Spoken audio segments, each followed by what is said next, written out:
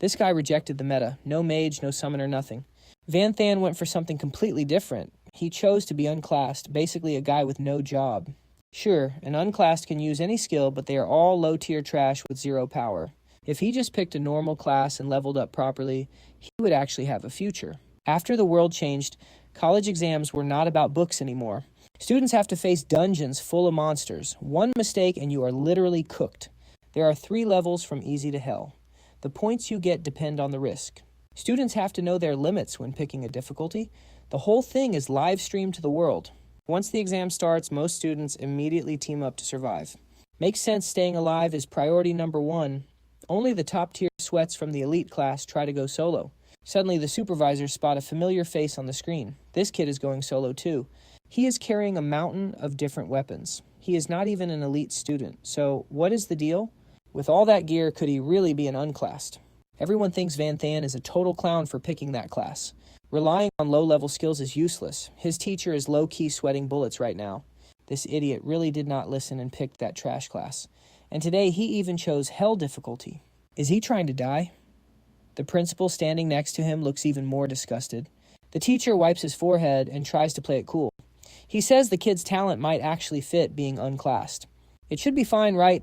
Inside, Van Than is ready to officially enter the dungeon. Hell difficulty is no joke. Just standing at the entrance feels creepy as hell. Outside, everyone assumes Van Than is currently peeing his pants. But right then, he pops a swordsman speed skill, even while carrying a mountain of weapons. Thanks to that skill, Van Than is flying. He reaches the monsters in record time. These things look just like goblins. As soon as they see him, they rush in to attack. That is when Van Than swaps to a mage skill. A massive fireball goes flying. It takes out over 10 goblins in one shot. Everyone watching the screen is losing their minds. This is not the power of a low-level skill. He is actually outperforming most low-tier mages. The goblin formation breaks, and Van Than's staff instantly transforms into a sword. Now he is a swordsman slicing through the remaining goblins. His moves are clean, fast, and deadly.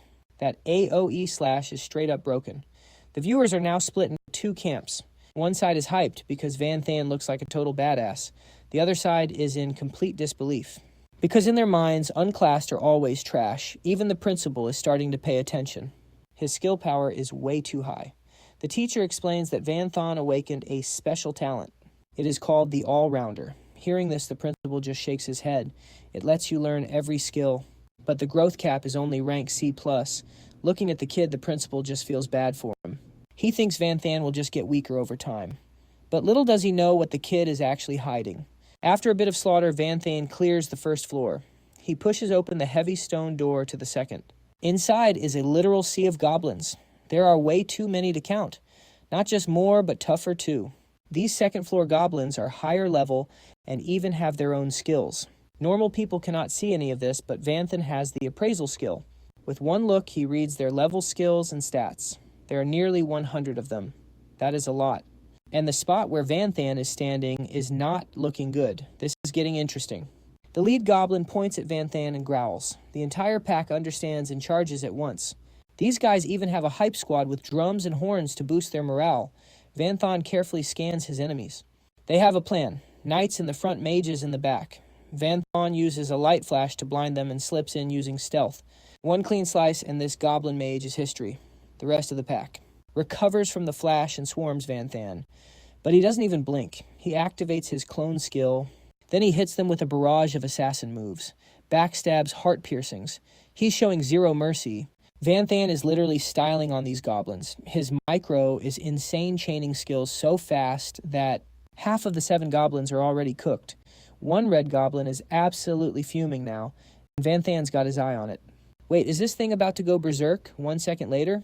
Just as he thought, the goblin massive levels up in size, entering a full-on rage mode. Van Than just casually hops out of the way. He raises his staff and starts summoning the water element. Outside, the livestream suddenly cuts to some student from the elite rocket class. Basically one of those straight A students from the honors class. But the chat is losing it. Nobody wants to see this guy. Everyone is here for the unclassed legend. Van Than, the crowd, is going wild, talking about how this guy is literally cracked at every single class. His skill control is flawless. Van Than is playing like a total monster. Even the swordsman instructor has to give him his flowers. His mechanics are so clean They're honestly better than most pro assassins. The broadcast team couldn't take the heat from the fans and had to switch the feedback to Van Than. By now, he's already summoned a water elemental to sweep up the trash mobs. Meanwhile, Van Than is 1v1ing the boss. He was just stalling earlier for its berserk mode to run out. It's back to its normal size now, but don't get it twisted. This is a hell rank boss. It's not going down easy.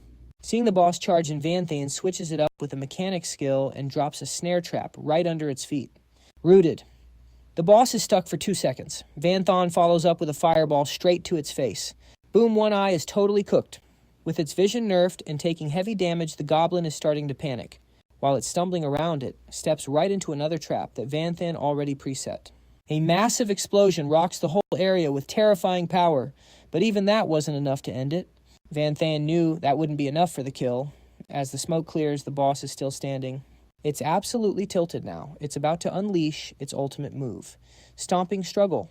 But Van Than saw this coming. A green glow appears in his hand. Nice try, but no way. A bunch of vines burst from the ground, locking the goblin's limbs down tight. And Van Than isn't done yet. He uses more vines to whip the boss right in the face. The goblin is grinding its teeth, eyes completely bloodshot. It's at its absolute limit. And Van Than keeps flexing his kit. He hits it with an Icebone bullet. That's a 35% debuff to attack and movement speed. The goblin is still locked down, unable to move an inch. What follows is a total masterclass. Van Than starts chain flexing skills from every single class, one after another.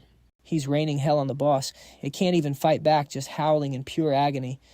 Outside the dungeon, the audience is literally jaw-dropped. A hell-rank boss is getting bodied so hard it can't even land a single hit. And it's not just random spamming either. His combos are so smooth, it's like he's dancing through the fight. People are already lining up to congratulate Van Than's teacher. With a performance like this kid could easily hit the top 5 in the whole province and shatter the school record. The director's just sitting back laughing and enjoying the show. Honestly, the director thinks even top 3 is light work for Van Than now. Because of this, Mr. Can, the homeroom teacher, is suddenly getting that VIP treatment. Outside, the underclassmen are losing their minds over how badass their senior is. Some of them are even talking about dropping their current classes just to follow the path of the Unclassed, just like Van Than Stage 2 cleared. Van Than just keeps moving, pushing open the stone door for the next stage. Wait, he's not even going to take a break after that boss fight. That's pure arrogance. It's basically a suicide mission. The crowd is starting to get restless. The director, who just calmed down, is fuming again. Van Than clearly has time to recover, but he's jumping straight into the next round. Entering a fight without full stamina, that's a risky play for sure. The mage instructor just shakes his head. The next stage isn't going to be easy no matter how cracked Van Than is. You can't reach the peak in every class. Jumping in without mana or stamina, that's just plain stupid. Inside, Van Than hits stage 3. Goblins lined up in perfect formation. These are all high-rank goblins, aggressive and fast. The second they spot Van Than, they jump him all at once. Those 3 water summons Van Than created time's almost up. They're about to vanish. Might as well use them while he can. Van Than sends them forward. Instant meat shield. They tanked the goblin rush like pros. Once the dust settled, the goblins were shook. Total jaw-drop moment. Out of nowhere, our boy is standing there with 2 guns locked and loaded. Guns mean he's switching to the Marksman class. High damage, but crazy hard to control. He's got a skill called Frenzied Pursuit. Every hit stacks damage. 25 stacks max. To max the damage, you can't miss a single shot. No way he pulls that off. That mage teacher is shaking his head again. Inside the dungeon, Van Than fires the first shot. Direct hit, the juniors outside are going wild. Shots firing off one by one. Frenzied Pursuit is already at 3 stacks. But wait, Van Than goes even harder. He starts spamming marksman skills like a beast. His aim, literally aimbot status. Not a single miss. The goblins got wiped in seconds. The crowd is losing it. His fangirl's totally obsessed. Even the teachers have to admit it. This kid is God mode. The principal and Mr. Can finally breathe. But the other teachers noticed something since the exam started. He hasn't used a single potion. No mana, no health, nothing. Other students are chugging them like their lives depend on it. Not him, though. 0 potions. The principal can't tell if this kid is just cocky or actually that cracked. Only Mr. Can knows the truth. He didn't bring any.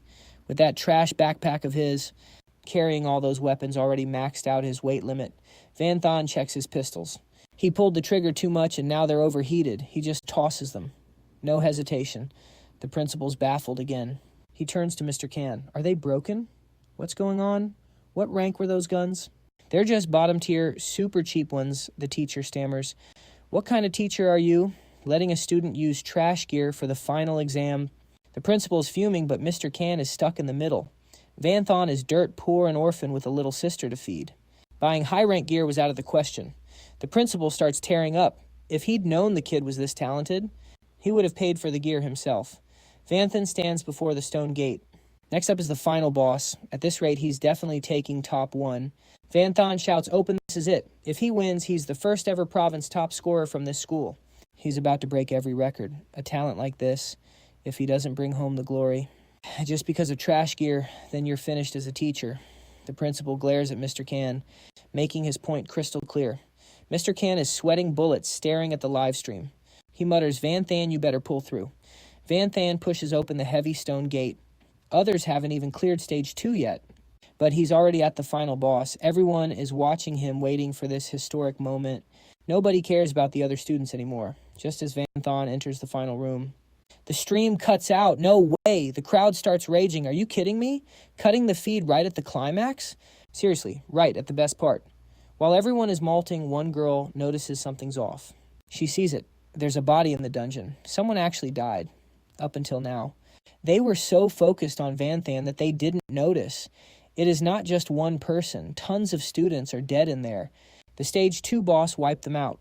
Most had to forfeit, dragging themselves out in terrible shape. They're barely clinging to life. Van Thon was so OP that everyone thought the dungeon was easy. But for real, this is the hardest exam in history. The juniors are starting to panic. At this rate, even with 3 more years of training, they would never clear this. At least not as smoothly as Van Thon did. Seeing the vibe go south, the principal orders the feedback to Van Thon. They need someone to boost morale, and only he can do it. Right now, all eyes are on Van Thon. He's finally face to face with the ultimate boss of the final stage. The entire room is empty except for that monster sitting arrogantly on a throne made of skulls and gems. Van Thon steps in and the boss growls, "Human, this isn't a place for your kind." The goblin boss stands up and boom, the pressure is insane. No wonder it's the final boss of a hell-ranked dungeon. This pressure is off the charts. The monster can even talk too bad for him.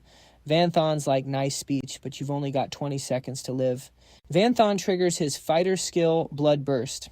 This skill boosts every single stat by a massive 80%. Attack speed, movement speed, and armor penetration, all buffed by 75%. He's cracked. But there's a catch. Once those 20 seconds are up, his body hits a massive debuff for 3 minutes. Every stat drops. Down by 75%. The crowd outside is losing it. Using Blood Burst right at the start. Van Thon is really going all in here. Director Can is literally shaking. This move is way too risky. This is a straight-up suicide mission. The principal is so stressed his blood pressure is spiking. "Quick, someone get my meds." With Blood Burst active, Van Thon closes the gap instantly. He's fast, but this monster is no joke. The boss swings its massive axe, slicing the figure in front of it right in half. The whole arena goes silent, but the principal, he sees it first. That wasn't him. It was just an afterimage. Van Thon is already behind the king, landing a massive slash right across its back. As the goblin spins around, Van Thon hits him with a light flash skill straight to the eyes. Blinded. This is it, the perfect chance to finish him. A total pro move, or so we thought. Plot twist, it didn't work. Since Van Thon played him like a fool, the Goblin King is absolutely fuming. He goes full berserker mode and snaps the spear in Van Thon's hand, breaks in half. Nothing left to do but use his tentacles to tie the monster down, but thanks to the boss's berserk state, Van Thon's blood burst timer is dropping fast. He's only got 13 seconds left. Things are about to get wild. Seeing Van Thon's spear snap in half has everyone on edge, especially the principal. He's thinking a battle this epic shouldn't end so pathetically. Can you feel me? And the director, he definitely gets it. If he knew, he would have spent his own money to get the kid better gear, but he's inside the dungeon now. No one can save him. If he dies because of trash equipment, Director Can is history. The principal will literally kill him. Inside the fight, Van Thon is feeling the heat. He wanted to finish the Goblin King before it went into berserker mode, but it happened way too fast. Now he's in a real pinch. Time's running out. Van Thon triggers weakness detection, but the result 0. No weakness is found. No way. This is bad. The Goblin King is spamming axe swings at him. Luckily, Blood Burst is still active. So he's dodging like a god, but then the goblin stomps the ground so hard the whole place shatters. Vanthon loses his footing and takes a hit. He's panting, strength fading. Only 9 seconds of bloodburst left. Outside, the girls who were just calling him hubby are now a total mess, crying their eyes out. The timer is almost at 0, and he hasn't even scratched the goblin's defense yet, let alone done any real damage. The principal and director are sweating bullets. Spears, broken swords gone, and he didn't even bring any potions. Absolute trash luck. It's over. He's about to meet his ancestors. The Goblin King marches toward Vanthan, lifting that massive axe high. Time to die, 7 seconds left. Suddenly, Vanthan looks up with a smirk and asks, "Oh, really?" And right then, a swarm of tentacles erupts from behind the monster. The Goblin King frantically hacks them away. The students think he's just struggling before he dies. Since priest tentacles are for crowd control, not damage, they think it's useless. But the principal starts smirking. Looks like the kid finally found the key. Earlier, Vanthan tried to find a weakness and saw nothing. But listen, no dungeon boss is actually invincible. There's always a catch. The Goblin King's weakness was right on its back, hidden perfectly under that cloak. The monster starts panicking now that its secret is out. Vanthon activates his fighter skill Fire Fist. 3 seconds left on Bloodburst. That's more than enough. He vanishes and reappears right behind the monster like a ghost. The tentacles have it completely locked down. The goblin isn't stupid. It doesn't want its weakness exposed. So it spins around Vanthan's fire strike, hits it straight in the chest. The boss laughs. Ha! This weak attack. It can only push me back.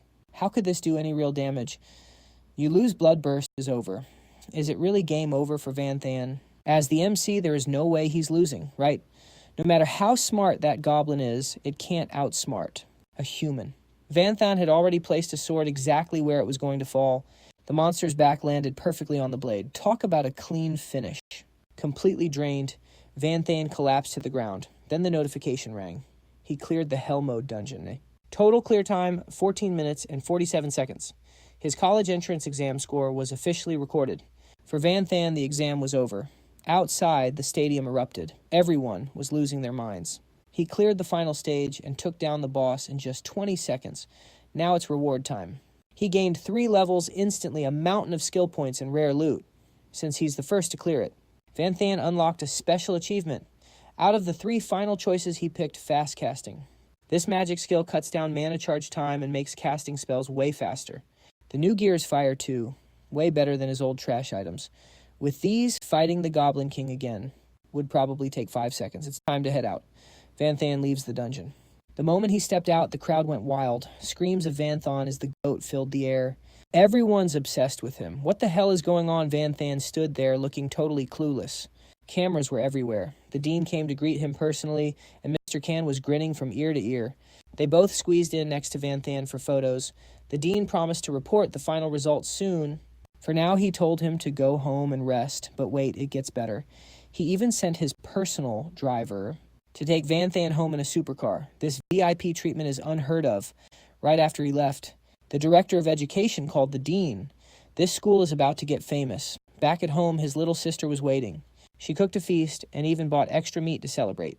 Because today was her brother's big exam day. Looking at her, Vanthan felt both happy and heartbroken.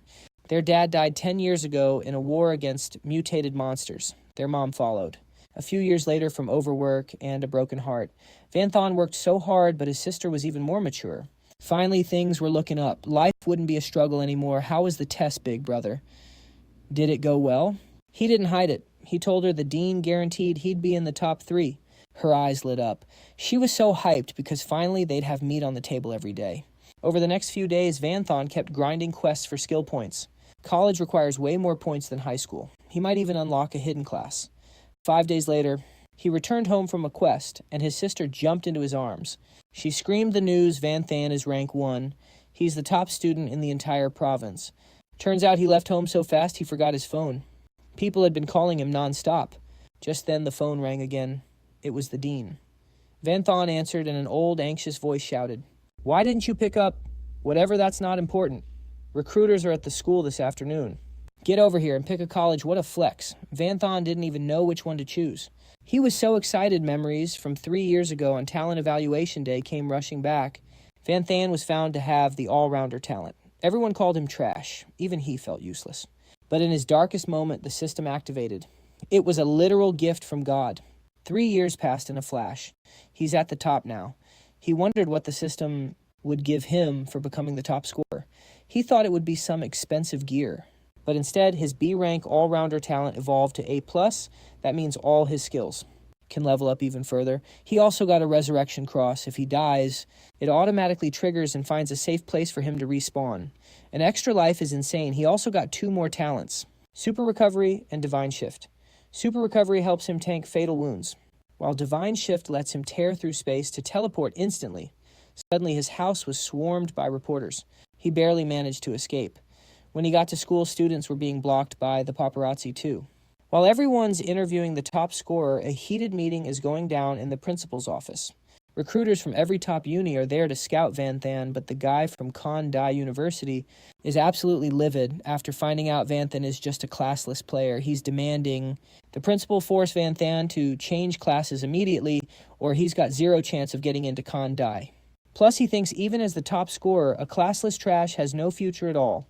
It gets worse. The student with him starts adding fuel to the fire, claiming Vanthan must have used some shady tricks to get such a high score. The room is turning into a total circus.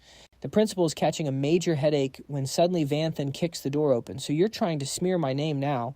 The principal tries to introduce him, but Vanthan waves it off because he's been listening the whole time. Vanthan walks straight up to that student's face. Since I'm here, you want to see what kind of tricks I've got. What do you want? I'm challenging you as the top scorer. If I don't win in 5 moves, I'll take the L. A high school grad challenging an elite uni student. This kid is officially young and reckless. The guy just laughs and accepts. The principal is stressed out this student is a total handful. This student is a level 19 awakener, while Vanthan is only a level 13 classless. How is he going to survive? Everyone heads to the training ground. That student, Nguyen Chao, is acting all high and mighty, thinking he'll finish Vanthan in 3 moves. The principal and director Kan are sweating, but it's too late to back out. Now they're just praying that Vanthan can pull a miracle out of his hat. The opponent is a mage, and he points at the staff in Vanthan's hand. That thing used to be a staff with a hidden sword inside, but the blade snapped in the last fight. It only works for magic now, but even like this, it's more than enough to wreck you. Nguyen Chao is triggered by that savage comment. You think you can beat me with magic? How delusional. Nguyen Chao raises his staff and starts chanting an acceleration skill. His casting speed is cracked. It only takes him 0.7 seconds to fire off a spell. He's feeling himself thinking Vanthan can't possibly keep up, but when he looks up, a fireball is already in his face. Nguyen Chao can't believe Vanthan's casting speed is actually faster than his. Forced onto the defense, Nguyen Chao barely manages to throw up a temporary magic shield.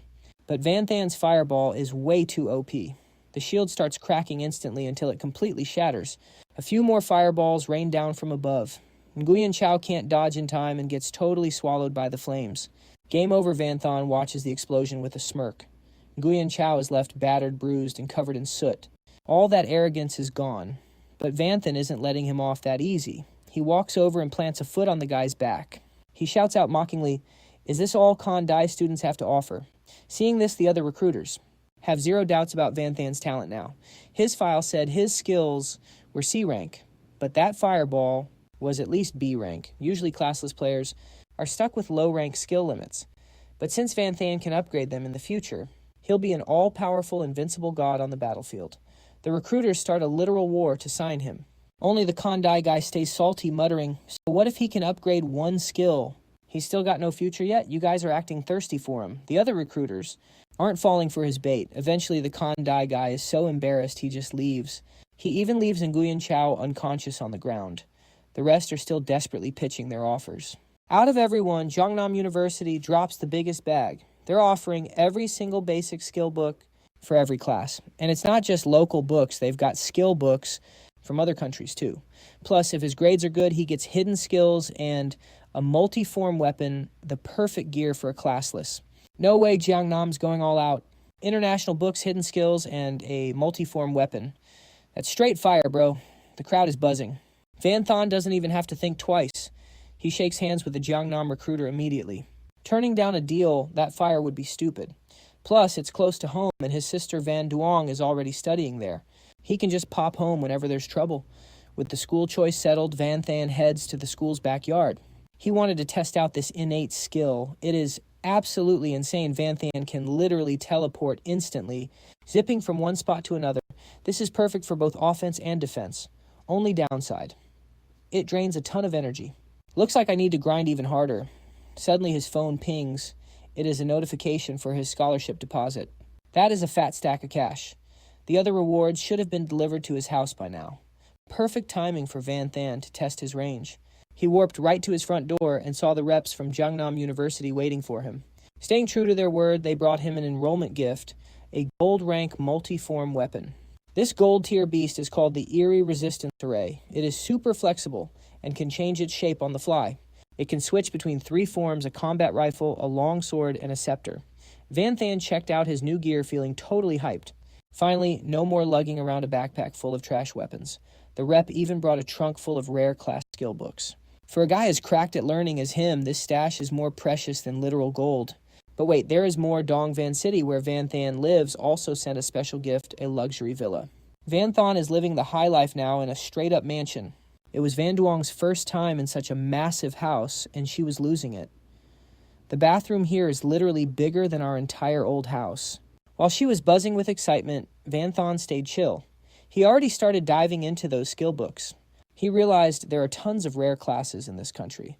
70 years ago, when the game merged with reality, players had to pick their race at the start. Most went human, but some chose to be elves, beastmen, or dwarves. Over the years, many humans married other races, leading to kids with insane special bloodlines. Dongvan is just a small town, so Van Than never really had the chance to see other races in person. But now he is heading to Jeonnam University. It is the perfect chance to see the real world. For the next month, he grinded system quests like a beast. He also mastered skills from those new classes. He spent the last 2 weeks taking Van Duong out for some fun before school started. Finally, move-in day arrived. A ride was sent specifically to pick him up. Looking at her big bro Van Duong was a total mess, crying her eyes out. She did not want to be away from him at all. Van Than gave her a pep talk. At least they do not have to worry about cash anymore. Van Duong's life would be solid even without him there. All right, time to head to Jeonnam University. Van Than finally made it. The place looked straight out of a cultivation movie. Definitely not your average 21st century campus. The place was packed with people from every race imaginable. Jeonnam University really is one of the top 7 in the country. Talk about a glow up for his perspective. An elf girl spotted him and waved him over. She was the one handling freshman registration. Van Than politely handed over his files. The second she saw his name, her jaw dropped. She accidentally blurted out Van Than from Dongvan City. That one sentence changed everything. Every eye in the place snapped to Van Than. Some were impressed, others were straight up shocked. But mostly it was pure jealousy and hate. The kind elf girl gave him a heads up. Since the school gave him such a massive scholarship, he has basically got a giant target on his back for the other rookies. The welcome ceremony is tomorrow, but the real heat starts a week later with the freshman tournament. Everyone is going to be gunning for his number 1 spot. And trust me, there are some high-level monsters in this class. Just then, a system window pinged with a new quest. Quest hold onto that top rank during the freshman showdown. Reward a literal S-rank skill. Ha, let them try. The next day, Jeonnam University held a massive ceremony to welcome the new students. Van Than was right in the front row, while the crowd behind him would not stop whispering. That is him, that classless scrub. Last night, he was living it up in that mountain villa. While we are stuck at the bottom of the hill, he is literally looking down on us. I was the top scorer in my province, too. Why is he ranked higher than me? No way I am accepting this. Van Than just played deaf to all the salt. But he was not alone. Some heavy hitters stood up for him like Tam Tai Nien, the top dog from Dai Chao province, and Diep Than Lin, the ace from Dong Lam. Real geniuses just hit different. The dean of the War Academy, Diepen Fuchs, saw the whole scene from above. He just felt these kids were acting like reckless rookies. Van Than's talent was fully exposed in the exam footage. Jiangdai University is split into several smaller academies. And it's not just Principal Deep. The other deans have recognized him too. Van Than's combat skills are no joke. His combat instincts are just like mine, plus he can use all sorts of weapons. I'm definitely claiming him. The newcomer is the dean of the Weapon Academy named Ha Kin Tan. The crowd is buzzing. It's the first time they've seen Dean Ha show this much interest in a freshman. Usually she's ice cold. and her words are as rare as gold. But honestly, Van Thon is such a top-tier prospect. It's not just Hakin Thon watching. Every dean wants to snatch him up as their personal disciple. Haha, looks like I need to speed things up. Deep Anfuk tapped his cane on the ground. He used a teleportation spell and instantly appeared in front of the students. As soon as Van Than saw the old man, he knew exactly who he was. He also knew that out of the 5 academies in Jiangdai the war, Academy is the absolute strongest. Diep and Fux calmly announced that since the students were salty and didn't accept the rank 1 spot, the faculty had heard everything. Because of that, the tournament date is being moved up by 1 whole week. Everyone go get ready. 2 in the afternoon at Van Nam Square for some real combat. The students were hyped, and they all agreed to this decision immediately. Soon it was 2 in the afternoon and everyone had gathered. 3 massive gates stood before the students. These are the entrances to the silver rank dungeon replica. The government holds the original. But compared to the college entrance exam, this replica is way harder. It looks like this tournament won't be much different from the recent entrance exams. Every student will enter the silver dungeon to fight and determine the final rankings. Van Than, right, I'm going to crush him like a pebble under my shoe. Van Than wasn't exactly thrilled to keep hearing his name being shouted. Right now, every freshman has their eyes on him. Fine then. Once they're in the dungeon, he'll make sure to see if these self-proclaimed geniuses actually have what it takes. The gates opened and everyone used the teleportation array to enter. Inside is an ogre nest. These creatures are incredibly vicious, especially at night. Their fighting spirit goes through the roof. Van Than drew his new weapon. Time is money. He's got to wipe these mobs out fast. Meanwhile, another student was going wild with a machine gun, spraying bullets everywhere. The deans and instructors were watching everything unfold via the live stream. Deep Anfuk seemed satisfied because this year's freshmen are high quality across the board. After scanning a few people, Ha Kin Than directly requested the camera to switch to Van Than. What they saw next was unbelievable. Van Than had already cleared all the ogres in stage 1 and entered stage 2. This speed is actually insane. He just broke the record. How did he even do that? The old dean of the Elemental Academy Lean, Hak Hien, finally spoke up. Looking at the scene, it's easy to guess. The strategy Van Than used, he must have herded those ogres together using a vortex from his windwalk skill. Then he incinerated them all at once with a fireball. Sounds simple, but pulling it off is a different story. Based on the result, his wind eye and fireball skills must be at least B rank. Lian Hak Hien chuckled.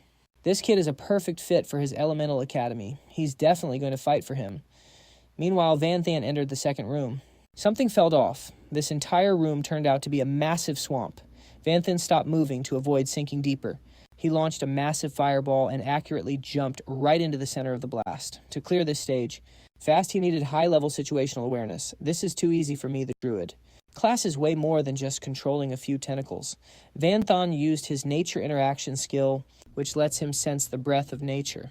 Since he upgraded all his skills to B+, when he uses this, Van Than can resonate and communicate with every tree in this plant-filled room. Nothing can stop him now.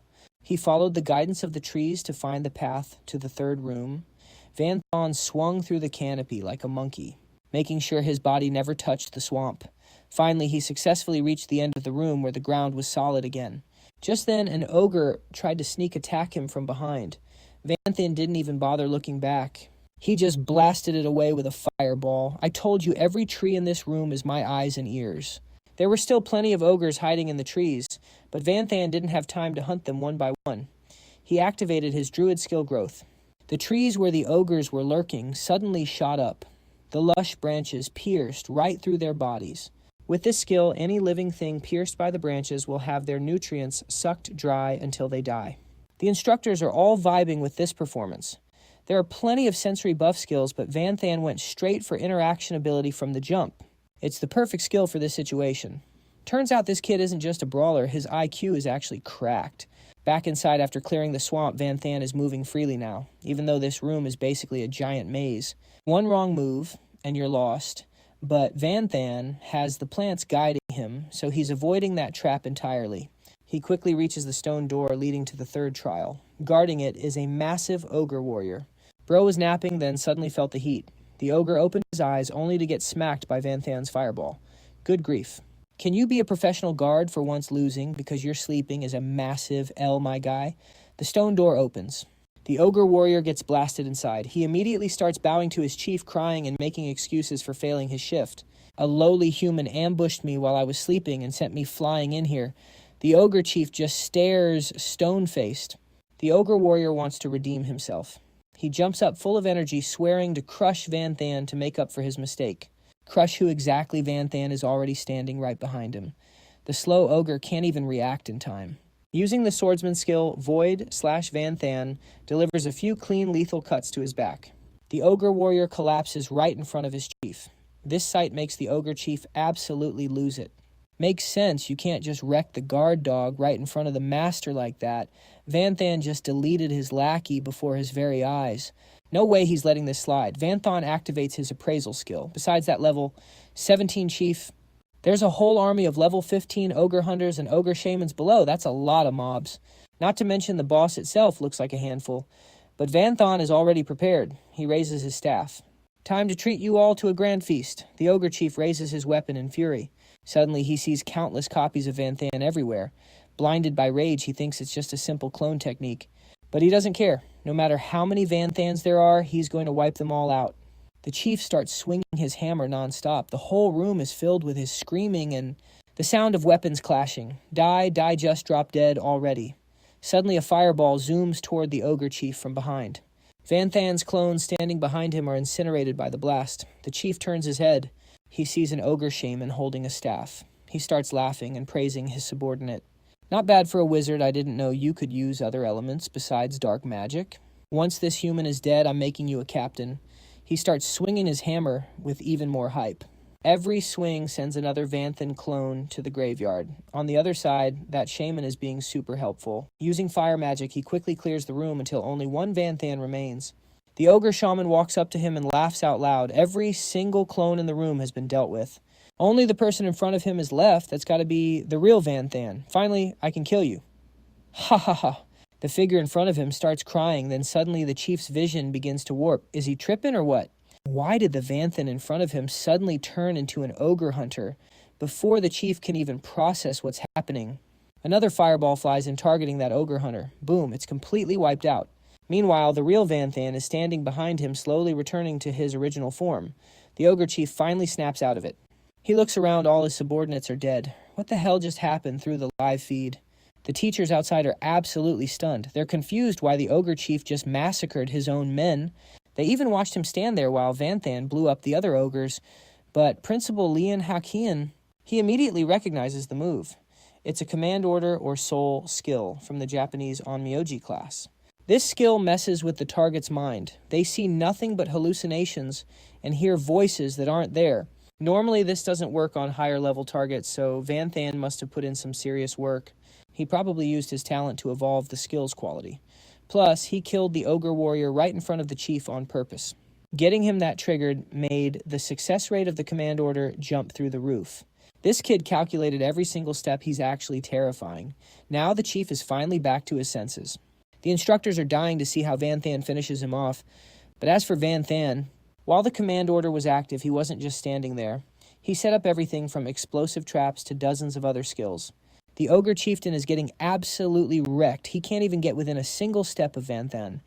After a barrage of attacks, the chieftain is covered in wounds. He finally drags his broken body toward Vanthan and raises his massive hammer. Die. But too bad all he hits is a clone. As the hammer smashes down, it deals 0 damage to him. Meanwhile, the real Vanthan appears right behind the chieftain's back. He uses his signature move, Void Slash. This final blow sent the chieftain straight to the lobby to meet his ancestors. With the monster down, Vanthan becomes the first student to clear the stage. His total time is 11 minutes and 43 seconds. The way he combined traps and skills so perfectly really opened the instructor's eyes. The other students are, at best, just reaching the final stage. Vanthan has secured the top spot, no doubt about it. This kid is a legendary gem that needs protecting. Just thinking about my weapon academy getting such an elite freshman makes me so hyped. Ha Quinthan is super impressed with Vanthan's talent and speaks up first. Principal Ha, my war academy isn't going to just hand him over either. Diepen Fus isn't backing down. These two are staring each other down like they're about to scrap. The others just watch as the instructors start fighting over a student who hasn't even left the dungeon yet. By taking down the boss, Vanthan earned a ton of experience and rewards. He instantly leveled up 3 times and is now level 16. Besides experience points and skills, he also got a gold tier axe and the title Ogre Slayer. With this title, his damage against the ogre race will increase by a massive 35%. Since he broke the clear record, the system also grants him an extra talent. Again, there are 3 choices. After thinking it over, Vanthan chooses double casting. With this talent, every spell he casts will trigger twice the effect. Reward chosen. He was about to leave, but then he suddenly spots a secret passage. Wait, is this a hidden outpost? There's a tiny chance for a hidden layer to open up inside these dream realms. It's crawling with monsters, but if you clear it, the rewards are insane. Even if you fail, you don't lose exp or mess up your main score. Without a second thought, Vanthan steps inside. Outside students who finish the dungeon are starting to teleport out. One guy is the first one out and he's feeling himself. Vanthan is trash. He clearly cheated to get that top rank. Tamtai Nian steps out right after. He looks totally disappointed that Vanthan isn't the first one out. Is Vanthan's unclassed path actually hopeless? Was the Jiangnam top score just a one-hit wonder next? Deep Tan Lin and the others come out too, but still no sign of Vanthan. The first guy laughs even harder. He's sure he can finally humiliate Vanthan now. Deep Tan Lin is the first one to notice the live broadcast. Vanthan is still in the dungeon, but the scenery is completely different from where they fought. The rank 2 guy clutches his head and screams, "Is that the hidden outpost? Did that guy finish first and then stay inside just to farm more monsters?" The crowd goes wild again. Is Vanthan even human with that clear speed? Suddenly the screen cuts to black. Principal Deep sits calmly and signals everyone to stay quiet until the exam is officially over. These kids aren't qualified to judge how Vanthan handles a hidden zone inside the dungeon. Vanthan sees no demons or monsters, just a level 1 scarecrow with unknown stats. Is this a joke? Level 1 Vanthan thinks his eyes are playing tricks on him. But monsters in a hidden outpost are definitely not to be underestimated. They stare at each other for a while, but it doesn't move. Vanthan twirls his spear. Guess I'll have to make the first move. Right then, the scarecrow closes the gap with insane speed. Too fast, he quickly blinks to another spot. The scarecrow is already back in its original position. In its hand are a few strands of Vanthan's hair. It didn't try to attack. It just wanted my hair, whatever trick it's playing, I just need to take it down first. Vanthan charges forward with Gale footwork and throws a flaming punch straight at the scarecrow. But strangely, the moment his fist connects, the entire attack reflects right back at him. Vanthan gets blasted back looking like a total mess. He put a lot of power into that strike, so having it all reflected really hurts and pisses him off. Vanthan glares at his opponent. That straw scarecrow has morphed into his exact double. Looks like it tanked that entire hit for him too.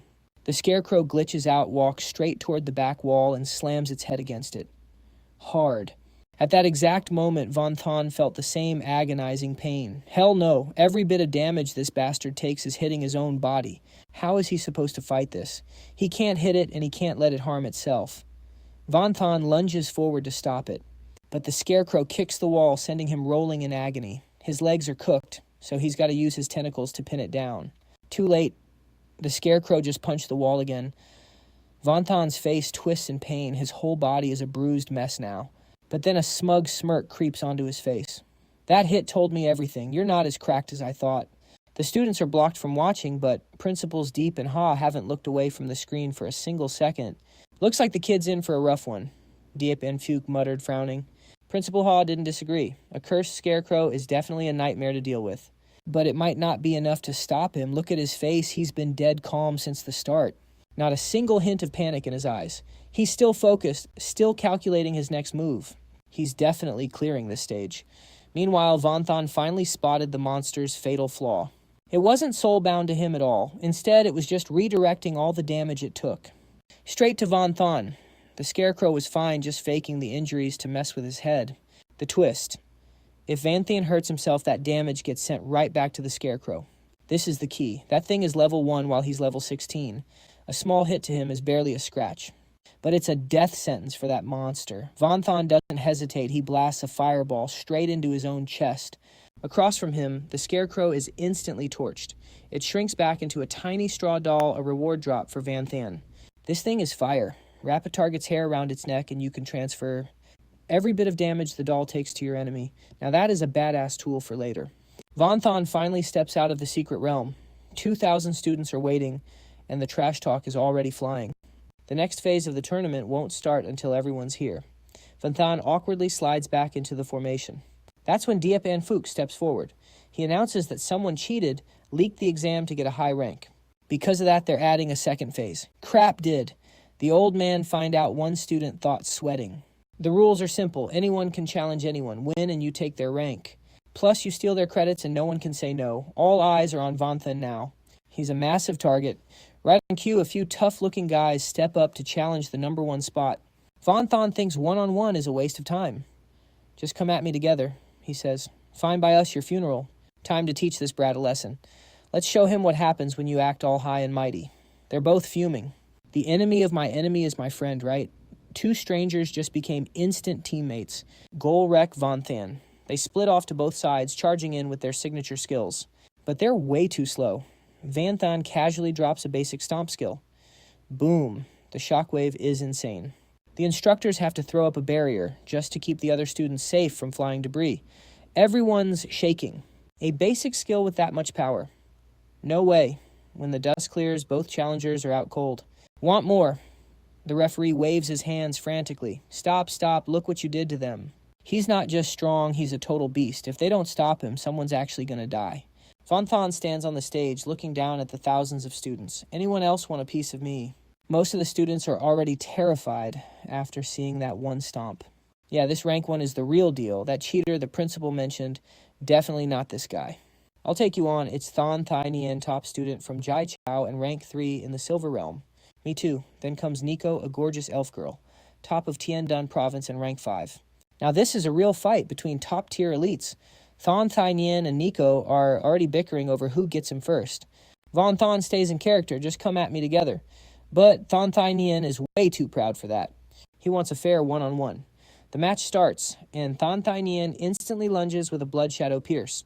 He strikes directly at the opponent. This blow is so powerful that even the arena's protective barrier is about to shatter. But Vanthan doesn't have a single scratch.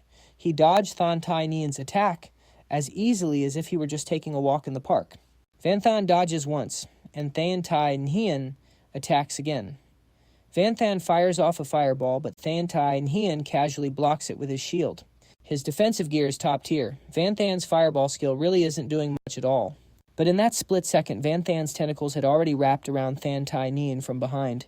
He's using that growth skill again, just like when he fought those giants. Those tentacles pierce right through the armor and start draining Thon Thai Nien's life force. Realizing he's in trouble, he tries to use a fire skill to burn the tentacles off. But Vanthan isn't about to let that happen. He immediately triggers his Water Veil skill, and a massive torrent of water pours down from the sky like a waterfall. It puts out Thon Thai Nien's fire instantly. Plus, the tentacles grow even faster when they hit the water. Thon Thai Nien's life force is hitting rock bottom. He didn't want to use his ultimate move, but if he doesn't now, he's dead meat. Then Thai Nien activates Blood Blink. He instantly vanishes from the tangle of tentacles and reappears right behind Vanthan. But Vanthan already sensed him coming. He spins around and blocks Thon Thai Nien's blade with his own weapon. That top 3 student is starting to completely lose his cool. Every single one of his moves is getting predicted. No wonder he's tilted. After a heated exchange of countless moves, Vanthan uses his spear, and he absolutely wrecks him. Then Thai Nien wanted to use his last bit of strength for one final showdown.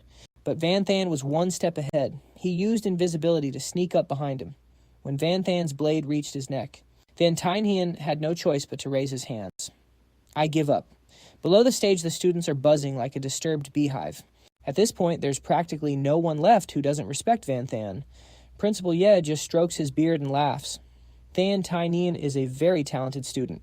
He's basically a living textbook, but unfortunately, there's no manual that teaches you how to deal with a cracked, unclassed player like Vanthan. Nico lands gracefully on the arena. It seems Thon Thai Nien's crushing defeat didn't dampen her spirit at all.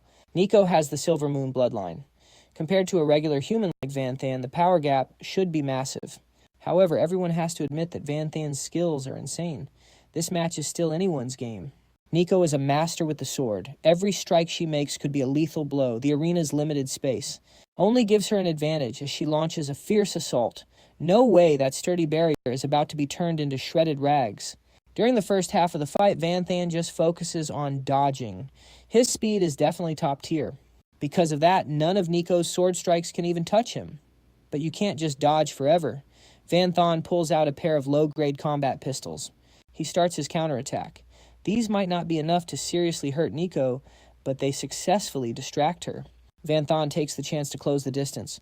Nico has a huge advantage at long range, so being cornered like this puts her in a tight spot. But right then, a smug smirk plays on her lips. I knew you'd try to get close. Looks like my bet paid off. Vanthan is blasted back several meters by Nico's Silver Moonlight secret technique. This skill consumes a massive amount of energy. But for Nico, that trade-off is totally worth it. Vanthan is now locked down. He can't defend himself, let alone counterattack. She raises her bow arrow notched and ready to end this match in one final shot. But suddenly Vanthan's blade appears out of nowhere. Pressed against Nico's neck, just like what happened to Than Tai Nian, the thing she poured all her power into, locking down, turned out to be nothing but one of Vanthan's clones. You have to admit, Nico is smart, and her skills are perfect. But Vanthan is still one level above her.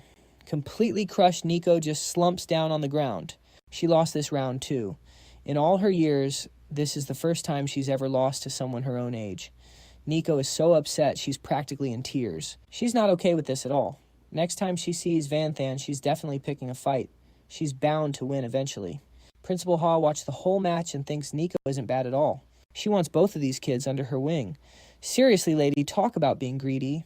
Despite just defeating 2 top students in a row, Vanthan still has plenty of energy left. This whole challenging process is taking way too long. He straight up announces that anyone can come up. If 5 people come, he'll fight 5. If 10 come, he'll take on all 10. Anything to save time. There are still plenty of people who find his arrogance annoying, and they all start rolling up their sleeves. They want to team up and teach Vanthan a lesson. But facing them, Vanthan only needs to use a flash skill to blind them. Then he just rains down fireballs to finish the job. Now things are finally quiet.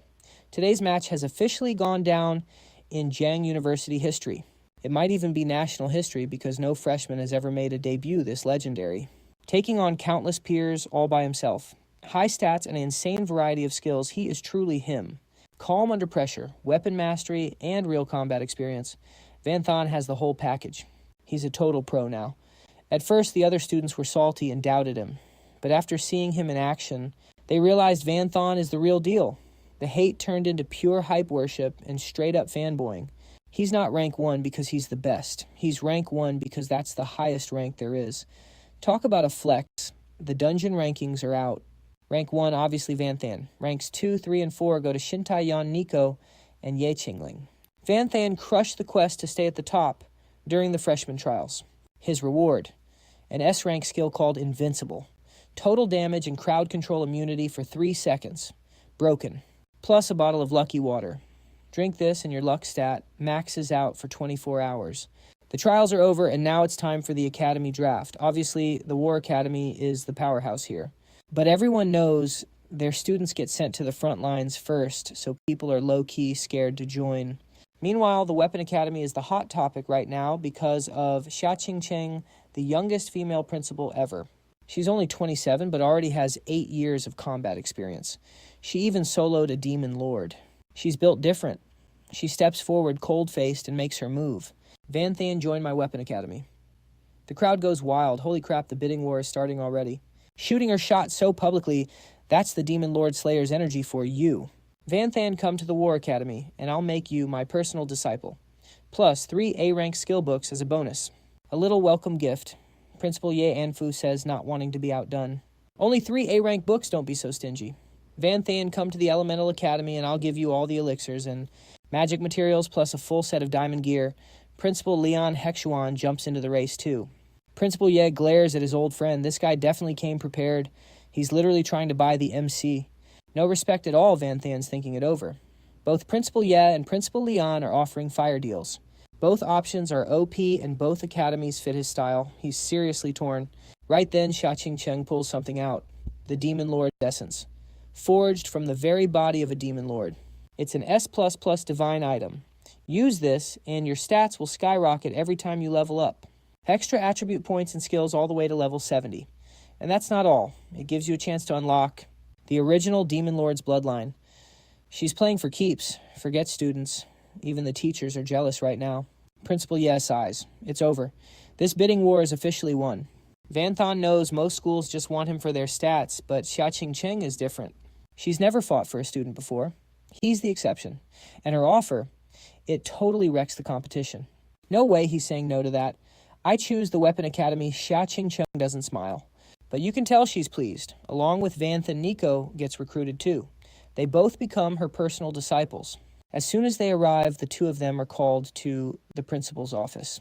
The place looks like a museum filled with rare monster remains.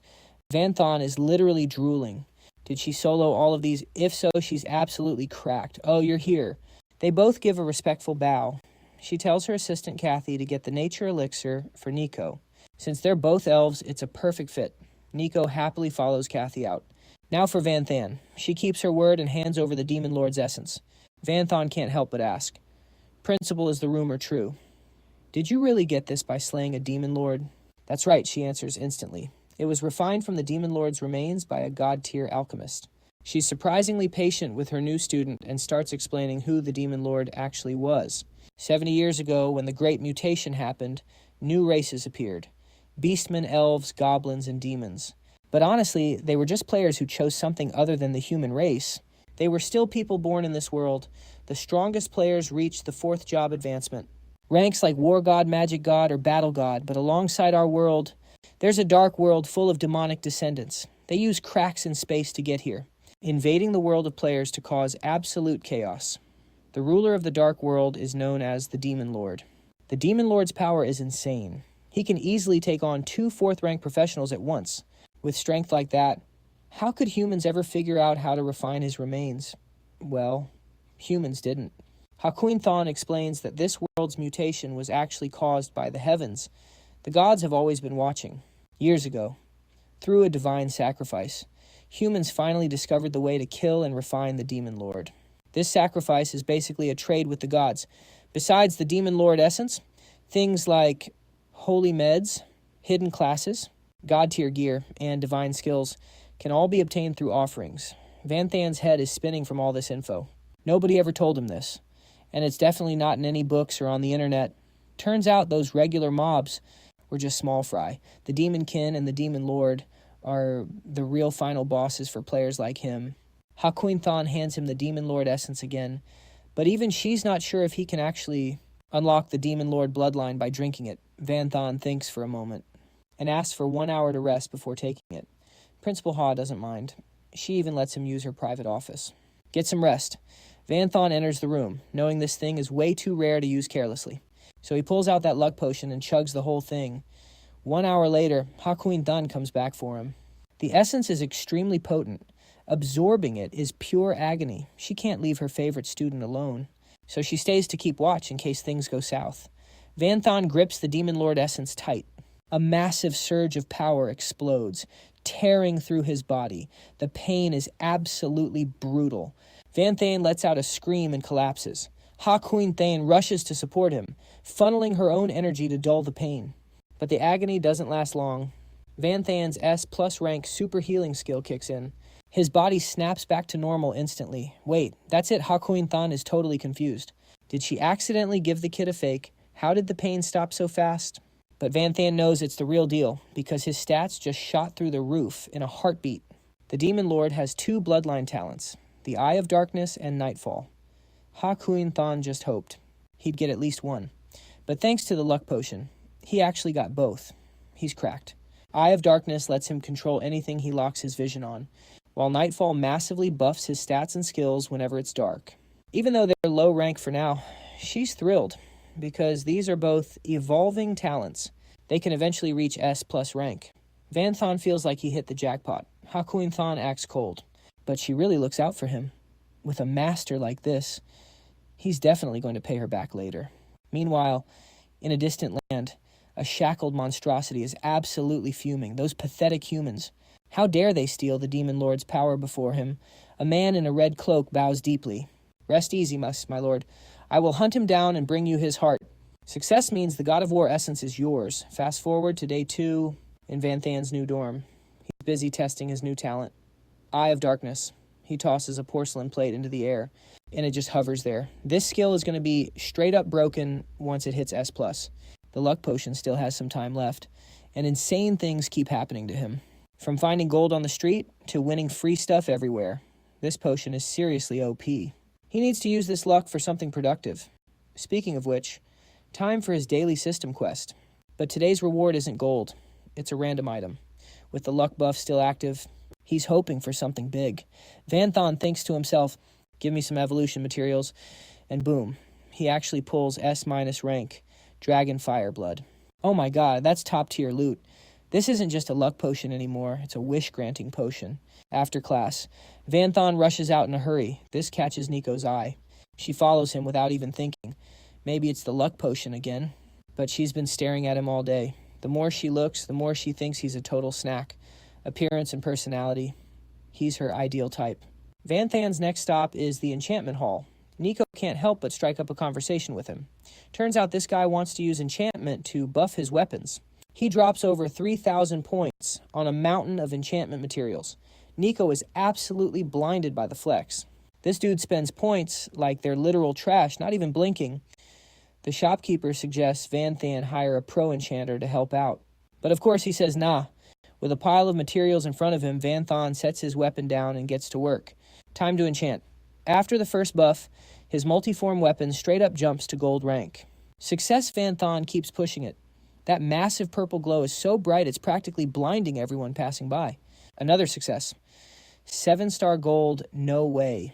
Going from 6 to 7 stars only has a 5% success rate. Now this guy's literally RNG Jesus. It's not just Nico who's losing it over these insane odds and how easy Vanthan makes it look. Other students start swarming in to see what the hype is about. Vanthan is already planning the next upgrade. Nico tries to stop him because the jump from 7 to 8 stars is only a 1% chance. But hey, that luck potion isn't just for show. Vanthan isn't about to waste this chance. Full send, enchant. The crowd is split. One side is praying for a success to see an 8-star gold weapon. The other side is praying for his downfall, screaming that it's definitely going to explode. Blow up, please. After the glow fades. Vanthan is holding the 8-star gold rank demonic array breaker. Nico is speechless. This guy didn't even use any special techniques. He just brute forced it the whole way. Is this insane luck even human? Vanthan checks out the demonic array breaker and thinks, yeah, not bad at all. Those 3,000 points didn't go to waste. For now, he doesn't need any more luck. Time to head back. But wait, a massive, scary-looking dude pops out of nowhere to block his path. This thug arrogantly orders Vanthan to sell him the weapon. He's even generous enough to offer a price that's 30% over the market value. And if I don't want to sell, the two of them head out to the courtyard and a crowd starts whispering, who is this kid to mess with Lam Loy? This guy's a big deal. He's on the student council and has a dragon bloodline. Everyone calls him Big Bro Loy. They all think Vanthan is cooked. Offending Loy means getting a massive beatdown. Nico's just standing there giggling. These people clearly didn't watch the freshman tournament. With Vanthan's skills, he could probably wreck this entire crowd at once. Give me a price. If this deal goes well, I'll let you be one of my followers. Lam Loy is usually a hothead, but he's being surprisingly chill. Must be the luck potion still working its magic. He even adds that the strongest gold weapon in history only deserves to be owned by him. Vanthan slams the weapon into the ground. He hasn't even used a skill yet, but the pure stats are straight up terrifying. Lam Loy suddenly feels a wave of fear. No way. He has dragon blood in his veins. He can't be scared of a small fry like Vanthan. So you're saying I'm not worthy of this weapon, and if I don't sell it, we're enemies. Vanthan growls every word as he slowly walks closer with the demonic array breaker. Lam Loy is getting more and more terrified. He can't even get a word out. What the hell is happening? As Vanthan gets close, Lam Loy falls flat on his back. Don't come any closer. Fighting is banned in the academy. We can't fight. The surrounding students are totally stunned. Vanthan doesn't want to waste any more time, so he just shoulders his weapon and walks off. Nico rushes to catch up. Vanthan decides to head to the library. Nico is so confused. It's clearly his lucky day. So why waste it reading books instead of doing something epic? But Vanthan knows this is exactly what he needs to do. There's a sea of skill books here, and finding the right one is nearly impossible. While the potion is still active, he just flips through a random one. Here it is. Vanthan learns a bunch of new skills that'll be cracked in combat. It's getting late, so he's got to move fast. Next stop, buying a mount. He picks out this scrawny, weak-looking little bird. Both Nico and the shopkeeper have no clue why he'd choose that. This mount hasn't had a single buyer in 3 months, so the owner sells it for cheap. Deal closed. Van Thon throws a high-grade supplement into the cage, and the bird snaps it up immediately. After taking it, the bird evolves into a massive, majestic griffin with an insane aura. The other two are left with their jaws on the floor. The shopkeeper is definitely regretting his life choices for selling it so low. You look a little dazed there, old man. From now on, your name is Little Frost. Van Than patted the bird's head, feeling satisfied. Next stop, the Summoned Beast Nursery. Van Than got there late, so only the plant storage was still open. His current water element summon was weak sauce. He definitely needed a real beast. He needed something more powerful to level up his summoner class and boost his stats. But the quality couldn't be too high. After all, he was just an unclassed player with limited resources. A sharp cry from the corner caught his attention. It was a tiny, energetic, thorny flower beast. The shop owner complained that this thing had zero potential from birth. It was weaker than its peers, plus it was super high maintenance, only eating the highest quality food. Raising it would be a total nightmare. Nico advised Van Thon to pick a different plant with better potential. But he had already set his heart on this little thorny beast and decided to buy it. He had traveled everywhere today and finished everything on his list. Night fell, and Van Than headed back to the dorms. That's when Nico shyly asked him for a favor. She wanted to borrow 1,500 credits from him. In university, everything costs credits. In the last freshman competition, Van Than had basically cleaned out everyone's points, including Nico. Sure, I'll transfer it to your student ID. Nico took a sneak peek at Van Than's account balance. This guy had been spending like a whale all day, yet he still had 8,000 credits left. Just how many students did he rob blind during that tournament? Once the money hit her pocket, Van Than left immediately. Nico watched him walk away and didn't forget to say, "Thank you, this guy acts cold on the outside, but he's actually a decent person." 3 months passed in the blink of an eye. Today, Diep and Phuc was checking in on the new students' progress. Everyone was performing steadily. After all, they were the star recruits scouted from all over the country. As for Van Than, he was absolutely crushing every single subject. He had maxed out his scores in every different class. But besides occasionally talking to Nico, Van Than didn't have a single friend. Dean Deep was losing sleep over this. Being a genius is great, but they're headed for a real battlefield after graduation. Without teamwork, he's basically cooked out there. The dean was worried that, at this rate, Van Than would never be able to fight alongside anyone. Luckily, the National Freshman Exchange Competition was coming up. As per tradition, Jiangnam University would send their top freshmen. Diep and Phuc summoned the top 20 students to his office. Meanwhile, over at the Weapons Academy, an archery test was underway. Nico was a silver moon elf, skilled in both the bow and the sword. She was currently sparring with Van Than. But it didn't take long for Nico to take the L. Her friends weren't even surprised anymore. Archery wasn't the only thing he dominated. He was rank 1 in every single subject. Van Than and Nico head to the training office now. Dean Deep wants to see you both. When they arrived, the rest of the top 20 were already there. Everyone seemed to know about the exchange competition. Everyone except Van Than. Nico was speechless. This guy was on a total grind set, completely cut off from any news from the outside world.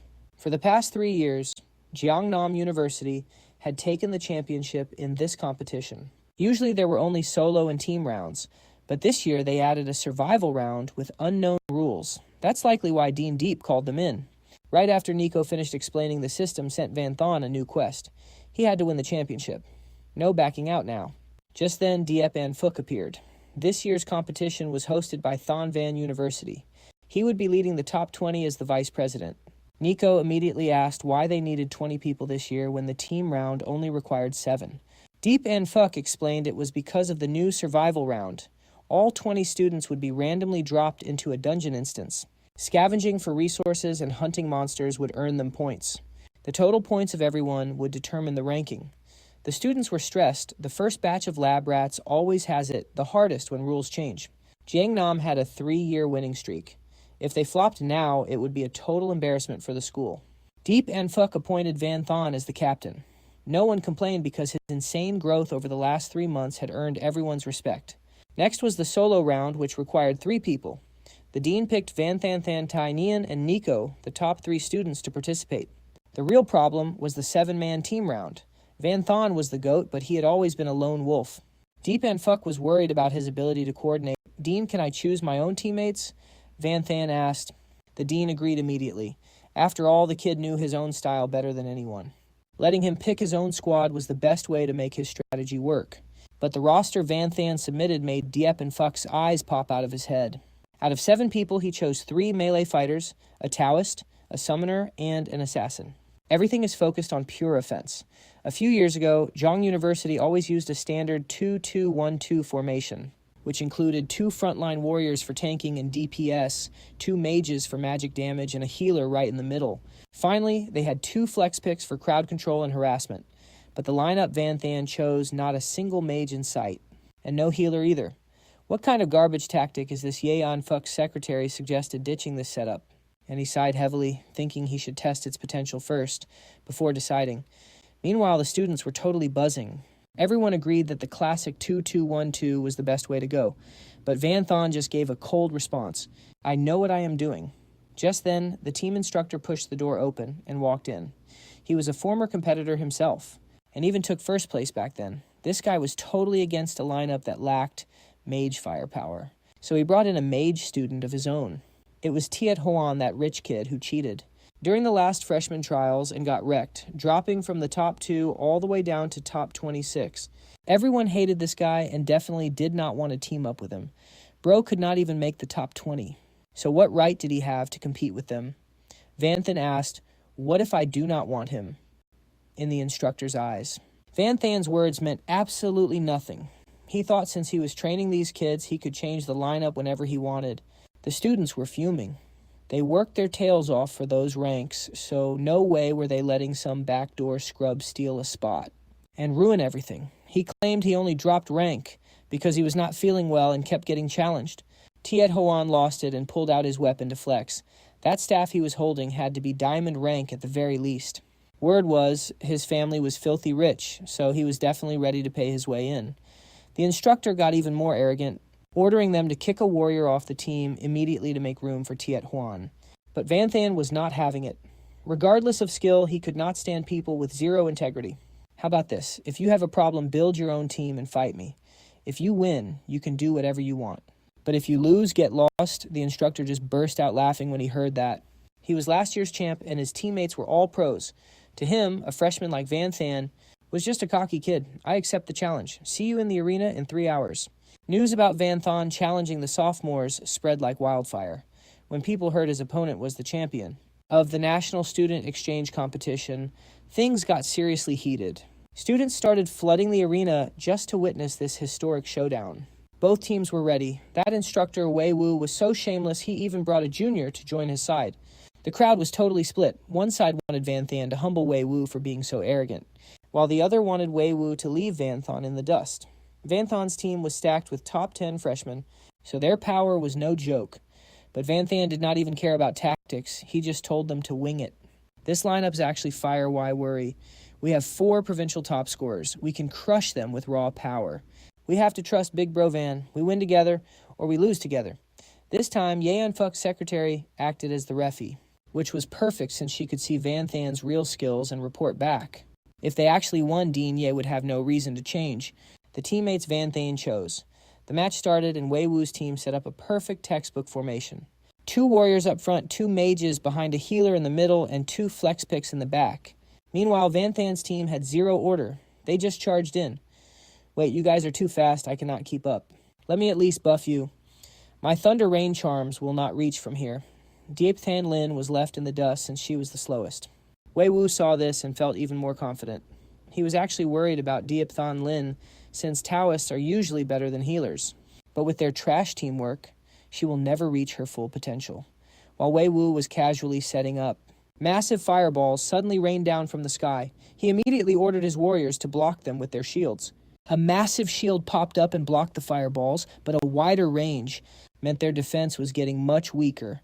Van Than took the chance and dashed forward. The enemy mage was about to cast a spell, but Van Than's tentacles snatched him up. Then he slammed his weapon right into their tank. The impact sent the guy flying for miles. The other tank tried to counter, but he was no match for Van Than in a one-on-one. Van Than takes to the skies to face his opponent. Tiet Hoang thinks he's found a weakness and launches an attack. But wait, Van Thon's weapon instantly morphs into a staff. Thanks to those quest rewards, his fireball skill is straight up cracked, fast and deadly. Two magic forces collide in midair. It's not even a contest. Tiet Huang gets folded in one hit. Bro is officially dead weight for his team now. The crowd is losing it. They're absolutely terrified by what they're seeing in just a few seconds. Van Thon wrecks 2 tanks and 2 mages from the enemy team.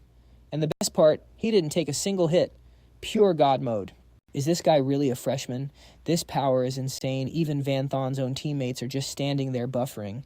Like, do they even need to do anything? They're supposed to be top 10 elites, but they feel like total trash right now because they can't even get a hit in. Their captain is just too OP. The enemy still has 3 players left, and Nguivu, a summoner, and a healer. The summoner finally makes a move, bringing out 3 absolute units to the field. Van Thon just smirks. Monsters. That's his specialty. The 2-headed snakes and the giant lion are all platinum rank and over level 20. This guy is the peak summoner at the university. Guy Vu is acting all high and mighty, but his pets, they're shaking. They won't even step up to Van Thon. The summoner realizes he's cooked. The power gap is just too wide. Not moving. Fine, I'll go first then. Those beasts look tough, but they're no match for Van Thon. I mean, the guy literally has the system on his side. The enemy summoner is watching his beasts get absolutely bodied. It's breaking his heart. He starts crying out, "Stop, please, stop." But Van Thon isn't letting up. This isn't fair. I demand a rematch. He's salty because Van Thon is hard carrying the entire team. Usually these matches are about teamwork. But Van Thon is out here playing solo. It's basically just a repeat of the individual exams. Van Thon finally touches down. Who said I'm alone? Your turn, guys. Show them what you got. The team is hyped. They're ready to feast. Quach Phi Thon, the Shadow Master, makes the first move. He goes straight for the enemy healer, but Nguivu blocks him. Smart move, lose the healer, and it's game over. But then Thon Tai Nian uses a blood blink skill and appears right next to him. Nguivu never saw it coming. Boom, one shot. The summoner is losing his mind. He's going for a final desperate move. He starts the hand signs to trigger a frenzy summon.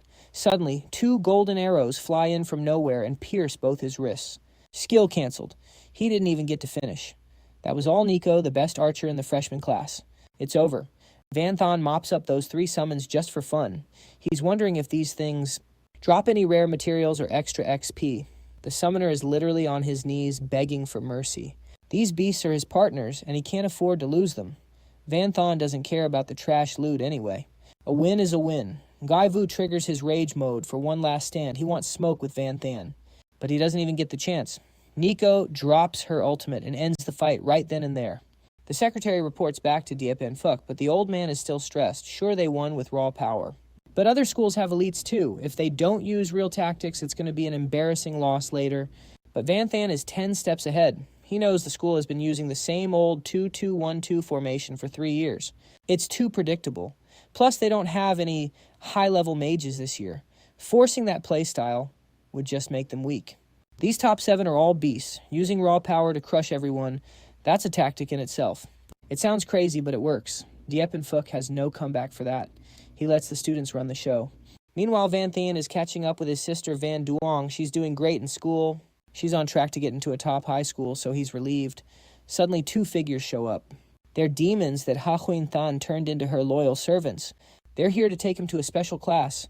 Principal Ha canceled all his other lessons for it. Van Thon doesn't ask questions. He just steps through the portal with them. Ha Huin Than brings him to a total nightmare zone. It's dark, silent, and the sound of crows is everywhere. This place is definitely bad news. Ha Huin Than doesn't waste words. She just gives it to him straight. You have one quest. Survive until 12 p.m. Van Thon can feel it. There are monsters everywhere, just waiting in the shadows. In the pitch black, Ha Huin Than simply explains that the Demon Lord's essence inside his body is basically a power-up that helps monsters evolve. Then she just dips. As soon as she leaves, those beasts can't hold back anymore. They all swarm Van Thon at once. There are a ton of them, and they're fast. Good thing Van Thon has divine points. Dodging their hits is a piece of cake. After fighting for a bit, Van Thon realizes these monsters aren't actually that fast. It's just that his senses are dull in this place. He's surrounded. They're trying to jump him with numbers. Van Thon immediately swaps his weapon to a mage staff. Since when do mages fear a crowd? He summons a massive tornado, sucking all the monsters into one spot. A few manage to break through. But Van Than isn't having it. He activates Eye of the Night, the talent he got from absorbing the Demon Lord. The beasts are paralyzed under his gaze. Then he stacks a fireball with his Flamestorm skill, creating a massive inferno that swallows them whole. Just like that, half the enemies are cooked. Next, Van Than uses the rest of the Demon Lord's Dark Night power. This place is already drowning in dark energy. With this talent, the pitch black darkness becomes his ultimate home turf. He's way more OP now. A few moments later, the whole pack is wiped out. Only problem is his clothes got corroded by the dark energy. They're trashed now. At least his weapon is still fine. It's now 12 p.m. the next day. Quest complete. Hakuin Thon takes Van Than to a high vantage point. The place he just cleared is actually a rift from the demon realm, totally eaten away by dark energy. He breezed through because of the Demon Lord essence. Regular soldiers aren't that lucky. Once they step in here, the dark energy messes with their heads and drains their stamina.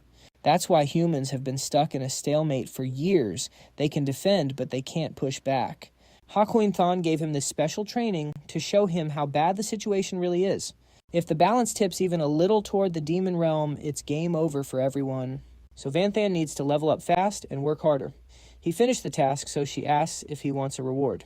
Van Than doesn't hide his curiosity. He noticed Kathy and the two demon servants could use teleportation charms without a staff. Hakuin Thon hands him a book right away. It's a skill book for staffless casting. Once he learns it, he can cast spells directly with his hands. 2 weeks later, the tournament roster's out.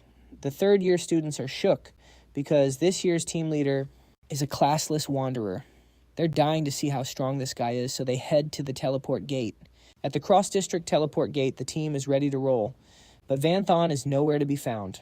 Deep Than Lin and Nico are freaking out. A moment later, Van Than shows up rocking the team uniform.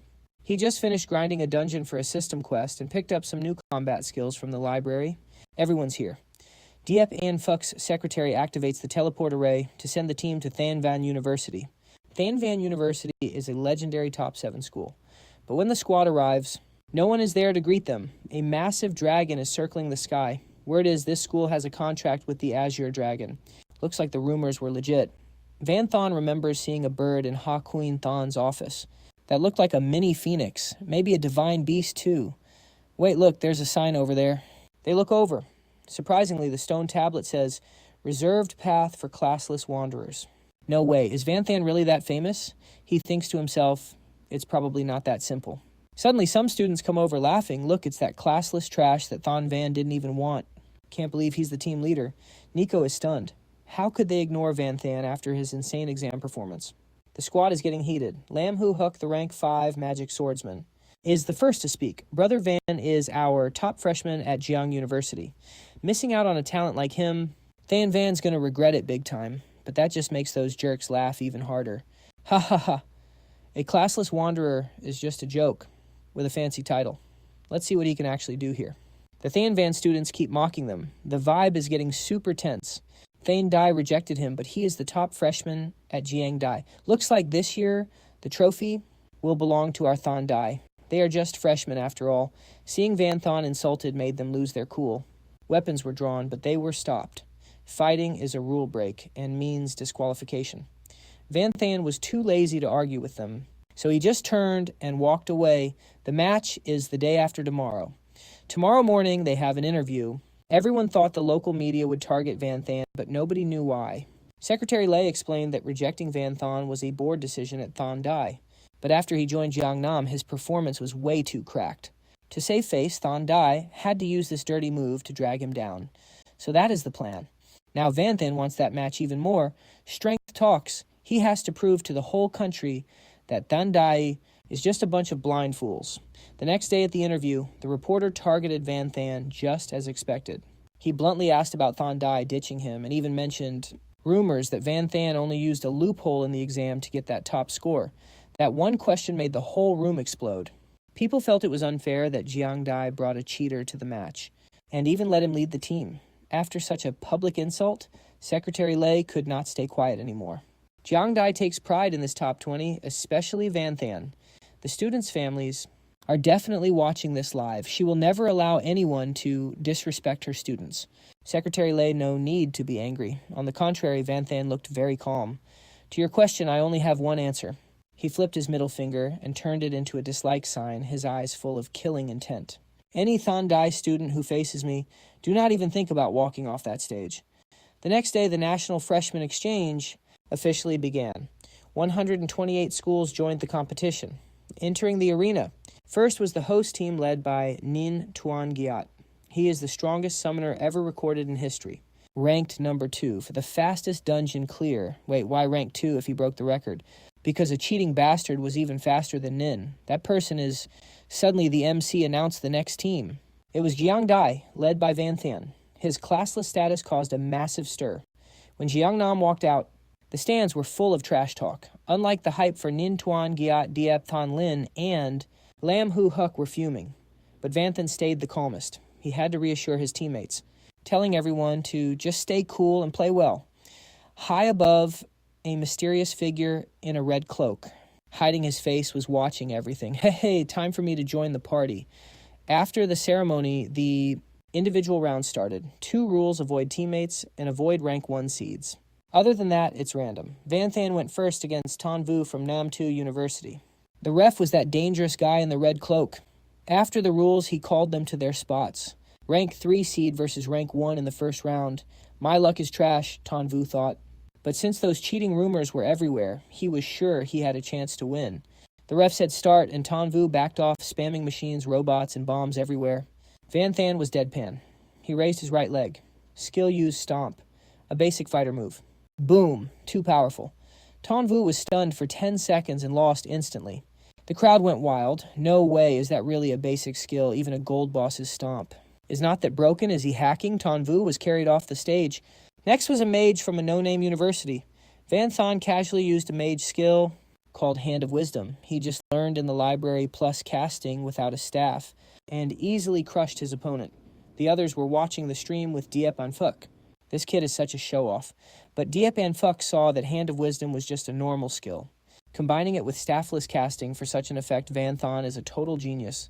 But then bad news. Than Tai Nian just lost his second match after a 3-minute fight. The winner was a cocky rank 3 seed from Thang Loi University. Diep An Phúc knew him instantly. Looks like Thang Dai University recruited an absolute beast this year. They even picked him as their number 3 seed just to flex on the top seeds from other schools and humiliate them. Over here, Van Than has already secured 4 straight wins. While waiting for the 5th opponent to step up, he glanced over at the neighboring arena. No way, that guy standing there is the one who just wrecked Than Tai Nian, the number 1 seed, right? Wash your neck and wait for it, because I'm definitely putting you 6 feet under. Van Than was just speechless. Where did this clown even come from? No way an unclassed player. That unclassed guy actually won 4 in a row, and they were all one-shots. The Thandai fans are starting to lose it now. For those who don't know, a one-shot means taking them out in a heartbeat. Don't bother searching Google for it. The next one up against Van Than is Niep Quang. He's the number 2 seed from Than Van University. He's got a rare polar bear bloodline, and his raw power is absolutely insane. The Thandai crowd started roaring when their guy stepped up. They were all waiting for him to wreck Van Than just to show off. Van Than finally started getting hyped. Niep Quang was locked in too. He wasn't like those other idiots talking trash. He knew Van Than's power was the real deal. But even so, you're just an unclassed loser with no future. Today I'm going to use my own strength to prove you aren't worthy of stepping into our Thandai University. The moment the match started, Niep Quang used 3 skills at once just to buff himself. Van Than smirked. Since this guy wanted to be arrogant and flex his power so early, then he would beat him at his own game. Van Than stacked a bunch of skills on himself right in front of the shocked crowd. Feeling clowned, Niep Quang rushed in for the first strike. His heavy axe was full of power, but Van Than calmly blocked it with his spear. Both of them unleashed so much force it created a massive shockwave, but Niep Quang was still the weaker one. He got blown back by Van Than's strike. He couldn't even process why he was being dominated before Van Than was already on top of him. Van Than used a flurry of strikes, raining blows down on his opponent. Niep Quang was beaten so badly he couldn't even stand. He stammered, "I forfeit." But before he could finish the sentence, Van Than's tentacles shut him up. His entire body was quickly wrapped tight by the tentacles, leaving him unable to move a muscle. You want to forfeit? Not that easy, bro. Yesterday, he was humiliated by the Thandai reporters, and Van Duong cried all night while watching the live stream. This debt has to be paid back slowly. To finish it off, Van Than summoned the Thorn Beast he bought recently. This thing was only a rank 1 beast with trash damage, but since Neep Kwong couldn't fight back, he had to just take every single hit from Little Thorny. Watching his health bar drop bit by bit, the physical wounds weren't that bad, but the humiliation was absolutely off the charts. Neep Kwong couldn't even cry at this point. He was beyond furious, and the Thandai students couldn't even bear to watch anymore. Vanthan was super patient, watching Little Thorny attack Neep Kwong for 2 whole hours without getting bored. Even the referee couldn't take it anymore. He had to announce that time was running out. If no one won within 10 minutes, it would be counted as a draw. Vanthan finally delivered the finishing blow to take his opponent down. After this match, he moved into the top 64 and got some rest before the next round. The whole team was hyped when he got back. After being humiliated yesterday, Vanthan used a beast, and that was only rank 1, to humiliate Thandai right back. It felt so good for the boys. Besides, Vanthan Nico also won all 5 of his matches. The Intainian only lost 1 match, so he advanced as well. Secretary Lei told the 3 of them not to let their guard down now that they were in the top 64.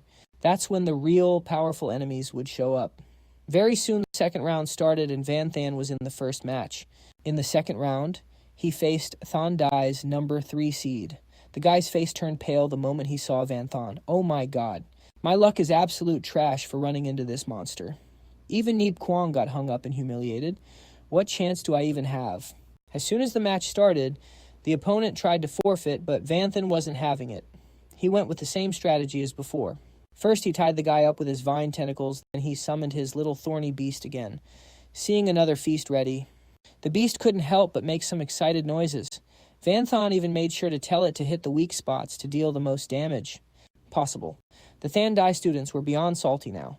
Vanthan had humiliated 2 of their seeds in a row. Their number 2 and number 3 seeds were crushed, and he was actually enjoying every second of it. Now their only hope was that Nin Tuan Giat would take this guy out fast. Suddenly a blood-curdling scream echoed from another arena. It was that guy Bach Hua Tung. The one who beat Thantai Nian was going wild. Even though his opponent was already down, he kept attacking like a maniac. He wasn't just looking for a win, he wanted a kill. Winning wasn't enough for him. He possessed the incredibly powerful but totally savage Black Dragon bloodline. The principal of Thandai University didn't even try to stop him because of his insane combat power. He just let him run wild. The top 32 were quickly decided. Next was the battle for the top 16, and Bach Hoa Tung's opponent appeared in no time. It was Vanthan, facing off against the number 1 seed from one of the top 7 schools. This guy became even more bloodthirsty. Vanthan took a moment to observe his opponent. This guy had actually merged with a non-human bloodline. His power has fully peaked, but he lost his mind in the process. He is nothing but a monster now. Is your family watching the match? Good, because next, right in front of them, I am going to crush your skull. But Hoa Tung's trash talk really set Vanthan off this time. He dashed forward like a bolt. The guy was acting tough, but then Vanthan's spear reached his neck and he instantly folded. That weapon is a nightmare for dragons. It cuts all their stats by 15%. Boom. The stage was swallowed by a massive cloud of dust. The arrogant brat is now on his knees. His pride is gone, replaced by pure raw hate. Still trying to talk, smack 1 hit and 2 of his teeth went flying. Next, a direct punch to the gut. This guy has dragon blood, so he is a total tank. Perfect. Vanthan needed a punching bag to vent. He uses his stomp skill and literally grinds the guy into the dirt. The crowd is watching this in shock. Vanthan is cold and totally badass. Don't mess with his family. That is his one rule, and this guy just broke it. On the stage, Vanthan is standing on his neck. The guy's fuming, his face twisting into a literal freak. Vanthan stops letting him stand up to go again. He struggles to his feet, blinded by rage. Black wings sprout from his back. He is a total monster now. He blasts out a wave of black flames, massive damage. But when he looks up, Vanthan's spear is already at his throat. Try it again. If you're so tough, you're nowhere near my heart. Vanthan just says, oh, really, and stabs him right in the chest, just an inch from the heart. Even with a dragon body, that is a death sentence. He is finally terrified. He drops and surrenders. Wants to kill, but scared to die. You are pathetic, the ref calls it. Vanthan wins. The VIPs finally breathed a sigh of relief. They really thought he was going to end the guy. A kill means instant disqualification. What a waste of talent that would be. He was just scaring him. He did not let rage take over. Stayed cold as ice. That is a top-tier performance right there. Principal Deep is vibing. He is super impressed with this kid. Then his secretary brings some news. They found out Van Thon has a sister in middle school. Bringing her here to look after her would be the right move. Principal Deep is all for it. Their parents were heroes. Taking care of these two is the least they can do. For the country, these top-tier students are strategic assets, especially the ones in the top 7. As long as they don't fail, they are the future elite, the main force against the dark world. They need to give Van Than the VIP treatment. Principal Deep sends his assistant right away. He wants a spot reserved at the university's high school, anytime, any day. They will ask him when he gets back. A star student needs to focus on training, not family stress. Hey Deep, you in or out? Betting on the individual rounds is an OG tradition. Hurry up, it is almost over. The other bosses are calling him out. Principal Deep just laughs. He can't say no to these guys. After taking out the favorite Bahua Tung, Van Than is officially in the top 16. But the next opponent is no joke. She is also a number 1 seed. Everyone's picked to win the whole thing. The heir of the Sword Saint has arrived. The pride of Dongfu University. Everyone is hyped. The bets are flying. Principal Deep jumps right in. He bets 1 A-rank skill book that Van Than takes the win. The VP of Thandai just laughs. Old Diep, you're going big. You really think your unclassed kid is safe just because he beat that dragon brat? To be honest, he is still not sold on Van Than. He thinks Bahua Tung was just all talk. Arrogant on the outside, but a total coward on the inside. Stop yapping. Are you taking the bet or not? Of course I am. I will bet 1 A-rank treasure. With everyone going all in, the stakes are insane. That's a contract soul. This thing's value is way higher than those A-rank skills. We're talking top-tier loot here. But before he could even finish flexing how rare this item was, a voice blasted from the live stream. The announcement everyone knew was coming. Van Than wins. Principal Truong's jaw hit the floor. He dropped the contract soul in shock, and Diep and Phuc snatched it up with a grin. Old man Truong was straight up shook. His star student Mo Thien lost that fast. Even Mo Thien herself couldn't believe what just happened down there. She's literally the Sword Saint's successor, yet this guy's sword skills were on a whole different level. He went toe-to-toe with her swordplay, then stacked it with multi-class skills for support. Talk about broken. This isn't a normal player. Van Thon is a straight-up monster, a total beast. With that win, Van Thon cruises into the quarterfinals. Team Jiangdai is looking solid. Too bad for Than Tai Nian. He ran into the number 1 seed from Kindai and got cooked early. Nico also cleared his round with 0 issues. Diep and Phuc's assistant wasn't relaxing for a second, though. The random matchups for the next round just dropped. She scrambled to check her phone to see who Van Than was facing next. But the moment she saw the name, her face went pale. It's over. Why did it have to be him? The crowd went absolutely wild. Van Thon's next opponent is Nin Tuan Giat, a once-in-a-millennium summoner. He's the number 1 seed from Thanvan University. This guy's a nightmare, but the real problem isn't his class. It's his god-tier talent. Van Than's strength is being an all-rounder. He can boost all his skills by 3 tiers, and combined with his insane base stats, he's a menace. Even his basic skills hit like high-rank awakened abilities. He's got an answer for everything. But Nin Tuan Giat, his S-rank supreme contract talent, is even more cracked. He can buff everything.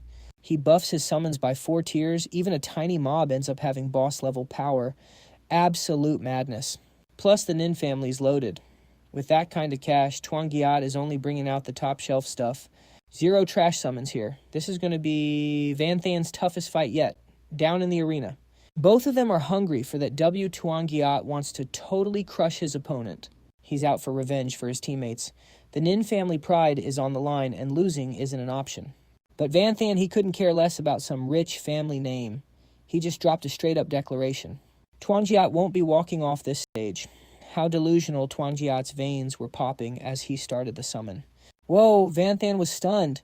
This guy's casting speed is insane. I have to interrupt him fast. If a whole mob of monsters spawns, it's going to be a massive headache. He gripped his spear and charged right in. But Tuan Giat already saw it coming. He used a secret resonance skill to temporarily fuse himself with his contracted monster. Now he can use all its skills himself. Talk about a cheat code. Van Than's spear strike was dead on, but it passed right through him, not even a scratch. Tuan Giat just laughed like a maniac. Your spear skill's pure comedy, bro. Van Than didn't even flinch. Using the nightmare skills might work on most people. But not me. Van Than popped his light flash skill. Direct hit. 0 physical damage, but the nightmare absolutely hates light. And since Tuan Giat was fused with it, he felt every bit of that burn. Seeing things go south, Twangyat tried to use phase shift to escape. But Vanthan has plenty of counter skills for that. He locked onto his aura in seconds. He launched his spear. It was a guaranteed hit, but something blocked it again. An earth demon flower sprouted right from the ground. The crowd gasped, so that was the plan all along. Twangyat had been planting those seeds the whole time while fighting Vanthan solo. Galaxy brain move. Now the earth demon flowers have taken over the entire arena, and those roots, they're just getting started. The crowd thinks they've already seen the winner, but Vanthan just smirked. Demon flower or whatever, it's still just a plant. Time for some fire. His weapon shifted into a staff. Vanthan spammed fire attacks, but the flower didn't even singe. Twangyat was laughing his head off. He kept casting and a whole army of monsters spawned. All right, time for my secret weapon. This is the perfect funeral for an arrogant brat like you. Nin Twangyat waves his hand, summoning his final monster, a red dragon. Its power is leagues above anything before. Vanthan just lets out a long sigh. Talk about an annoying opponent summoning so many lackeys at once. His weapon shifts again, transforming into a massive axe. In that case, everyone come at me at once. Nin Twangyat thinks he misheard. He assumes Vanthan.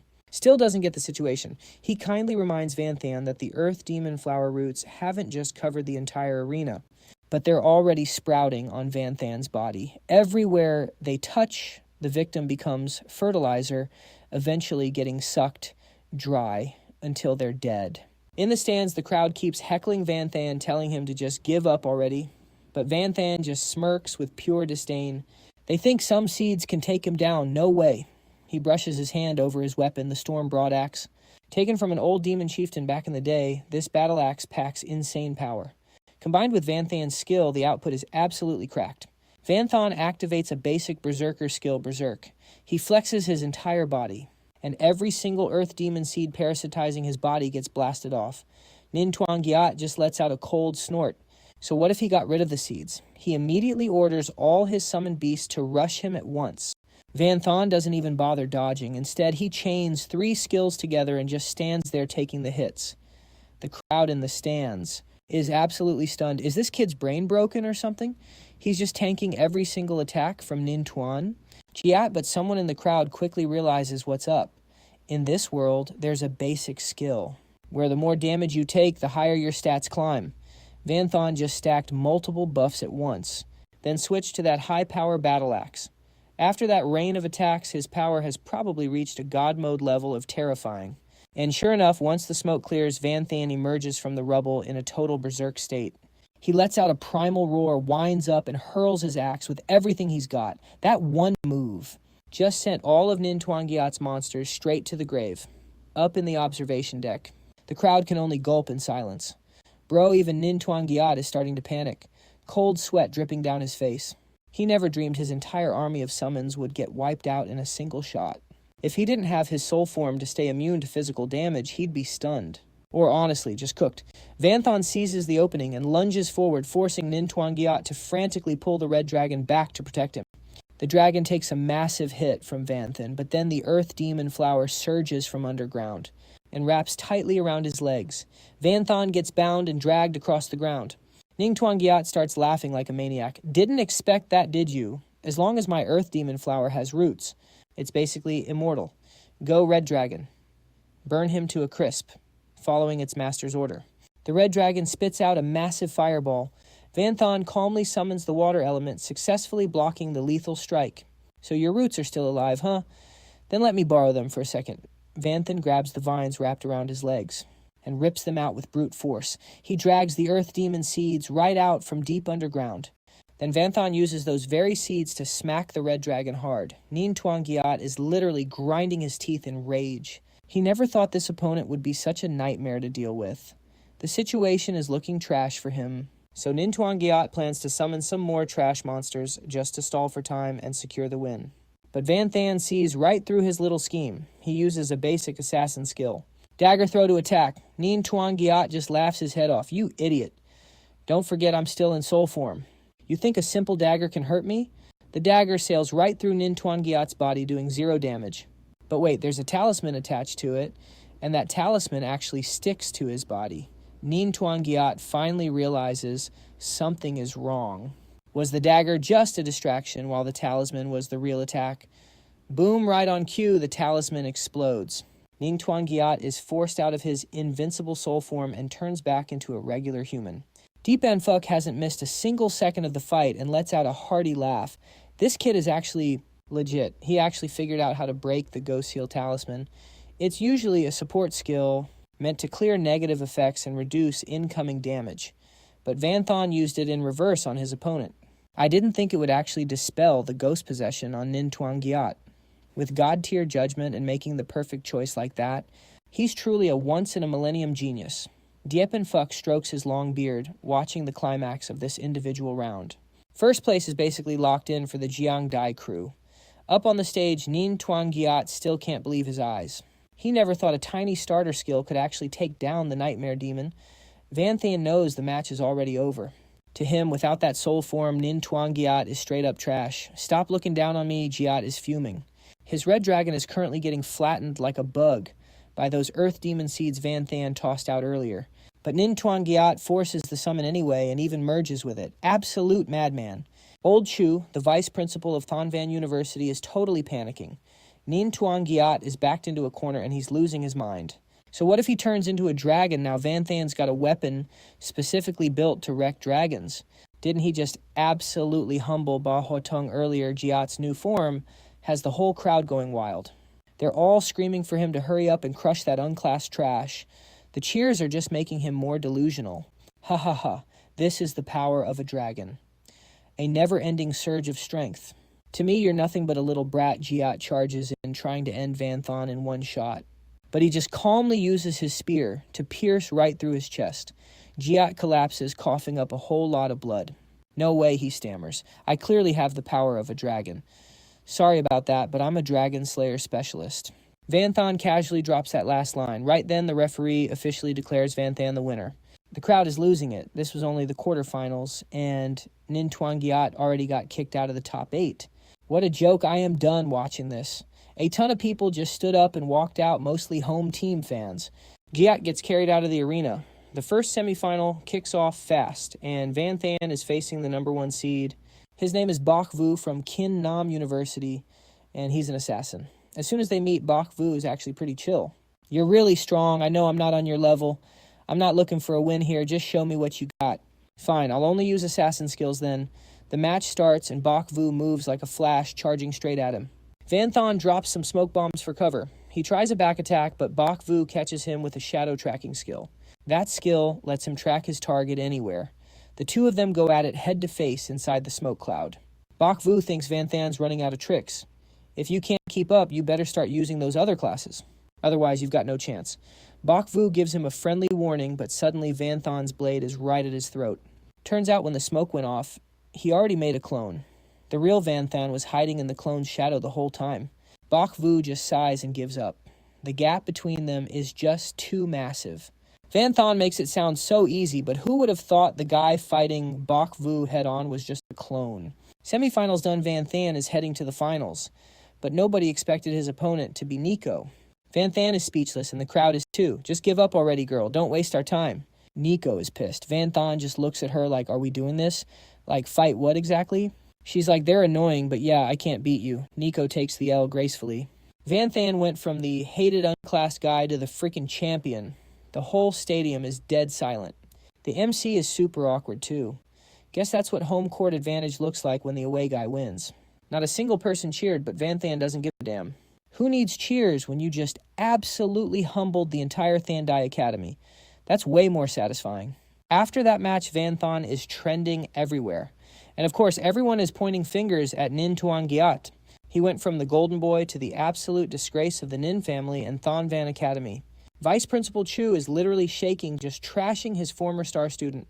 This loss is a huge blow to the school's rep. To fix this mess, they have to win the overall championship. I don't care what dirty tricks you have to use. You better win that team match tomorrow or else. Once Chu leaves, the rest of the Thandai crew starts sweating. Team battles have been their weakness for years. But Nin Tuan Gyat just gives this super creepy, twisted smile. He pulls out a golden orb. Playing fair is too hard. Unless someone's willing to be a sacrifice. Ning, what are you doing? Stop before they can even finish. A blood-curdling scream fills the room. Meanwhile, the Jiangdai squad is living their best life. I mean, Van Than was absolutely fire today. Total badass. Even Diep and Phut came out personally to welcome him back. He didn't even hesitate to hand over the loot he won from that bet. Out of all that gear, Van Than only had eyes for the soul contract. Diep and Phuc agreed it was a rare find, since it can literally link with the target's soul. Once a master-servant contract is signed, there is no resisting it. Just like Director Ha's 2 elf maids, they were captured using this exact soul contract. The law actually bans people from using these because the Huyanlong Kingdom is all about protecting human rights. So Diep and Phuc suggested a loophole. Van Than should find a magic beast to sign with, preferably a foreign mutant beast. Plus, since Van Than secured rank 1, Jiangdai University prepped a special reward for him, 10,000 points, 20 million in cash, and a piece of super rare gear. The students went wild. That reward is way too cracked. While Diep and Phuc was happily chatting with the students. His assistant showed up looking depressed to drop some bad news. Turns out Lai Huan Vu, the mage from the Thon Van University team, got seriously injured during practice. Since he can't keep competing, they replaced him with a guardian knight. The Jiangdai squad was fuming when they heard. Seriously, that is low. Everyone knows we are an all-out attack team. We only struggle against a heavy defense formation. Swapping a mage for a guardian knight is a total counterplay against us. That is some shady business right there. There is no way they'd swap players mid-tournament in previous years. Van Than just smirked, not showing a single hint of worry. If the enemy wants to use a heavy defense formation to suppress him, then he doesn't mind giving them a taste of his own tactics. Soon the next day arrived, and the team competition officially kicked off. The next match was the round of 16 between Bac Nhiep University and Jiangnam University. Right at the start, Van Than led his teammates and charged straight ahead, Diep and Phuc. And his old buddies were still in the room watching the live stream. But today, the betting scene wasn't popping off like before. They had been watching for a while, but none of the deans dared to place a bet. No bets means no fun. Who could have predicted Jiangdai would have such a monster kid this year? This isn't even a team competition anymore, it's just a solo performance. And none of them wanted to lose any more of their treasures for nothing.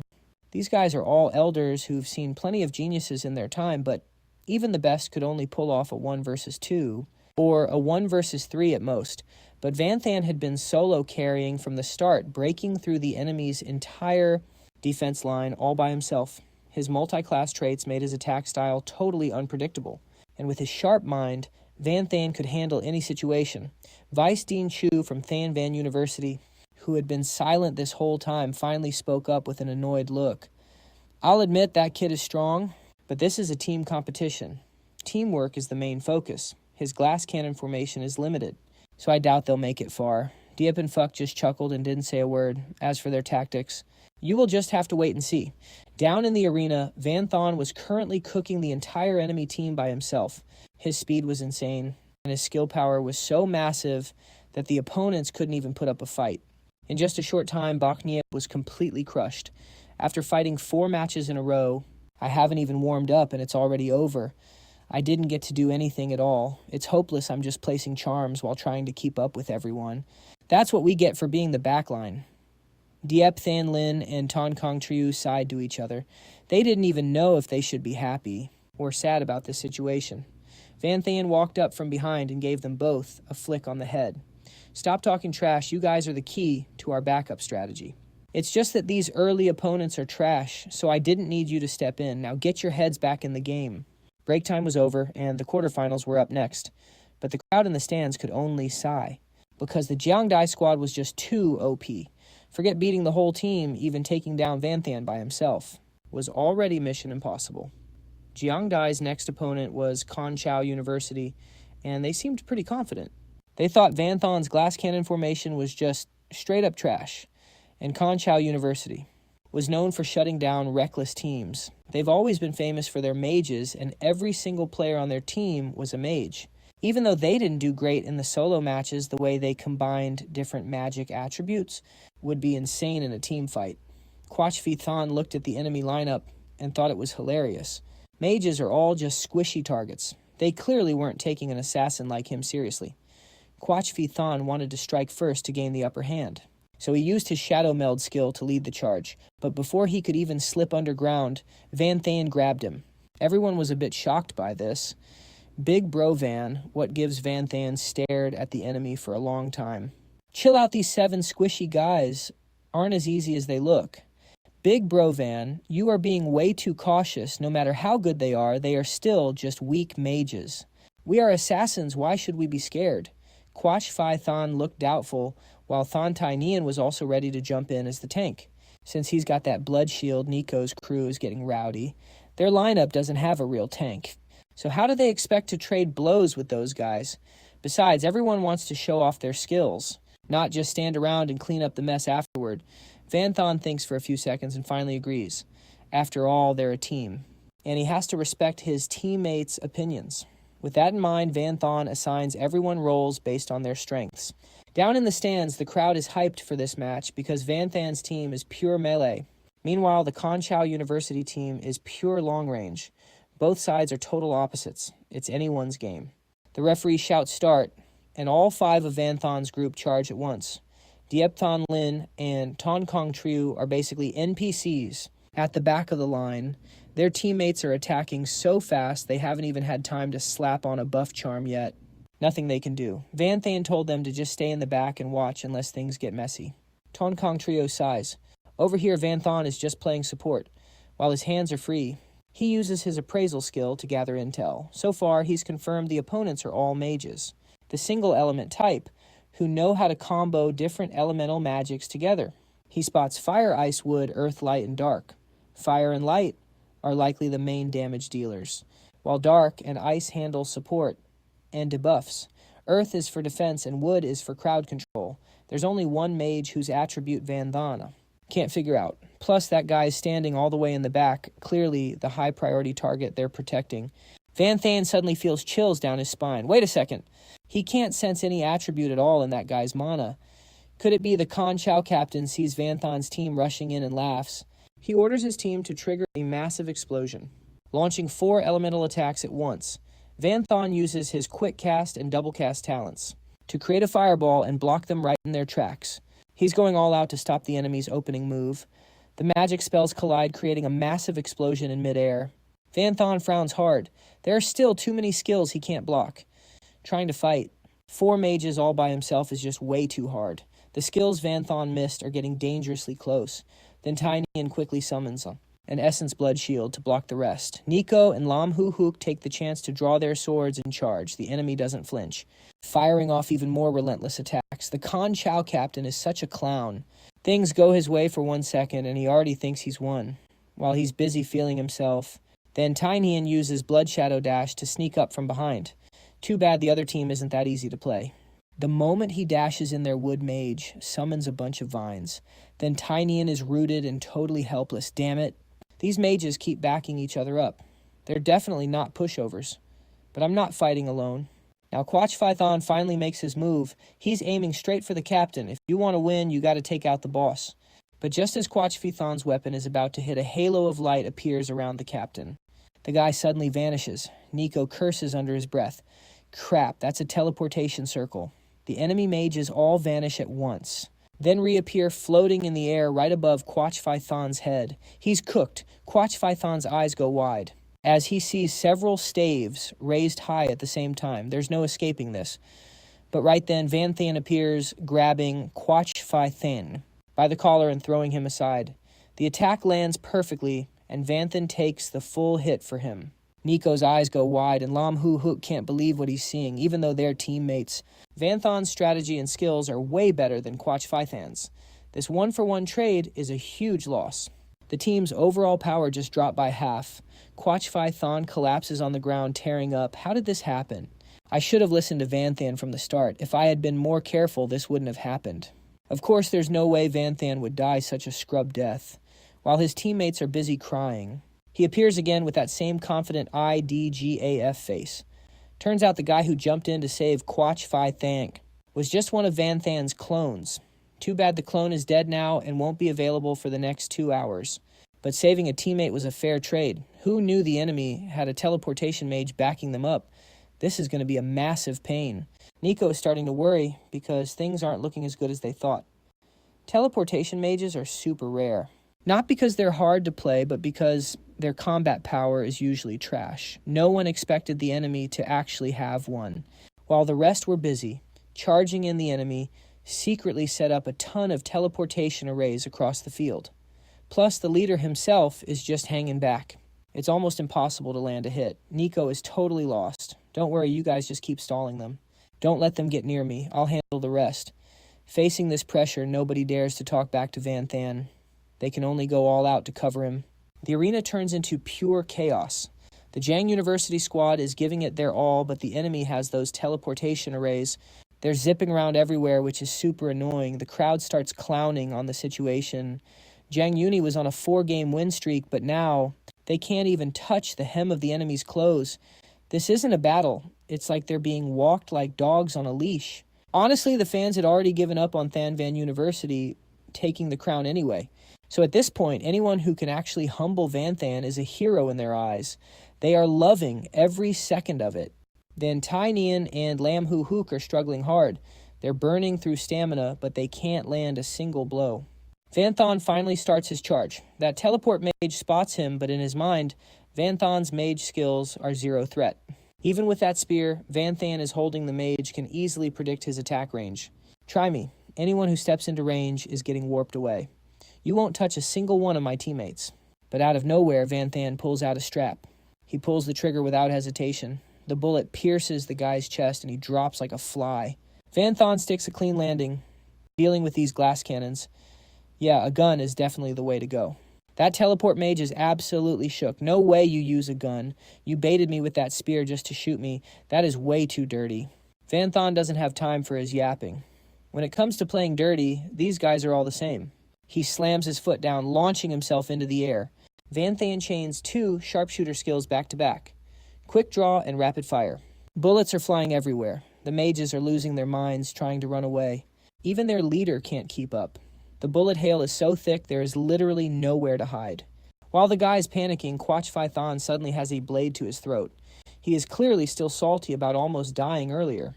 So the second he catches this mage, he presses the edge right against the kid's neck. Gotcha at last. Looks like you were too busy staring at Big Bro Van's gun to notice me, huh? The enemy captain sees his ace get caught and starts spiraling. But he's not giving up yet. He desperately shouts for his team to switch to a support formation. The teleport mage tries to throw up a massive barrier, but it's absolute trash compared to the Silver Moon Knight Nico. She charges in and delivers a beautiful slash. The guy gets sent flying landing right at Van Than's feet. He hits the ground with a sickening thud. You done yet? Van Than asks, pointing the gun right at him. The guy isn't stupid. He doesn't want any more of that smoke.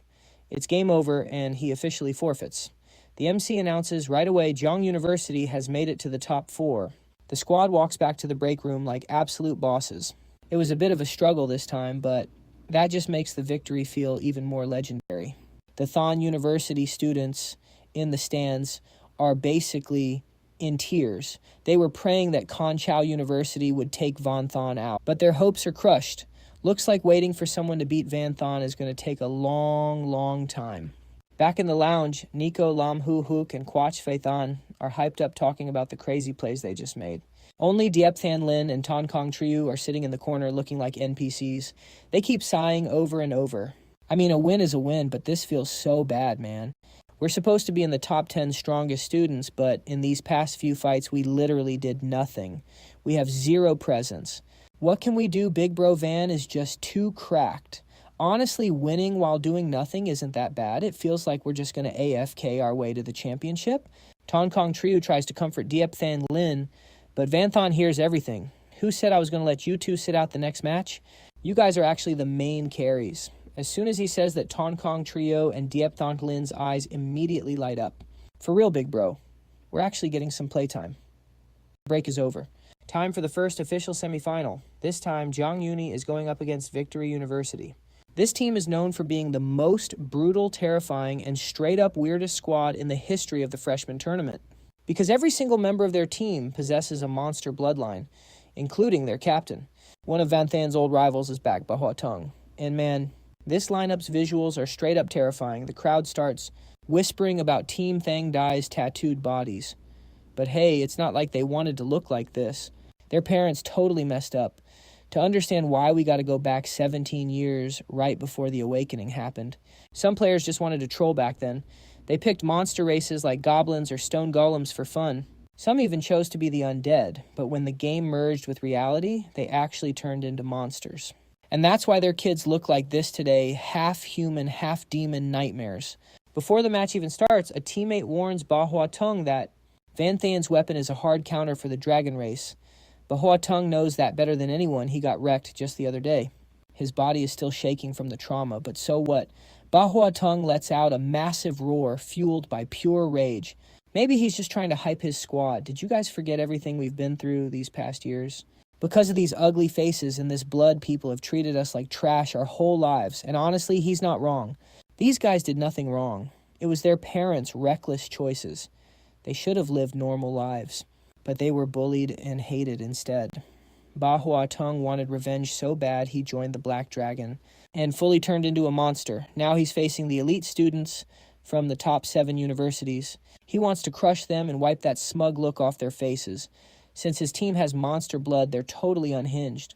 Ba Hua Tung's speech worked. His squad is fired up and ready to delete their opponents. Van Than hates his team. They're annoying, but honestly kind of tragic. Still, he tells his squad not to let their guard down for even a second. Under Ba Hua Tung's command, Team Thang Dai charges in.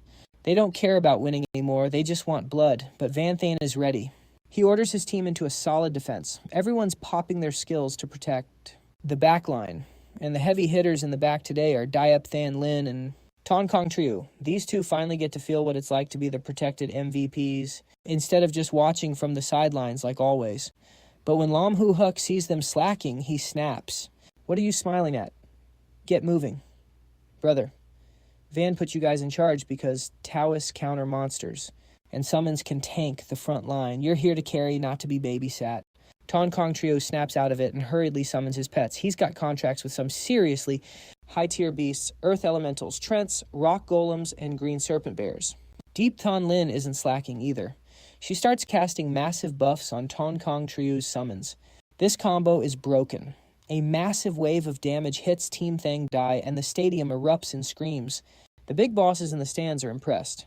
Taoists are a top-tier class DPS/CC and buffs all in one. They've got insane burst and counter monsters easily, the only weakness short range and long cooldowns. But as a freelancer and team leader, Van Than already knew that. That's why he kept Diep Than Lin on defense. Genius tactic, definitely. But that wasn't the only reason. Deep En Phuc is watching his student closely. He knows Van Than's raw power might even be higher than Diep Than Lin's. He's doing this to keep the team safe and let them shine. The kid acts cold, but he's actually a real one. Down in the arena, Diep Than Lin and Ton Kang Triu are in total sync. They're absolutely cracked right now. But Hua Tung's squad is getting wrecked. He's face down in the dirt, fuming because he lost again. Van Than walks up to him slowly. He doesn't know their pain, and he's not here to give a boring lecture. But he has to set these guys straight. The ones you should be fighting are the people who bully you, not innocent people. That's what a real human would do. Ba Hua Tung looks absolutely devastated. It hits him Van Than saw him as a human all along. Meanwhile, he was just acting out and taking his anger out on the wrong people. Ba Hua Tung finally gets it and accepts his L gracefully. Jiangnam University takes another W. But what Van Than said to Ba Hua Tung has the whole crowd thinking. That cold freelancer might look heartless, but he actually has a deep sense of justice. What a legend. We always thought they were monsters, but compared to that unclassed guy, we're not even close. Because of this, Van Than's reputation is skyrocketing even among the fans from Than Dai. The rounds are flying by, and we've finally reached the final stage of the team battle. In this match, Jiang Dai faces the home team Than Van University. Nin Tuan Giat is leading his squad and looking absolutely fired up. Their team has 2 heavy warriors, 2 summoners, a guardian knight, a mage, and a priest. People in the crowd are already calling this setup trash. Everyone's whispering about Than Dai's last-minute roster swap right before the match. No one wants to say it out loud, but it's obvious this change was specifically made to counter Jiang Dai. Even the Than Dai students are starting to smell something fishy, but they're trying to tell themselves their school wouldn't play that dirty. As soon as the match starts, Nin Tuan Giat orders a defensive formation. Those 2 heavy warriors and the guardian knight create a massive wall up front. The priest drops healing auras on everyone, while Nin Tuan Gyat and another summoner start using their summoning contracts. Just like in the solo match with Van Thon, he pulls out a massive horde of monsters. Everyone's jaw dropped. 3 tanks plus a priest buffing them, and 2 summoners bringing out a meat shield. This is literally an absolute defense. On the other side, Van Than finishes setting up his team, and what do you know? It's another defensive formation. Then Tinian and Nico are on the front line with Quach Phi Than and Lam Hu Huk backing them up. Ton Kong summons a whole squad of tanky monsters. At the very back are Diep Than Lin and Van Than.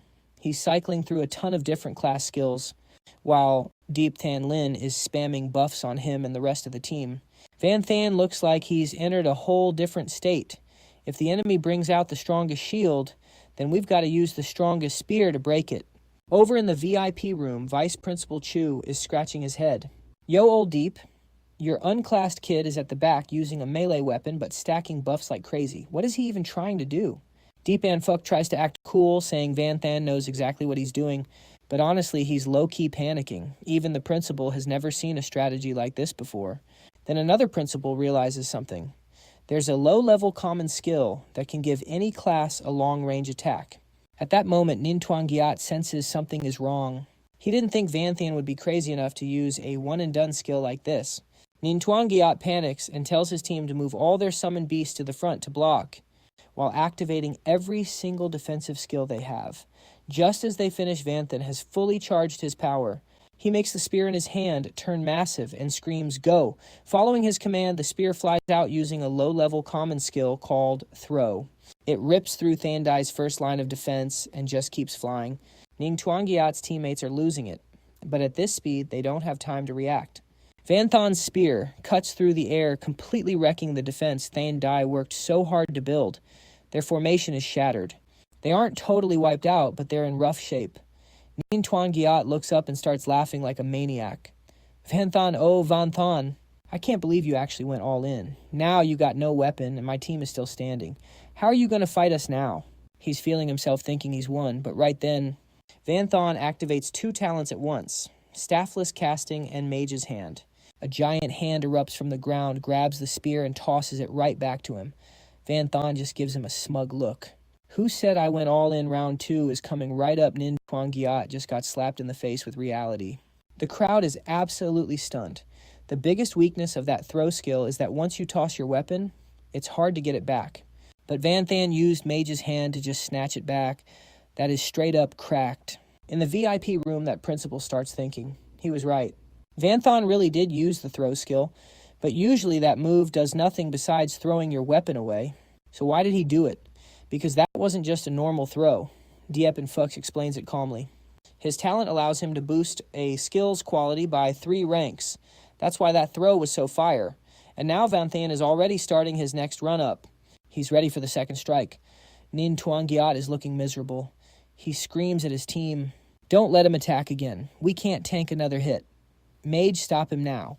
The Thandai Mage follows orders immediately and launches a skill called Shattering Rock. A hailstorm of ice shards rains down, but obviously they can't touch Van Than. His squad isn't just there for show. "Don't you dare touch a single hair on our captain." With his team backing him up, Van Than prepares to launch his skill once more. Seeing that the Thandai squad starts bolting for their lives, forget their formation, it's every man for himself now. If they get hit by this again, they're absolutely cooked. After this spear throw, the armored formation that Nin Tuan Gyat painstakingly set up is officially wrecked. Now it's time for Than Tai Nian and the gang to show off their real power. The entire Jiangdai team charges in, relentlessly crushing their opponents. Big Bro Nin just surrender. We can't hold them back anymore. Ning Tuan Gyat's teammates scream in desperation. He grits his teeth in rage, but since things have gone this far, Nin Tuan Gyat has no other choice. The team competition ends here. Before he can even say the word surrender, Van Thon shuts him up instantly. "What are you doing?" "Trying to surrender." What a shame. The referee didn't hear a thing. Van Than lands right in front of him. His 6 teammates quickly close in too. Now, Nin Tuan Gyat is the only one left standing from the Thandai team.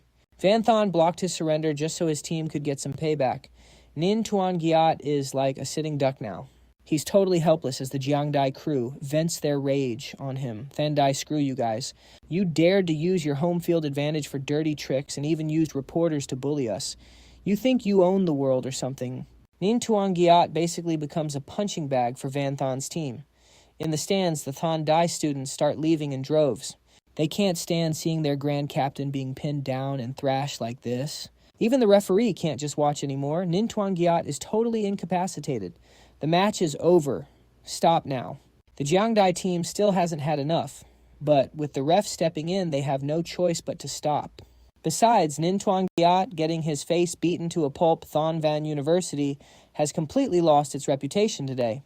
Jiangnam University has secured first place in the team competition. High above a mysterious figure in red appears again. He watches everything closely before flashing a creepy smile. It has finally begun. After the match, Nin Tuan Giat sits motionless in the waiting room for ages. His teammates just stare at him with pity. What's wrong, big bro? Nin hasn't said a word since it ended. Did they literally beat the brains out of him? Vice Principal Chu isn't in a good mood either. He already suspected his students were trash, which is why he secretly rigged it so Nin Tuan Giat's team wouldn't face Jiang Dai until the finals. Well, at least they got second place. A top 7 spot is basically guaranteed now. Get your act together. Nin Tuan Giat grits his teeth again. The rank is safe, but his pride was absolutely crushed by Van Than. He swears one day he will track down Van Than and stomp him into the dirt. Meanwhile, in the Jiangnam University waiting room, the place is buzzing with laughter. Everyone's feeling great after letting out all that frustration. Right now, news of Nin Tuan Giat's beatdown is probably trending on social media. Thandai's reputation is in the gutter. Deep and Fuck is super proud of his students. Winning 2 rounds in first place is enough to secure the overall championship. So Principal Deep tells them not to stress about the final survival round. This round takes place in an abandoned city in Thanh Van province. It used to be a wealthy city, but 60 years ago a rift suddenly appeared, and it was corrupted by dark energy. Almost everyone below rank 6 died, and the lucky survivors fled the city. Over time, the city's vegetation grew wild, and more monsters moved in. Eventually, rare treasures began to form there. The dark energy has been purified by priests now, and Thandai has cleared out all the powerful monsters, leaving only the ones suitable for freshmen. Any resources the contestants gather don't need to be turned in. Finders keepers. Hearing this, the students' eyes light up with greed. They heard there are even A+ ranked treasures in the survival round. Finding one would be a massive score. Is there any soul-cleansing grass in there, Van Than wonders. That grass is a key ingredient for the awakening elixir. His sister Van Duong is at the age for talent awakening. That elixir would help her get a high-tier talent. Deep and Fook already sent scouts. There are at least 15 A-rank treasures and 3 A+ ranked treasures in that city. Soul-cleansing grass is one of them. Hearing that Van Than is fired up for his sister's future, he has to get it no matter what. The next day, the teams prepare for the survival round. All 20 members of each team will participate in this round. Rankings will be based on the total value of resources the team collects. That means they don't just have to face monsters, they have to watch their backs for snakes from other academies too. Assistant Lai handed the students wooden tags for score assessment, each one fitted with a mini teleportation circle. If things get too dangerous, just crush it to bail, but that also means forfeiting the race. Assistant Lai looked pretty worried, constantly reminding the students that staying alive was the priority. Don't worry, Ms. Lai, we are all locked in. Plus, we have Boss Van leading us. We will take the crown without even trying. Our main goal is finding that soul-soothed grass, so Van Than's sister can finally awaken a top-tier talent. Everyone, those 3 signal flares are the most important thing. Especially the one for finding the soul-soothed grass. Van Than was actually surprised his teammates already knew his plan. Turns out Nico spilled the beans to the whole team. Since the win was already in the bag and thanks to Van Than carrying them, they all wanted to pitch in and help him out. Once the briefing was done, the 20-man squad was warped straight into the abandoned city. As soon as he landed, Van Than scouted the area. This place was a total wasteland. Hard to believe it used to be a bustling city back in the day. In this survival round, every student is spawned at a random location across the map. He thought about it for a second and decided to prioritize regrouping with his team first, then taking the high ground for a better view. He barely moved a few steps before a magic bird jumped him. He just popped a fireball skill and shut it down instantly. The beast was sent flying several meters, but the explosion alerted every other monster nearby. They all locked onto Van Than and started swarming him. He immediately used his roar skill, causing every low-rank enemy to fall into a state of pure terror. The monsters didn't dare take another step, so Vanthan took the chance to vanish. No time to waste on these trash mobs. He found a high point and used his eagle eye skill to scan the perimeter. Suddenly, Vanthan spotted a squad of over 10 people. At first, he thought an academy had already regrouped, but their uniforms were all different. It looked like a multi-school alliance. Suddenly, 3 flares shot into the sky. They were using a prearranged signal. 1 flare for position, 2 for backup, but 3 meant they had found the soul-soothed grass. Vanthan leaped down from his perch immediately. 3 flares wasn't exactly good news because it also leaked their location, making them an easy target for enemies. His teammates should have known this, so Vanthan feared something had gone wrong. He activated his Windrider skill and moved at max speed toward the signal. At the site, a 3-headed vine snake was lurking right next to a patch of soul-soothed grass. The girl who fired the flare knew she couldn't win, but she risked staying behind because she knew Vanthan needed that grass. Suddenly she heard footsteps approaching. She was caught between hope and fear. If it was Vanthan or the team, she was safe, but if it was some mid-tier academy enemies, she might be able to hold them off. But when she peeked out the sight before her eyes scared her half to death, why are there so many of them? She realized instantly that these guys were from several different schools. Every single one of them looked like a total thug. Stop hiding, you little rat. I can already smell your scent. To fire a flare that arrogantly you must be from Zhang University. I guess you guys don't care about your survival score at all. Knowing she couldn't hide anymore, she forced herself to stay calm and showed herself. She raised her staff ready to go down swinging. You know, I am from Zhang University, and you still dare to show your faces. Boss Van is on his way, so get lost if you want to live. The crowd burst out laughing. Vanthan might be a beast, but they had way too many people on their side. Their leader was acting real cocky. He admitted that a normal school couldn't 1v1 a top 7 academy. But with these numbers, they didn't fear anyone. Before the round started, 55 average universities had formed an alliance. There were 1,100 students in total. They planned to use their numbers to wipe out the elites from the top schools, then hoard all the loot and split it amongst themselves. This group was already huge, but according to the leader, hundreds more were on their way. Once the whole squad arrives, forget about Vanthan. Even if your whole Zhang University team shows up, we will crush you into the dirt. While he was busy yapping, something moved behind them. Several guys in the back were suddenly sent flying by a terrifying force. Vanthan walked out like a total boss, gripping his spear. Every step he took radiated an overwhelming pressure. Who did you say you were going to crush? The girl saw Vanthan and started crying tears of joy. Boss Van is finally here. I am saved. I am actually saved. The Alliance students started shaking because Vanthan in person was way more terrifying than he looked in the videos. That fireball he just used was insane one shot and 10 guys were deleted. Only the leader stayed stubborn. He was still convinced that their massive numbers would give them the win. One spit from each of us would be enough to drown this guy. He's just a tiny, classless nobody. What is there to fear? Vanthan didn't flinch at all. Since they're relying on numbers, he wants to see which idiot is brave enough to get smoked first. Vanthan plants his spear for balance, then roars using the war cry skill just like he did on those monsters. Sure enough, the mob of students folds like laundry. Even the leader is starting to sweat now.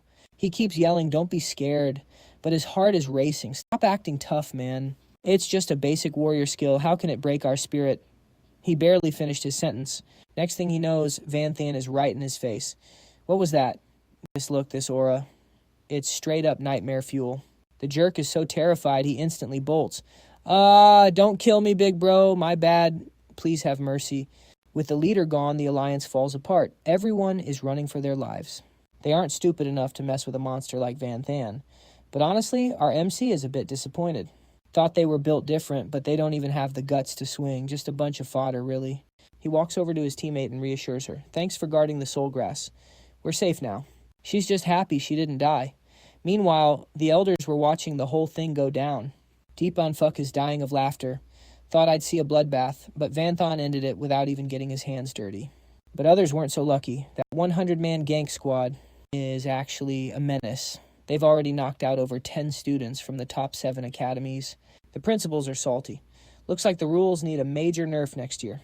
Deep Anfook is stressing over safety. But Vice Principal Chu, he's feeling himself right now. Thane Dai put a massive barrier over the whole abandoned city. 0 monsters getting in, Plus, they got airships patrolling the skies. Guards above hidden judges below. They're the final safety net for these kids. But Vanthan, he's on his grind. He's currently squared up with a 3-headed Tang snake. Didn't even break a sweat. A few taps and that thing was history. He grabs the soul grass and tells his teammate to send the signal for everyone to regroup. She fires the flare. The Thandai squad sees the signal instantly. Their plan was to ambush whoever showed up at the first backup signal. But Vanthan beat them to it. Nin, we still jumping him. Do we really want to smoke with that guy?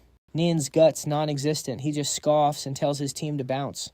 Suddenly, the Thandai squad realizes someone is missing. Where's Li Tuan? He was just here. Did he go for a bathroom break? Whatever, they only care about what Nin says.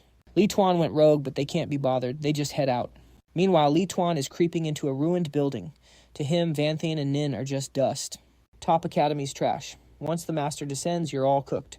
He pushes open the heavy doors. He kneels before a crusty statue. Supreme Master, I'm here. Witness me. I offer my everything, my soul, my life. And then he plunges a dagger straight into his own chest. He collapses in a pool of blood, activating a dark ritual called the Gate of Sacrifice. The blood starts flowing upward into the statue. Boom. A blood-red beam shoots into the sky. Dark smoke starts erupting in the middle of the city. The monsters, they touch that smoke and go absolutely feral. Their stats are through the roof. The judges on the airship are watching the whole thing unfold. Connection lost. The barrier is glitching out. Everyone's panicking. And then someone screams. Forget the screens. Look outside. Something huge is happening. Everyone rushes to the window. Vice Principal Chu is horrified. The city is drowning in dark energy. Deep in fuck knows it's bad. Rifts, and not just one. This energy, it nerfs the students' stats. It rots their gear and buffs the monsters into a frenzy. Those kids down there are officially cooked. Vice Principal Chu screams, "Force the barrier open, now. Let their ship in. Use the secret arts to notify the judges, tell them to protect the students. Now. We cannot allow any mass casualties." Diep and Fuck's face was twisted with worry. To the Dark Star world, a demon lord is the ultimate disgrace. And yet Vanthan possesses that exact power. That abandoned city is sealed tight by a barrier. He's itching to just warp right in there and help. Meanwhile, Vanthan is just chilling and vibing with his team while they wait for the rest of the squad to show up. But then Vanthan senses something's off. A dark aura Principal Deep said this place was cleared. The priests were supposed to have purified this whole area, so why is he still feeling this darkness? Right then, Nico's group arrives. They're hyped to see Vanthan, but suddenly a massive black cyclone hits. Lam Hu Hook and Nico are like, what the hell is that? But Vanthan isn't second-guessing anymore. He grips his spear and lunges forward. That's dark energy. Don't let it touch you. Get over here now. Nico's group panics. These guys are total rookies when it comes to real combat. They'd only heard scary stories about dark energy. Now savage beasts are crawling out of that black mist. But Vanthan takes the lead, blasting them with a fireball. The team finally starts to chill out. They start fighting back, but the dark energy is just too OP. It blasts Nico right off her feet. Her rare gear drops, and her clothes are literally rotting away. She's pinned to the ground, helpless. The black smoke is closing in fast. Just then, vines snatch her up and pull her to safety. Vanthan saved her life. He even clutched up by giving her his coat to cover her up. What a legend. The surviving members are all back together, but now it's a literal fight for survival. Vanthan shifts his weapon and drops a priest purification skill to hold back the darkness. Goat moves. Suddenly, an emergency broadcast from the ship rings out. All students evacuate the arena immediately. Vanthan shouts to his team, use your wooden cards, get out of here.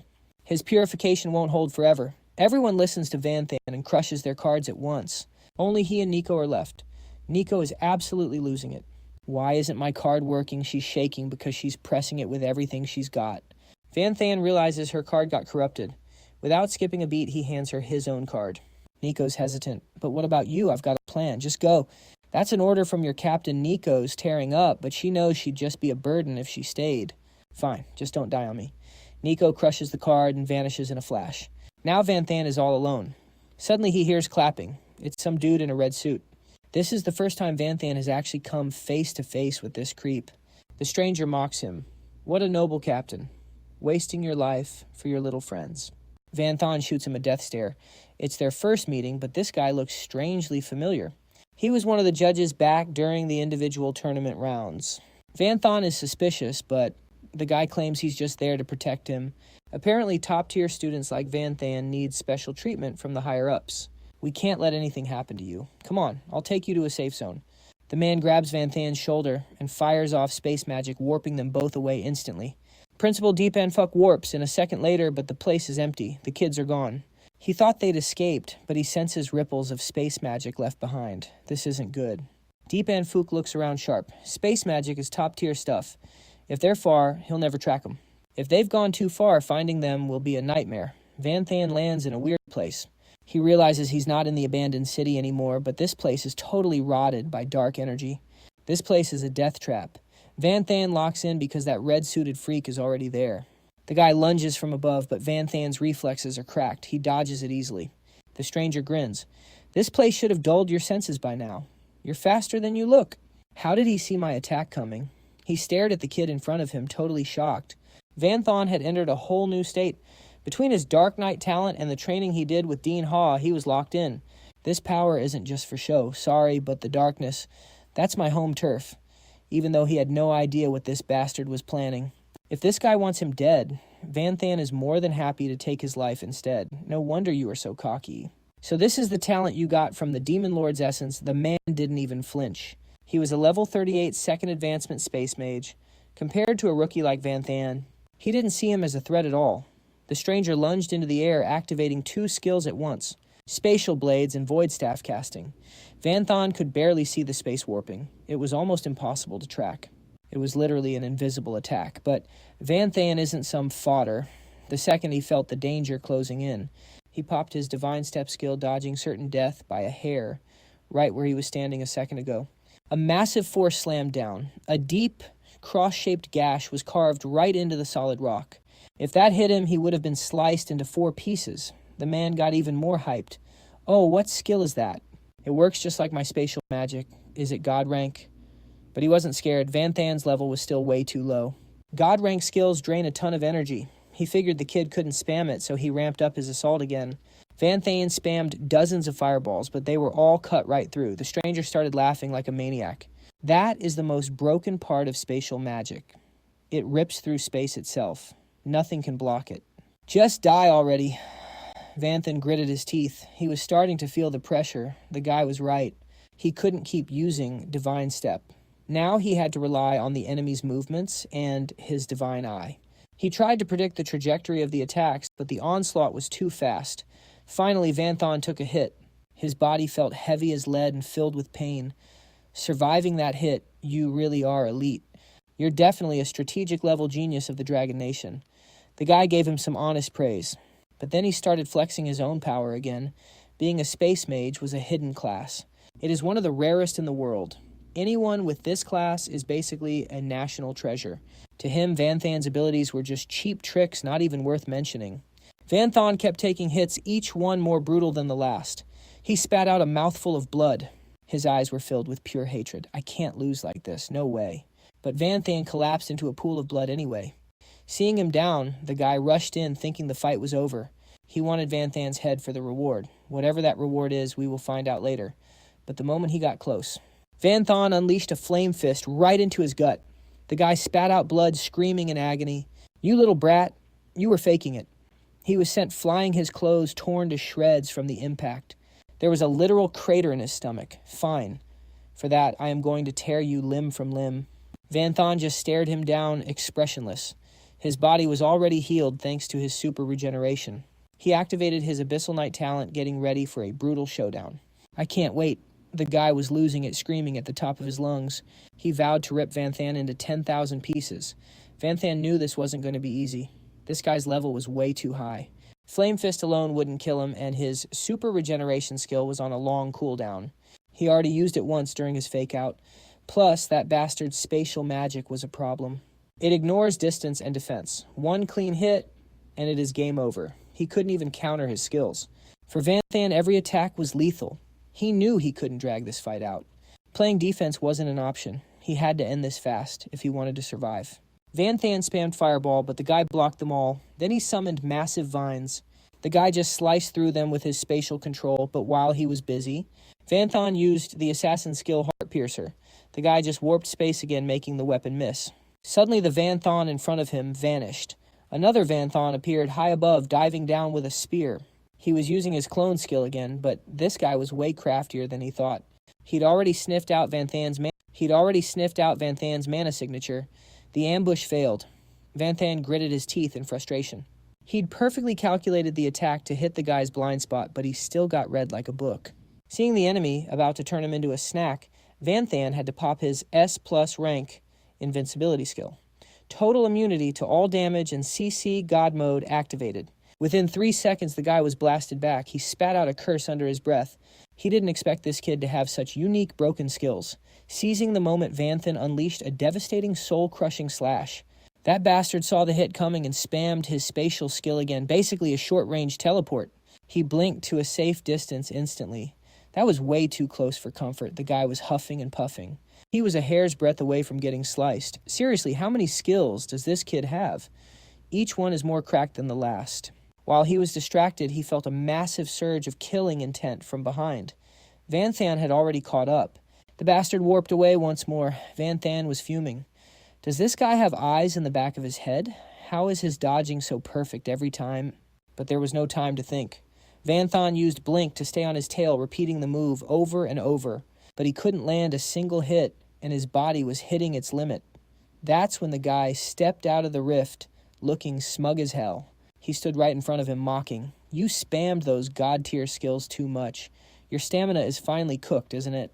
Seeing that Van Than was no longer a threat, he decided to gloat and reveal a little secret.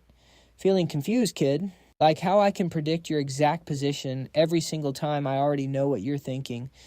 Van Than wiped the sweat from his face. He was starting to piece it together. The enemy must have planted a mana tracker on him earlier. He knew it was sus. This abandoned city is massive.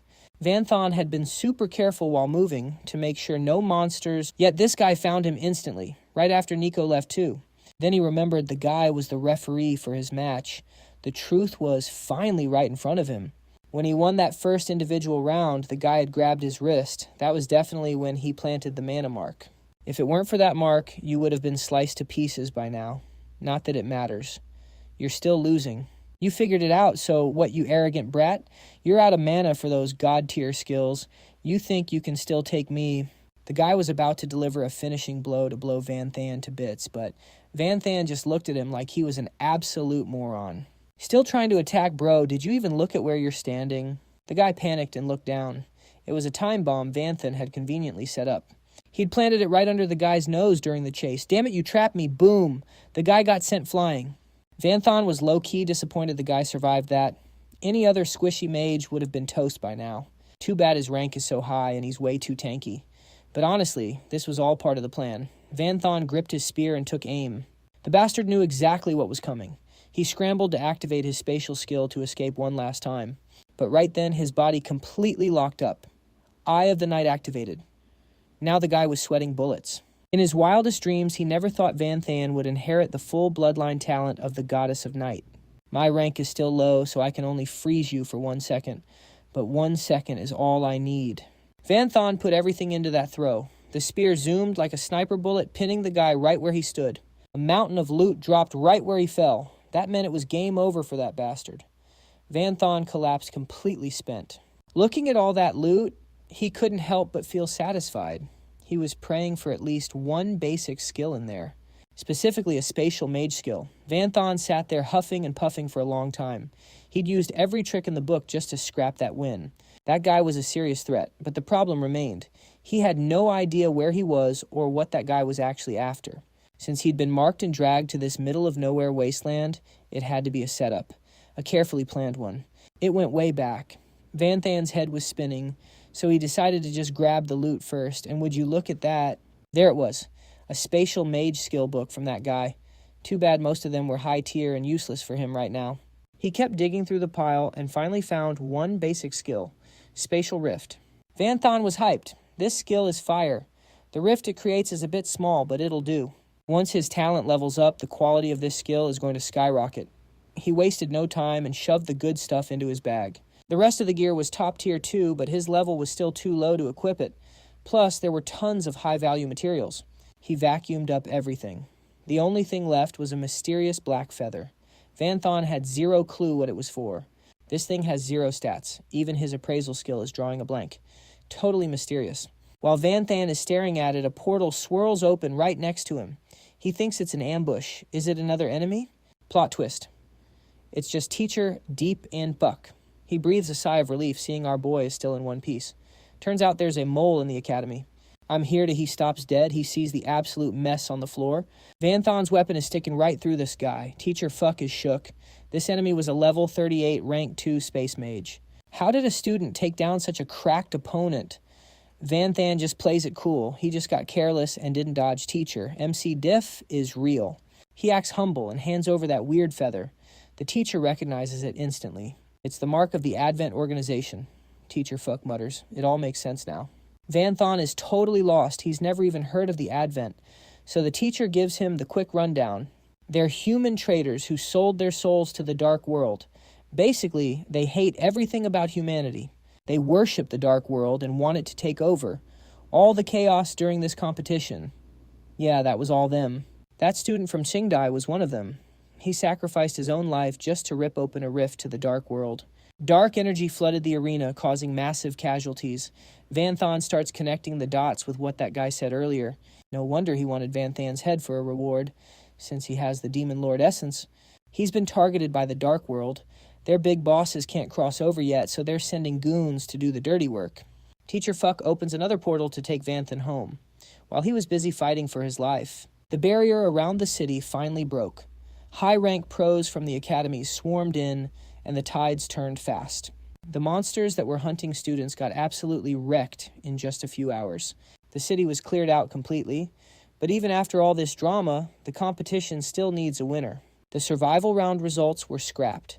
Instead, they're ranking everyone based on their individual and team scores. No surprise here, Jiangnam University took the crown. But with everything that happened and all the lives lost, nobody's in the mood to celebrate. The student body is devastated while the Advent organization is just getting started. Everyone realized one thing: peace is over.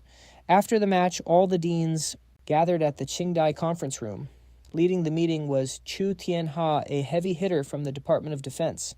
328 students died in the survival round, and 296 more were injured.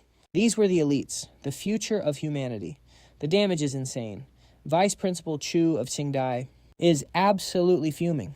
He never imagined a member of the Advent would be hiding right under his nose. Luckily, the sacrifice only opened a tiny rift. If it was any bigger, the whole world would be cooked. I mean, weren't these psychos wiped out 30 years ago? Why are they back? Teacher Fuck is stressed out. They probably rebuilt their ranks in the shadows and waited. 30 years is a long time to plan something big. But what scares him most is their actual endgame. The Advent went all out this time. There's no way their only target was just Van Than. Another dean speaks up. I sensed something weird during the fight and ran into a rank 3 warrior. I backed him into a corner, but then he used a high-level mage skill. The whole room went silent. A warrior using mage skills. Is it another unclassed player? But everyone shuts that theory down fast. Unclassed players can only use low-level skills. This guy was using high-tier magic. It doesn't add up. Could the legendary dual class actually be real? Chu Tianha finally speaks up. This was supposed to be a top-secret government file. But under the circumstances, I can't keep it hidden. Dual classes are real. But to get one, you need something like the Demon Lord essence. Like if you want God of War skills, you need the God of War essence. The main ingredient is a God of War's heart. 1 rank 4 heart. Can be crafted into 5 essence fragments. Once you use it, you get way more stat and skill points every time you level up. Plus, there's a high chance you'll unlock a God tier talent. If your body absorbs it perfectly, you gain the God of War's core power and become a dual class user. A total cheat code. Wait, so that's even more OP than the Demon Lord essence old Chu is panicking, obviously? Teacher Fuck lets out a heavy sigh. No matter how much we hate it, the power from the dark world is terrifying. The dark world is always a step ahead of justice. It's no surprise they have more secret arts than us. But So Tianha is sweating right now. If they already have the war god's essence, then what about the mage god, battle god, or spear god? If they stack all of those, will we see triple class, quad class, or even 5 class users? Plus, he suspects that dual class guy was sent on purpose. The main goal was to show everyone that dual-class users actually exist. Having two classes isn't just double the power, it's absolutely cracked. Can the big families resist that kind of temptation, or will humanity tear itself apart trying to get it? If that happens, they've already lost to the Dark World before the fight even starts. That's why the Ministry of Defense keeps this top secret. It's pure confidential stuff. Because once the word gets out, even the strongest heroes of the light side might just choose to betray them. Either way. So, Thien Ha still has to make a final announcement. The light side needs to be on high alert. They have to focus everything on wiping out the Descendants organization. Back at Jiangnam University, Diep and Fuchs is meeting the team after their championship win. Too bad everyone looks totally cooked, like they've lost their souls. Diep and Fuchs knows these kids are stressed, so he tries his best to cheer them up by bringing out the rewards he prepared. Every single participant gets 3,000 credits, 1 rank A skill book, and 5 million in cash. Since Vanthan carried the whole team, Diep and Fuchs keeps his promise and gives him a rare item. It's the flicker dagger, something he's kept hidden for many years. Vanthan's eyes light up the moment he holds it. This thing is total fire. Even the quality level is something Vanthan has never even heard of. Diep and Fuchs explains it's a one-of-a-kind item. It's made from special materials, which is why it's called rare quality. The main material for this flicker dagger is a rare mineral from the abyss that is insanely hard. It's basically indestructible. Its sharpness can easily rival any diamond rank dagger out there. Its traits are also unique because dark energy can't damage it. Assistant Lei is standing nearby looking totally shocked. The principal hid this dagger for 30 years, only taking it out to flex, but now he just hands it to Vanthan without thinking twice. This is both a reward and a sign of the massive expectations he has for the kid. Vanthan also gets his school rewards as promised. He immediately gives 1,000 credits and rank A treasures to the girl who helped him find the soul grass. She's panicking. Big bro Van, I'm already so grateful just to get these rewards. You don't need to give me this much. But Vanthan insists she takes the gift. And just like that, the reward issue is settled. Assistant Lei also has something to discuss with Vanthan, his sister Van Zhuang. Principal, Diep agreed to arrange a top-tier school for her. Vanthan is super grateful because in Jiangnam, the education is peak and the environment is extremely safe. Since it's the weekend soon, he plans to head back to Zhongvan to pick up Van Zhuang. But Assistant Lei says the good news isn't over yet. That array breaker weapon Vanthan uses, it was actually made by a master blacksmith at the school. After seeing Vanthan go God mode in the competition, the master is totally hyped. He wants to design a custom multi-form weapon specifically for an unclassed user. Vanthan is so happy his eyes are literally beaming. No way he's turning down this 1 in a million chance. That night, Vanthan heads back to the dorm to chill, but his mind starts racing. He knows the Descendants are gunning for him now. Who knows what kind of monsters he'll face next. He needs to get OP as fast as possible. He's already mastered the new dagger from the principal. Now time to check the system reward for the quest. Just like before, it's a rank S skill called Sure Hit. When he uses it, his next attack ignores all dodges and environment effects to guarantee a hit, dealing 300% damage. Vanthan is stunned. This skill is absolutely broken. With this, if he fought that space mage again, he could just one-shot him no problem. Suddenly, there's a knock at the door. It's Tu Yu, the maid of Dean Ha Huin Than. The dean is so happy with his performance that she sent a special gift. It's the nether flame spark, born in the darkest pits of the abyss. Ha Huin Than got it after slaying a demon lord. Absorbing it boosts fire element affinity and buffs the power of all fire skills. If he absorbs it perfectly, he might even become immune to fire damage. Vanthan takes it happily. Ha Huin Than really has his back. Standing right across from him, Xiao Yu reminds Vanthan that he definitely can't absorb this thing directly. You have to pair it with ice attribute herbs. It lowers the efficiency a bit, but hey, at least your body won't explode. But she barely finished her sentence before Vanthan just gulps the whole flame down. Instant chaos. His body starts glitching out immediately. Oh no, the maid is totally panicking. Stop. If you keep this up, the demonic flame is going to blow you to bits. Spit it out now. But it is too late. The demonic fire has already taken over his entire body. Just when she thought he was cooked, Vanthan just snaps his fingers. Super tier auto region activated, bringing him back to normal just like that. Vanthan is catching his breath though.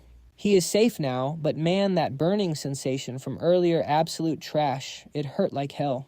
Wait, what just happened? Is it actually over? Xiao Yu literally cannot believe her eyes. Meanwhile, Vanthan is acting like nothing happened. He is even out here casually flexing his new skill for her to see. This infernal flame is straight from the dark world and is almost impossible to put out. It burns the soul itself, which is way different from regular fire. This maid is just getting hit with one plot twist after another. She is honestly losing it. Vanthan really just raw-dogged the nether demon flame without any ice herbs, and the best part, it looks like he absorbed it perfectly. Total god mode, as expected from Ha Quinthan's top student. Since they were done, Xiao Yu heads out. Fast forward to the next day. Assistant Lei takes Vanthan to a master blacksmith's forge. The guy's name is Mu Jiashu. The second he sees Vanthan, he is grinning like he just won the lottery. Mu Jiashu has rewatched Vanthan's matches like 10 times. He is a total fanboy. Seeing that morphing weapon in action made the master so proud. See, for the longest time, he was obsessed with researching multiform weapons, but his colleagues called him a clown. They said it was unrealistic because no one needs a sword that turns into a staff. But then Vanthan showed up, and Mu Jiashu finally saw how cracked his creation really was. But he also realized that for a beast like Vanthan, 3 forms just won't cut it. This forge is his life's work. He tells Vanthan to pick whatever he wants since everything here is top tier. Vanthan takes a minute to weigh his options. Finally, he spots it. The Eerie Soul Shaker. It is basically the brother of the weapon he is already using. It has one form that is a sniper rifle and another that functions as a tonfa. Mu Jiashu is hyped when he sees Vanthan pick this one. Wait, don't tell me you actually know how to use a sniper rifle. For sure. Let me see it, master. Right now, what Vanthan needs most is long-range damage. He can't just keep throwing his weapons like a maniac. Using a gun is the real pro move here. Mu Jiashu is really proud of this Eerie Soul Shaker, too. It can snipe from a distance and wreck anyone who tries to get close. He takes it out and shows off both forms for Vanthan. Vanthan thinks for a bit. But he feels like 2 forms is kind of mid. He wants to add a 3rd form to make it dual pistols. Mu Jiashu's eyes literally light up. That is a fire idea, and it is not even that hard to do. Vanthan adds, I want the dual pistols to be 1 long and 1 short. Mu Jiashu feels like he found his soulmate. The old master and the young prodigy start geeking out over how to upgrade the weapon. Assistant Liu is just standing there watching. Suddenly her phone pings with a new notification, and it does not look good. Looking at the shock on her face, it is definitely not good news. Meanwhile, Mu Jiashu and Vanthan have finished their meeting. He gives the weapon to Vanthan so he can get used to it. The master needs about 1 week to draw up the new designs for the upgrade. And here's the kicker. He is giving Vanthan a 70% discount when the product's finished. Vanthan feels like he just hit the jackpot. Now he can save those extra credits for his sister Vandoa. That is when Assistant Lee rushes in with the bad news. Massive rifts are opening up all over the country. Monsters corrupted by dark energy are flooding the cities. A beast tide is coming and it is hitting the smaller towns first. Those small cities don't have the power to stop the tide. And the worst part, Vanthan's hometown, Dongvan, is on that list. Vanthan's face goes dark the second he hears that. No way. My sister is still back there. He sprints to the teleportation hall. Deep Anfuk is busy sending out experts for backup. Even though he is old, his sharp eyes spot 2 familiar faces. It is Assistant Lei and Vanthan. The old man loses it and starts screaming. Vanthan, the mentors are going for backup. What is a student like you doing here? Get back to class. The old man's rage is enough to shake the whole region. But this time, Vanthan is not listening to orders. Because if he can't even protect his own family, then what is the point of getting stronger? Assistant Lee stepped up to back him up right then. She explained that she brought Vanthan from Dongvan, so his safety was her responsibility. Deep Anfuk let out a long sigh, knowing he couldn't stop this kid. He just told him to stay safe. Chains off Vanthan immediately leaped onto the teleportation platform. He and Assistant Le headed straight for the defense corps on the outskirts of Dongvan City. Fantuan Dan, what's the situation? Fantuan Dan was the commander of the defense corps, a level 35 second-rank warrior. The moment he saw Assistant Lei, he rushed over to report. A beast tide is hitting the city gates and all soldiers are out there engaging them. But Dongvan hasn't seen a beast tide in nearly 20 years, so the soldiers are barely holding on. Assistant Le is a 3rd-rank powerhouse, so her arrival was like a literal lifeline for him. Vanthan, follow me. Assistant Lee wanted to lead him to the gates. But in the blink of an eye, the kid had already vanished like a ghost. Assistant Le scrambled to catch up. Outside the gates, the monsters were attacking like a hurricane, but the soldiers fought with pure guts. They refused to let them through. However, because of the long peace, all the elite units were at the front lines. The power level of the guys here was basically 0 damage against that beast tide. Just when the soldiers thought they were cooked, a massive fireball and a tornado appeared out of nowhere. They fused into a flamestorm that looked absolutely fire. A swarm of monsters got launched instantly with zero chance to fight back. The soldiers were stunned. They thought a high-level mage had arrived to carry them, but what kind of mage uses wind eye? That's a basic shaman skill. Van Thane charged in on his mount. Seeing the battlefield, he finally relaxed a bit. The beast tide was officially blocked. The soldiers' jaws dropped once again. Just looking at that mount, you already knew the owner was on another level. Van Thane hopped off his mount and gave a quick intro. Freshman from Jangnan University, Van Thane here for backup. More people are on the way. The soldiers recognized the name instantly. This was the legendary top scholar from their hometown. Full of pride and respect, they started hyping him up like crazy. But Van Thane had no time for small talk. He needed the real sitrep. Any signs of the descent organization? None. The soldiers only saw a horde of monsters. Van Thane's brows furrowed. Those scumbags weren't helping the monsters at the gate. That means they've already infiltrated the city. If so, what's their real play? Before he could find an answer, Van Duong called. He was so relieved to hear his sister's voice. Because of the monster alert in the city, the teachers had moved Van Duong's group to the school's safe room, taking shelter. Van Thane exhaled, glad she was okay. But her next words made his skin crawl. Some people just arrived outside the safe room, she said. They look weird, definitely not teachers. He didn't know who they were, but he didn't wait. Van Thane sprinted toward the school. Don't open that door, I'm almost there. Back at high school number 3, those strangers were already closing in on the safe room. To them, that room was as flimsy as a shack made of straw. Their target really was Van Duong, since Van Thane was too hard to touch at Jangnan University. They shifted their target to his sister to get leverage over him. The leader got hyped up just thinking about the War God Essence reward. He swung his greatsword, triggering the burst slash skill. The safe room door shattered into dust. The students inside were like scared little lambs trembling in fear. The men in black scanned the room. They locked onto Van Duong and marched straight for her. Her homeroom teacher jumped in to block them. But she was no match for these thugs. A single flame break sent her flying into a distant wall. Not surprising, since she was only a level 23 first-rank assassin. These guys were all second rank or higher. The gap was just too huge. They didn't have time to waste planning to grab Van Duong and teleport out instantly. The leader gripped his blade and stepped down the stairs as Van Duong cried out, "Big bro, save me." In that moment of total despair, a miracle happened. Van Thane wasn't there yet, but his weapon was.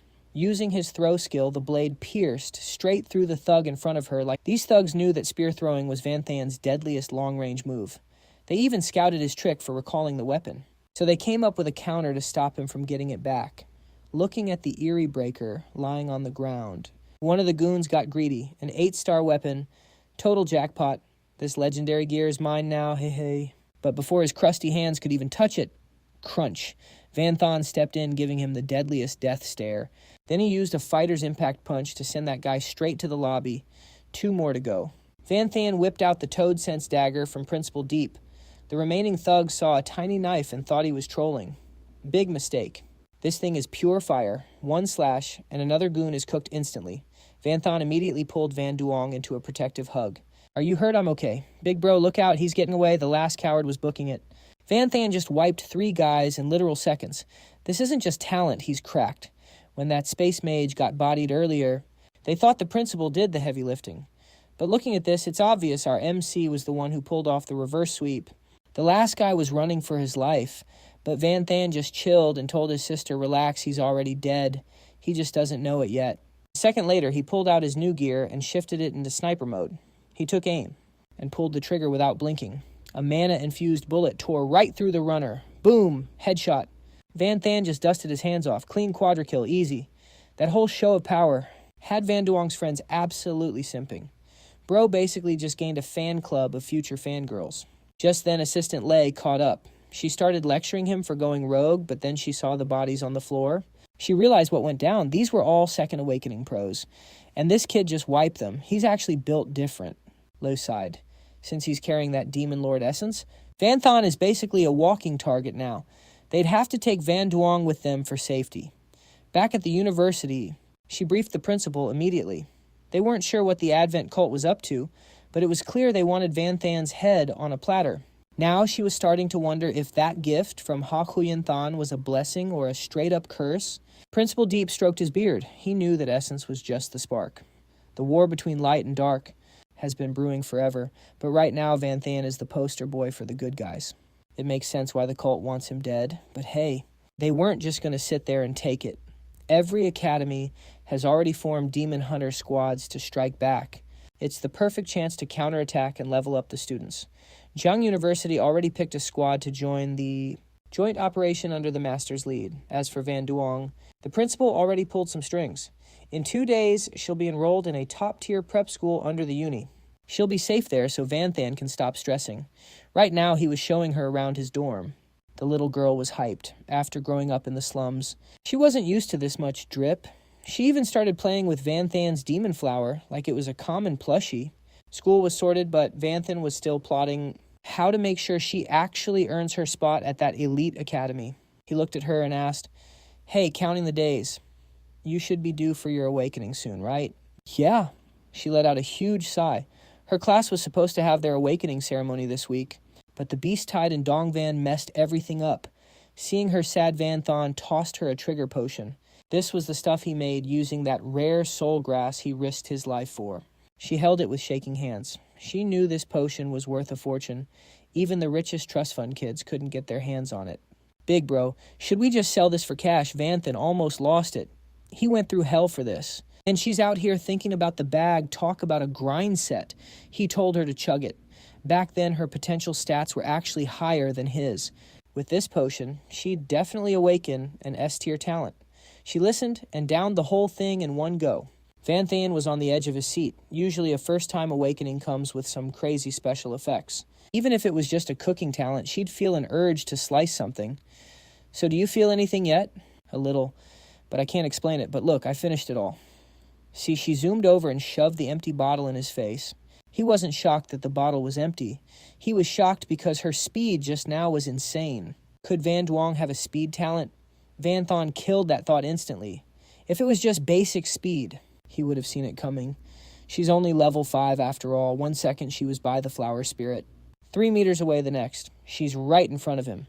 Van Than knew this wasn't space magic. There was only one other possibility. "Van Duong, did anything feel weird when you ran to me?" Van Than asked urgently. "Nope, just a normal walk, but you're acting kind of sus, big bro. You kept staring at the flower spirit instead of looking at me." Van Than confirmed his theory. It wasn't that she was fast. She literally skipped the whole process of moving from the flower spirit to him. He only saw the final result, not the journey. Her talent is time manipulation. That is way rarer than space magic. Van Than felt like he hit the jackpot. If space mages are strategic geniuses, time mages are the literal core of the military. He immediately whipped out his phone to call Assistant Lei. Next thing you know, they're at the Jiangnan University awakening room. Even Diep and Fook showed up. Van Than felt a bit awkward. "Master Deep, it's just a middle schooler checking her talent. No need to trouble yourself, right?" As soon as he said that, Diep and Fook went off on him. "What do you know, you brat?" "This is the legendary time element. It's never appeared in Jiangnan history. Do you have any idea how rare this is?" Van Than felt like he was drowning in the old man's spit, but then both of them turned their gaze to Van Duong. She really did awaken. S+ rank talent. Flowing time. It lets her speed up or slow down the time of anything she touches. Diep and Fook was so hyped, his hair was practically standing on end. Lanaka move. Put her in the elite class right now. Get the god-level vice principal to mentor her. And keep this top secret. This is a level 10 security matter. With Diep and Fook's orders, Assistant Lei didn't waste a second. The old man couldn't stop grinning. "You did it again, Van Than, a real-time user. I'm calling the Ministry of Defense right now." Then he teleported away. Only Van Than and his sister were left. Van Duong was still totally confused. Van Than was thrilled. But he couldn't explain everything yet. He just warned her to keep it a total secret. If not, the Descent organization would stop at nothing to kill them both. Actually, they're already playing dirty. But waiting around to die isn't Van Than's style. Instead of waiting for them to find him, he decided to strike first. He headed straight to the Jiangnan University dungeon hall. He walked up to the counter and declared loudly, "Freshman Van Than, requesting access to all dungeons from level 21 to 30. Difficulty nightmare. Give me all of them." All the students were grinding hard because of the looming war. They had to get stronger to survive. 2 sophomores went to the hall today to request access. only to find out all dungeons from level 21 to 30 were taken by one guy. Not only that, he was absolutely wrecking every single record. No way, who's this cracked kid?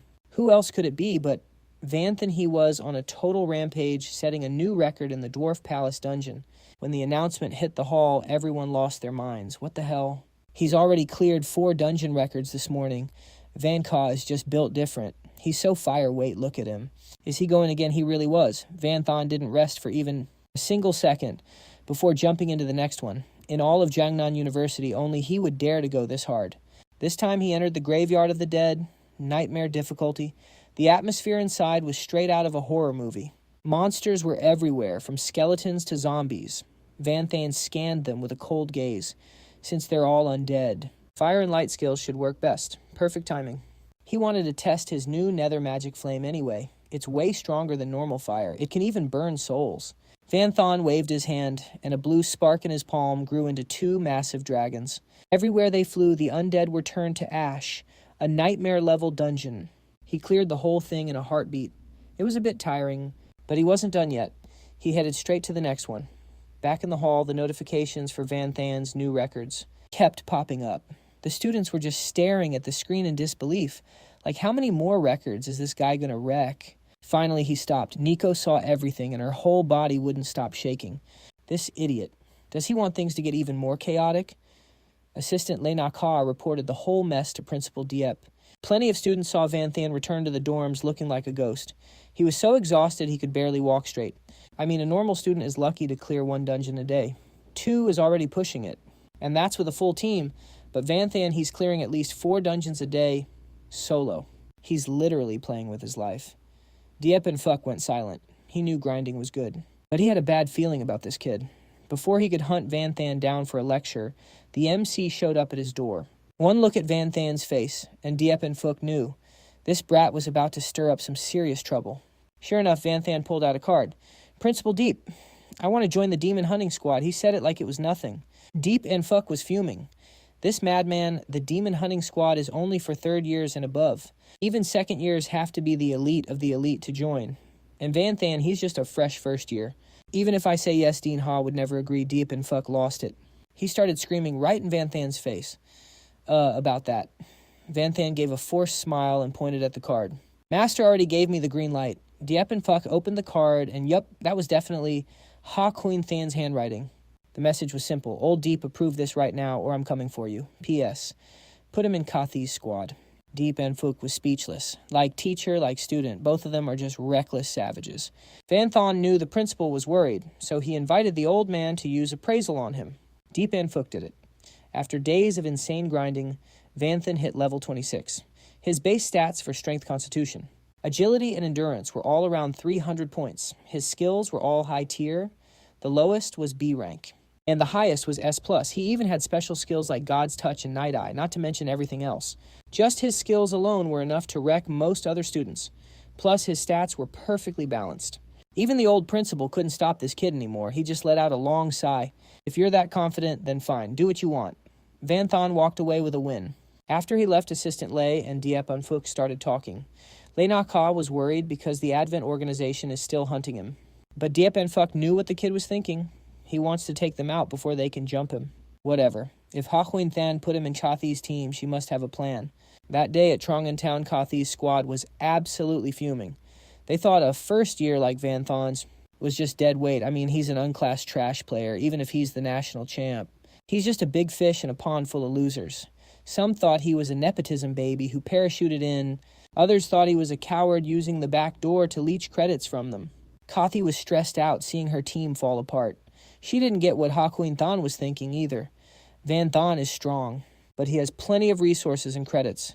Why risk joining the demon hunting squad? She heard about the beast tide at Dong Van and worried he'd lose his cool. While she was lost in thought, Vanthan finally showed up. Instructor Kathai, sorry I'm late. The final member of Squad 7 Vanthan is here. Falling Kathi shouted. As Vanthan walked over, he heard everyone talking trash behind his back. Look, the credit leecher's here, but he didn't care. Right then, the system sent a new quest. This time the quest was to rank number 1 in contribution for the demon hunting squad. The rewards were a boundary breaking stone and cross resurrection grass.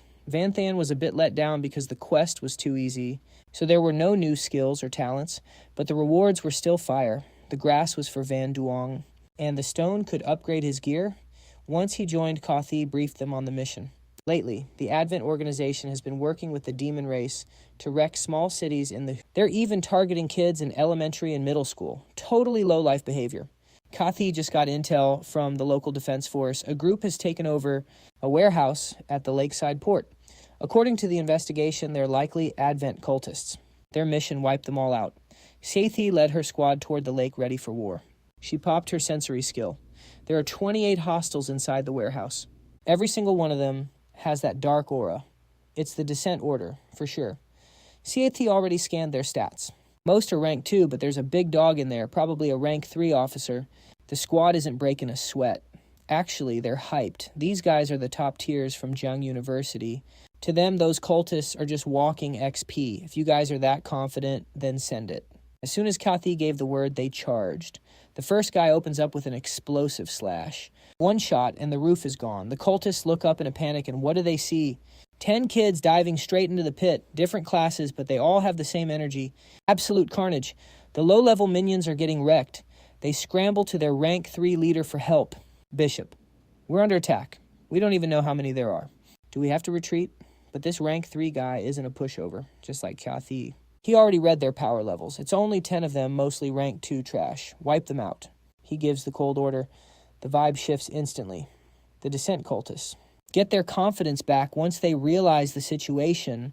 They thought it was a whole army at first, but now they know the matchup. They're acting all cocky again. 2 students jump in at the same time. One uses Purple Flame Flash, while the other goes for a Groundbreaker slash right at the shoulders. But the cultist just laughs. He's already turned his body into pure ice.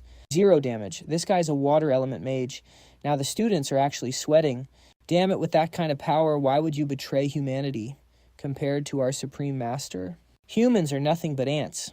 The mage goes berserk, and the students are suddenly getting cooked. They try to bail, but their weapons are frozen solid to his body. They're stuck. Suddenly a bullet tears through the mage. The students look back, and it's Van Than. No way, this kid just one-tapped a rank 2 elemental mage. What's crazier is that the bullet ignored the guy's elemental form completely. Broken. While they're losing their minds, Van Than is just vibing with his new sure-hit skill. This thing is cracked, especially with a sniper. He aimed for the leg, but it locked onto the chest anyway. It even bypasses defense buffs. He racks the bolt. There are still plenty of targets hiding down there. Perfect time for some target practice. He stacks his buffs, and every single shot is a Heartseeker. They're panicking. They're all behind cover. So how are they still getting sniped? Only Van Than knows the secret. Meanwhile, the other students are staring at him with their jaws on the floor. He hasn't missed a single shot. Is this guy even human? Realizing they're in trouble, the rank 3 leader shouts to take out the sniper first. Over 10 cultists charge at Van Than at once. You cowardly trash, stop sniping and die. The students finally snap out of it. They see the enemy trying to swarm him and rush to back him up. But Van Than doesn't even flinch against 10 rank 2s. His weapon shifts from a rifle into a sword. Oh, you want to go melee? Fine, let's dance. Van Than grips his blade and dives straight in. Everywhere he moves, his blade leaves a mark. He's surrounded, but he's the one doing the hunting. Honestly, the other 9 students didn't even have time to help. They're just standing there, completely stunned. Am I seeing things? He's soloing that entire mob. It finally clicks for them. Van Than isn't some trash leeching off their credits. He's the one carrying the whole team. A ghostly blue flame starts flickering, sounding like screaming spirits. Van Than walks out of the smoke like it's nothing. Old Chu sees the blue flames and loses it. Those are nether flames. Only the underworld has those. How does a kid under level 30 have that? Wait, he looks familiar. Is he... He stares at Van Than's back. The kid is radiating pure demonic energy, but he's just locked in. Fighting. Without even acknowledging old Chu, he's talking to himself like a total clown. Wait, I remember now. Yun Chen, the classless scrub who absorbed the demon lord's marrow. There's a massive bounty on your head. Old Chu smirks, looking down on him. Forget the mission. Taking this kid's head is all that matters. Suddenly he turns into a shadow and lunges straight at Yun Chen. That reward is bigger than any quest, but then bam. A green whip-like rope shoots out like a viper. It wraps around old Chu's leg, freezing him midair. The one holding the other end, it's Geishir. You're dealing with a rank 3 descent officer now. I'm your opponent. Old Chu snaps his head back, looking absolutely terrified. It's over. It's over. Meanwhile, Yun Chen stands there gripping his spear, standing motionless in the middle of a graveyard. He literally wiped out every single enemy. Everyone's jaw dropped. No way he's cracked. At least 7 parts of those dark cultists were deleted by him alone. Those guys were all rank 2. Jishu's team is buzzing. Wait, is this guy so OP that only a rank 3 can stop him? Another member snaps back. What are you yapping about? Teacher Jishu is handling the rank 3s. That's not our job. Yun Chen cuts them off. Let's move. We're almost at the objective. Somewhere else, a city map is laid out. A cold voice drones on. The terrain intel is solid. It's the guys in black. The leader gives the order. We've pinpointed the school's location. We move tomorrow night. Time to show them the real terror of the dark world. Suddenly one of them flinches. Who's there? They all start pointing at each other. There's someone behind you. Nobody believes it. Stop capping. What are you talking about? No, look behind you. The minion realizes something is very wrong. It's bad. Right then, blood splatters across the map in a weird pitch black color. The wooden door gets absolutely wrecked and Jaeshu's team starts shouting from outside. Big Bro Yun, we're here for backup. You're way too fast, we couldn't even keep up. Let us cover your back. The leader is stunned by what he sees. Wait, what? While they were worrying, Yun Chen just casually tosses one of the enemies aside like trash. They're just standing there like idiots while he says it. Already dealt with them. He wipes a smudge off his face and just walks right past them. Let's go. Next target. On the way, the team is hyped as hell. Follow Big Bro Yun for 3 days and we're eating good for a week. They're totally simping for him now, holding his umbrella and bringing him water. Big Bro have a Coke. Yeah, sticking with the goat is the move. Are you tired? Want to sit for a bit? Geisha watches from a distance, feeling totally useless. This was supposed to be a training mission for the students. But Yun Chen did all the work. Might as well rename the Demon Hunting Squad to the Picnic Squad. Suddenly her phone starts buzzing. Notifications are blowing up her phone. Even before she knows what's up, Shu starts firing off questions. Hello, what? Okay, I got it. I'll request backup from another squad. The students turn around. Wait, Teacher Jishai, we have Big Bro Yun. Why do we need backup? Is there some boss we can't handle? Jishi tries to calm them down. It's fine, but this isn't your average mission. The next target has 2 rank 3 officers, and one of them is a high-ranking official. Scene change. At a classic old-school castle, but it looks absolutely majestic. Commander Tiger, a big guy in a military uniform, steps out. He meets them halfway. I represent the local garrison here. Thanks for the backup, everyone. Yun Chen lowers his binoculars and glares at him. He can feel the dark energy from all the way here. He's visibly annoyed. So arrogant, he's not even trying to hide it. And the local army is only noticing now. Tiger tries to explain. We knew about it, but nobody dared to investigate because of who the owner is. If the dissent organization wasn't being so reckless and orders didn't come from the top, we wouldn't dare touch him. Suddenly, someone walks up, looking totally disgusted. The last line of defense for the people is actually scared of everything, letting the enemy get stronger while blaming your superiors. Pathetic. It's Squad 1 coming to help, led by Lu Yaoling. She doesn't hold back at all. Absolutely spineless. Jishu's team is in awe. No way Squad 1 is our backup. Someone adds, they're the strongest demon hunting team hands down. They have the top student from Jiang University. Everyone recognizes her. It's the student council president, Lu Yaoling. Yun Chen uses a skill to check her out. She's a monster. Even though she's only level 46 and rank 2, the pressure she's putting off is just as heavy as Teacher Ji Shi, who's a rank 3. Yaoling notices Yun Chen. She's thinking, wait, why is this junior only level 26? He hasn't even changed classes yet. Is he really that number 1 rookie everyone's talking about? The guy next to Yaoling sighs and complains. Yun Chen is the best talent in Jiang University's new class. Why the hell did they let him join a dangerous mission like this? Principal is absolutely savage. Tiger clears his throat to get everyone's attention. Since we're all here, let's start the briefing. I'm familiar with this manner, so I'll lead everyone to the perfect strike point. Diolin looks totally disgusted. Oh, really? Well, I have zero interest in working with you. She points right at Tiger, roasting the entire defense corps. You guys let these dark cultists gather. I bet you're getting a fat payout for this. He starts panicking and stuttering. You shouldn't just make things up. Then Diolin pulls up a hologram from her phone. Before we grouped up, I scouted the manor and gathered some serious intel, used my sensing skills to map out every guard inside. The hologram shows the castle layout. Diolin explains that besides the guards on the perimeter, most cultists are inside the manor, and they're mostly rank 2. Everyone is locked in watching the map. There's a teleport backup point in the rear guarded by at least 15 cultists. There's even a rank 3 officer there. Once the fight starts, that backup point is going to be a massive headache. Jiolin drops a risky idea. I need the 2 mentors to lead the front and draw their main force. I'll flank the rear and take out the backup point myself. Once I'm done, we'll pincer them and wreck the place. The squad is stunned by her guts. Going solo. The president is absolutely cracked. She's soloing a rank 3 officer, not to mention the scouting and planning, as expected of General Law's daughter. Jiolin walks off. If no one has a better plan, I'm leaving the rest to you. I'm going to handle that backup.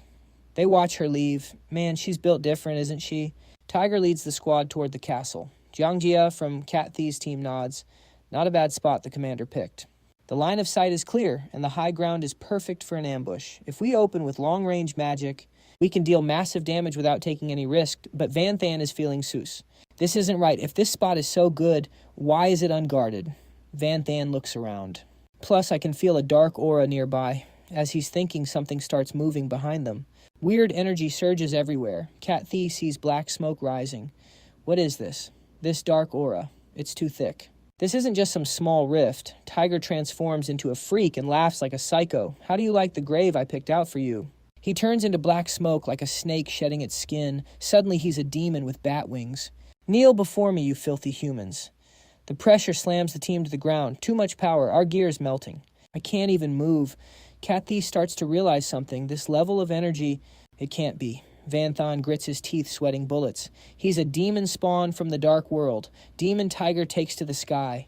A blood-red energy sphere surrounds him. Dark waves sweep the area. Cat Thi screams at Alien.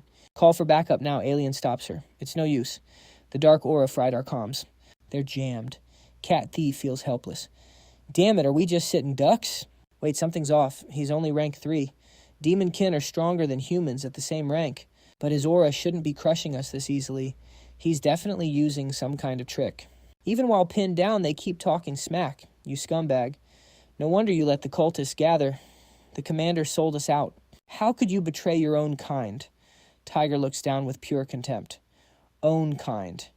You think you're on my level. I've already been blessed by the Lord. I threw away this weak body, purged my filthy human blood, and became a demon. He looks at everyone struggling on the floor, feeling proud. Look at you kneeling at my feet. That's the only proof I need. Tiger notices something. Wait, how are you moving? Turns out Van Than is still standing, tall weapon in hand. His body transforms into night mode. His weapon turns into a sniper rifle aimed right at Tiger. I can do a lot more than just move. Watch this. Fire. The bullet flies straight at him. Basic skill, heart-piercing snipe. Never misses. Tiger crosses his arms to block the hit. Even as blue flames burn him, he laughs. So this is the night goddess's talent? Can't believe I ran into this unranked brat. What a lucky break. Tiger lands and charges at Van Than. Now let me show you how stupid it is to mess with a rank 3 demonkin. Halfway there and he gets hit by a fireball array. He takes a deep breath like he's charging up a Toad-style move and lets out a massive roar. A demonic howl blasts the fireballs away. Van Than splits into 2 using a basic swordsman skill. Left and right. Air-rending / tiger scoffs. Clone techniques, that's child's play. You're out of your league, kid. He threw a heavy punch straight at Van Than's swinging sword. Keep playing your little games. With my rank spotting, your real body's a piece of cake. Sword and fist, clashed energy, exploding instantly. Van Than was totally overpowered. He went flying and slammed into a massive rock nearby. Another clone didn't quit and jumped him from behind. Using basic warrior skills, Tiger swung around and crushed the clone with one hit. A clone from a measly level 20 trash, please. Everyone watching fell to their knees in despair. Is this the power of a rank 3? The stat gap is just too massive. No matter how cracked your basic skills are, it doesn't even matter. How can you compete with high-tier skills? Tiger stood there smirking. Hey kid, I thought you were supposed to be a combat genius. Come on then. Van Than wiped the blood from his mouth and taunted him back. I'm definitely not as good a fighter as you, but since you're so tough, why don't you come get me? Stop standing there like a mindless log. It is too easy. Tiger fumed at the insult. What did you just say? Van Than hurled a dagger at him. I am saying you have already lost. Tiger reached out to snatch the blade. You cannot even scratch me. Yet you are talking big about winning. with this piece of trash dagger. Suddenly it vanished. Tiger froze. It reappeared right in front of his eyeball. He broke out in a cold sweat. Van Thane charged forward with his spear. Didn't you say I couldn't touch you? He activated a basic skill, Spearman Charge. Dodge this if you are so brave. Let's see which is harder, your eye or my dagger. Tiger jumped to the side. He cursed as he leaped, his face twisted in a grimace. The dagger grazed his cheek, leaving a fresh cut. He landed on a clear spot far from his original position, but suddenly a bear trap snapped shut on his leg. Tiger finally realized. A trap. Looking at the vines sprouting everywhere, he knew he was cooked. His goal was never to hurt me. It was to pin me down for a moment. Has he already figured it out? Vanthan vaulted high into the air. I don't care how strong you are just a rank 3 demon spawn, not a demon lord. How could you possibly use just your dark aura to freeze instructors of the same rank? That dark energy is still rising like it is alive. Usually dark aura seeps through cracks and fades away, but yours is literally growing out of the ground. You're obviously using some kind of trick. He kicked off the air, aiming his spear at the center. You must have planted an artifact underground to buff your dark aura. A vital item like that, you would definitely try to protect it. He lunged downward. Cracks began to spiderweb from the impact point. You stood your ground even while taking my hits. That's exactly what gave you away. Idiot, forget your stats and try using your brain for once. The ground shattered, revealing a gorgeous purple gem. But it started cracking, leaking a pitch-black aura from within. The dark smoke swirled, devouring the purple light. Tiger ripped through the vines and lunged at him. Damn you, I'll kill you. But mid-punch, he was caught by 2 CC skills, Nature's Whip, and Thunderlock. He could not move an inch and could only scream. Curse you, let me go if you want to live. Cat Thee and her colleague smirked. How does it feel to be the one who cannot move? Now the playing field is level. Vanthan dashed off. He didn't forget to tell the instructors. I'll leave this to you two. I am heading into the manor to handle things. I am coming for the dark cultists. Cat Thee waved cheerfully. I trust your strength, but stay sharp out there. He arrived at a dark ruined castle. Bones were scattered everywhere. Suddenly a huge explosion rocked the place. Familiar blue flames burst through the windows. Everyone inside the castle scrambled in a panic. Who's the blind fool trying to burn our house down? Vanthan looked at the fire in his hand, totally hyped. I just got wrecked earlier, and I am still salty. You guys can be my sandbags while I blow off some steam, Vanthan charged. He brandished a spear, driving back the black-robed men surrounding him. Seeing his lightning-fast movements, the cultists screamed in terror. No way this kid is too cracked. We cannot even touch him. Damn it, how is he such a freak? Where is our backup? Why isn't the rear support here yet? One of them yelled. At this rate, none of us will survive his rampage. Another turned and asked, do we have any other choice? After saying that, he looked up and shouted, followers. Instead of being killed by him, let's offer our lives to our Supreme Lord. The Lord will avenge us. They all chanted in unison. The Lord will avenge us. A blazing fire erupted from where they stood. He realized what was happening. They're actually sacrificing themselves just like that. These guys are insane. I have to stop them. But they were instantly torn apart. Vanthan hissed, damn it, I am one step too late.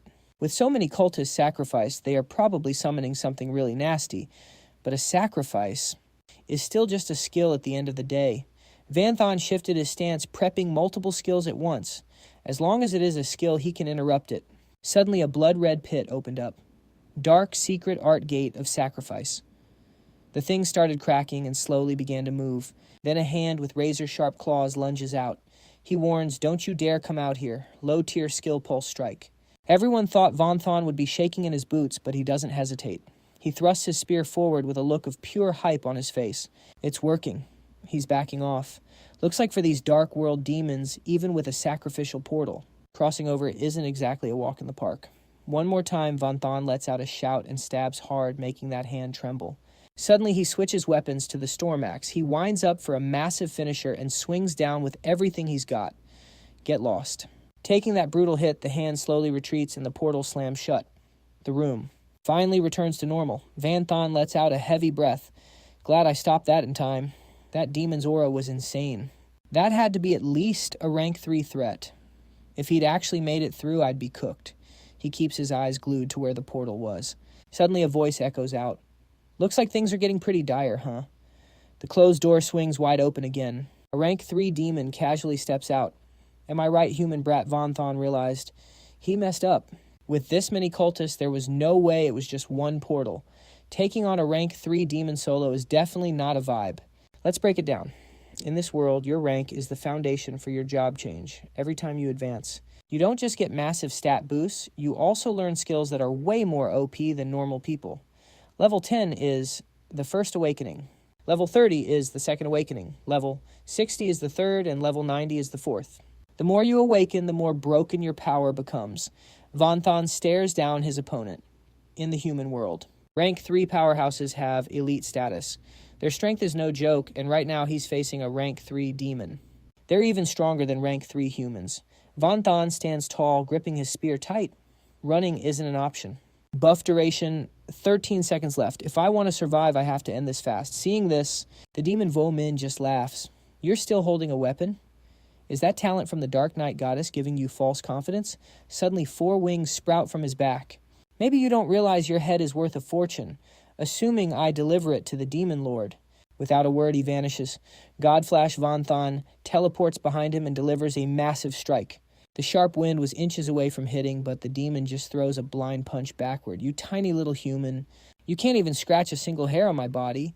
That punch didn't just break the combo, it sent Vanthan flying into the wall. He coughs up blood. This bastard's stats are too OP. I can't even block him. While he's still stunned, the enemy lunges straight at him. He's too fast. Godflash is still on cooldown. A massive explosion rocks the room as smoke fills the air. You'd think he's done for, but Vanthan quickly swaps weapons. Eerie Soul Terror, S plus rank invincibility. Vo Ming is shook. Wait, no damage. It's a damage nullification skill, buddy. Ignoring him. Vanthan's weapon transforms into a dagger. Time to flip the script. He points the blade straight at the demon's face. It's about to pierce his forehead, but the demon screams in rage, swipes at his eyes, and slams him into the floor. You filthy human! Vo Min starts stomping on him repeatedly. Take that and that and that trapped on the ground. Vanthan can only defend. Invincibility's almost out, but my setup's finally complete. He glares up. His ink-black eyes start smoking. Suddenly he bursts with power, sending the rank 3 demon flying back. Hit by the sudden counter, the demon growls, "What's going on?" Vanthan pulls out a voodoo doll. Then he says, "Like I told you, the tables have turned." He holds it up with a smirk. "Looks like your hair wasn't enough to stop my blade." The room goes dead silent as they face off. After a moment, Vo Min snaps out of his shock. He looks at the smoking wound on his own chest and wonders, what is this? Why did I just take my own hit? Vanthan doesn't answer. He just holds up the doll.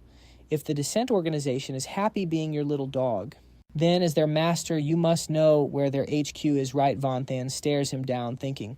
Compared to the military of the Huyan Thien Kingdom, the Descent organization is nothing but they're annoying, because they hide in the shadows. I have to find their nest and wipe them out once and for all. The rank 3 demon ignores him and lunges again. You want intel? Not a chance. Even a dog stays loyal to its master. Vanthan doesn't even flinch. He just calmly snaps the doll's arm. Is that so? Instantly, the rank 3 demon's arm is twisted backward. The pain sends him crashing to the ground a few feet away, but he still won't give up. He reaches out with his good hand. Blood shadow chains. He screams in rage. Die! Before the chains can even touch him, Vanthan squeezes the doll in his hand. Still resisting. You really don't get the situation, do you? The rank 3 demonkin's body got absolutely wrecked, twisted into a pulp. Black blood sprayed everywhere as he screamed in pure despair. His eyes were dazed, but he still talked smack.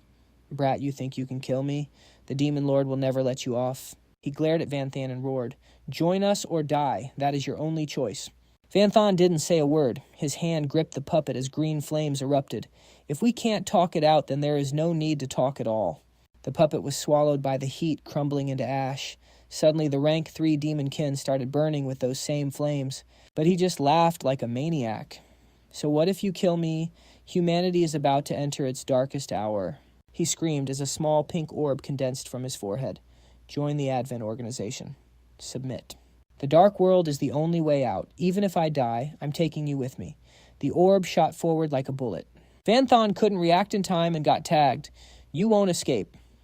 Soon the only thing left in the cave was the faint echo of his words, no escape before going dead, silent. Vanthan broke out in a cold sweat, touching his neck in frustration. Damn it, I got careless. I didn't think he could counterattack in that state. My neck doesn't hurt. So it's probably not a direct damage skill. Right then, a spiral symbol with 3 small dots appeared on his neck. I need to get back and find Teacher Ha. Van Than looked at his fallen enemy and muttered, "If not for the cursed voodoo doll." Even at peak condition, I could barely scratch him. I only cut him because of this glistening dagger. The gap is just too huge. It is not just about raw stats. Rank 3 skills. Whether active or passive scale, way better with attributes than beginner skills. For example, 1 point of strength gives 10 damage for a basic skill, but a high-level skill gives 100. Agility and defense are the same. This is why classless players have 0 future. Van Than slumped down on a nearby rock. Even if my talent can upgrade skill quality, fighting a rank 3 demon kin requires way more stats and power. While he was catching his breath, a fireball suddenly streaked from behind. The moment it got close, Van Than locked eyes with it. Boom. He used every bit of his movement technique to dodge the blast. He barely made it and shouted, "Who is there?" Tiger appeared out of nowhere, his hand glowing.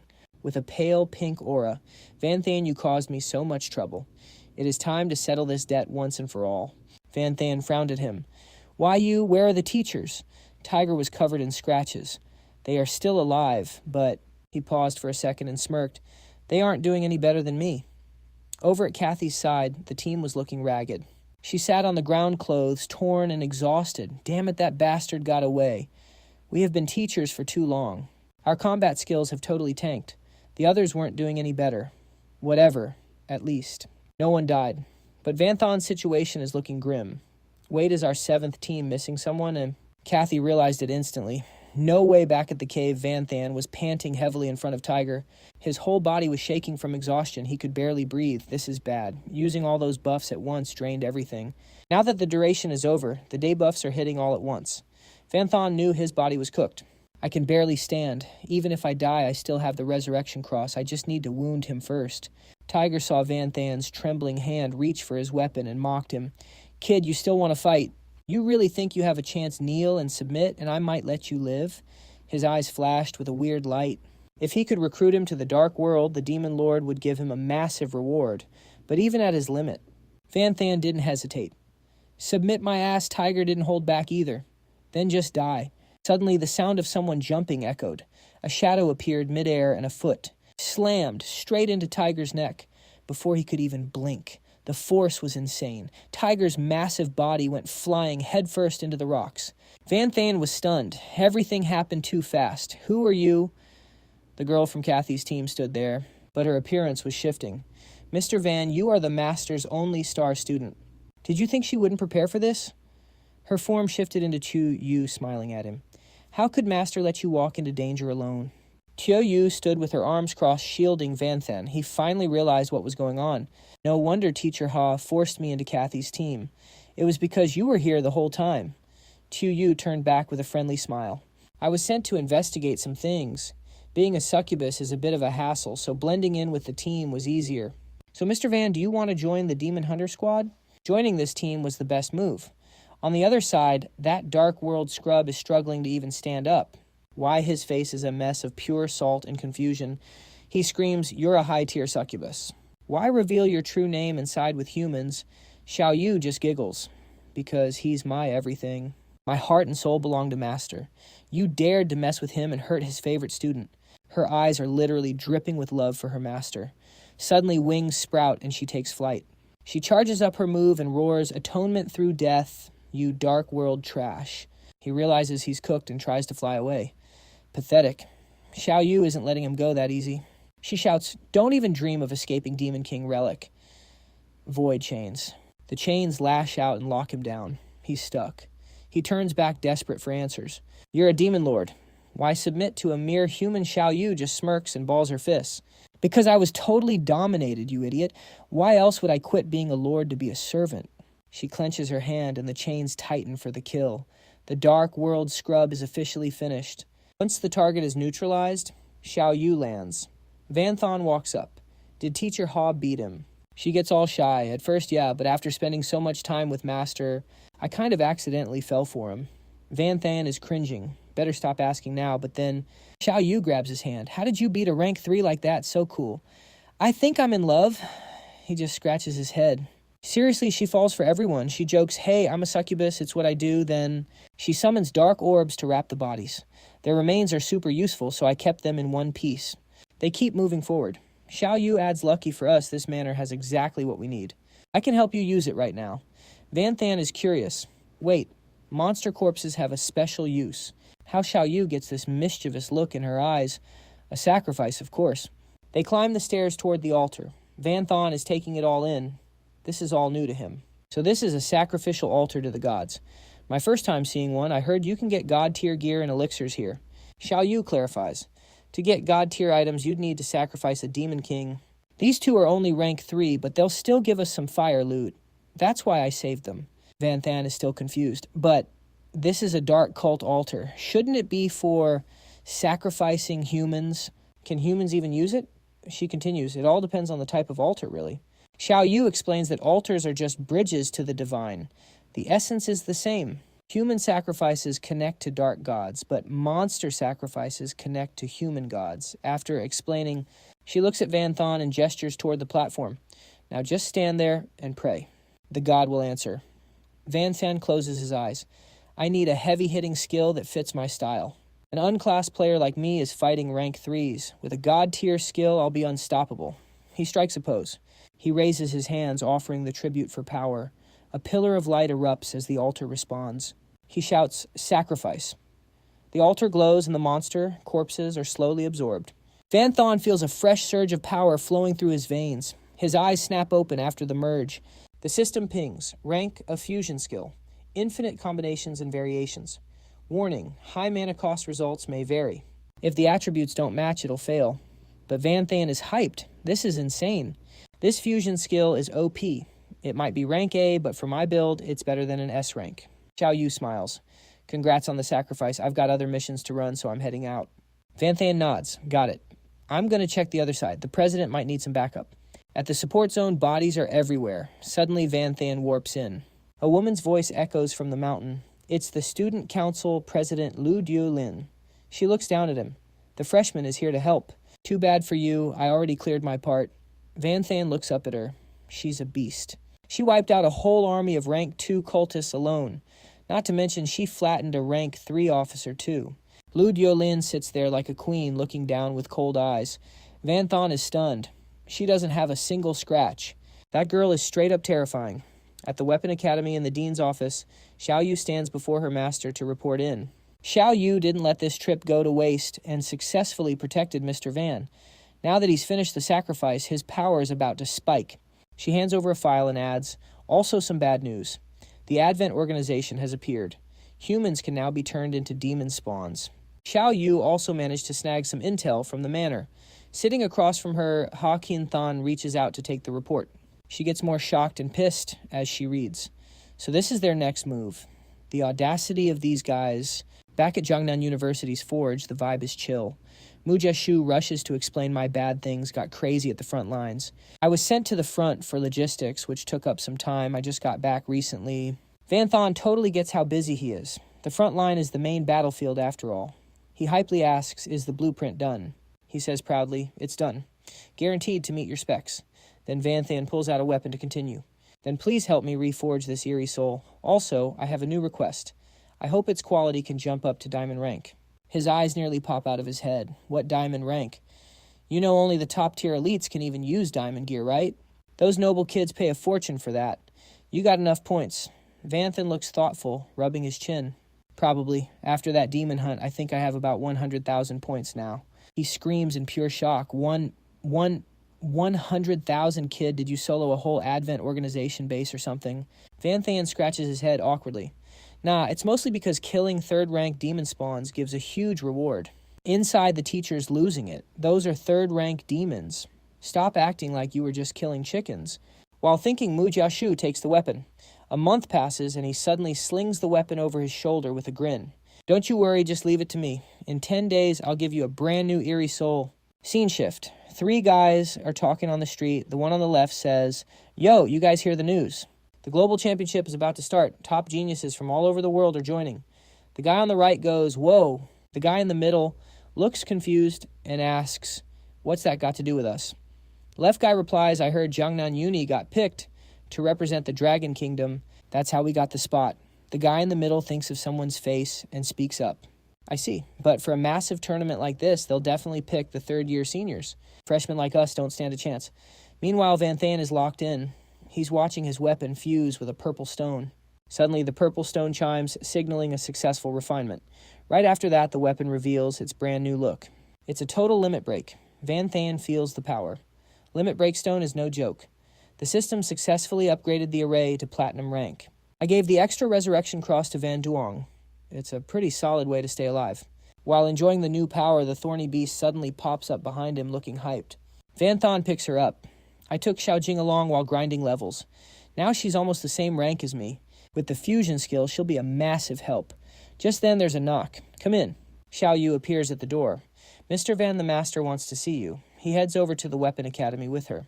3 people are standing in the dean's office. Ha Kin Than crosses her arms and nods. Not bad. This demon hunt pushed you to level 30. Any other student would be thinking about their second advancement by now. Van Than adds 3rd-rank demons give insane XP. Too bad I don't have a chance to advance yet. He pulls down his collar to show his neck. Actually, Teacher Ha, I wanted to ask you about this. He reveals a circular mark. He explains the situation. A demon marked me with this right before it died. No idea what it is. Xiao Yu sees it and gasps. The Soul Chase seal of the Nightfall Demon. It's a tracking skill that locks onto the target. They'll hunt you forever until you're dead. Qin Than immediately shouts, Xiaoling? Quick, go to the vault and get the sea god elephant fat. It's an emergency. Xiaoling runs off. Yes, ma'am, Van Than. Panics. Hunt me forever. Is there a way to wipe it? Xiao Yu shakes her head. It's a rule-based skill. Unless you sacrifice a demon lord to get a god to help. Even a 4th-rank high priest can't remove it. Ha Kin Than suggests getting one of the 72 pillars, the Nightfall Executioner, to do it. The Nightfall demon works for her so she can recall the seal. Van Than sees a spark of hope. Where is this Nightfall Executioner? She pouts helplessly. The Dark World. Just so you know, all 72 pillars are demon lords. You're nowhere near their level yet. Van Than is stumped, so I'm basically cooked. Xiaoling rushes back in with a box. Master, the sea god elephant fat is here. Quick, rub this on your neck. It can temporarily hide the seal's aura so they can't track you down. Hearing that Qin Than told him to hand it over, she quickly opened the box and said, it's a good thing I took down a sea god statue a few years back. As she rubbed the ointment onto his neck, she explained that she had refined quite a few materials from its corpse. Sea god grease can mask the soul tracking mark. But time is limited, so this is just a temporary fix. And just like she said, the moment the ointment touched his skin, the mark vanished. Once she was finished, she handed the box to Van Than. Take this. Make sure to apply it once a day. Before you run out of grease, you have to find a way to wipe that mark for good. Van Than stared at the box while listening to her warning. Otherwise, the enemy will track your every move. You'll be hunted nonstop by the Advent organization in the Dark World. The situation made him worry. This is bad, he thought to himself. Ha Kin Than spoke up, cutting off his train of thought. The soul tracking mark is handled for now. You've officially clashed with the fiends. What's your impression of them? Van Than gave a short reply. They're like humans. Qin Than agreed. Exactly. They really are like us. But some fiends look identical to humans like Xiao Yu and Xiaoling. She thought of the 2 girls and continued. If they didn't leak that dark aura to hide their horns and tails, nobody would even guess they aren't human. She spoke slowly as she reminisced. In fact, if you stepped through a rift into the Dark World, you'd find the scenery there is as beautiful as heaven. The 2 of them talked about the Dark World. Van Than replied in disbelief. Ms. Ha, your description is way too wild. Did you always think the Dark World was some kind of hell? Qin Than explained. It's just like our world. There are places with harsh environments. The biggest difference between our world and the Dark World is the mana concentration. Ours is way lower. She continued to explain that when a rift opens, the world with the higher concentration constantly pours energy into the other. Once they touch it, causes a corrosion effect. Plants are destroyed. Low-rank monsters go berserk. Images flash through her words. If you stood in the Dark World, the air might seem normal, but since we live in this world, we can't handle it. No matter how pretty it is, it's still hell for us. Van Than finally understood. No wonder some humans are willing to be lapdogs for the fiends, despising their own blood and bodies. They even cleanse their souls just to embrace what they call evolution. So the Dark World really is a higher rank world. He reached out toward her and asked, so the fiends are affected when they come here too? She replied, exactly. but they've been adapting over the years. You can tell by how frequent the wars have become. She suddenly changed the subject. It's too early to talk about this. There's something more important you need to do right now. You know, I didn't just send Xiao Yu there to protect you. Ha Qinthang got straight to the point. She has another mission. Have you heard of the Global Championship? Van Than was confused. Yeah, the whole academy is buzzing about it, but isn't that a third-year thing? She replied, only because they're stronger. The spots go to whoever has the power. According to Intel, the Advent organization's next target is the Global Championship. If I go, I'll alert them. She pointed at him and ordered, you're going to enter the Global Championship and stop the Advent organization. Van Than was stunned by her order. Wait, what he asked, eyes wide. Suddenly the system pinged with an achievement quest. Host is eligible for the Global Championship. Achievement quest issued. Rewards will be based on your final ranking. Failure penalty none. Van Than scratched his face, looking awkward. Guess I don't have a choice. 5 days later, the announcement rang out. The Global Championship had officially begun. Aside from the Student Council, President Dio Lin, who was a guaranteed pick, the rest would be chosen from the third years. The contestants have entered the arena. The referee's booming voice rang out, but was cut short by something strange flying in. First round. Begin. The object slammed into the ground, causing a massive tremor. Everyone was panicking. What was that? Suddenly another weapon streaked down at light speed. The arena was a mess of chaos and thick dust. Everyone screamed in fear. Is someone attacking the school? No way after the smoke. Cleared, Van Than appeared looking absolutely badass, sitting coolly on his weapon. Sorry, seniors, but this spot is mine. Van Than stood tall as the crowd stared in shock. The crowd went wild. Wait, what's happening? Why is a freshman here? All eyes were on him. That's Van Than. He's definitely cracked, but this is a third-year match. Suddenly a voice silenced the crowd. Dio Lin stepped forward with a serious look. Is this championship only for third years? I don't recall that being a rule. All that matters is being strong enough. Every student is technically eligible, but these guys don't care about the rules. They're still pushing back. So annoying. No way the president is actually backing him. Slots are rare enough as it is, and even we third years don't have enough to go around. Why is a freshman getting in? Diolin's face went dark, her voice turning straight up savage. It's just one extra guy. Are you seriously telling me that you seniors don't even have the confidence to beat an underclassman? Then, boom, everyone rushed toward Van Than at once. Damn, it's really going down now. Van Than right time to show you what a third year can actually do. The crowd in the stands is already losing it. These fools have no idea what Van Than did in the demon hunting squad. That's the werewolf who racked up 100,000 points. He's our Team 7 legend. Someone's about to get cooked. Those guys are literally fighting over who gets to hit him first. Move, let me take him. No, I'm going first. I'm sending him home on a stretcher today. While they're arguing, the guy they're looking down on cuts them off. Just come at me all at once. Van Than looks totally unfazed. He spoke, and the hype went through the roof. The mob lunged forward, everyone looking absolutely feral and arrogant. Don't waste time on a duel, just jump him and get it over with. But Van Than blocks their attacks like it's nothing. He roars, "Get lost, one versus all." Van Than is standing alone against those lunatics. They're spamming skills. Ice crystal, dance, spreading darkness, red thunder. Van Than stays calm and counters. Demon flame shape. He hurls fire from his hands, his fire dragon shredding their ranged attacks. Then he pulls out a spear for close combat. The crowd is stunned. How are this kid's basic skills matching a second-class rank? He's broken. And his stats, absolute insanity. Normal third years aren't even on his level, but suddenly, a masked figure takes flight. He caught everyone's attention. The student council's moving. He points right at Van Than. Ganging up on him, huh? It's a bit dirty, but this is the price you pay for acting out. Catch this kid, Earthbound Prison. A massive hexagon appears under him, and Van Than looks actually shook for a second. Then the hexagon turns into a cage. Van Than tries to break out with a basic slash. No luck. But he's not even mad. He's actually impressed. As expected of a celestial master skill, that second-class Taoist is for real. The old me would have been totally cooked here.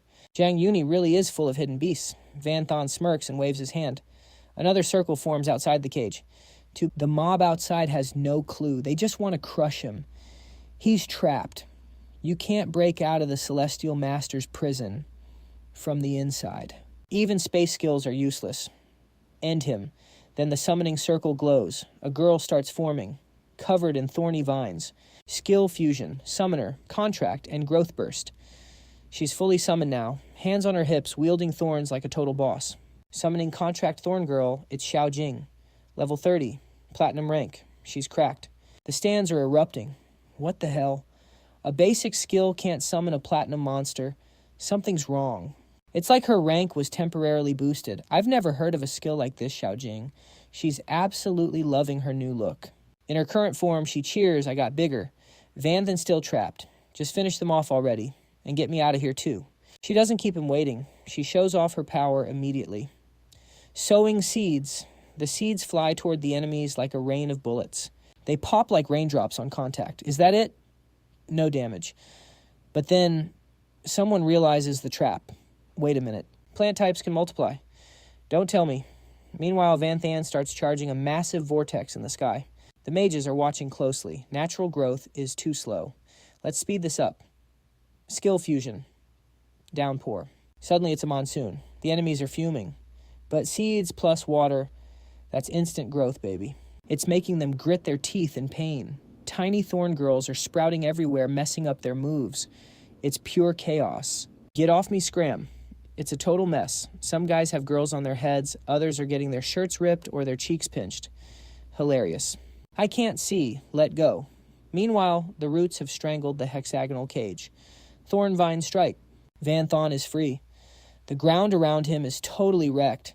To break that prison, you just got to destroy the floor from the outside. Big brain play. The prison vanishes. The guy in the black cloak looks down from above. Interesting. Guess I have to get serious now. But then a voice interrupts, surprising him. Aren't you guys embarrassed? Bullying a freshman is one thing. But the student council is going all out too. Have some pride, at least make it a fair one-on-one. He reveals himself. It's the Vice President Ngao Thuong, level 42. He's a blade master. The heat is on. The real prodigies are stepping up. But Vanthan's still cool as a cucumber. He just dusts off his shoulder. If you're going to fight, just jump me all at once. Talk about adding fuel to the fire. Ngao Thuong's not happy. Arrogance has its limits, kid. Today I'm teaching you some respect for your seniors. His blade starts glowing with a cold light. Level 42 pressure is no joke. This is serious. Everyone's holding their breath. It's the monster rookie versus the legendary vice president. Who's taking this? A rank 2 corpse driver. Black impermanence. The other third years are noping out of there. Didn't expect the vice president to actually step up. Thought he was sitting this one out.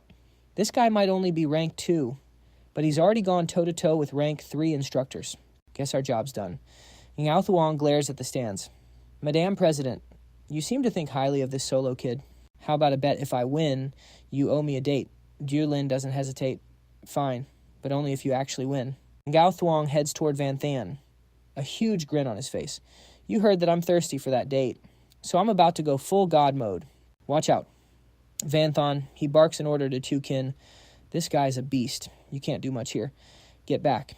She pulls back instantly. Ngao Thuong flashes a creepy smile, gripping his weapon tight. Smart move. Keeping her out would just waste your mana. Now the real battle starts. Vanthan gets into a stance. Suits me. I've got some new tricks I wanted to test out anyway. Dust and smoke fill the air. Visibility is basically zero. Ngao Thuong and Vanthan face off. The ref goes through the formalities. This match decides the slot for the global championship. Any objections? Ngao Thuong scoffs. Obviously not. If even I can't take him, no one else stands a chance. The referee shouts, all right, let the match begin. As soon as the bell rings, Ngao Thuong swings his staff. For that date with the president, I'm not pulling any punches. An eerie energy explodes from the swing. A gray wave summoning vengeful spirits. The phantoms look absolutely pissed. They scream as they're unleashed. I hate you.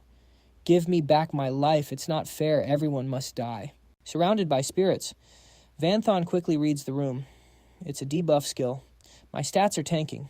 He thrusts his staff high. Holy light blazes out, forcing the ghost to back off. Good thing this dark stuff is easy to counter. Basic priest skill. Purify the spirits vanish. But Ngao Thuong is already right in front of him. He lunges at Vanthan, slamming his rod down, but Vanthan is too fast, blocking the lethal blow just in time. Using ghosts as a smoke screen for a sneak attack. I saw that coming, but something's off. What is it? His strength is way too low. and his weapon feels like hollow wood, not sharp, not even heavy. An attack like that barely deals any damage. So why the hell did he choose close combat? Gao Thuong pivots, swinging at his side. No time for daydreaming when you're fighting me. Vanthan can't react in time. The staff slams into his elbow. His weapon clatters to the floor. His face contorts in pain, his whole body trembling. Damn it, that hurts. His blade sticks deep into the arena floor. Vanthan scrambles back, but Ngao Thuong is on him. Have another one. He grits his teeth, checking his body. His right arm feels gone.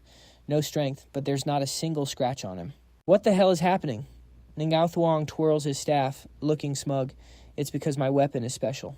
Special enough to define my entire class. This is the key to the only unique class, Black Impermanence. Ever since the game world merged with reality, there have been countless anomalies. It birthed a few unique classes. The absolute peak of existence. Getting one isn't just hard, it's nearly impossible. I stumbled upon this mourning staff in an ancient tomb when I was a kid. I've spent everything I had on it. It unlocked the hidden corpse driver class, and I've pushed it all the way to rank 2 Black Impermanence. This thing has been with me through every battle. As long as I hold it, I don't just see souls, I can strike them directly, bypassing the physical body. A soul strike. Ngao Thuong squints at Vanthan. Your arm is useless because your soul is wounded. That's how it works. The damage per hit isn't huge. You'll recover after 1 hour. Vanthan stands there, listening. But there's something about you that's bugging me. It feels like there are 2 souls inside you. Usually, that means a split personality. Is that what's going on with you? Vanthan fights through the pain, thinking hard. Split personality, I don't have that. If he's right, then that other soul. Where did it come from? He summons his sword back to his hand, his voice calm. I guess I'll have to snatch that weapon away to see the truth. And Ngao Thuong loses it.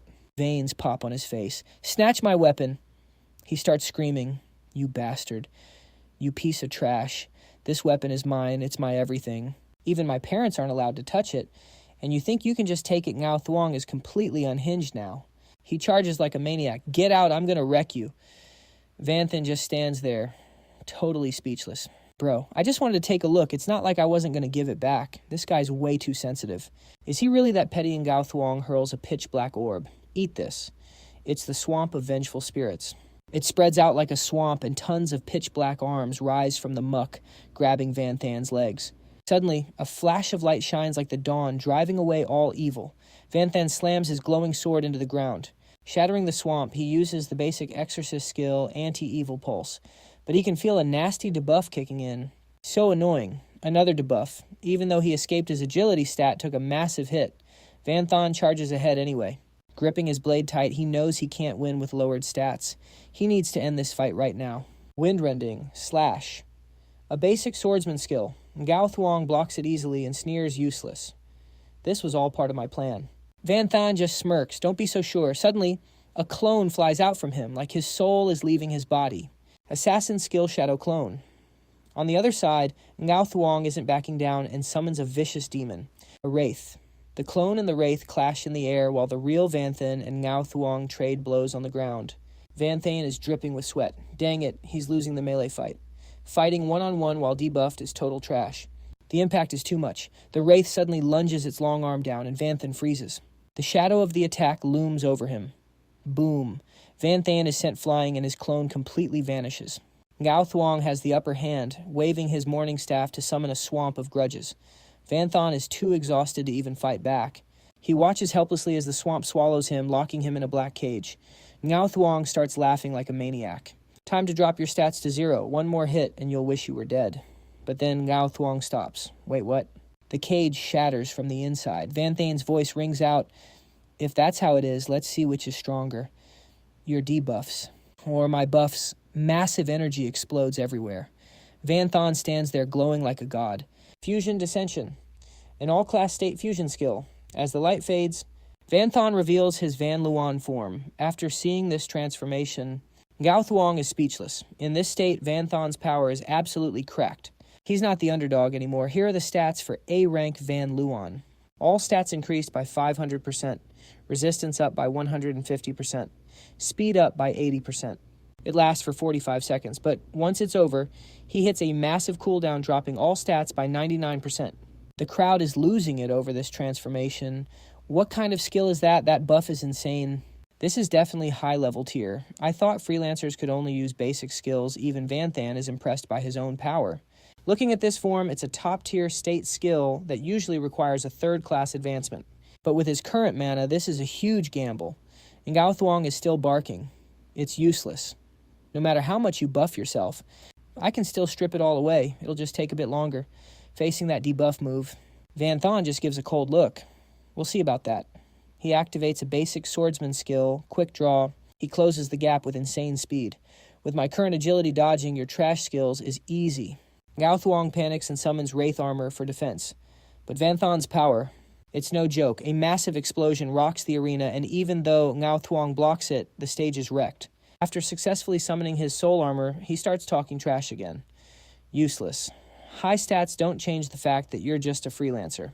You can't beat me with just basic skills, Vanthan responds with a stone-cold declaration. Fine, I'll just stop using basic ones then. He immediately fuses his swordsman and warrior skills together. He launches a combo that crushes Gao Thuong. His opponent's weapon starts cracking under the pressure. Vanthan delivers a decisive sky-shattering slash, blowing him back. But he's not done yet. He clenches his fist. He fuses his martial artist's frost fist with berserker strength. A full power punch aimed straight at Gao Thuong's gut. He unleashes a terrifying strike, Heavenly Frostburst. Gao Thuong can't dodge and is sent flying back like a rocket. After the dust finally clears, the crowd can finally see Gao Thuong. He's coughing up blood. Yeah, he's totally cooked this time. The audience is absolutely losing their minds. Oh my god, what kind of damage is that? And those skills, I've never even heard of them before. Who is this kid anyway? Vanthan coldly walks over to the mourning staff and steps on it to confirm something. A shiver runs down his spine, and he realizes it instantly. Vanthan whispers to himself, "So, this is what it feels like." Ignoring his injuries, Gao Thuong just clutches his broken weapon and sobs. My weapon.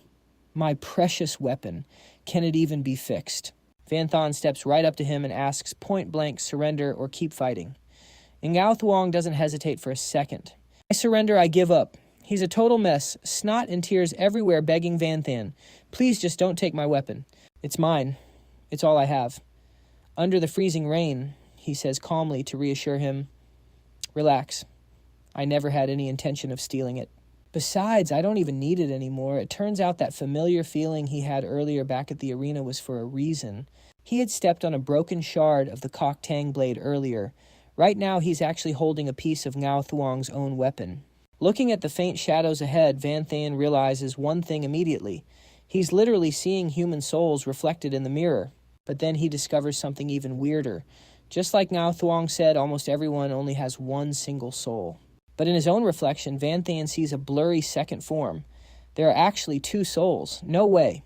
Based on their forms, he analyzes them clearly. One is his own soul linked to his body just like everyone else. But looking at the other one, Vanthan notices a huge difference. This second soul is different. It's only connected to him at one end.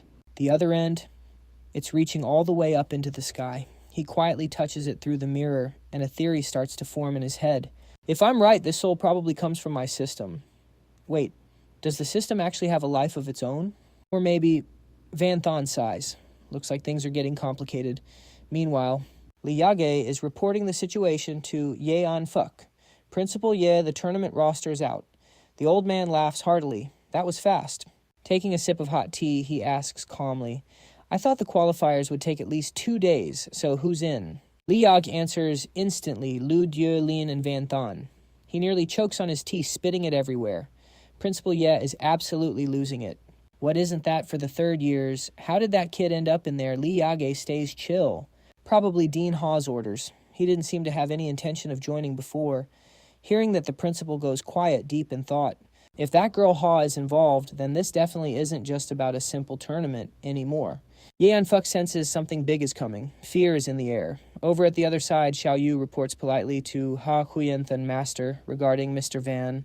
He didn't let you down. He successfully secured his spot. Everything is going exactly according to the data. But this is just the beginning. The real challenges are still ahead for him. She shifts the topic. What about the military? Any word. How many troops did they agree to provide? Xiao Yu answers quickly. The front lines are desperate right now. The military can only guarantee the absolute minimum level of support. Xiaolang adds more details. Each sector gets about 20-something rank 2 players and 2 or 3 rank 3s. Hearing that was enough for Ha Kuyan Than. That's enough to get the job done. Things are about to get busy. She breaks into a grin, looking both hyped and absolutely thrilled. Over the next few days, Van Thaen sticks to his routine and attends his all-class training sessions. He grinds out his daily quests, and his stats and skill mastery are skyrocketing across all classes. He's becoming straight-up cracked. At the same time, after intense battles in over 500 countries, the world's top contestants have finally been chosen. One by one, they head to the Holy Empire. But, of course, not everyone is there just for the competition. A dark, mysterious figure speaks coldly. Stand up. It's time for the world to feel it. He smirks at his crew, the fear of the darkness. A month passes before Van Thaen finally finds time to visit Van Duong. She's absolutely fuming at him. I'm so mad. She pouts as she helps him pack, clearly not happy about this. First semester was so hard to get through, and I finally get a rare break to hang out with you, but now you're off to a tournament. Van Thaen just laughs, trying to comfort his little sister.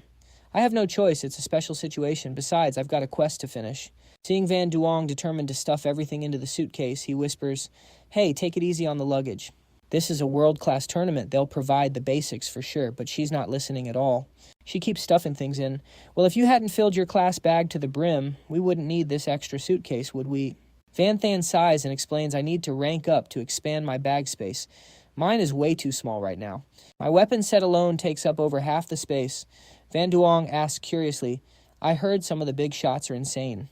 They say some can fit an entire palace in their bags. Is that because they've ranked up a bunch of times?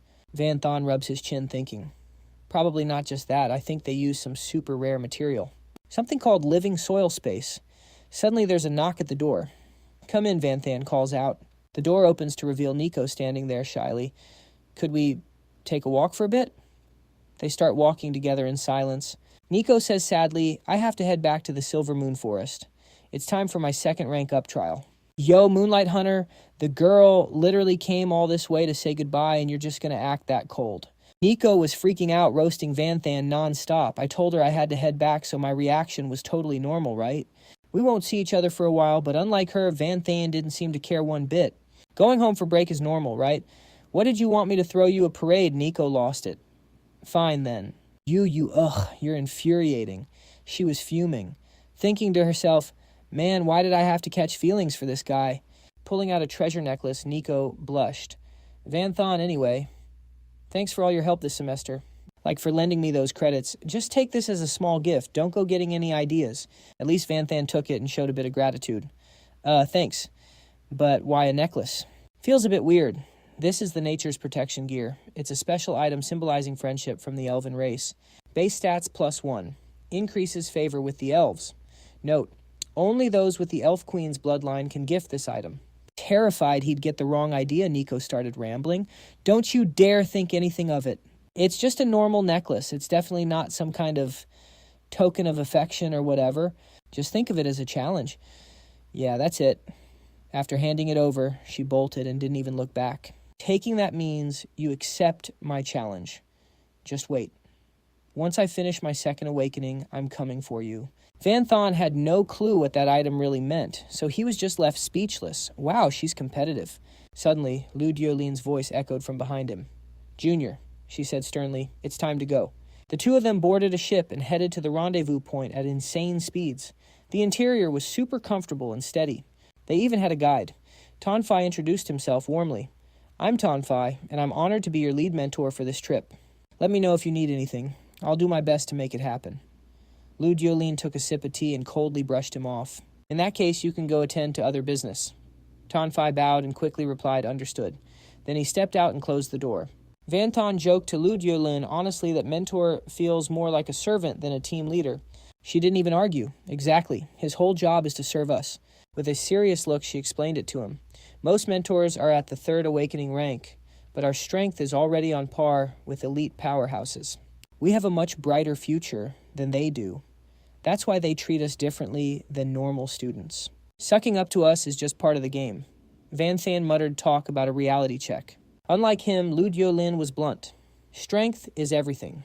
Your status is something you earned with your own power. Just get used to it.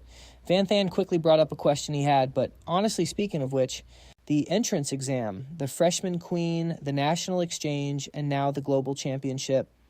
Madam President, don't you think there are too many competitions? The front lines are so tense right now. Isn't all this just a waste of resources? Lu Diolin explained firmly, no, it's actually the opposite. It's because the front lines are unstable that we need these competitions. These matches kill two birds with one stone.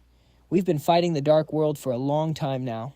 Current combat power is vital, but training the next generation is just as important. These tournaments are how we distribute resources. It's the simplest and most effective way. She broke it down for him. In reality, you've been part of this war since the entrance exams.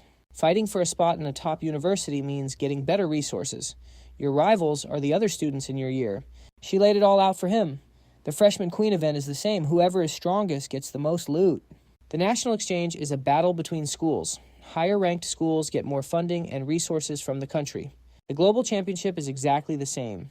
She calmly explained things they don't teach you in class. There are many disputed territories and neutral zones in the world filled with dungeons and essential resources. Leaving them alone is a waste, but fighting over them would just start a war among ourselves. The purpose of this global championship is to decide who gets to control those areas. Leaning back in her seat, Lu Diolin concluded the countries with the best results are judged to have the most potential. They earn the rights to use those disputed territories and neutral zones. This is the system humans developed after years of fighting the dark world. It's the ultimate power play of the awakened. Now Van Than finally got it, so that's how it is. He fell silent, reflecting on the harsh reality. Compared to actual war, this really is a better way. It settles disputes without wasting time and energy. Lu Diolin snapped him out of his thoughts with a single sentence. No way. She actually said since they arrived they should go on their date. Van Than wasn't even paying attention, so he just mumbled a random answer. Wait, once his brain finally loaded, he froze. Lu Diolin didn't hold back at all. Wait, what date are we talking about? Vice Leader, you bet a date with me during our fight. Remember? You won, so I'm giving you your reward. Is there a problem? Her logic made Van Than feel totally weird. It sounded right, but something felt way off. Plus, I don't really see a date with you as a reward. Now it was her turn to be stunned. Dating me isn't a reward? Van Than shrugged and kept it real. Definitely not. But if you're paying me to walk around with you, then maybe I'll think about it. Diolin was clearly vibing with his answer. She burst out laughing, totally hyped. Interesting. Junior, you're too much. I've never met anyone like you. She suddenly got serious, dropping the playful act. Diolin reached out her hand and repeated the invite. Hey, little Junior. I'm officially inviting you now. Once we get to the Divine Empire, will you walk with me? Van Than stood up and shook her hand locked in. Sure, I wanted to check out another country anyway and gather some intel. But then he totally ruined the mood. So are you paying me? Diolin's voice got sharp. Mention money one more time and I'm going to be so done with you. As expected of the Divine Empire, this place is packed. Tonfai was hyped to lead Diolin and Van Than through the crowd. Entering Sail City, people were moving through a flood of bright light. It made Van Than pretty curious. What's with the lights at the gate? Tonfai quickly explained. Don't worry about it, it's just a special effect from a divine artifact. He happily told Van Than that it strips away any disguises, stealth, or hidden effects. With the tournament happening, the crowd is huge. They have to watch out for any shady people. It's just standard security. Van Than stretched out feeling good. Finally made it to the Divine Empire. That trip was honestly exhausting. The second they stepped through the gate, Diolin grabbed Van Than's hand and started dragging him away. She looked radiant and yelled, "Let's go." Our date starts now. Diolin and Van Than started wandering the streets together. She was loving the scenery and holding an ice cream, totally excited. Not bad for the Divine Empire. There are foreigners everywhere, Van Than replied coldly. Obviously, we're in another country, of course there are foreigners. She didn't mind at all and slapped his shoulder hard. I know that I'm just trying to set the mood. Why are you being so slow, Junior? This doesn't feel like a date at all. Her hits actually made Van Than turn pale. Man, once she gets comfortable, her true self really comes out. And I actually thought she was the quiet, pretty type. What a lie. She's a total foodie. That's the best way to describe Diolin. That looks fire. After eating, she was still hyped to explore. These swimsuits are so weird. Does anyone actually wear these? Feeling overwhelmed, Van Than tried to make an escape. I just remembered I need to ask Professor Tone something. I'm going to go find him. Honestly, he was just thinking that following her was way too much work. He'd rather move alone. But she wasn't letting him go that easy. Jiolin quickly threw her arm around his shoulder and gripped him tight. She shoved her ice cream near his mouth. Professor Ton is busy with check-in. He doesn't care about you. Don't even try to run. Just eat your ice cream. Knowing he couldn't escape Vanthan just gave in. Fine, we'll keep walking. But in his head he was planning, whatever. I'll deal with Jiolin for now, but I've got real business to handle. Vanthan remembered Hakuyen Than's instructions. If this mission works, there won't be a single dark believer left in the Dragon Kingdom. He clenched his fist, totally determined. Whether it's for himself or for Van Zhuang's safety, he had to win. While walking with Jiolin, he thought to himself, the organization's next target. The Advent is definitely aiming for the global championship. I need to find those dark believers before the tournament starts. Killing them now will save me a lot of trouble later. Speak of the devil. The building right behind Vanthan suddenly exploded. Thick black smoke poured out. People on the upper floor started panicking and screaming. A bomb. Get out of here, is this a terrorist attack? Vanthan immediately sensed something wrong. There's dark energy over there. Jiolin agreed instantly. So you felt it too. This isn't good. A shadow suddenly zoomed out from the smoke. Looks like the dark cultists are hunting their prey. They screamed in rage. Damn it, don't you dare run. One guy was chasing close, barking orders. You're dead today. Elder panicked, running and screaming for his life. Help, somebody help me. Vanthan moved instantly and took him down with one hand. He slammed the closest guy into the wall so hard his face got wrecked. The rest of them swarmed Vanthan at once. Save him. You bastard, you're dead. But of course, Jiolin wiped them all out in a single second. One shot. Done. She stood there looking down on them, mocking their pathetic sneak attack. Jiolin let her foxtails fly and snapped, sneaking around like that is just low.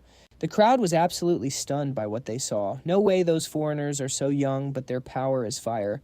Are they here for the global championship? Vanthan immediately locked eyes on her weapon. Foxtails, could she be a beastman? Wait, something's off. That's not just a tail. Watching Jiolin's tail flicker, he could sense a massive flow of mana inside. She's more like a demon than a beastman. The dark cultist in his grip started hyperventilating and screamed, "Let me go." Vanthan's voice went ice cold. You showed up at the perfect time, saved me a lot of effort. Now I've got questions. So much for keeping a low profile. The city police showed up and busted both of them. Stop right there. No fighting allowed in the city. You're coming with us to the station. Vanthan clicked his tongue and cursed under his breath. Man, they're fast, even though they finally got released. The whole day was completely wasted. Damn it, my very first date ever, and it gets wrecked like this.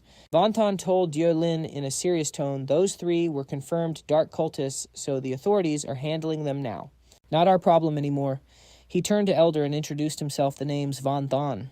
This is Jiolin from the Dragon Kingdom. Who are you, and why was the dark cult after you? Elder tried to speak. I am... But his stomach let out a huge growl. Feeling bad for the guy, Vanthan suggested, we should probably find a place to eat first. The three of them headed to a nearby restaurant for a meal. Elder ate like a complete beast, clearing plate after plate with his mouth full. It took forever for him to finally finish. Vanthan was genuinely impressed. Just how long have you been starving? Jiolin sighed, looking at his clothes. He's probably from some tiny distant country. Some small nations are struggling so hard their people are basically eating dirt to survive. Despite his hunger, Elder was actually pretty respectful. He pulled out what little money he had and offered it. This is for my meal. I hope it's enough. Vanthan waved him off and made a deal. Keep it. Just give me some intel instead. Tell me everything you know. Elder was beyond grateful. Thank you, Brother Van. He quickly spilled the whole story. My name is Elder, from the Salatitan Kingdom. I came to the Holy Empire to represent my country in the global championship. As he spoke, the Dark Cult's plot started to make sense. Right after I got here, they captured me. They wanted me dead. They were going to steal my identity and join the tournament. Luckily, I had a special item to blow up the cell and escape. Then I ran into you guys. Vanthan pressed further. Is that all? Elder scratched his face and added, well, I heard them say their comrades successfully replaced other players too. They're planning something massive for the championship. This was huge news, but Jiolin seemed more amused than worried. Just some low-level cultists. They're just rats. Using dirty tricks, yet they have the guts to try this. Honestly, I want to see what they're actually planning. Once they got the info, the two of them headed back to the assembly point. Vanthan felt suspicious. Something about today feels way too convenient. running into cultists and getting intel just like that. He looked at Duolin and asked, bluntly, besides, is someone at Elder's level really strong enough to compete? Could he have another motive? She immediately agreed with his logic. That part I actually believe. Salatatan is in a poor, remote region. Based on what she knew, she explained it's called a country, but their total power is basically the same as a single average city in our Dragon Kingdom. Their whole nation barely has any third advancement elites. He probably came here hoping for a good rank. To bring some resources back home, Vanthan nodded. Slowly, I see. He had already made up his mind. The tournament starts tomorrow, so there's no time to hunt them down now. He looked up at the bright moon, feeling uneasy. We'll just have to wait and see what they pull. Duolin smiled and said, Hey, Junior, I've been meaning to ask. I didn't know you were so trendy. It turned out the makeup covering the mark on his neck had washed off and she saw it. A neck tattoo. That doesn't seem like your style at all. Vanthan touched the mark in shock, thinking to himself, Is the sea god ointment gone? Did it get wiped off when I entered the city? Suddenly, a brilliant plan clicked in his head. So that's how it is. This championship's about to get very interesting. The next day, the Holy Empire was absolutely packed. Vanthan and Duolin walked through the teleportation hall into the main lobby with total confidence. Everyone turned to look as they entered. Vanthan scanned the room and whispered to Duolin, Everyone here is legit strong. He looked at the players in the hall and realized most of them have hidden classes. Rare classes are barely visible. There isn't a single normal class in sight. These really are the top geniuses from across the globe. Duolin saw him focusing on the small fry and warned him, Junior, don't ever judge someone's power just by their class. Strength isn't just about numbers. You're technically a classless wanderer, but you're definitely not weaker than anyone in this room. A soldier maxing out energy and sword skills with those spheres, that is definitely a hidden class. Higher stats and skill power than normal classes don't mean everything, though. Your race, bloodline, and talent, how well they sync with your class is what really matters. A basic warrior with perfect synergy can easily outclass a hidden class. He's actually taking the advice well. Maybe I was being too narrow-minded, Vanthan thought. Stats aren't everything. No more wasting time outside. The two of them headed straight in. Everyone was shook. Look, it's the Xuanlong Kingdom team. That girl, I heard she's the daughter of the Guardian General. A female general and a top title contender. The thirsty simps in the crowd couldn't stop staring and barking. She's so gorgeous. She's on another level. Some smarter guys growled. Stop staring at her face. She's a dangerous opponent. Avoid her at all costs. Then the gossip shifted toward Vanthan. Seeing him next to Duolin, wait, who's that kid next to her? Use appraisal skill on him. He hasn't even had a class change. He's just here to fill the slot. Xuanlong is one of the big five, but this guy's trash. The noise was deafening, and then someone with a voice like a megaphone roared. Like I said, since when does trash from tiny countries get to join the global championship? A massive guy named Calgary showed up. His insane height terrified everyone. He barked out a threat. You guys tired of living? Want to die today? I could crush you all like bugs after this match. Get it? His face looked demonic. The whispers started again. He's the third prince of the Behemoth Empire. The golden Behemoth bloodline. Damn it, why did this tyrant show up? It wasn't an empty threat. This guy literally has a record for torturing people to death. Once Calgary's identity was out, everyone started begging for mercy. Forgive us, Your Highness. Please have mercy. We shouldn't have shown our faces and offended you. Elgar stood at the front, shaking like a leaf inside. He prayed that the prince wouldn't notice them. Just ignore us like we're ants in the grass. Vanthan watched them grovel to this jerk and felt disgusted. This was way too much. Duolin sighed. Not every country is as powerful and peaceful as Xuanlong. The Behemoth Empire is extremely aggressive. He could almost see their dark fortress under this guy's cruel rule. These tiny nations are so weak, it's no exaggeration to say that if they ever pissed off Calgary, he could take his squad and wipe their entire country off the map. Groveling is how these small countries survive. For the weak, dignity is a luxury they can't afford. Calgary stood there acting like a god, looking down at the people kneeling. Hey, don't be so scared. I'm a very kind behemoth. I know you're here for your country, so I've decided to help you out. And I've got a great deal for you. He reached out and grabbed Elgar's head like a toy, giving him a disgusting smirk. Elgar was trembling. Be my slaves during the tournament. Work for me, and I'll reward you with plenty of resources. Ignoring Elgar's terror, he kept on threatening them. Let's be real. With your pathetic strength. Even if you get lucky and reach round 2, you won't get much. But if I just pay to hire you instead... How's that sound? 1 week of my allowance is enough to run your entire country for a year. Even those who hated it had to treat him like a savior, now pledging their service. Van Thon was fuming watching this guy act so high and mighty. Calgary definitely won't keep his word. He'll just use them and toss them out. She knew exactly what was happening, but couldn't step in, so she just watched with pity. Exactly, but they don't have a choice. Then the sound of high heels echoed across the floor, followed by a woman's voice. Mr. Calgary, everyone here is a representative of their own country. Lucy, wearing a bright princess dress, stepped up to call him out. Publicly forcing other participants to be your slaves. That's not a good look. Her appearance sent the crowd into a frenzy. She was a representative of the Holy Empire, the hosts of this global tournament. And she's none other than Princess Lucy of the Holy Empire. She's gorgeous, and it's not just her looks. To represent one of the big five in this tournament, her strength is definitely on another level. She's the absolute favorite to win it all. Now this is a plot twist. He kicked his feet up on a chair and looked at her, responding calmly, "What are you talking about, Princess? I'm not forcing anyone. They're doing this because they want to." She knows exactly what kind of snake he is, so she's dead set on taking Calgary down. But then why is she questioning him right in front of Elder? Are you guys really here by choice? If you're being mistreated, just tell me. The Holy Empire won't stand for it. No bullying allowed, period. He was stuck between a rock and a hard place, stuttering as he tried to answer. The threat was too massive. He couldn't escape, so he lied through his teeth and said, "I'm here voluntarily." Jiolin just stood there with her arms crossed, laughing. This girl's so fake, always saying the right things to look good. Everyone knows they're just scared of revenge on their country. If you actually want to protect them, just sign a treaty. Talking is cheap. With her honor insulted in public, Lucy walked straight up to her. "Jiolin, you're still as sharp-tongued as ever." Watching her walk over with that arrogant look, Jiolin felt disgusted and backed away. "Hey, don't act like we're close. I don't remember being friends with you." But she clapped back immediately. "Oh, really? Whatever. I'm not here for you anyway." As soon as she said that, she headed straight for Van Than. The crowd went wild with the gossip. Wait, no way. The noble Princess Lucy didn't go there for Jiolin.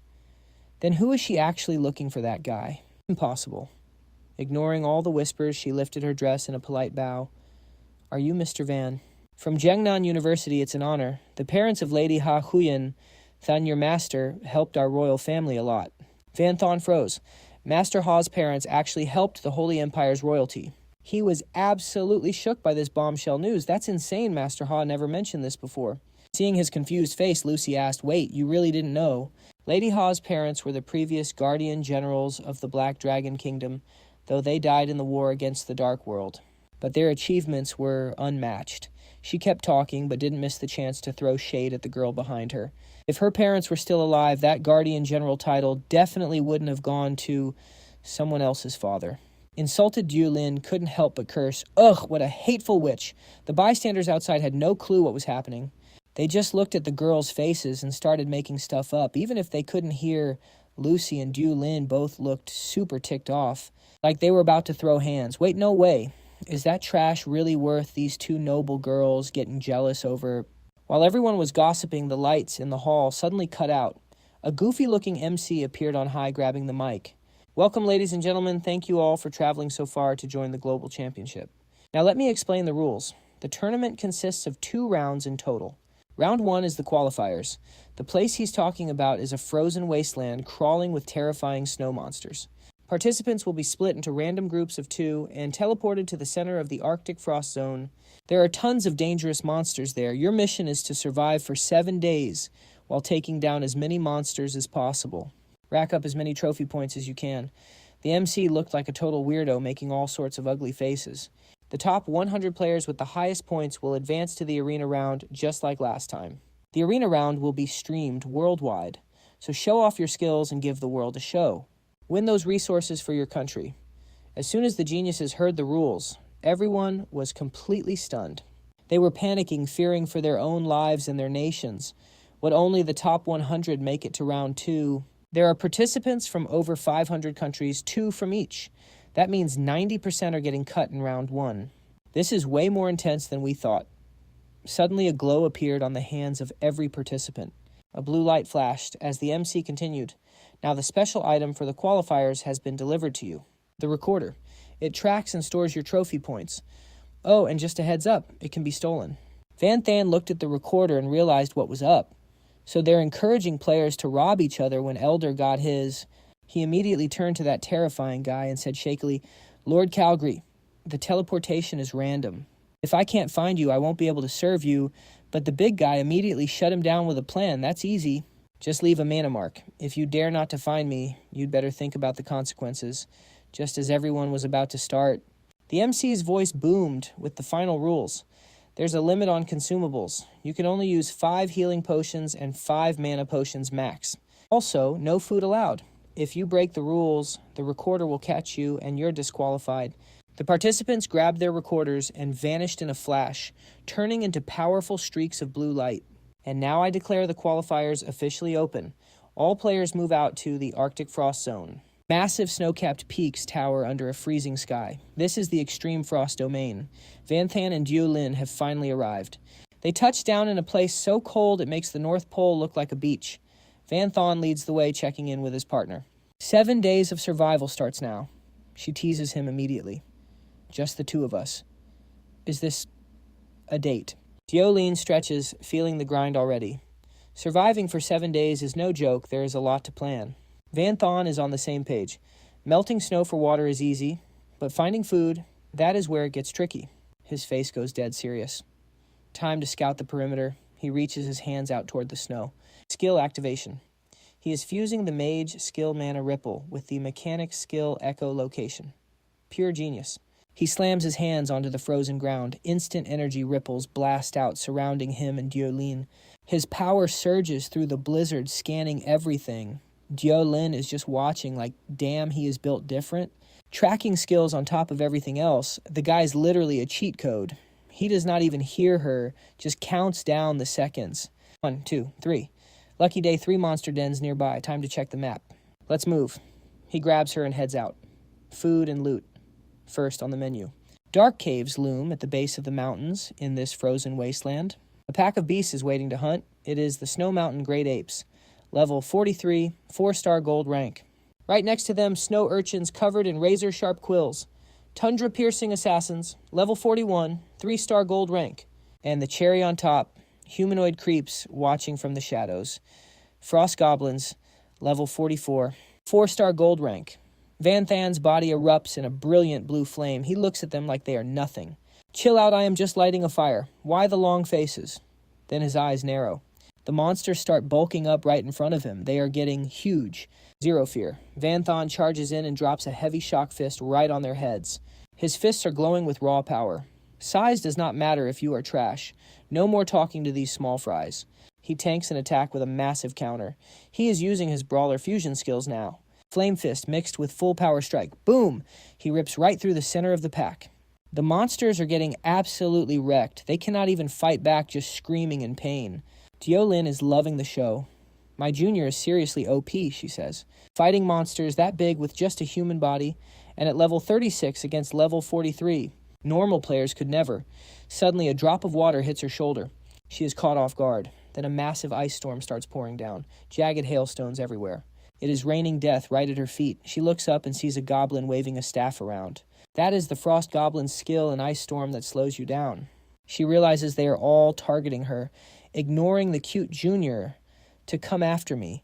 Really, she is not even mad. She actually laughs. Looks like you guys finally figured it out. A fluffy tail appears in her hand as she casually strokes it. Who is the real boss here? Fire element activate. A bright red flower blooms in the middle of the snow. The goblins are instantly engulfed in a haunting flame. They are burning alive. Their screams are haunting as they literally vanish into the fire. Nothing left but black ash in the white snow. Talk about a one-shot. Pathetic. They did not even stand a chance. Meanwhile, Van Than is still scrapping with the great apes. Even he has to stop and look back. That power output is insane. He is actually shook. Elemental, magic, is she an elemental mage? No, the skill structure is totally different. Suddenly a loud crack. A massive shockwave rocks the entire battlefield. The great ape is absolutely livid now. It smashes the ground, cracking the earth. Snow Mountain. Great ape. Level 51. 5-star platinum rank. 2 massive arms, one fire, one ice, appear out of nowhere and blast the beast. They absolutely delete the monster. Dieu Lin is just annoyed. So noisy, Vanthon yells back, "Shut it already." One final roar echoes through the cave before everything goes dead silent. Night falls after the battle. They are sitting by the campfire roasting food when Vanthan finally lets out a sigh. After grinding all day, Vanthon looked at his loot and couldn't help but speak his mind. Finally cleared 3 monster dens and killed a normal mob for just 1 measly point. Bosses are worth 50. Diolin was chilling next to him and glanced over, even if they split the loot. Today's haul is still fire. At this rate, qualifying will be light work. After talking about that intense smoke, he grabbed a meat skewer. Are the monsters here really? This easy to find? He offered the skewer to her, letting the lady eat first. Here it's done. She looked at the charcoal on a stick and was totally disgusted. This is straight up burnt, but she took it anyway. From now on, just let me do the cooking. Seeing her trash his skills, Vanthon got bold and talked back. A little char is better than being raw. Just eat it. Staring at the burnt meat in his hand, he couldn't help but miss home. Usually Van Zhuang does all the cooking. His own skills are honestly trash. Diolin looked at the burnt mess and heard his excuses. And she was super annoyed, like master, like student. Both are terrible cooks, but act like they are top chefs. Speaking of which, Diolin remembered a plate of black meat from years ago that still haunts her. 7 years ago, my father and I were invited to Principal Ha's house for dinner. She was so hyped to personally cook a dish for us. The result was a total disaster. I told Principal Ha her cooking was mid, but she acted like it was no big deal. Ha Kinthant. Left a pretty bad impression on Diolin back then. Oh, if I didn't have maids, what would be the point? Vanthon was shocked hearing this. He never knew Principal Ha had a side like that. After chatting for a while, he remembered Diolin's combat style. He asked her out of curiosity. Hey, President, what exactly is your class? You feel like an elemental mage, but your skills are built different. Hearing his question, she playfully brushed her hair back. No wonder my junior kept staring at me. I thought you'd fallen for me. And here I was wondering if I should accept your feelings. Vanthon couldn't handle the flirting and shut it down. Let's not. Amidst the bright fire, Vanthon listened to Diolin ramble on. I really am an elemental mage, but because of my bloodline and talent, my skills evolved. Simply put, I can use 7 elemental magics. Metal, wood, water, fire, earth, wind, and lightning. It felt like something was missing, so he asked, what about the other 2? Diolin acted mysterious and covered her mouth like it was a secret. At least wait until we're closer. Back at the base, many people were busy with smart devices. In the Holy Empire's data room, a serious voice cut through the noise of the crowd. It is day 3 of the qualifiers. How are the participants doing? That voice belonged to the great commander of the Holy Empire, Edward. The assistant stood before him reporting the status. Princess Lucy's loot points have reached 1,700. She is holding strong at rank 1. Currently, the top 100 contestants all have over 500 points. He was hyped to hear that. Oh, that is good news. What about the casualties? The assistant quickly reported the stats to his boss. For this grand competition, a total of 1,178 people participated. So far, 375 have lost their recorders. Most were likely stolen. Additionally, 117 have lost their life signals. The death toll is higher than expected. Hearing about the deaths, Edward just sighed in relief. This casualty count is still acceptable.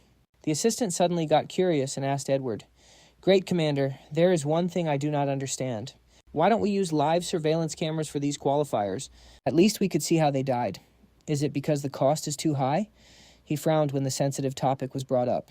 The high cost is a fact. After all, the Great Frozen Realm is massive. Using surveillance would drain a massive amount of resources, but more importantly, it is unnecessary. In reality, conflicts between factions are always a given. He added another thought. Everyone knows that not all nations live in peace.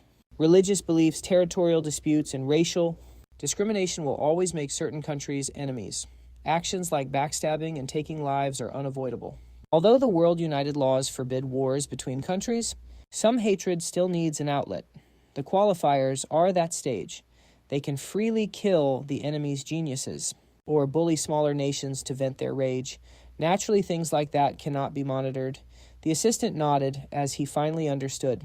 No wonder there's never any footage of the Global Championship qualifiers, but isn't that a violation of the talent selection and resource distribution treaty? Edward sounds completely unbothered talking about it. He leans back slightly and continues.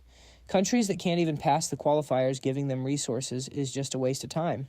By the way, how are the representatives from the Big Five doing the assistant finally speaks up after listening to his rant.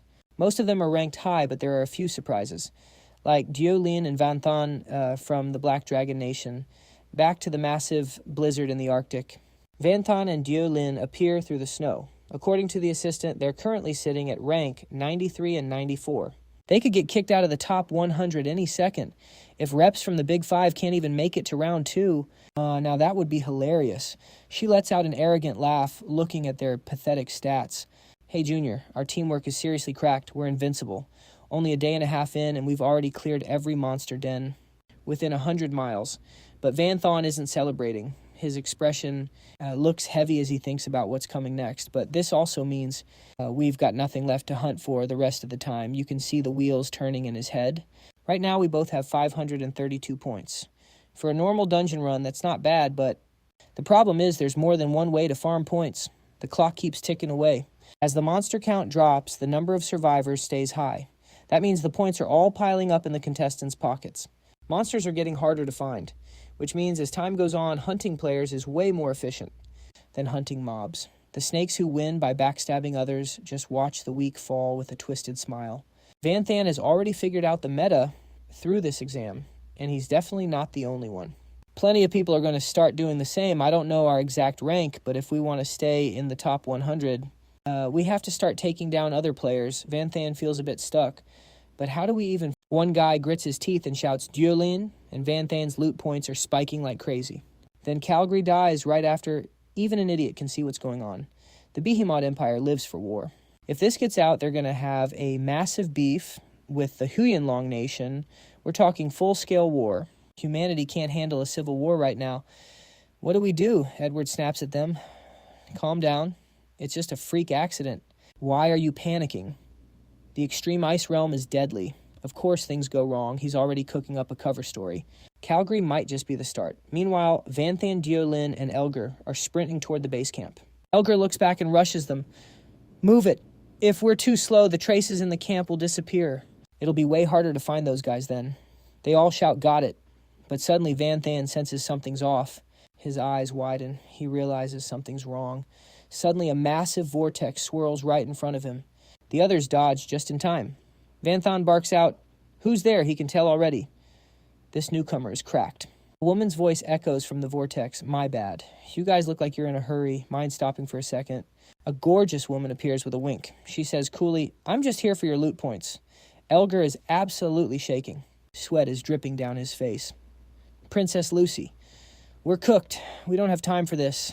But Vanthan stays stone cold. Zero emotion. He steps forward and blocks the way. There are dark cultists crawling around these qualifiers. I don't have time to play with you. Move. But Lucy isn't budging. She puts a hand to her chin and smirks. Oh, really? That sounds like a real problem. But honestly, compared to those little rats in the dark, I'm way more interested in you guys. What are you going to do? Just then, Diolin steps up to shield Vanthan. You two go. Don't waste another second. She crosses her arms full of confidence. I'll handle this fake piece of work myself. The guys take off. Lucy starts taunting her immediately. Wow, is Mr. Van really just going to leave you behind like that? Guess he doesn't like you that much, huh? But Diolin isn't bothered. She just smiles and brushes her hair back. Don't even start. My junior obviously adores me. He's just... Suddenly her power explodes outward. He just trusts my strength. That's all. Lucy just smirks, spreading her arms as dark purple energy swirls around her. Is that so? Well, I'm afraid he's going to be disappointed. They clash instantly, and a massive explosion rocks the area. Vanthan and Elgar finally reach the camp. They're standing over a body covered in blood. It's Calgary. Vanthan kneels down and checks the body. It's covered in slashes. He notes, a lot of these wounds are still pulsing with magic energy. Based on these marks, at least 6 different weapons were used. He was jumped. Behind him, Elgar's eyes turn cold and murderous. He raises his weapon ready to strike, but keeps up the act. You're right. Lord Calgary died a horrible death. Those guys were savages. He swings, but Vanthan just flashes a winning smirk. His whole vibe just changed. Mr. Van, look out. The weapon flies toward him, but Vanthan dodges it like it's nothing, still smiling. He replies, don't worry, I'm always careful. Elgar's fake smile drops. He looks absolutely stunned. Wait, what? Vanthan whips around and barks out Elgar's name. Before he can react, Vanthan slashes him. You're the one who murdered Calgary, aren't you? The blade leaves a massive gash from his shoulder all the way down. Van stays cold, getting into a stance to finish him. I don't know why you lured me here, but if you're trying to take my life, then putting you in the ground first is the right move. He swings his blade. Suddenly a woman dives in and pulls him out of the way. Young commander. But wait, behind Van, a guy with a psycho look on his face appears out of nowhere, swinging an axe die. Van's reflexes are insane. He gets his sword up just in time to block. The weapons clash and they're locked in a dead heat. If he slips for even a second, he's dead meat. And now 2 more guys are diving in from above. Van triggers his skill. Explosive Slash. This move is a cracked fusion of martial arts and raw combat. He stomps the ground, sending out a massive shockwave. His sky-shattering earth stomp blows the whole squad back. The woman from before asks nervously, "Young Commander Elger, are you all right?" He looks up, one eye barely open. I didn't think he'd catch me off guard like that. He almost ended me. Good thing I can still recover from a wound like this. Van saw that and deduced, their wounds are healed already. Are they juicing? No. No potion is that cracked. Phantom Hunters don't have healing skills. What is going on? Another plot twist for him. Plus, they tanked my fusion skill and stood right back up. Their power is way beyond some small fry country trash. Van got serious. He adjusted his collar and thought, looks like this fight is going to be high diff. They stood in the middle of the frozen wasteland. A massive, terrifyingly desolate aura surged around them. Elder looked at him. Van, when did you start suspecting me? He glared down coldly. I never trusted you from the jump. He looked down at them with pure contempt. First day in the Holy Empire, and I already found dark cultists. Saving someone from them and getting key intel, that's way too convenient. Too lucky. Then Van remembered and said, I only realized it once I saw the soul tracking seal was exposed. It wasn't me being lucky. You guys probably had my location from the start and hunted me down. Elder raised his hand and asked, what if it really was just a coincidence Van wasn't buying it? This Arctic domain is massive. Finding monsters is hard enough, let alone a person. Yet you found me instantly. Coincidence. No shot. He analyzed them sharply. You probably abused your hunter class traits. Your phantoms recorded my aura before we entered. After reaching the Arctic domain, you always knew where I was. And you waited for the perfect moment to show up. Elder just gave a bitter laugh. Damn, but you're cold. I protected you once, and you even fought Calgary for me, he asked in a pitiful tone. If you didn't trust me, why do all that? He replied deadpan. I just wanted his loot points. And to see how long you could keep acting. Van looked at him. As for protecting me, that's straight BS. If you hadn't sensed Dio Lin hiding in the shadows, you would have jumped me with your squad long ago. Van looked around. He was being surrounded by a crowd. Elder smirked and raised his hand. You're one tough nut to crack. No wonder the organization put such a high bounty on your head. Then he waved his hand. But it's fine. He started fading into his camouflage. Before disappearing completely, he said, because after this, there won't even be bones left of you. He looked around and closed his eyes. Camouflage is just a visual trick. Your physical body doesn't vanish. My mana echo is enough to track you. Seems like Elder doesn't know that yet. He slowly opened his eyes. He felt someone rushing from behind. Not bad. You actually have the guts to rush me. Vanthan dodged the attack instantly. Instant counter. One of them was shocked. What the other was fuming. He dodged it. He quickly unleashed a skill. Fighter. Basic skill. Trample. Then he followed up with another move. Fighter basic skill, impact punch. The blow sent the guy flying across the snow. He slammed hard into the desolate ground. The guy groaned in pain. Damn it. Vanthan didn't care and charged forward. You're finished. But then, a tentacle lashed out. Massive tentacles appeared right behind him. He was stunned. He turned to face it. Dark High Priest's dark tentacles. He turned around and channeled power into his hand. Can't dodge this. Gotta hit it head on. He used Infernal Blast Palm. Elder's female teammate finally showed herself. He rushed her. A Dark High Priest is a squishy class with annoying CC buffs. Super annoying. Gotta take her out first. Fusion skill. Extreme Swordmaster and Fighter. Wind Chasing Step. He used his footwork.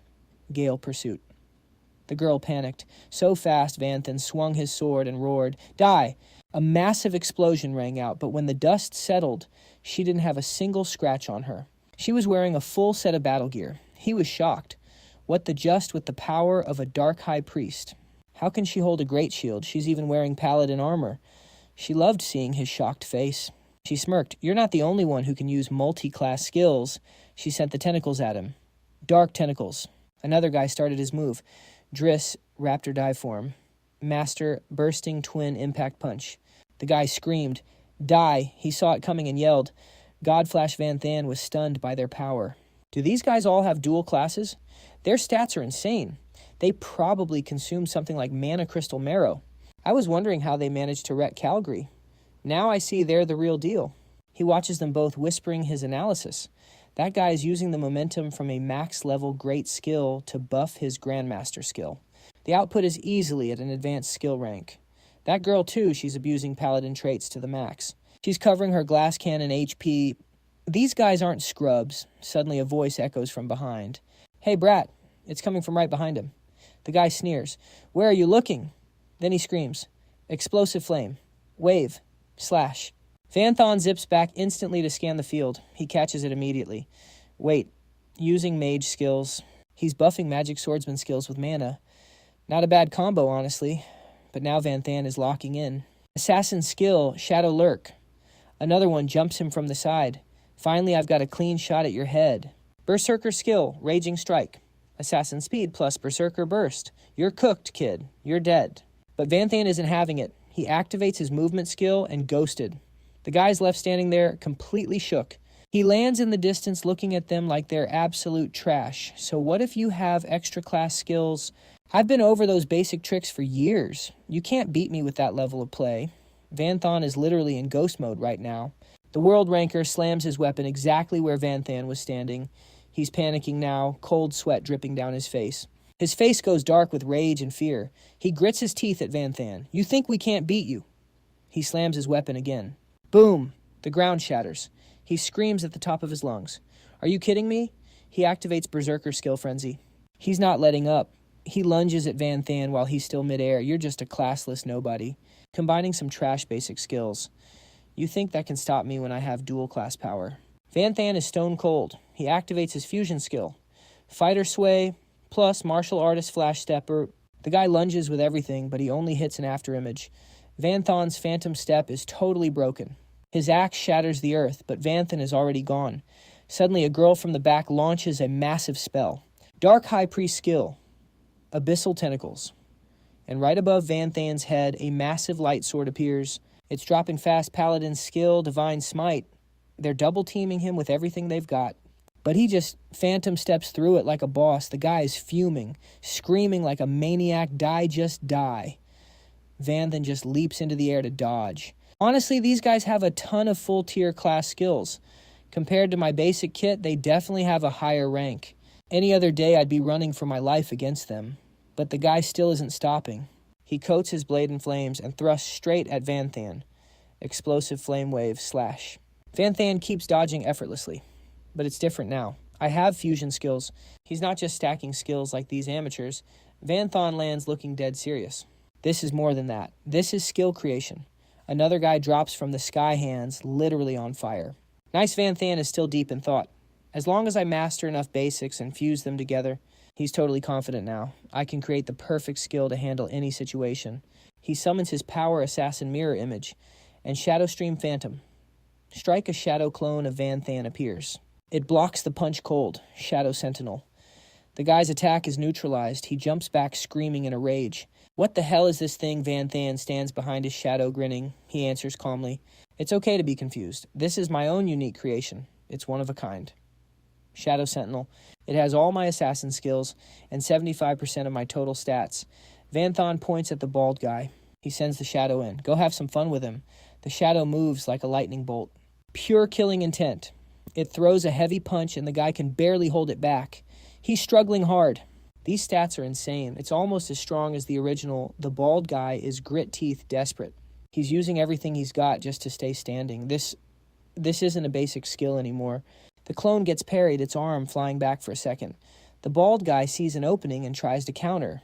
It's just a clone, don't underestimate me. He unleashes a barrage of fire punches, but the shadow blocks every single one. The girl in the back raises her staff, fuming with rage. What kind of messy skill is this? It's just a circus trick. Suddenly, green, thorny vines erupt from the ground. They're wrapping all around her body. Little Jing pops out, looking totally tilted. Stop bullying my master. She weaves her magic, binding the enemy tight. The woman sneers, looking disgusted.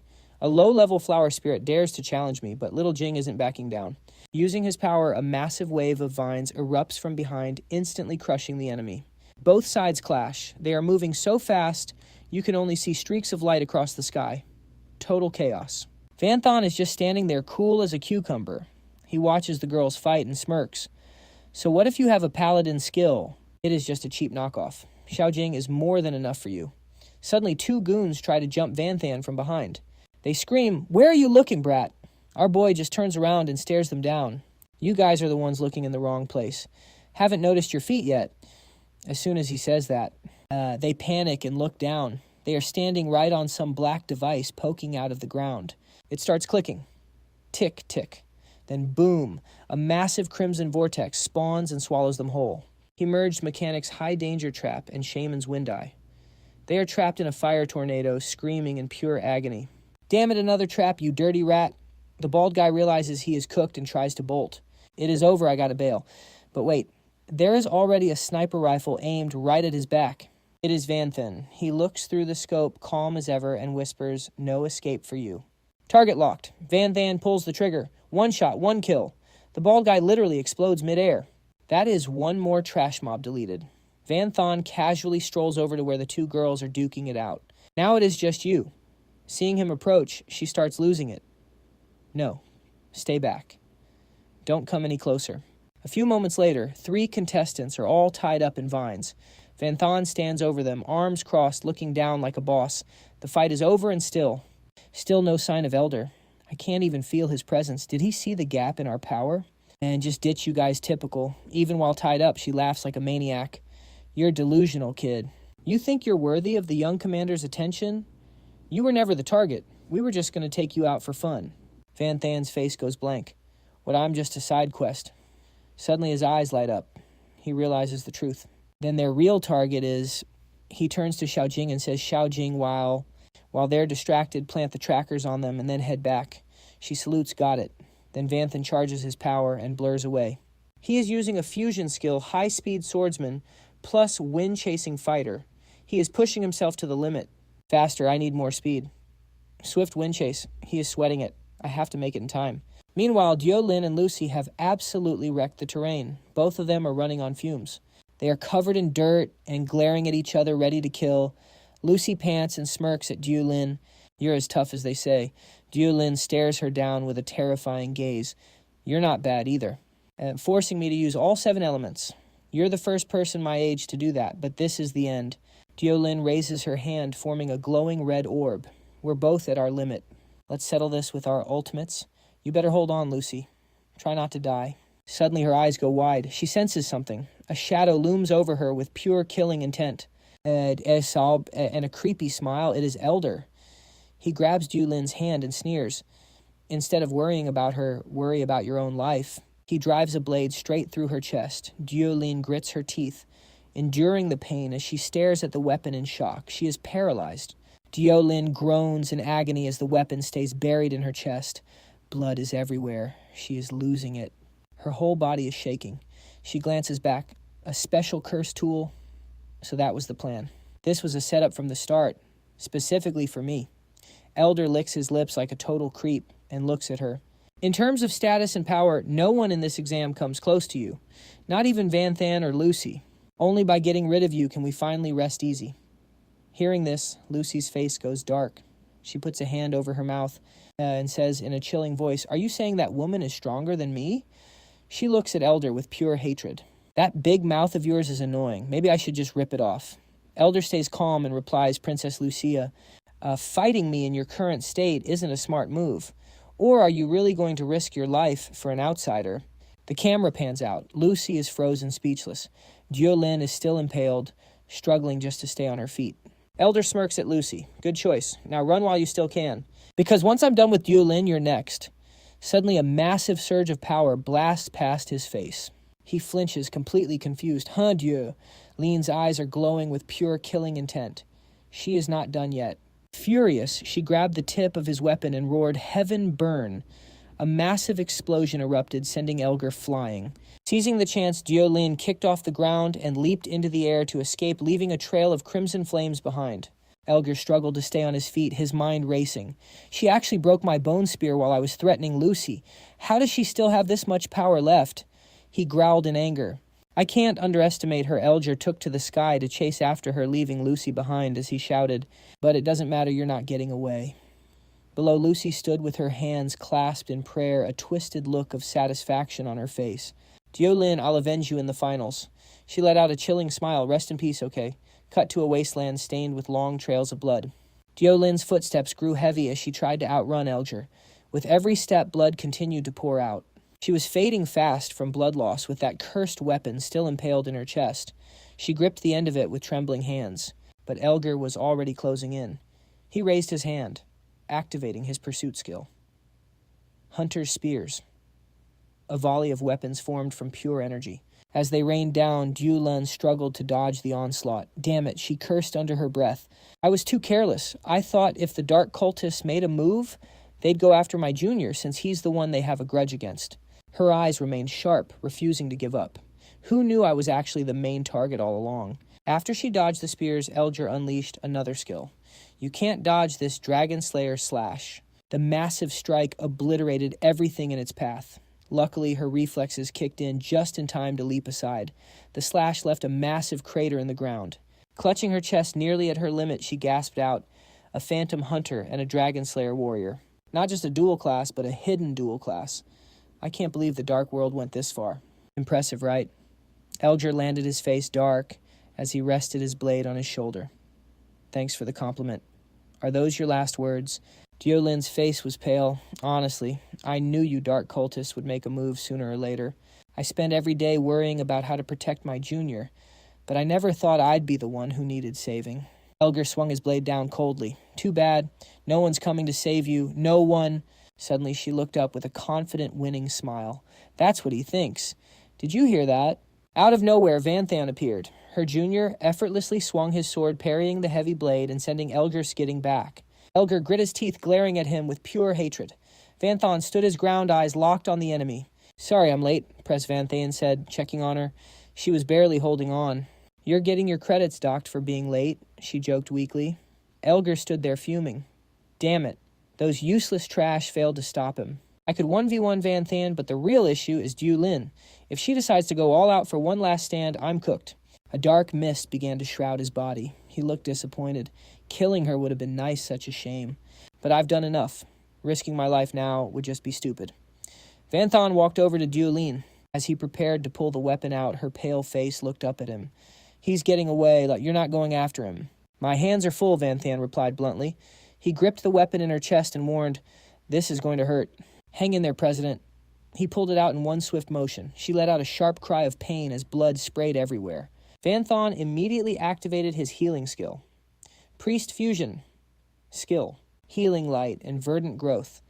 Soft green energy surged, enveloping Diolin's body. Crimson life. Light.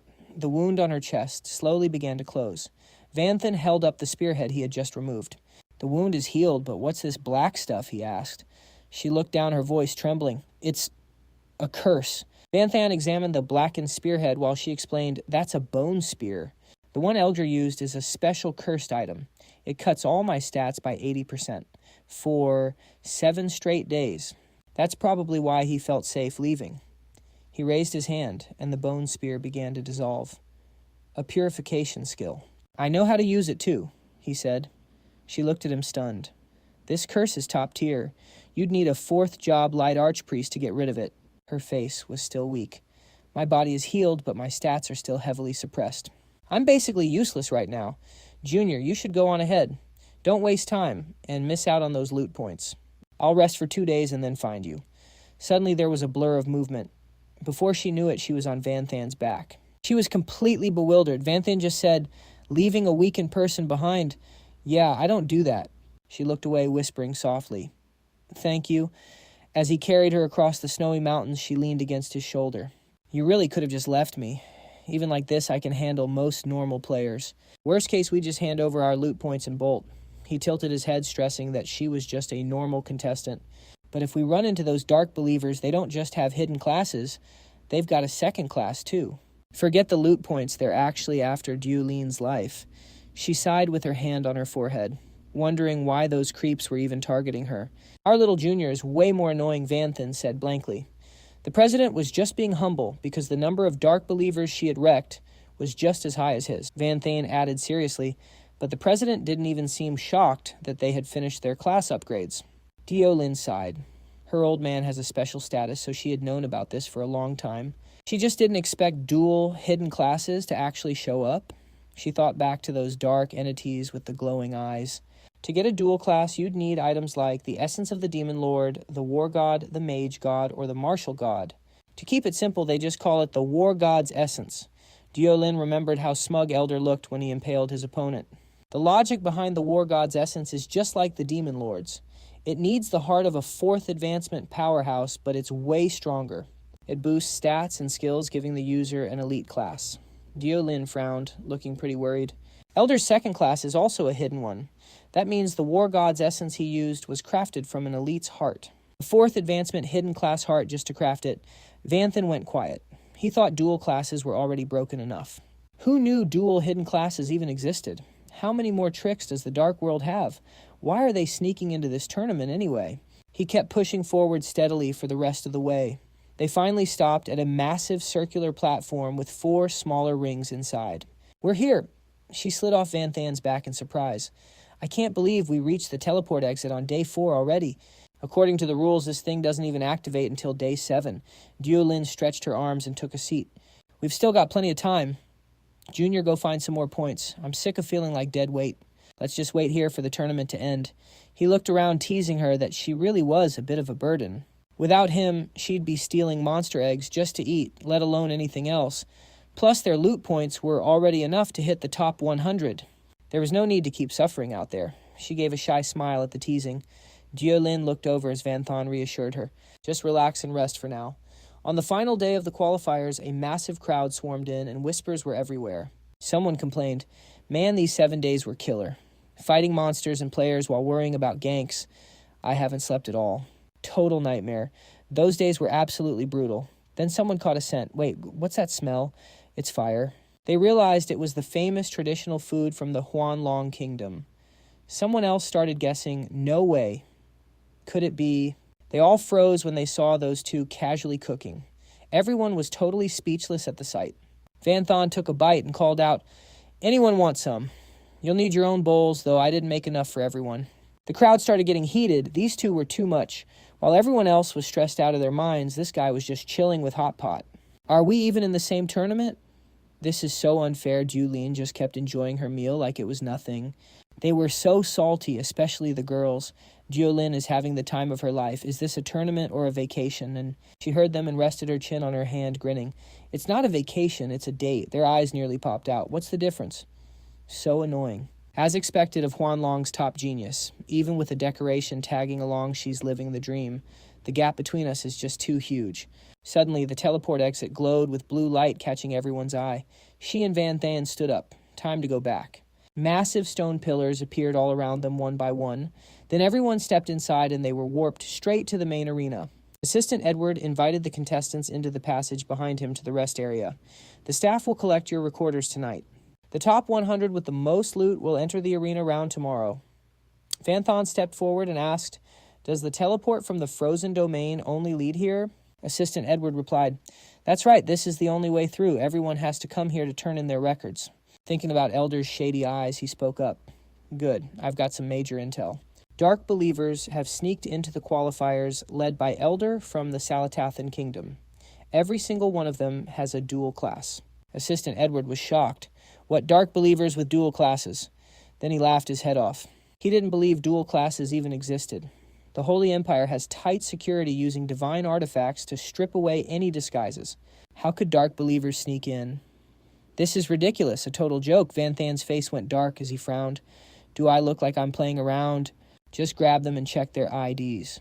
Assistant Edward's face paled and sweat started rolling down his temples. He argued back, his voice strained. "If there really are dark believers, I'd rather kill the wrong person than let one slip. But how am I supposed to believe you? Arrest them just because you said so." He gave a confident smirk. "Don't worry, I'm prepared. You'll see the truth soon enough." Assistant Edward bellows. Quiet silence fills the room as he speaks with ice-cold calm. The contestants line up to register. Suddenly, some annoying whispering starts. What the hell is this? A scream erupts. Get the hell away from me. Edward looks up from his notes. Huh. He turns stern. Who's making a scene? You want to lose your spot in the tournament. Thorn vines suddenly sprout from their bodies. Eerie giggles echo through the crowd as some contestants are targeted. Everyone's losing it as the vines wrap around the players. What's happening? Is this some plant-type monster skill? Back off, Edward shouts. They dared to summon monsters in the main city. Edward points them out. Those three are acting sus, disturbing the peace. Arrest them for questioning. The guards charge in. Copy that night falls at a luxury suite.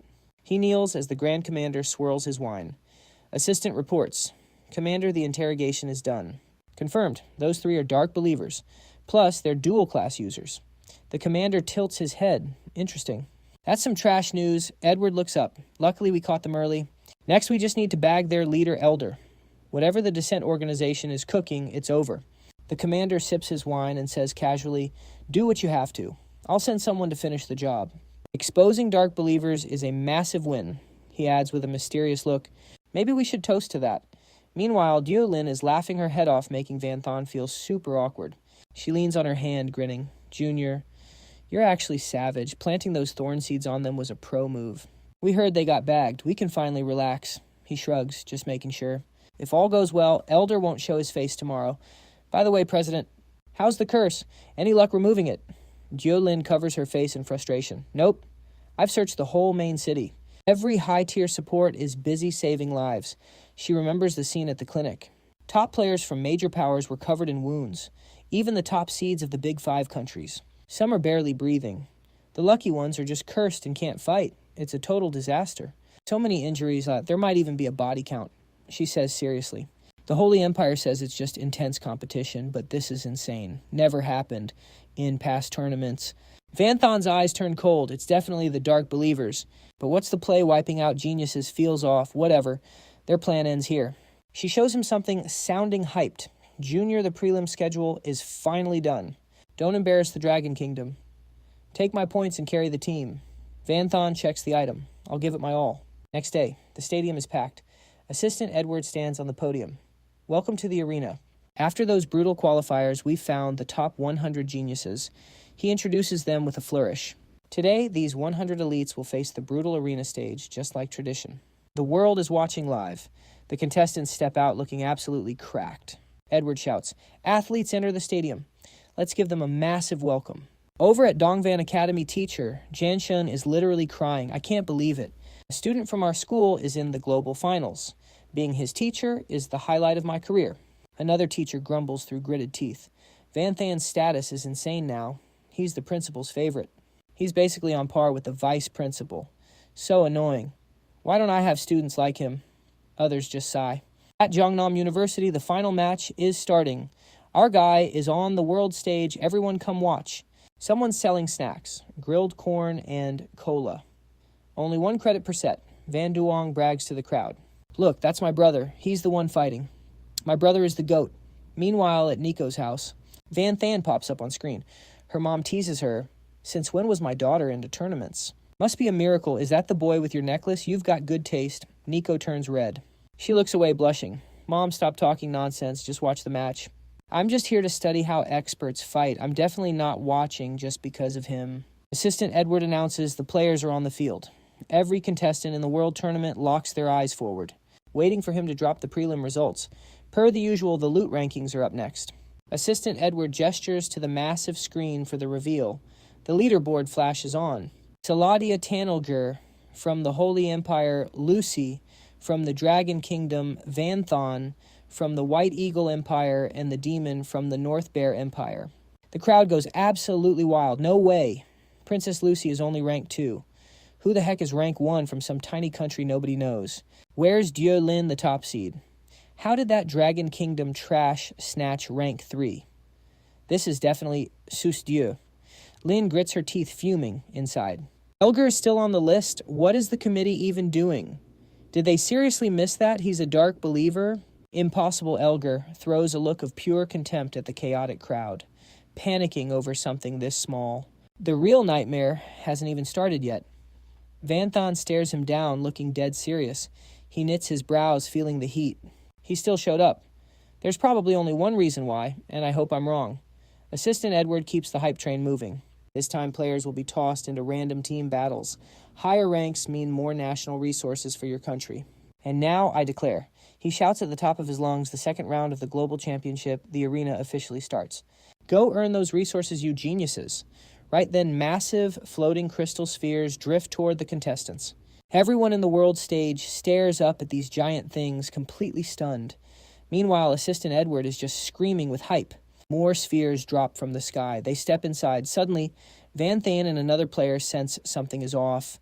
The sphere teleports the first two contestants into the arena. From the distance, Hanbaron smirks, what a cool entrance. But what's even better is, first round, and I get the trash who hasn't even advanced his class. System update Mohan Kingdom Hanbaron, class Necromancer. He flashes a savage grin. Let's end this quick.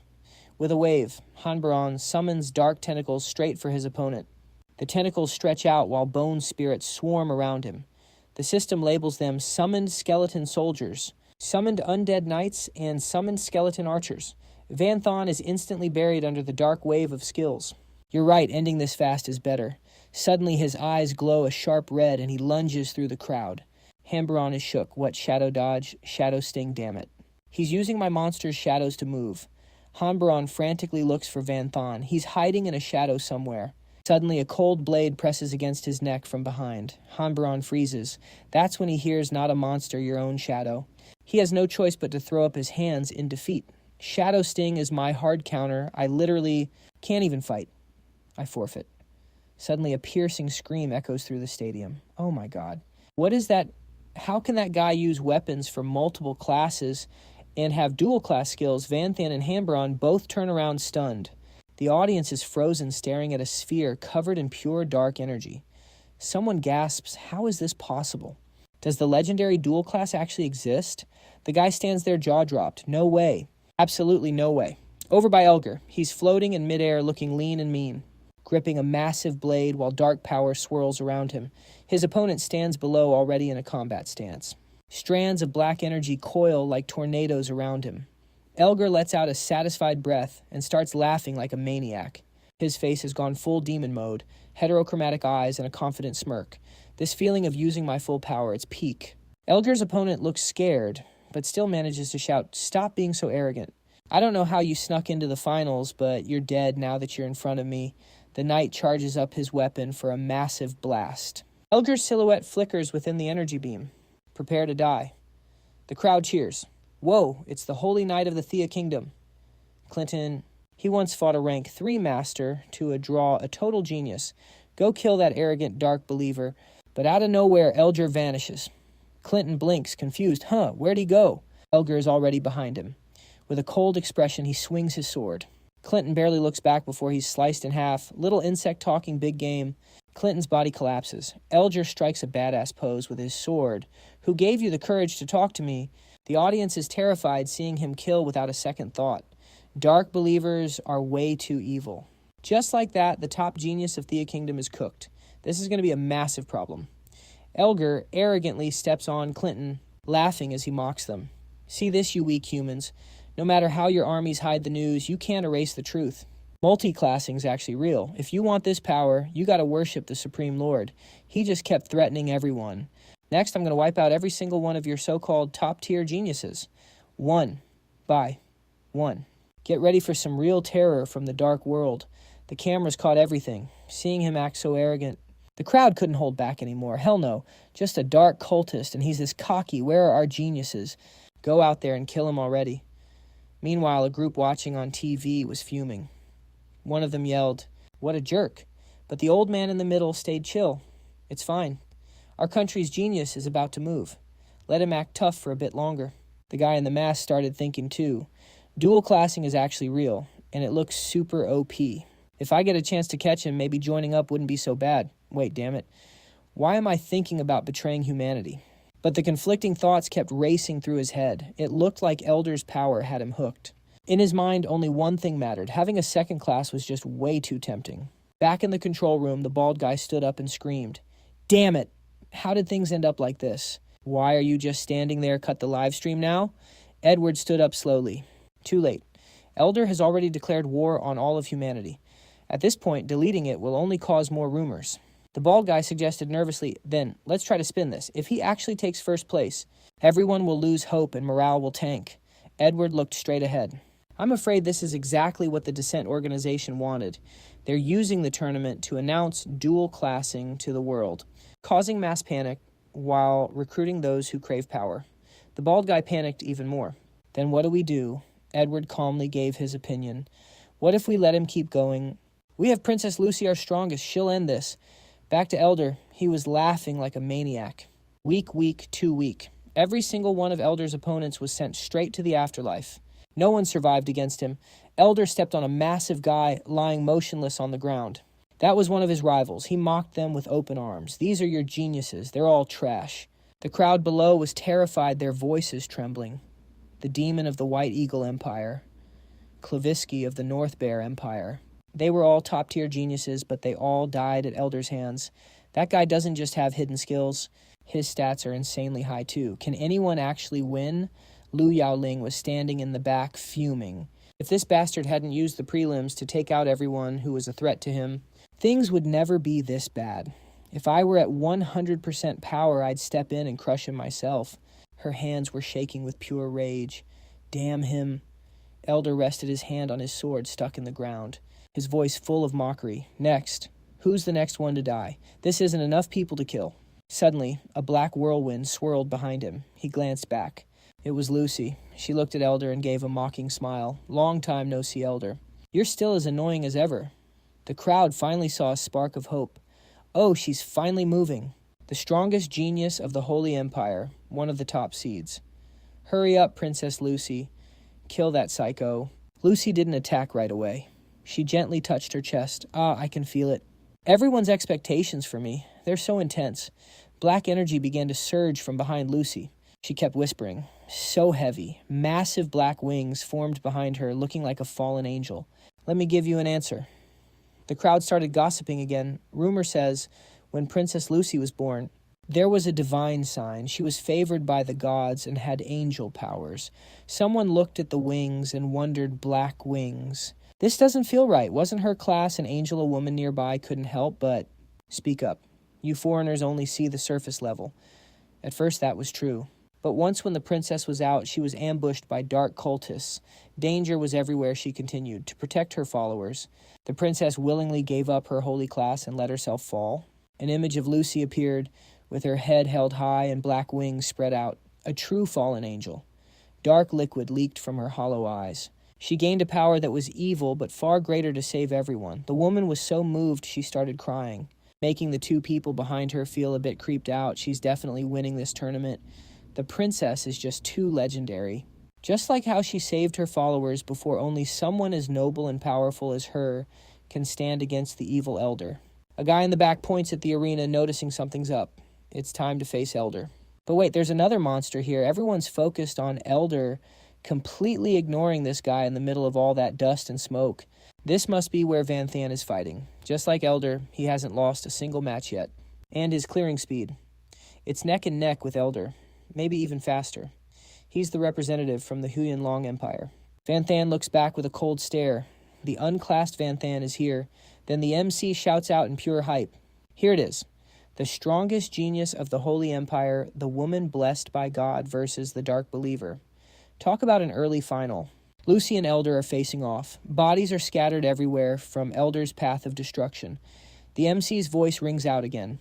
Everyone witness her glory. Princess Lucy carries all our hopes. She will definitely execute this dark believer. The crowd goes wild. Kill him, kill him. Show him how stupid it is to betray humanity. You can't even handle a dog from the dark world, and you think you can beat the demonic spawn Elder. Elder just picks his ear, looking totally bored. So noisy. Seriously, how many of you do I have to kill? Before you finally shut up. Suddenly Lucy is airborne, giggling like she's already won. She clasps her hands under her chin with a satisfied smile, but to her ears, their noise is music to her. She snaps her black wings forward. Black feathers. A storm of feathers flies out at insane speeds. Elder doesn't even try to block. He uses Phantom Blink to dodge. Man Lucy's attack power is no joke. The arena is literally getting wrecked. She smiles, calling him out. You used dirty tricks during the qualifiers to get ahead. You took out almost all the top-tier geniuses. If they were still here, would you really be acting this cocky? She pulls her wings back, charging up for the next strike while she keeps yapping. But you only killed some low-rank trash. Lucy flaps her wings, creating a massive tornado that traps Elder right in the center. She warns him, don't think too highly of yourself. From the outside, the tornado has completely swallowed the entire arena. Her silhouette floats in the air. The crowd is losing it. That skill is terrifying. Even a rank 3 powerhouse couldn't tank that. As expected of Princess Lucy. She's way too OP. That bastard must be shredded by now. Ha ha ha. Lucy waves her hand and the tornado vanishes. The stage is empty. Not a soul in sight. But wait. She looks down in shock. Elder is gone. He dodged it. No way. He must be using some kind of stealth. In an instant, he sneaks right behind Lucy. Before she even notices, he raises his greatsword. He's got that winner's smirk on his face. My dear princess, where are you looking? She's frozen. Her eyes are wide with pure shock. Luckily, she reacts just in time and glances back. Beads of sweat start rolling down her face. Elder swings down. Dragonslayer strike Lucy, uses her wings as a shield, but the power is just too much. She can't hold it. Boom. She's slammed straight into the dirt. She struggles to stand up. The ground around her is completely shattered. He looks down at her from above, totally smug. She forces herself up, gasping for air. Huff. Huff. Elder isn't letting her breathe. He dives in for the finish. Lucy dodges, thinking fast. His stats are insane. I can't take him head on. I need to get some distance. Elder just grins. He answers her earlier trash talk. Lucy, I think you've got it all wrong. He starts channeling energy in his hand. You really think I attacked first because I was scared of you guys. He triggers a massive skill. Siphon Vortex. Lucy can't resist it. She can only throw her hands up and scream. In a flash, Elder teleports right to her and grabs her by the throat. He lifts her up like a rag doll. He gives a confident smirk. I just like to keep the risk as low as possible. Lucy is trembling, her throat squeezed tight. She manages to choke out the siphon vortex of a wind thunder mage. Don't tell me you have a third hidden class. Elder winks. Ding ding, correct answer. A smart girl like you deserves a reward. He snaps his fingers. Suddenly a black hole opens behind her, sending you to the dark world. Go enjoy some love from my master. Lucy panics and starts begging. No, please. She's dropped into the black hole, reaching out her hand for a lifeline that isn't there. No, the black hole closes and vanishes. The people outside their hope just went down the drain. Everyone is shivering in pure terror. Elder starts mocking them. Oh, why is it so quiet now? Weren't you guys just cheering your heads off? Say something, the crowd isn't acting tough anymore. They're all shaking. How is this happening, Princess Lucy? She actually lost. Getting sent to the dark world. I can't even imagine the kind of torture she's going through there. I don't believe for a second that a dark follower like him can beat every genius here. Even a gauntlet of fights should have drained him dry by now. Another guy gets teleported onto the stage and he's shaking like a leaf from the shock, seeing that the villain just gives him this creepy-ass smile. You're my next victim. The guy immediately bolts, tears streaming down his face. I'm not forfeiting the system, just auto-teleported me here. I don't want to fight, I don't want to die, let me out. All over the arena, other contestants are tapping out one by one. I'm done. If I keep going, I'll have to face that monster. He's got 3 hidden classes stacked on him. Who knows if he has a 4th one? Fighting this monster is suicide. Just let me go. Every contestant is losing their minds. Even Princess Lucy couldn't touch him. What chance do we have?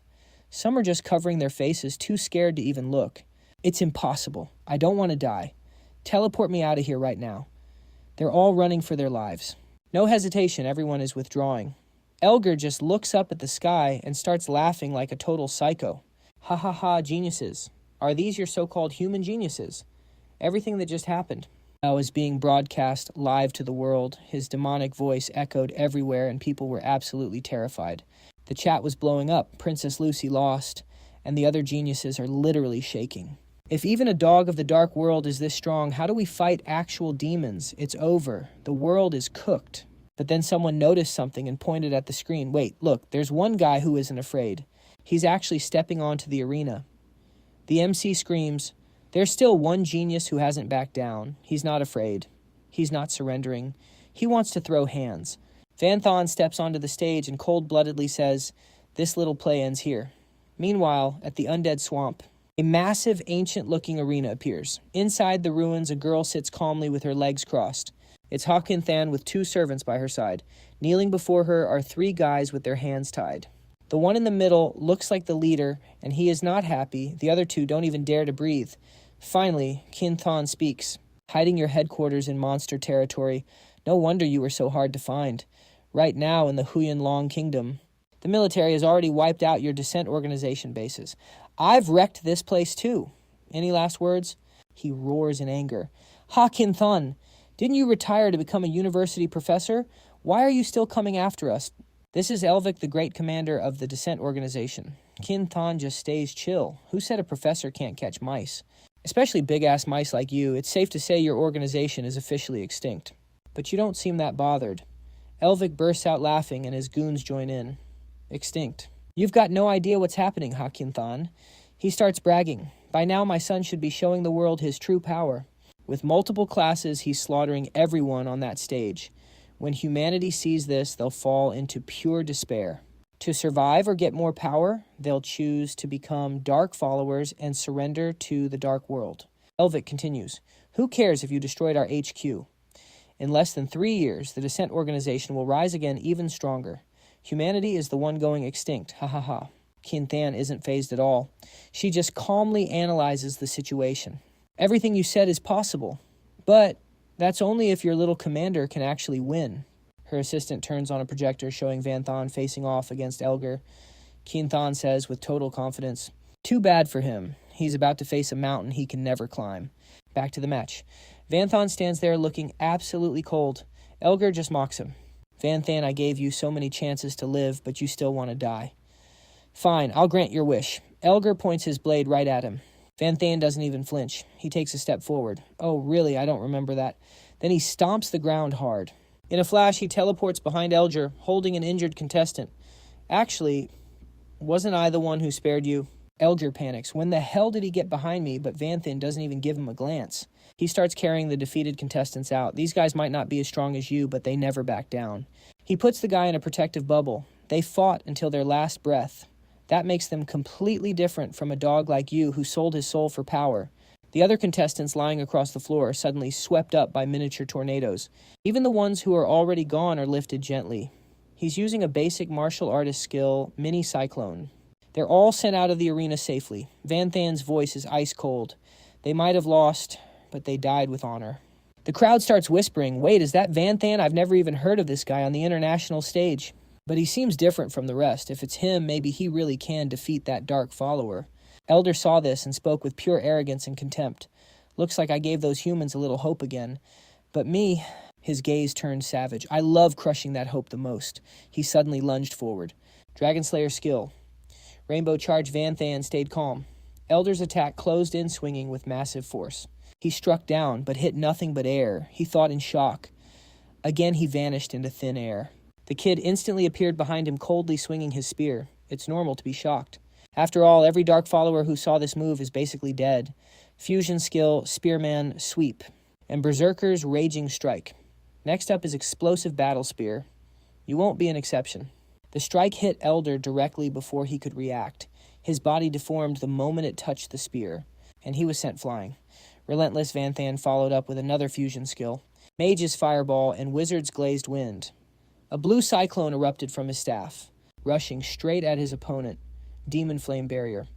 Elder poured everything into his defense. Wild Thunderstorm. But he still couldn't stop Van Thon. The cyclone swept him straight into the sky. The blue storm closed in while Elder could only watch with wide eyes. He thought in a panic. How is this possible? The attack slammed into him, leaving no room for resistance. His body went into a free fall. He was terrified. My high attributes plus my hidden class skills got broken through head-on. He successfully landed face first. Van Thon leaped high again, thrusting his spear down at the battered Elder, but he didn't hit the real body. He was slightly surprised, an illusion. Suddenly dozens of Elder clones surrounded him. The spectators below shouted, "That's the move." Multi-illusion from the Illusion Hunter class. Princess Lucy lost because she couldn't tell which was real and wasted her skills on clones. Be careful. The clones circled at high speed, creating a vortex to trap him inside. Elder sneered. Confused yet, brat. This is the true power of an illusion hunter. Instantly, all the illusions lunged at him. You won't even know how you died. Vanthan calmly switched weapons. Fusion skill, Fighter's Inch Punch, and Martial Artist's Ice Punch. Frozen Cloud Inch Strike. One slam flattened the enemy into the ground. Standing over the motionless Elder Vanthan declared, "At least I know how you'll die." From a distance, smoke billowed from the center of the ring. That's where Vanthan had wrecked Elder. The crowd gasped. Did he just one-shot him that Vanthan is way too OP? The Dark Follower is like a toy to him. Is he dead? Someone noticed something off and yelled, "Wait, he's still alive." Indeed, smoke began to rise from his wounds. Even better, his wounds were healing at high speed. Vanthan looked down and saw him almost fully recovered. Elder glared at Vanthan and mocked, "I possess the blessing of one of the 72 demon pillars. An immortal body, you can't kill me." But as soon as he spoke, he got another shock. His eyes widened in horror. Vanthan didn't listen to a word and kept attacking. Martial artist shifting step and fighters stomp. He stomped hard on Elder, shattering the ground into pieces. The power was insane. "Then I'll just crush your body into dust." He stomped, frantically flattening Elder's face into the dirt. But Elder gritted his teeth in rage, his dark eyes glowing with a hint of gold. He screamed in fury. "Damn it, it's not over yet." He released a wave of dark energy engulfing everything around Vanthan. Vanthan was pushed back by the shockwave and struggled to hold his ground. Elder reappeared like a demon. Wings of power sprouted from his back. "Brat, I don't think you understand the situation."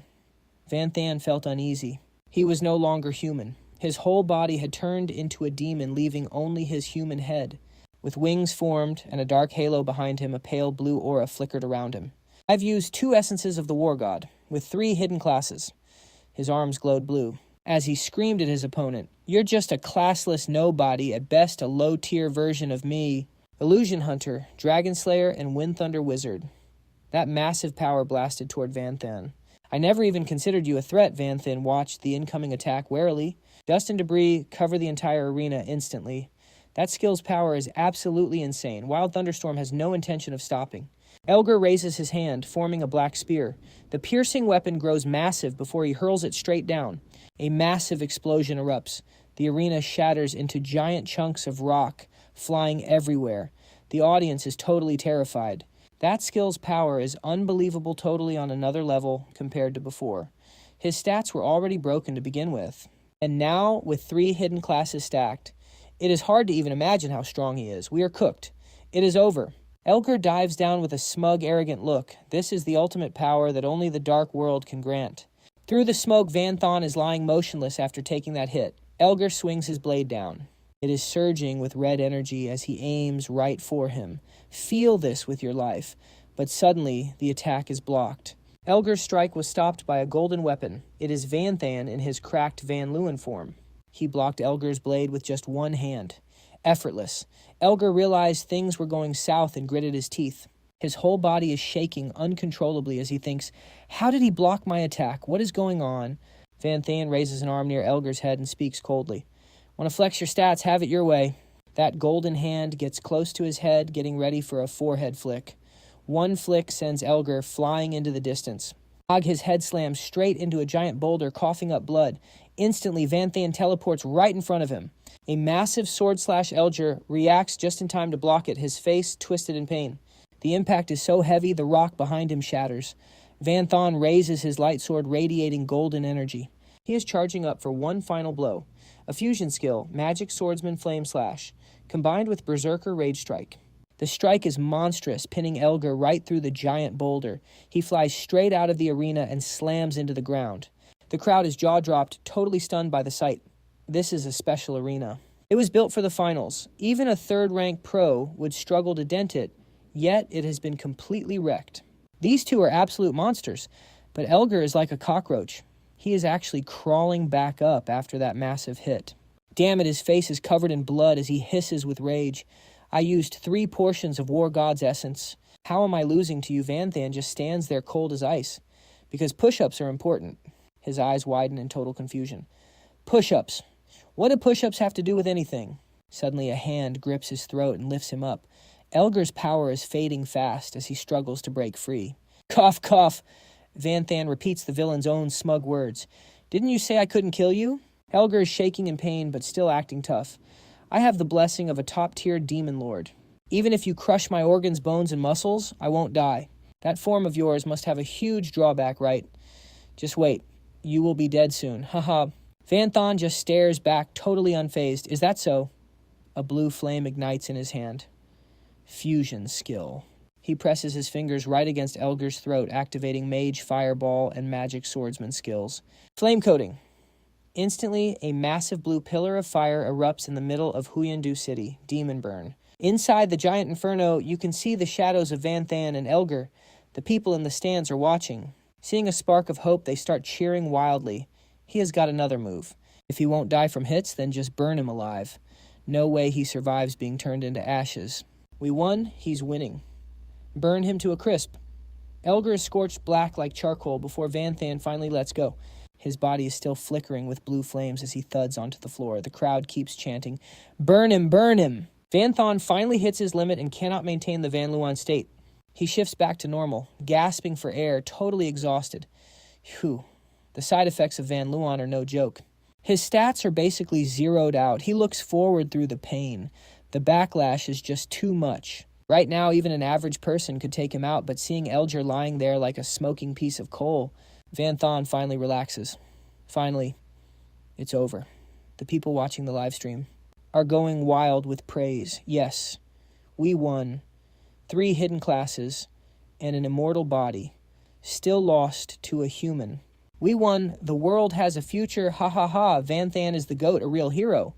But then someone notices something off. They point at the screen, trembling. Wait, am I seeing things? On the screen, Elgar's arm is starting to move. His hand just moved.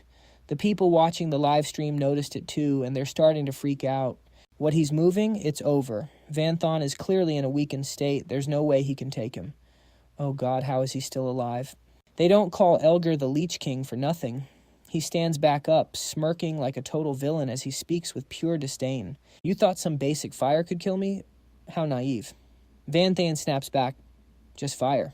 Then you're seriously sleeping on my flames. Even though he's exhausted, he stays patient. Like it or not, this is an S-rank existence. It has a special effect that burns the very soul. So what if you're immortal? Elgar starts feeling dizzy. He's shook by Vanthan's words. After bathing in those flames for so long, your soul is basically toasted. His eyes are glazing over. His body can't take it anymore and collapses. Damn it, my consciousness is fading, and he looks absolutely stunned. Is this what death feels like? His vision is fading to black. He's about to kick the bucket, but he still wants to take his enemy down with him. I might die, but I absolutely cannot let him live. Sooner or later, he'll bring disaster. To the dark world, Diolin, standing in the stands, feels something is wrong and screams out in a panic. This is bad. He struggles to bring his hand to his mouth, chanting repeatedly, "Great Demon Lord, please accept my final sacrifice." A black hole begins to form right behind Vanthan. Elgar's arm is shaking as he pours every last bit of his strength into this one move. Reverse gate lock. Vanthan recognizes this immediately. God Toad. He turns back with a heavy gaze, thinking to himself that this deathbed trap was expected. He only has enough mana left for one last God Toad. Suddenly, a seal is carved onto his neck. Vanthan screams in pain. Urgh! He grips the mark on his neck tight with both hands. He's frozen in place as the black hole closes in. That guy said his soul-chasing seal never misses once it's activated. It's constant. It's over. He can't dodge it. Suddenly a hand touches his face. It's Diolin. She pulls Vanthan away from the black hole. Little Junior. This black hole is getting bigger by the second. It sucks in everything it touches. She stares in shock at the scene before her, terrified. That was way too dangerous. We almost got hit. Vanthan turns to warn her, "President, you shouldn't be here. My soul-chasing seal has been triggered. This skill is..." The black hole flies high into the air and dives straight toward Vanthan. His voice remains steady as he speaks. A guaranteed hit. The black hole crashes down, swallowing both Vanthan and Diolin, leaving a massive crater in the ground. The crowd below the stands screams in terror.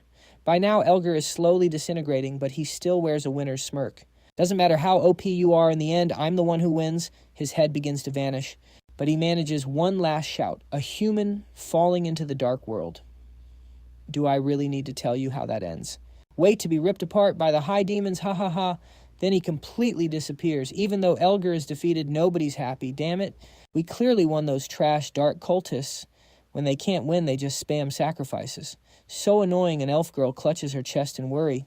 How did this happen? A veiny hand slams onto the table its principal Diep and Fook. He bellows in rage, "Damn it!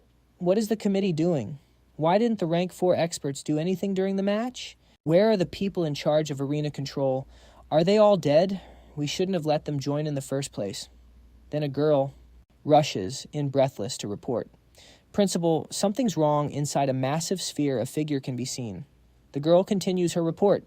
The flow of time in the Academy Square is suddenly experiencing violent fluctuations. Nearby trees and buildings are starting to decay and crumble.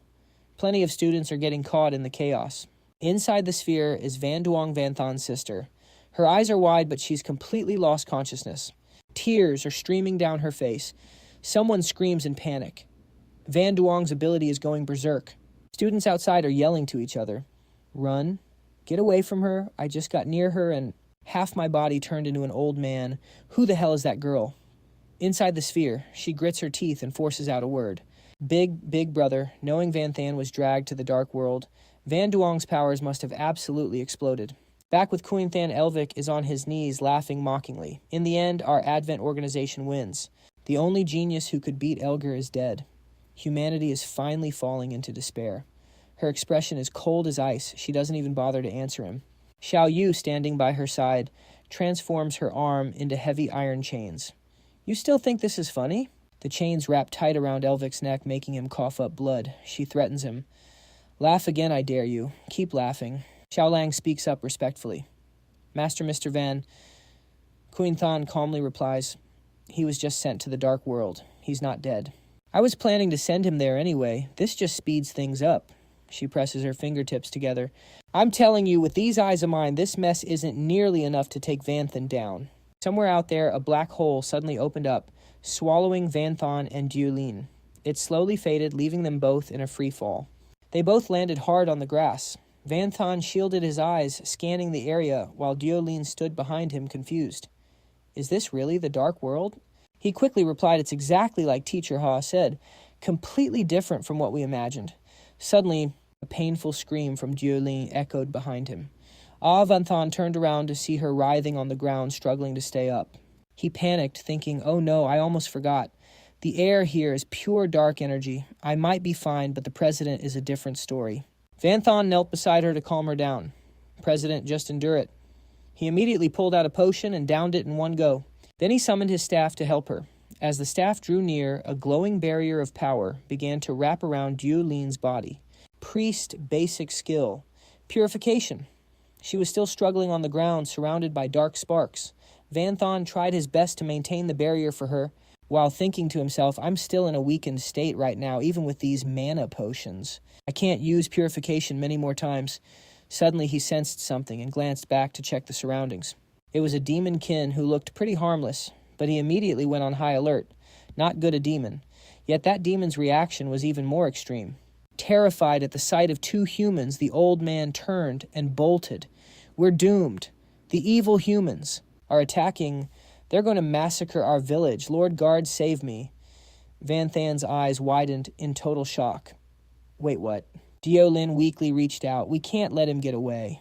But he quickly stopped her. "Don't move. We don't have the strength for a chase."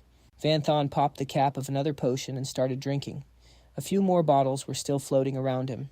He spoke while drinking. "The dark energy in this world is infinite. Purification only buys us a little time. President, you have to adapt to this environment. Otherwise, you'll eventually be corroded into a monster." She struggled to reply, "I know I'm trying my best here." Duolin bit her lip, her whole body trembling, but she remained determined. "This tiny bit of dark energy is nothing."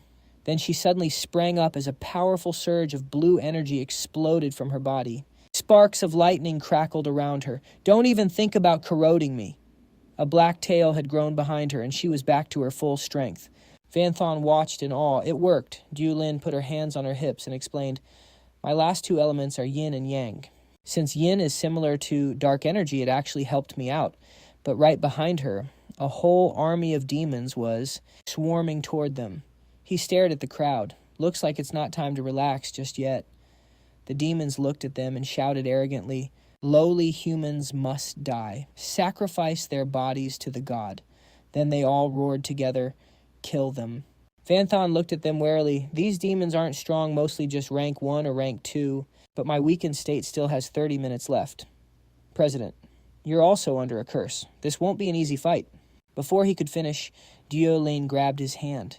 In an instant, he found himself riding on her back. A million question marks popped up in his head. As she started running, she gave him the final answer. Obviously, we choose not to fight. Hold on tight, Junior. He couldn't help but be impressed. Wow, she's really committing to the escape. The demons chased after them, screaming after them. Don't let them escape. They unleashed a skill called Eye of Shadows. Carrying Van Than on her back made things pretty difficult for her. Dodge the attack's long-range projectiles incoming. Time to check out my moves, Junior. Stay focused, don't fall off. Duolin moved gracefully, dodging every strike while keeping a firm grip on the person behind her. After running for a long time, her mouth began to bleed. She had clearly been hit multiple times, yet she still claimed a perfect evasion. Your fundamentals are solid, Senior. Van Than looked at her injuries and sighed. I'm the only one who had a perfect evasion. As for you, instead of answering, she gave a sudden burst of speed, taking massive strides forward. Duolin was now bleeding heavily. Her whole body was covered in wounds, but she just smiled like everything was going according to plan. Haha, it's just a scratch. Besides, we've reached our destination. He asked, confused, the destination. Duolin dug her heels in and braked hard. Van Thon stepped down, but Duolin was so exhausted she could barely stand. He looked at what was in front of them and asked in surprise, President, don't tell me she was wobbling on her feet, but still struggled to announce this is the place. I searched all day to find this perfect terrain. Suddenly, she grabbed his wrist and threw him inside. I don't have enough strength to carry you any further. Hide in there and don't come out to cause me any more trouble. Van Than, completely drained, tumbled onto the ground. He quickly sat up and started analyzing the situation. Oh no, the only benefit of this terrain is that I'm safe, as long as the entrance is held. But the downside is obvious. If the President makes a final stand at the cave entrance, she'll have no room to move. There's absolutely no way to retreat. He stared at his hands and realized for now, even if I join the fight, I'll just be dead weight. 18 minutes left on the debuff. Van Thon knows he has to survive this. He shouts to Lu Duolin, who's blocking the cave entrance. President, if you can't hold them, just run. Don't push yourself to the limit. She stands tall, totally confident. Running isn't my style. Let's bet everything on this fight. Smoke covers the cave entrance as Lu Duolin stands like a beast against a whole army of demon spawn. They keep spamming skills like Ruinous Blaze, Blood Claw, and Shadow Blades. Duolin isn't backing down, countering with her cremation skill. Her one move takes on their entire wave of attacks. But she's taken too many hits and her strength is fading. Suddenly she can't hold it anymore and spits out blood. Damn it. This fire isn't doing enough. Inside the cave, Van Than calls out in worry, President. But his logic stops him. I can't go out there. I'd just be a burden right now. I have to stay calm until this debuff finally ends. Guarding the front, Duolin looks back and smiles. That's my Junior. He's not letting emotions cloud his judgment. Smart move. She channels her energy, fox ears and tails sprouting out. Elemental magic drains too much mana. She can't keep this up for long. Her eyes glow blood red and her claws sharpen. She makes her choice. Duolin shifts into her half-fox form. This melee mode is better for a brawl. Earth rank. Blood skill. Celestial, Mystic, Claw. The demons charge and fearless. All humans must die. If we let them live, they'll just slaughter us all. Killer. Duolin roars back at them. Stop twisting the truth. You demons are the ones who deserve death. A total bloodbath begins. Duolin dives into the mob fighting like a beast, but she's outnumbered and already injured. One demon lands a hit on her back, followed by a barrage of attacks. After the struggle, Duolin drops down, gasping for air. She's completely out of gas, getting wrecked by low-level trash like this. It's like a fallen tiger being teased by dogs, but the demons are actually terrified of her power. This human is scary. She's heavily wounded. So how is she still standing? Is she immortal or something? With her level, she could have easily run away, but she didn't. Duolin's lips curl into a smirk. Running. No way. I have to protect someone special. Inside the cave, Van Than listens to her voice. I don't know how he does it, but my Junior's potential is infinite. He gets stronger every day. If Van Than keeps growing, he'll bring endless possibilities to humanity. Duolin places a hand over her heart and declares, trading my life for his is totally worth it. A demon yells in rage, delusional, none of you are making it out alive. She's badass. But there's no denying she's reached her limit. She leaves Van Thon with one last warning. Junior, I'm cooked. With your brain, you better find a way to stall until that debuff clears. The demon's massive blade swings down. Diu Lin whispers. Her final thought looks like our date is finally over. The demon screams die, but suddenly his blade snaps in half against someone's arm. Van Than's voice rings out, no, the date is still on. Diu Lin is completely shocked. Junior, is your debuff gone? Van Than looks roughed up, but he's looking like him, as he replies. No, 3 seconds left. But 3 seconds is plenty. S+ rank invincibility for 3 seconds. Total immunity to all damage and CC. The demon stares at his broken blade, panicking hard. He screams at his lackeys to attack. How something is wrong with this kid. Kill him now. They all rush in using every skill they have. Kill him. Die, you evil human. Van Than's face goes cold and dark. As he strikes, he mutters, skill fusion. Countdown starting. Blue flames gather on his fist. Mage fireball plus fighter impact punch. 2-1. Countdown over. Van Than roars as he throws the punch. Cloud-piercing, demon flame fist. The blue fire incinerates them all. Only screams of agony remain. Phew, finally over. Diu Lin finally sighs in relief. He pulls something out and replies not necessarily. Running into these demons was just a fluke. But if we don't deal with this mark on my neck, we'll be hunted forever. He uses the item to camouflage the seal. He looks into the distance. Besides, there's something over there I need to check out a bit later. Back at the cave entrance, a massive, powerful-looking demon approaches, followed by a subordinate. Colada asks coldly, the soul-tracking mark's aura ends right here. Are you absolutely sure a human was here? The guy dropped to his knees, trembling in fear. My lord, supreme demon, great one of the Night Slayer tribe. I wouldn't dare lie to you, it's all true. Colada looked back with a grim expression. Based on your description, that brat must be Van Than. I don't know how he hid the soul-tracking mark, but I could only track him this far. The lackey quickly chimed in. Did that filthy human escape already? Colada fixed his gaze on the distant peaks. He said coldly, escape not a chance. There's nothing but a dead end ahead of them. That's the boundless forbidden mountain range. Legend says it's a land forbidden even to the gods. No one gets in. Not even the 72 demon lords can enter, let alone cross it. Colada took a step forward. They'll definitely be cornered there. He flashed a smug, self-satisfied grin. Every step radiated overwhelming power. I'll just take my time. Death is the only thing waiting for them. Elsewhere, amidst the towering mountains, heavy breathing echoed through a crude shelter. Huff, huff, huff. It was Van Thon. As he was grinding out push-ups, Diu Lin pulled the curtain back and gasped. My little junior is really dedicated to his basics, huh? Even in the dark world, you never stop. Van Than wiped the sweat off his face. Body conditioning is vital. In his head, he knew the truth. Stat points and skill points all come from daily quests. Can't miss a single day. Plus, a quest summary screen popped up in front of him. Championship quest host has secured first place. First place in the global championship confirmed. Issuing the highest rewards. Title, Unlocked Championship Winner. Reward S+ rank Space Ring. Reward S rank Limit Breaker Stone. Reward Luck Potion. Reward Blank Equipment Blueprint. He thought to himself, finally, the championship rewards are here. Looking at the items, Van Than began to strategize. The Space Ring can be used to craft top-tier treasures. It has massive storage and insane buffs. Most big shots use it to build their private palaces. Master Ha's mobile vault was made using one of these. As for the Limit Breaker Stone, its use is simple. It can push gear or items past their level cap to reach higher tiers, and the Luck Potion, total game changer. But this blank blueprint, I've never heard of it. It must be a special item.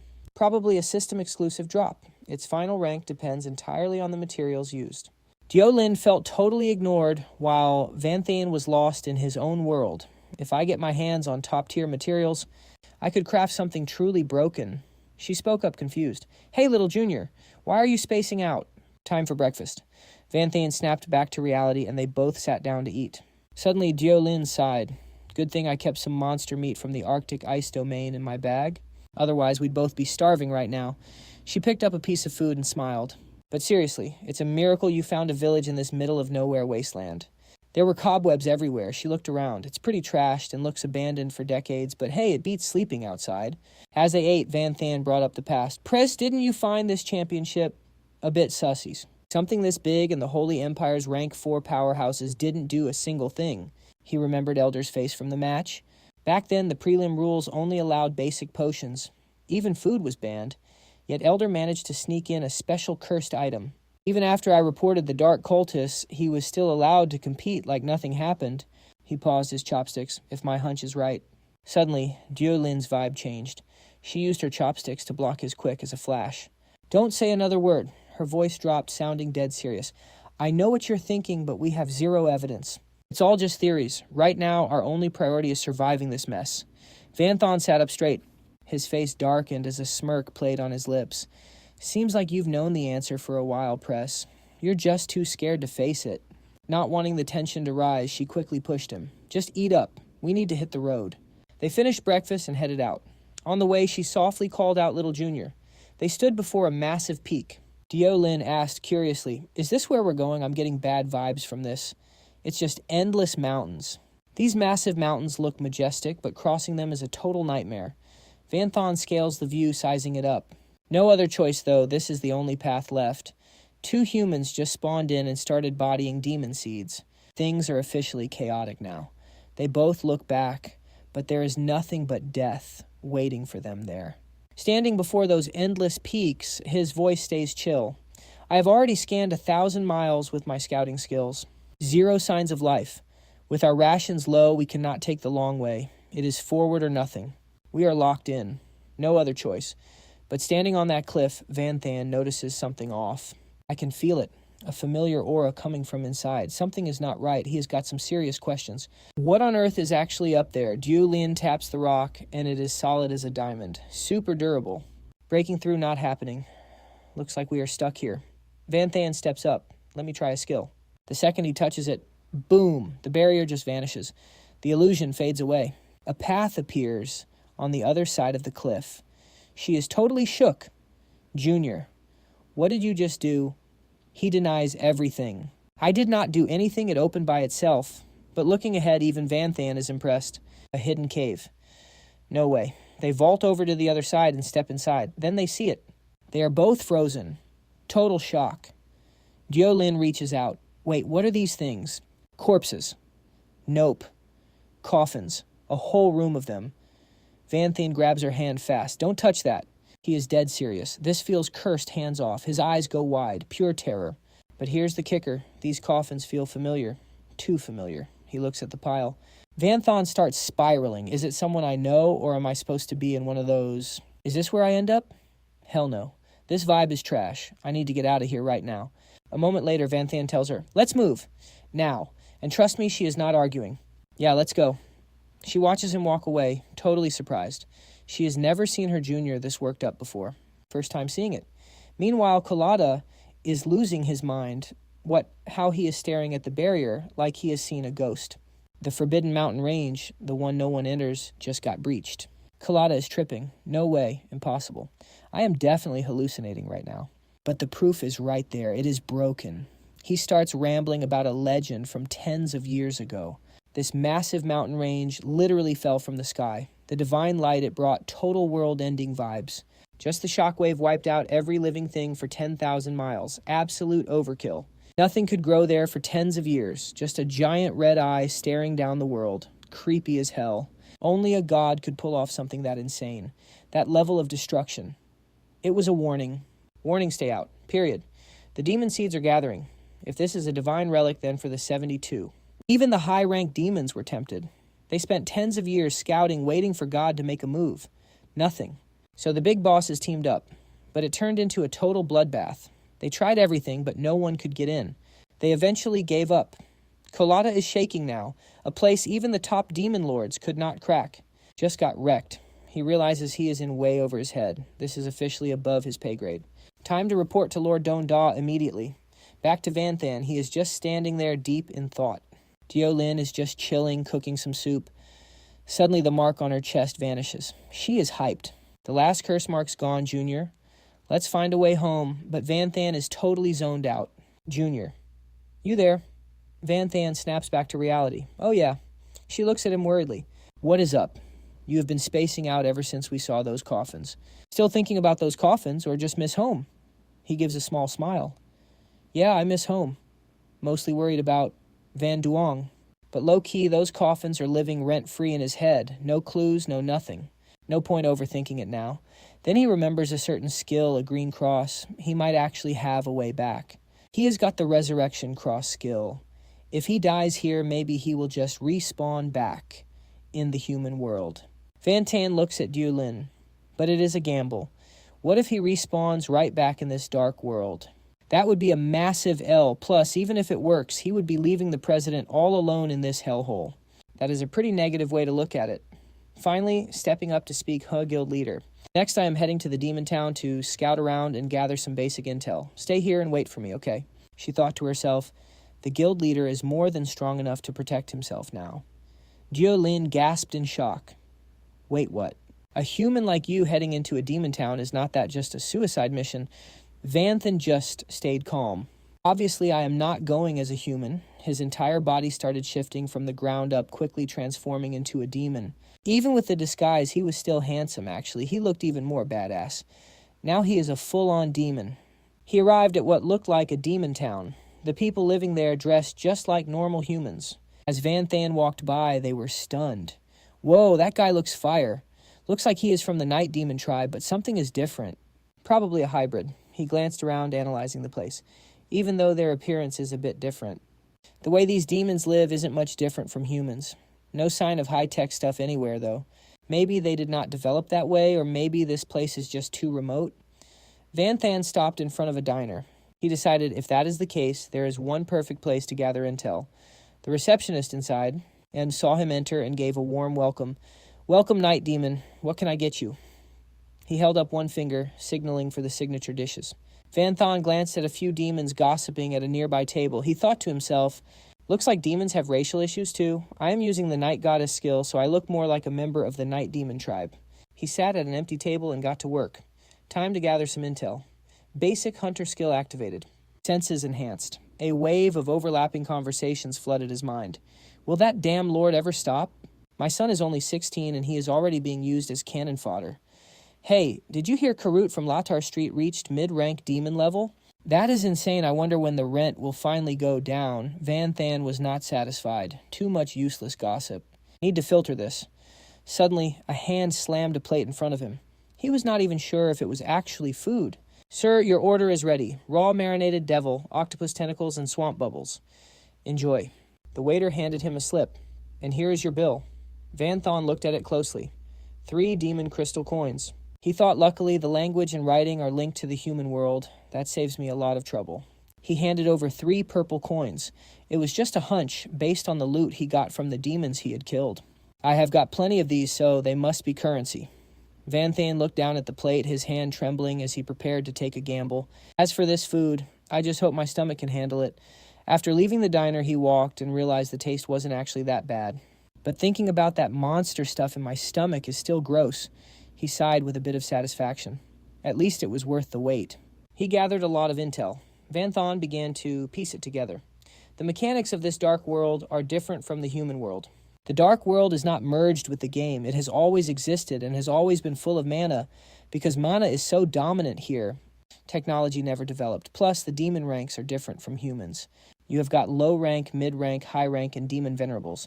These correspond to the first, second, third, and fourth job advancements for humans. Images of powerful-looking demons appeared in his mind. Among them, the top-tier high-rank demons are called demon lords, and most of them rule their own territories. And the 72 pillars of demons are the absolute peak among the demon venerables. He kept thinking. He touched the mark on his neck left by the elder, the ruler of his race. This is all I know for now. The sea god statue fat will run out eventually, so I have got to deal with this soul-tracking mark. Suddenly sensing something, he looked over cautiously. The demons behind him were sprinting away in a panic like they were being hunted. Run. The Lord Guards are here to draft cannon fodder again. Don't take me. I don't want to die on the battlefield. Rover, leading the guards, raised his spear and shouted, Why are you running? Going to war is an honor for you. Sacrificing yourselves for our great demon lord is the ultimate glory. He immediately ordered his guards to charge. Move, capture, everyone, between 15 and 60, male or female, grab them all. They shouted in unison. The unlucky demons being dragged away fought back. Damn you, if it is so glorious, why do not you go to the front lines yourself? I do not want to die. Let me go. The guards quickly noticed Vanthan standing tall. No fear. What is with this kid? Why is he just standing there? He was way too calm. Another one barked. Calm. He is probably just scared witless. Grab him. He slowly walked closer and said calmly, "No need to grab me. I will go myself." Thinking to himself, this is actually a massive opportunity. In Shile City, a carriage guarded by soldiers rolls into town. All the captured demon spawns, including Van Thon, are rounded up in one spot. At the front is the captain of the guards and a high-ranking demon. Rover asks confused Deacon, "Sir, why are you here?" Baha keeps it short. "The Lord is away. I am here to check the quality of these new recruits. Get started." Rover steps up, all serious. "Yes, sir." He shouts to the crowd below. "Congrats, you lot. You have gone from pathetic peasants to fierce warriors. From now on, you will die for this great world and for our great Lord. Now get on your knees and swear loyalty." One demon loses his cool and points right at Rover's face. "Who cares about loyalty? You kidnapped us and forced us here. I am not being your cannon fodder. I'm going home right now." A scream rings out. Age Rover stomps him into the dirt. The guy's eyes roll back, coughing up blood. Whoosh. The others back away, terrified. So cruel. Why would he do that? He barely said anything. Rover clenches his fist, threatening them. "Know why I am training you losers, and not the other way around? Because I am stronger. In this world, power is the only language that matters." He roars, kneel instantly. Every demon drops to the ground. Total silence. Except for Van Than. He is just standing there, ice cold. Rover loses it and points at him. "Hey kid, why are you not kneeling?" Van Than looks at him like he is trash. "Because you are not worthy." Rover laughs. "Ha, I am not worthy. You dare say the strongest guy here is not worthy?" He asks, voice low. "Kid, where did you crawl out from? What is your name?" A soldier reports in while Rover glares at Van Than. His name is Vu Tich, drafted today. He looks like an outsider. Having his answer, Rover turns to the deacon. "Is that so?" "Deacon, sir, we are short on men, but for the sake of discipline, and the Lord won't mind if I kill one or two right." Baha looks bored. "Of course, a necessary sacrifice." Rover cracks his knuckles, grinning. "Then I won't give him a chance to beg. I'll take his corpse and bam. Before he can finish, Rover gets a face full of foot. He is pinned against the gate, spitting blood. Van Than finishes the sentence for him. "Exhibit it." Rover gets sent flying, dazed and confused. What did I just get hit? Was I hit by a recruit? Two fingers wreathed in blue flame point right at his temple. The blue flame roars. Van Than moved so fast nobody saw it. "Looks like you are not the strongest here after all." Van Than walks away while the captain burns. Soon the fire dies down. Because there is nothing left inside, the crowd panics. The captain is dead. He didn't even fight back. And he was a high-ranked demon. Baha realizes he is cooked. Something is wrong. This Vu Tich guy is definitely high rank. He turns to bolt. He is an infiltrator. I have to tell the Lord, but as he turns, boom. Van Than is right there. Baha nearly jumps out of his skin. How Van Than analyzes the situation. Based on what that dead guy said, power gets you everything right if I kill you. Do I get your rank? Baha hits the floor, instantly begging. Noble high-rank demon. I am just a nobody, a low-level clerk. Please do not kill me. Van Than stays cold. A clerk. That could be useful. I'll let you live. But from now on, you follow my orders. Baha cowers and swears his life away. Whatever you say, my lord, I'll do anything. Then Van Than looks at the weak demons. Go back where you came from. We do not need you here, he thinks to himself. If demons are fighting humans on the front lines, the fewer of them, the better. The demons hesitate for a second. We are so grateful, they vanish instantly. Thank you, Great One. Thank God we are finally going home. Late that night, under a thin starlight, the moon shines on the massive castle. Inside, Van Than is reading at a desk with Baha nearby. My lord, why did you have me find all these books? Most of this stuff is just common knowledge. Is it really worth reading? Slam Van Than closes the book, annoyed. He smirks. You ask too many questions. Baha bows his head, terrified. Forgive me, I spoke out of turn. Van Than opens the book again. Impressive. As expected of a demon lord's archive. The data is legit. It has detailed insights into everything from the Dark World races to its entire history. This book is packed. There are over 100 demonkin races in the Dark World. Even though there are tons of hybrids, the 72 great clans were the main power back in the day. In these snowy mountains, just like human history. The demonkin have borders, resource wars, and endless battles. Look up there. A demon with wings so massive they could blot out the entire sky. Then a void demon appeared. After that, it's a total mystery. No one knows where this void demon came from. He just appeared out of nowhere. With absolute god-tier power, he conquered the entire dark world in just 3 years. One strike was like the hand of God. He became the supreme being. He split the dark world into 72 nations ruled by the strongest demons. Those are the 72 demon pillars. That's how today's world was born. Everything centers around that massive handprint, split into different territories. Thanks to the pillars keeping each other in check and the void demons' insane authority, the endless wars finally stopped. But then 70 years ago, a new species called humans suddenly appeared. They tore through space and invaded the dark world, slaughtering demons left and right. The demonkin rose up for a total war. Vanthan realizes something's off. This doesn't match what he knows at all. Humans weren't strong enough to invade the dark world back then. Just defending the border was a struggle.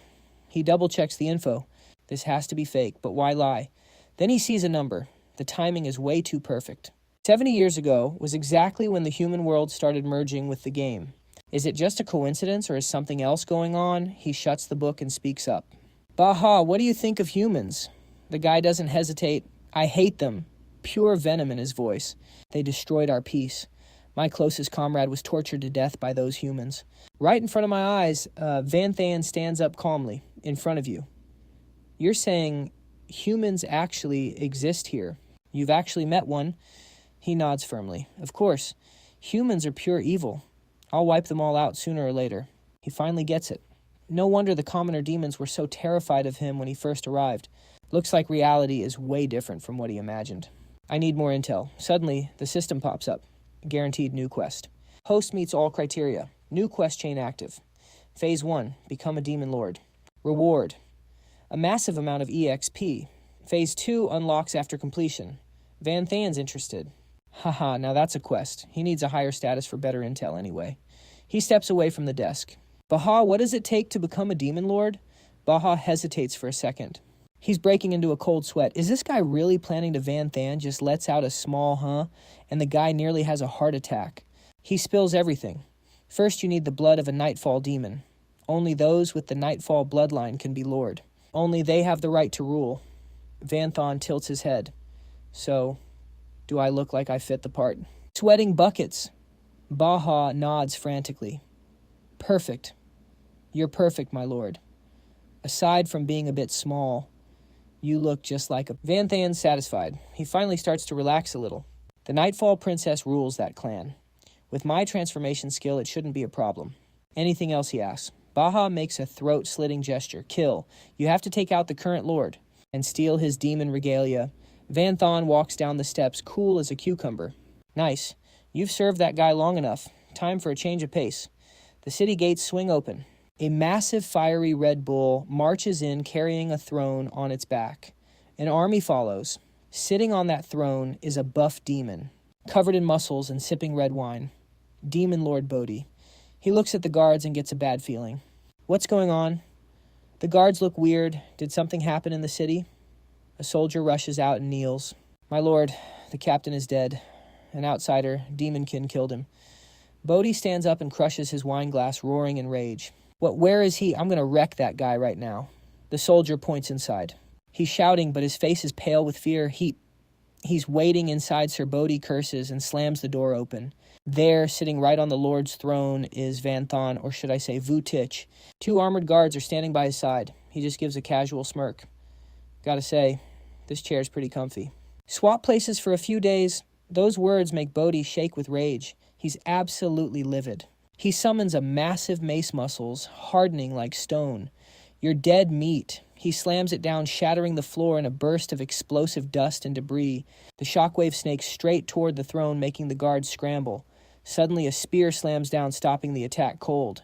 Vanthan grips his spear, looking like a total boss on that throne. Such a nice chair. Would be ashamed to wreck it. Bodhi lunges like a black blur. He swings his mace from above and roars, "Get out, that's my seat. You don't deserve to even touch it." The mace closes in, but Vanthan is ready. His spear moves so fast it's just a blur. Clashing against the heavy mace. It's on Vanthan as pure speed while Bodhi is like a wild beast. The pressure is insane. You can't even see what's happening. The soldiers are shaking in their boots just watching this. This is a high-ranked demon battle. 2 OP. There's zero room to interfere. Then he brings his spear crashing down. The rival blocks, but boom! He gets sent flying. His mace slips away, hands trembling like crazy. Bodhi's actually impressed. The kid looks like a weakling, but his raw strength is cracked. Melee combat. Not bad at all. He raises his hand, revealing a blood-red gauntlet that appeared out of nowhere. Kid, you handled my hits pretty well, huh? Bodhi stands his ground and fires a palm strike right at him. Energy shapes into jagged fangs. Looks like you're itching to become my next snack. Suddenly flames erupt from Vanthan. Even the MC can't hide his shock. The fire flows into the gauntlet and his eyes glow like red LEDs. Bodhi is losing it, laughing like a maniac. You're a top-tier snack. Give me more. The fire keeps getting sucked in faster and faster. He stays calm, analyzing the situation. His attributes are dropping while the enemy buffs up. A Demon King gear. This is going to be tricky. The gauntlet erupts in flames. Kid, my hand of plunder doesn't just steal power. I'll end you with your own move. Witness the true terror of a demon lord. Ha ha ha. He waves his hand and fires. The powerful skill he just stole. Fireball. Wait. It's just a tiny fireball the size of a palm. It's moving at a snail's pace. Vanthan looks totally bored. He just punches it into dust. Bodhi's jaw literally hits the floor. Stunned silence. The soldiers are losing their minds.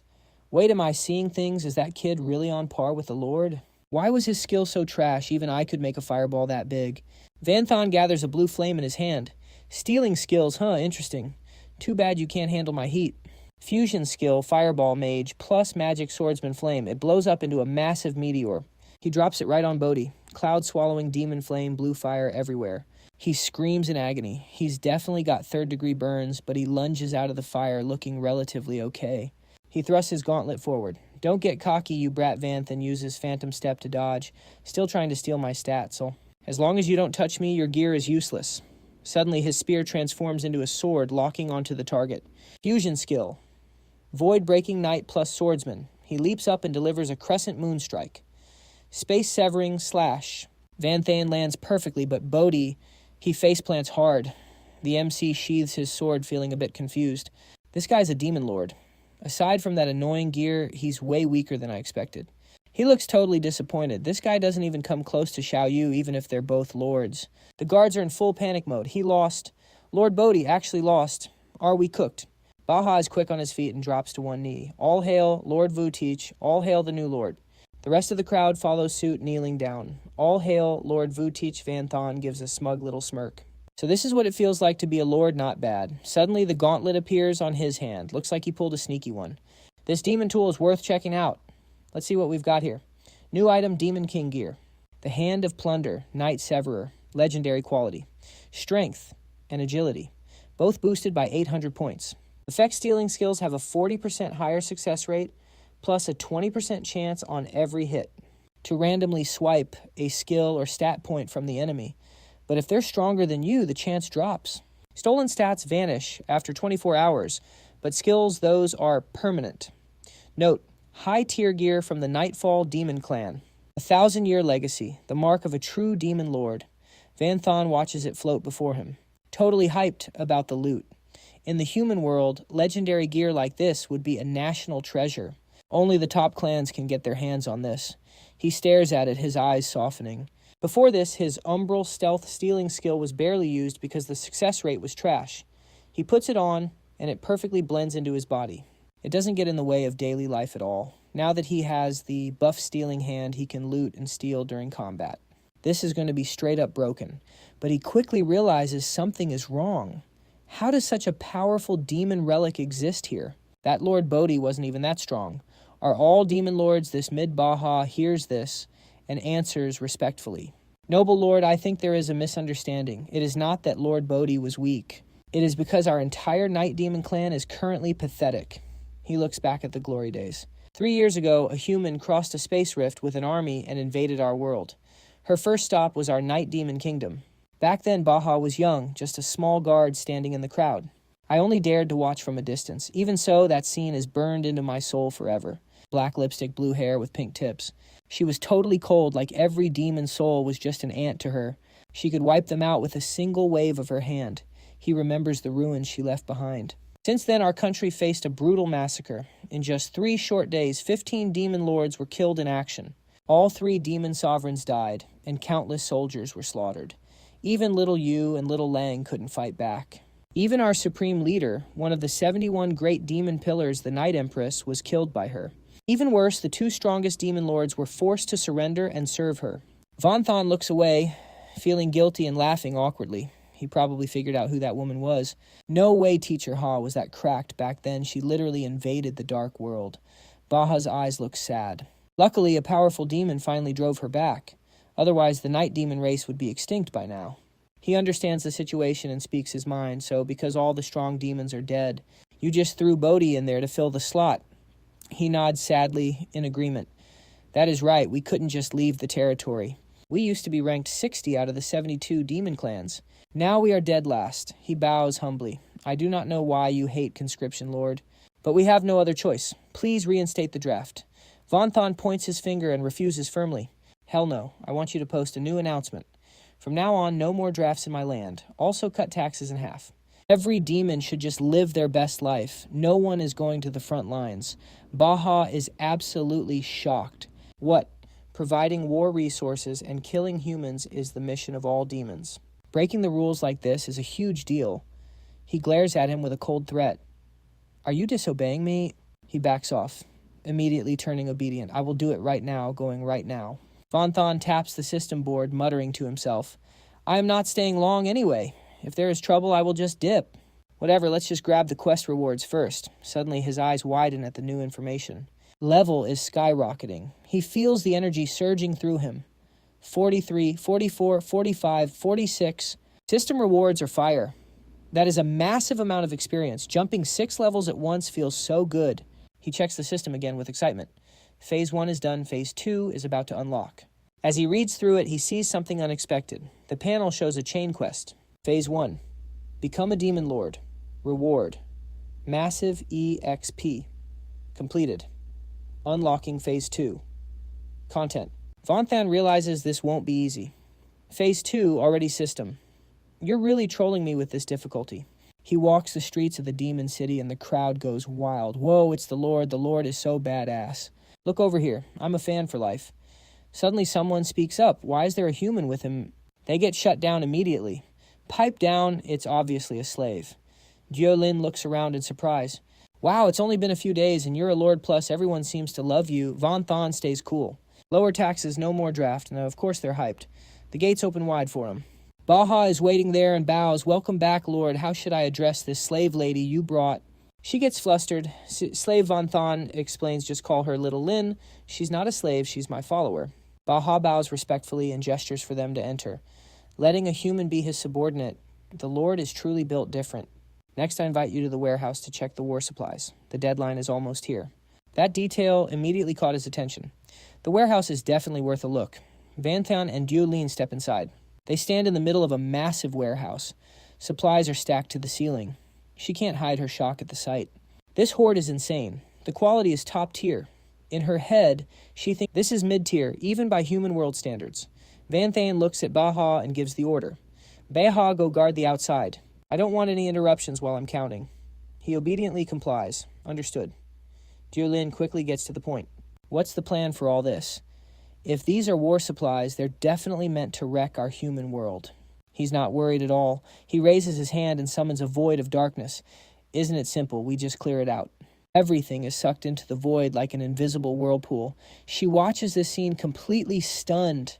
No way, there's too much. A basic inventory space shouldn't be able to hold all this. Plus, he hasn't even done a space class change yet. His bag was supposed to be smaller than a regular player's. Vanthan watches the black void fade and calmly explains. I got some divine space soil before and used it to expand my inventory. I could fit 10 of these warehouses in here and still have room. Now only one heavy weapon remains in the warehouse. He expresses his interest. In this entire place, this is the only thing that caught my eye. Vanthan closes his eyes to focus. His wide-open eyes are surrounded by blue patterns. Appraisal skill activated. Let's take a close look before grabbing it. The weapon information immediately updates with full details. The Demon Annihilation Cannon, a weapon of mass destruction special to the Night Demon race. It can be mounted on buildings. It can also be used as a standalone weapon. To use it, the user needs a strength stat of 1000. It needs a massive amount of mana before firing. Charge time is 15 seconds. He grins and shouts, absolute fire. It's a bit of a hassle to use, but the power is broken. Lin suddenly speaks up from behind. Hey, Junior, what's your next move? You don't actually plan on being a demon lord here forever, do you? He smirks and drops a bombshell. Of course not. My next goal is... His words are light as a feather. To become one of the 72 pillars, the system screen pops up. Quest Stage 2 unlocked. Reward Mobile Palace Jewelry Blueprint. Quest objective: become a demon of the 72 pillars. The massive room is now completely empty. Lin asks in shock, what, the 72 demon pillars? She doesn't believe he can pull it off. You want to join the 72 pillars? That's impossible. Even for a genius like you, that would take years of growth. He starts to explain. Normally, you'd be right. But it just so happens the Night Demon race is in a very unique spot. Think of it like a game of chess. I mentioned it on the way here. The Night Demon's foundation was totally wrecked by Teacher Ha. Now there are only 3 old demon lords left in control. The piece representing Bodhi is gone because he's cooked. Of course, they're on a different level than that Bodhi guy. They are true demon lords. It's a 3-way power struggle. Right now, those 3 lords are sick of the constant infighting. If one can control the whole race, they could dump enough resources to force a demon sovereign into existence. Van Thon turns to Lin. According to Baha, all 3 of them know the infighting is just making their nation trash. So they decided to have a final showdown in 1 year. The winner takes everything. She gestures for him to stop. Hold on. You mean you want to join that? I don't think that's a good idea. Our priority is still finding a way back. How do we return to the human world? He starts to persuade her. I actually have a lead on how to get back to the human world. But President, we finally made it to the dark world. Are you really okay with just leaving like this? Lin goes silent. After a moment, she speaks. Honestly, no. At least we can do something to take the pressure off the front lines. If we can make these demons fight each other, that's even better. She's worried, though, because the pressure on him would be insane. Facing 3 powerful demon lords alone, you clearly aren't there yet. Van Thon agrees. That's true, but I've already found the only way to boost my power in such a short time. The sky begins to sink into a quiet night. This is how we'll do it. Outside, Baha stands quietly waiting for his superior to come out. He turns around and walks out to meet Baha. Baha, I have finished the inventory. Lock it up. He replied while closing the door. Yes, my lord. When he looked inside, he saw something terrifying. Cold sweat poured down his face. The warehouse was completely empty. Not even a speck of dust left. Baha was in total shock. He could not believe his eyes. Empty. He turned to the boy with a look of pure confusion. My lord, what is this? Van Thon acted like it was the most natural thing in the world. I took my own stuff from my own warehouse. Is there a problem? Baha just scratched his cheek. Looking at the empty room, this was straight up a robbery. You are the lord, so of course you can take as much as you want. But we have to pay tribute to the 3 high lords. This is going to be a massive problem. Van Thon did not care one bit. He waved it off. If they have a problem, tell them to come find me. Now go do your job. Baha collapsed to his knees in total despair. It is over. I am cooked. Why did I get stuck with a lord like this? He is actually provoking those 3 high lords. This city is done for. Somewhere else, a female demon appeared with wing-like threads bursting from her back. She asked, what is this? Looking closer, this demon had a crazy hourglass figure wearing some seriously revealing gear. She looked at the entrance and said, the Forbidden Mountain Range has actually been breached, Colada replied, sounding shaken. The cause is still unknown, but it is likely linked to those 2 humans who entered our world earlier. They probably triggered some major hidden condition. Doan Da whispered, her lips looking extremely pale. Humans. She started to guess. They must have been warped here by Van Thon and Lu Lin. That side of the mountains is the territory of the night demons. They definitely fled there. He asked, should we hunt them down? But she stayed totally chill. Normally, they would be worth the hunt. But right now, we have much more important things to do. She stepped inside the barrier and said, come on, let us see what is hidden inside this mountain where the god descended. They landed inside and she continued, what exactly is hidden here? As soon as they touched down, Colada screamed in shock. It is full of coffins. Doan Da released a strange energy from her hand. Interesting. I want to see whose body is inside to have a god drop a whole mountain range for them. Her energy wrapped around one of the coffins. It started shaking violently under her power. A loud rattling sound came from inside. He was stunned by what he saw. What is this coffin made of? It actually took a hit from the great Lady Doan Da. There's only one crack. Doanda surged with more power and clenched her fist. "Break for me." The coffin instantly shattered and the lid turned to dust. The body lay inside, radiating a terrifying, dark energy. Collada recognized the remains immediately. "I know this body. It is Tatara from the Devouring Demon Clan," he gasped. "The genius from 60 years ago? But did he not die in the war a long time ago? Why is his body here?" She did not seem to care. "It does not matter. No matter how famous or powerful you were while alive, once you are dead, you are just a corpse." Doanda looked down with pure contempt. "No value." Then she touched the coffin. "But this coffin is something special. This material is not from our dark world, and it is definitely not from the human world either. This is very valuable. Research everything. Open them all up and take them back." Collada hesitated. "Are we really taking them? These belong to a god. What if we anger the god?" But she did not care at all. "What if we do?" She leaned in to inspect the body. "Unless there is a sacrifice, the gods never interfere with our world. But if this action actually makes a god show up..." She spat on the ground and said, "I actually want to see it happen. I want to see what a so-called god actually looks like." Meanwhile, in the heart of the city, the place looked endless. Inside the grand hall, the announcer's voice boomed. "Thank you to all the nobles for joining us today. Welcome to the Antalya City Auction. I guarantee you the items up for bid today are incredibly rare." Van Thon watched the auction with Dio Lin standing behind him. "The fastest way to get OP is definitely through gear." He looked at the scroll in his hand. "System blueprints are so convenient. Just toss in the materials and you can create any armor. I have always focused on my weapons. My armor is just basic tier. It is definitely a weak point in my build." Gear is categorized. Armor usually comes in 5 parts: top, pants, belt, shoulders, and boots. Rare gear can even be combined into sets to get those massive set bonus buffs. Van Thon thought to himself, "I have got 2 S-rank materials in my bag that I snatched from the warehouse. If I put 5 S-rank materials into this blueprint, I wonder how broken the final gear will be." The auctioneer shouted, "Next I declare the auction officially open." He gestured to the stage. "Let us take a look at our first item." It was a cage.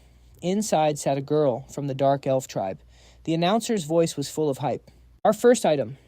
A young Dark Elf starting bid is 380,000 magic crystals." The crowd instantly went wild. An auction for a Dark Elf in our Night Demon territory, that is insane. So rare. Usually it's a Nightshade Demon, but this one's actually fire. Worth the buy. Dio Lin's chilling with Van Than in a private booth. She's low-key curious. A Dark Elf, huh? Basically a unique race from the Dark World. First time seeing one IRL. My junior mentioned demons are always beefing. Taking slaves from other tribes. Totally normal for him. She's watching his face, but my man's a total iceberg. Looks like he has zero interest in women. She thought he'd pass, but no way. Van Than just dropped a bid of 380,000 magic crystals. Dio Lin is shook mouth wide open. The host is losing it too. He didn't expect a bid this fast. 380,000 magic crystals. Anyone going higher, he's really milked the moment. Reminding everyone that those VIP booths are for the big shots, the demon lords. Usually those rooms are empty, but we've got a real lord in the house. Fighting a demon lord over a slave. Bad move. Not wise at all. Everyone downstairs went dead silent. Like, who's brave enough to challenge him? 380,000 once, twice, 3 times sold. The second item is officially Van Than's. He secured it easily. When he hears a knock at the door, he coldly tells them to enter. It's the auction staff. "Coming to deliver the goods. Honored lord, the slave you wanted is here. Please have a look." Van Than just tosses the payment and ends it. "The crystals are all here. Now get lost." That stone in his hand is a spatial magic stone, the Dark World storage tool. Deal's done, so the guy bows and heads out. Dio Lin starts laughing. "So my junior does like beauties, just like Dean Haw, a Dark Elf maid contract. Not bad." He stands up to clear the air. "President, I think you've got the wrong idea. I do have an A-rank soul contract that Principal Deep gave me." Van Thon walks right up to Kai Kai and makes it clear he's not using it on her. She's totally terrified, flinching as he reaches out. But wait, he just breaks her chains. Then he actually gives her a kind smile. He looks her in the eye and says, "Congrats, you're free." Kai Kai bows a full 90 degrees, crying tears of joy. Thank you so much, Lord. Please tell me your name. I swear I'll repay you."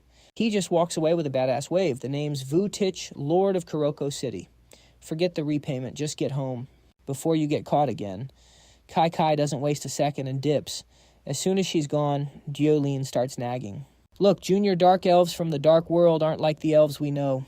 They're basically demons. Spending that much just to set her free, you're way too nice. But Vanthan just stays chill. Don't worry, President, I've got a plan. Meanwhile, the auction host is still hyping up the crowd. The hype is real. All right, everyone check out item number 8. This is an insanely rare material. Found deep inside the Deadstone Forest, you can use this to craft top-tier armor or weapons, or even refine death energy. To buff your body, he reveals the prize with a shout. This is the Death Origin Stone. Starting price is 7,600,000 magic crystals. The crowd goes wild. Bids are flying everywhere. 8 million. 8,300,000. 8,800,000. 9 million. 9,700,000. Finally, the item Vanthan's been waiting for is on the block. Baja's intel was straight facts. This auction really has S-rank materials. If he grabs this, he only needs 2 more S-rank items to finish his full armor set. From his VIP booth, he drops a massive bid that shuts everyone up. 12 million magic crystals. The crowd is buzzing over his flex, but they're still trying to grab that stone. He's making his move again. A demon lord isn't going to let a prize like this slip away. But so what? That Death Origin Stone is way too important to me. Bids keep climbing. 12,800,000. 13 million Vanthan is done playing games. He shouts out an insane number. 20 million magic crystals. With his massive bankroll, he's not scared of anyone. Comparing wealth, he's got the riches of an entire city behind him. These guys can't even touch him. The auctioneer calls it right there. 20 million is expected of the Lord. What an absolute flex. Anyone going higher? The crowd just stares, totally helpless as the item is snatched away. Damn, the Lord is for real. No matter how rich we nobles are, we can't beat the wealth of a whole city. It's not even a fight. I give up. The gavel slams down, echoing through the hall. 20 million, once, twice, 3 times sold. 3 billion sold. Congratulations, noble lord. That precious death primal stone is officially yours. Suddenly, the stage literally blew up. Chaos everywhere. A mob of strangers swarmed in from both sides of the stands. Looks like those dark cultists. The demons are shook, whispering to each other. What is happening? Is the auction being raided? Wait, are those filthy humans? If they are intruders, this just got interesting. Time for a bloodbath. Look at all these demons. Finally, some real action. We can actually kill for real this time. They are just spamming skills left and right. Zero chill. The demon army is getting absolutely wrecked. Everyone is running for their lives. No way they are actually humans. Please do not kill me. I can give you all my magic coins. Just name the price. Call the guards. Wait, if I wait for them, I am toast. Run. Seeing them left Diolene totally stunned. Are they humans? She turned to Vanthan confused.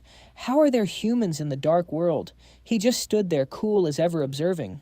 They are not trash. Level 40 to 50 second awakeners. 2 of them are even third awakeners. This auction house definitely cannot touch them. Then he saw the empty display stand. Vanthan was getting heated. The material I needed is gone. The humans finished looting and started to head out.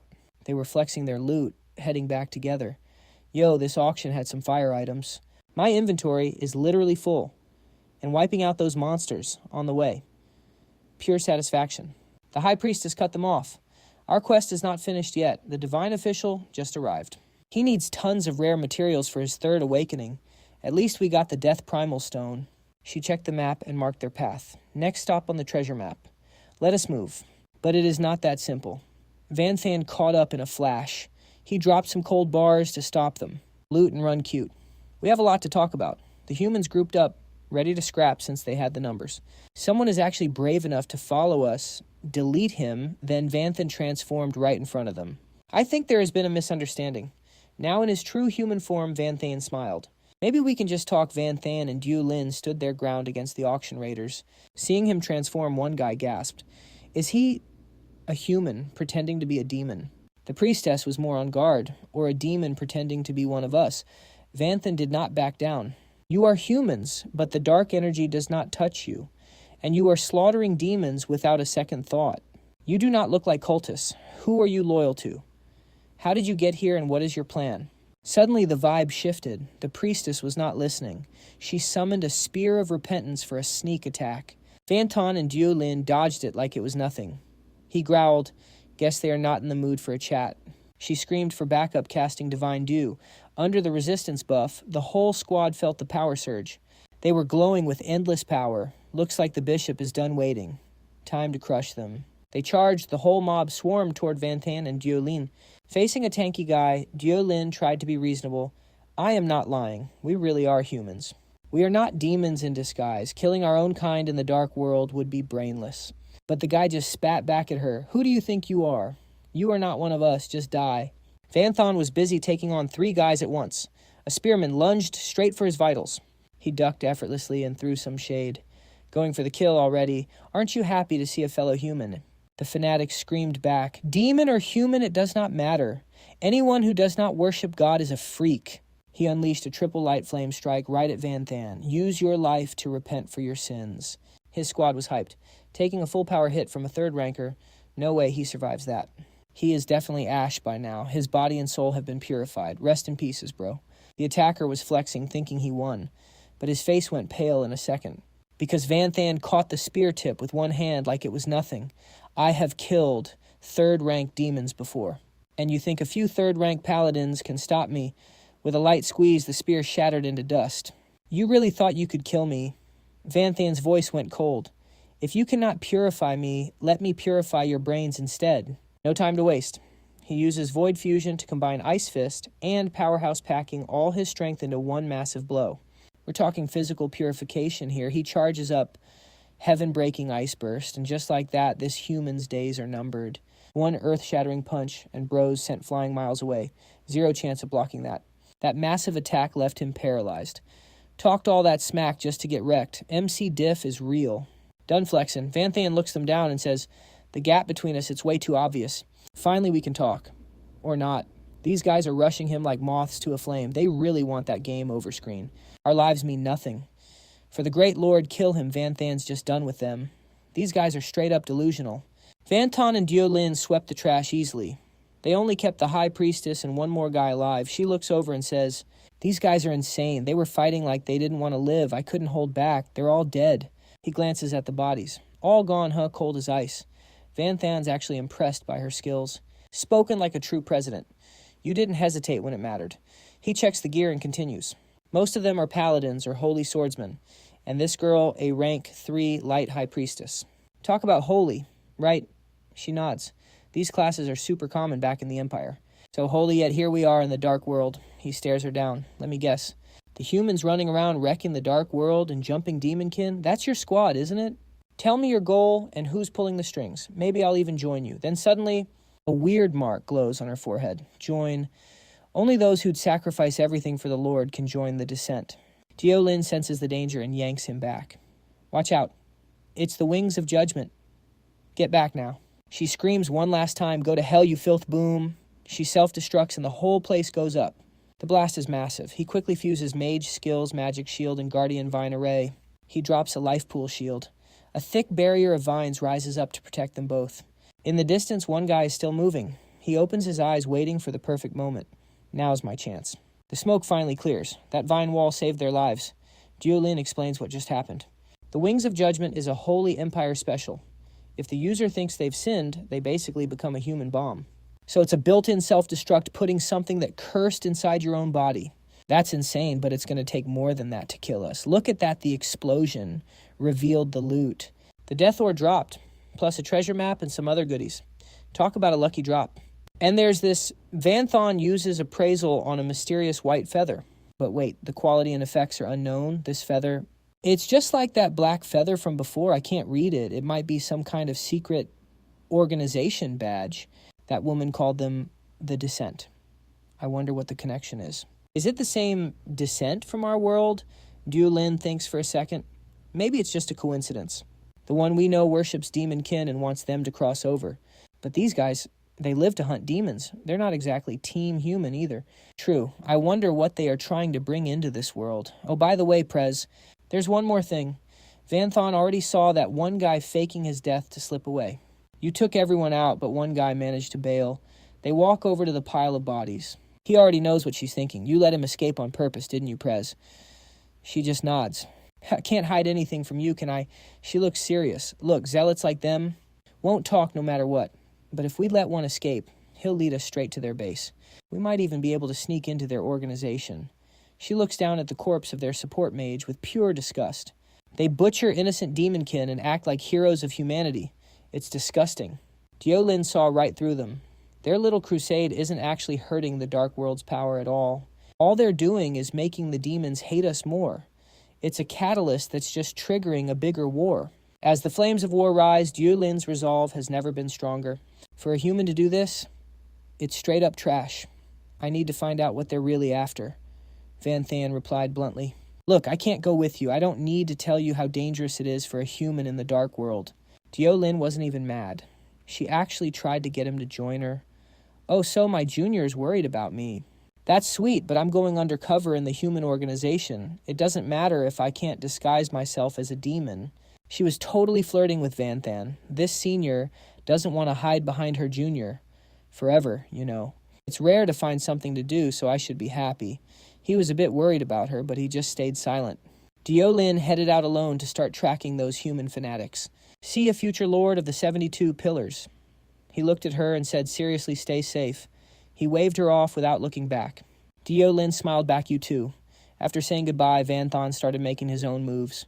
He shifted back into his demon form, Vu Tich, thinking to himself, with this death stone, I've got 3 S-rank materials now. No leads on the last 2. Better go ask Baha first. But then the scene in front of him stopped him cold. His city guards were all sprawled out on the ground. As soon as they saw Van Than, they rushed to report. High Demon Lord, Lord Carlos's men just attacked us. We couldn't stop them. He already expected this. Carlos, one of the 3 great demon lords. He's the real power in the Night Kingdom. These demons came faster than I thought, heading straight into the city. Van Than told his soldiers, take the survivors and get treated. I'll handle the rest. Right then, Rust was stepping all over Baha with pure arrogance. He ground his heel into him, fuming. Just a tiny backwater city, and you dare refuse to give us war supplies and soldiers? Who gave you the guts? Even under his pressure, Baha wouldn't break. These are the Lord's orders. We only follow orders. Plus, years of drafting soldiers made everyone run away from this territory. Everyone agrees his way's better. Before he could finish, the guy slammed his foot onto Baha's head, cracking the floor. He sneered his orders. They're nothing compared to the 3 great demon lords. Didn't know you were so loyal. Is it because of his weak policies? Baha gritted his teeth. That's part of it. My family is here. The Lord might be chill with his orders, but he actually gave them a better life. But honestly, I just vibe with his style. He looked toward Low Moon City and continued. Ever since that terrifying woman invaded the Night Kingdom, this city didn't just get a new lord. Everyone knows the Lord was just a puppet with no real power. There will always be high-ranked demons who won't accept him and want his spot. Baha called out the unfairness without flinching. It didn't matter who the Lord was to them. They only worshipped the 3 great demon lords. He used all his strength to drag himself up. Baha stood firm, but Lord Vu Tich is different. His faith in Van Than was absolute. Serving someone like him is way better than serving those cowards. He never bows down to anyone. Listening to you makes my skin crawl. Rust punched him right in the back. Comfortable, right? He unleashed a barrage of punches, treating Baha like a literal sandbag. How about some more? Keep it coming. Still feeling good. He reached out and grabbed him by the throat. Even as he was being choked, Baha still believed the Lord would come back for him. He'll never forgive you. Rust laughed like a maniac. Oh, really? I guess you don't get it yet. This city is about to have a new master. He looked him in the eye and sneered. Lord Carlos ordered me to kill Vu Tich, taking him out before he officially takes over. Cleaning house early isn't a bad idea. Just as Baha was about to die, Van Than appeared out of nowhere. He grabbed Rust's hand, shutting him down. He didn't let him move an inch. He growled, "It's not your turn to clean my house." Boom! Van Than instantly snapped the guy's arm. He let out a blood-curdling scream. Rust knew he was cooked, so he scrambled back. He backed off, staring at his broken arm while trembling. No way. I didn't even sense him. This guy's power is way beyond what I expected. Plus, he's got that demon artifact. I'm no match for him. Van Than coldly told him to take an ultimatum back to his boss. Go back and tell Carlos not to bother looking for me. In 1 year at the duel, I'll be the one finding him. Tell him to wash his neck and wait for death. Rust stomped off fuming. Just because of you, you really think you can touch the throne of the 72 demon pillars? Fine, you are going to pay for that delusional flex. But Van Than was not about to let him walk. He blinked right in front of him, voice cold as ice. You can go unless you are too scared. Rust started sweating bullets, stammering, "What are you doing?" No more talk. He buried a fist deep into his gut. Van Than instantly triggered his fusion skill Phantom Thief's ambush. Combining Shadowhaunt and martial artist Rapid Strike, he unleashed the legendary Steel skill on him. Just like that, he stripped him of every single piece of high-tier loot. The soldiers watched Vanthan's technique in total shock. Everyone was jaw-dropped. What just happened? The Lord clearly just punched him once, but they could see it with their own eyes. They started hyping it up, saying he was getting totally stripped, while Rust looked pathetic. He could only scream insults like a loser. Desperate to save face, he lunged at Vanthan, shouting, "I will kill you!" But his punch landed with a pathetic thud, 0 damage. Rust was shook, thinking to himself, something is wrong. It felt like his attack power had completely tanked. How is this possible? Is his defense just that high? Vanthan looked down on him and broke it down. Your stat points, your gear, your skills, your gold, it all belongs to me now. Placing a hand on his chest. Vanthan delivered the final blow. You are absolute trash now. He gave him the lightest little nudge. Rust flew back, hundreds of meters crippled and unable to move. 1 shot. Vanthan officially deleted this small fry. Rust tried to act tough before, but now he was just screaming in despair, all my gear power is gone. Why the guards were covered in wounds, but they were absolutely hyped. In such a short time, a high demon was washed. Not just beaten, but completely looted. Is our Lord's power really that terrifying? He sat majestically on the throne and asked them coldly, my guards, didn't this guy just beat the life out of you? Vanthan rested his chin on his hand, enjoying the show. Now that he cannot fight back, are you just going to stand there, even though they knew what he meant? The guards were still hesitant. They nervously tried to explain, but he is Lord Carlos's man. Hitting him feels good now, but we will pay for it later. Plus, he is a noble high demon. Who are we to touch him? Vanthan crossed his arms and strictly called out to his loyal subordinate. Baha! His eyes flared with rage as he questioned him, are you just like them? Vanthan's voice carried the weight of the struggles of the low-level people like Baha and the guards. Just because he works for Carlos, just because he is from the 3 core cities, so you are just bugs to him, ready to be stepped on without a word. Those words hit Baha right in his bottled-up frustration. Baha walked straight toward Rust. The guards started whispering, what is the deacon doing? Is he going to swing? No way, he is probably just checking his injuries. He has always been the cautious type. He definitely will not attack. Yeah, his specialty is talking and handling paperwork. Fighting isn't his thing. Even then, Rust was still talking trash, you lowlives from this backwater territory. You really think you are worthy to touch me? Your lord is cooked. Lord Carlos will kill him soon. Are you stupid enough to die for him? Baha had enough. He did not say a word and just stomped on his face. 1 clean hit. The guards were completely shocked, whispering, that is Lord Carlos's subordinate. The deacon actually did it. Has he lost his mind? Baha has gone totally crazy. Proving he was Vanthan's top loyalist, he lectured the crowd. Did you not hear him? This is how the 3 great demon lords see us. We are the same race, yet he slaughtered his way in here, showing no mercy. Are you really okay with being treated like worthless ants turning to the throne? His voice rallied everyone. Our chance to rise is right here. Lord Wuji is about to become one of the 72 demon pillars. You are even afraid of a high demon who has lost all his power. Cowards like you do not deserve to be his people. You are not worthy to follow him.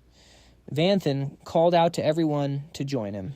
Risk your lives with me to topple the 3 great demon lords, or stay here and live like ants forever. His voice echoed through the hall as he laid it out. I am giving you a choice. His overwhelming aura finally moved them. Win over the hearts of demons under the 3 archdemons? Hell no. I've been sick of those guys for a long time. Supplying soldiers to the front lines was supposed to be split equally among all territories, but they kept their own share and forced the entire burden onto us. Our own people hate our guts because of them. But look at us now. We're the future subordinates of a 72 pillars archdemon. We're on a whole different level, beating up a noble high demon. Just the thought makes me shiver with excitement. The guards surrounded Roth like a pack of starving wolves, absolute killers. He shook, screaming like a total coward. What do you think you're doing? You filth dare touch me, you won't survive the consequences. At this point, the guards didn't give a damn about him. They jumped him without mercy. The 3 great archdemons. Yeah, keep that same energy while we wreck you. Compared to a future 72 pillars member, a high demon is literal trash. We've got a massive future ahead of us, straight to the top. You're just a stepping stone for us, scum. Keep hitting him. Roth screamed in agony. You bastards. He ended up getting beaten to a pulp. They threw him out like garbage. He just lay there paralyzed with pain. Face swollen, Roth tried to crawl back up. "I'll report everything. Lord Carlos will never forgive you." Once the guards cooled down from the hype, reality hit them like a truck. Our Lord's words were like magic. "We totally lost it, man. No way. What did we just do? We're cooked. They're going to hunt us down." Even Baja was curled up in a corner crying, "I've lost my mind. How did I let this happen?" Trilok City's finished, but Vanthan, he was chilling. "Everyone goes a little wild sometimes," he said. "Don't sweat it." He thought to himself that hyping these cowards up wasn't easy. Turns out he used a warrior fusion skill. War cry and mercenary encouragement were the keys to lighting that fire under them. Without his skills pushing them, they wouldn't have dared to lay a finger on him. Of course, they already hated the guy. Otherwise, no skill in the world would have worked. Looking at Baja's terrified face, Vanthan actually felt a bit bad for him. Sure, it was a bit of a dirty move, but hey, the goal was reached. Now, they have no choice but to go all in with me. I'll make sure they reach the top, though. He quickly gave him a new order. "Baja, new quest for you. Use every single coin and resource we have to buff the guards to the absolute max." He stared at the spatial monostone, unable to believe the MC was going this hard. The entire horde. From Lord Veretti was inside. Everyone knows power is everything, but no leader drops their whole bag like this. Vanthan didn't stop there. "What about that S-rank material I told you to find any progress?" Baja just shook his head honestly. "Nothing. That stuff is insanely rare. Finding it at an auction once would be a miracle." So the MC pulled out that map from the humans, totally hyped. "Looks like this treasure map is our only lead left. Baja, take a look at this. Is this legit?" As a pro, he saw the route wasn't complex. Cross the endless desert, the Lost Swamp, the Void City, and you hit the Flame Demon Purgatory. Suddenly, Baja realized what this map really was. He panicked and told Vanthan, "This isn't a treasure map, it's a death trap." But our MC already saw that coming. He wasn't even surprised. "So you're saying it's fake, no treasure?" Baja's voice turned dead serious. "No, if you actually follow this forget S-rank materials, you might find a literal mountain of gold. But the problem is the destination. Flame Demon Purgatory, home of the Berserk Flame Demons. According to Baja, this place is a forbidden zone of pure carnage. The Berserk Flame Demons were an ancient demon race that existed long before the 72 tribes were even formed. They're absolutely cracked. Their leader's power is easily on par with any of the 72 pillars. But then one day the whole race just vanished. Some say they pissed off the gods and got wiped out. Others say they messed with the Void Demon and paid the price. But regardless of the history, Flame Demon Purgatory is definitely hiding some OP loot. Plenty of legendary demons. And even demon lords have traveled thousands of miles to find it. But forget the loot, just coming back alive is a miracle." Worried sick, he begged Vanthan. "Forgive me for being blunt, Lord Vanthan. But you need to drop this. Even without the purgatory, the endless desert alone is crawling with monsters. And the Lost Swamp. It's even worse. No demon has ever made it out alive. But the MC was locked in. Actually, that sounds like it's worth the trip. At least it won't be a waste of time." Vanthan was getting hyped. "Sounds like a secret dungeon raid and wrecking monsters. That's my specialty. Plus, with all those OP god skills in hand, staying alive is light work." Baja let out a long sigh, still low-key worried for his lord. "My lord, you're always such a lone wolf. I just hope you keep the city in mind. This journey is a long one, and who knows when you'll be back. What if those 3 demon lords send their goons to raid us while you're gone? Vanthan, shut him down immediately." "Nah, after the power I flexed, unless they pull up personally, any more demon spawns they send are just fodder. Besides, the battle for the 72 pillars is just 1 year away. Instead of wasting time on us, they'll definitely be grinding to level up their own stats, as expected of a steward." Baja's advice was actually pretty solid. "You're right, my lord, but it's still better to be safe than sorry. At least take this sensing crystal and a town portal scroll. If the city gets hit, my lord, you can warp back instantly as long as you're not in a restricted zone." Vanthan grabbed them, giving Baja a quick nod. "Fine, get my travel gear ready. We move out tomorrow." Meanwhile, deep in the dark world, Du Lin has successfully infiltrated the hideout of the Advent organization. That was easy. I'm in. These guys are surprisingly clueless. Her big brain strategy, just screaming their slogan. "Sacrifice everything for the Supreme Lord." I just threw on their uniform and shouted the slogan, and now they think I'm one of them. Maybe it's because I'm human that it was this easy. No clue who this Lord is, but if I keep chanting it, I'm golden. A random human devotee respectfully invited the new high priest to the stage. "Let us offer our prayers to the Supreme Lord." The figure slowly stepped up to the podium, but when Diolin saw who it was, she completely froze. No way. The new high priest is her. Once she got a clear look at the face, her heart skipped a beat. Lucy. The crowd gathered around to begin the prayer. Lucy's voice rang out, "O Supreme Lord, your will is our strength. Your mercy allows us to grow." She bowed her head, clasping her hands with pure devotion. "To serve you is our greatest honor. We offer our everything to you." Standing in the back, Diolin watched Lucy's every move, her mind racing. Talk about a plot twist. Meeting an old friend in the dark world, and she's living way better than me. This is bad. If she recognizes me, I'm cooked. Her face tightened as a cold sweat broke out. I don't have any transformation skills or disguise items. Should I bail if I leave now? I might never get another chance to go undercover like this. Her eyes narrowed. Mind spinning. What do I do? Wait, I've got it. I still have that one item. Up on the stage, Lucy smiled at the crowd. Thank you all for joining me in prayer today. Now I have an announcement. Even though she said it was a pity, her face was beaming with joy. She continued, the followers who were gathering our reincarnation materials have been completely wiped out. The crowd went wild with shock. They shouted, "What wiped out?" Even the captain and the two high priests. Those disgusting demon spawns, I'll never stop killing them. Lucy's dark, shadowy hand reached out as she tried to calm them down. Don't be sad, everyone, she began to explain. They gave their lives for me and for the Supreme Lord. They died with zero regrets. But to better serve our Lord, my reincarnation must proceed. We're still missing a lot of materials, though. One of the men didn't like the sound of that and spoke up. The high priest is the Lord's voice. She's more important than any of us. But the stuff Lady Lucy needs is way too hard to find. It's too risky. We'd die for the Lord without a second thought. But we can do way more for him if we're actually alive. Suddenly, Diolin pushed through the crowd, drawing confused stares from everyone.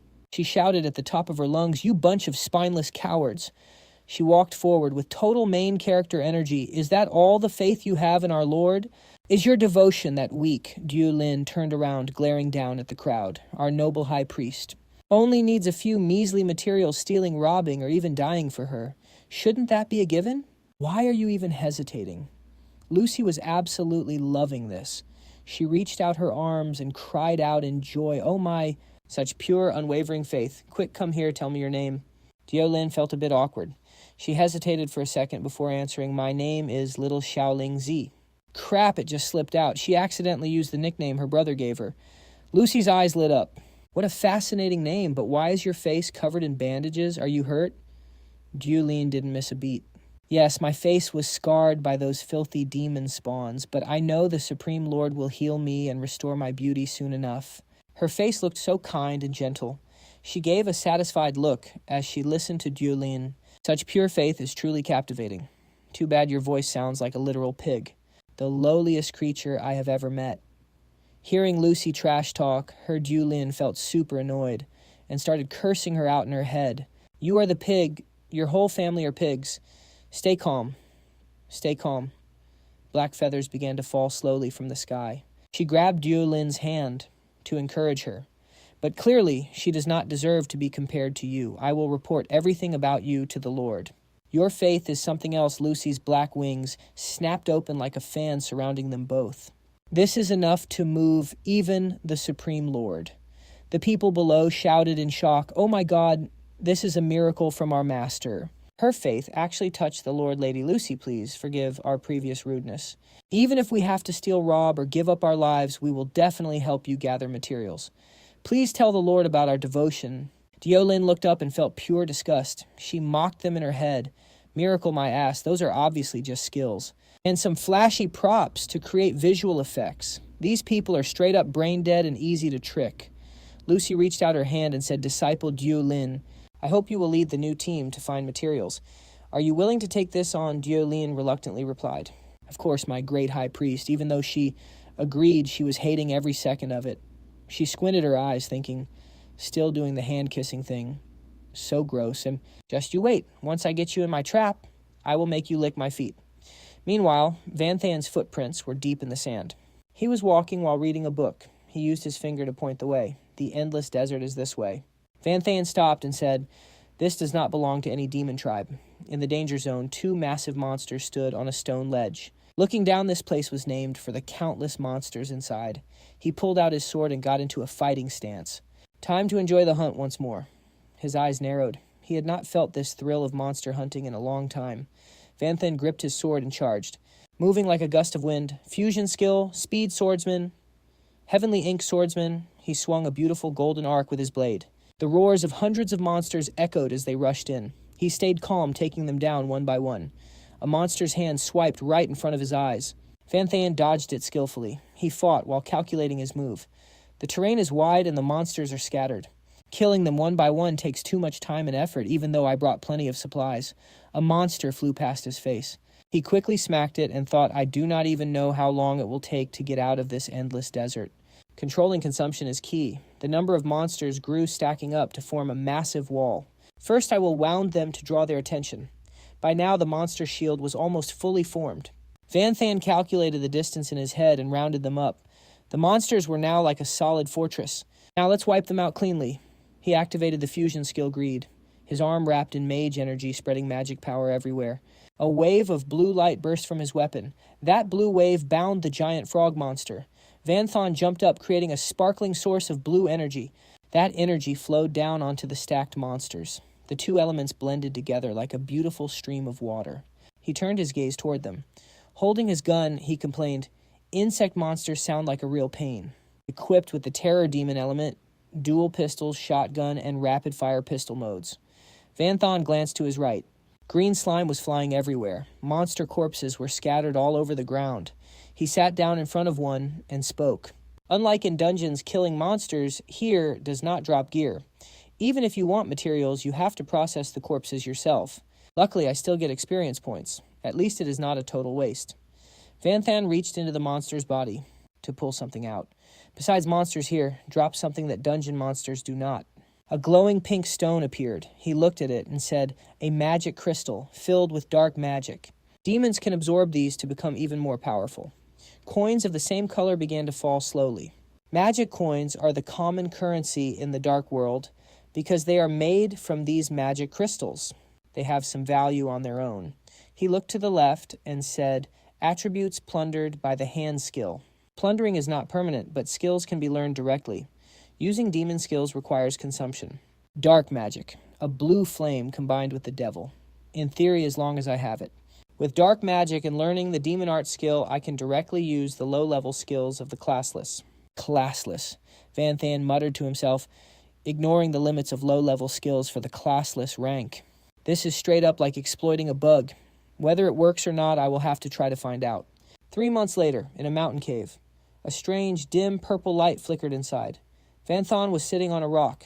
He looks at the view below and speaks. 3 months of grinding hit a level 7 spot and got plenty of loot. He looks up and continues.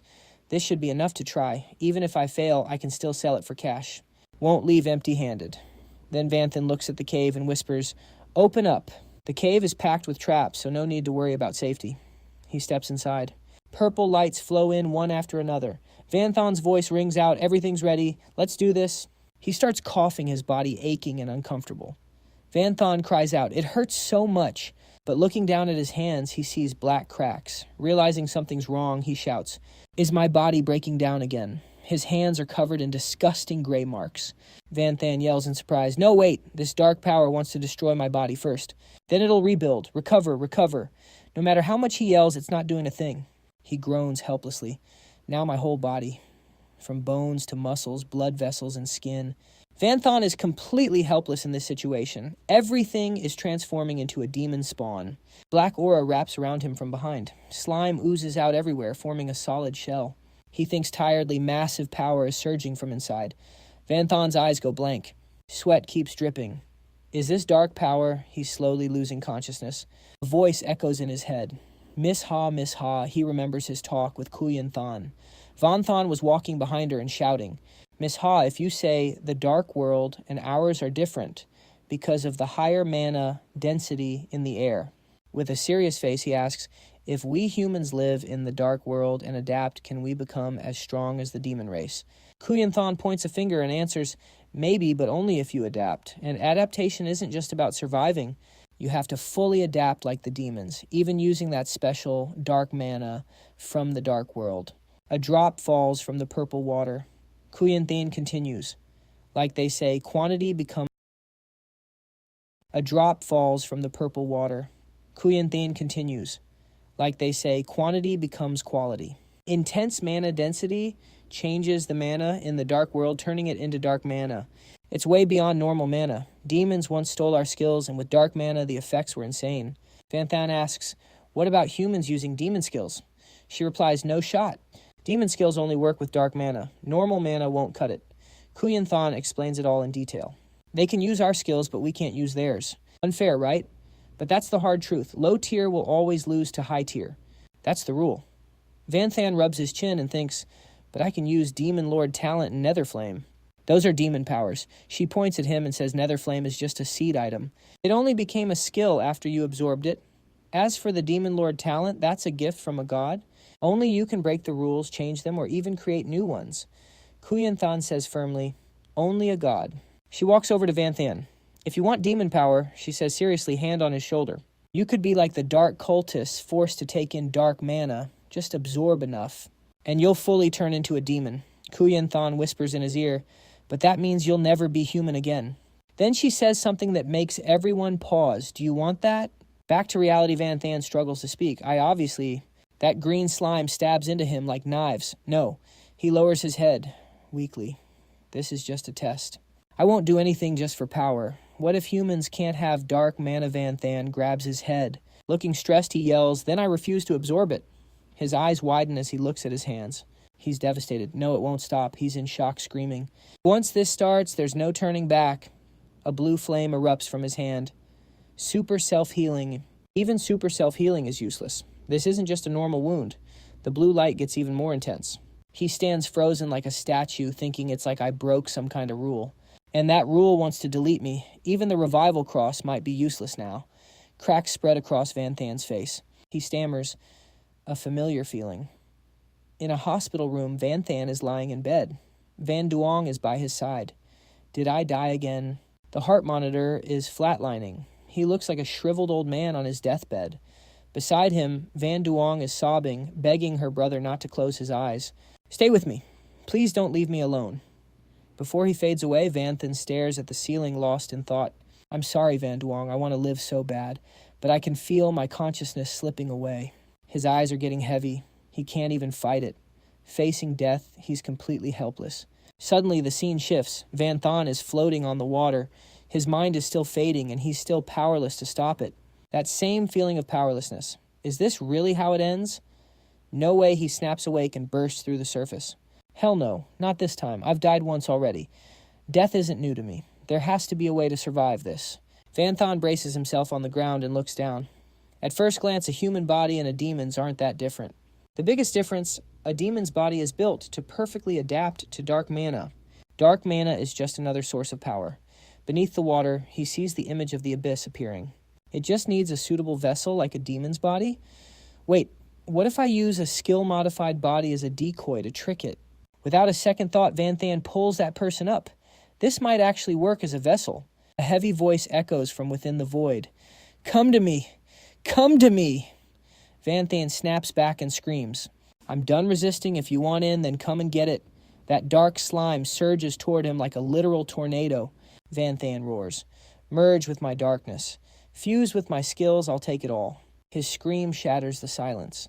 The seal cracks. Rocks begin to crumble and fall all around him. He spreads his massive black wings and looks at his hands. Looks like I actually pulled it off. S plus rank blood plus eternal night transformed by dark mana fusion. In this state, every stat and skill is absolutely fire. He is a full demon now, wielding both dark and regular mana. Vanthan's voice turns cold. Black body activated. This skill originally belonged to the goddess of night. I absorbed it through the seed of the fallen god. It is not just some basic magic. It protects the host links with the body and even evolves. He is faking it, making the night form look like his actual physical body. He is literally tricking the laws of darkness. It only modifies his body after he transforms. So it is not modifying Vanthan himself, just the skill's form. Once he deactivates the skill, he will go right back to being human. No more dark mana. Vanthan looks at his hands, feeling blessed. I owe this to the night goddess from the 72 demons. This skill is straight up OP, and it is not even done evolving yet. It has insane potential, but it can't reach the next level if any conditions are missing. I know I've been held back by the rules of this world. Vanthan looks up, a sharp realization hitting him. Right now I've basically cheated the system, and whoever set these rules hasn't even noticed yet. Suddenly a loud noise echoes. He glances over and sees a black beast with glowing yellow eyes charging at him. It looks savage. Then an entire army of monsters starts swarming in. Vanthan realizes they were probably lured in by the massive energy spike when he absorbed the dark mana. He smirks, feeling himself. Perfect. Let's see what this new power can really do. Vanthan glares at them, his eyes wide. A dark, gloomy energy explodes outward. The monsters feel the dark aura and instantly freeze in their tracks. He is feeling like a god. Even his vision has completely changed. Standing before the frozen monsters, Vanthan mutters, "So dark mana was the key to evolving the night goddess skill all along. S+ rank night vision. Once activated, everything in the user's sight is frozen solid until the dark mana runs out, or the user stops the skill. Note, the more targets you freeze or the further away they are, the more mana it drains. Note, if a target's stats are higher than the user's, the mana consumption doubles." Vanthan pulls out his staff, looking hyped. Let's see how dark mana works with my other skills. Greed skill level 1, Poisonous Tentacles. As soon as he speaks purple, thorny tentacles erupt instantly. They wrap tight around the frozen monsters. He notes, not bad. These regular tentacles actually grew thorns. Same effect as before, but the damage is way higher. Vanthan raises his staff and blasts them all with blue flames. The monsters go boom in a shower of sparks. Vanthan continues. The fireball even has explosion and splash damage now. His power just leveled up. He adds, but the skill that surprised me most has to be the doppelganger. He is hyped. I can summon an extra clone. Now Vanthan holds out his hands and summons a water clone and a fire clone. He wonders, what happens if I use a fusion technique on them? A fire clone combined with a water clone. I can clone myself one more time, but what if I use fusion? Let's see. Fusing Dark Swordsman's Clinging Fire with the Assassin's Fire Demon clone. This bad boy inherits 65% of my total stats. It's got all my assassin skills plus fire damage. Now for the Taoist Fusion Lightning Summon. Combined with the Lightning Prison clone. 65% stat inheritance and all my skills. Say less. Pure lightning damage. Vanthan and his 2 clones are closing in on the mob. He gives the order to kill. The clones rush in and absolutely wreck him. Total overkill. 3 months later. Vanthan is just mumbling to himself. They don't call this the Endless Desert for nothing. Took 7.5 months just to reach the end. His bags are overflowing with monster loot. Well, that's what happens when you wipe out every single mob in your path. If I just walked, it wouldn't take this long. But hey, the grind was worth it. Even my spatial bag is packed to the brim. Totally stuffed. Vanthan checks his progress. My level has skyrocketed, purely based on stats alone. I can easily gap most 3rd job hidden class players. That Demon Lord essence stacking up. Plus the daily quests gave me some insane stat boosts. Name, Vanthan, race human.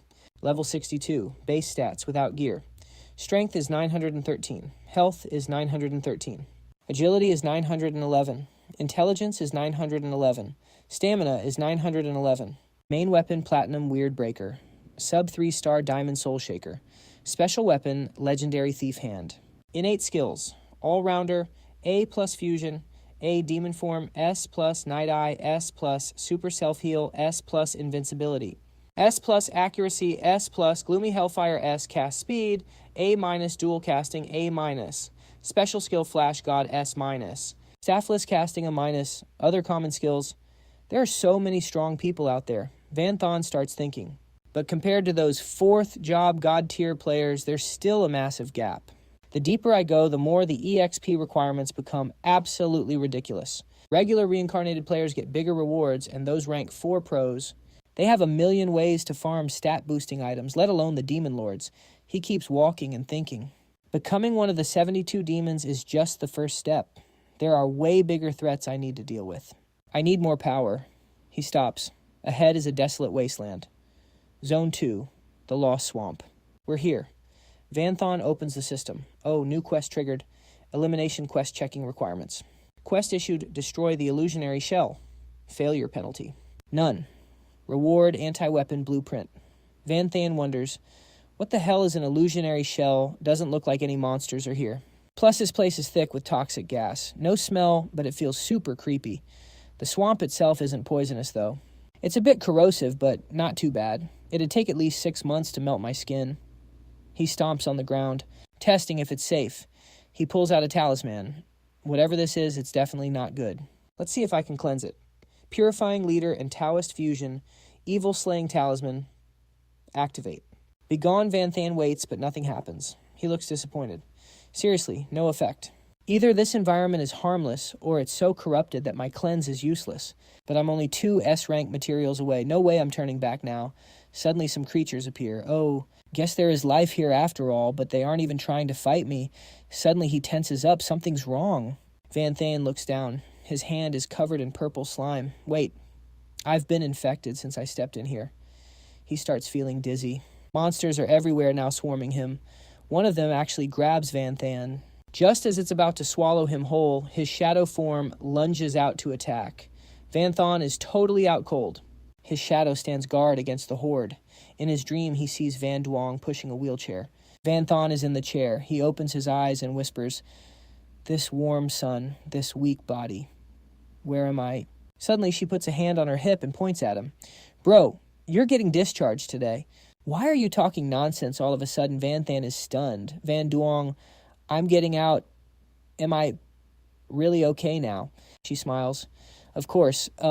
Finally, I can go back to college without worrying about you every second." She clenches her fist with a determined look and winks. "But don't worry, I'll work part-time in my free time. I'll take good care of you.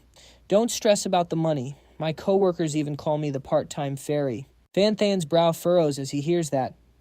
A working fairy. What kind of trash name is that? He pushes himself up and stands tall. No matter what happens, he looks up at the sky with a smirk. "I'm not letting you carry this burden alone anymore." Van Than's hope is back, and he's more determined than ever. Time to get back to work just like before. Scene shifts to a room where Van Than is locked in front of his computer screen. He drags the mouse to the character creator, clicks it, and shouts, "All right, you're the one." Van Than starts clicking through every link that pops up. Suddenly, headlines about the genius prodigy start flooding the screen. The untouchable Van Than from back in the day has finally recovered. The god of mechanics is officially back. His game sense is also on another level. He's cooking up a completely new character build. Unbelievable. He actually chose the freelancer path, the classless build. Can he reclaim his glory and make history again? Right then, Van Than's new avatar flashes onto the screen. He charges straight into the mob of monsters. One slash, that's all it takes. Every single one of them wiped out. A voice booms out to congratulate him. A total wipeout. He's got a real shot at the championship title now.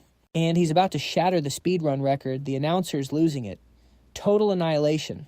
He wiped them all out. The genius player Van Than cleared every stage, crushed every boss, and officially secured the championship. The National Online PK Tournament. Huge congrats to Van Than representing the Huaxia region. Any words for the fans? Van Than grabs the mic and looks straight into the camera. Trophy in hand now, everyone bows. Cut to the school where Van Duong runs up and tackles him in a tearful hug. "Brother, I finally graduated. I'm going to work so hard. From now on, it's my turn to take care of you." She takes him out to a restaurant. Van Duong stuffs her face and laughs. "Bro, this place is fire, right? I got my paycheck today, so this one's on me." But in the following days, Van Duong keeps coming home looking totally drained. "Ugh, I'm so done. My boss forced me into overtime again, but didn't pay me a single cent extra." Then we see a montage of happy memories. Van Duong sets off confetti for his birthday, beaming, "Happy birthday, big bro." She points toward the ocean full of energy. "Look, bro." Then she strikes a pose for the camera with a wink. "Hey, big brother." While walking in the park, she glances at Van Than and giggles. "Bro, I feel like you've got something on your mind lately. You keep spacing out on me." "Wait, are you looking for a girlfriend? Do you need your little sister to play wing woman?" He just sighs and looks at the sky. Van Than starts opening up. "Honestly, this world is so beautiful. It's hard to think about leaving it behind. But every dream has to end," he continues. "It's time for me to go back." A heavy silence falls between them. Van Duong keeps smiling, but her tone shifts. "Oh, so you knew I wasn't real this whole time. It's all a fake." Van Than looks at her with a sad smile. "No matter how beautiful an illusion is, it's still just a lie. I'm not going to lose my way here. But even so, I kind of wanted to enjoy this laziness just a little bit longer. Because a life like this, It really was my dream. Suddenly she lunges forward and clings to him, begging, "Please don't leave." He gently pats her head. "I can't stay. My real sister is still waiting for me out there. Besides, I've got a lot of business to settle. No matter how painful or boring reality is, I have to face it. Staying here would just be running away."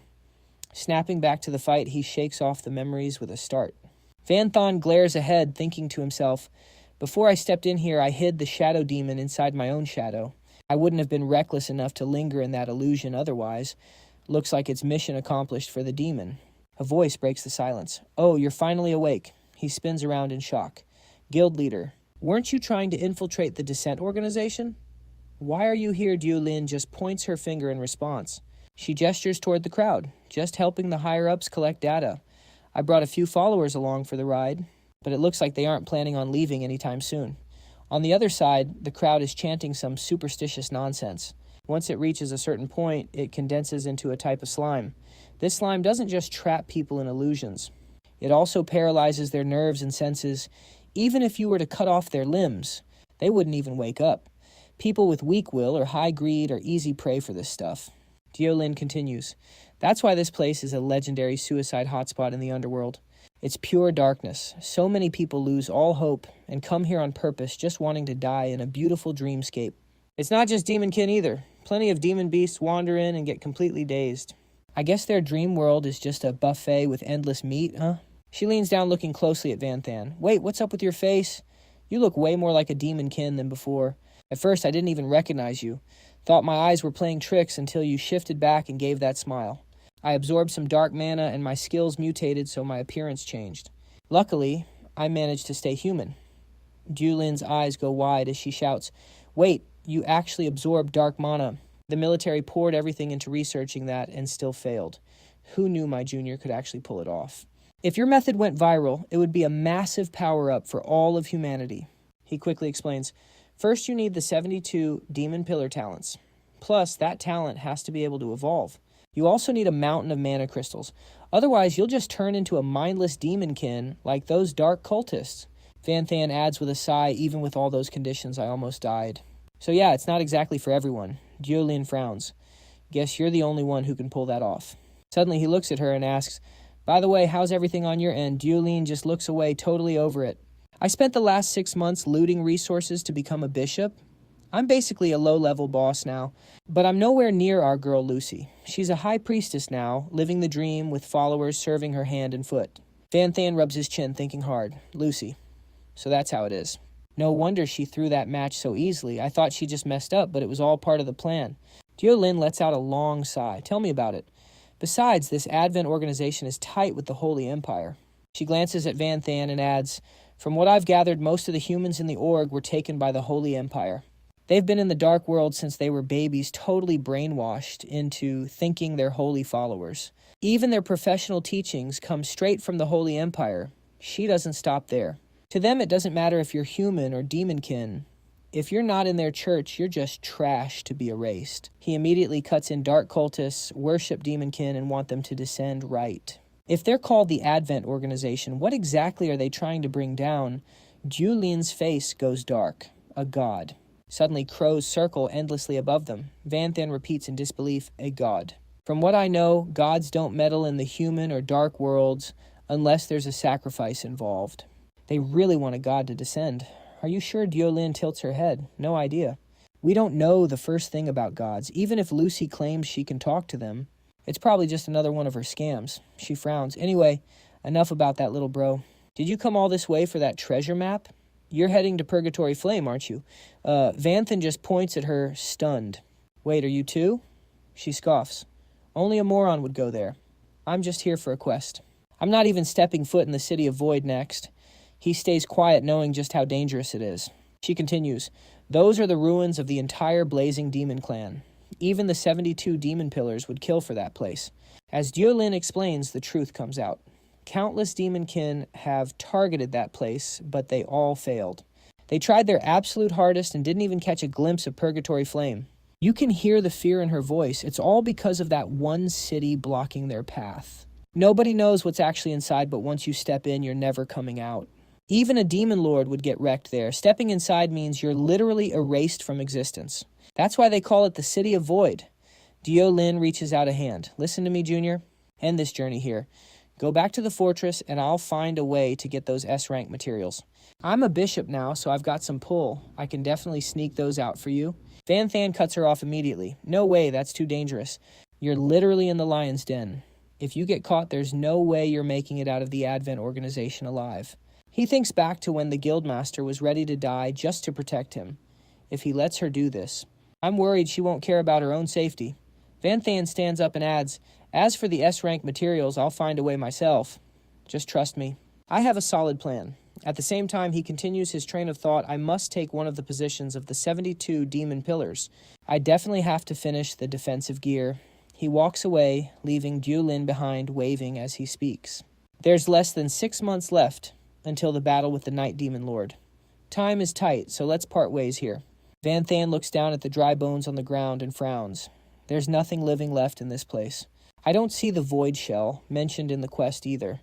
He looks around and mutters to himself, is it just my imagination instead of saying these demons and beasts are eroded or rotten? It would be more accurate to say they look like they've been digested and absorbed. Van Than quickly concludes, looks like I've reached the next location. He stands before a fortress filled with hidden weapons and looks up at the gloomy castle. Is this the castle of void? I can't feel a single trace of life from inside. It's so quiet too. Van Than's voice immediately turns low. It's like a dead city. But he's not afraid. He steps into the castle with confidence. At least I have some survival skills. If things get dangerous, I'll just activate my invincibility skill and use God's light to escape. No matter what's inside, I'll find a way to handle it. Suddenly, Van Than steps on a hidden barrier. His foot accidentally triggers a blinding flash of light that swallows him whole before vanishing. It's like being teleported to another dimension, causing him to lose consciousness instantly. Van Than snaps awake, eyes wide and gasping for air. Realizing he's in a strange place, he frowns and grits his teeth while holding his hand up. It hurts what's going on. He thinks to himself, I clearly remember entering the Castle of Void. So where am I now? He keeps wondering, and what's up with these injuries on my body? What exactly happened when I stepped into the Castle of Void? A figure appears in the distance. Suddenly, a voice calls out, You're awake. Van Than looks up and asks, Who are you? At the same time, he thinks, What's the deal here? This little girl is a demon, but I can't tell which tribe she's from. Plus, I clearly look human right now. Yet she doesn't show any hostility toward me at all. Seeing Van Than awake, little Nana turns and shouts the news. This is great. The faceless outsider's finally awake. Everyone come and see. Our hard work wasn't for nothing. He really woke up. Hearing the news, they all gather around like they're watching a show. A demon in the Castle of Void laughs and says, I told you that Herb was fire. The demon next to her rubs her head and replies, Don't get cocky. Clearly, this faceless guy just has a strong body. Rita's pig ate that herb of yours and died on the spot. This is my first time seeing an outsider. I'm just glad he didn't kick the bucket. She runs over to him and asks happily, What's your name? Where are you from? Van Than stammers as he struggles to stand. Suddenly, little Nana looks at him and speaks up. For some reason, even when I'm close, I can't see your face clearly. It's all blurry, like there's nothing there. Then she makes a suggestion. How about we just call you Void? Void. A demon hears the name she chose and gives a thumbs up. Void. That's a good one. It fits perfectly. Looks like little Nana is a pro at naming. She runs over, grabs Van Than's hand and says, I'm the one who found you first, so I'll be the one to look after you. Come on, let's go home. He stares at her in shock. Home. Then Van Than begins his inner monologue, and just like that, I was led home by little Nana. While living in this village, he learns more about its history. Van Than eventually realizes that the ancestors of these demons all came from a place consumed by the flames of war. They fled here to escape the conflict. Isolated from the outside world for hundreds of years, there's no conflict or killing here. It's like a peaceful paradise. But Van Than still wonders, why can't they see my face clearly? To them, his voice only sounds like a garbled mumble. His body is just a blurry shadow. They can't even guess his age or gender. It makes them feel like he's something hollow, as if he doesn't really exist. That's why they think the name Void is a perfect match. Van Than continues to feel relieved. Luckily, they aren't prejudiced. They're incredibly friendly and accepted him into their lives, making him feel comfortable and satisfied. Staying here forever might not be a bad choice. Outside the straw house, Van Than sits peacefully and says, "This is what I call a weird but interesting life. Full of endless possibilities, those people really created something cool. I'm truly impressed." Suddenly, he puts his hand to his head and winces. Ugh, that annoying feeling again. At that moment, a thought crosses his mind. In the 3 months since I arrived here, I've occasionally said some weird things that even I don't understand, even though they were words I never expected to hear. Little Nana stepped out holding something in her hands as she spoke up. "Void, like we promised yesterday, I'm here to teach you how to write. Let's start with the most important part." She held out a stone to Van Than. "Look, this is your name. Void." Suddenly, the demonkin in the city started rushing around in a panic. "They're here again. We have to get there now. Hurry, don't let them die." Van Than felt something was off and immediately asked them, "What's wrong? What happened?" One of the demonkin looked back at him. "We found some injured outsiders. These ones are different from you. We can see their faces clearly. They actually look just like us. There are new people in the village." Nana looked at Van Than with a huge, happy smile. "Honestly, the first time an outsider appeared, everyone was terrified. We thought you'd be a villain. But who knew Void is just too cute and kind? These new guys must be just like Void. No one's scared at all. They're actually super excited to welcome them." Van Than frowned. That kind of thinking is very dangerous. Meanwhile, those blazing flame demons were a pathetic mess on the ground, groaning in pain. "It hurts so bad, help me." Baoma clutched his head and screamed, "Damn it! The cliff of destruction is way more dangerous than I thought. Wrecked before we even found the treasure, I should have listened to my dad." The others started grumbling and blaming him. "Young Lord the Chief warned us 1,000 times. He said absolutely never to set foot in the cliff of destruction or the Lost Marsh. But you insisted on exploring it, and now look, we're all cooked." Baoma was so fuming and confused he didn't know what to do. He held up a dark red jade. "Listen up, you trash. Don't you dare forget who I am just because of some scratches. If things get real, I'll just crush this sensing crystal. Once my dad shows up, there's no way we're dying." He looked thoughtful as he spoke. "And don't worry about time either." He started scanning the map in his mind. "Our blazing flame territory is right next to the cliff of destruction, and the Lost Marsh connects directly to it. At full power, my dad can be here in just a few seconds, but the others were looking around full of anxiety. But we're clearly at the border between the marsh and the cliff. And then we just fell down here. Where even are we? I've never seen this place before." Suddenly, a group of people approached. The rustling sound caught Baoma's attention immediately. The local demonkin were thrilled. "Found them. The outsiders are here. Everyone come quick." Baoma's subordinates clicked their tongues. "Great. Just our luck." Running into another demon tribe now. "Can't tell who they are, but they look weak as hell. Let's take them out before they alert the rest of their clan." Just as they were about to make their move, someone reached out to stop them. Baoma raised an eyebrow and ordered, "Hold your fire. They don't look like they want to fight." The crew was instantly baffled. The young lord is usually a bloodthirsty beast. Why the sudden change of heart? They had no idea he was cursing them in his head. Idiots, he thought. Purple pupils. Ancient dark seals. These guys are clearly a pure-blood ancient race from the history books. He started faking it, groaning for help. "Help, please help us. I'm dying. Is there no one kind enough to help me?" But inside he was plotting something evil. Purebloods went extinct 1,000 years ago. These guys are literally living fossils. Whether I sell them as slaves or use them for research, they're worth a fortune. Eventually, the locals brought Baoma's group back to the village. "Everyone come look. More outsiders. Their injuries are really serious. Bring all the herbs. Hurry, we need to treat them." Baoma was buzzing when he realized the place was crawling with purebloods. Jackpot. He scanned every person there. "If I capture them and breed them, I'll be swimming in cash." Van Than watched them silently. When Nana stepped forward, saying, "I want to help too," he immediately blocked her. Don't his mind raced with analysis. Peace had lasted so long that these demons had forgotten how brutal the outside world really is. Their power had faded over generations. They had no idea that bringing in these outsiders could lead to total destruction. Nana looked at him, confused. "Void, why won't you let me go?" Van Than hesitated. Well, damn it, I can't say it." No matter how hard he tried, he couldn't make a sound. This wasn't the first time this had happened. He just stood there, paralyzed. It was like those situations in the outside world where a few words could change everything, but he just couldn't speak them. He was right there, but he felt like nothing more than a spectator. He could only watch as things developed completely, unable to change a thing. He was drowning in frustration. With things turning out like this, I can pretty much guess what's going to happen next. And so time passed. After 1 week of recovering in the village, the flame demon's wounds were finally healed. He eventually left, with the whole tribe seeing him off happily. It was a crisp, refreshing morning. Van Than headed up the mountain to chop wood like usual since he wanted to help the villagers out. But when he got back to the village, everything had changed. He froze in his tracks at the sight before him. What was waiting for him was a horrific scene of total annihilation. Violent flames were everywhere, and corpses littered the ground. That demon brat was holding little Nana by the throat, laughing like a psychopath. "This is what you get for resisting me. If you won't live like cattle, then you can all just die." She could only manage a weak cry. Void. Outsider. Before, she was brutally strangled to death right in front of Van Than. His eyes bulged with pure rage. His power exploded as he let out a roar, "Damn it! Damn it!" In a single breath, he vanished and reappeared right behind the demon's lackeys. These are all living souls. How could you be so heartless?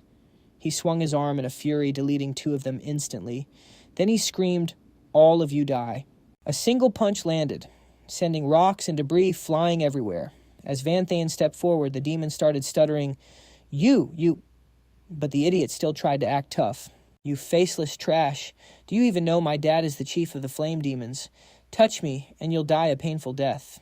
But a split second later, he was nothing but a puddle of blood. Van Than scoffed at him. "Tell him to come then." Suddenly a flash of light streaked through the air, and the flame demon chief actually dropped down from the sky. He got right in Van Than's face and growled, "Who the hell are you supposed to be?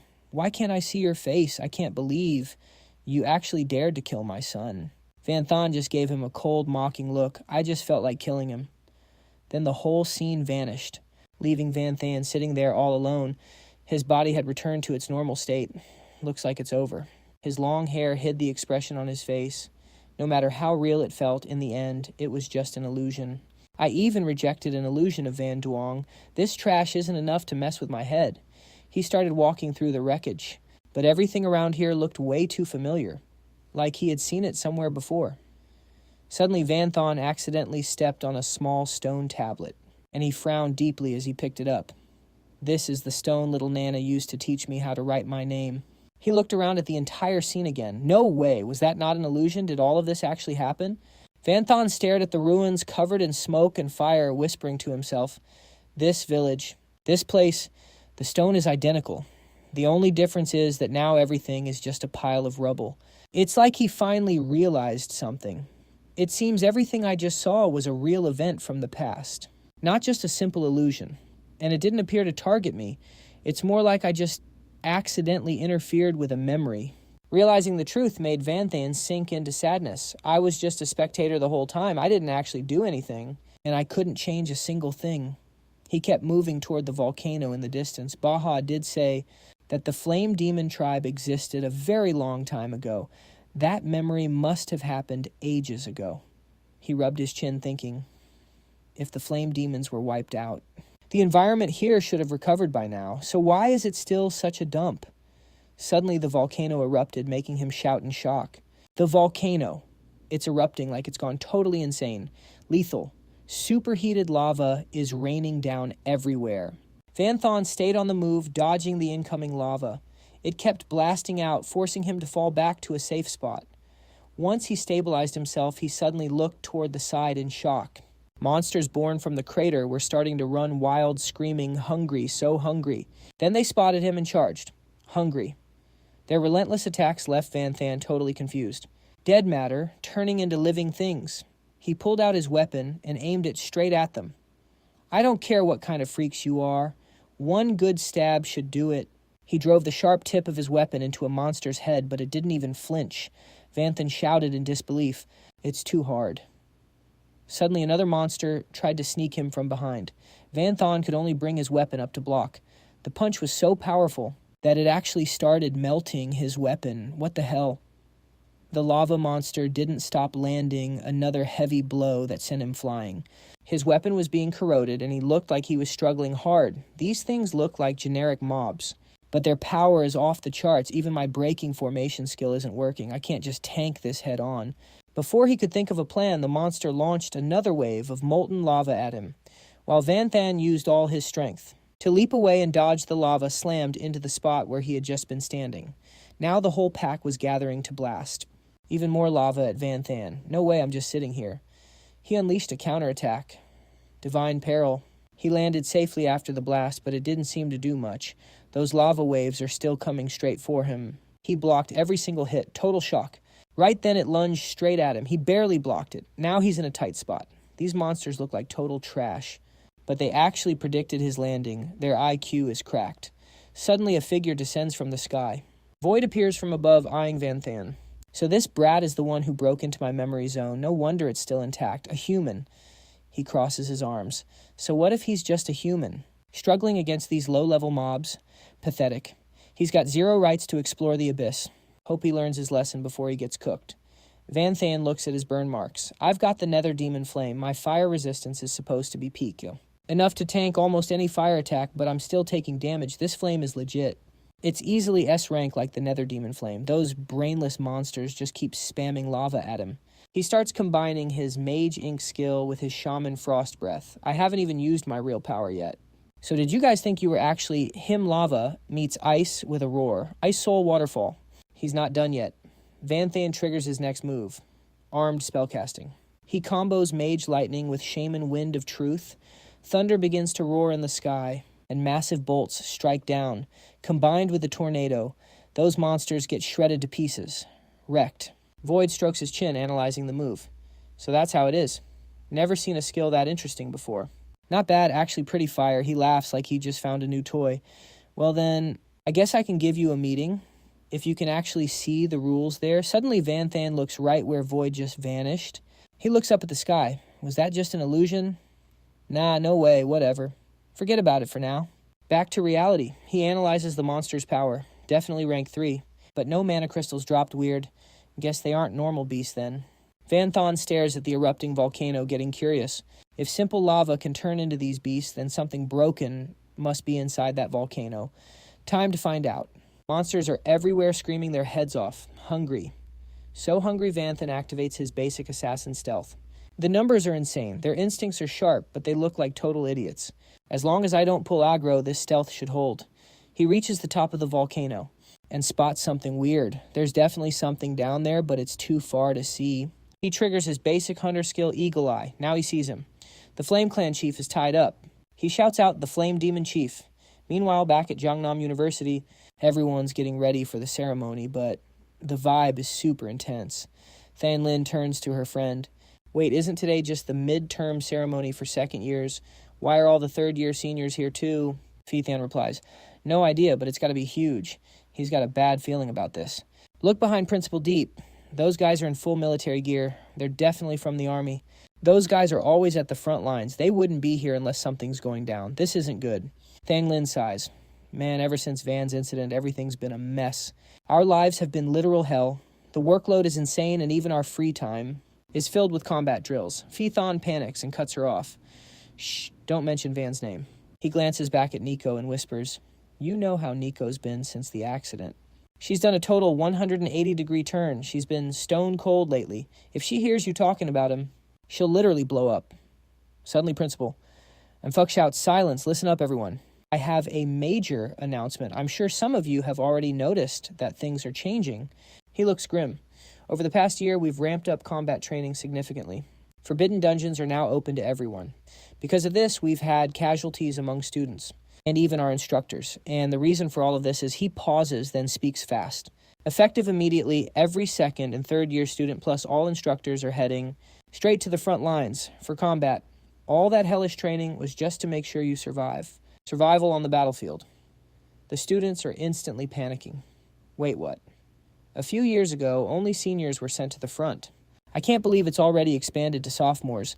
Looks like the situation at the front line is way worse than we thought. We're cooked. We're totally cooked. I heard even the seniors took heavy casualties after going out there. Sending us now is basically a suicide mission, isn't it? Ignoring the chaos, he orders the next step. Next, the military will assign everyone to a suitable battle zone based on your rank and class. Please cooperate. This is a matter of life and death. The soldiers quickly head to their offices to get ready. Jiangcheng is receiving a visit from the frontline officers. Tian Ha and his subordinates bow 90 degrees and shout, General, please return to the army. The front line is a total mess. We need your power. They're begging her, but she's just annoyed. Is this because of the Holy Empire? I told you from the start, if we didn't execute those guys, they'd eventually become a ticking time bomb. He struggles to explain. What you're saying sounds simple, but the Holy Empire and our Huyan Long country are both part of the Big Five. They're a major force against the Dark World. If we actually move against them, both sides will definitely suffer. Even if we could take out their high rankers with zero effort, the other 4 countries aren't enough to fight the Demonkin.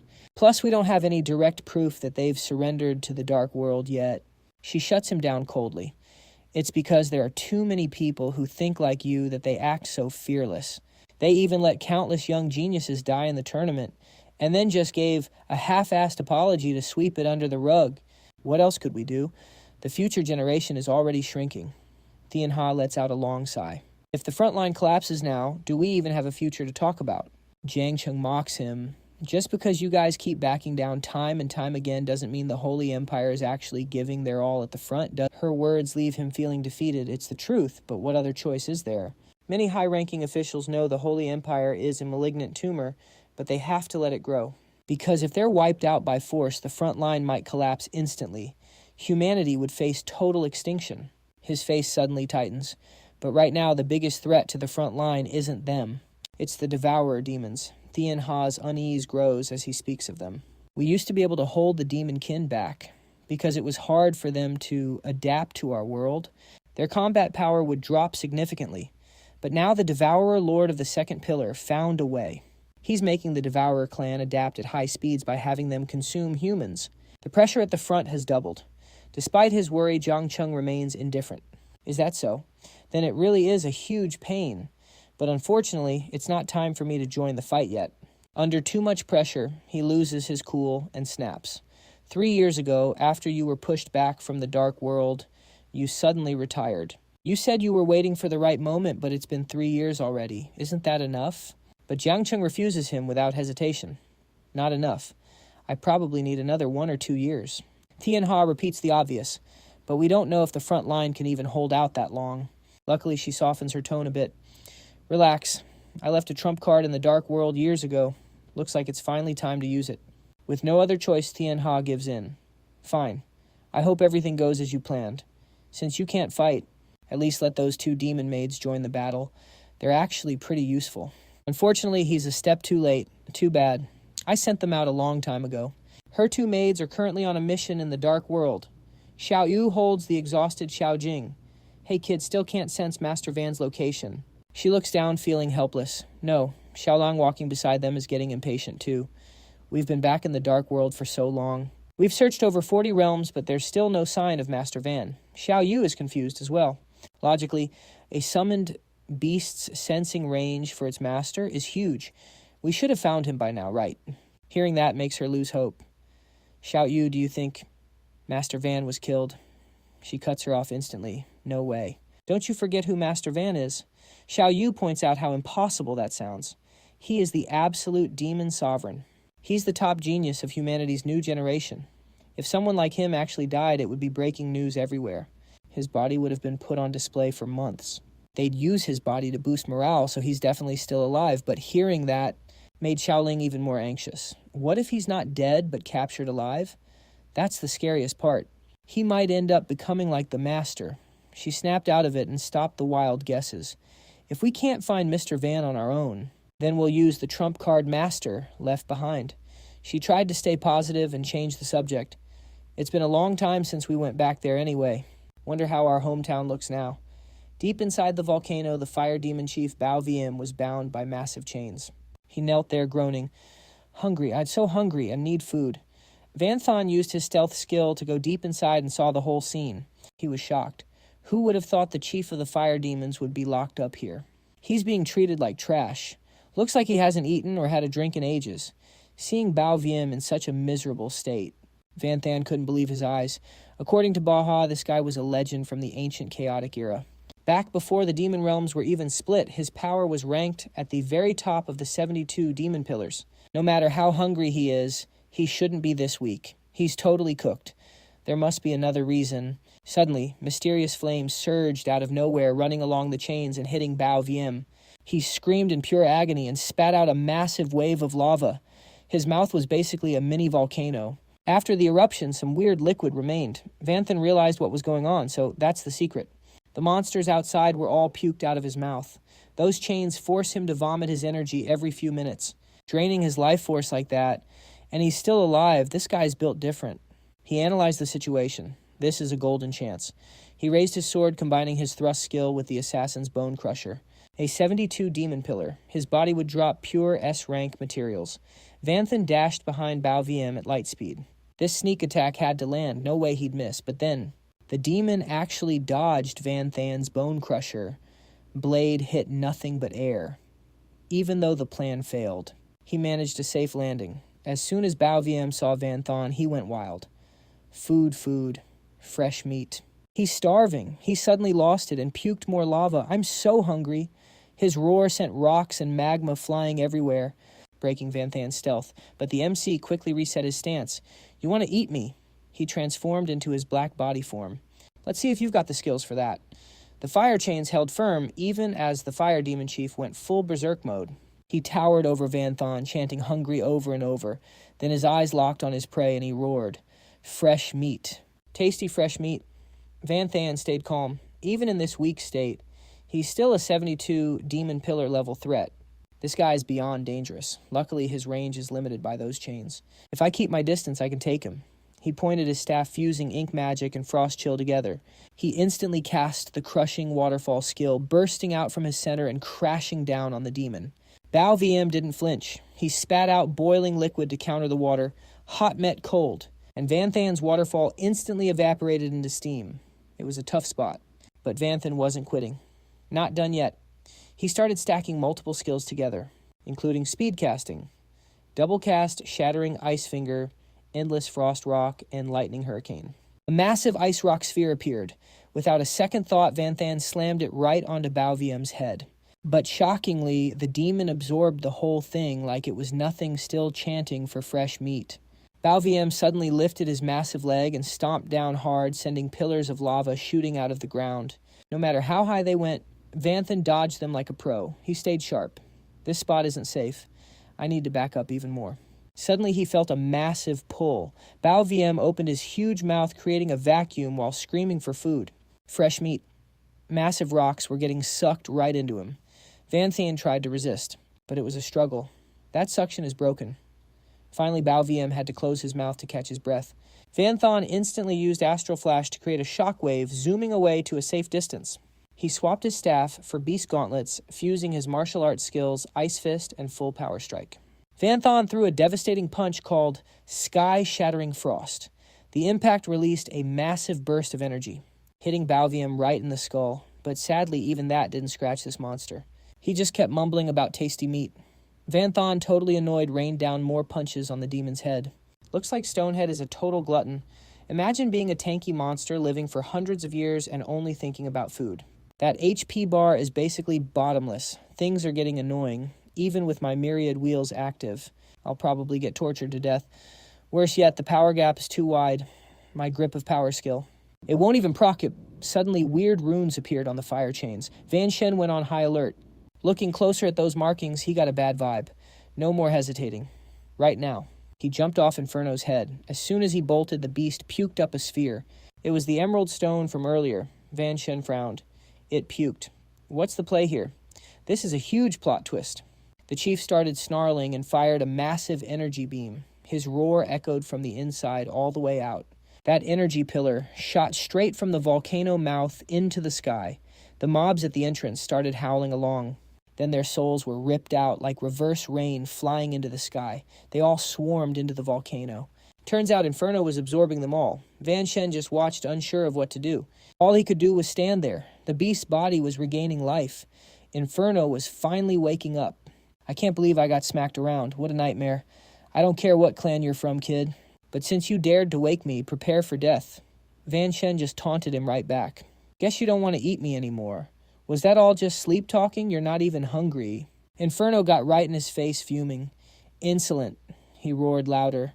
A low-ranked trash like you. Think you're worthy of being eaten by the Fire Lord Inferno? That roar blew everything away. Van Shen struggled just to stay upright. This power is on a whole different level now. Before he was literally asleep, just fighting on pure instinct. His face went dark. Are you kidding me? My full power attack was only enough to wake him up. Ignoring him, Inferno started talking to himself. Still haven't crushed this ant. I'm way too weak right now. Void, you've imprisoned me for 700 years. When will you finally kill me? Are you waiting for my power to vanish? And for me to just fade away, he muttered while charging a lava ball. Regardless, at least let me die by your hand, not by this ant. Van Shen tried to keep his cool. Looking at that sphere heading his way, he knew he had to dodge. As it got close, he leaned back and retreated. Seeing him struggle, Inferno reached out. Don't even try to run. Suddenly, Van Shen stumbled and hit the ground. What he melted the space between me and the floor, he took a hard fall. Mud splashed everywhere. Before he could recover, vines shot out from the ground and wrapped around him. They coiled around his body, trying to crush him and bury him alive. Inferno coldly judged, in the end, "You're just an ant, it's over." But suddenly the vines binding Van Shen exploded. His silhouette emerged from the thick smoke. A guy with freedom like me is just an ant. Van Shen's base form shifted. All job myriad wheels fully activated. Then what does that make a prisoner like you? Inferno froze for a second. Seeing the myriad wheel state, he spoke in a low rumble. I didn't expect a piece of trash. To be able to burst with this much energy must be a massive burden on your body, right? But he wasn't scared. He looked down on him. I bet you can only hold this form for 1 minute, Max. Van Shen slowly summoned his spear and countered. I don't need a whole minute to deal with you. Inferno. Lost it again and stomped the ground. How dare you? A lava wall rose up, trying to swallow Van Shen. It forced him to fly higher. The range was insane, but with his current speed, dodging was possible. Of course. Inferno didn't let up and chased him down. No escape, his next move was. Lava hands. Something surged from the ground. They slowly turned into a swarm of reaching hands below. Then they all lunged at Van Shen at once. There were too many and they were massive. He had to dodge like crazy. Inferno mocked him. Hey kid, weren't you going to finish me? Why are you just running away? Come over here and hit me. Van Shen stopped to think. These lava hands weren't just endless. They were incredibly fast too. If this drags on until Myriad Wheels ends, he's cooked. So he swung his spear, combining Wizard's Weakness and Warrior's Spear Point to create the Spear of Decay. Luckily, his fire resistance was high enough, and with Myriad Wheels leveled up, he should be fine. It is absolute trash getting killed instantly like that. His skill turns into a shadow and streaks toward Flame Burst. Seeing that tiny shadow, the boss is just confused. A debuff spell. Then he starts talking smack, saying only sewer rats would use such cheap tricks. He roars as he swings his hand to strike back, yelling that he won't let him off easy, just as he is about to get totally wrecked. Vanthan dodges just in time with Godspeed. He thinks to himself that even if he is fast, his body stops whenever he casts a spell, so he is bound to get hit. But hey, he is still holding on. Vanthan shouts, keep weakening him.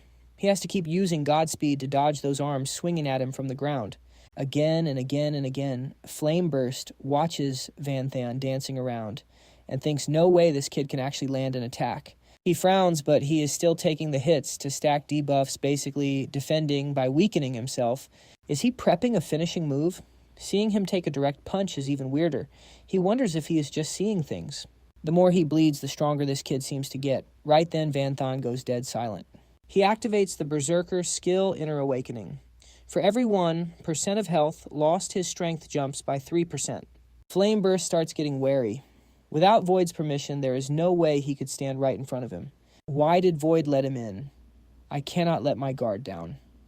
Suddenly, Vanthan pulls out Beast Gauntlets, prepping his next strategy. He combos the common skill launch with Bayonet Lancer and lets that spear fly. Vanthan's weapon rips through the air, streaking straight for Flame Burst. Star-piercing strike.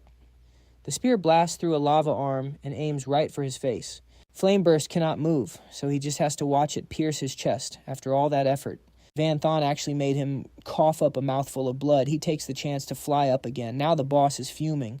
He creates a massive lava orb. You brat, just die. The orb flies straight at Vanthan as he roars. Lava melt. No matter what happens, he is not stopping. The moment they collide, it creates an insane shockwave. Boom, Vanthan comes out totally fine thanks to his OP indestructible golden body. Flame Burst is shook. No way he is still alive. Not only is he fine, he is literally standing on the spear fragment that hurt the boss. Flame Burst is panicking. How is this possible? That was my strongest attack. Van Than starts a fusion skill combining Warrior All-Out Strike and Berserker. Rage Strike, keep it coming, he shouts while glaring. This is my strongest move. He lands a sky-shattering fist right on the jaw, making the boss spit blood everywhere. Flameburst's face looks disgusting now, but he is still acting tough. That is it. That is your strongest move.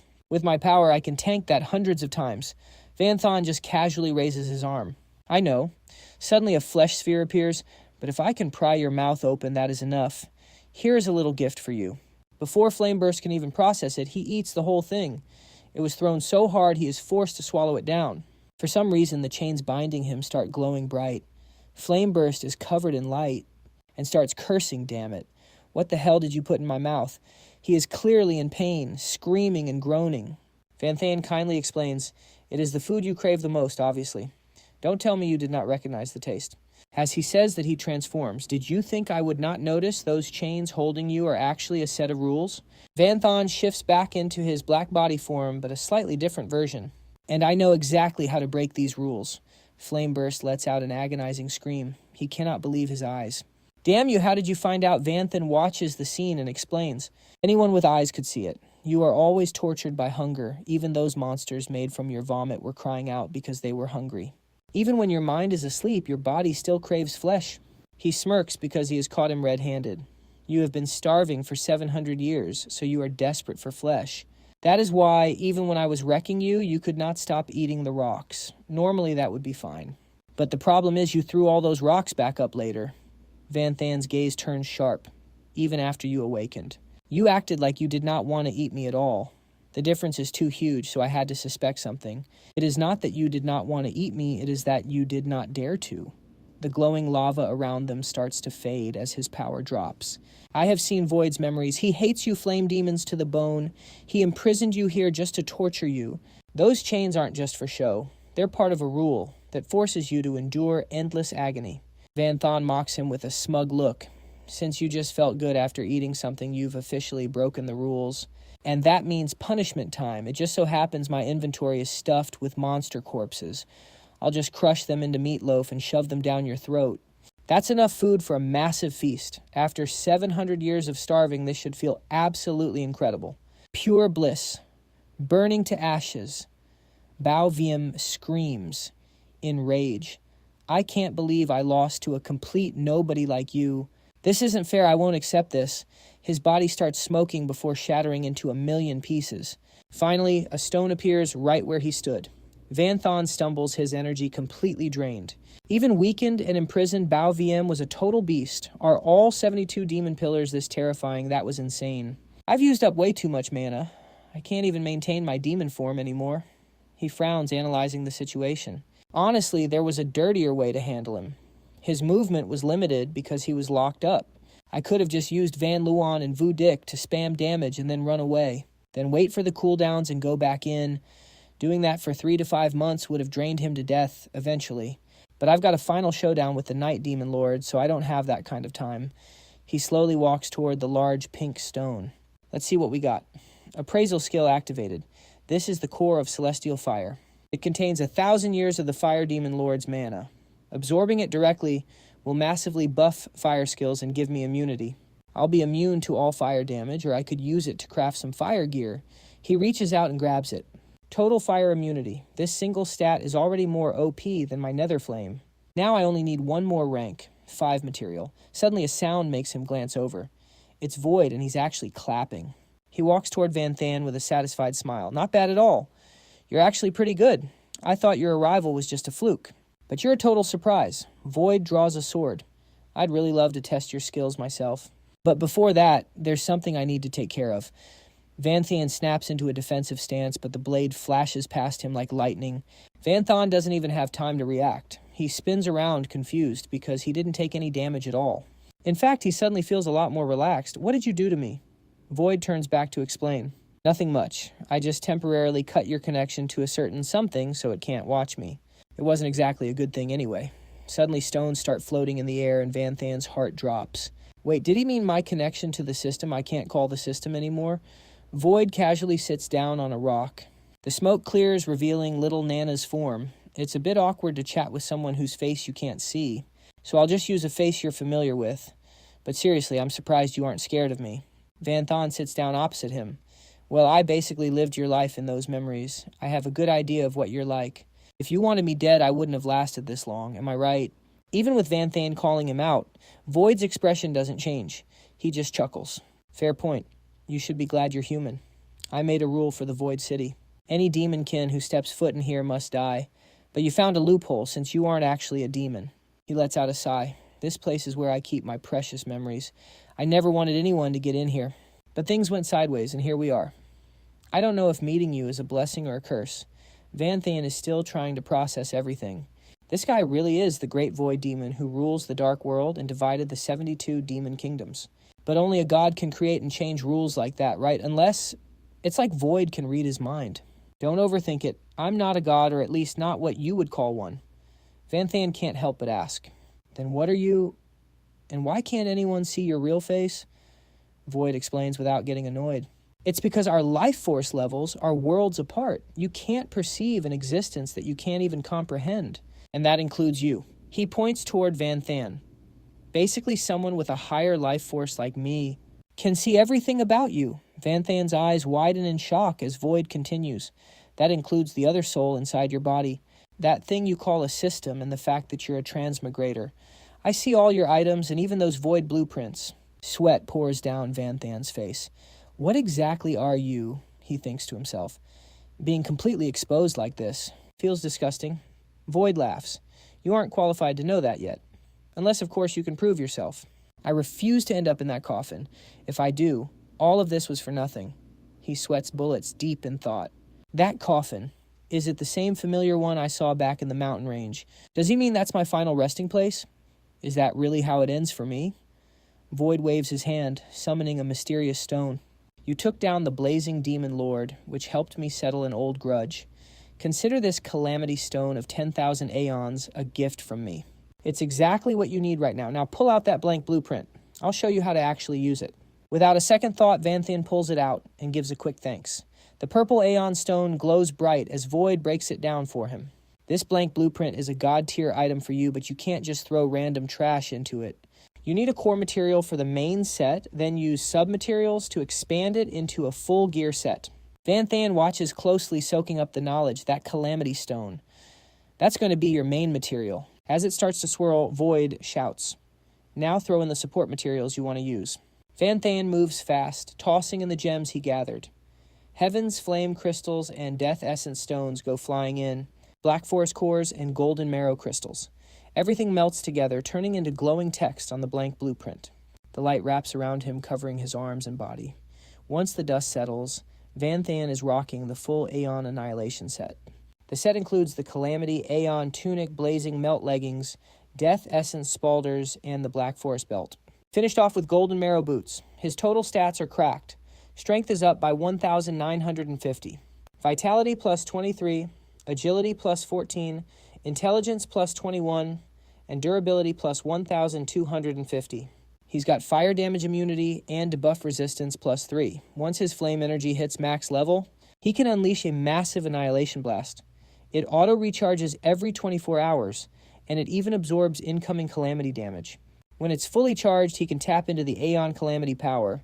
Just a heads up, this set is one of a kind. Van Than grins. Annihilation, huh? That was the Blazing Demon Lord's ultimate move. I can't believe it's a set bonus now.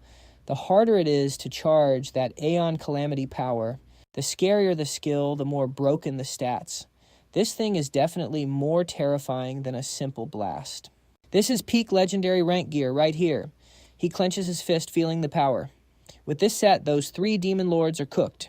But I wonder, compared to the demon venerable, how much of a gap is there still? Van Than turns to ask, one more thing. Do you know where I can find the Illusion Slayer?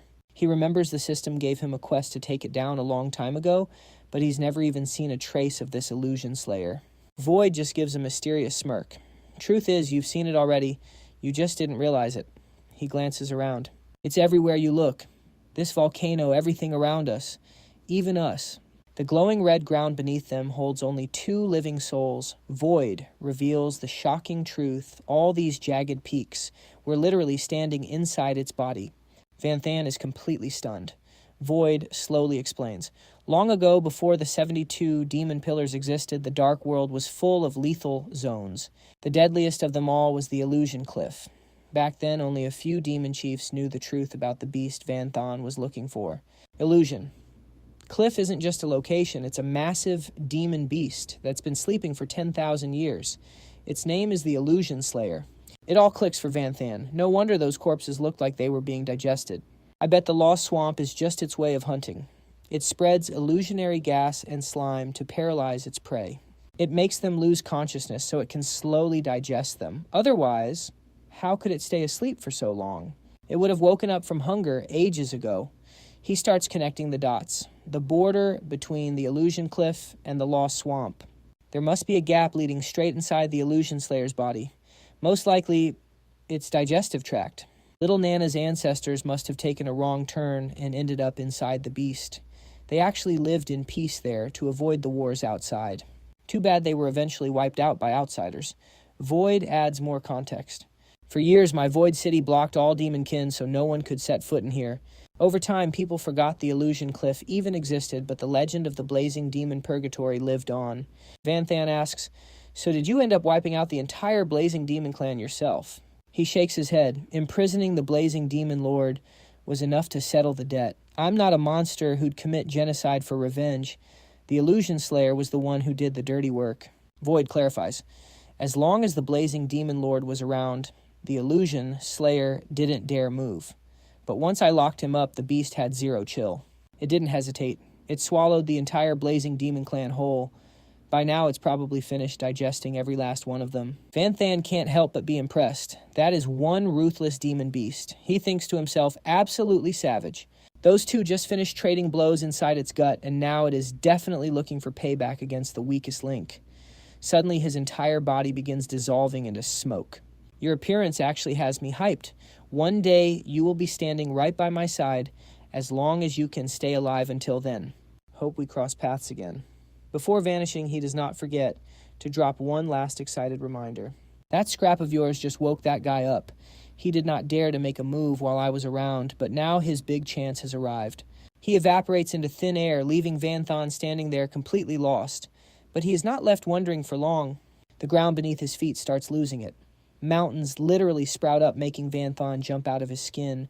A beast pokes its head out, looking exactly like the Desolation Slayer. But this is a mini version. As the smoke clears completely, it is not just one, but 4 of them waiting to jump him.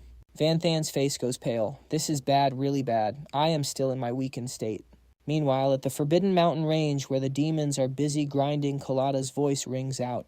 31 high-rank demons, 128 mid-rank, and 545 low-rank demons. This kind of firepower could easily wipe out a few territories. Grinding all year, and we only managed to crack open 3 coffins, he cannot help but sigh at the progress. Lord Donde Diet Sat Ko could crack open a coffin with just one serious blow. For us, we have to go full power for 3 to 5 days just to finish one. That power gap is absolutely terrifying. Suddenly, a lackey screams at the top of his lungs, "Lord Colada, there is a weird coffin over here, and it is moving." That leaves him completely shook.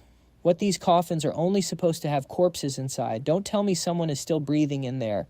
The coffin is actually rattling like the body inside wants to bust out. That thump-thump sound has Colada and his crew totally confused about what is going on. The lackey is shaking with fear. The coffins we already opened were full of absolute legends from when they were alive. Some of them were literally mythical beings. Is a straight-up monster about to spawn right now? Colada stays calm and scans for life signs. As expected, I cannot sense any life force at all. But it is definitely moving, and I can vaguely feel that it is very dangerous. The lackeys ask for his input. Should we report this to Lord Diet Sat Ko, but Kalata shuts them down. He has way more important matters to deal with. Why let a few rattling coffins distract his precious mind? He barks out an order. Do not touch this coffin. I will handle this myself. The rest of you back to work. They obey instantly. Yes, sir. We will leave it to you then. As the lackeys walk away, they start gossiping. Word is, Lord Colada has been a fanboy of Lord Diet Sat Ko for a long time. He definitely wants all the credit for himself. A chunky demon adds, Lord Diet Sat Ko is gorgeous and OP. It would be hard to find anyone who is not a fanboy. Colada is not even in the same league. Whether Kalada heard them or not, he just stands there with a smug grin. He looks totally hyped. My Demon King gear is special. Instead of fighting, it is way better for scanning and analysis. If there is something insane inside Lord, Diet Sat Ko is going to be so proud of me. Meanwhile, at the Night Kingdom, the castle looks eerie and depressing under the crescent moon. Over in the Night Demon realm, a crowd of demonkin is surrounding the arena. Next to the combat zone, the big bosses are seated on their thrones. They are none other than Demon Lords Carlos Puro and Latia. The crowd below is buzzing. Look, it is the 3 great Demon Lords. Every Demon Lord joined this showdown, but in the end, it turned into a civil war between these 3. Today's battle will decide the future of the entire kingdom. They look up at the highest seat and roar, "Let the Lord War begin." The last one standing will sit on that supreme throne and become our one and only king. A guard nervously turns to Baha. Is the Lord actually going to show up? I mean, no one doubts the Lord's strength, but the 3 great Demon Lords are cracked. If Lord Vutich cannot pull off the win, Lord Carlos is definitely not going to let us live in peace. Baha keeps him calm. Have some faith in our Lord. He has never backed out of a promise. And you need to believe in yourselves too. As the Lord's guards, you guys are not inferior to any other demon kin out here. Some other tribes overhear and start mocking them. Wait, did I hear that right? The Lord of that backwater city actually wants to play. Another one chimes in. You mean that little lord from the middle of nowhere? Is he here to throw his life away? I heard they really pissed off Lord Carlos. They must have a death wish. The guards have had enough and snap back. Keep Lord Vutich's name out of your mouth if you want to keep your heads.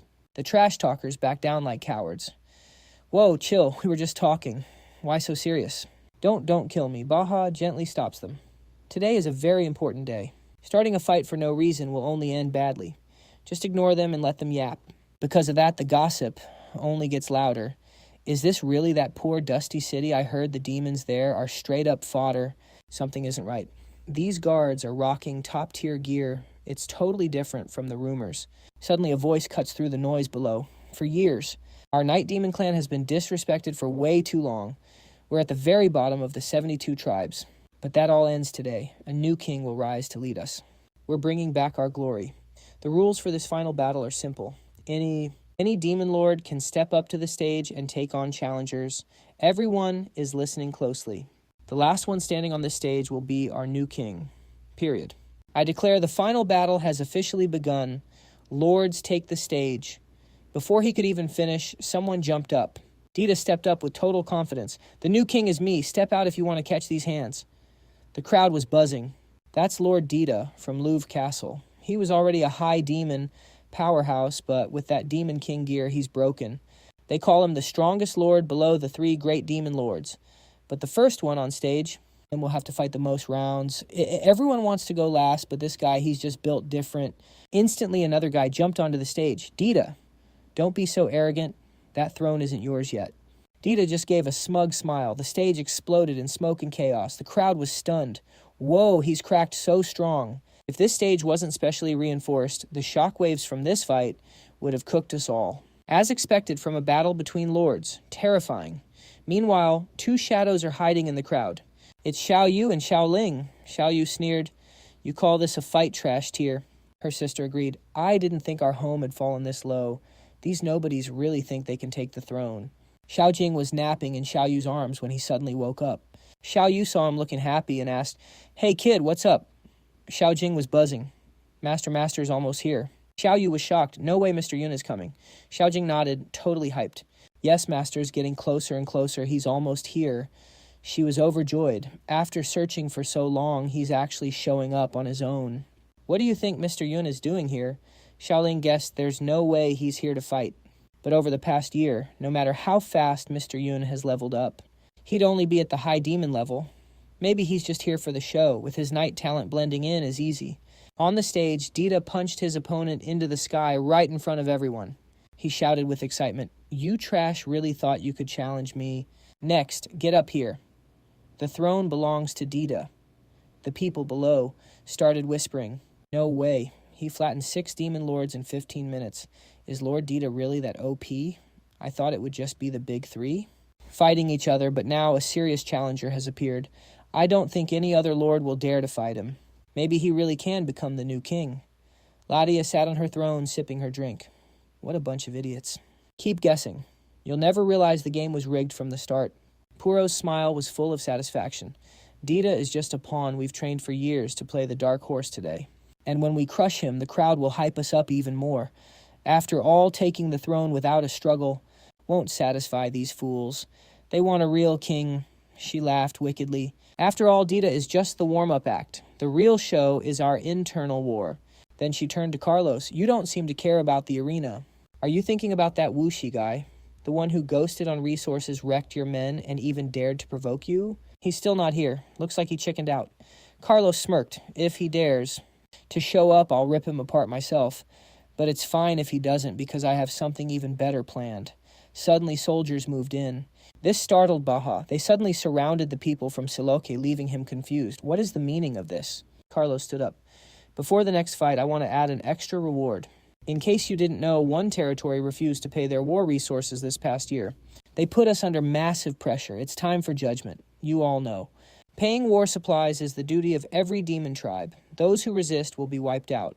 We will deal with them together. If I didn't step up with more resources, our kingdom would have been dust by now. Just look at that old geezer trembling on the ground. Even after I sent messengers to talk some sense into them, they trashed my men and threw them out like actual garbage. The man behind all this is the Lord of Shiloji Castle, Vu Tich.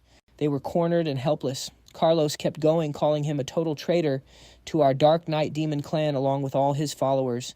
He is a criminal through and through. The crowd started whispering, what for real, damn it? Those Shiloji Castle punks deserve to die. Who knew our kingdom almost went down because of that guy? But honestly, his people seemed pretty happy. No more living in fear or being forced to prove themselves. The lead soldier crushed the glowing orb in his hand. Every demon was thrown into a cage. Then Carlos tried to act all merciful, even though they wrecked my men. I'm not the type to use my power for a petty grudge, so I will give them one last chance. Strip them of their rights and leave them to the king. Only our new king gets to decide their fate. The crowd started chanting in support. The new king will definitely save us and destroy Shiloji Castle for good. Kill the traitor. Xiao Yu sighed, watching the chaos unfold. Just how much does Carlos hate Vu Tich to want them all dead? Xiao Ling replied. He is holding a serious grudge, just like always. I am just curious who this Vu Tich guy really is. Standing your ground like that takes guts. Xiao Jing's eyes lit up. He is here. Something rocketed down from the sky at insane speeds. As the smoke cleared, Van Thon appeared with a smirk. Carlos, you ready to die? Phew, he made it just in time. Xiao, you could not believe her eyes. Wait, is that not Mr. Van? He actually became a Lord. Xiaoling was stunned. I thought he was out there struggling to survive. I thought he was hiding everywhere, but look at him thriving. Then Dita stepped up from behind. So you are that lord named Vu Tich. Bold of you to mess with Lord Carlos. Don't you know who is guarding this stage? Vanthan leaped up and grabbed his face, whispering, you. He shoved him back with insane force. Are not on my level. Data slammed into a boulder and went out cold. The crowd was shook. No way. That is Lord Dita. He is literally the strongest right after the big three demon lords. One shot. He did not even have time to pull out his Demon King tool. Who the hell is this Vu Tich guy anyway? Vanthan pointed right at Carlos. Get down here now, or do you need a little help? Suddenly, Vine snatched Carlos's legs, catching him off guard. With one flick of his wrist, Vanthan yanked him straight down. Carlos scrambled up, fuming.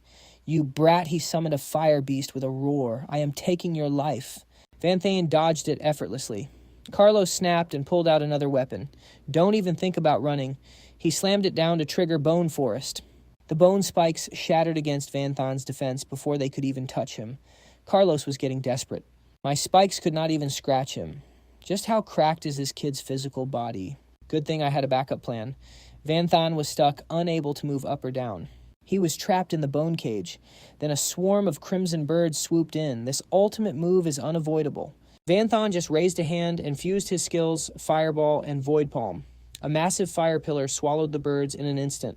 The bone cage exploded, leaving a massive crater. Carlos gritted his teeth. Damn it, my best move just got wrecked.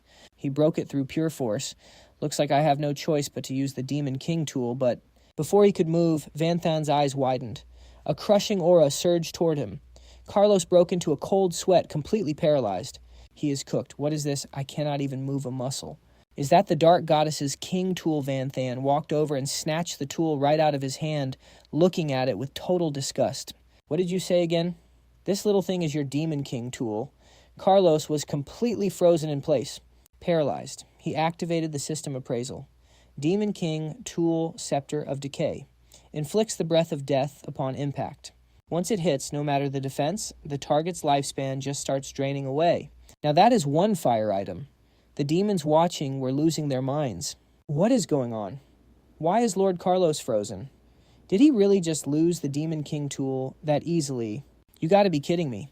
Everyone was panicking. They say the owner cannot die, but once it is stolen, it is useless. But now Carlos cannot even use it. Is he seriously about to lose to a traitor lord? Shaoling nodded, dead serious. There is no mistake.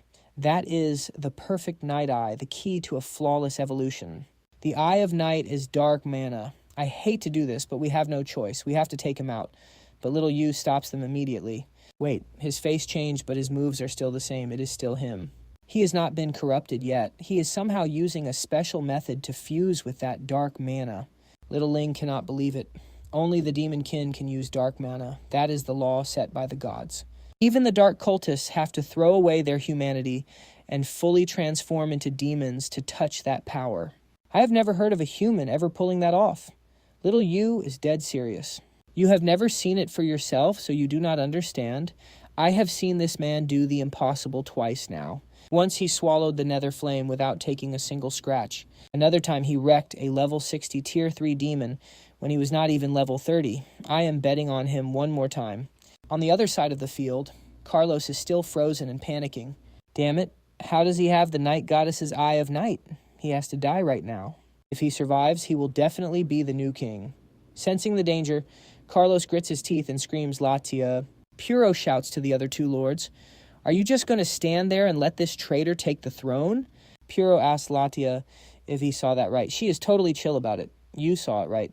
That is the legendary Eye of Night, the peak skill of the night goddess from back in the day. The Eye of Night is a rare bloodline talent of the Night Demon clan. The awakening rate is basically, including the night goddess, only 3 demons in history have ever pulled it off. Every single one of them became a supreme ruler of our race. Forget the raw power. Just the meaning behind awakening this skill is already insane. Puro sighs in relief. Luckily, most demons still have not recognized the Eye of Night. Once they do, they will go absolutely crazy for this kid to be king. We already had a deal. Whoever becomes king splits the resources. If he takes it, we walk away with nothing. He is finally using his real power. No one can 1v1 him, everyone jump him. 2 shadows rush toward the battlefield like lightning. Before even arriving, Puro starts barking accusations. Vutich, you betrayed the tribe and let the outsiders raid our kingdom. Latia is right behind him. A sinner like you has no right to the throne. You are getting shut down right now. As they close in, Van Shen immediately pops the Eye of Night. Massive pressure slams down on the 2 demon lords. But then Latia uses her Demon King relic, the Ring of Transfer. The 2 land safely, and even Carlos is set free. At the same time, 3 unlucky fodder demons start glowing. What is happening? I cannot move. Van Shen realizes his target was just swapped to the other demons. Looks like that is the power of her relic. This is going to be tricky. Now that he is free, Carlos starts talking big again. This is not over. His weapon finally appears. The great blood blade moves with his will. The sharp blade flies toward Van Shen for a lethal strike. He even shouts to his teammate Puro, "Help me." Of course he agrees. Boosted by the Grimoire relic, the 2 powers combine. That small blade from before is now a mountain. It drops right on Van Shen's head as they both scream, "Heavenly Demon Blood Blade." Van Shen frowns. That Grimoire is seriously annoying. 1 artifact and his skill is cracked. A massive hellfire exploding palm rushes toward the blade. The range is too big to dodge, so he has to meet it head on. But Latia is not just standing there. She taps the Ring of Transfer again. Stop struggling, little brother. It is useless. Another target swap. The palm strike that was about to hit the blade suddenly turns around and flies right back at Van Shen. Taste your own skill. Now both the enemy's attack and his own are crashing down on him. The ground beneath his feet is completely wrecked. The demons watching are losing their minds over their lord's power. As expected from the 3 demon lords. So OP, that traitor is definitely cooked. It was a terrifying explosion, but despite everything, Van Shen is still standing tall. Puro is shook. No way he is still alive. My demon grimoire is supposed to buff my skill power to the moon. But our MC doesn't even blink. He just flexes his high base stats like it is nothing. Still, he knows exactly how dangerous this is. He is decked out in a legendary gear set. There is no way a demon lord is one-shotting him today. Even so, 3 of them jumping him at once is going to be a nightmare to handle. To make it worse, Vanthan is deep in the enemy's nest. He is surrounded by demons who absolutely crave his blood. If he rushes into using myriad wheels, he will be cooked once the weakness state kicks in. He does not know why Tu Wu and Tu Lang are here, but he is not about to rely on them. Watching from the sidelines, Tu Wu is stressed out. Latia and Puro are legit threats even if they are not on our level yet. Add Carlos to the mix and Mr. Van might be in way over his head.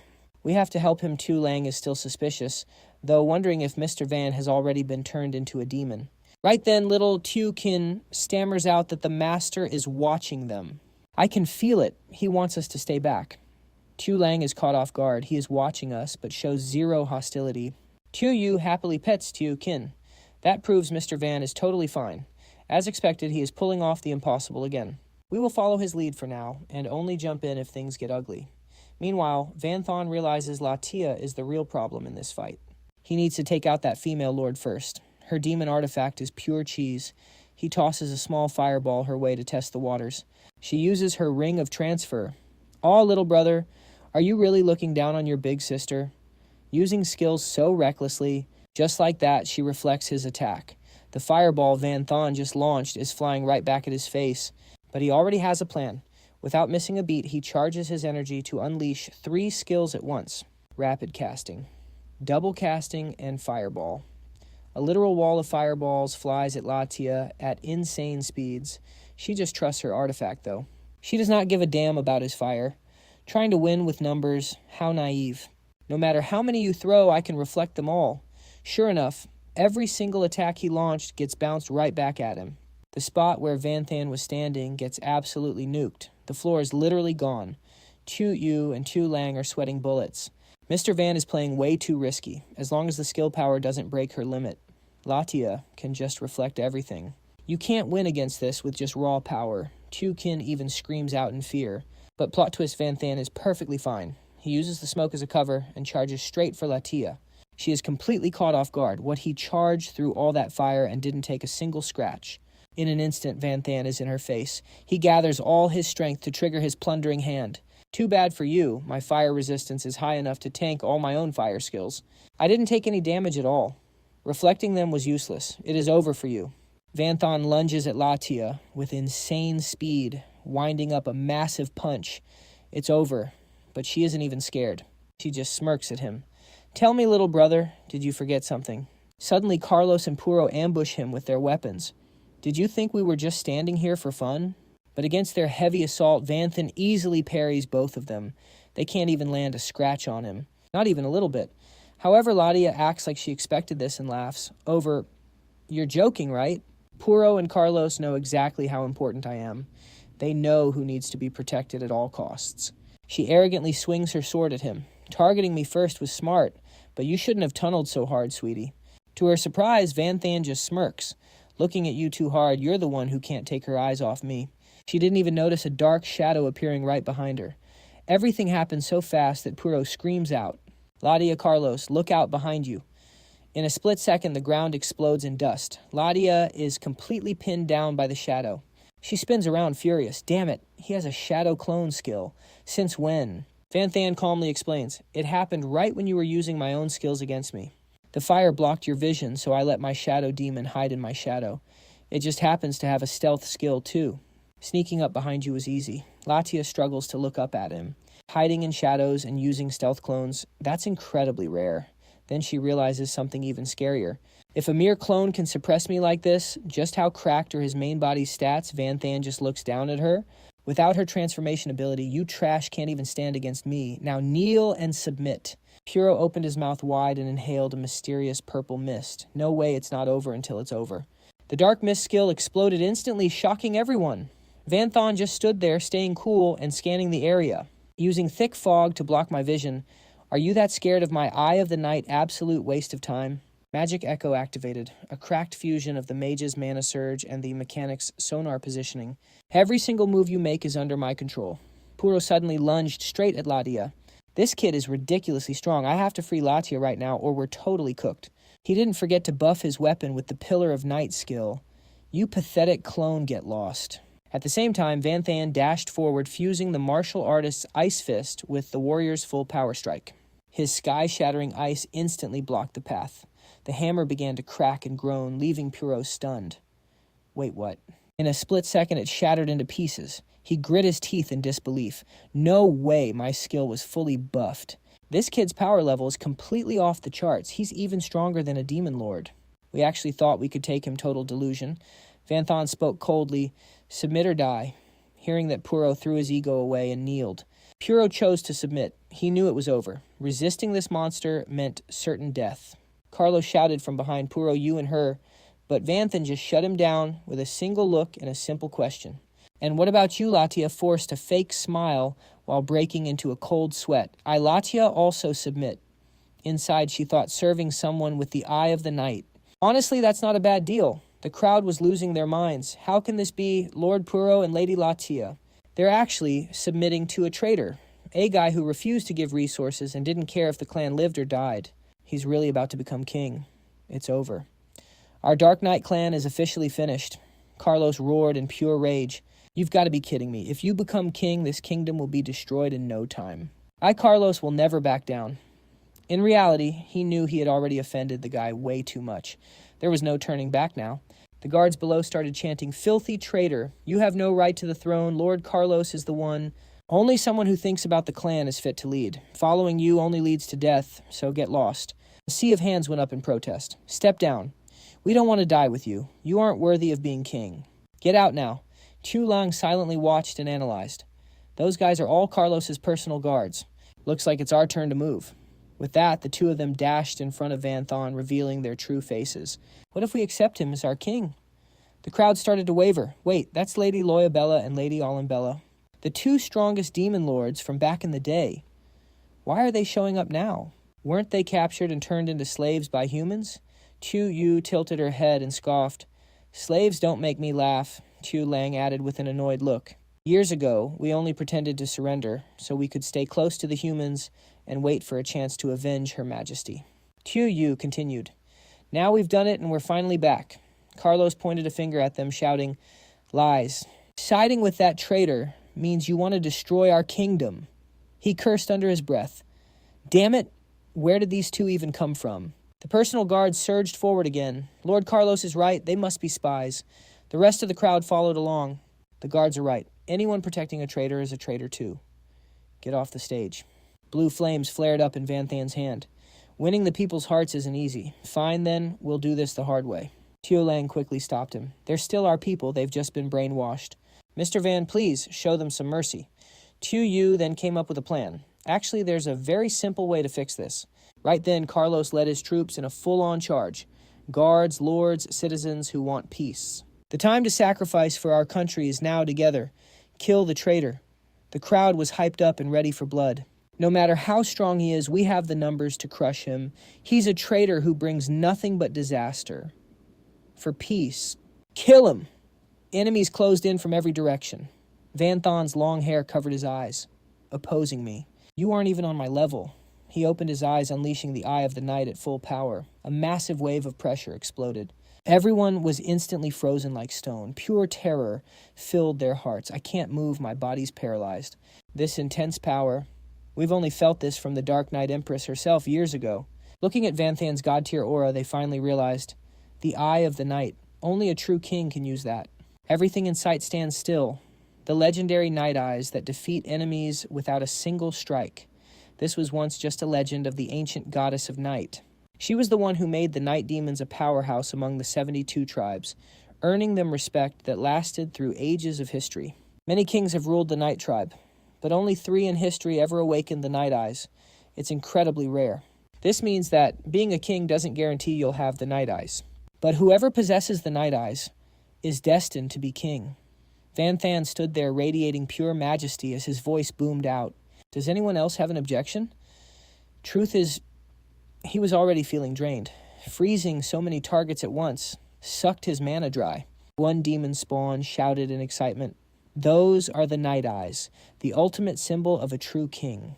Everyone else started cheering like crazy. How could we object to that? Even Carlos's elite guards went silent. Carlos's guards didn't dare talk smack anymore. The situation was crystal clear. These local lords were nothing compared to a future king. Carlos felt a chill down his spine when he saw Vanthan use the Night Eyes on such a massive scale. The mana drain was absolutely insane. The time freeze only lasted a split second. Usually it's useless in a real fight. Normally, no one would choose to use it this way. Why did he do it? Then he saw Tu Lang and Tu Yu standing next to Vanthan. He realized it instantly, gritting his teeth in pure rage. Damn it, Loyobella and Alimbella definitely snitched to him. Their goal was to make the people recognize the Night Eyes. He did the math. The game was over. He only had one choice left. Making a split-second decision, the Demon Lord tried to tuck tail and run, but Vanthan already spotted him, trying to run. His eyes widened as he used the Night Eyes again, freezing Carlos right in midair. No way. And then gravity took over and he went into a free fall. A massive thud echoed as he kissed the dirt. Vanthan calmly looked down at Carlos's men. "You lot dared to imprison my attendants and guards. That's a death sentence. But I'll be generous since the kingdom is currently weak. I want to avoid a civil war, so I'll give you one chance at redemption." He turned his cold gaze toward Carlos. Carlos was still frozen, completely defenseless. "I'll let the guards decide. How you handle this is up to you." His own elite guards immediately turned on him. "Lord Carlos, we're sorry, but your biggest sin was framing the new king. We've risked our lives for you for years. Now it's your turn to save ours." Carlos was terrified, begging at the top of his lungs. "No, please stop." His eyes were filled with pure terror as they closed in. "No, don't stop. Hey!" After that, Vanthan walked step by step up to the highest throne. Reaching the final stair, he sat down and made his official declaration. "From this day forward, I am the king of the night demons. Tu Lang and Tu Yu were the first to bow respectfully. All hail the night monarch." A sea of guards and demon lords shouted in unison, "All hail the night monarch." The entire nation joined in. "All hail the night monarch." Just like that, Vanthan officially became the night monarch. He took the 72nd spot among the 72 demon pillars. The news spread like wildfire through the dark world and caused a massive stir. Reactions from demons everywhere were intense. Many were skeptical. Night Monarch. Sounds like a flashy title. Some random demon lord crawls out of nowhere and claims to be King the Night Demons have truly fallen. How can they be ranked among the 72 tribes like us? What a joke at the Great Hall of the 72 Pillars. Monarchs from all over had gathered for the meeting. Someone spoke up regarding the news of the Night Monarch. "I'm sure you all know why we're here. I won't beat around the bush." The second pillar, the Devouring Lord, spoke calmly. "Perhaps soon. We will be meeting him right here in this hall." Mockery erupted from every corner. "Devouring Lord, are you saying you'd let him join the council?" "Only the 72 pillars can join. Does he even have the right? He beat a few weak lords and now he thinks he's a king. When did the title of the 72 pillars become so cheap? The night demons don't even have a single demon venerable anymore. He just got lucky. I absolutely do not recognize him." Doan Da suddenly chimed in. "We should just wipe the night demons off the list and let a stronger tribe take their spot." The 21st pillar spoke. Doan Da the Slayer laughed, acting like it was just a simple fact. Giving them a spot in the 72 tribes is just a total waste. The Devouring Lord continued. "True. Because of that human, Ha Kwayan Than. The night demons lost almost all their top power, but their foundation is still there. As long as they have territory, they'll eventually breed new elite warriors." He analyzed the situation regarding Vanthan's new rank. More importantly, we are still at war with the human world. Mid- and low-tier demons are the backbone of the battlefield. In that regard, they are more valuable than small tribes. As long as they provide enough war resources to the dark world, I don't care who calls himself king. He lowered his voice and added, "If only the Void Demon and the first pillar were here, things would be much simpler. I bet they'll agree with my choice. The other pillars are a total circus right now. No one even knows where the first pillar dipped to these past few years. Even his own clan members have vanished. The Void Demons have been acting super weird ever since the 72 kingdoms were split up. They haven't been seen since. Now everything depends on the Devourer Lord. He's the one holding all the real power. The Devourer Lord just sneered at those noisy losers and settled everything easily. If you want my power, come and take it. But that's only if you're actually capable. Done. As soon as he finished, the room went dead silent. The meeting was finally over. Lade was fuming. This was way too much. How can a mere demon lord think he's on the same level as Lord Death Machine? She took a sip of her tea. This was the Devourer Lord's call, and no one dared to talk back. The Dark Knight demon truly has some deep history.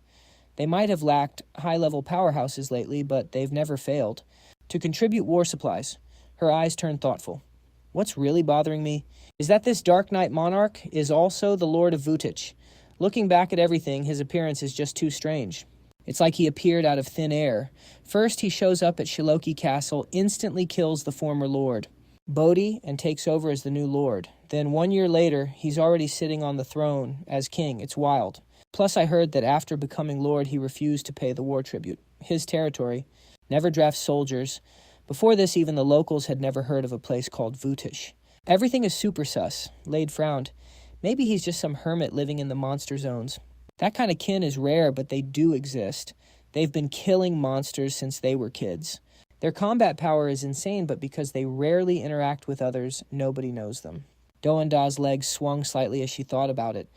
Maybe, but I have a much bolder theory. She explained slowly. 1 year ago, Yun Chen and Yao Ling from the human world were teleported over to this side. They landed right in our territory, so we had to deal with them. She continued. So I sent Lade, but she failed the mission and discovered that the Forbidden Mountain Range had opened. Thinking back to that day, considering how important the mountains were, I stopped the pursuit. Now that I think about it, the pieces are falling into place. Look at the map. One exit of the Forbidden Mountain Range happens to be Dark Knight territory, and the closest place is Shiloki Castle. Lade was stunned by the coincidence. You mean, the Dark Knight King is actually that human Yunchen? No way. His demon aura is way too strong for that. Watching him fight, there's no way he's human. But her thoughts went even deeper than that. Who cares if he's human or not? All we need is an excuse. If he keeps dodging the war tax now that he's king, we'll use that. He got the hint instantly. Lord Death Machine. You mean, Doanda was hyped. The Dark Knight Kingdom has history, and it's looking like a total snack. Yo, back at the Dark Knight capital. Baha was fanboying hard. I can't believe the Lord actually became king. I've waited so long for this day. The guards were going crazy with joy. Yun Chen just smiled back. Don't worry, I'll reward you all. This kingdom was controlled by those 3 demon lords for too long, for the important spots. It's safer to use my own people. Right. He quickly showed his loyalty. Don't worry, my lord. I promise that within 1 month, I'll have our trusted people in every key position in the capital. By then, you'll have total control over everything. He reached out his hand. Then I'll leave it to you. You're dismissed. He bowed respectfully. Then Yun Chen stood up to greet some familiar faces. Oh, right, Xiao Wu. Xiao Ling, why are you two here all of a sudden? Is this teacher Xia's idea? Xiao Yu spoke seriously. Correct. We're here for 2 reasons. 1 is to find Mr. Yun and Lady Yao Ling and bring you back. And for the other goal, her voice turned heavy, we need to use the trump card master left behind in this dark world. Yunchen was confused. What trump card? Xiao Yu hesitated. Xiao Ling answered for her. We have to ask Master first. We need to confirm if we're allowed to tell you Mr. Yun. This immediately piqued his interest. You have a way to contact Teacher Xia. This is a different world, blocked by a space barrier. Xiao Yu smiled. Human strength definitely couldn't do it. But what if we use the power of a god? She happily introduced this handy god-rank gadget obtained through a divine sacrifice. This god-tier Phantom Star Shadow Mirror lets you hit up the owner easily. It straight up ignores every restriction. Both sides holding this can chat whenever they want. A literal gift from the gods. Right as she finished talking, Hin Than showed up. Little Yu. Little Lang, you need something. Little Yu was hyped to see her master. Look, we finally found Mr. Van. He's cracked now already, one of the 72 demon pillars. Van Than just waved. Teacher Ha, it's been a minute. Even Kin Than was shook. 72 demon pillars. That's a massive flex. You got to tell me everything. After hearing the whole story, it all made sense. Even though the Night Demon realm is a mess, taking down 3 demon lords is crazy growth. Too bad I wasn't there, or I would have given Van Than a huge reward. Van Than just kept smiling. Teacher Ha, you're being too nice. You've already done so much for me. By the way, I haven't heard a thing about the human world. How's the front line looking lately? Her face went dead serious. It's bad. That's why I wanted little Yu and little Lang to bring Van Than and Du Lin back. I wanted you guys to level up on the battlefield, but now it's actually better if you stay in the dark world. Van Thon figured out what she was hinting at. What's the plan she didn't hold back? The best way to take the pressure off the front line is to start a civil war among those demons. Actually, I'm still not sure how strong you really are right now. Van Thon kept it real with her. If I run into a demon venerable, it might be tough. But anyone below that rank? Yeah, I'm wiping them. He thought to himself, I'm rocking a legendary set, so I'm feeling pretty confident. That one line had little Yu and little Lang shook. Oh no, Mr. Van just said something wild. He basically said anyone below a demon venerable isn't even worth his time. Did he forget our master's rank? Kinthon just burst out laughing. Interesting. Very interesting. Little Yu. Little Lang take him there. I'm giving him a little test. They headed toward a weird tunnel. Both Little Lang and Little Yu felt bad for Van Than. Mr. Van, you're really in for it this time. Poor guy. Van Than just sighed. It can't be that bad, right? Then he started overthinking. Is Teacher Ha gonna throw hands with me herself? I remember.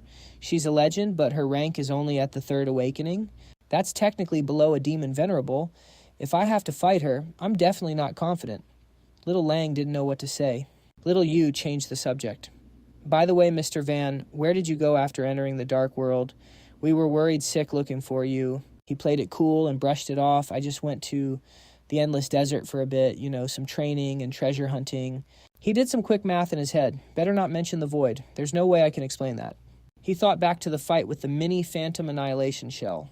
That mission was anything but easy. He almost got erased by the world rules while merging dark mana. To top it off, the void just dumped him while he was totally drained. He couldn't even handle the random monsters appearing, so he had to bolt. Luckily, his stats are way higher than before. Even while weakened, he could still move pretty well. He spammed consumables and used the terrain just to barely get away. Talk about a struggle, but he had a plan. He baited all the monsters into one spot and then used his set skill. Boom! One shot, they were all toast. He gave himself a tired smile. Before the next wave shows up, I gotta move. He made it into the Void City entrance just in time. One wrong step and he would have been cooked. Finally, the 3 of them arrived. Little Yu spoke up. Mr. Vaughn, we're here. Van Thon touched the glowing circle on the magic door. This barrier is insane. I can tell I could never break this on my own. Who set this up and where are we? She stepped to the center of the door and started the activation. Our master set this up, obviously. Behind this magic seal is the Night Empress's treasure vault. Van Thon stood there completely stunned. A treasure vault. And those 3 demon lords didn't take it. How is it still here? Little Lang stepped in to explain. The magic seal our master built has a stealth effect. You can only see it because we're here. Finally, the door creaked open. Little Yu said, let's go inside. Master's test is waiting. Deep inside, someone had been waiting for a while. Plot twist. It was actually Kinthon herself. Van Thon pushed the massive inner doors open, and she immediately whipped around to look. Before anyone could speak, she lunged with a sword full of killing intent. Die, demon trash. Little Yu panicked. Master, stop. He's not a demon. He's the disciple you took in after you went back to the human world. You can't kill him. Van Than was breaking out in a cold sweat. That speed is terrifying. I couldn't even see her move. The Kinthang clone looked skeptical. Me, take a disciple. Why would I waste my time doing that, Loyobella Olimbella? You both know what happens when you lie to me, right? Little Yu gave a strained laugh. Stop capping. We're not trying to die young here. Little Ling added with a smirk. Just a heads up, it's been 4 years since you were posted here. We go by Little Yu now. And Little Ling. Master gave us these new names himself. Once back in the human realm, Little Yu made sure to pull out the Phantom Crystal Shadow Mirror. If you don't trust us, at least trust yourself. Thinking back, we hadn't even known Master for that long yet. Even with a soul contract, we hadn't fully earned Master's trust back then. The original Kuin Than showed up to clear the air. Yeah, he's actually my student. Calling him my star pupil isn't even a stretch. And Little Yu and Little Ling, you can bet your life on them. The clone of Kuin Than looked totally unbothered. Even if I trust you, it's still weird. I mean, I am literally you. You know how cracked our talent and power are. Wasting time on a student makes 0 sense. She replied slowly. Honestly, I used to think the same thing. But then some stuff went down and I didn't have a choice. She quickly moved on to the next task. Don't sweat the details. For now, just help me test this kid's real power. Go a bit hard on him, but don't end his career. Van Thon was still standing there like, what is even happening right now? Wait, what's the deal? Why is Teacher Ha inside the Night Goddess's hidden vault? She's definitely back in the human world. Is this Teacher Ha just a clone? but they just mentioned 4 years had passed. Wait, hold up.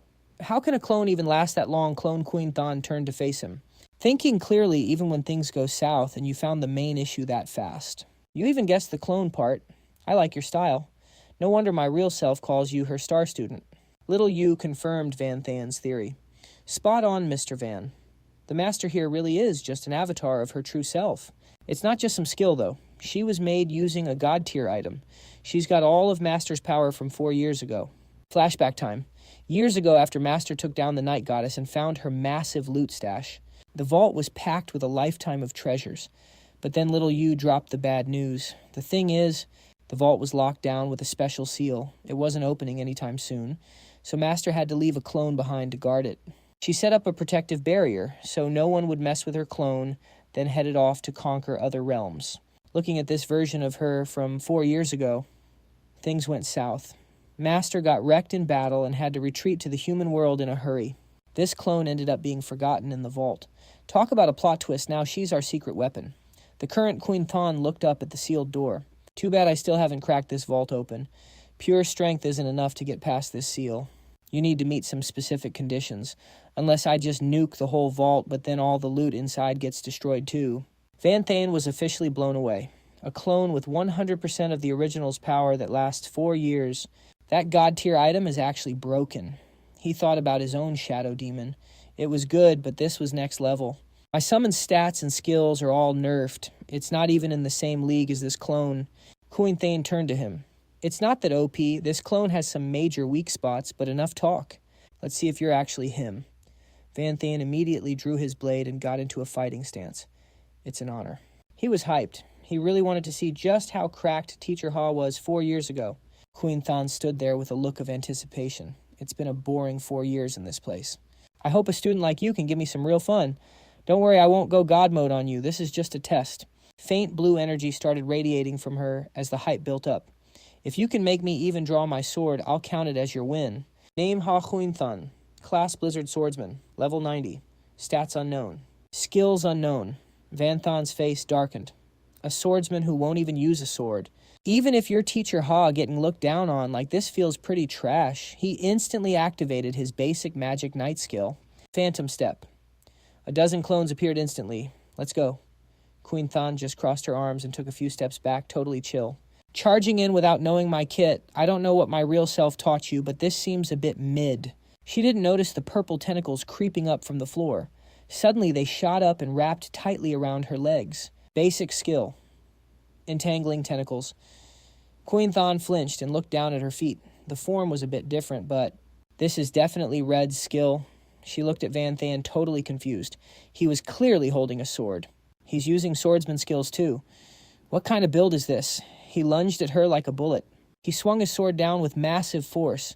Yo, Miss Ha, looks like you're the one who can't read the opponent's moves after all. Right at that moment, the vines got hit with a freeze effect. Crack. They shattered into pieces. Ice shards flew everywhere. Van Than saw the whole thing but had zero clue what just happened. He looked at those ice blocks in total shock. He's out. And wait, is that an ice attribute skill? No way. Huyen Thon used her appraisal skill on him. Oh, no class change yet, so that's the deal. No wonder he can spam multi-class skills. His stats are through the roof. She casually dusted off where the vines grabbed her. Too easy. Looks like the main body found a legendary disciple. Even Huyen Thon had to admit. That skill power is fire, way past the starter level. Kid's got some serious talent. I guess I can't just go easy on him anymore. A glowing blue snowflake appeared under her feet. Boom! She lunged straight at Van Than. Massive ice shards trailed right behind her. I gotta treat this kid like he's a whole squad. She's moving so fast, she's literally just after images now. Pure speed. Van Thon is struggling. Too fast. He can't even track her. Before he can blink, she's already in his face, ready to end it. He thought he had her. He sensed some killing intent over here. But then a woman's voice came from right behind him. Van Than froze. Sorry, kid, wrong guess. He was so focused on what was in front, he forgot his back. His eyes couldn't keep up. A divine flash strike landed with insane power. Total destruction. Smoke everywhere. But right as she hit him, he vanished. Van Thon barely escaped death. Close one. He took a breath and looked back. That speed is terrifying. Without divine flash, I'm toast. Even Ha Huyen Thon was impressed. A space-type skill. Now that's interesting. Then she teleported again. Blink and you miss her. She appeared behind him again, but wait, the fun's just starting. A huge ice block erupted from the ground. Kick. He got sent flying. Van Thon didn't see that coming at all. She's actually keeping up with my divine flash just using pure speed that's broken. She's not giving him a second to breathe or counterattack. Kuyen Than jumped up for a massive kick. Not over yet. She slammed her foot down. The impact was so heavy it left a deep crater in the ground. Van Thon coughed up blood. His body is hitting its limit against these heavy hits. Brutal. Kuyen Than looked at him lying there. You're pretty tanky, huh? Is it because of that gear you're wearing? She wondered if the main body gave him legendary tier armor. Maybe he's rushing things. Van Than just gave a faint smile. Don't get it twisted. Miss Ha always prioritizes my training. Most of my rewards are just me getting stronger. He forced himself back up. I gathered this armor myself. Suddenly, ice started forming on his hands. It started spreading up his arms. This is the Ice Spirit Dancer's snow dance. A hidden class. Every step she takes leaves frost on the ground. One touch, and you're frozen solid. Van Than finally realized the trap, so that's how it is. All that speed was just to coat the floor in frost and trap him. Even that air attack was calculated. She literally kicked me into the frost zone. But wait, isn't Miss Ha a Wind Snow Swordsman? How is she using Ice Spirit Dancer skills? That's cracked. Van Than struggled against the ice. She looked down and said it's over. He didn't say a word. But suddenly, long tentacles started rising up. Plot twist. It's a fusion skill. Driss Entanglement plus Driss Growth. They twisted together and shattered the ice she used to lock him down. Giant Vine Wrap. Let's go. Kuyen Than touched the vines. Wow. Using vines to pull himself out while he can't move his own body. Smart move. And that fire melting the ice, she stared at the blue flames erupting from Van Than. This is getting wild. She even gave him the Nether Demon flame talk about being spoiled. But Van Than isn't backing down yet. If I can't beat her speed, I'll just increase the distance and spam AoE attacks. No escape. He triggered a fusion skill. Mage Fireball combined with Qigong Master Rapid Air Bullets. Another fusion. Mage Arrow plus Magic Swordsman Lightning Buff. Then he let it rip. Explosive Flame Chain. Thunder Arrow Rain. A massive barrage of fire and lightning flew at her. Kuyen Than wasn't sweating it, though. She summoned huge ice blocks for a long-range counter. Fine, let's play. Ice and fire collided in a massive explosion. Smoke filled the entire room. Neither of them is giving an inch. This is peak combat. Van Than was confused. My fusion skill neutralized. How, and there's more. A Wind Snow Swordsman is a melee class. Even for long range, she should be using Sword Key. What's with these ice bullets? This makes zero sense. The smoke hasn't even cleared yet, but she's already lunging forward. Keeping your distance was a smart move while you were up there, kid. To her, that fist is already inches from his face. Van Than is basically a sitting duck at this point. But he just smirks. Where is this confidence coming from? Who's the target? We'll see about that. Van Than summons a clone with a blade and goes straight for the kill against Ha Huyn Tun. Look at her face. She's totally shocked. Another clone hiding in the shadows. This kid used himself as bait just to set this up. He's cracked. She backflips onto its shoulders, dodging that blade just in time. Close call. She hits the ground and catches her breath. Talk about dirty tactics that almost landed time for Van Than to switch it up and change weapons. As expected from Professor Ha, she actually dodged that. Now he's channeling all his power into his blade. Plot twist. The Shadow Ghost was a bait too. This next move, no way she's dodging this. Magic. Swordsman and Mage. Fusion skill, Blazing Slash. Fireball Van Than slashes down with an absolute explosion of demonic flames. But wait, even that isn't enough to stop Kuyen Than. She literally freezes the tip of his blade. Bro is stunned. How did she just stop a nuke-level attack with a simple move? One simple move. That's all it took. She actually smiles and gives him props. Nice hit, kid. Now it's my turn. She lunges with insane speed, eyes glowing with pure kill intent. Oh boy, she's finally getting serious now. One hit, and he's spitting blood. This speed is on a whole other level compared to before. Van Than is sent flying straight through a wall. You can't even see her move with the naked eye. Bro's whole body is in pure agony right now. He's freezing up. The ice is spreading everywhere and taking over. Dang it, it's do or die time. No hesitation, Van Than transforms into a new form and shatters that myriad wheel ice like it's nothing. Let's go. She doesn't even blink. She teleports right in front of him. He didn't even last 5 minutes in that form before getting pinned to the wall and punched again. Little Yu is watching from below like, no way, this is the hallway to the Black Knight Treasury, man. She's the female sovereign for a reason. Those walls are made of rare materials, and they're literally cracking. Master is actually trying now. He's gritting his teeth through the pain, but look at that. He's still smiling. Nice speed, Professor. That speed is absolutely insane. He's thinking, in this myriad wheel form, I can finally see her movements. Even she's impressed. A level 60-something with this much power, that's rare. Not bad at all. Honestly, she has to admit it, the main body really chose the right person. But she's not done yet. You'll need to do better if you want to pass this test. Then she starts pumping mana into him. Suddenly, Vonthon grabs her wrist tight. He's not letting her finish. Let's turn up the heat.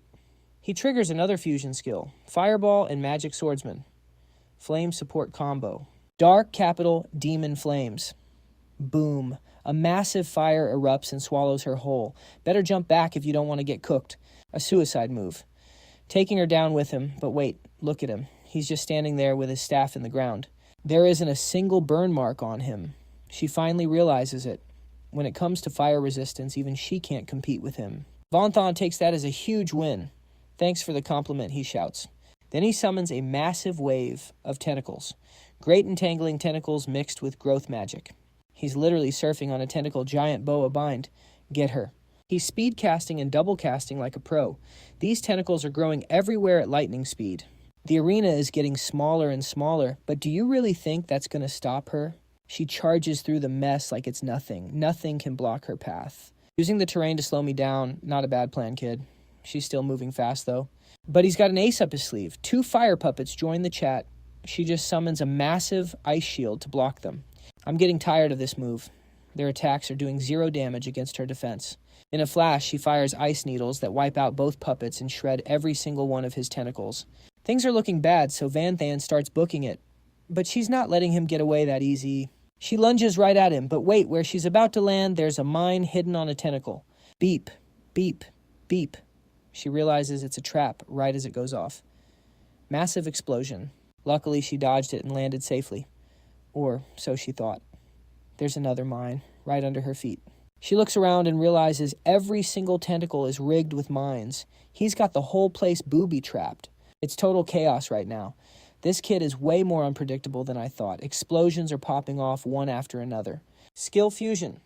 Chain Fireball Mage and Lethal Fire Bomb Mechanic. The smoke finally clears and Kuyanthan is still standing tall among the ashes. The Ice Wings she summoned managed to block almost every bit of that massive blast. She's got a few scratches here and there, but she's actually impressed. Combining different skills for suppressive fire. That's actually pretty cracked. Kuyanthan retracts her wings. If you were at the same rank, you'd definitely be an opponent I'd never want to run into. Looks like the master found one hell of a disciple. That red staff with the blue gem is sucking all the black smoke right into it. Vanthan spreads his arms and giant hands manifest behind the light. Skill fusion. Freedom, Wind Shaman, and Cyclone Mage. You've got nowhere to run now. Kuyanthan panics and clenches her fists as she backs away. Not good. I need to retreat immediately. Vanthan activates Eyes of the Night with a sharp gaze. Don't even think about running. She's frozen for a few seconds. That's the Eyes of the Night goddess. I didn't think you had this skill too. It only freezes me for a moment, but that's all the time you need to cast. The scene shows a brutal clash as massive green flames rain down from above. She stands her ground against the onslaught. The move name, Heavenly Gale Kuyanthan, starts analyzing the situation fast. It looks like those fire traps weren't just for cover. They were meant to boost your speed this whole time. Wind fuels the fire. A massive, high-intensity AoE, like this is enough to pin me down. A lethal blow, not bad at all. A black-gloved hand is drawing a glowing blue blade from a purple sheath. She continues, but don't forget I'm still your teacher. If I can't handle this, Kuyanthan swings her dual blades with raw power, unleashing a blinding blue energy. Shattering space into cross-shaped fragments, I'd be so embarrassed if I lost here. Vanthan is absolutely shook. He shields his eyes from the blinding light as the energy surges around them. Everything is moving so fast. Is this Instructor Ha's true power? The air is literally cracking. The test is over and Vanthan lands softly. Everything vanished with just one slash. Kuyanthan holds her purple sword radiating pure blue energy. Congrats on passing the test. As for the reward, a massive door stands before Vanthan, covered in ancient mysterious patterns. Kuyanthan points toward the vault. announcing that every treasure kept by the night goddess is now his. Vanthan shifts back to his normal state with Tu Yu and Tu Lang behind him. He looks completely stunned. The night goddess's lifelong collection instructor. Ha, don't tell me even you couldn't open this vault. She touches a strange door of light that gives off an eerie aura. Like I said, it requires a very specific condition to open. Trying to force it would just trigger the self-destruct mechanism. Mysterious red and blue lights flicker. The vault's design is insane with a massive amount of mana flowing through it. That mana flows like tiny pipes or a rushing stream. The safety and self-destruct systems are completely intertwined, shifting constantly without end. This door is locked down tight. She continues. To open this door, you have to stop the mana in the safety zones while letting the dangerous mana keep flowing. Once it hits the safe zone, you freeze it. That stops the self-destruct. I tried freezing it myself, but ice takes too long to form. It's not instantaneous. The four of them stand in the cave as Vanthan processes the information. I get it now. The special condition is the eyes of the night. After all, this was the night goddess's vault. She probably made sure no one but her could ever crack it. She touches the door, and her whole body starts to glow. After years of studying this, I know the flow by heart. Just follow my lead and freeze the mana when I tell you. The vault will open. Vanthan clenches his fist, looking determined. Got it. The door creaks open. Blinding light pours out as the four of them step inside. Vanthan leads the way, and he can't hide his shock. Holy. No wonder. These are treasures from 72 demon pillars. Treasures are lined up on every shelf. Vanthan starts listing everything rich as god-tier materials. Special items, high-rank gear, war weapons. This place has it all. In the human world, this would be a top-tier national treasury, Kuyan Than asks him. All this loot is yours now. So what's the move? Taking it back to the human world to gear up the front lines. Or are we doing something else? Vanthan looked up. Even though this place is packed with items, most of it is only fit for the demon race. If we want our soldiers to research and mod these, we're out of luck. The frontline situation is already brutal. I'm afraid we're out of time, so there's only one way to play this. He looked at her with pure determination. 2 words. Total war. Kuyan Than folded her arms. You want to trigger a civil war among the demons in the dark world. Do you even have the power for that? Vanthan clenched his fist. We can find a way to buff the low and mid-tier combat power. I can handle the mid-tier stuff with Xiao Yu and Xiao Lang, but for the high-tier power, I've got to count on you, teacher. Ha. Xiao Yu jumped in. Master Van, my master's clone, has a limited range. Once she leaves the treasure vault, she'll vanish within 3 days. Xiao Lang added, plus master's true body. Already gave her a way more important mission. Those 3 days must be spent on that task. He finally understood the catch. So that's the biggest flaw. Still, a god-tier item that creates a clone this strong is already cracked. Teacher Ha's stash is low-key terrifying. Vanthan thought to himself, she already gave me the Demon Lord's brew and the Sea God's essence. The Ghost Flame statue in the office, the Divine Beast contract, plus Xiao Yu and Xiao Lang's Phantom Star equipment. And now this god-tier clone item. It's like she has an endless supply of legendary treasures. She just pulls out OP items like it's nothing. In this regard, even Principal Deep at rank 4 can't compete with her. Vanthan rubbed his chin, lost in thought. But the teacher Ha in front of me is only rank 3. Where did she get all this gear? And that insane power of hers. Even as a system user, I'm not even close. It's definitely more than just raw talent. Vanthan turned to Kuyan Than. Teacher Ha, I thought I was grinding hard, but against a demon lord, I'm still trash. We're both rank 3, yet you can solo a demon lord and even wipe out the 72 demon pillars. You can even spam long-range magic while being a melee class. How is that even possible? Hearing his doubt, Kuyan Than didn't mind dropping some knowledge. Looks like my main body hasn't taught you yet. Level and class aren't everything. Otherwise, why would she take an unclassed player like you as a disciple? I get why she did it. After all, some things just can't be taught if the student isn't ready. You wouldn't have understood it back then anyway. Kuyan Than explained carefully. You probably know this. The gap between rank 2 and rank 3 is all about skill power and conversion rates. High-level skill stats are way higher than mid-level ones, but rank 3 and rank 4 are on a whole different level. Once you hit rank 4, you don't just get better stats and skills. You also gain the right to use an origin skill which contains a fragment of origin power. Vanthan was stunned. Origin skill, origin power. What's that? She continued. If I say origin skill, you might be lost. So how about calling it an ultimate skill or a god tier skill? For most players, an origin skill is the end of the road, the absolute peak of their class. But for the real monsters, the origin skill is just the beginning. The scene shifted toward the forest. The strength of an origin skill lies in its origin power and origin. This power is the very source that forms a world, the fundamental power gods use to create everything. She went on. There are many types. It could be life forms like plants and animals, or phenomena like water and fire, wind, and so on, even though normal skills can create water or fire. Those are just cheap imitations fueled by mana. They can't touch the core essence of the element. Huyen Than continued her lecture. After reaching rank 4, a player will learn a specific origin skill that fits their class, even if it's just a tiny bit of origin power. Its raw output completely wrecks any normal skill. More importantly, it's a stepping stone to mastering. Origin power itself, she raised a finger, once you successfully comprehend and master a type of origin power, you'll have strength that breaks your class limits. You can reshape your origin power into any form, like my frost origin. This ice block might look like a basic mage's ice bolt, but in reality, it's just a form I created using origin power. She fired the bolt as an example, blowing a massive hole in the wall. Van Than was speechless, jaw-dropping. No wonder this thing could tank my fusion skill. Turns out it wasn't just a mage's ice bolt. That crack released origin power, a literal god-tier strength.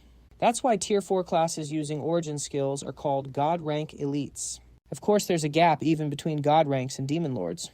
Huyen Than says the key is the type of origin power and how well you control it. Most Tier 4 classes or demon lords just use the skills without actually mastering the power behind them. Some never get it, but the 72 pillars of hell, they've all got it down.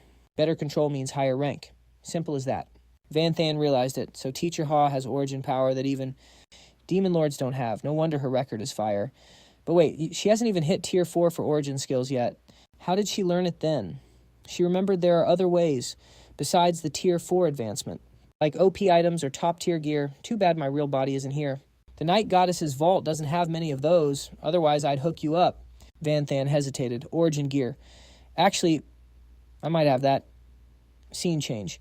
Van Than moves a massive rock. Nice. Now I've got a new quest for you. He drops the stone on the table.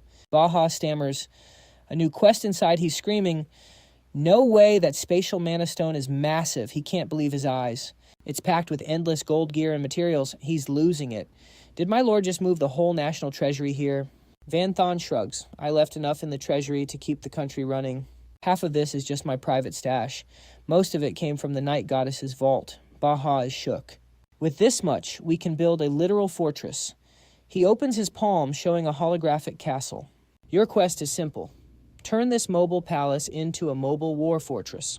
Can you handle it? Van Than thinks back. After clearing the 72 Pillars quest, the system rewarded him with this palace, but a regular palace isn't enough. The crowd goes wild. Rest easy, Night Monarch. We'll go all out to build a weapon of war that'll blow your mind. Using these top-tier materials to build something this grand, this is a once-in-a-lifetime chance for us. We're hyped and ready. Let us cook. Van Than cracks a smile. His luck is straight up glowing. Then I'll leave it to you guys. Scene change. The wind whistles through the trees. Van Than and Tio Yu are hiking up a mountain. Tio Yu reports Mr. Van the guards are stationed at the workshop. Anyone who gets greedy gets deleted on the spot. He's liking what he hears. Good, they probably won't flip, but we can't be too careful. Tio Yu's face turns bright red. She shyly avoids his gaze. Oh, by the way, Mr. Van, I've been meaning to ask. She lightly touches her chin, bringing me to this middle-of-nowhere mountain. Do you want to... Van Than chuckles. As expected of Teacher Ha's maid, sharp as always. You read my mind. She gets all bashful. Out here where no one can interrupt us. Just the two of us. You definitely want to do that, right? Oh, you're so bad. You look so serious, but you like it spicy. Turns out you're into risky games. Van Than is speechless. Okay, I take back what I said about you being smart. He keeps walking until he finds the perfect spot. All right, this is the spot. Van Than summons a small fireball. Back when I fought the Flame Demon Lord, to land a debuff on him, I had to rely on my fire resistance to tank his hits. But there was this one move, even in my myriad wheel state, I didn't dare let it touch me. He charges the tiny fireball until it turns massive. Van Than unleashes it. I could only survive it once because of my invincibility skill. That move was called... The fireball deletes everything in its path, wiping out a whole chunk of the mountain. Melt extinction. Smoke covers everything. Absolute destruction. Tio Yu is shook. No way. That skill is terrifying. At this level, Even a demon lord wouldn't dare face it. It could probably hurt the 72 pillars. Is that an elemental essence skill? Vanthan recalls Kuyanthan's words. If Teacher Ha was right, then the Flame Demon Lord, who's rumored to be in the top 10, definitely has essence power. He flies into the air, hands blazing with blue flames, even though he was heavily weakened back then. That move was probably his ultimate back then. It most likely contained a trace of origin power. Vanthan turns back to look at Tu Yu. I'm going to risk it and spam my fire skills until my mana hits 0. My safety is in your hands until then. Tu Yu bows. Understood, Master. She spreads her palms wide. If I keep comparing my fire to that origin power, I might eventually crack the code and master it. 3 days later. Vanthan is still spamming fireballs everywhere, but something feels off. This isn't right, not at all. My flames and those origin flames aren't even on the same level. Vanthan summons 2 flames in his hands, searching for the flaw. My netherworld magic. Flame is S rank. It should be way beyond ordinary fire. The Blazing Demon Lord's fire was basic, so why is there such a massive power gap? Where's the answer? Tu Yu brings him some water. Forgive me, Master. Aside from serving you, I can't help with this at all. That origin power is just a pipe dream for someone like me anyway.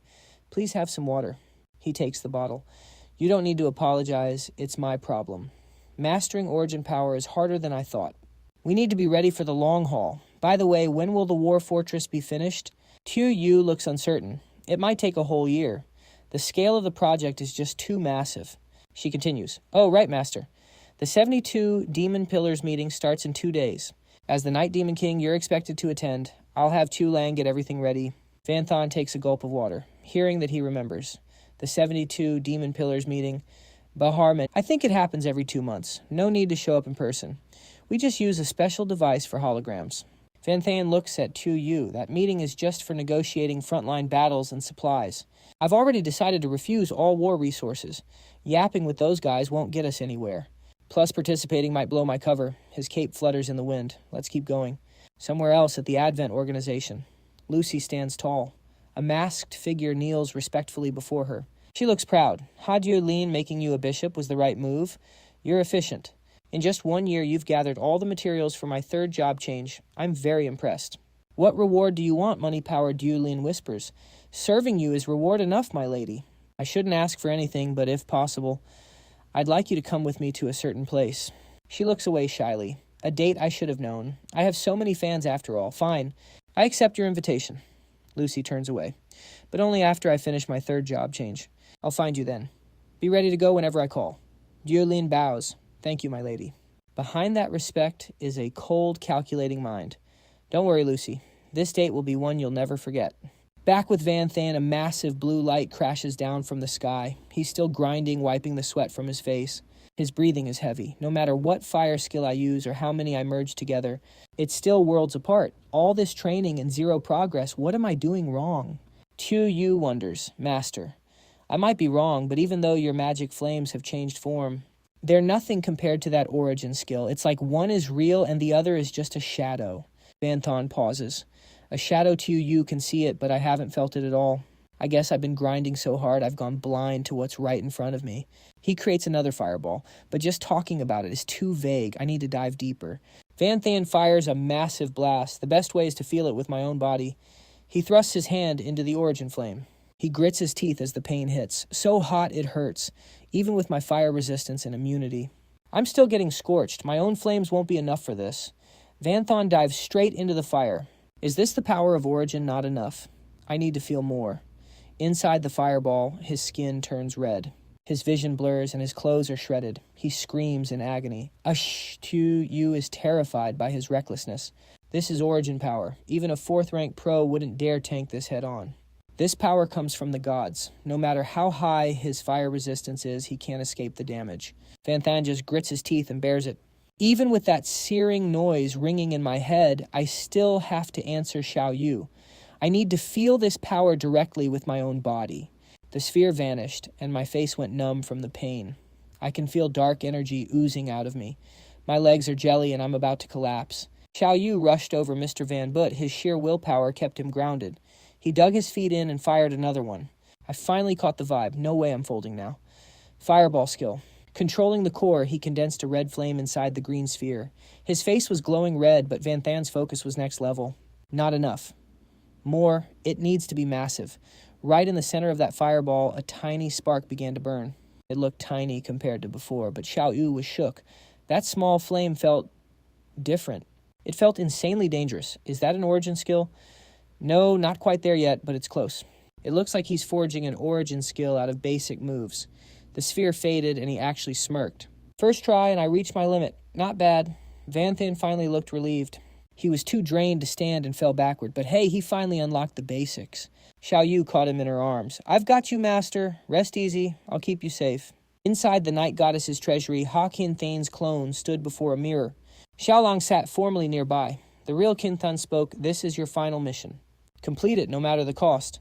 The clone replied, "Don't worry, I've got this. I have your memories, feelings, and powers, but I didn't inherit your will to live. Death means nothing to me," she continued, "but I can't start this mission just yet. Van Than still needs me for the next 6 months. The original agreed fine. The front lines can hold for 6 months. Her expression sharpened. Can you tell me everything now? I still can't figure out what happened back then. To think I actually took on a disciple. The Kin Thon in the mirror went silent, then whispered, "They're still alive." The clone's eyes widened. For real, the original Kin Thon bolted up, unable to believe her ears. "What did you say? Is it true?" Tears started falling. "They're really alive." Teacher Ha in the mirror thought yes. "But it's worse than being dead, having to kill them myself. It's a tragedy. I can't do it alone. Even after 4 successful reincarnations, I'm still not strong enough." Kin Thon looked down, lost in thought. "If they're the opponents, then... yeah, it's true," she muttered. "I know what I have to do." Back to Van Than. He was lying on a huge block of ice with Xiao Yu tending to him. Seeing him like that broke her heart. These burns are insane, and that's with Mr. Van's high fire resistances. If that were me, I would have been turned to ash the second I touched that flame. She grabbed some ice. Luckily, the National Treasury is stacked with top-tier medicine. We have the Jade Lotus ice that Xiao Lang sent. He'll recover in no time. He slowly opened his eyes. Van Than sat up, stretching his neck. Finally healed. Getting cooked by my own skill would have been embarrassing. The flame flickered in his hand. The gains were worth it, though. He moved the fire closer to Xiao Yu. "What do you think of this?" She stared at it. "It's cracked, way beyond a high-tier skill. It's even stronger than most 4-time reincarnation skills. But compared to an origin skill, it's still lacking." Van Than stared at the flame. "True, this is just the prototype. It needs more work. I believe it'll eventually rival an origin skill. Maybe even surpass them." He hopped off the ice. "How will you finish it?" "The old-fashioned way, using the annihilation flame to burn myself. No shortcuts here. This is the only way I can truly grasp the essence of an origin skill. Then I'll use my own flames to mimic that annihilation energy. Once they're on the same level, I'll keep refining them until I have my own unique origin power." She replied nervously, "That's way too dangerous. You almost died just now." Mr. Van... He didn't budge. "It's fine. The more I understand the annihilation flame, the less damage it'll actually do to me." Xiao Yu just sighed. There was no stopping him. "I'm speechless. I guess I better stock up on burn cream then." 6 months later. At the Council of the 72 Pillars, everyone was gathered. The atmosphere was tense and everyone was heated. The Dark Lord has gone way too far. That is 3 missed meetings in a row for the 72 demon pillars. Not just that, he is refusing to pay any war taxes. This is a straight-up provocation. The other pillars started chiming in. "Devouring Lord, give the order already. Someone like him doesn't even deserve to be part of the 72 demon pillars. Let us just wipe out the entire Dark Knight clan and let another clan take their spot. We are done being patient." The Devouring Lord turned his back, his voice sounding completely indifferent. "Oh, it looks like everyone is pretty triggered." His gaze swept across the room. "So who is actually going to step up and do it?" The pillars suddenly went silent. He turned back to the Devouring Lord and let out a laugh. "Quiet. Now, everyone loves to talk big, but if it actually comes to a fight, any clan would take a massive L. You don't want to take any losses, but you want all the loot. Does the world really work that way?" Another voice spoke up. It was the 5th pillar, the Nether Shadow Lord. "Well, it is not exactly like that. Every one of our clans has sent a massive amount of troops to the front lines, even many kings from our nations. They are currently fighting in the human world. The forces we have left here are actually quite thin. If the Devouring Lord agrees to let me call back my main army, wiping out that tiny Dark Knight clan would be light work. He stood on high looking down as he spoke. The front lines are going great right now. Pulling troops would just give the humans a chance to breathe. I cannot allow it.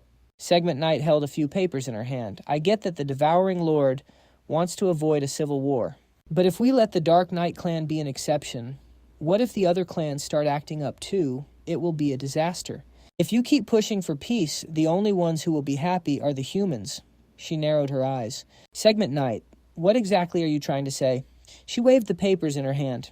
The Devouring Lord surely remembers Van Tran and Nu Dieu Lin coming through the Void Gate right.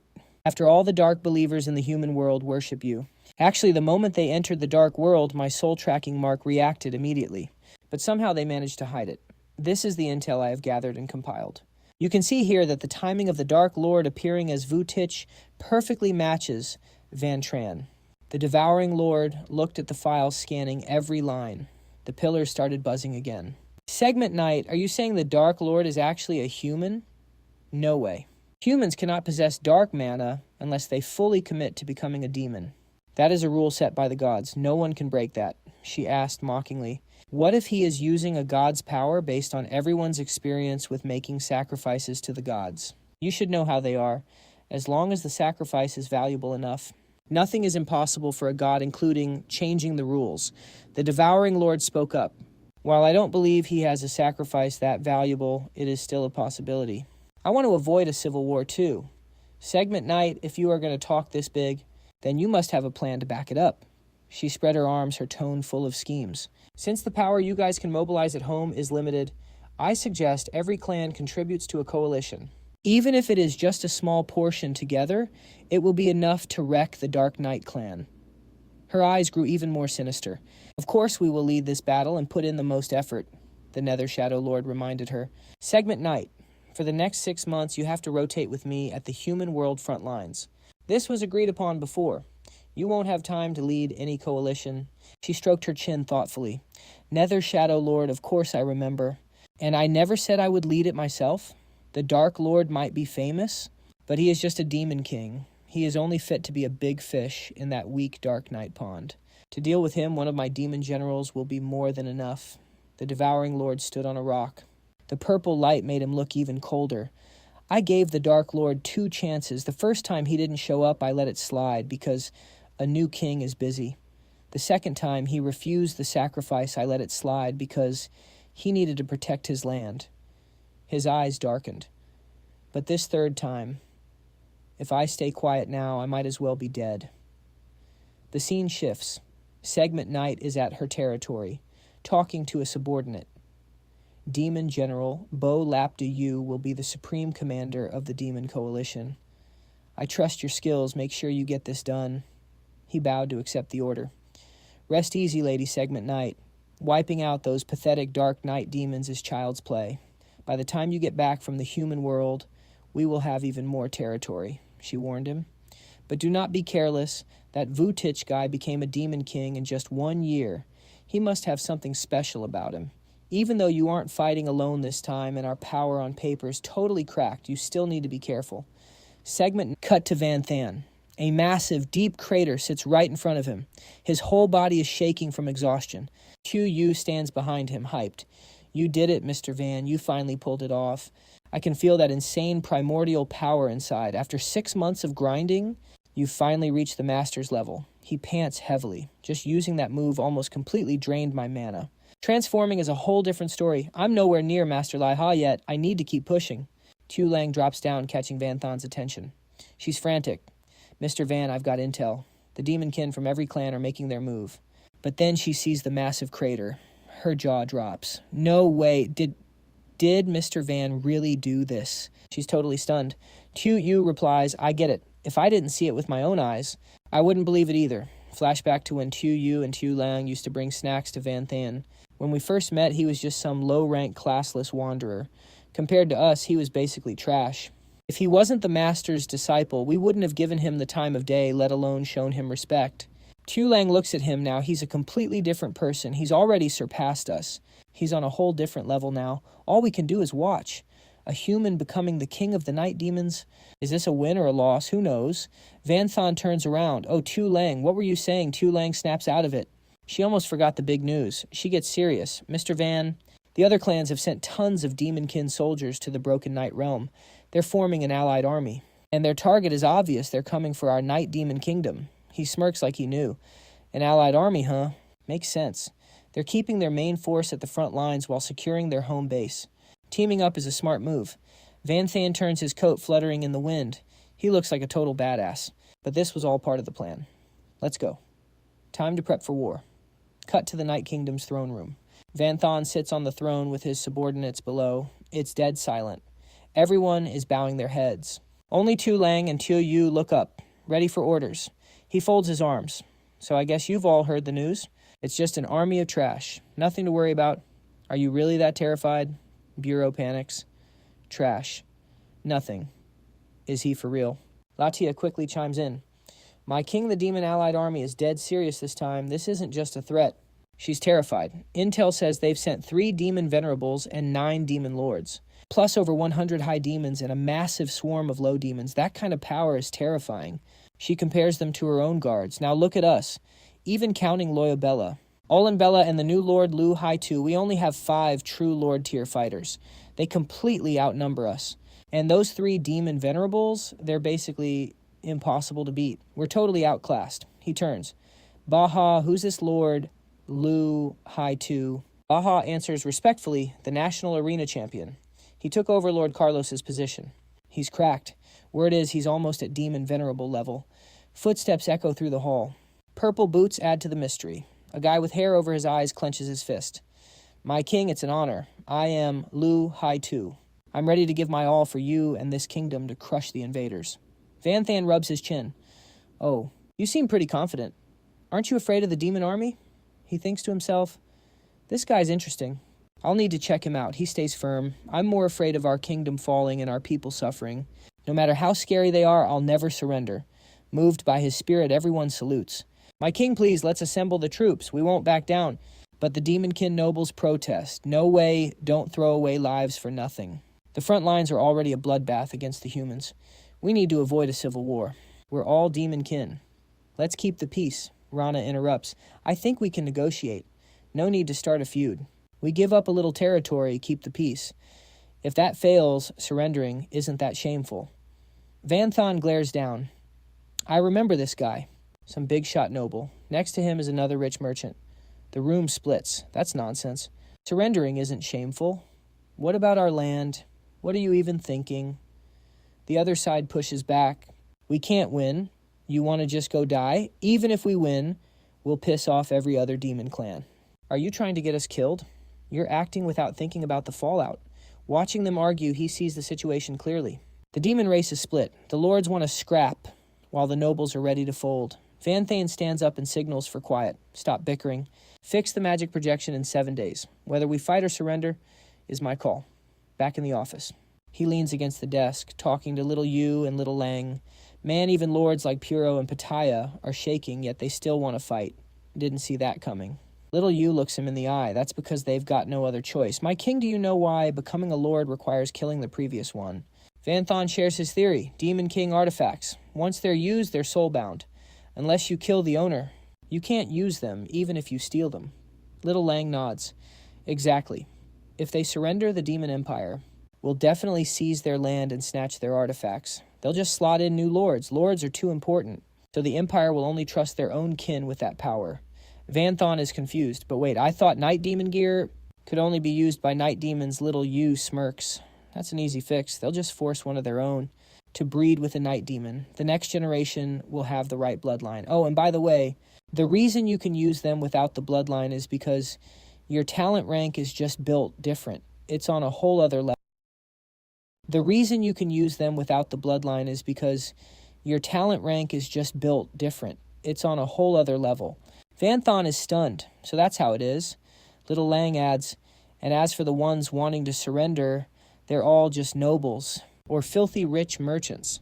Even if the ruler changes, they just pay a little fee to stay safe, and they can keep living their comfy lives. Suddenly, little Yu remembers something. Oh, right, sir. You've already decided to fight. So why didn't you just say so? Why wait 7 days? Van Than answers. If I told them now, those rich snakes would bolt with all their cash tonight. We need time to lock everything down first. He turns to Little Lang. Little Lang, you're on cleanup duty. Handle the nobles and the big merchants. She bows low. Don't worry, I'll make sure they stay put. The door swings open and a massive figure walks in. It's Ba Ha. All eyes in the room turn toward him. Ba Ha speaks. My king lord Liu Dushi has arrived. Van Than has some questions. Liu Dushi, I checked your file. You were a heartbeat away from becoming a demon venerable with a bright future, then you just vanished. Can you tell me why Liu Dushi lowers his head, staying silent? He's hesitating. Then he looks up, dead serious. If the night goddess asked me this, I'd refuse to answer. But since it's you, I'll tell you everything. They stand face to face. Me, why me? He continues. Because you refused to squeeze us for war funds, you cut taxes, and you ended forced drafts. You're doing the things I wanted to do but couldn't. Of course, that's going to bring a lot of heat. Dushi says, I'm older than you, but your aura is way more powerful. We demons are supposed to be humanity's enemies. We're supposed to hate them. Fighting on the front lines is meant to be our destiny, right? He says, I used to think that way too. Dushi thinks back to his family. I was forced into the army, but I felt like making people fight against their will was just wrong. Besides, I'd never even seen a human. Humans were just vague stories in some old books. But the suffering caused by the draft, I saw that every day. Images of the past flash by. I couldn't change it. So I chose to leave my home and wander the world. While I was running from reality, I secretly hoped I'd see human cruelty with my own eyes. I wanted to prove the goddess was right. He explains in detail. And images of human fanatics appear. During my 20 years on the road, I actually did meet some humans. They called themselves the Holy Believers from the Descent organization. They were stubborn, cruel, and totally insane. All they did was pillage. It was like they were evil just for the sake of it. Totally brainless. He watched them closely back then, but he still couldn't wrap his head around it. I couldn't imagine how a race with no brains and such pathetic strength could actually be a threat to the dark world. Dushi felt completely helpless.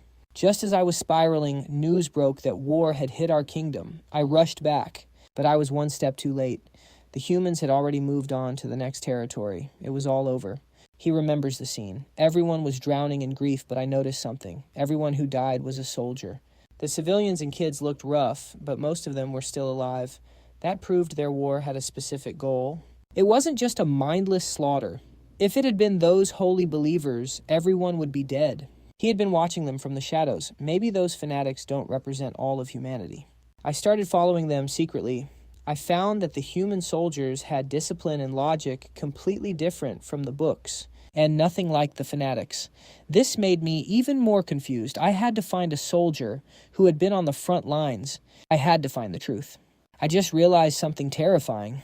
Looking at the big picture, except for the high ranks like the 72 pillars, no demonkin has ever returned from the front lines. Plot twist, Yun Chen is shook. Is this for real? Xiao Yu? Think about it. Even though they send back battle footage all the time, 0 soldiers have actually made it back alive. He clenches his fist. So that's the game. Looks like the 72 pillars are gatekeeping a massive secret. Xiao Yu is lost, my king. What are they hiding? The true history of the dark world and the truth about humanity. Yun Chen eyes her. You've been to the human world. What was the vibe Xiao Yu thinks for a second? Besides the looks, their food and lifestyle, barely any different from ours. No way, Ba Ha screams. That's cap. Humans are literal monsters. Every demonkin knows that. Evil humans couldn't possibly be like us. MC stays chill and starts cooking. Ba Ha, I knew you'd react like that. Lali Bella Alan Bella, before you saw their world. You probably thought the same as him, right? The girls nod. To them, humans were just sinister creatures. In the dark world, we only see the fanatics, those holy believers we're at war with. Soldiers would hesitate to kill humans who have feelings just like them. But at the front, they face the truth. Humans aren't what they were told. Sure, on the field, it's a total bloodbath for a million reasons. Even if they start out rational, seeing their loved ones die changes everything. Hatred consumes them. But even then, they realize their enemies aren't mindless beasts. They start questioning why they're even fighting. Yun Chen looks Ba Ha dead in the eye. They might even try to talk it out or just desert the battlefield. Because nobody wants to die. Ba Ha is stunned while the MC keeps spitting facts. If that thought spreads back home, it would absolutely wreck their faith. It would even shake the elites. They need that authority to keep everyone in check. The 72 pillars can't have that, so they use force. They ban anyone from the front from returning home to stop the leaks. Ba Ha is losing his mind. He's still not buying it. That's insane. Even if you're our king, I can't agree with that. Du Hai speaks up. I didn't believe it at first either, but those human soldiers were built different. I felt like I was being scammed, so I checked a ruined library and investigated everything. The books all said humans were cruel, but there were zero specifics. Even when there were details, I'd go to the spots and find no traces of humans at all. Du Hai is dead serious. All of this just makes me more certain. I heard the new king was acting wild. Out of curiosity, I came back to check his vibe. Yunchen watches the debate. If what you're saying is true, the big shots of the 72 pillars want this war. But what's the play? What do they gain? I don't know, he says. That's what I'm trying to figure out. His brain is working overtime. The dark world is massive. Why go full power just to invade? Yunchen shuts it down. Overthinking is useless now. Survival of the nation is the only priority. He says that, but he's already got a hunch. The real reason only the 72 pillars know. News of the Demon Alliance invasion spreads through the Night Demon City. Some support the war, donating everything to protect the peace they worked so hard for. But a crowd is at the gates. They want out. They want to surrender. Some are dipping with their families. Most are just waiting to see how it plays out. Time flies. 7 days pass in a blink. Yunchen stands on the high platform, floating eye cameras on both sides.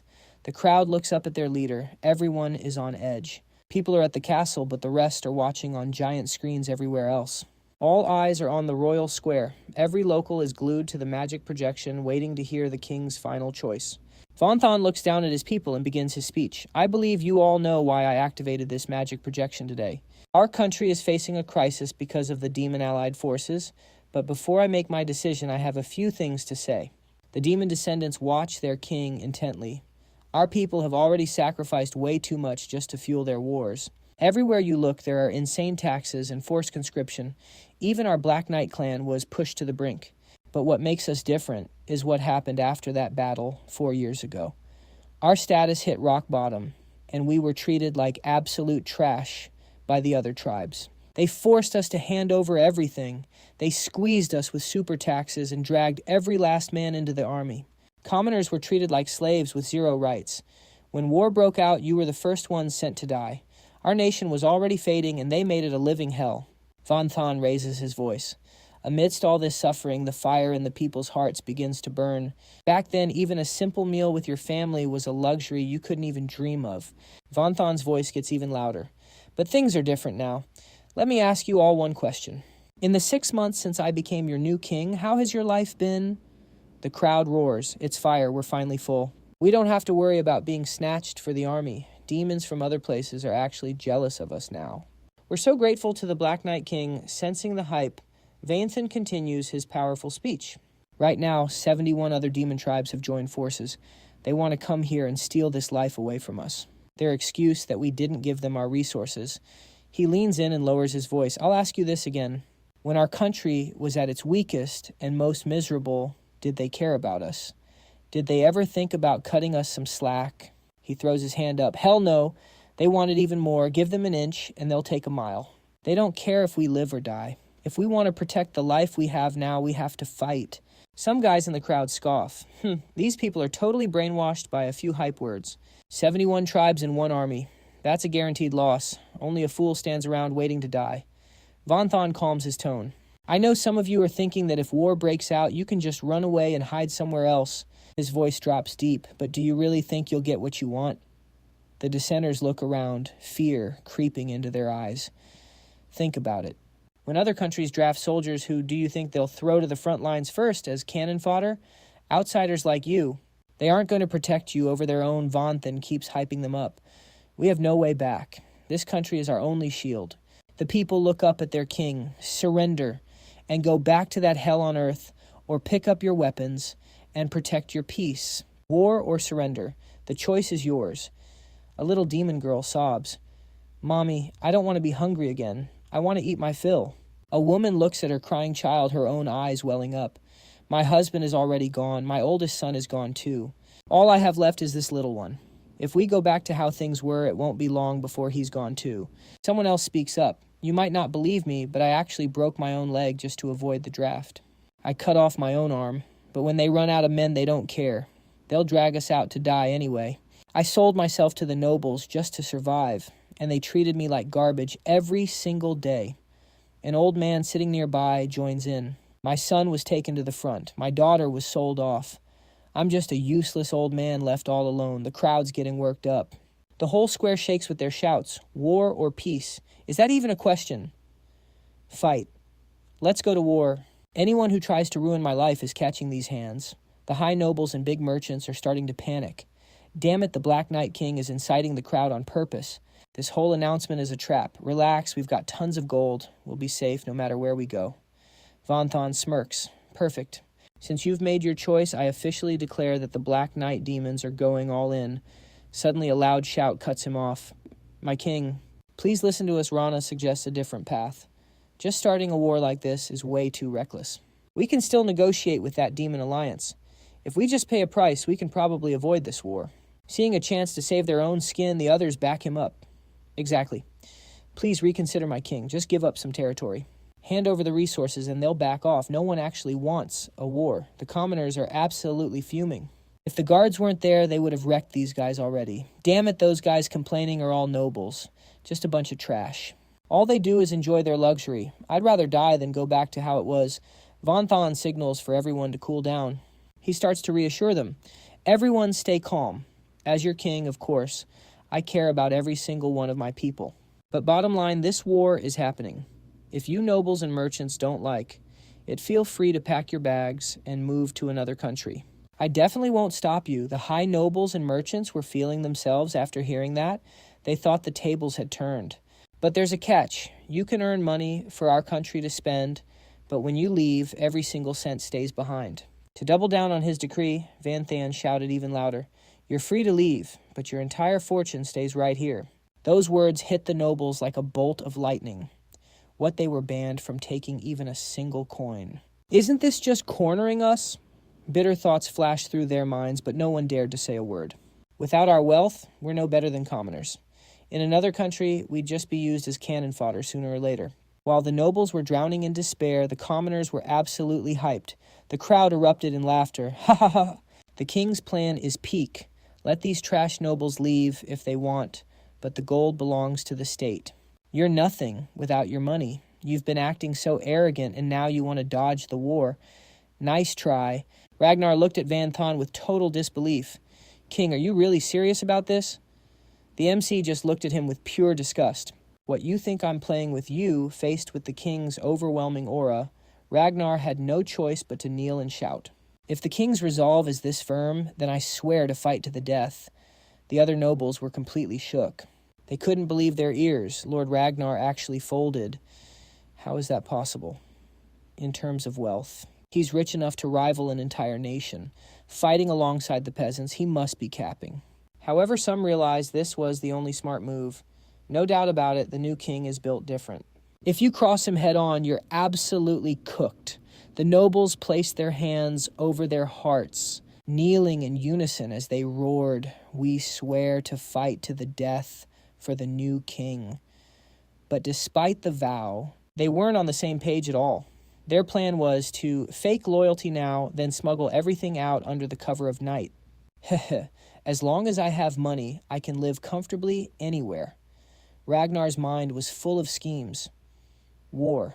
That's a problem for the peasants. He thought his dark plot was flawless as he smirked. What a bunch of idiots. If the king dared to make that announcement, he's already 5 steps ahead. Thinking about moving your wealth now, too late. He was feeling himself. I'm not like you losers, just in case I prepared everything 2 days ago. Based on the timing, my inner circle should have escaped to safety with the loot by now. Once I bail tonight, you can have your empty country and fight your war. He thought he had won.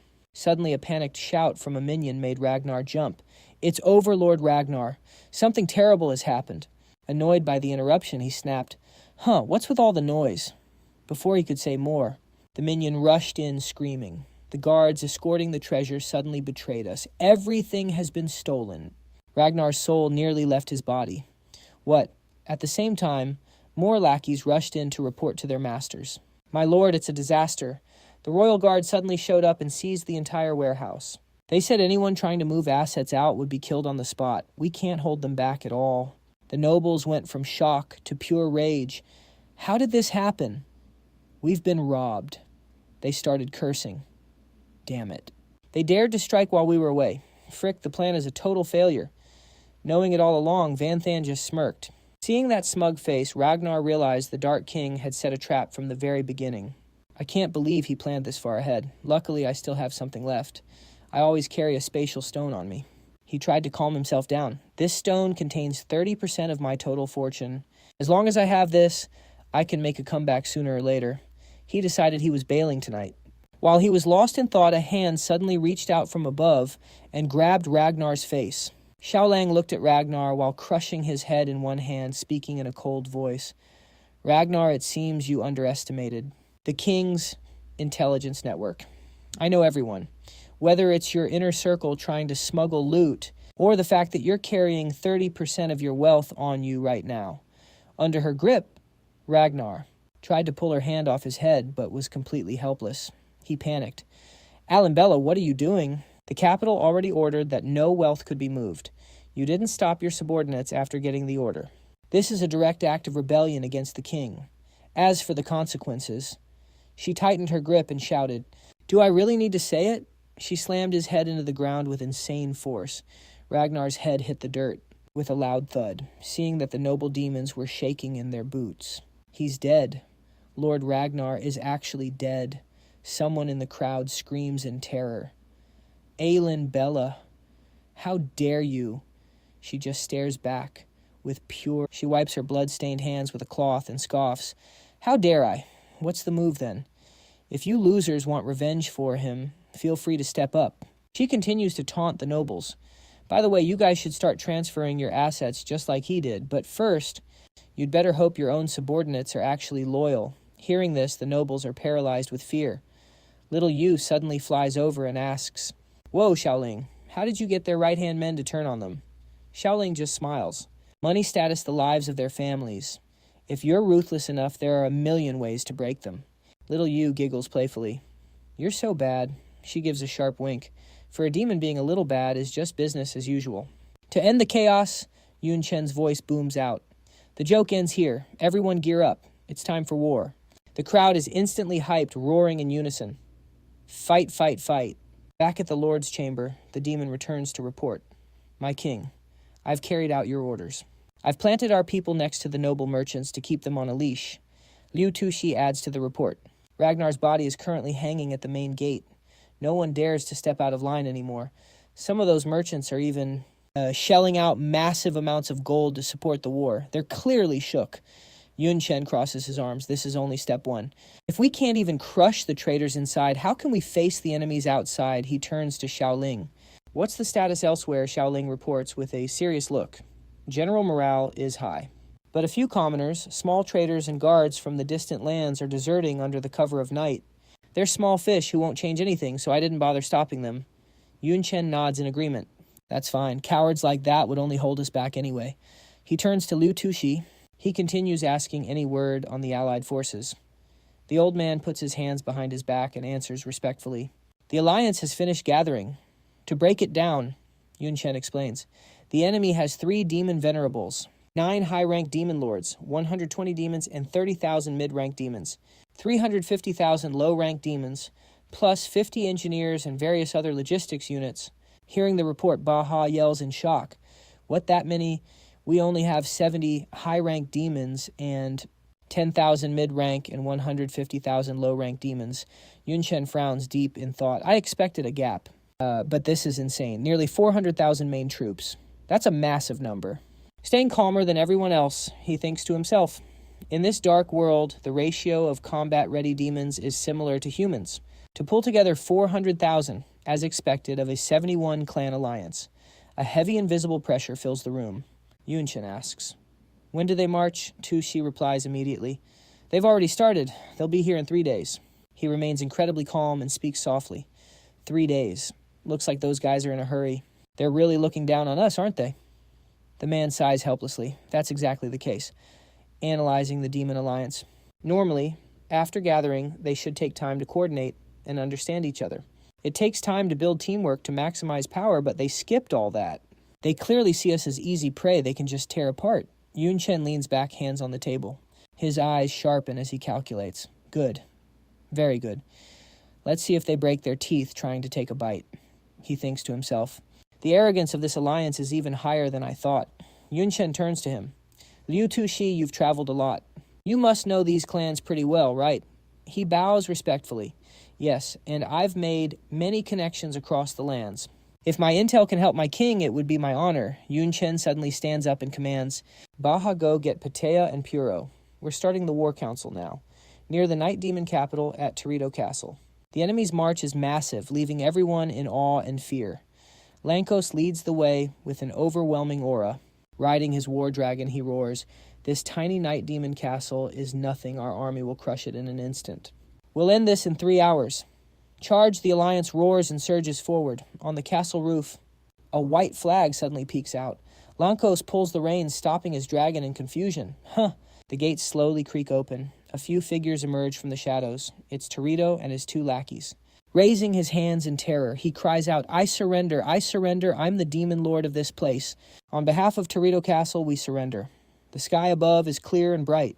The sun's blazing in the clear blue sky, shining down on a burning hut that's being swallowed by flames. Inside the tent, 3 people sit on the highest dais, looking like they're holding a high-stakes court trial.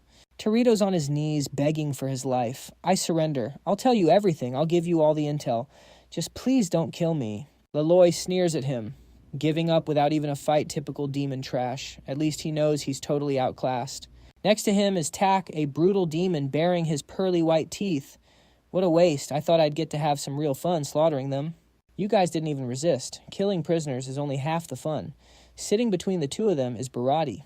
Taking territory without taking any losses is obviously the best outcome.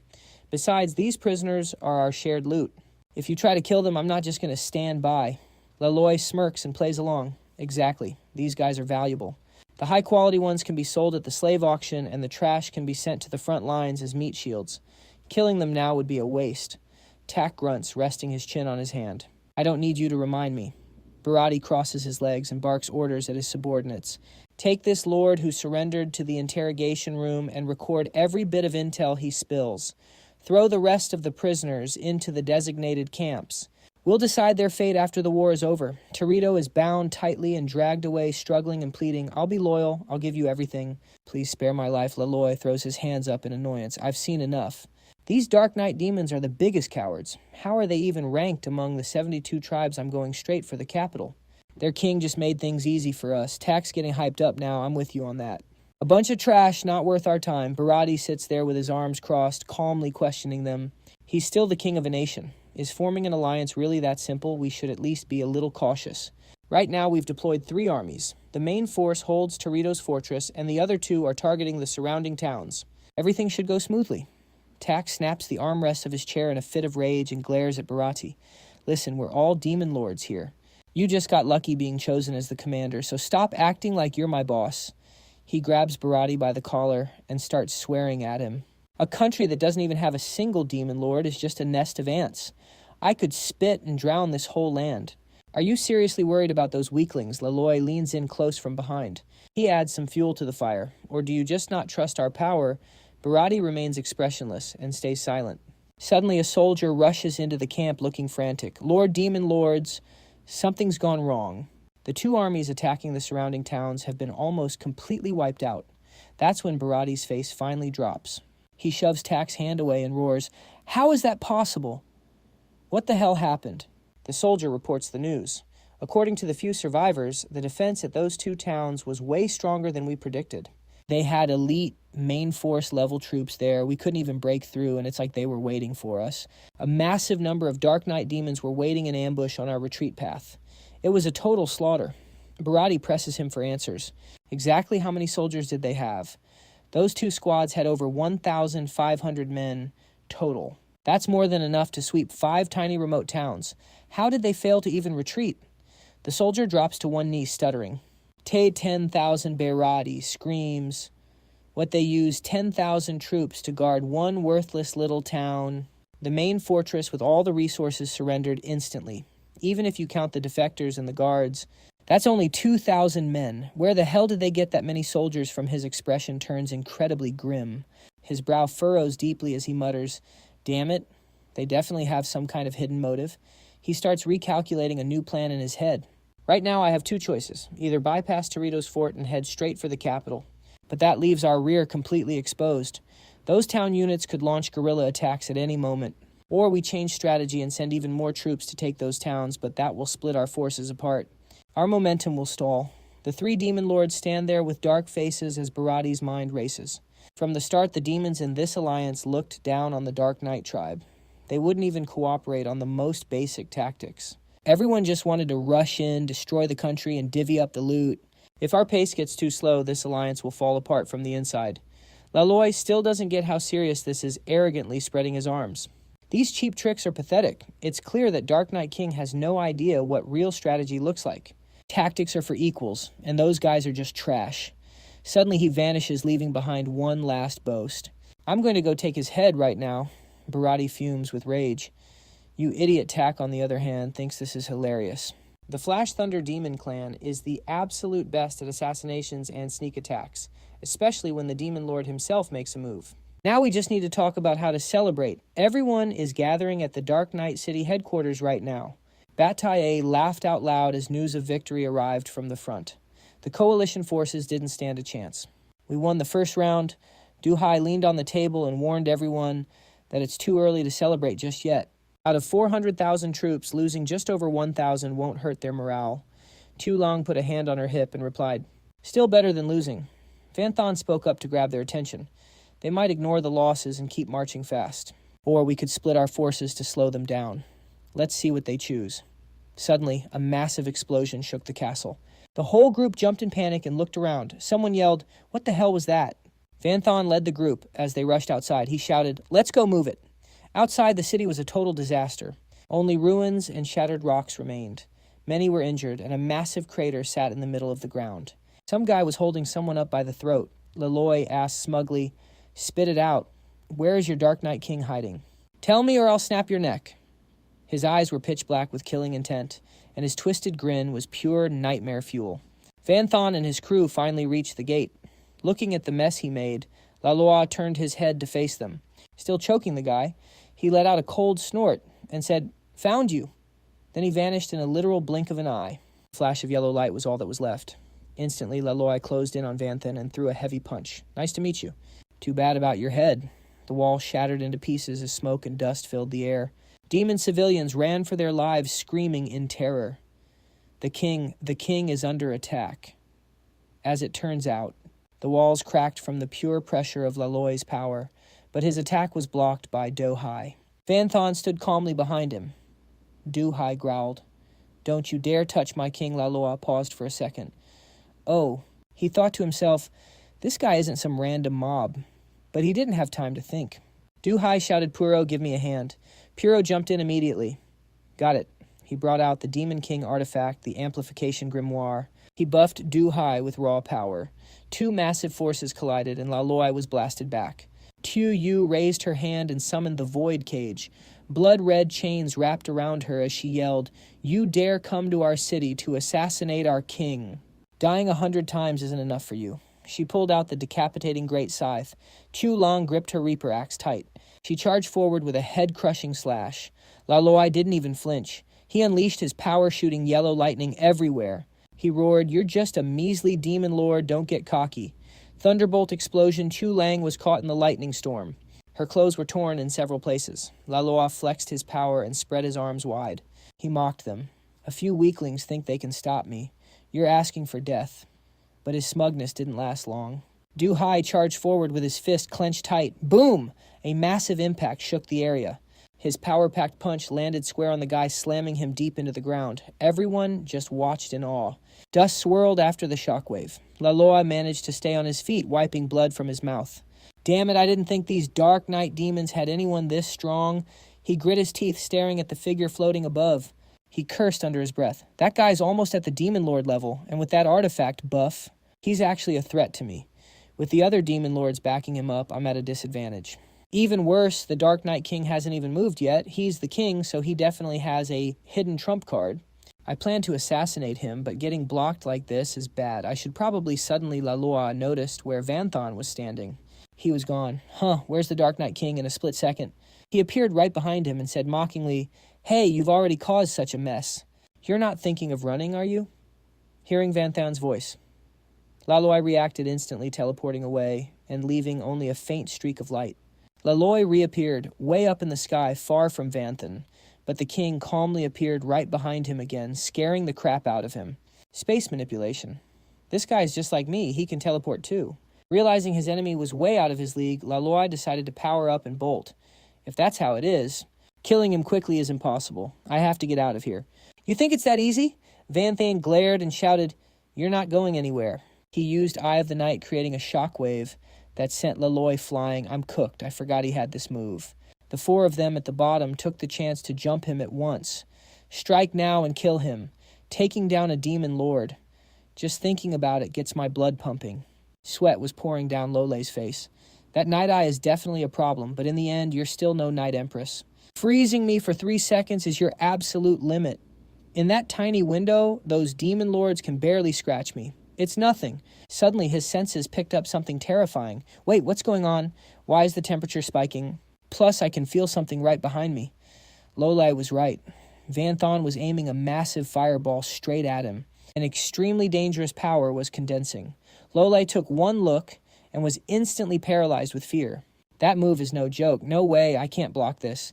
The deathly aura was so heavy, his survival instincts went into overdrive. His mind was screaming, "One thing, run, I have to escape no matter what." But the four attackers swung their weapons at Lolei all at once. Kill him! He didn't even have time to fight back before letting out a painful scream. Ah! The impact shook the entire area. Rubble rained down on the ground. As the dust cleared, Vanthan looked down and saw nothing but a dry skeleton. Wait, is he dead? That's not right. He landed coldly to get a closer look. Everyone else was just as confused. What in the world happened here? It's completely empty inside. Vanthan picked up a piece of the demon lord's remains, lost in thought. Was this guy just a puppet all along? Dohi clenched his fists and roared in anger. This is the royal city? This guy thinks he can just come and go as he pleases? This is a massive insult. Little Lang Sao put her hands on her hips, looking exhausted. Nothing we could do. Based on how he looks, he's probably a chimera demon. That demon race is famous for being impossible to kill. A demon lord among them is even worse. Vanthan heard this and turned to her. Chimera demons are hard to kill. Little Yu nodded truthfully. Yes, I'm sure our king understands. Every demon tribe has their own unique bloodline ability. Just like our night demon tribe has the night and the night eye. Lolei was already long gone from the royal city feeling smug. The Chimera Demon's abilities are Spatial Flicker and Life Molt. Most Chimera Demons have Spatial Flicker. Depending on their power level, the distance, and how many times they can spam it will vary. For a Demon Lord like that guy, he could probably fly from the front lines to our royal city in just 30 seconds. Even if you stab a Chimera Demon through the heart, it won't die. Life Molt is their ultimate survival skill. Only a few elite Chimera Demons can awaken this. They can literally shed their old body to break any crowd control effects. They can tank fatal hits and escape instantly by comboing it with Spatial Flicker. It's totally broken. Life Molt can only be used 3 times in a lifetime. After using it, they stay in a weakened state for an entire month. Vanthan, who had been silent, started piecing it together. If I remember correctly, Chimera Demons are only ranked 31st among the demon tribes. With such an OP talent, you'd think they'd be ranked way higher. He began calculating the possibilities in his head. But even with 9 lives, it still sounds a bit like an exaggeration. Little Langbella stepped forward to chime in. After all, a weakened body heavily nerfs their abilities. For an average demon, jumping just 10 or so centimeters would be their limit. They can't spam it either. Plus, the Chimera tribe isn't great at direct fighting. They specialize in assassination and escape. If it's a head-on collision, they aren't actually that strong. He finally understood. So that's how it is. He thought deeper. They're basically like human assassins. That demon lord's goal was definitely to assassinate me rather than sieging the city alone. Vanthan stood up and pointed at the ground. Take these bones and put them back together. We need to boost the troops' morale. Also take all the interference magic crystals out of the treasury. Disrupt the spatial flow of the entire royal city. Vanthan turned around with a cold glare. This coming and going as they please situation, it will never happen a second time. Everyone shouted in unison, "Yes, sir." Meanwhile, back at the demon lair, Lolei was getting blasted. Lolei, look at what you've done. The husk Lolei left behind was taken by Vanthan's group to be hung on the city walls. You ignored my orders and attacked on your own. Not only did you fail, but you crawled back here in disgrace. Now your body has been stitched back together and is hanging right over their gate. Life in the night royal city was livelier than ever. Rumor has it some overconfident demon lord. That demon lord coalition is just a bunch of losers with zero street cred. Our Night King is literally invincible. These rumors were spreading like wildfire. Bharati looked Lole right in his pale face and kept going. What's worse is these rumors reached the coalition. Our morale is tanking because of you, especially your own Chimera soldiers. They're humiliated. Meanwhile, the enemy's morale is through the roof. How are you going to take responsibility for this? Lole knew he had messed up big time. His whole body felt extremely weak. Bharati kept lecturing as Lole stood there looking pathetic. The worst part is the news hitting our alliance. Our men are losing heart, especially the soldiers from your own tribe. They're embarrassed to even show their faces. You've basically handed the enemy a victory. How do you plan to fix this mess? Lole couldn't even speak. He was completely drained and broken. Trying to apologize, Tak patted Bharati on the shoulder and made excuses for Laloi. Who could have guessed the royal city had so many demon lords gathered there? There was even a demon sovereign who was just one step away from reaching his level. It already happened, so blaming each other is useless. We need to talk about the next move.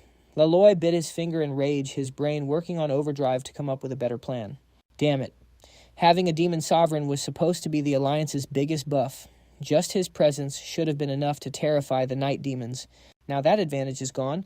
First, we need to figure out how to boost morale. He signaled his officers and immediately ordered 50,000 soldiers to split into 4 teams and attack the 3 towns around the fortress.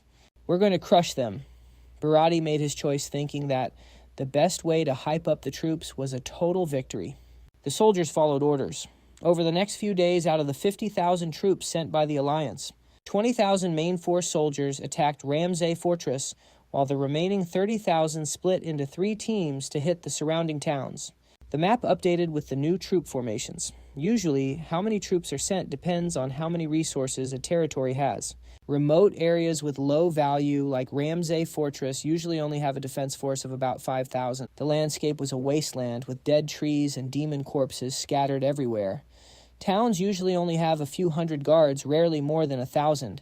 What Bharati didn't expect was that even with such overwhelming numbers, the teams attacking the towns still got wrecked. The enemy army was just way too strong. The reason for the defeat was simple.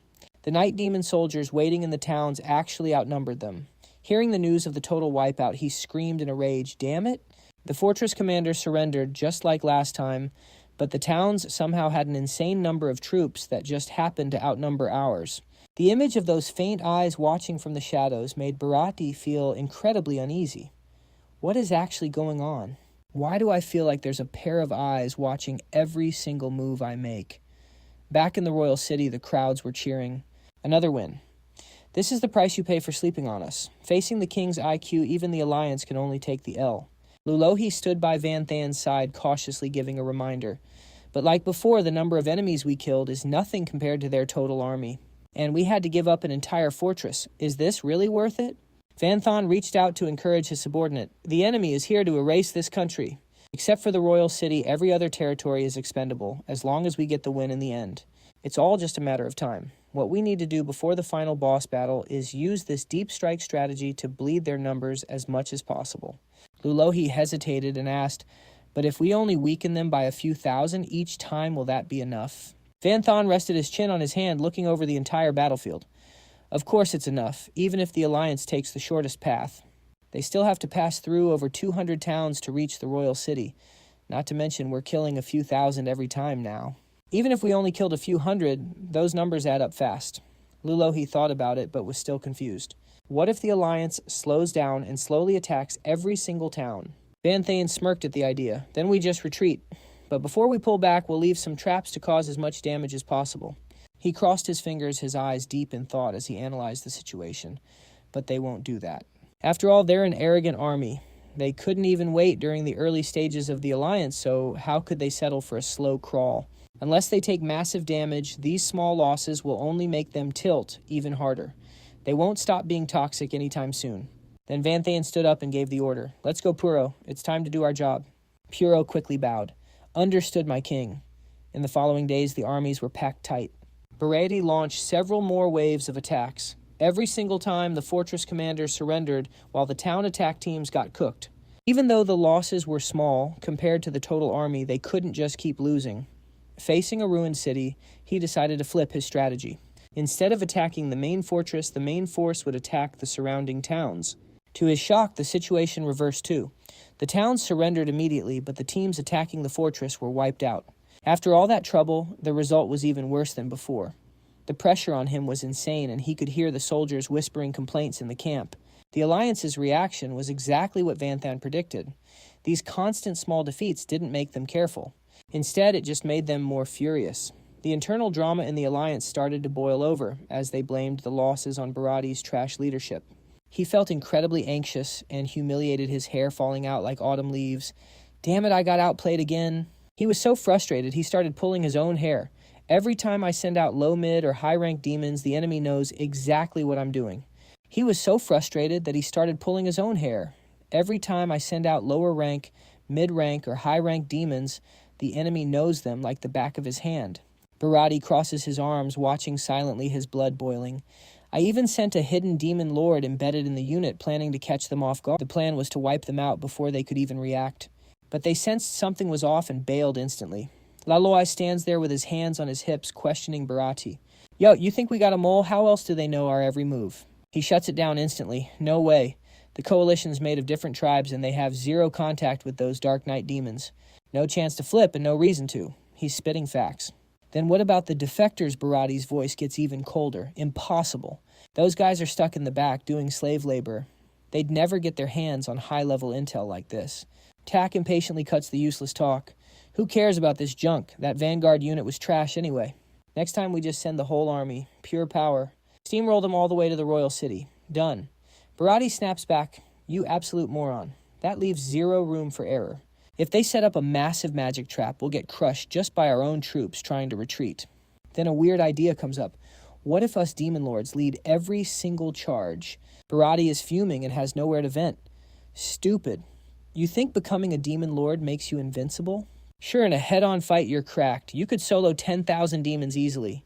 But the enemy isn't that dumb. Look at those blue-black weapons on their walls. They're ready for war. Take those Dark Knight Mana Burst cannons, for example. How many of those can you tank at once? Even you'd be blown to bits. Tak goes quiet and looks away. He knows they'd do anything to win. If they prep stronger gear and swarm you with tens of thousands of troops, you really think you're walking away. You're not like Laloi with his spatial ruler. You won't just respawn. He stares them down, dead serious. I see his play. The Dark Knight King is using a dull blade tactic. He's bleeding us dry bit by bit. He's trading land for our lives. But to pull this off, he has to know my exact moves. Otherwise, I'd have counter-wiped him already. A real war isn't just a mindless brawl. Intel is just as vital as combat power. Bharati sounds like a true general now. The situation is trash. The Dark Knight King reads us like a book while I'm playing blind. How is he doing it? Back at Vanthan's place, he's grinding hard under Puro's protection. Vanthan is training Mana Echo. It's a fusion of Mage and Mechanic classes, works on everyone. If they have mana or dark mana, they'll leak waves without even knowing. And my Mana Echo picks it all up. These waves reveal their numbers and location. Just imagine the pulses coming off him. Normally, my Mana Echo scans everything within 1,000 miles. Vanthan mimics a pulse move. But if I use dark mana and focus it one way, the range jumps to 20,000 miles, though it drains mana like crazy. The effect spreads out from the city. With the Grimoire of Amplification and Superpower Secret Star, it's boosted even further. I can push the scan to 200,000 miles. Basically, the entire enemy army is on my radar. Plus, I can just spam mana crystals to keep the skill active indefinitely. It's a mirror image of the two sides, but it's not just enemies emitting mana. I have to filter the noise. Most Dark Knight demons have the same talent as me, so their waves look familiar. But the Coalition, their waves are all over the place. Total mess. His ability is straight up cheating. Demon Lords have insane senses, though. Normally they'd notice a scan, but they're in a camp with hundreds of thousands of soldiers. The mana noise is chaotic, he thinks to himself. Spotting my skill. Impossible. Now that I know their moves, the rest is easy. Just send 80,000 troops to patrol the towns they might hit. We can reinforce whenever. I can send orders using those monster eyes from the city. Basically like a fantasy video call. He smirks. With all this, the Coalition is in the palm of my hand. This intel diff is insane. Puro starts worrying. My king, the plan is fire, but those superpower secret stars are crazy expensive. If we convert it to cash, we are burning 10 billion mana crystals a day. Can the treasury even handle that? Van Than already saw this coming. It is honestly hard to keep up. After all, Baha wasted a ton prepping for war. But wait, didn't we just raid the Lakana house massive W? No wonder people said he was the richest in the country. Plus, the noble merchant's donations are enough. Bro's got a plan. Even if things go south, we still have the Dark Goddess's treasure. Money non-issue. Van Than is low-key smirking. Checking the clock. Those soldiers who surrendered should be making their move now. Night falls over the city gates. 4 mana crystal soldiers are on guard. Inside, Otis is soaking his feet, acting like he is the main character. Thanks to the Demon Lord's mercy, you trash soldiers who surrendered are even allowed to live. Just keep acting like loyal dogs for our main army, and maybe you will get your freedom when this war ends. Rostin flexes his wrists, acting all grateful. Oh, thank you, don't worry, sir. I will serve you well. Otis laughs to himself. Idiots! Those words were obviously a lie. Once we win you dark demons, whether you are civilians or soldiers, you only have 2 choices. Lifelong slavery, or becoming meat shields on the front lines. Freedom.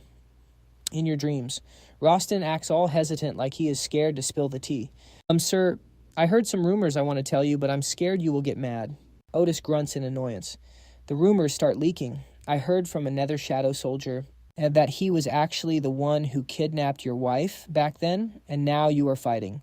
Side by side, Otis is stun-locked. That guy probably laughs in his sleep. Otis finally processes it and screams what he is losing it. Damn it. I was definitely tricked by a Nether Shadow demon back then, but I never knew who. To think he joined the Alliance. He even dares to mock me. He's triggered now. Where the hell is he? Where is that rat? I'm going to end him right now. Rostin can't help but smirk like a villain. You really thought I surrendered just to get bullied elsewhere. Another slave is feeding fake news to the higher-ups. During the Great Demon War, you guys got invaded by the Nightbreakers. Even now, your ancestral graves are in their territory. I heard they dug them up last year. Can you really trust those guys to have your back? Rumors are tearing the camp apart. Your grandpa was killed by his grandpa. That kid's dad scammed your family into bankruptcy, and now you are comrades. Your dad was played by him. I heard this from his niece's son's grandma's sister's aunt. Barati is trying to focus on the map and strategy. Suddenly shouting from outside ruins the vibe. You bastard, I'm going to kill you. Are you crazy bringing up beef from 10 years ago? Wait, your aunt seduced my dad. I am not letting you go. Barati snaps at his subordinate. What is going on? A soldier reports sounding helpless. Lord Barati, things are bad. Everyone is fighting each other. Barati is sweating bullets. This is a mess. The soldiers outside are brawling. Scumbag die. You deserve to die. Every single one of you Nightbreakers should rot. You want to go, you dare fight back. It is pure chaos. Barati is furious. He orders them to stop. He screams at his men. The enemy is right in front of us, and you are starting a civil war. Do you care about military law at all? Do you even respect me as the commander? The fighting stops for a few seconds. They just stare at Barati, say nothing, and then go right back to throwing hands. Total disrespect. I knew it was you. You are dead today. I don't care who comes. I am shanking you. Tack stands in the back, mocking them. Pff, man, you have lost so much that they don't even respect you anymore. Ignored and provoked, Barati is fuming. He slams his foot down, shattering the ground. Rude.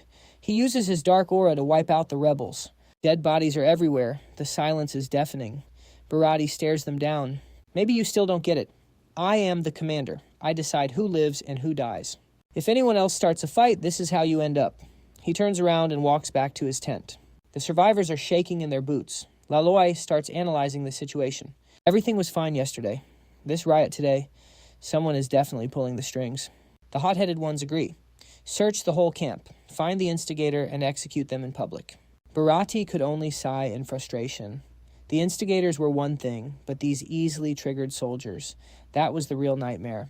He started overthinking the clan's whole situation. Before the Void Demon showed up, the Dark World was basically a non-stop war zone. These demon tribes were constantly at each other's throats. Everyone had beef with everyone, even if they were technically in alliance now. They still couldn't stand the sight of each other. The strong used to just delete the weak. Honestly, that wasn't even the biggest problem. A little bonding and training early on could have fixed the vibes, but they totally skipped that part. Now, even a tiny spark is enough to set these guys off. My biggest fear, it's finally happening. He rubbed his temples like he had a massive headache. Tensions were peaking. They had no choice but to delay the attack. They had to restart the whole team-building process from scratch. Meanwhile, over on the front lines, Baha was laughing his head off. Ha ha ha. The alliance was literally falling apart. The demon lord had to step in just to keep them from killing each other. The king's plan, absolute genius. Van Than was impressed. "Do high, I just gave the order. This success is all on you. If you hadn't spent 20 years traveling between nations and making all those connections, this wouldn't have worked. You're the MVP." He stayed humble, though. "My king, you're too kind." Then he started giving credit where it was due. My network came through. They gathered all the tea and rumors on the Alliance soldiers. With all that old beef between the demon tribes, we just needed to send a few guys to stir the pot. Boom. Instant civil war. Xiao Yu was still worried, though. But they shut it down fast. The damage was low, and we lost a bunch of our own men. Seems like a total L for us. Van Than stayed chill. Don't just look at the surface level. Here's the real breakdown. Using force only hides the problem. Those Alliance soldiers, they aren't less angry. In fact, they're fuming. It's building up. Plus, they think we're trash. They don't respect us at all. They think we're a joke. So what's next? Which city is standing in the Alliance's way? Baja already had the perfect spot. Get Thea City in Latia's territory. The king started thinking, Latia was one of the big three before I took over.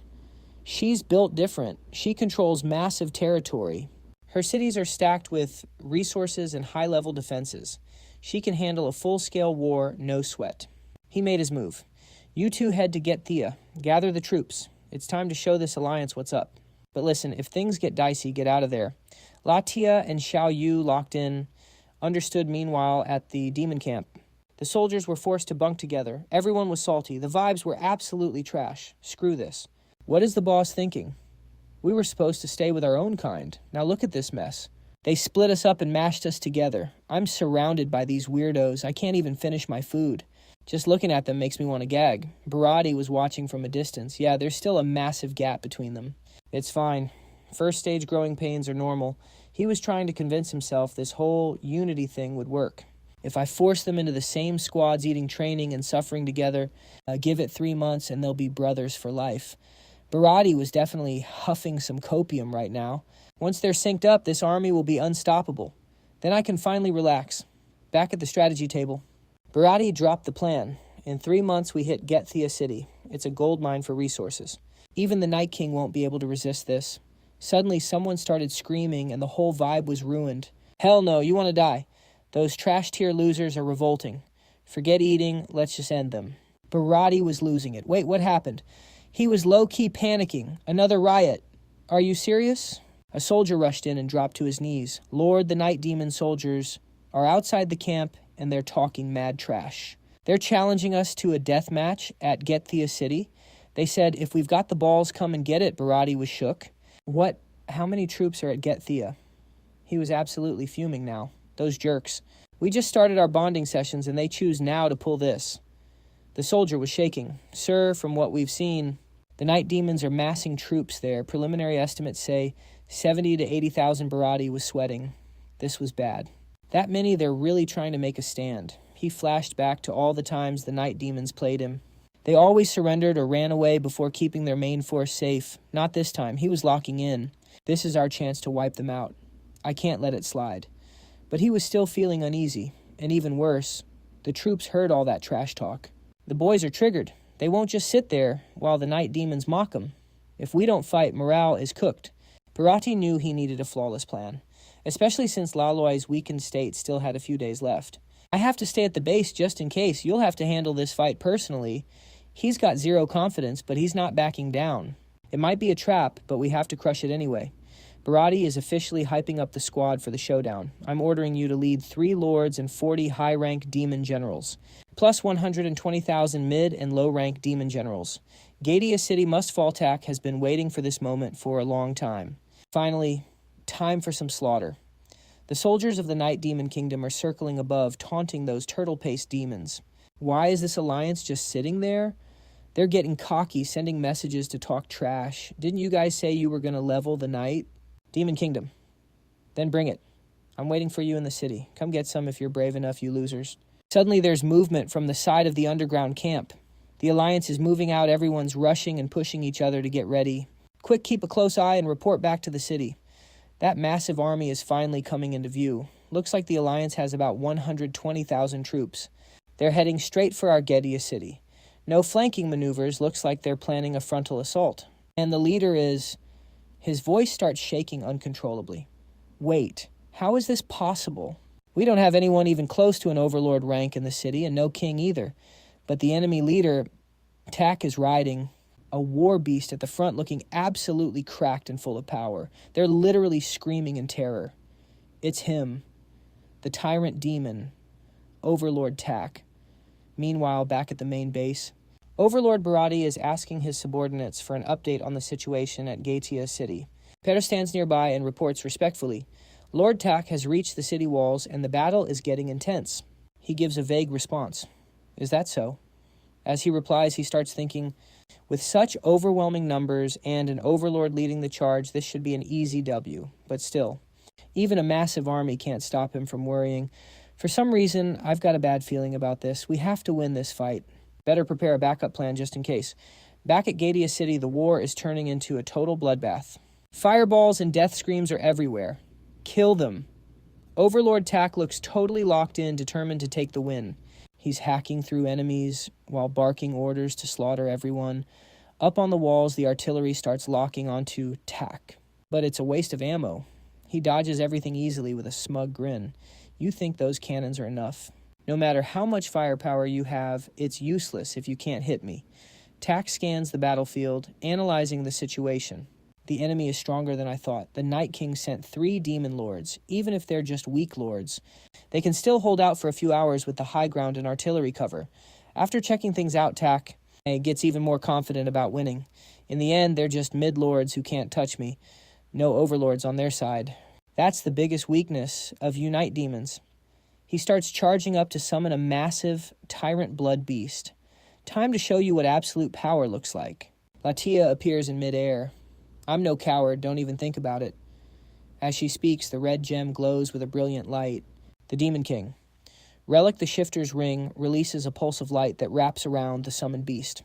The light coils into a sphere, trapping the beast inside. Then the white orb slams violently into the ground, sending debris flying everywhere. Xiao Yu senses something's wrong and asks what happened. She struggles to answer. I'm okay. Barely.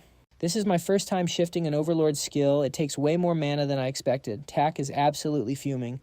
Damn it, I got baited. I didn't think they'd have a Demon King relic that can redirect attacks.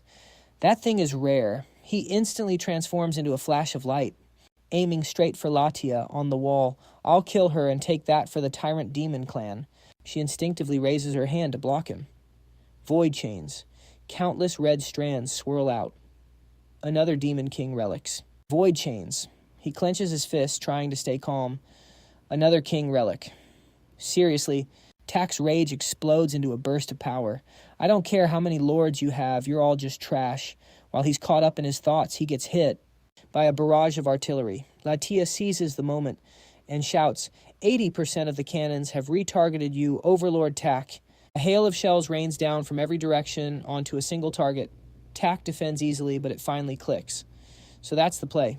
These 2 demon lords both have crowd control relics. Their goal isn't to win. They're just trying to stall me by combining their relics with that destruction artillery. He frowns, recalculating. I'll admit their tactic is working, but so what? Most of the city's defenses are focused on me now. My army of 120,000 soldiers is more than enough to crush the rest of them. Suddenly he spots something weird in the distance. Wait, what's going on? The tide of battle has completely shifted without him noticing. The Alliance is actually losing. How is that even possible? On the battlefield, Junie screams at the guy behind him. Hurry up and help me out. Sokka cups his ear like he can't hear a thing. What was that? Sorry, I can't hear you. Speak up. Junie curses. We're on the same side, you piece of trash, because he got distracted at the worst possible moment. He got his arm sliced right off and died instantly. The other guy just stands there laughing like a maniac. I've been wanting you gone for a long time. Even if you're dead, it won't change the game. We're still taking the dub. Suddenly, a creepy purple mist starts swallowing him up. Turns out it was friendly fire from another Alliance unit. Finally, an opening. You backstabbed me and actually thought you'd walk away. In your dreams, Tak is just hovering there in midair, watching the whole mess. You absolute scumbag. Sneak attacking me. Let's settle everything right now. 120,000 troops and we don't need you. His face is literally twitching with rage. He spits out every word through gritted teeth. These idiots are starting a civil war right in the middle of a battlefield. His eyes are glowing red and totally out of control. He looks up and just screams at the sky, "Morons! You're all just begging to die." Tak grabs his head, completely losing it. I should have made them play nice from the start. If this keeps up, we're all cooked, even if I survive. What am I supposed to do?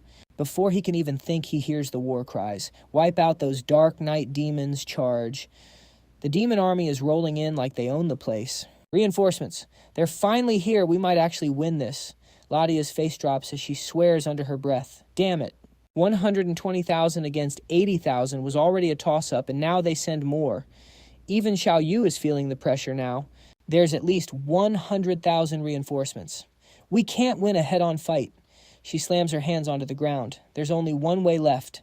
She pours all her spiritual energy into a shout for the whole army. All Dark Knight demons, listen up. Retreat now. Fall back and defend the city.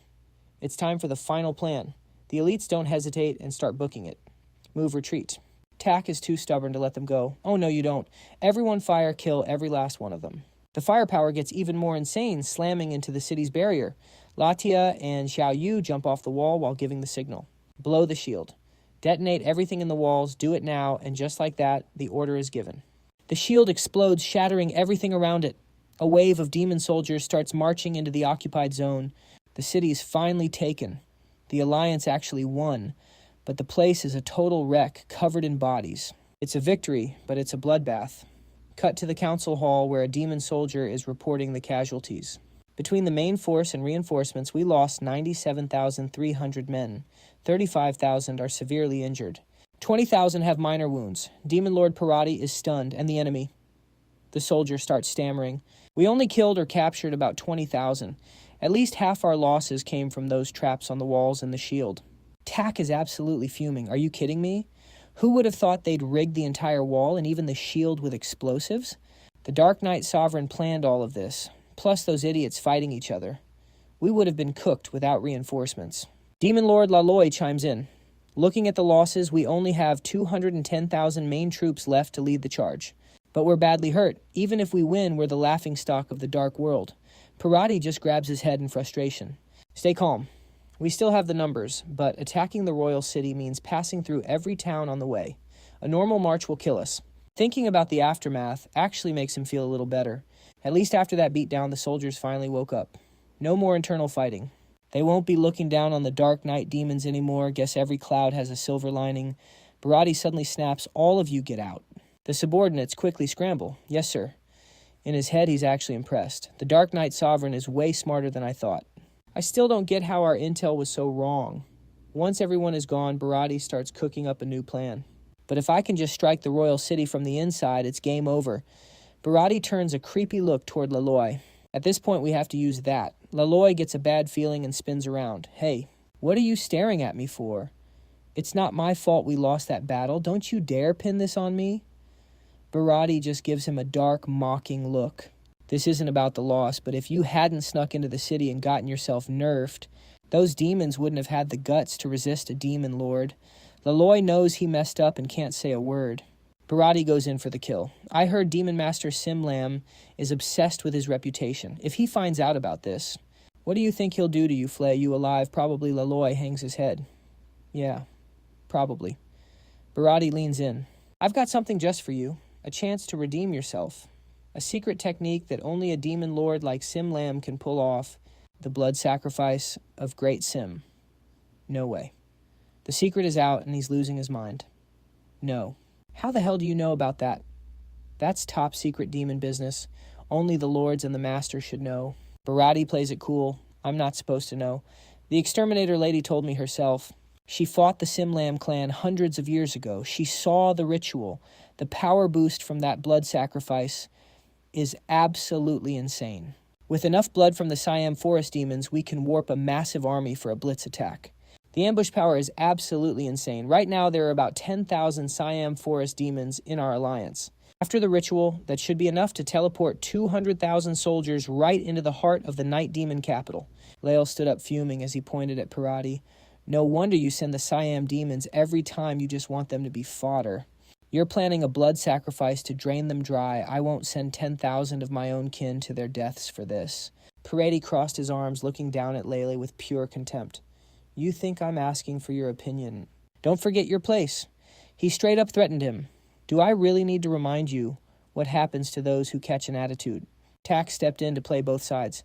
Look, if we take the capital, you'll get all the glory. You'll get land and resources. It's more than enough to cover the Siam tribe's losses. They were totally cornering him with no way out. On one side was the Siam Lord's rage, and on the other were massive rewards. Unless your brain is fried, the choice is obvious. 10,000 soldiers are basically nothing to the massive Siam Forest tribe. Lael sighed, hanging his head in defeat. Fine, I get it. Having won, Parati burst out laughing. Ha ha ha, Night King.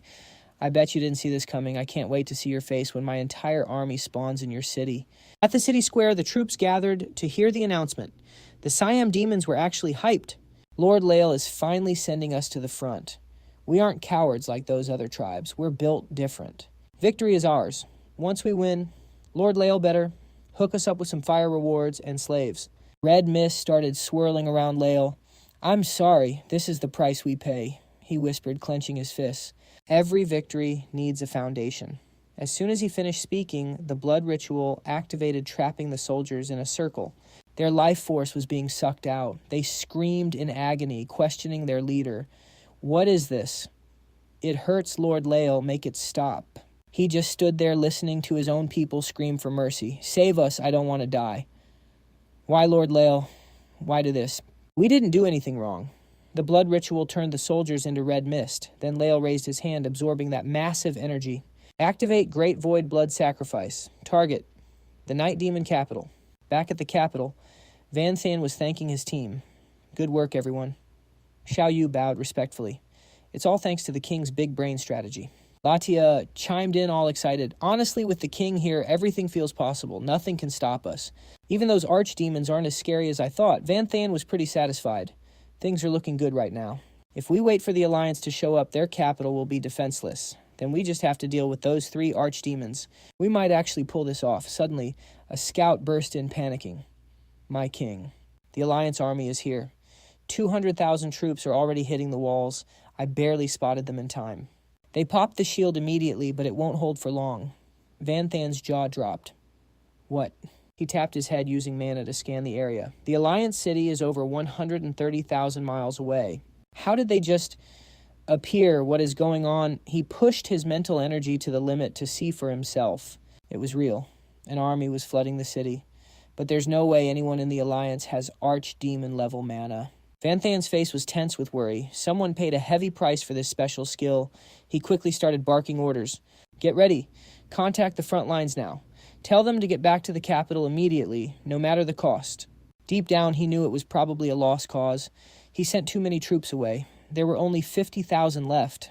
Not even counting those 3 archdemons, the gap was too big. He sent Sifong to stall the enemy. The rest of you follow me. We're making a stand, everyone shouted. Understood. Outside, the Alliance was hammering the defense barrier with everything they had. Vanthan watched the chaos from above. He turned to his soldiers and yelled, There are 200,000 enemies out there. Do you have the guts to fight? The troops roared back with pure hype. Yes, Vanthan stepped up to lead the way. Fine, then let's get it. He thought to himself, this is it. Time for a total gamble. Enemy fire slammed into the shield, causing cracks to spiderweb across it. His soldiers took their positions and opened fire.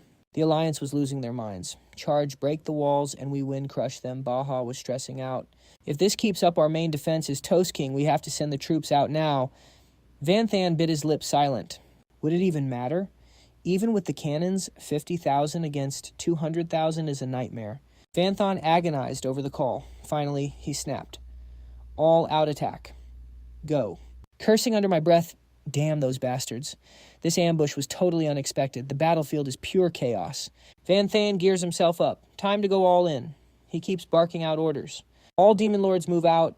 Target the enemy's commanders. His subordinates leap from the walls instantly. The demon lords dive in. Their raw power is absolutely wrecking the grunt demons. Lu Do-hai is tearing through them while trash-talking. Witness the true power of the night demons. He is taking them down so fast, it is insane. 1 versus 3. Still winning. Absolute beast mode. He is closing the power gap. Meanwhile, Van Thon notices Xiao Yu and Xiao Ling working in perfect sync. One for CC, one for DPS. Both are veteran demon lords. Together, they are taking on 2 against 4. Van Thon analyzes the board. The top-tier fighters are evenly matched. But the infantry, that is a different story. These enemy demons are savages, throwing their lives away regardless of rank. High rank or low, they are just being swarmed. If the main line breaks, it is over. Van Thon starts biting his nails, overthinking. If the fodder helps their lords, the balance breaks. We are only holding on because their big boss has not moved yet. If that demon venerable joins, we are cooked. Even with my origin skill, so what? He has that skill too. Beating one is a coin flip, but 1 versus 3, no way. Van Thon closes his eyes. This is pure power scaling diff. No amount of IQ can win this. What do? How do I flip this? Suddenly, his eyes snap open. Wait a minute. Why am I panicking? Why do I even need to win? At the end of the day, I am just human. Starting a demon civil war is already a W. Winning isn't the point. He remembers he is not one of them. Allies or enemies, the more demons die, the better it is for humanity. Even if I win, I could use them for more, but losing is fine too. For a human, I have done enough. His hands are shaking. These demons are ride or die for him. If they sacrifice themselves, I can take Xiao Yu and Xiao Ling and dip. It is a dirty choice, but they are my ticket back to the human world. It is the logical move, but why is it so hard to just leave? Images of his people flash in his mind. Our king is so cool. Look at us. Thanks to him, we are not afraid anymore. The Night Demon army is loyal to the core. We will fight for our king until the last breath, never surrender. Their shouts ring out. My king, ha ha ha, we will leave the rest to you. They are insane. The Night Demons are all freaking crazy. He snaps back to reality and sees the absolute carnage of the battlefield. A soldier grabs an enemy in a death grip and screams, "My king, take care of my old man. You have to win." Van Thon is horrified. Wait, what are you doing? Boom. The demon blows himself up, taking the enemy with him. Everywhere they are self-destructing. My king, watch over my family lords of the Alliance. Witness the pride of the Night Demons. Behind them is their home, their families. There is no retreat. 50,000 against 200,000, so what? The moment we marched out, we already accepted death. These suicide squads would rather blow up than bow down. 1 kill is a trade. 2 kills is a profit. Let's die together. Ha ha ha. Even the enemies are terrified of these kamikaze attacks. They are lunatics. These guys are all insane. Get away. Stay back. I do not want to die. Van Thon is stunned, blaming himself. A suicide attack. I did not order this. Baha was right. The people did not need an order. They all know the odds are stacked against them. Before deploying, every single soldier packed a self-destruct crystal just for this moment. Every citizen is a warrior. It is not just the army. Almost every household in the capital has a crystal ready. If the city falls, they will drag every enemy to hell just to protect their king. This country, this beautiful land the king built. Hearing this, Van Thon bows his head in shame. Do demons even have hearts like this? Can I really just abandon them? I am just a human. My identity as a demon is a total lie. It was all a scam. But even so, even if I am a fake, I am still your king. In an instant, Van Thon leaps into the fray. Command the field, I am going in personally. The general is stunned. Wait, what? The enemy surrounds a lone night demon, laughing. Weren't you acting tough, wanted to take us down with you, huh? Let's see, you use that crystal after I break your arms. Scream, let me hear you scream. But he does not break, damn it. Is this it? Am I dying for nothing? I cannot accept this. Suddenly, the mocking laughter stops. It is Van Thon. Dual-wielding guns, he joins his people on the front line. The king is our true monarch. He's leading the charge, personally wielding the epic demonic war spear, Formation Breaker. Switching between the soul-shattering spear and dual pistols to wipe out the trash. Arigojo. Van Thon laughed at himself while slaying demons. Acting on feelings for the demon race isn't like him at all, but his entry just closed the distance instantly. No big deal, though. Now that he's in the mix, Van Thon is casually mowing down wave after wave. Come to think of it, he decided to just go on a killing spree while throwing out skills. On the sidelines, the demon lords watched him in shock. This is the king's true power. He's absolutely cracked. Turns out he was holding back a ton when he fought us. Du-Hai had to stop and watch. As expected of the monarch, he's on another level. I can't even compare. I have a feeling this isn't even his final form. There's a terrifying power hidden deep inside him. Van Thon's hype got the Night Demon army fired up. Move out, brothers. Don't let the king carry the front line alone. Even our king is fighting alongside us. There's no way we lose slay them. Meanwhile, on the other side, the demon supremes were watching the battlefield like hawks. They heard the king had personally joined the fray. It sent the night demon's morale through the roof. Bharati suddenly spoke up. This shouldn't have been such a mess. He leaned on his hand and sighed. The original plan was to teleport the whole army inside the royal city and wreck it from within. Who knew the city's space would be jammed? Getting to the outskirts was the limit. Damn it. It's all because of Laloy's failed assassination. They're on high alert now, but Bharati just waved it off. Whatever, it doesn't matter. It's just a bit more work. Tack Laloy, let's go. They were hyped up and ready for a bloodbath. Bring me the Night King's head. The two demon supremes gave a wicked grin and replied, Roger that. Back at the battle, Van Thane stood before the demons, spear in hand, as smoke filled the air. He charged forward, swinging his spear at the two leaders. A massive purple vortex swirled behind him. Erase. Amidst the thick smoke, Van Thane suddenly sensed something weird. He calmly held both weapons and started absorbing energy. A new power is gathering. It's a sinister aura from the battlefield. Born from slaughter and disaster, he clenched his fist, his expression turning serious. This isn't my own power. It's the second effect of the eternal calamity set. The power of calamity. He raised his fist as lightning crackled around it. I wonder how much destruction this will cause once it's fully charged. Suddenly, Tack was already standing right next to him. Van Thane was caught off guard just as he was recovering. The enemy seized the chance, launching a flaming skull punch. Night King. Drop dead. Van Thane reacted fast, using the shaft of his spear to block the heavy blow. But those flames, they snapped the spear in half like it was nothing. Van Thane's eyes widened in total shock. With his guard broken, he couldn't stop it. The punch slammed straight into his chest. The ground around him shattered. He struggled to stand, coughing up mouthfuls of blood. Even with a formation breaker rank weapon, taking on a demon supreme is still a stretch. Van Thane tried to stay composed, even though he was coughing up blood from internal injuries. Laloy suddenly appeared with insane speed to taunt him. Hey kid, no army of demon lords is going to save you this time. He launched a kick glowing with golden energy. Aiming to finish Van Thane off. Just die already. Tu Yu screamed out in terror. Master Van. Tu Lang raised her weapon and told her sister to stay focused. Our own battle is a struggle too. One slip up and we're dead. We have no choice but to trust him. Van Thane weakly clutched his wounded body, letting out a heavy, tired breath. Tack mocked him coldly. Is this all it takes to beat you, and you're supposed to be one of the 72 demon pillars? Laloy walked up, telling him not to kill the boy yet. This brat made me suffer way too much. Van Thane was racing to find an escape. These Supremes are too strong even with my gear buffs. A desperate look flashed across his face as he formed a plan. 1 against 2 is suicide, but I still have my secret move. Skill fusion. Gladiator Windwalker and Shadow Speed Swordsman. The enemy laughed when they saw his stance. Running away. Back to the royal city, Van Thane's silhouette blurred as he bolted in the opposite direction. I've still got my ultimate trump card. Follow me if you're not afraid to die. Tack lost his patience and hovered in the air. He probably wants to use the civilians as meat shields to escape, but it's useless. On top of the wall, Baha saw the move and barked orders. Quick, open a gap in the defensive shield. The king is retreating.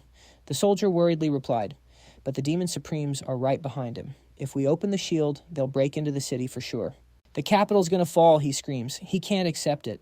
If the king dies, the whole nation is finished. Open it up right now. Say one more word and I'll end you. Right in the middle of that massive shield. A tiny breach suddenly appears. Van Thane blazes toward the palace, totally ignoring the enemies on his tail. 3 streaks of light pierce the wall, aiming straight for Baha and the man in the hat. The cowards have already lost all hope. Muttering, it's over. A demon lord actually entered the city. We're cooked. There's no stopping them now. The city will fall. He gives him a look to calm him down. Have faith in our king. He never makes a move without a reason. MC is struggling to dodge those long-range fire blasts. Tack is hyped for battle, firing off shots while laughing his head off. Ha ha ha. The Night King is such a clown. This city is going to be your grave. Suddenly an icy white light cuts through the landing flames. Thunder God. Laloy sneaks up, fists glowing with fire. Kid, you're not the only one who knows space skills. Boom. He slams MC into the ground, burying him in a sea of yellow aura. Van Thane uses his green aura to move. Trying his best to break free, he grits his teeth and pushes past his limits, just a little longer. Almost there. The massive purple gate towers over everything. Van Thon barely survives a huge explosion, but he keeps charging forward. Seeing that majestic gate, he finally feels a tiny bit of relief. Almost there. Just one more push.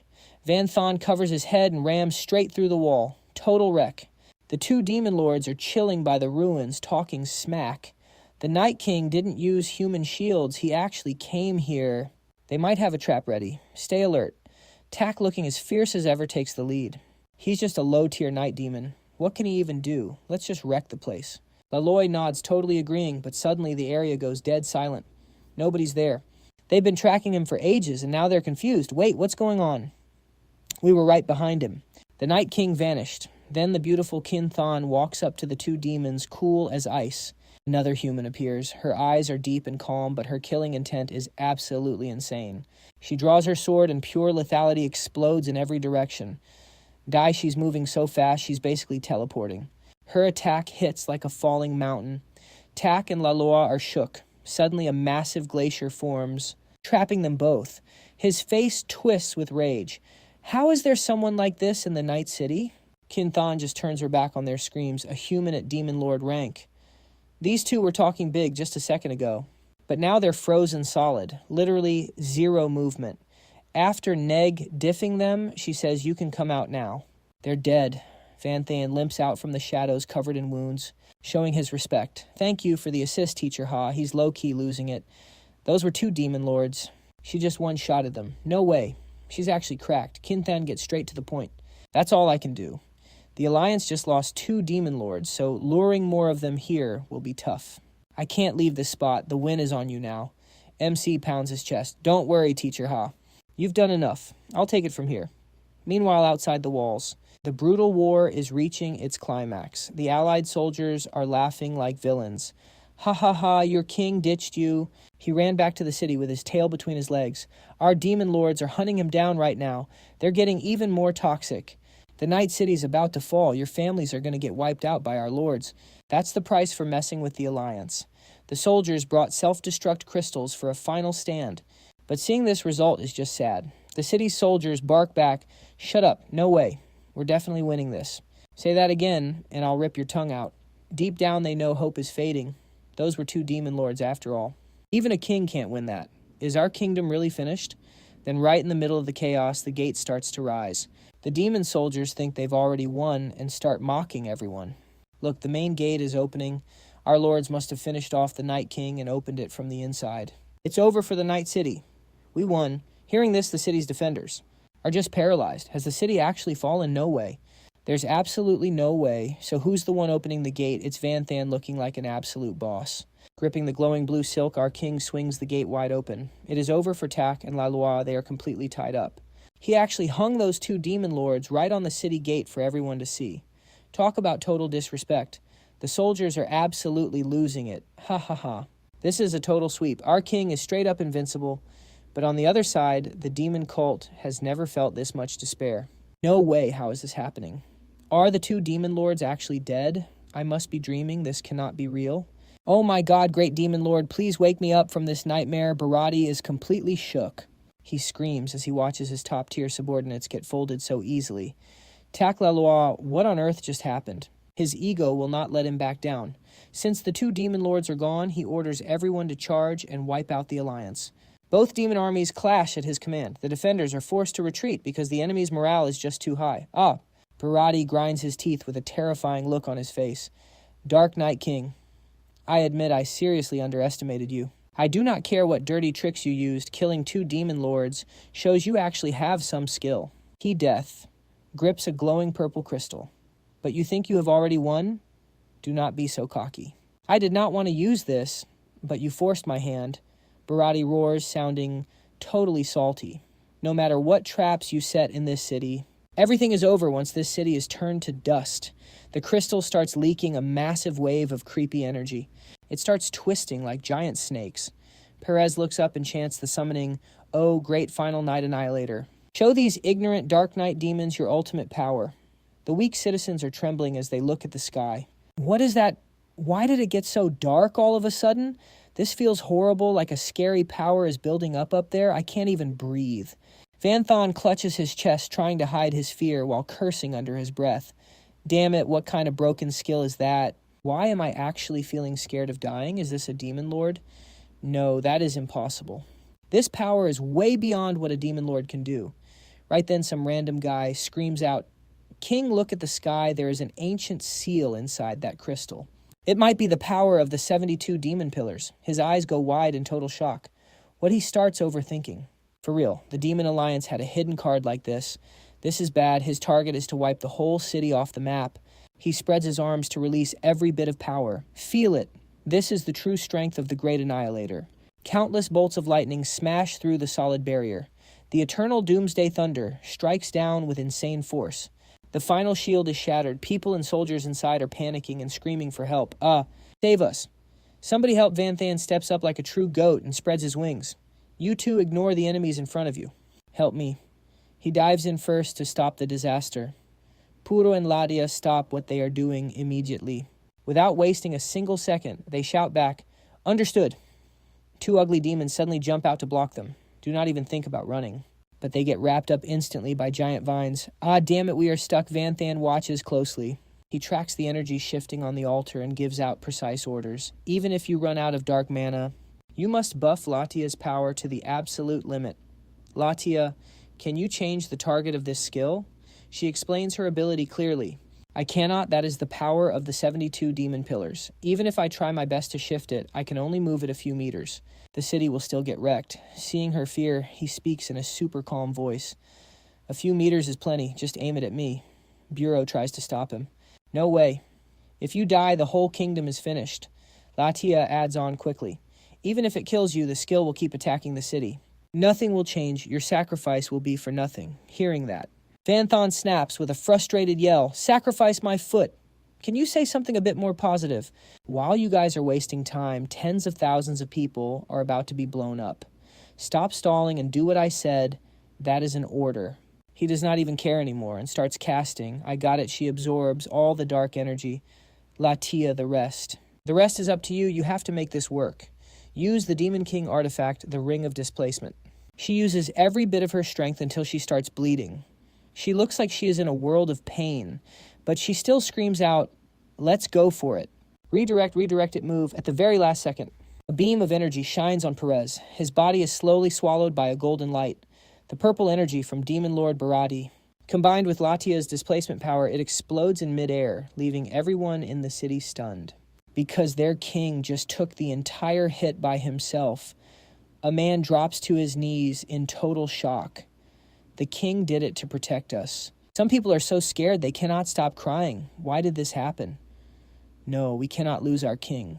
Tu Yu panics and tries to rush forward. No. But Tu Long manages to hold her back. Tu Yu, what are you doing? Even if you charge in, what's the point? You're just courting death. Xiao Yu cried out in despair. This was a move from one of the 72 demon pillars. Mr. Van said he wasn't sure he could tank it, but honestly, how many miracles has this man pulled off already? On the other side, Demon Sovereign Parady burst into a sinister laugh. Ha ha! He started trash-talking, calling the MC a complete idiot. Who knew the Night King was such a fool? Once you're dead, your kingdom is toast. In the end, you couldn't protect a single thing. Ha ha! Suddenly, he froze. Something caught his eye that made his jaw drop. Wait. What? Emerging from that purple haze, Vanthan appeared completely unscathed. His invincibility state lasted until the very last millisecond. Talk about perfect timing. Parati was absolutely losing it. No way. 0 damage, not even a scratch. His eyes bulged out as he screamed, "Impossible. There's no way." Meanwhile, Vanthan breathed a quiet sigh of relief. That was a close call. Luckily, the Imperial City had shared a skill earlier, but man, the timer was cutting it real close. Even with God mode, he barely held on. The aftershock of that attack was no joke. That leftover energy almost turned me to ash. He frowned, wiping a trace of green energy off his face. If his insane recovery passive hadn't kicked in right then, he would not be standing here now. Puro couldn't believe his eyes. My king, you actually tanked that. I must be dreaming. Ladia, heavily injured after pouring everything into her spells, gasped out, "It's no use. We're completely drained." They were totally out of the fight, but honestly facing a Demon Lord tier skill from the 72 pillars and only taking this much damage, that's a massive win. Van stepped forward with pure alpha energy. Don't worry. You guys fall back and rest. I'll take it from here. Latia backed away, her eyes wide with shock and a hint of fear. Puro's reaction just as stunned. As for the city's soldiers, seeing him standing there totally fine sent them into a frenzy of cheers. Ha ha ha. Not even the 72 pillars can touch our king. Is there anything this man can't do? Our king is broken. Charge, brothers. Victory is ours. Meanwhile, the enemy's side was starting to sweat. He took out 2 demon sovereigns and nulled a demon lord skill. Can a high demon even be this cracked? Are you kidding me? The Night King is definitely demon lord level. To take him down, we'd need all 72 pillars to show up. We can't win. There's zero chance. Parati's face twisted in pure frustration. Cold sweat poured down his face as his mind raced. No, wait. If he was actually demon lord tier, he would have jumped in from the start. He could have wiped us all out by now. He wouldn't have waited this long. I need to stay chill and watch him closely. Can't let him psych me out. He locked his eyes on Van Than's movements, analyzing every detail, judging by his speed and the power of his skills. His power is way beyond a typical demon lord, but he's still a bit behind a sovereign. There's no way he's actually demon lord tier. He must be using some super rare item to pull this off. Parati's brow furrowed.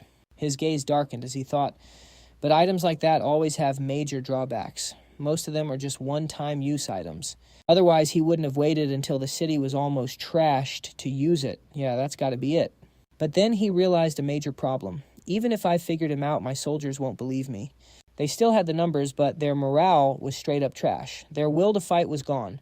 If this kept up, the whole army would fall apart. Even if we win, it'll be a total mess. As the commander, I'll be the laughingstock of the underworld. Parati wasn't about to go out like that. He leaped into the air thinking, I have to fix this morale issue right now. He needed something fast and visual. In the middle of a war, there was only one way to do that. He balled his fists and roared, Night Demon, I Demon. Sovereign Parati, am right here. Do you dare to face me in a one-on-one? He threw down the gauntlet with pure rage. Well do you. His voice boomed across the battlefield, making everyone stop in their tracks. Xiaoling snapped, You bastard, have you no shame? Our king has been fighting for ages.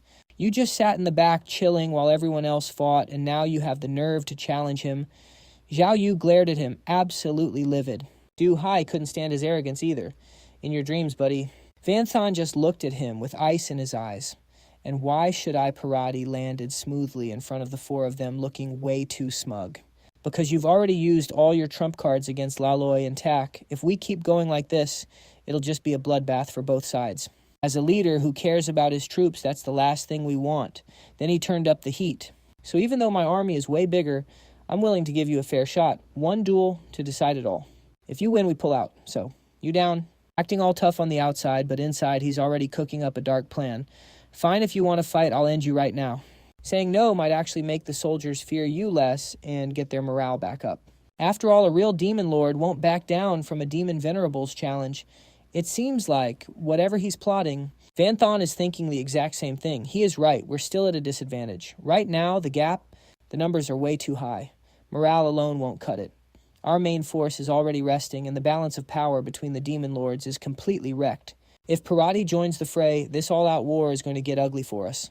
He glances back at the soldiers, watching him from behind. Plus, I don't want to see any more night demons sacrificing themselves by self-destructing. Van Than's gaze is rock solid as he looks ahead. Golden veins start pulsing across his arms as his power kicks in. He finally makes his choice.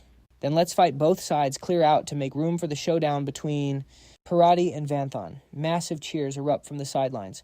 Let's go, Lord Parati! They keep screaming revenge for Lord Tak and Lord Laloi. Kill the Night Monarch. But Van Than's side isn't staying quiet either. The royal city's soldiers shout back, Our king will win. Our king is invincible. He already dropped 2 demon venerables, so what's one more? Even if our king falls, we're going to hell together. Xiao Yu is freaking out watching this.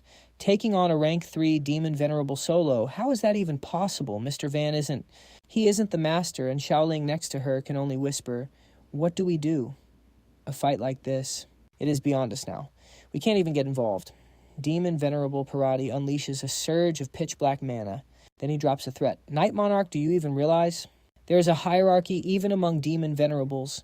He glares down with cold, piercing eyes that see right through you. I didn't just suppress Tak and Laloa because of my rank as commander. Suddenly he teleports right next to Van Than and points a hideous gun at him. Comparing me to them is pure brain rot. Van Than stays locked in. Zero fear in his eyes despite having a barrel to his head. He slowly replies to the threat. This fight is going to end very fast. Parati just smirks. Yeah, very fast. He fires point blank at his face, but a clawed hand rips right through the black smoke. Van Than has now fused all his base classes into a state called myriad cycles. Parati starts panicking. This is an empowerment skill. His aura is on a whole different level now. He is almost at my rank. Suddenly he freezes, because this time, he is the one with a gun to his head. Looking down, Van Than calmly says, 1 headshot each. Seems fair, right? That shot was a fusion of Ammo Master Electric Shock Diffusion and Sharpshooter's Critical Strike. Boom! The gun goes off, and this time Parati gets engulfed by that insane power. After the explosion, Van Than coolly blows the smoke from his gun.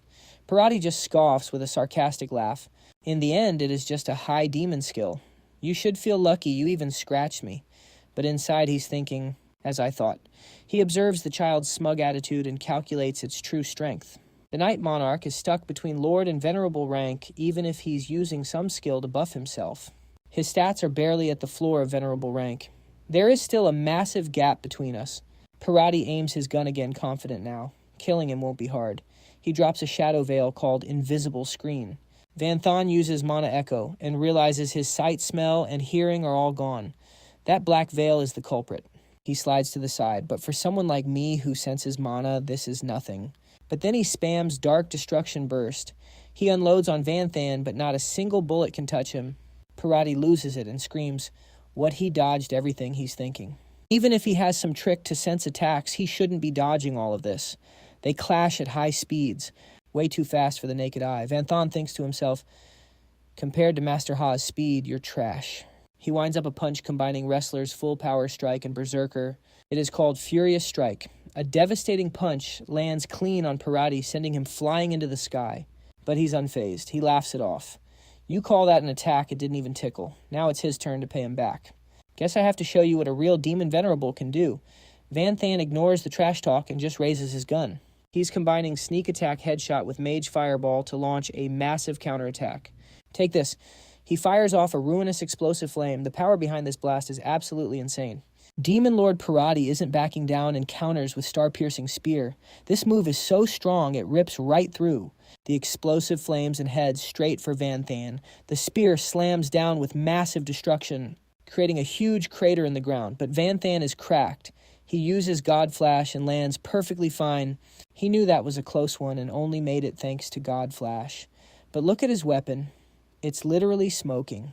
That last attack was too much. His weapon Kin Hong is completely wrecked. He uses God Flash again to vanish. No way he wins at range, since Myriad Cycles is running out. Tactical Shift, he teleports right above Parati. Another skill fusion. He uses Shadow Theft combined with Dancer's Light combo. But the Demon Lord reacts instantly and turns around with a red aura. Melee. You really think I'm trash? Fine, let's dance. Van Than uses Empty Hands. A swarm of phantom arms strikes out at him. Parati isn't backing down and trades blows like a beast. Van Than is taking heavy hits and he's hurting. Parati is going wild, laughing like a maniac. Night King, is this all I felt raindrops hit harder than your punches? Even while being attacked, he just smiles. Oh, really, Parati suddenly feels something strange. Wait, what's happening? Parati's attacks are getting weak and he's slowing down, but Van Than, he looks fresh. Why is his speed rising? It's a total stat steal. Van Than lands a massive, decisive punch right to his face. He's coughing blood that hit sent the Demon Lord crashing into the dirt like a meteor. Parati finally gets it. Damn it, he's using a plunder skill to steal my stats. I can't take him in melee. But Van Than isn't letting up. He drops from the sky with a kick to the gut. The impact is insane. He starts raining down violent blows on Parati, trying to run. You wish. Van Than is hyped now while Parati is just a punching bag. Parati, your life ends today. Xiao Yu is screaming for joy. Mr. Van is actually soloing a Demon Lord. Xiao Lang is losing it too. Just a little more and it's over. But wait, Parati bursts with energy and pushes him back. Don't get cocky, kid. He stands up and summons a massive blue energy. I'll show you power that. A bug like you can't even fathom. You're getting erased. A dragon head sword manifests from the energy. Faced with that aura, Van Than isn't even sweating. He starts charging a massive orb of energy. Origin skill. Ruinous Heaven's End. You're the one who's cocky. Parati snaps and throws his sword. It's flying at Vanthan. You're not the only one with an origin skill, bro. He fires his orb right back. Stop faking and just die. The two beams are on a collision course, and the distance closes in an instant. Boom! The collision creates a massive blast with energy sparks flying everywhere. The shockwave is absolutely insane, forcing everyone back. It's a clash of red and blue. This explosion is literally peak fiction. The wind is whipping like a hurricane, and rocks are flying everywhere. The soldiers are screaming, "Run for your lives!" This is top-tier power. One stray hit, and you're dead or worse. Even standing up is nearly impossible right now. Du-Hai is speechless. No way. He's not even a demon lord yet, and he's already mastered an origin skill. That's unheard of. Did some high-ranked demon master teach him Xiao Yu? Shakes her head. He wasn't taught. He created it himself. She's internally screaming at how reckless Vanthan is. No mentor, no shortcuts, nothing. He took the hardest and most insane path possible, using his own body to force an understanding of origin power. It was a total suicide mission that even Four-Turn Awakened wouldn't dare try. She's watching the dust settle, heart racing with stress. But the gap is still huge since Parati is a real demon lord. This could honestly go either way. Both of them stop. Parati is looking rough, but Vanthan looks untouched. That cold stare is absolute fire. Suddenly he kneels and coughs up blood. He's looking pretty battered after that last clash. Parati is missing an arm and an eye. He's literally falling apart. I can't believe it. A non-demon lord actually mastered an origin skill. Your power is just broken, and that origin energy in your skill is even higher tier than my own. Just where did you get it from? Parati isn't as tough as he looks. If I didn't have such a solid foundation, I could have dealt way more damage. He's scared that I'm dead meat now. Vanthan leaned on his knees and didn't say a word, just mocking him in his head. Flame burst. I learned this spirit from the origin skill of the Flame Archdemon. Back then, the Flame Demon was easily top 10, even higher than their original forms. How can a rank 21 demon like you even compare? Demon Lord Parati stepped forward with energy still glowing in his hand, silent. Doesn't matter. Even if I'm running on empty, you're in way worse shape. You can't even stand. That energy transformed into a blood-red gun, looking like it was made of straight blood. Parati aimed it at Vanthan's head. This shot was a finisher. Suddenly, a shout came from the distance. "Lord Parati, look behind you." He spun around, teeth clenched, ready to see who was ruining his moment. It was a dark shadow aiming a massive cannon right at Parati's head. Vanthan stood up slowly. He didn't feel like explaining a thing. When facing that origin skill, I already had Shadow Ghoul hide far away. It was carrying the Demon Annihilation Cannon I looted from the current Lord's vault. With Shadow Ghoul's Wan Lun state, it was strong enough to use it as a weapon. His eyes glowed as he shouted with pure contempt. "Hey, Demon Lord on your last legs. Think you can tank a shot from this war machine?" Demon Lord Parati panicked and started begging. "No, stop. We can retreat. We can talk this out. You can't kill me, or Lord Killer. Machine won't let you off." He was sweating bullets. Damn it, I literally can't dodge this. The cannon was already charged. Seeing this, Parati panicked even more, begging for his life, but it changed nothing. Parati's shadow was completely swallowed by the massive blast. With a scream of despair, his upper body was scorched, left lying on the ground. Vanthan returned to normal and slumped over exhausted. His soldiers erupted in cheers. "It's over. The king won. It's our king's victory. Our kingdom is safe." On Parati's side, it was pure chaos. How did this happen? I told you the Night King is a real deal demon from the 72 pillars. How could Lord Parati ever beat him? It's over. It's really over. But then they suddenly went bloodthirsty. Parati's death doesn't mean we lost. The war isn't over yet. The Night King is out of juice. They all charged at Vanthan at once, taking the head of one of the 72 pillar demons. This is a once-in-a-lifetime chance. Bring back his head, and we'll be legends. Hurry up. Kill him. His team rushed forward too. Protect the king now. Damn it. They said it was a duel to the death. And now they're backstabbing us. Protect the king at all costs. Xiao Yu led the way, looking stressed. This is bad. This happened so fast we're a step behind, Xiaoling shouted in a panic. We won't make it, Vanthan just said calmly. You want me dead. He instantly charged energy in both hands. Go ahead and try. He mocked them in his head. No matter how weak I am, I can still spam my gear skills. He finished charging and unleashed a scorching flame. The fusion destruction fireball exploded like a tactical nuke. Its destructive power was like that cannon, but actually way stronger. The soldiers who were just acting tough got vaporized without a trace. The survivors froze, then started panicking. Run, run for your lives. But they were blocked by an army. You bastards, daring to attack the capital while we were away? The army was led by Enzo. Follow his orders, kill them all. Baja cheered from the walls. The units the king sent to the front lines are finally back. With them here, the alliance is cooked. Parati's soldiers lost their will to fight. Dropped their weapons and knelt. I surrender. The rest followed suit. We surrender. Please spare our lives. The sky cleared up like after a storm. Vanthon sat on the ground feeling the warm sun. Finally, we won. News of the alliance's defeat spread like wildfire through the underworld. Other demon tribes had different reactions. Some were angry, some sad, some terrified, and some were even happy, like the queen, watching a white candle as she chuckled mysteriously. "Ha, the Night King. I'd really love to meet you one day." A breeze blew out the candle, and everything went dark. At the same time, Huyenthan stood silently under the bright moon. Her eyes opened, filled with sadness. The war is finally over. The moon shone on her as she spoke, her cold voice making the air feel even heavier. Better get back to the quests. Everyone's hyped after Vanthan's massive W. They're raising their glasses and going wild. Total victory. The king declared a 3-day citywide rager, and the national treasury is picking up the tab. Enjoy the party, everyone? Haha. Meanwhile, Vanthon sits on his massive throne, locking in with a serious question. Baja, what are the numbers? He bows low and starts reporting on the defense of the nation. We wiped out 207,000 alliance troops and captured 170,000 elites. The logistics units heard about the front line folding and dipped. We only snagged 80,000 of them. On our side, 95,000 soldiers fell, but most of our captured men were rescued. He gives the order carefully. Hand the enemy corpses to Tu Lang. As for the prisoners, auction them off everywhere.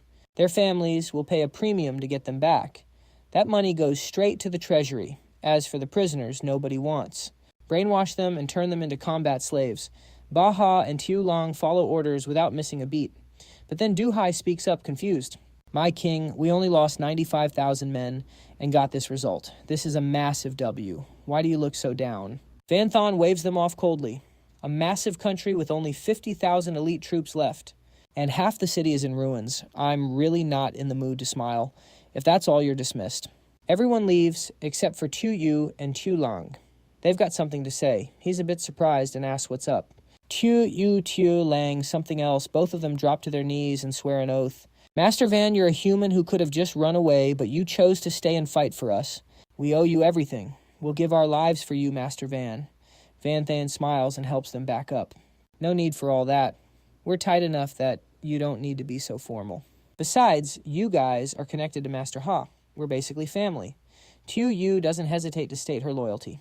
If Master Van and our master ever clash, we'd put our lives on the line to side with you. He didn't expect things to get that heavy. Wait, what are you saying? Why would I ever fight Master Ha? Suddenly, a familiar voice rings out from the sky. Talking behind people's backs isn't very nice, is it? Huyenthan appears with absolute aura, leaving Vanthan stunned.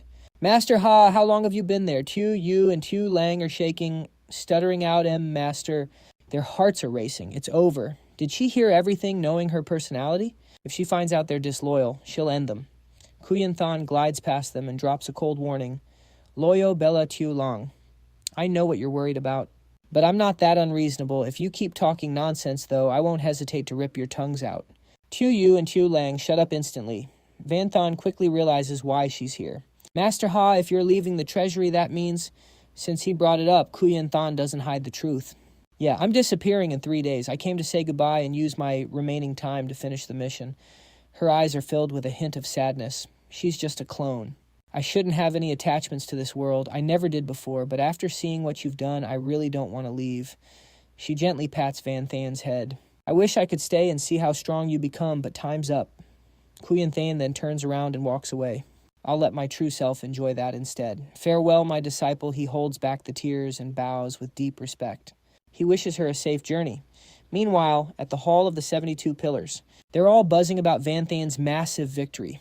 How could a tiny Dark Knight demon stand against our 71 clan alliance? I can't believe 3 demon lords couldn't even touch him. My clan lost 10,000 soldiers. Damn it all. Look at this Night Slasher. Your plan was absolute trash. She bites her finger in pure frustration. Stupid Barati. If my true body wasn't in the human world right now, I'd go kill that Dark Knight King myself. The demons are erupting in another heated argument. Among the 72 pillars, many are still lurking in the dark world. Lord of Devouring, let me kill the Dark Knight King personally, and his nation will be ours. You just want all the loot for yourself. No way I'm letting that happen. If anyone's going, it's me. My clan took the biggest hit. The Lord of Devouring roars, shut it. The front lines are going great. We've already taken half the human world. In 6 months at most, the human resistance will be wiped out. He gives the other demons a deadly look. To handle the human counterattack, you must be ready to back us up. No mistakes allowed. Anyone who tries anything sneaky right now is picking a fight with me. They're clearly terrified of his power. They stay silent, not daring to talk back. The Lord of Devouring drops one last line and vanishes. As for the Dark Knight King, even more trials are waiting for him. We'll deal with those pests after humanity's wiped out, dismissed. Get back to your castles. His voice went low as he asked, how's the supply prep coming along?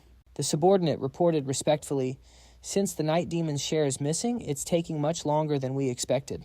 But we've gathered enough. Everything is being moved through the spatial rift to the human world right now. We've got enough resources for the front lines to last 6 months all the way until the war ends. The Devourer Lord let out an arrogant laugh, looking totally satisfied. Ha ha, pillar of nothingness. So what if you pulled a vanishing act? Even without you, I can still tap into the dark world's power. To crush those pathetic humans, he stood up and confidently declared that once this war is finally over, you'll be the ones kneeling before me next. Right then, another subordinate rushed in with terrible news. Lord Demon King, we've got a massive problem. The spatial rift was attacked, and all the supplies we were sending to the human world have been destroyed. Even the demon venerable guarding them is dead. The Devourer Lord froze his voice, dropping to a growl. He was reeling inside, thinking, who the hell did this? Was it the first pillar of the void? The second pillar? Humans? Or the other 72 guardian gods? He decided to head out personally.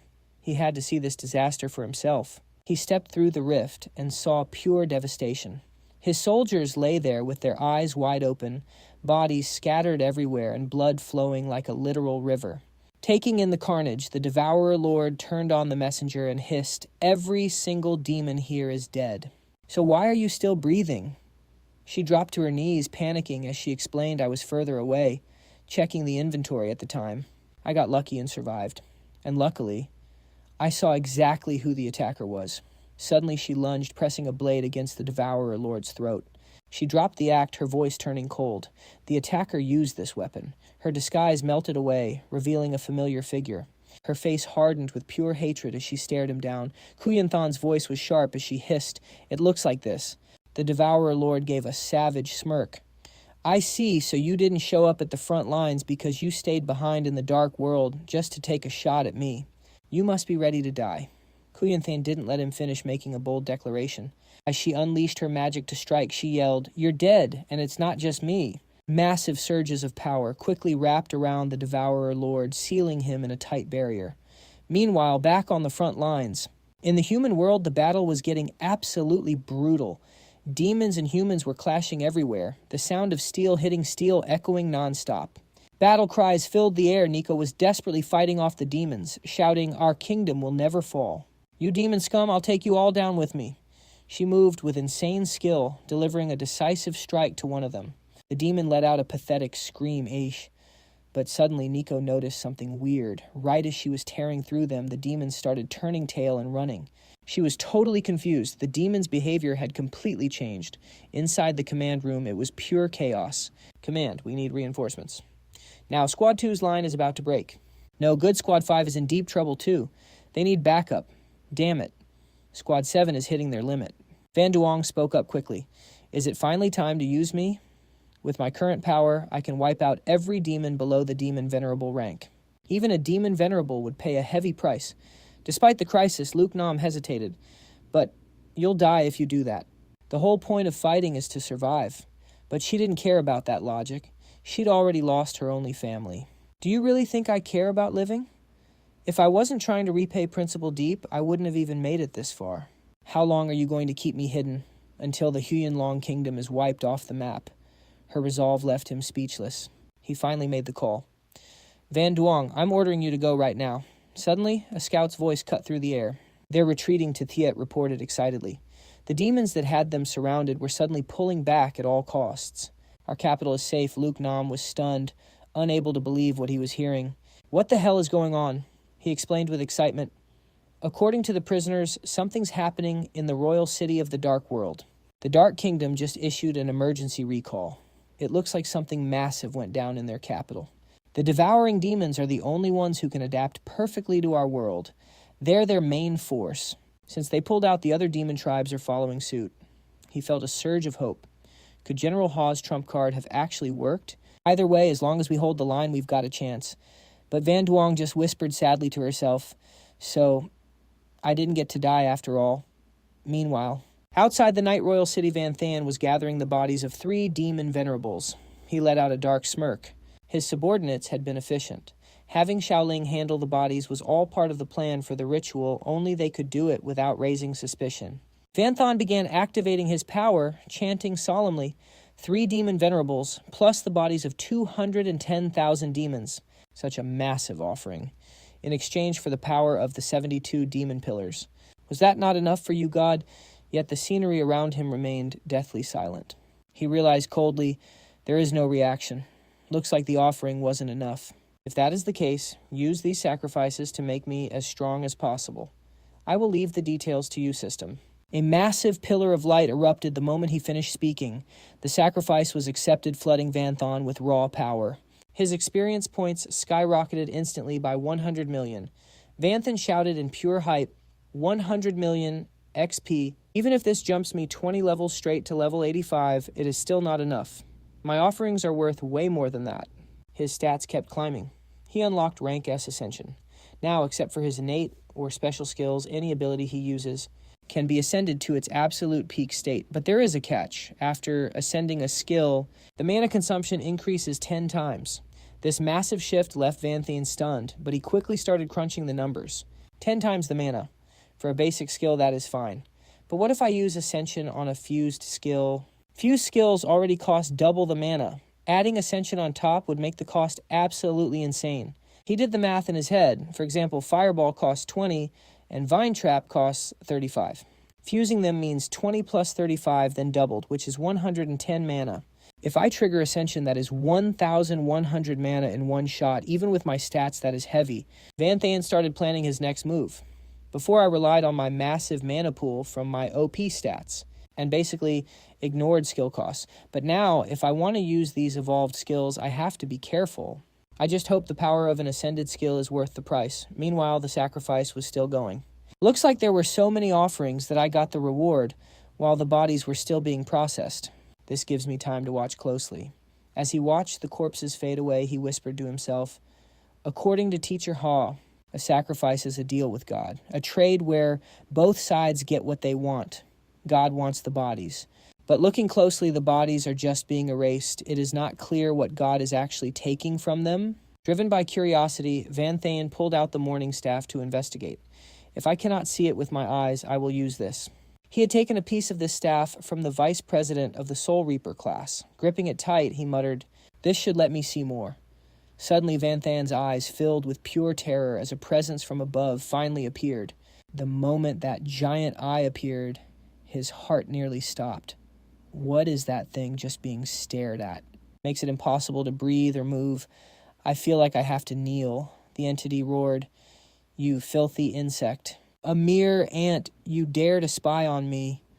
A massive blood-red hand descended toward Van Thaen's head. As it coldly passed Judgment Die, he was frozen, unable to even react. His mind was completely overwhelmed. His will was shattering.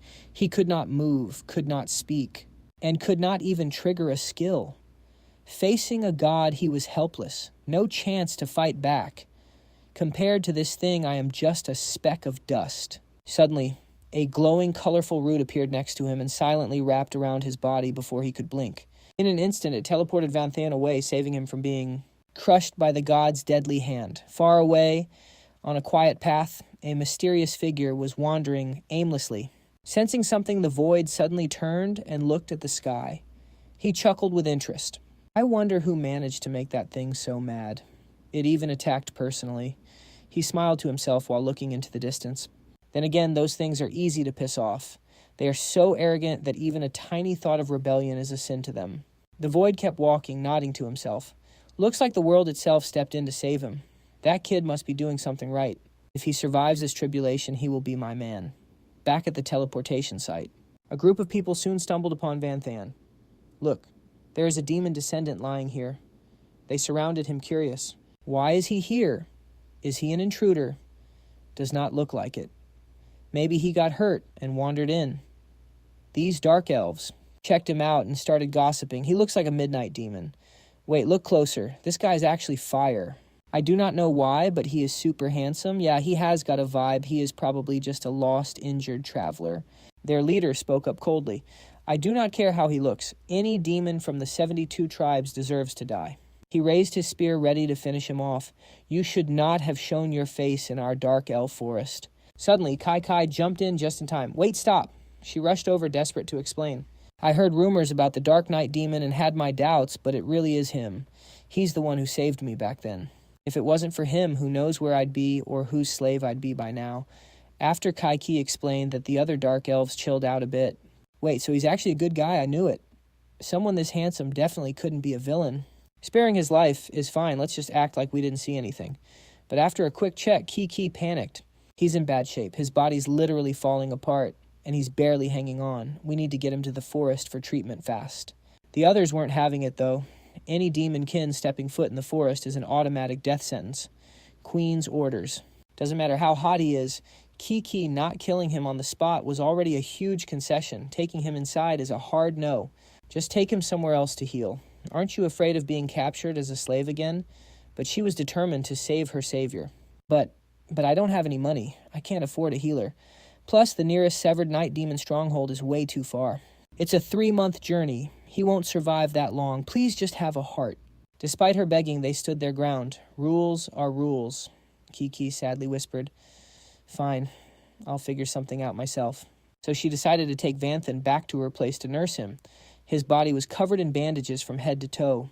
Even while unconscious, he still felt the crushing pressure of that eye. Lowly insects dare to look at me. Even if you survive, you'll pay the price. The image of that massive red hand slamming down was burned into his mind. A second later, he bolted upright, gasping for air. Drenched in sweat, Vanthan couldn't stop shaking. Damn it, what the hell was that thing? Why did it just pop out of nowhere? Why did it want me dead? He clutched his head, his mind racing with frustration. Just because I saw it. You've got to be kidding me, Ki. Ki saw him wake up and beamed. You're finally awake. Vanthan immediately recognized her from the auction. Wait, are you the dark elf slave I freed in the demon realm? Where am I? Luo Kiki was so hyped. She rushed over and grabbed his hands. She started yapping with pure joy. I can't believe you remember me. I'm Luo Kiki. We're in a treehouse 10 miles from the dark elf forest. He froze and whispered, the dark elf forest. His mind was blown. How did this even happen? I planned on coming here, but definitely not like this. Turns out the vibes between dark elves and demons are beyond toxic.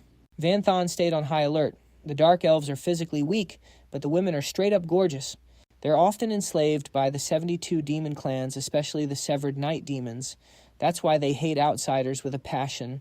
They despise all demons. So the fact that I'm chilling right outside their forest is actually a miracle. Noticing 2 girls peeking from outside, Vanthan asked, who are they? Kiki proudly introduced them. These are my friends Alili and Lululu. They actually risked getting jumped by monsters just to help me.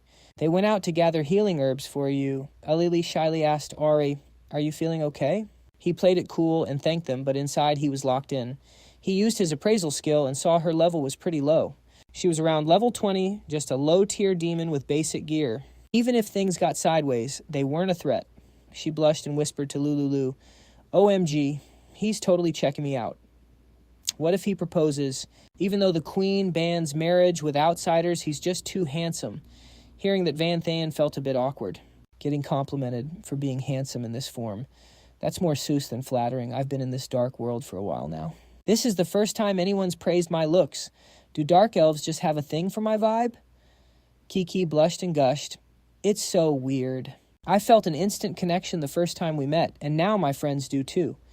This has literally never happened before. He stayed quiet, thinking it over. A connection. Dark elves. Elves. Then he remembered the necklace Nico gave him. It must be the charm. I didn't think it would work on dark elves too. If it wasn't for this buff boosting my favorability, the dark elves probably would have ended me. This is the nature's protection item. A special tier item, the symbol of friendship with the elf race. Basic stats. +1, boosts favorability with all elves. Note, only those with the Elf Queen's bloodline are worthy to give this away. He tucked it away carefully, needing answers. So tell me what exactly happened. Something felt off. The Dark Elf Forest is nearly 1 million miles from the Dark Knight Royal City. How on earth did I end up here? Meanwhile, at an altar outside the city, Xiao Yu was panicking. Are you sure Mr. Van was here? There's absolutely nothing around, Xiaoling insisted. There was definitely an altar here. Mr. Van was in the middle of a sacrifice, so how did everything just vanish? This deathly scene is freaking her out even more. Usually these altars are gifts from the gods for trading. Their numbers and traits are fixed. No one has ever heard of one being wrecked. Plus, for some reason, this whole area is reeking of death energy. Just like the Forbidden Mountain Range, nothing is going to grow here for decades. It is a total dead zone. Xiao Yu is frantically searching everywhere. I do not care about some Forbidden Mountain. Master Van's safety is all that matters. We need a search party now. Luckily, Xiaoling kept a cool head and stopped her. We cannot let this leak, or everyone will lose their minds. If the demon race attacks now, we are cooked. We have to keep this a secret search. Meanwhile, Van Thon is having Chi-Chi lead him somewhere. You found me here. She nods honestly. Yeah, you were all tangled up in those tree roots. The leftover roots are still here. Now that he has calmed down, Van Than is starting to remember bits and pieces. I remember being attacked from the sky, and it felt like something saved me. Probably someone's skill. But I have got no clue who it was. He squats down to check the roots, totally locked in. Whatever saved me from that blast had to be OP, but these just look like regular old plants now. No more clues. Suddenly, a scream pierces the air. No, it is bad. Help me. Lily sprints over, screaming her lungs out. Weilulu is being jumped by monsters while gathering herbs. It is dangerous. Hurry, save her. Without missing a beat, Vanthan grabs both girls and blazes toward the scene. Lulu is struggling against a mob of monsters. She lets out a terrified scream. Ah! Luckily, Chi-Chi and Lily make it just in time. They dive straight into the fray. Don't be scared, Lulu. We are here. Vanthan stands back totally chill. Just low-level trash. No big deal. But the second he tries to pop a skill, his power just dies. Vanthan is officially shook. What the hell, my skills are gone. Meanwhile, the Dark Elves are still duking it out with the mobs. Vanthan realizes something. Wait, I can still feel the mana flowing through my body. I have not lost my power. So why can't I use any skills? What is going on? He looks at the fight and starts sweating. This is bad. These Dark Elves have trash gear and they are totally outnumbered and outleveled. If this keeps up, they are dead meat. What do? Suddenly a monster locks onto Vanthan. It lets out a bone-chilling roar. You are coming for me. Then he snaps back. You piece of trash. You actually think you can step to me? The massive beast looms right over him. He drops into a fighting stance. With my stats and level, I do not even need skills. Melee alone is enough. Taking you out is going to be light work. But suddenly something appears around him and Vanthan freezes. Argh! He grits his teeth, straining so hard, sweat starts dripping down his face. What is happening? I cannot move. What the hell is tying me down? He sees a vision of blood-red hands. A voice booms from the sky. Even if you survive, there is a price to pay. Vanthan realizes the truth. So that was not just a dream. This is the price I have to pay. Over there, Chi-Chi lands a heavy blow on a monster's jaw. She yells out, My lord, watch out. He tries to get a grip, brow furrowing as he tells himself, Chill. Calm down. To get through this, I need to analyze the situation. Right now, I am stuck in some kind of state. I cannot attack and I cannot use skills. Wait, that is not right. Some skills still work. I could still use appraisal earlier. Then he activates a circle with a glowing pink energy core. He runs the numbers. Even if I cannot attack my body and stats are still the same. Skills are locked, but mana is still there. I must be in a non-combatant state right now. If I cannot use combat skills directly, then I will just use that instead. Nearby the monster.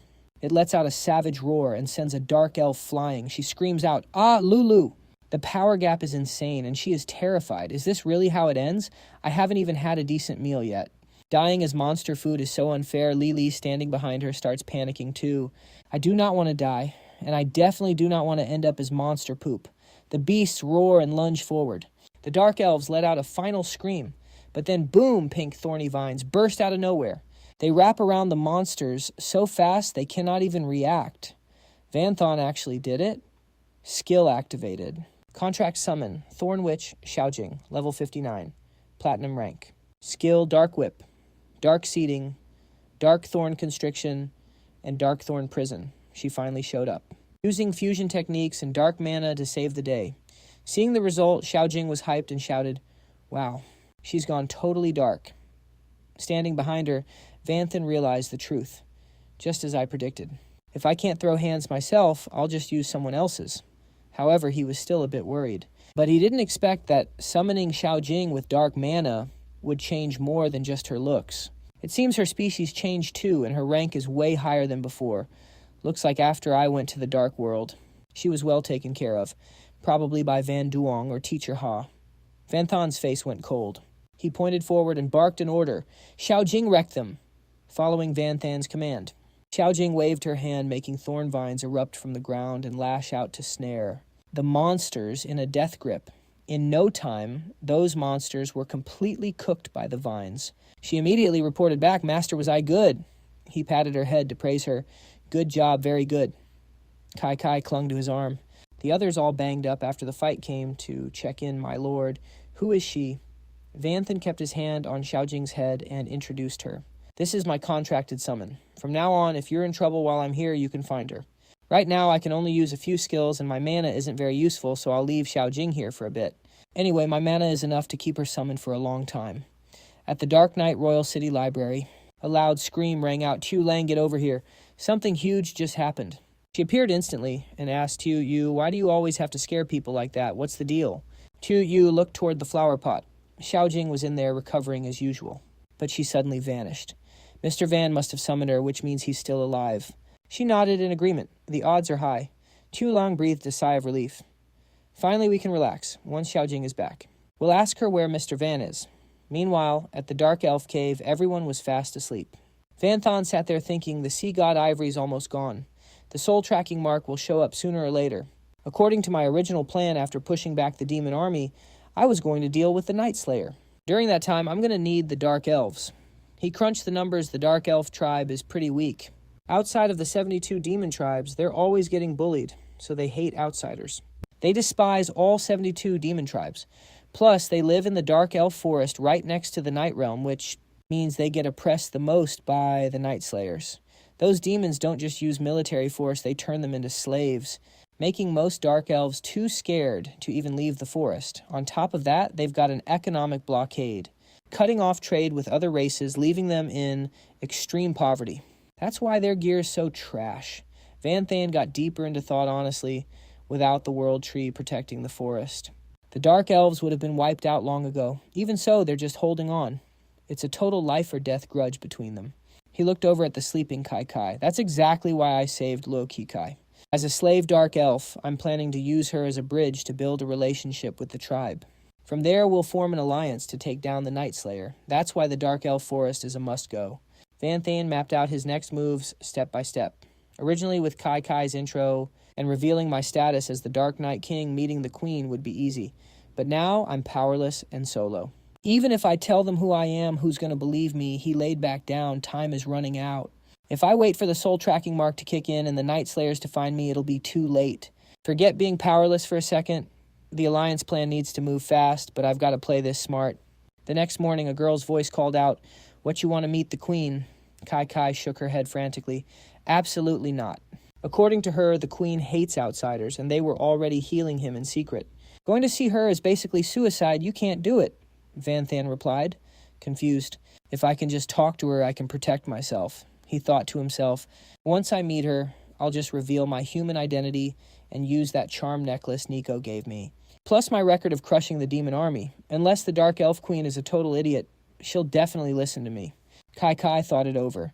Even if what he said was true, the Queen stayed deep in the center of the forest. There are guards everywhere. Those guys are way stronger than two kin.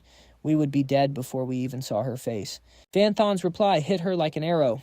Who said anything about charging in if we can't go to her? We just have to lure her out. Kai Kai, the Dark Elves are pretty broke, right? Her voice sounded a bit helpless. I mean, it's true, but could you be a little more subtle? She kept explaining, "It's all because of those annoying Night Sunder demons. Everyone is stuck eating wild fruit and bugs. No one ever gets full. Leaving to farm or hunt is too dangerous because other tribes might snatch us up. Plus, even with all these trees, we have zero minerals. Our guards haven't had new gear in decades. Everything is total trash, and for people like us, forget it." She looked heartbroken as she remembered the past. "I was just so hungry. I went looking for food and ended up being auctioned off." Van Thon felt for her, then his eyes lit up. He finally got it. "If that's the case, making a move won't be hard at all. After all, I'm absolutely loaded." They headed to Kuro City in the Night Sunder Kingdom. As they walked the streets, Kai Kai followed him, totally confused. "Lord Vu Tich, what are we even doing here?" He kept it short. "Shopping." She frowned. She didn't get it. "Are you trying to buy your way in with gifts? No way. We might be poor dark elves, but we have pride. We don't take handouts." Van Than didn't blink. "Who said it was a handout? My money doesn't grow on trees. Chill out, I've got a plan. First, let's get some new clothes." They walked into a shop and Van Than started flexing. "How's this?" Kai Kai held up a dress, smiling. "The fabric is actually fire, so soft. And the price isn't bad either." Seeing her like it, he closed the deal instantly. "Great. Boss, I'll take everything in the store. But I want a 30% discount." Kai Kai and the owner both froze. The owner realized he just hit the jackpot. He went into God mode, packing everything at light speed. "For a whale like you, 30%'s nothing. I'll give you 40% off." Van Thon grinned. 40% even better. But Kai Kai was low-key panicking. "Lord Vu Tish, isn't this too much? Why buy the whole place? This is such a waste of money." He just crossed his arms and relaxed. "This is just the beginning. Don't worry about the gold." Van Than kept flexing about how rich he was. "One shop, please. I could buy this entire city. If I wanted to." Kai Kai covered her eyes. "Too bright. The flex is blinding." The owner finished packing everything Van Than asked for. A massive mountain of crates appeared in front of them. "Sir, everything is ready." He paid without breaking a sweat. After that, every shop they hit on the street was screaming with joy, "Welcome, come on in." "What, you're buying the whole store? Even the warehouse stock? Oh my God, you're a legend. Please come again." A month later, they were still at it. Kai Kai was starting to get scared. She hesitated. "We've hit 5 cities in 1 month. Lord Vu Tich basically wiped out every store he saw. I've never seen anyone shop this hard." She looked at him terrified. "Lord Vu Tich, all these supplies. Are you planning to go back and overthrow the kingdom?" He was speechless. This girl was too much. "What are you even talking about?" He thought to himself. "Why would I revolt against myself?" Suddenly, 2 elf guards appeared with swords in hand. "You, what kind of demon are you? How dare you set up a stall on our turf? It smells way too good. This is out of line. You're definitely here to flex on us because we're broke." Van Than stepped forward calmly. "We're outside the forest, far from the entrance.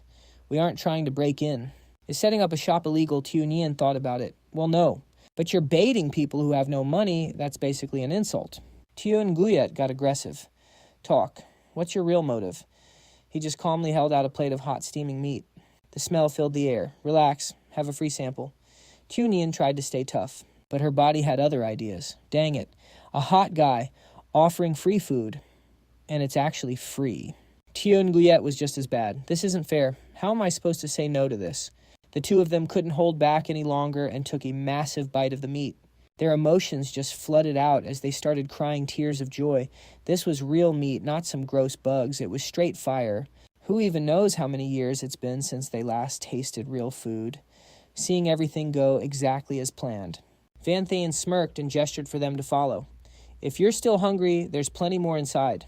The 2 guards lost all that tough girl energy from before. They were completely defeated by the juicy, succulent meat stuffing their faces as fast as they could. Tiu Nguyet sobbed out, "Oh my God, this is so good, I literally can't stop." Tiu Nian added with her mouth full, "To taste something this peak. Even if the queen punishes us, it was worth it." After eating until their stomachs were about to burst, the 2 of them collapsed in pure bliss. "I'm so stuffed. One more bite and I'm literally going to die." That's when Van Thon made his move. He looked down at them, ready to close the net. "Hey, I said the sample was free, but I never said the main course was on the house. I heard dark elves are super proud. It'd be a shame if word got out that you guys were total freeloaders." The 2 guards panicked instantly. "Wait, we're sorry. We'll throw it all up. Right now." Van Than was caught off guard. Who said anything about throwing up? He stepped forward and placed a hand on their shoulders. Relax, I'm not going to make things hard for you. I just need you to go back and spread the word that there's top-tier food for sale here. And the only currency I want is darkwood. I recall your forest has an endless supply of that high-grade timber, right? Tionyin's eyes lit up with joy. Oh, you just wanted to trade. Why didn't you just say so? Tionyet added excitedly. Our forest is drowning in darkwood. That's easy. This is great now. Everyone can finally eat good. With everything going exactly as expected, Vanthan gave a victorious smile because of the war. Night King City had taken some massive hits. Rebuilding needs a ton of fuel, and darkwood is the GOAT when it comes to high-value construction timber. Plus, by just giving them some cheap daily essentials. He wasn't just doing the Dark Elves a favor, he was getting a massive haul in return. Absolute stonks Kiki was so touched by his generosity. Thank you, Lord Vutich. You're too kind. I haven't had new clothes in years. Vanthan just replied coolly, You've helped me out a lot. This is just your fair share. Let's move out. We need to head back. Suddenly her face went pale. Wait, I think we're being followed. They kept walking without looking back. Kiki whispered, It's definitely those severed night demons. There's about at least 5 of them. Vanthan didn't break a sweat. He was totally chill. Yeah, they're the ones. But it's not just 5, there are 17 of them. They've been tailing us since we left the city. Kiki started to spiral. That's way too many. You did go on a crazy shopping spree after all. They're definitely after your gold. What do we do? Tukin isn't even here. He quickly explained Tukin is on another mission. Before we left, I sent her to go hunting with Nguyet Lolo and the others. His eyes narrowed, getting serious. A direct head-on fight is a no-go, but if they're stupid enough to choose death, well, I can't stop them. The severed night demons were already celebrating. Out here, even if we make a move. We don't have to worry about alerting the city guards. They all pounced at once, lunging from behind to tear into their fat sheep. Suddenly, something surged up from the ground, making them scream in shock. Wait, is this a trap? Explosions rocked the area, followed by frantic screams right behind. Vanthan and Kiki, damn it. Why are there so many traps? My arm's gone. It hurts so bad. He let out a cold chuckle. Hiss. If someone happens to set some traps and someone else happens to step on them, that doesn't really count as a direct fight, does it? Later, they made it back to Kuro City. Vanthan was immediately swarmed by the Dark Elves. He shouted in confusion, Whoa, slow down. There's enough for everyone, don't push. Hey, who just felt me up in all this chaos and who just kissed my cheek? Stop it, I'm selling clothes, not myself. He desperately called for help. Kiki, don't just stand there laughing, help me keep them in line. She just giggled to herself. Just deal with it for a bit, Lord. I don't know why, but everyone is obsessed with you. Honestly, even I sneak a peek at Lord Vutich while he's sleeping. Some of the Dark Elves started venting.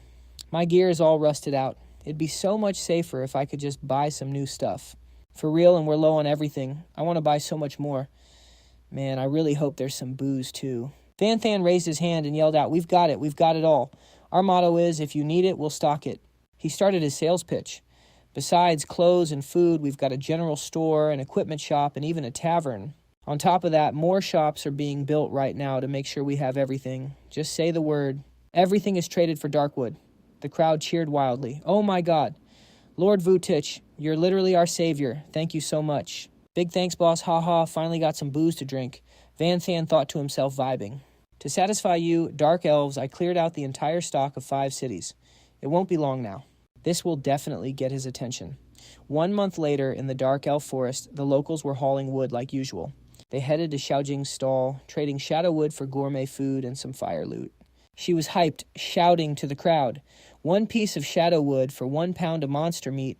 We've got tons of beast meat for you. Just bring more shadow wood and you're good. One guy took a bite and lost it.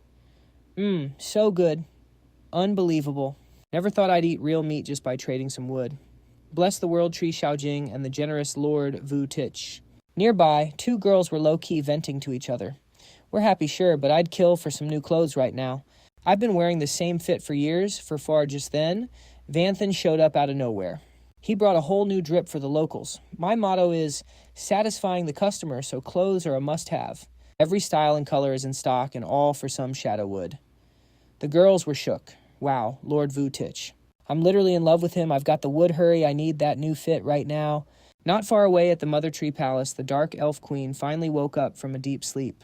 She stretched and let out a long yawn. I slept way too long. My head is so foggy. Did I sleep for almost 2 months? Well, not like I had a choice. The clan is locked down by the midnight demon. We're stuck in the forest, she thought, feeling empty. Even when I'm awake, there's nothing to do. Might as well sleep to avoid the stress. At this rate, I'm going to end up being totally useless. Suddenly, the queen snapped out of it. Wait, I smell meat. What's going on? Guards, get in here. The guards and servants were shocked to see her. Your Majesty, you're awake. But the queen was the one actually surprised, looking at them. I was gone for a hot minute, and you guys look healthy. Why are your faces so shiny and glowing? And where is that meat smell coming from? Did you guys go hunting outside? Aren't you afraid of being caught and sold? The two servants looked at each other awkwardly and started explaining. No one went hunting, but after she heard the full story, her mind was racing with questions. Vutich, a midnight demon merchant who only trades with Shadowwood. She muttered to herself, confused. Vutich. That name sounds familiar. I feel like I've heard it somewhere before. Whatever, I'll think about it later. Time to handle business. The queen snapped at them. I ordered you to kill any outsiders or demons that approach the forest. How dare you disobey me and let that shady merchant stick around even before the lockdown? Shadowwood was our most valuable resource, and now you're just trading it for basic groceries. You're letting him rob us blind. The male guard quickly dropped to his knees. Your Majesty, please, he really doesn't mean any harm. Because of him, everyone's lives have improved so much. Shadowwood is great, sure, but we can't eat it. It's just decoration at this point. Might as well trade it for things we actually need. My own guards are begging for an outsider. If even you guys are like this, then the rest of the Dark Elves must have been bought out long ago. She felt a surge of worry. Everyone knows we're a xenophobic tribe. But this merchant is risking his life to trade here. He's definitely up to something. She turned to the guards. Bring him to me right now. She was determined to find the truth. Fine, let's see what he's really after. Vanthon and Kai Kai were brought to the main palace hall. He gave a formal bow. Greetings, Your Majesty. He was feeling pretty smug. All that hard work finally paid off. I finally get to meet you. When the queen saw how handsome Vanthon was, her face turned bright red. She was low-key panicking inside. Is this guy actually hot? Wait, why am I catching feelings for an outsider? On our first meeting, too, this shouldn't be happening. And looking at the guards, so that's how it is. She looked at her people and thought deeply. We Dark Elves are one with nature. He must be carrying some treasure with a crazy strong nature aura. Even I'm feeling it. No wonder my girls were affected. Getting her royal vibe back, the queen spoke up. You intentionally brought a nature aura artifact. Just to get close to my people and buy them off. Vutich, you're pretty smart, aren't you? All this effort, surely it's not just to make a quick buck, right? Vanthon gave her a serious look. You're right. I want an alliance with the Dark Elves. Let's join forces to crush the Midnight Demon and the Kill Flag. The queen looked skeptical. Our tribe might not be part of the 72 demon clans, but we're still a top-tier clan outside of them. And you, a mere petty merchant. What makes you think you're worthy of an alliance? Suddenly from behind Vanthon, a massive surge of power erupted as he spoke. Based on the fact that I'm the king of the night demons, the Dark Elf court went into a total frenzy. No way, like even the World Tree is shook. Well, it makes sense. He is the Night King after all. Rumor says he deleted 3 demon lords back to back. Even the trashiest of the 72 demons in the Dark World are still demon overlord rank. They're all whispering about it. Even the weakest is a boss. No wonder the World Tree reacted. Gramps always said whenever the tree gets restless, something big is about to hit our whole clan. I wonder what guide the tree will give the queen. Vanthon's just thinking to himself, I really thought the Dark Elf World Tree was just a defensive fort, but it is clearly way more than just that. It has its own consciousness, and its status is even higher than the queen. It holds the ultimate power over the Dark Elves. Then, the queen gives the order. Night King, follow me. The World Tree wants to see you. The officials are losing their minds. What the tree wants to see an outsider demon descendant? That has never happened before. It only ever meets the queen. Vanthon's pondering, is it meeting me because of my Night King title or something else if that is the case? This plot twist is deeper than I thought. He silently follows her to the World Tree. The queen starts setting boundaries. I am not leaking any info about the tree unless it specifically tells me to. Don't even dream about it.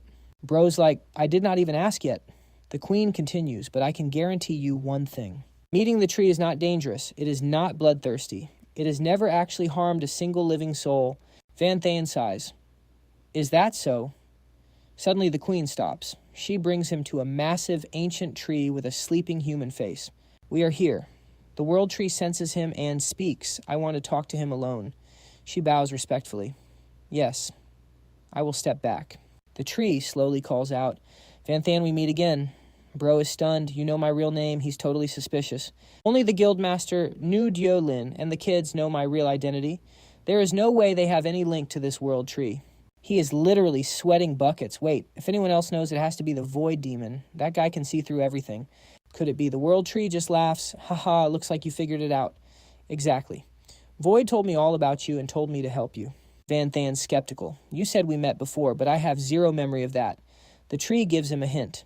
You were basically dead back then, so it is normal you did not recognize me. It shows him a colorful root. What if you saw this? Vanthan's eyes go wide. That root. So that is it. You were the one who saved me back then.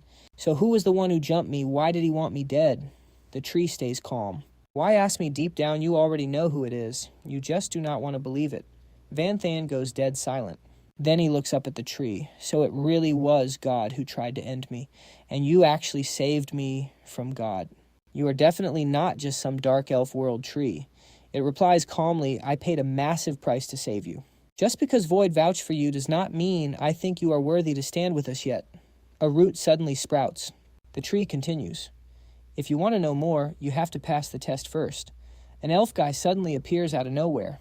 This clone is made from my root. Beat him and you win. Vanthan gets heated and shouts. I never said I wanted to join your squad. I am just here to talk about an alliance with the Dark Elves. Besides, God cursed me. I can't even fight for real. How am I supposed to beat your clone? The tree gets triggered and questions him. Cursed by God. You think too highly of yourself. God does not care about any living thing. To him, everything is just dust. He would not waste time intentionally cursing you. Then it keeps pressing Vanthan. You can't fight. That is just your instinct. Get it through your head. It is not a curse holding you back. It is just instinct. Bro's panicking. Instinct. The tree explains it slowly. Exactly, like mice fear cats or sheep fear wolves. Every living thing has primal fear. Even demon descendants and humans are no exception. And God, he stands above every living thing. He makes everything tremble. The tree starts mocking him. When you saw him. That primal fear in you completely took over. You are terrified he will strike again, so you do not even dare to think about fighting. Vanthan snaps. You're saying I'm scared. Are you joking? I have faced death twice. I'm not even scared of dying, so why would I fear him? The tree sees right through him. The fact that you are this triggered proves I am right. Not fearing death is not that rare. Any soldier who has been through enough life and death battles can do that, but that is not fearing death is not that rare. Any soldier who has been through enough life and death battles can do that, but that is not true fearlessness. That is just being able to face the fear of death. The tree continues its judgment. Compared to that, primal fear is a whole different beast. It is etched into every cell of your body. Like when you are hungry, you must eat, or when you are thirsty, you must drink. It is just natural. You can endure the pain of hunger, but you can't stop yourself from being hungry in the first place. No more hunger or thirst. Vanthan faces the World Tree Avatar as the Elder issues a challenge. Enough talk. If you pass the trial, the alliance is yours. If not, it's over. Prepare for war. He strikes fast, forcing Vanthan to dodge like crazy. He grits his teeth and slides past. Hell no. This guy is going for the kill, aiming straight for the vitals. Vanthan starts circling him, kicking up a massive dust cloud. Only one way to do this. Time for an old trick. As the smoke clears, the Elder finds traps hidden in the ground. He's actually impressed. Oh, avoiding direct combat by setting traps all around me. A clever way to bypass your instincts. But the Elder doesn't flinch. He steps right on a trap. Still too childish. An explosion rocks the area immediately. Dust fills the air. The Avatar sounds bored. You think this child's play is enough? You haven't even scratched me. Bring everything you've got. As he finishes, thorny vines whip out from the shadows. Vanthan summoned his contract witch, Xiaojing. She uses her vines to tie the Elder down completely. The Elder is a bit surprised. What a plant-type summon. Interesting, but still not enough. Vanthan stands there lost in thought. After that last move, I've got his read. This Avatar's attack speed and defense are all Demon Lord rank. Vanthan feels the pressure. This guy's cracked. But right now I can't use any active attack skills and Xiaojing's rank is way too low. How am I supposed to wreck this monster? What do I do? The avatar speaks up slowly. A thorn fairy born with defects, yet she grew this much. She must have been nurtured with extreme care to reach this level. He gives a cold warning. Xiaojing, little one, you're not qualified for this fight. Fall back. The vines instantly vanish. Vanthan panics. Xiaojing, get out of there. She obeys and lets go immediately. Vanthan's eyes go wide with shock. A hand appears right behind his back. The elder grips tight, but he uses God Flicker to escape. The elder is stunned. That skill is incredibly rare. Vanthan reappears behind him, breathing a sigh of relief. That was close, almost got caught. He feels a bit better knowing God Flicker still works. He quickly equips the Hand to Plunder. If it's like this, I can actually win.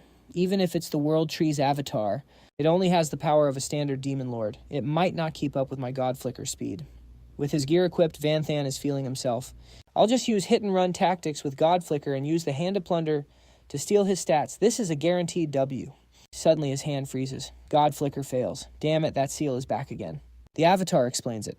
You have an instinctive fear of a god. Your body won't let you fight. Running away like before is one thing, but an actual attack is impossible. He leaps high, charging at Vanthan. If you don't kill this instinct, you're dead. Xiaojing sees the danger. She rushes behind the elder. I won't let you hurt my master. The avatar's voice goes cold. I told you don't belong here. One palm strike sends her flying. The force of the blow blasts Xiaojing 300 feet away. Vanthan screams in pain. Xiaojing. Furious, he activates his fusion skill, Abyssal Demon Flame. He glares at the old man. You really want to die, don't you?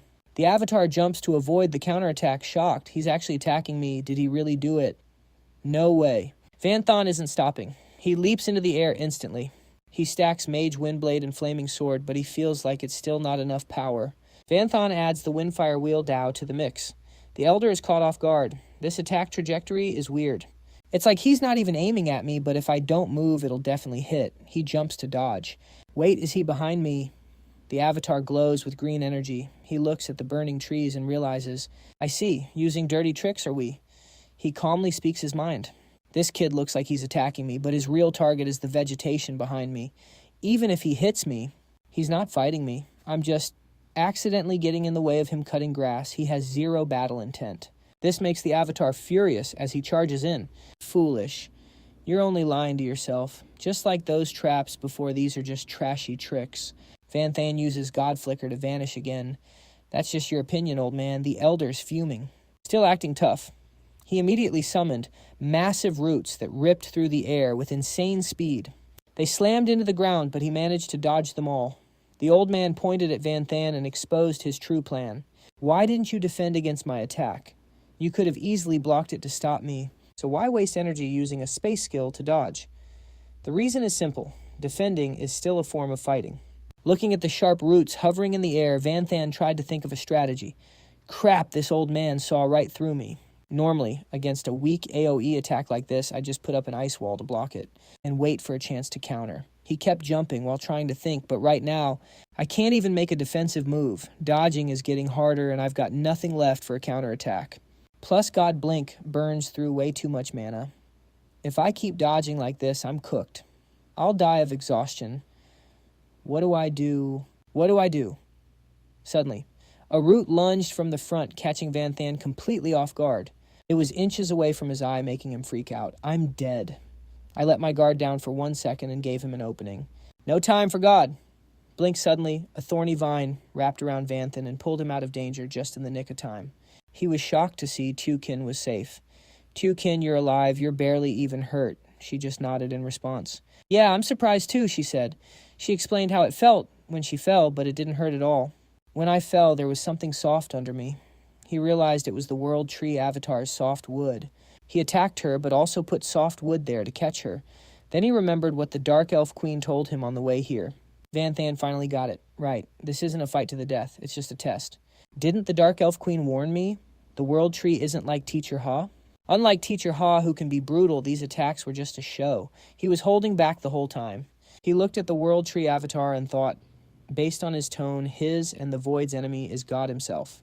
To take on a god, you need as many allies as possible, but to stand with them, you have to meet a certain condition. Vanthan stood up feeling fired up. That condition is overcoming the instinctual fear of a god. Think about a wolf pack. Instinct is just a creature's natural-born ability. You don't have to learn it, you just know it. It helps you survive and reproduce, like hunting for food, mating, and the fear of predators. The fear that Hand gave Vanthan was exactly what the World Tree meant. I didn't fight head-on because I was terrified. That God's curse was just a lie I told to save face. Honestly, God didn't even do much. He just looked at me once and tried to swat me like a bug. The World Tree saved me just in time, but I was so scared I couldn't even fight back. I was terrified God would notice me again and finish the job. I thought I wasn't afraid to die, but I couldn't beat my instincts. Just one look from him, and I was paralyzed with fear. That's why gods are so arrogant. They look down on everyone. They don't even have to lift a finger to kill you. One look is enough to fill you with pure terror, killing your will to fight. Those thoughts kept spinning in his head, making him grab his head in pain. This fear is hard-coded into my DNA now. It tortures me every single second. For over 1 month, I've woken up terrified every single night. My normal life is just a lie. The fear is everywhere. It's driving me insane. I even thought about ending it all. Vanthan was shaking, whispering to himself, I can't take this anymore. How do I escape this? Kin looked at him worried. Master, his mind was a mess. The simplest way is to become stronger than a god, or at least have enough power to fight back. Power is everything. Humans only stopped fearing wild beasts because they picked up weapons and became stronger. He pictured the void and the World Tree, feeling even more helpless. But it's a dead end. I can't even fight. So how can I get stronger? Besides, the void and the World Tree clearly aren't stronger than God. If they were, they would have killed him long ago. They wouldn't need to look for allies, but they aren't afraid of him. How is that even possible? His eyes went blank as he muttered to himself, Every living thing fears God, every single one. Every single one, Vanthan kept chanting unconsciously, life and death, life and death. The World Tree looked at him with interest. Oh, it seems you figured something out. Suddenly a strange pitch-black aura began to swirl around him. The World Tree avatar launched a branch like a spear and shouted, You idiot, I didn't expect that once you realized I wasn't trying to kill you. You'd just give up, I might not kill you, but that doesn't mean you won't regret pissing me off. Act like that and don't even dream of escaping the pain. A branch grazed Vanthan's arm, making blood spray everywhere. He didn't even flinch, letting the crimson blood flow out in waves. The old tree was truly driven insane by his attitude. A swarm of roots lunged straight at Vanthan. No resistance, no dodging. Was he really just giving up? You really think I won't go hard on you? The roots slammed into the ground, forming a massive barrier around him. Suddenly, the ancestral tree noticed something weird. No, this kid's state was totally abnormal. Plus that aura bursting from his body. It wasn't dark magic, and it definitely wasn't human magic. It looked like Vanthan had fallen into a total trance. His hair turned pitch black. Only a corpse should have death energy like that and this concentration. It's on a whole different level compared to a normal body. Suddenly, little Jing jumped in to block him. No, stop hurting, master. But he didn't even notice her. Behind her, Vanthan's eyes glowed as he panted heavily. The ancestral tree clone immediately shouted a warning. It's going down. This is bad, kid. Get away from him right now. He's completely lost his mind, swinging a fist straight at little Jing. He couldn't reach her because the roots stepped in just in time, but the shockwave still sent little Jing flying back. She was caught by more roots and moved to safety. She looked back with teary eyes, terrified of her own master.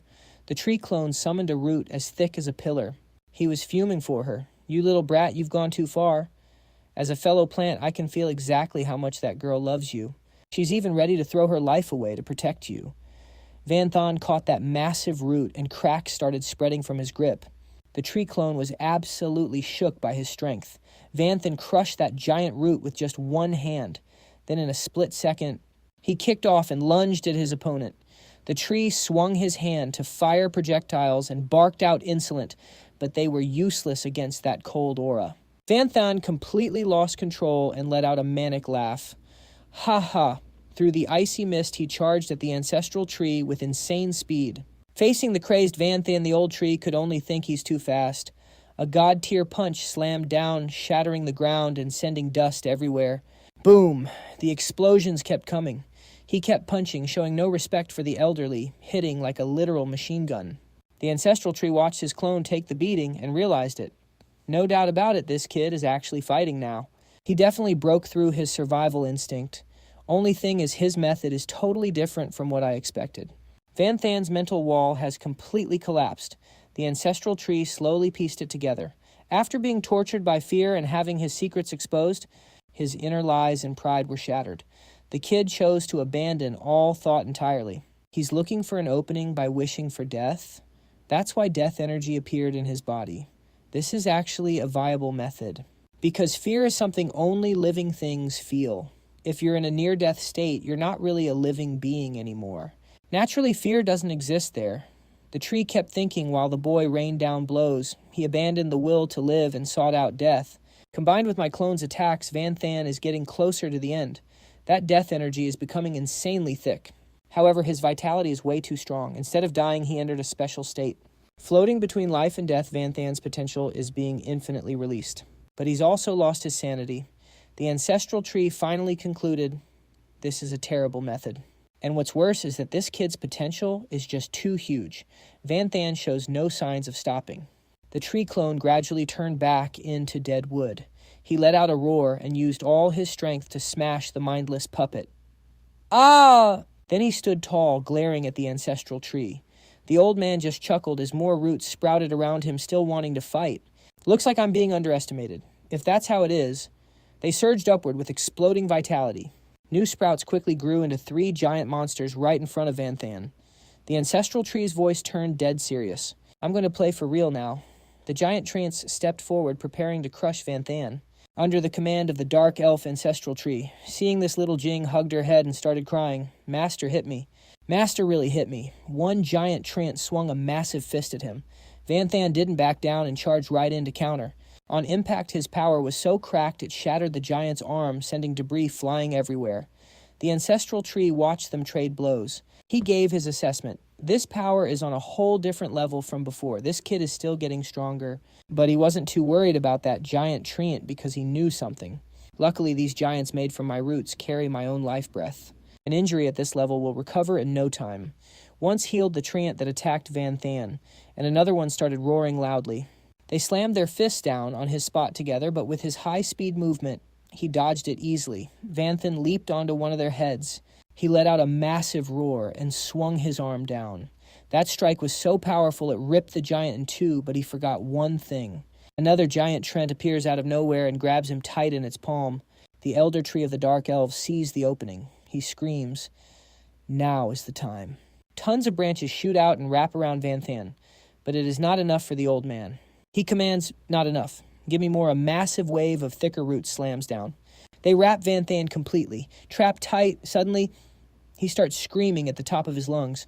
The elder tree thinks he's won. He thinks Van Than is in pain. He says, "In this sealing spell we have become is a piece of my own essence. You can't escape. Once you're sealed, everything becomes easy." But wait, he's not screaming in pain. He is charging up. A red energy aura starts leaking from his body. The old man's jaw drops. What? When the power hits its peak, Van Than goes nuclear. He blasts a massive wave of energy, shredding the branches to pieces. The elder tree is shaking. So that's it. The void didn't just give you gear, it gave you a piece of essence. He looks down at little Jing. "Kid, I can't use any more power or that thing will find me. Luckily, you are a living being just like me. You can handle my essence." He condenses a massive drop of rainbow water from his leaves. "This is the world dew. Swallow it and complete your evolution. Save your master." Little Jing doesn't hesitate. She gulps it down in one go. Her body starts changing instantly. A cocoon forms around her. The elder tree is panicking. "Hurry up, kid. Faster." In a flash, little Jing completes her transformation and breaks the cocoon. She's fully grown now. Say hello to her new identity, the Thorn Queen. She charges forward with insane speed. The elder tree keeps barking orders. "Kid, hurry. You have to control him." She lunges at the berserk Van Than. Vines wrap around both of them at once. Inside, little Jing hugs Van Than tight. "Master, wake up." Her skin starts burning from the energy. She grits her teeth through the pain. It hurts. Outside, the elder tree sends another vine toward the cocoon and yells, "That is the corruption of the eternal calamity. Just a little longer." "I'm almost done." Little Jing is crying, but she won't let go. "I can take it." The vine shoots past her and stabs right into Van Than's chest. The elder tree is sweating. Van Than is hovering between life and death. Fixing this is simple.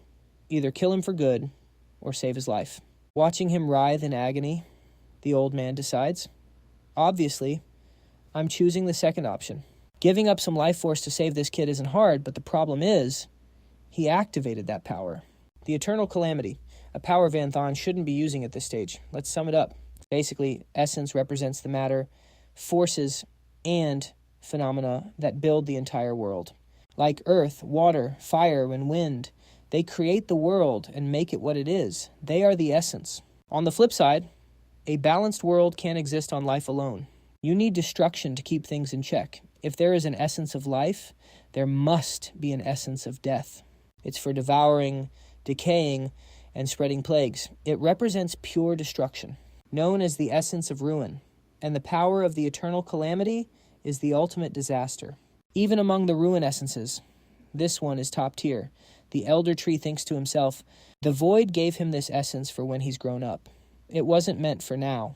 Nobody expected it to trigger this fast. He looks at Van Thane losing his power and makes a declaration. This isn't good for you, so let me handle it. He screams, essence activate. Life and death descent. The seal on half of Van Thane's face shifts. It's over. The elder tree stops his attack. Little Jing watches her unconscious master with worry. Suddenly, his eyes snap open. He's still dazed. That wasn't a dream. I really caused a mess. The old man calmly replies, yeah, you were loud as hell. But the result isn't bad. The void didn't notice. Congrats on overcoming your instincts. You've earned the right to face the gods. You're officially one of us now. Van Thane asks his first question. How many allies do you have? The tree says, many. He asks, are they all as OP as you? The old man says, not exactly. The trial and the results are the same, but your approach was something else entirely. Your method is both unique and extreme. Even I can't copy that. The ancestral tree calmly explained the details of this trial. My original goal was to push you to the absolute limit so you would let go of yourself. By entering a state of selflessness, your subconscious would effectively erase your own existence. That's how you bypass the fear of God. Almost all your teammates did exactly that and succeeded. He sighed, revealing an unexpected plot twist. But I never imagined you would take a completely different path. By throwing away your life, you hovered right between living and dying. You basically stepped outside the category of a living being. I've never heard of such a method. Unless someone has a deep, personal understanding of death, they could never pull it off. The ancestral tree looked puzzled. Seeing how well you've adapted, I honestly wonder if you're actually dead right now. Van Thane agreed, pretty much. In his head, he thought, I've technically died 2 times already. Van Thane rubbed his chin deep in thought. I can feel a massive power sealed inside this place. It's the power of the eternal calamity. Losing my mind back then had everything to do with it. Why would the void do this? The tree felt a bit of regret. To go up against a god, obviously the more power you have, the better. It was his gift, but you opened it way too early. Van Thane asked, what if I just refuse to fight this god? The ancestral tree stood firm. You don't have a choice unless you want to end up like them.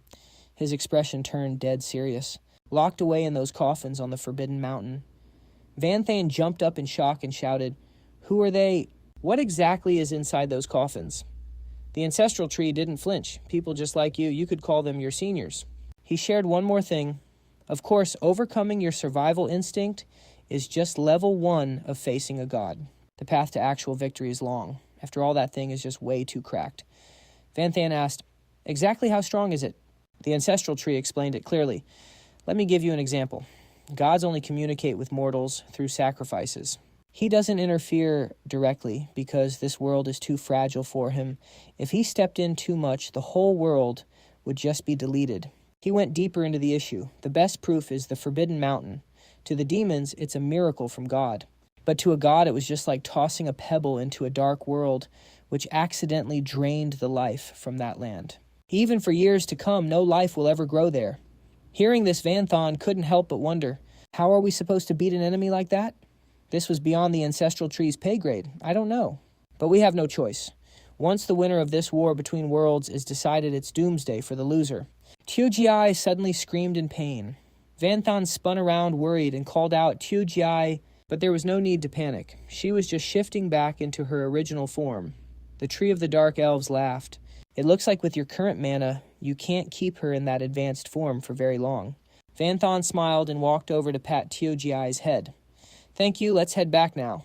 She excitedly agreed. "Yes." He turned back to state his theory. "You didn't just help Teo-Gi fix her birth defect, you worked with the Void to save me. Your identity is definitely more than just some old tree in the forest."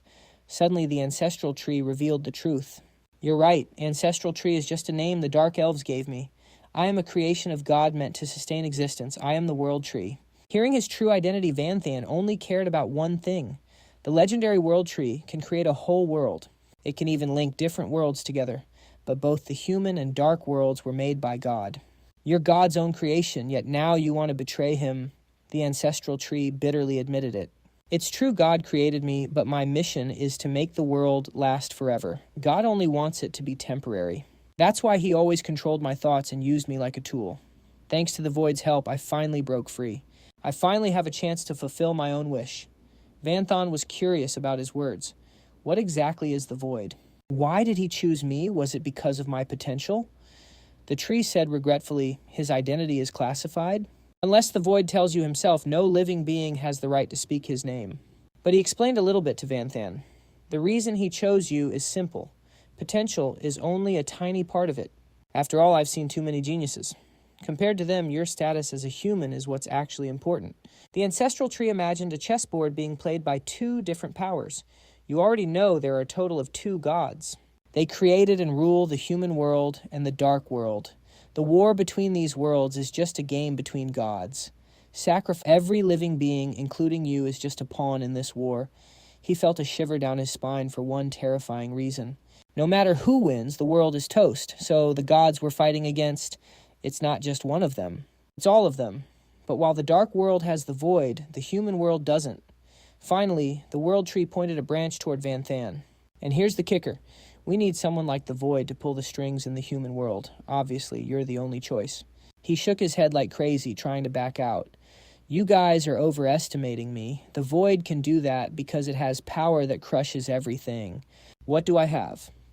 The World Tree pulled out something glowing and shouted with total confidence, "You have potential. You have a future." Floating the item toward him, the World Tree said, "Since the Void even gave you the power of eternal calamity, my first gift won't be some small fry stuff. This is my heart and the heart of the World Tree itself. Use it well." A notification popped up instantly. Heart of the World Tree material type. Effect. Can control the power of the world. Van Than stared at it, totally stunned. "If you give me your heart, what happens to you? Besides, I never promised to join you guys." He told him, "My origin is this very world. The heart is important to me, sure, but it's not irreplaceable, and I won't force you to join, because for you it's only a matter of time." Hearing that he agreed to take it and thanked the tree for its kindness. Holding it in his hand, Van Than thought, "The closer I get to the truth, the more anxious I feel. I need power, as much as I can get." The World Tree made a sincere request. "Also, the reason you can see gods must be because of some item. Can I see it?" He couldn't really say no, so he replied, "Sure." Van Than handed the tree a staff. "This is a morning staff I stumbled upon years ago. Holding it lets you see souls. It can even damage souls directly." He picked it up and examined it closely. "I see. The structure is just like my own body. It probably fell from the World Tree in the human world. It must have ended up in this trash shape by pure chance. Since you own it, the World Tree surged its energy into the staff. It's not very useful like this. I'll make it evolve for you." The morning staff transformed into a new shape. The World Tree looked satisfied. Using this as a weapon isn't a bad choice at all. The info popped up. Branch of the World Tree, legendary tier. Constitution plus 1,000. Intelligence plus 1,000. Stamina plus 1,000. Passive effect. Can see invisible things. Active effect ignores defense. Directly attacks the target's core structure like blood organs, bones, and even the soul. Gripping the branch, Van Than was beyond hyped. He let out a shout of pure joy. This weapon is absolutely cracked. Meanwhile, the tree added one more thing. The weapon's combat function is just a bonus. Its main purpose is to let you see more. The World Tree gave a happy hint. Next time you perform a large-scale sacrifice, make sure you're holding this. You'll learn a lot then. Also remember, do not let the gods notice you. As long as you don't look directly at a god, they won't notice you. It's like how no one notices ants crawling on the ground." He nodded solemnly. "Got it. I understand." Then Van Than remembered the most important question. How do I use this heart of the world tree? The tree calmly guided him. Combine it with a blank blueprint once you get the human world's tree heart. Then you can craft a full armor set. Van Thon asked one more thing. Wait, based on what you said. The human world tree doesn't have the void's help. It's probably still controlled by the gods. Will it really just give me its heart? The world tree reminded him, of course not. It's not as easy to talk to as I am. But you can't just go in guns blazing either. If you kill it, the human world will collapse. Think carefully about how to handle it once you're back home. He laid out a path for him. For now, your biggest struggle is going to be managing that power.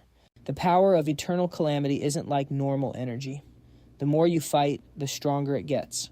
It'll break the seal sooner or later. The world tree stated firmly, your best bet before it destroys everything is to devour it, Van Than repeated in shock. Devour the power of eternal calamity. Seeing his reaction, the tree suggested, I also sense another small problem on you. A trace from the demon Don Da. It's hidden for now, but I can wipe it out for you if you want. Van Thon casually declined. Nah, it's still useful, as long as the Dark Elf Queen agrees to ally with me. In his head, he thought, as expected of the world tree, even my soul-tracking mark couldn't hide from him. The tree laughed and said, you've passed the test. She knows what to do, as the world tree fighting isn't really my thing. It is more about guidance and nurturing, taking on the gods. In the end, that is your job. He wrapped up their conversation. This is as far as I can help.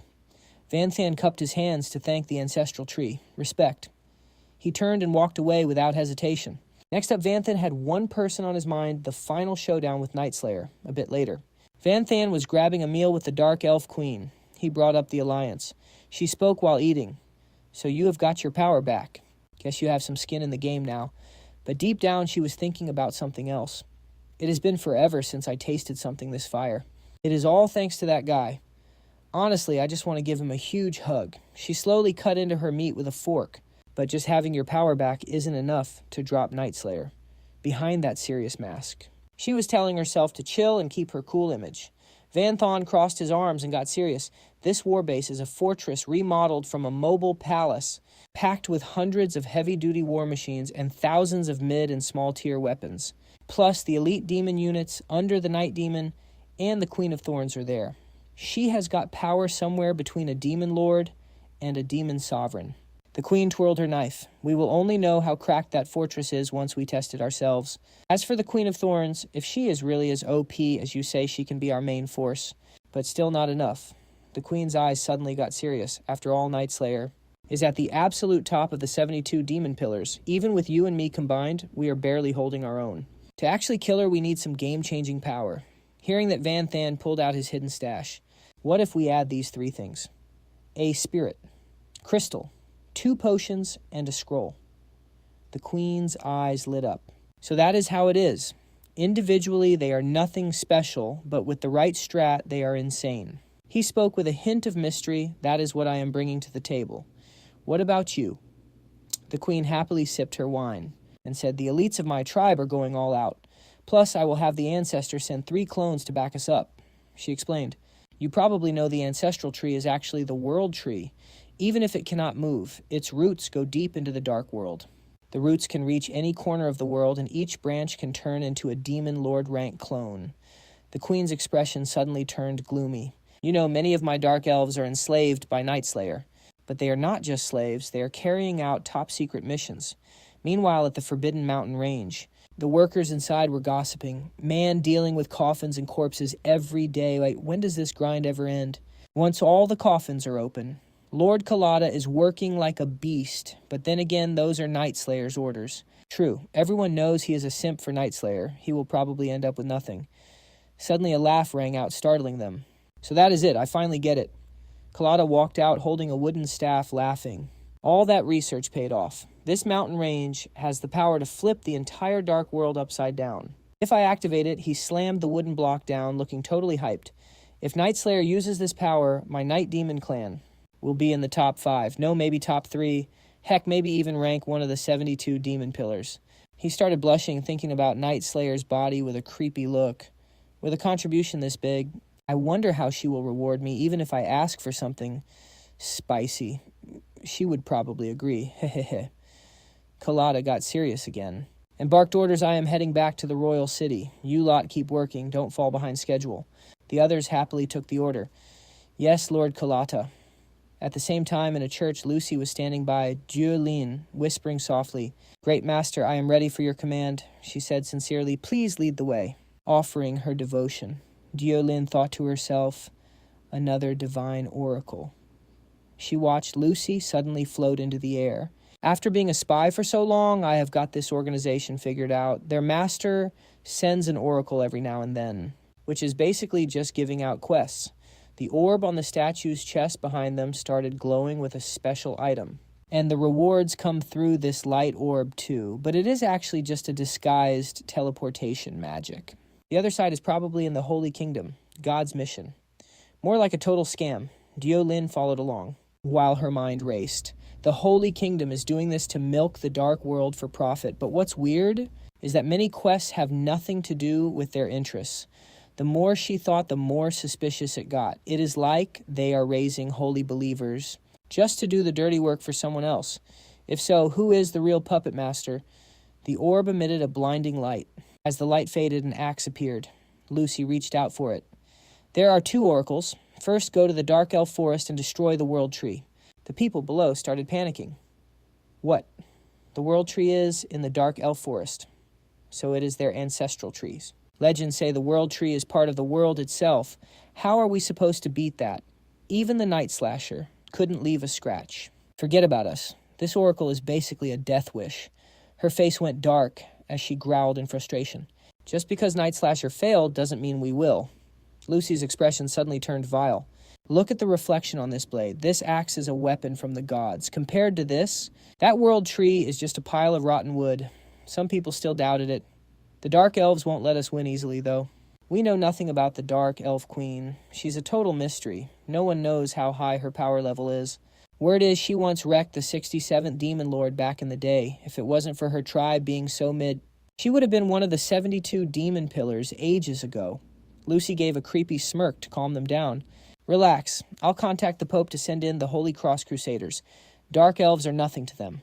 Once they heard that the place went crazy, those Crusaders are the absolute peak force of our faith.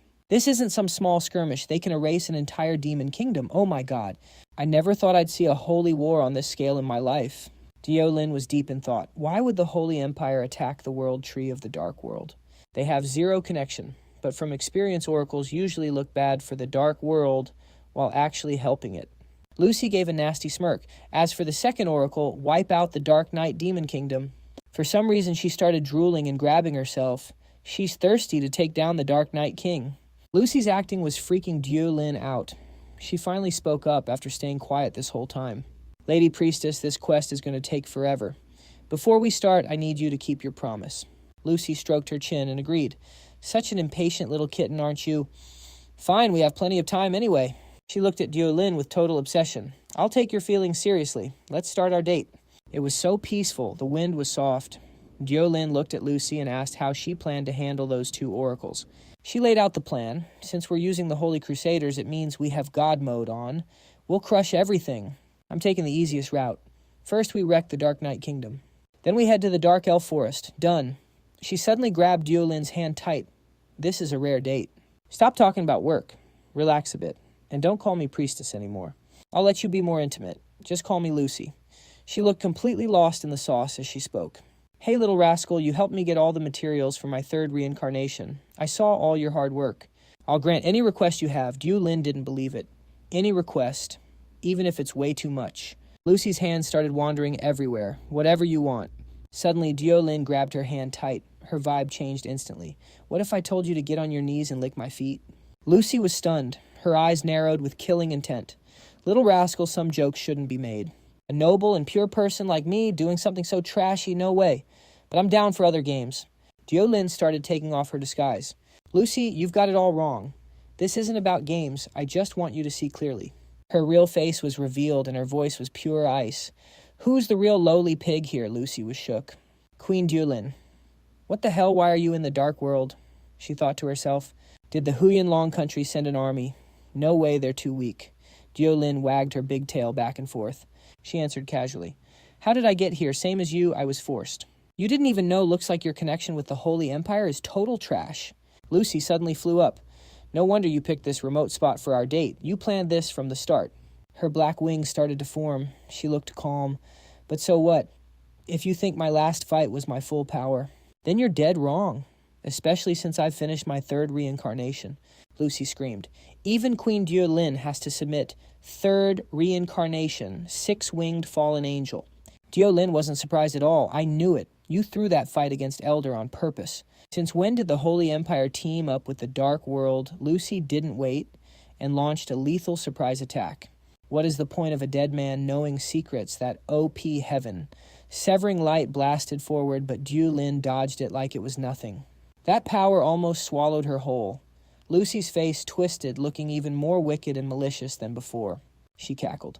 The daughter of the Guardian General, the top genius of Huyan Long, all of it, just useless trash.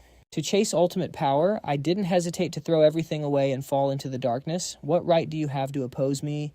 The blast left a massive crater in the ground. Lucy's jaw dropped when she saw Dieu-Lin still standing there totally fine. Dieu-Lin, who was supposed to be dead, was just standing there looking chill. Lucy is absolutely losing her cool right now. Not a single scratch. No way you are just a rank 2 elemental mage. Even with your bloodline talent, this shouldn't be possible. Lucy suddenly realized something. Wait, don't tell me you also Dieu-Lin just smirked. Don't act so surprised. I've been working for you for years, but I used your name to make my own moves plenty of times. A little sneakiness goes a long way. Finishing my third awakening wasn't even that hard. She added with a grin. Oh, and by the way, I took the best loot for myself every single time. The stuff I gave you just trash leftovers. Colorful tails appeared behind her. Rank 3. Elemental Fox Spirit Envoy. Lucy couldn't believe it and went into a frenzy, spamming her dark skills. Creepy skulls lunged at her. Damn you, you little rat. You should be erased from existence by heaven's judgment. While Lucy was acting crazy, Dieu-Lin just stayed calm. Your dark magic ends here. Break solar, wood, demon-slaying pillar. Lucy froze for a moment. My skill was dispelled. What is that wood element?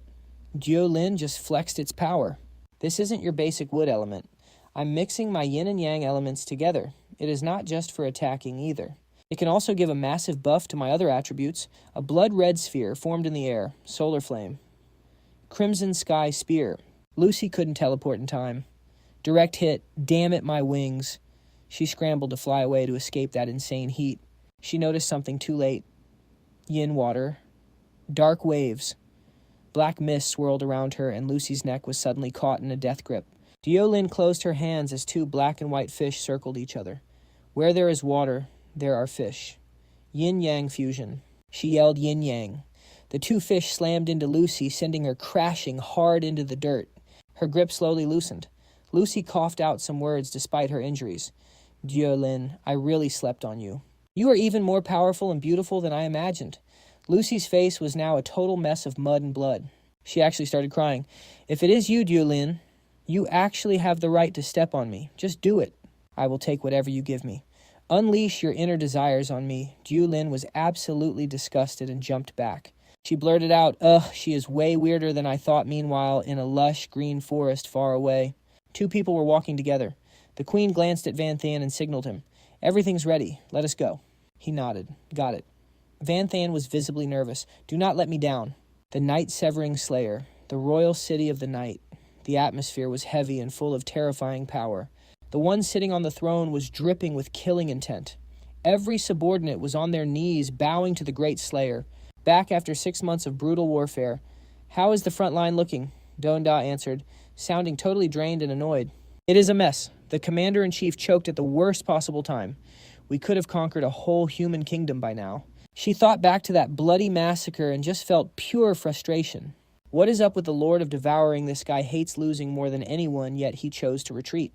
Not only that, he ordered the city to go into full lockdown and stay behind the walls. He did not even show up for the meeting of the 72 pillars. What is he planning? Doanda shook it off. Enough about the war. What is the news back home? The lead subordinate stepped forward to answer. Aside from Penalty getting killed and the Alliance losing nothing much, Doanda's mood immediately soured.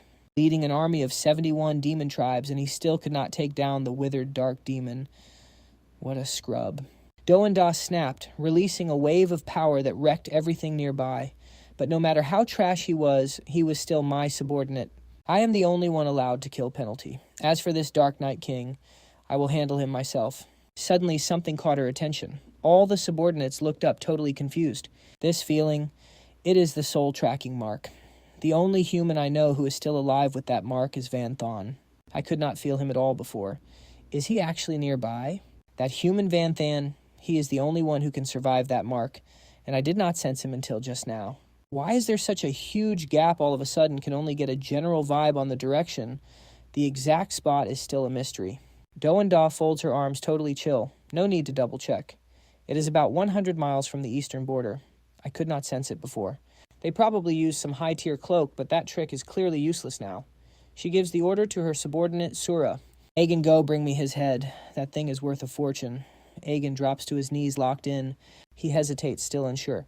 But Great Annihilator, did you not say that the Night Sovereign's true form might actually be that Vanthan Guy Sura looks nervous too? Before 3 demon lords teamed up to jump him, and he still wiped them. With just the 2 of us, I am afraid. Do shuts them down instantly. She explains the real deal. Humans cannot control dark mana. I only said that as an excuse to start a war. Sura and Aegon look hyped.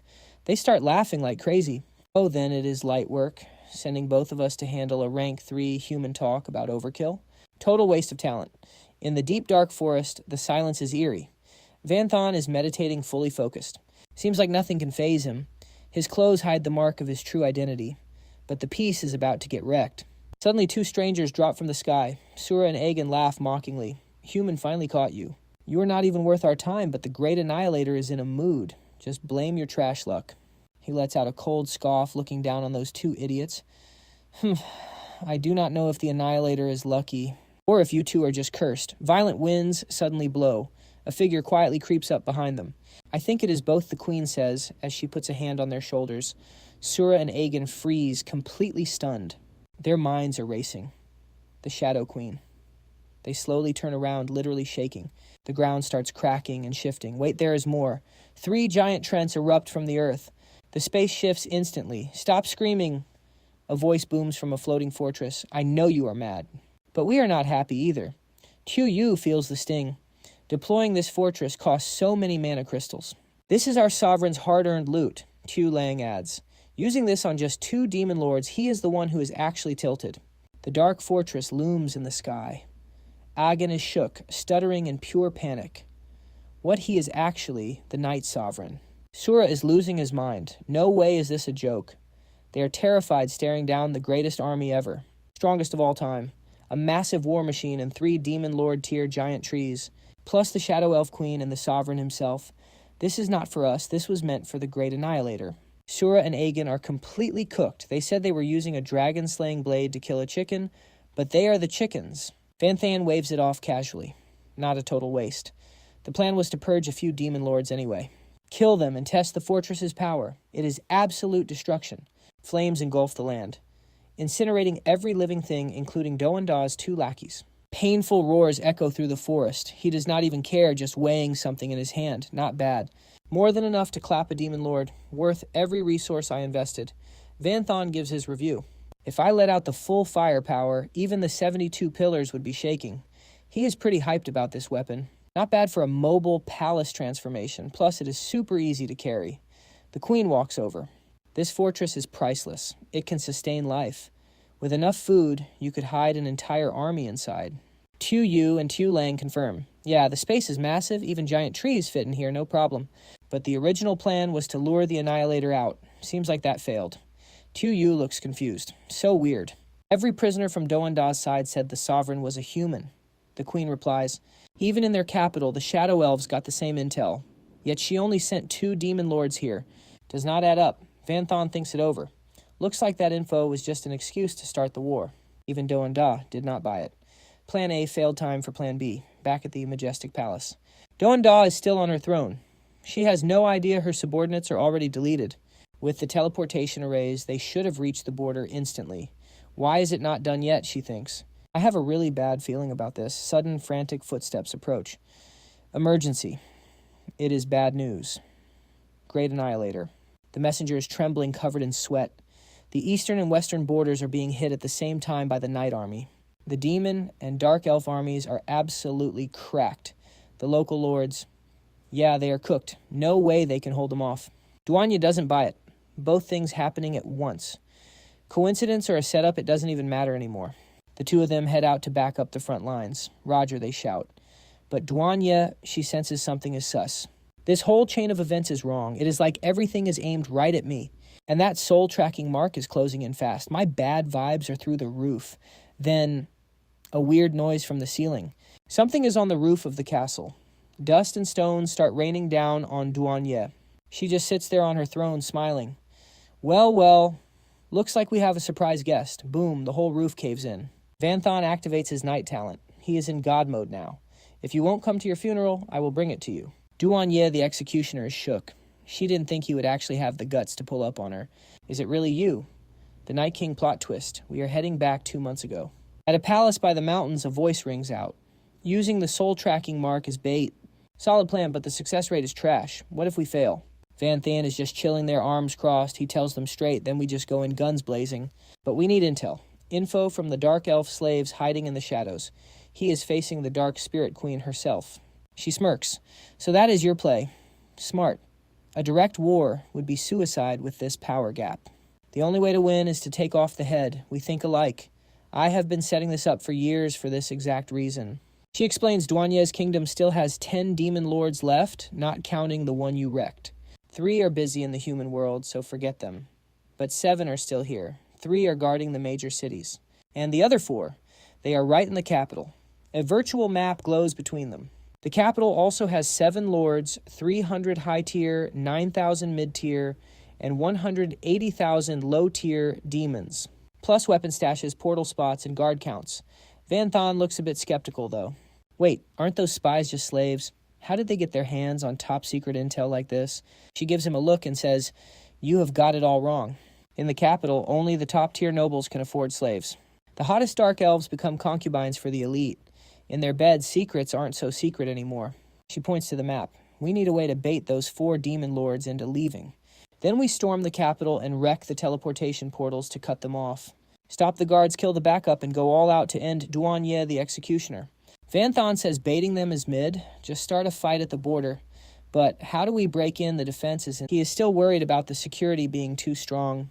The queen reminds him, Can't your war fortress carry living beings? Just sneak us inside. Drop us off once you are in. But Vanthan is not feeling it. He thinks the plan is too basic. Not that easy. My soul mark is just hidden. It is not gone. Other demons might miss it, but if Duanya is there, she will sniff me out before I even get close. She stays cool. Fine. Then we will have to ask the World Tree for a carry. Its roots cover the whole underworld. Duanya's city is about to have a very bad day. After a failed ambush, the Queen and Vanthan stand on the ground, glowing roots wrapping around their feet. She looks ahead. It is go time. Behind her, Vanthan is low-key downing a potion. She says, We are probably going to die, so do not hold anything back. Vanthan flinches for a second. He drinks it, and suddenly he is cracked. Pure power. He crushes the glass in his hand. Got it, let's move. Massive glowing crystals burst from the ground. Back in the capital, everyone is just vibing like usual. People are walking around, and suddenly a massive crack rips through the street. Sharp crystals shoot out of the ground. Everyone is losing their minds. They are all crowding around this weird sight. Wait, what is this? Roots growing from the ground? This isn't even soil? How can roots grow here? Next second, clusters of metallic crystals burst out everywhere, and then a hand rose up from the other side of the dark barricade, making everyone stare in pure panic. Total chaos. The enemy's attacking. Everyone's losing it, running for their lives. Cut to the War Fortress control room. Xiao Yu smashes the fire button without hesitation. Outside rounds of fire rain down on the town. Yun Chen and the Queen charge forward with zero chill. They know it. The final battle is on. Cut to Yun Chen, his voice cold as ice. We wrecked the teleportation array. No one is coming to save you. Duanya, the extermination engine, sits there trembling, leaking dark energy. Then she starts cackling. She sneers, You destroyed the reinforcements just to deal with bugs like you. Her eyes turn sharp. She stands up just as a giant tree launches a surprise attack from behind. Duanya doesn't even flinch. She raises her hand with god-tier speed. One heavy strike to the giant tree. In an instant, its arm is shredded into 1,000,000 pieces. She smirks. This pile of rotten wood is what you're betting on. But a second later, she's stunned. Pink sprouts are growing from the debris under her feet. Instantly, they turn into snakes surrounding her. Duanya's eyes dart to the corner. There she is, Xiao Jing in her Thorn Queen form surrounded by dark python vines. Duanya slices through the snakes instantly, pointless. But wait, there's more. A flash of light cuts through the smoke. Duanya skids to a halt. The queen draws back her bow. It's the glacial gaze. She smiles. Hey, long time no see. This won't let you get bored. Duanya recognizes her. You then boom. The blue arrow streaks forward with massive power. Yunchen unleashes starfire ashes. Both powers merge, slamming straight into Duanya. She's still got that poker face, even now. Suddenly, a massive shockwave rocks the castle. A giant pillar of light shoots into the sky, piercing the clouds. Someone screams, "Oh no!" The king's palace just blew up. Get the demon lord here now. The guards are sweating bullets. Lady Extermination is under attack. The teleportation array is trashed. Who knows when it'll be fixed? We don't have time for that. A voice rings out, making everyone turn their heads. My people, do not panic. The voice echoes. The war has begun. Focus on your roles. Duanya growls, as for these ants who dared to ambush me, I'll wipe them out myself. The Dark Elf Queen laughs and charges. Ants. Big words for someone so talkative. She uses Primal Shadow Blade. Duanya counters instantly with Ruin Scale armor. She sneers with pure contempt. Calling you an ant was a bit rude, but so what? You're still just a loser who can't beat me. The queen grits her teeth in fury. Right then, Yunchen dives down, aiming a fist at Duanya's head. She dodges like it's nothing. She swings back at him. Are you really counting on them to flip the script? She keeps pressure on both of them, laughing. If that's your plan, it's honestly pathetic. Xiaojing isn't quitting. She commands an attack, throwing out a blue flower.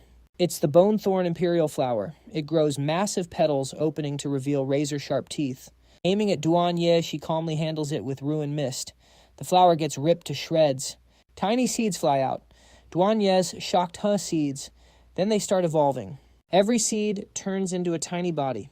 It's the parasitic seed mutation skill. Xiaojing slams her hands together. Boom. Duanya breaks free, but she's looking pretty beat up. She screams, "You annoying brat." She turns on Xiaojing. Just die. A giant tree suddenly blocks her. Stone spears pierce right through them. Xiaojing says thanks. It gives a thumbs up. The queen charges in, laughing out loud. How does it feel getting wrecked by an ant? Duanya blocks the hit, ignoring her injuries. Flower spirits handle the long-range harassment. Infinite matriarch clones are the meat shields, and you are the main carry. This strategy is honestly annoying, but Duanya is more curious about Van Than. She glares at him, wondering what his next move is. From a distance, he is cooking. He fuses the magic swordsman flame buffs with the Tiger Clan's fist style. Then Van Than charges straight at her. I am here for your life. Spectral beasts erupt beside him. Thundercloud flame, beast fist. Duanya effortlessly blocks the strike. She smirks. Oh, interesting. Fine, let us play. They clash head-on. Van Than roars again. Duanya does not break a sweat. She tanks every hit like it is nothing. His punch is totally useless. She literally yawns. Boring. If you were just trying to tickle me, nice job. Then her face goes cold. But if you want my head, you are miles away. She summons a massive shadow hand to finish him. Playtime is over. Die. Suddenly, the queen steps in and tanks the hit. Not on my watch. At the same time, the giant tree rushes in. Xiaojing screams while attacking. Don't you dare touch my master. Thousands of light arrows rain down like needles, ravage vines and decomposition. Poison monsters swarm the field. They all evolve, instantly locking onto Duanya for a massive assault. She is still cocky, holding them off easily, but then she realizes something. Wait, something is wrong. The Dark Elf Queen is clearly the strongest here. She should be the main DPS. So why is everyone acting as support? Just to set up an opening for Van Than Duan, Yes starts to sweat. It is almost like Van Than, the guy who can't even scratch me, is actually the main carry. This makes zero sense. She screams. Boom. Van Than strikes. Her arms are charred black. It burns. It actually hurts. She thinks, wait, this flame, I know this. It should be the night goddess's nether demon flame, but it is different. It has evolved. Is she struggling against him? This kid, he is exploiting the fact that I am busy sensing. Origin power, human or demon, once you possess an origin skill, you have stepped into the 4th rank realm, the demon venerable domain. Even just a tiny spark of origin power is enough to make you a god among men. He is not stopping there. If someone fully masters an origin power, they reach demon lord rank, equal to the 72 pillars of hell, or a national guardian level above rank 4. But the fastest way to master it is to feel it with your own body. Duanya is distracted overthinking while fighting Van Than.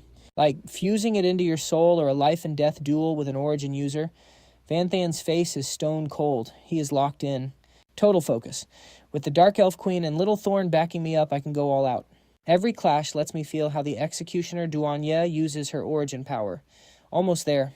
Just a bit more, and I will unlock the explosive flame origin. The power of the Flame Demon Lord himself. Van Than's pressure is actually wearing her down. This is bad. If he actually masters origin power alongside the Queen, I will be facing 2 straight-up Demon Lord level threats. She ducks a strike, panicking. This is definitely not a good sign. She lunges at Van Than, but he is too fast. He dodges by a hair. Mutated plants slam into her, knocking her back. She scowls. Their support is too perfect. I haven't even landed a scratch on him. She grits her teeth, fuming. Something is wrong. No matter how good their teamwork is, it shouldn't be this flawless. This isn't just a strategy. It is like he has insane luck. So annoying, she yells. Boom. Huge explosions rock the ground, startling her. She snaps. Useless trash. You can't even handle one hunk of iron. Where are the siege weapons? Blow it to hell now. A soldier runs up, terrified. Commander Executioner. The Dark Elf Queen's slaves in the capital. They have revolted. The entire armory has been destroyed. Duanye is shook. What she whips around to strike the Queen. You little rat. No wonder you have been hiding in the shadows all these years. You have been planning this. The Queen just chuckles. Oh, getting desperate, she stands her ground after all the hell my people went through. Blowing up a few warehouses is nothing. Duanye narrows her eyes, blocking the counterattack. She slammed into the ground. Hard. Transition. Xiao Yu smashed the keys with a grin and shouted. The strike zone is locked and loaded. Duanye's demons were forced to scramble for cover in the bunkers. Next step is the cleanup. All units move out. The Night Warriors' demons and the Shadow Army lined up for orders. One command, and they charged out like absolute rockets. The enemies below were stunned. Constant attacks sent them running for their lives. Damn it.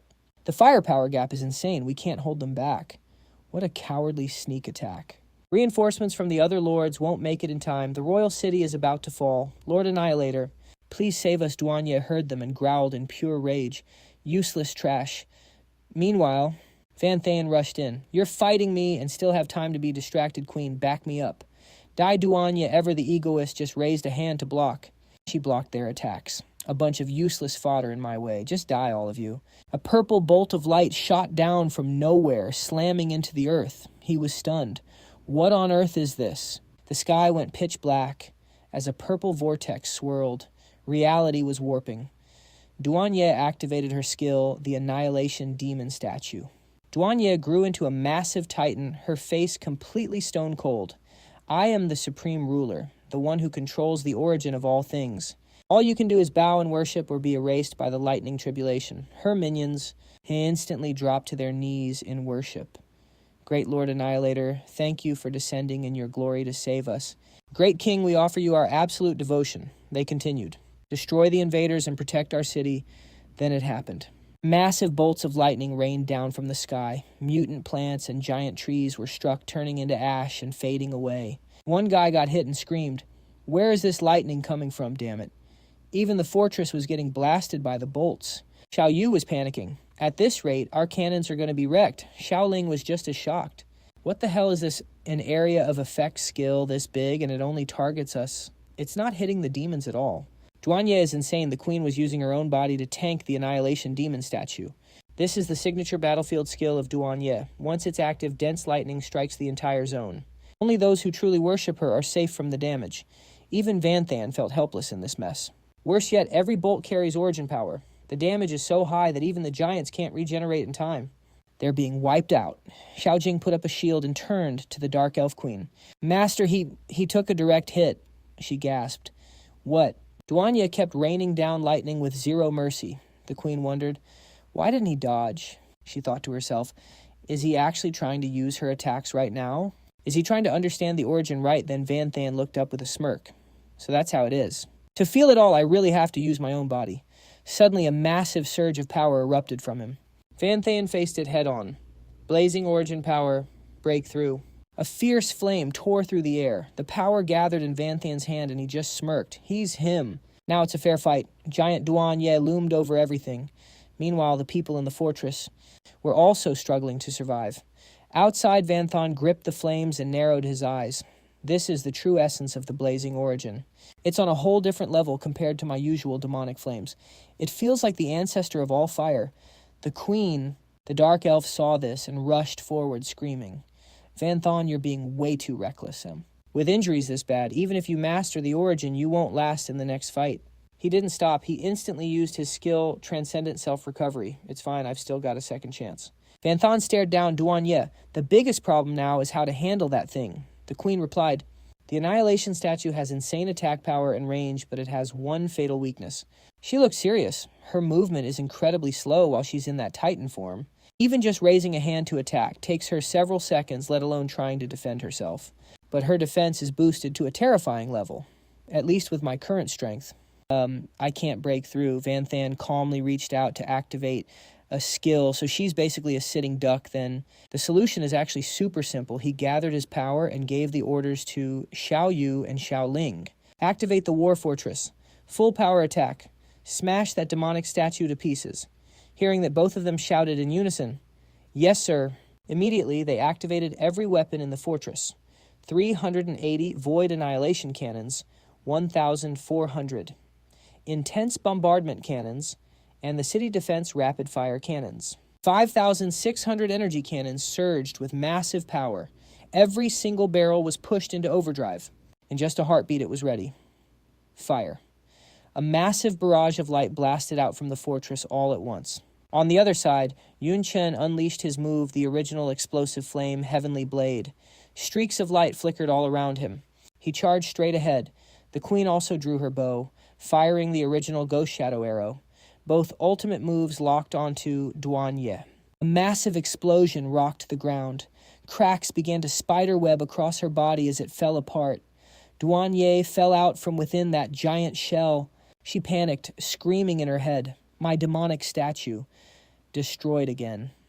Yun Chen rushed forward and shouted, "Hurry, end her, while she is down."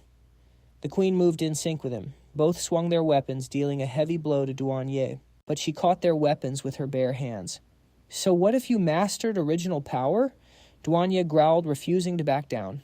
"You two nobodies really think you can kill me?" The executioner Duanye suddenly vines appeared out of nowhere and bound her arms tight. She froze in shock. Right then, Xiaojing was below casting magic to keep Duanye pinned down.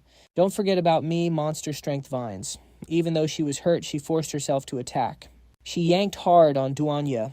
The vines wrapped around the enemy's arms, dragging her down backward. Yun Chen and the queen unleashed their assault on Duanye. Thanks to Xiaojing's support, their hits landed clean. Duanye let out a blood-curdling scream. Losing her chance to fight back, she slammed hard onto the floor of the fortress. Xiao Yu and Xiao Ling hugged each other, cheering. It hit. Finally, we dealt some real damage to that executioner. Duanye was fuming, gritting her teeth. "Damn it. It is all because of that annoying weed. If it were not for her. How could two trash like you even scratch me?" Yun Chen did not stop. He charged at her again. But Duanye still had fight left in her. Keep the pressure on, do not let up. They showered her with attacks. From behind the queen rained down 1,000 arrows. The arrows pierced through Duanye, making her wince and hiss. After the barrage, she just stood there motionless. She looked exhausted, but then she stomped her foot and screamed. Night Overlord Yun Chen broke into a cold sweat. Another massive AoE attack. She is literally betting her life on this. If we can just block this one hit, the queen can counterattack. Suddenly, Duanye stopped. Yun Chen was confused. A feint. Then she spun around and leaped far away from him. The queen realized the trap and panicked. Oh no, she is targeting Xiaojing. The giant tree protecting her was already smashed to pieces. How could she survive a direct hit from the executioner? Duanye stood over Xiaojing, sneering, "Killing you will be like crushing a bug." Too easy. Xiaojing saw she was defenseless. Tears welled up in her eyes. "I am a goner." A slash rang out. Blood splattered everywhere. Xiaojing cried out in fear, but then she saw Yun Chen had jumped in to take that fatal hit for her. His mouth was covered in blood, but he forced the words out. "Sorry, Xiaojing, for hurting you before. Consider this my apology." She looked at him in total shock. Master Blood Mist hung in the air. Duanye's hand pierced right through Yun Chen's chest. He froze, gasping for air. Xiaojing's eyes widened. "Master." She was terrified, calling out for him. Yun Chen winced in agony, looking down at the hole in his body. "Damn it. Happened too fast. I did not even have time to guard." Duanye looked at him with a cruel smirk. "You stupid brat, risking your life for a mere summon." "Fine, then pay for it with your life." Without hesitation, she landed another brutal blow. Yun Chen let out a scream of pure pain. His body could not even recover from the first hit before the ground beneath him caved in. He was dragged across the floor for a long way. She looked at her hand, fascinated. This feeling isn't half bad.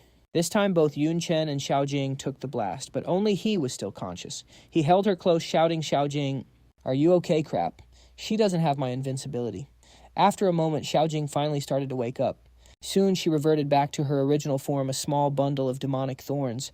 She whispered, "Master, you..." Yun Chen knew what she was worried about and tried to calm her down. "Do not worry about me. It missed my vitals. Remember, I have got insane luck on my side. Now go back and rest." As she began to fade away, she gave him one last worried look.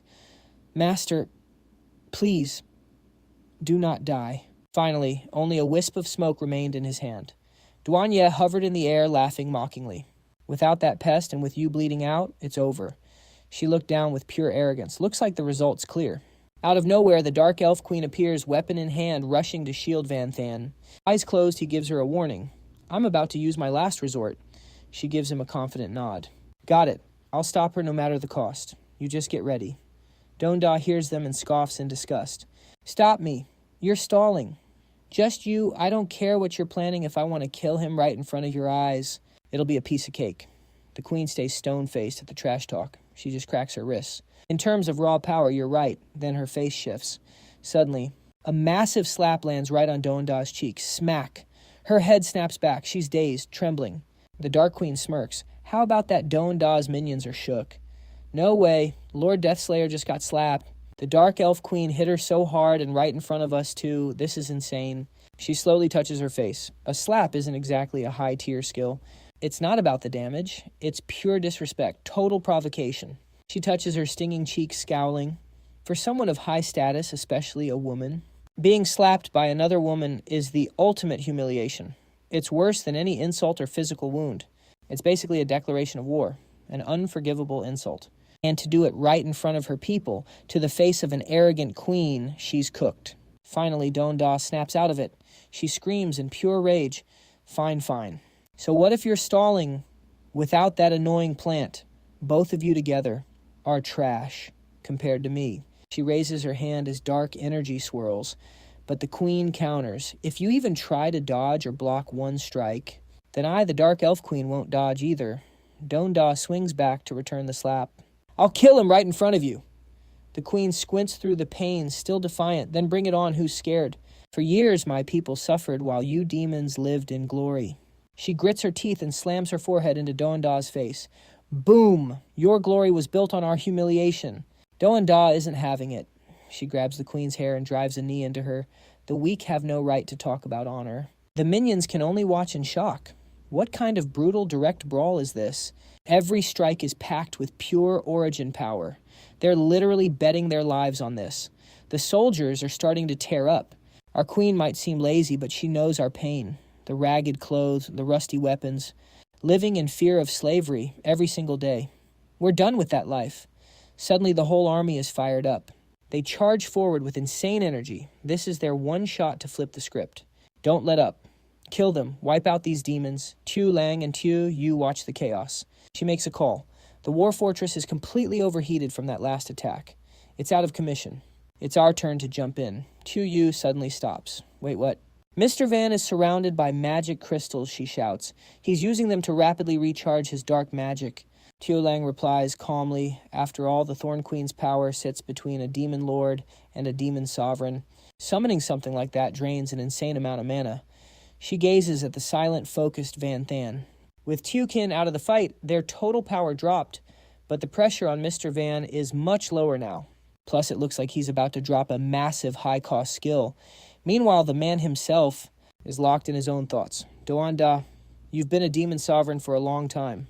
Her energy is bottomless. Her stats alone are enough to crush me, to take her down. Myriad cycles isn't enough. I need the all-class fusion skill. Merge all base stats. Suddenly, Van Than's eyes snap open, glowing bright. But if I take myriad cycles to the next level, it's a different story. A blinding pillar of energy lights up the entire sky.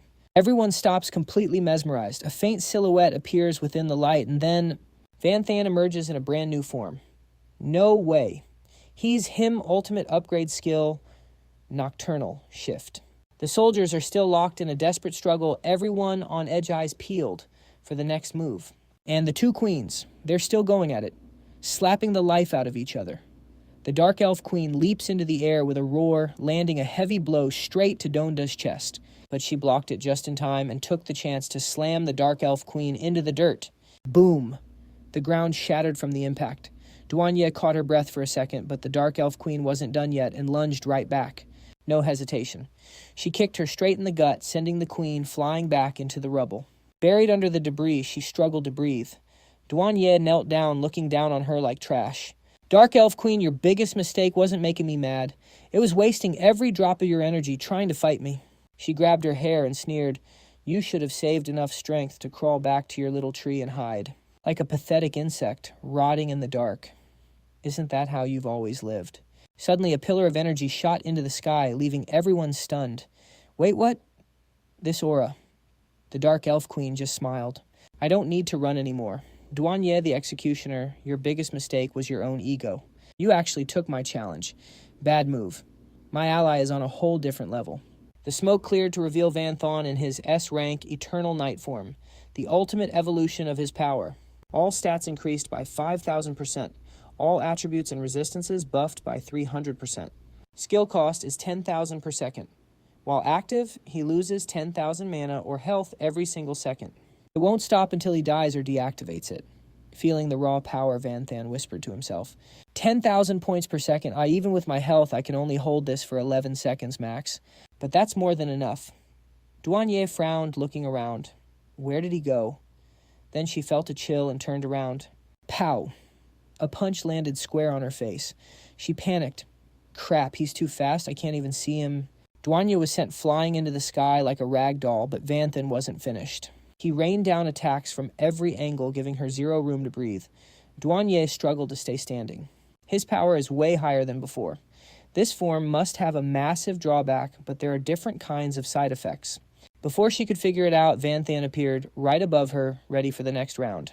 Duanye didn't waste time and unleashed her ultimate move, Crystal Destruction. Won't even let me breathe, huh? You're in quite a rush. Vanthan narrowed his eyes. Skill fusion, chantless casting. He combined his peak techniques with Origin Flames to create the ultimate fire blast, completely wrecking her attack. A massive fire vortex engulfed Duanye. Vanthan was right on her tail. With a cold, dark expression, he didn't say a word. He just smashed his fist into her face before she could react. He kept hitting her over and over, getting revenge for the Dark Elf Queen. Blood and energy painted the area red. After a while, he raised his hand high, took a deep breath, and hammered her deeper into the rocks. Duanye barely held up her hands to block still talking trash. You're desperate. Looks like you can't keep this form up for long. I can feel your mana is almost empty. Even your life force is draining fast. No wonder you're rushing. Such a huge drawback. Since you're so confident, I'll just play defense. In less than 10 seconds, you'll be dead. His final strike was blocked again by the Executioner. Vanthan frowned. His attack hit a layer of scales. He couldn't deal any real damage to her body. Xiao Yu helped the Dark Elf Queen over. Suddenly, thick scales started growing all over Duanye's body. Xiaoling hesitated. Is that... The queen nodded. Yeah, it is. That's the second innate bloodline ability of the Duanye demons. Besides the Soul Hunter mark, there's the Absolute Scale. Most Duanye demons have this. They grow special scales that can completely nullify attacks. It's an insane defense.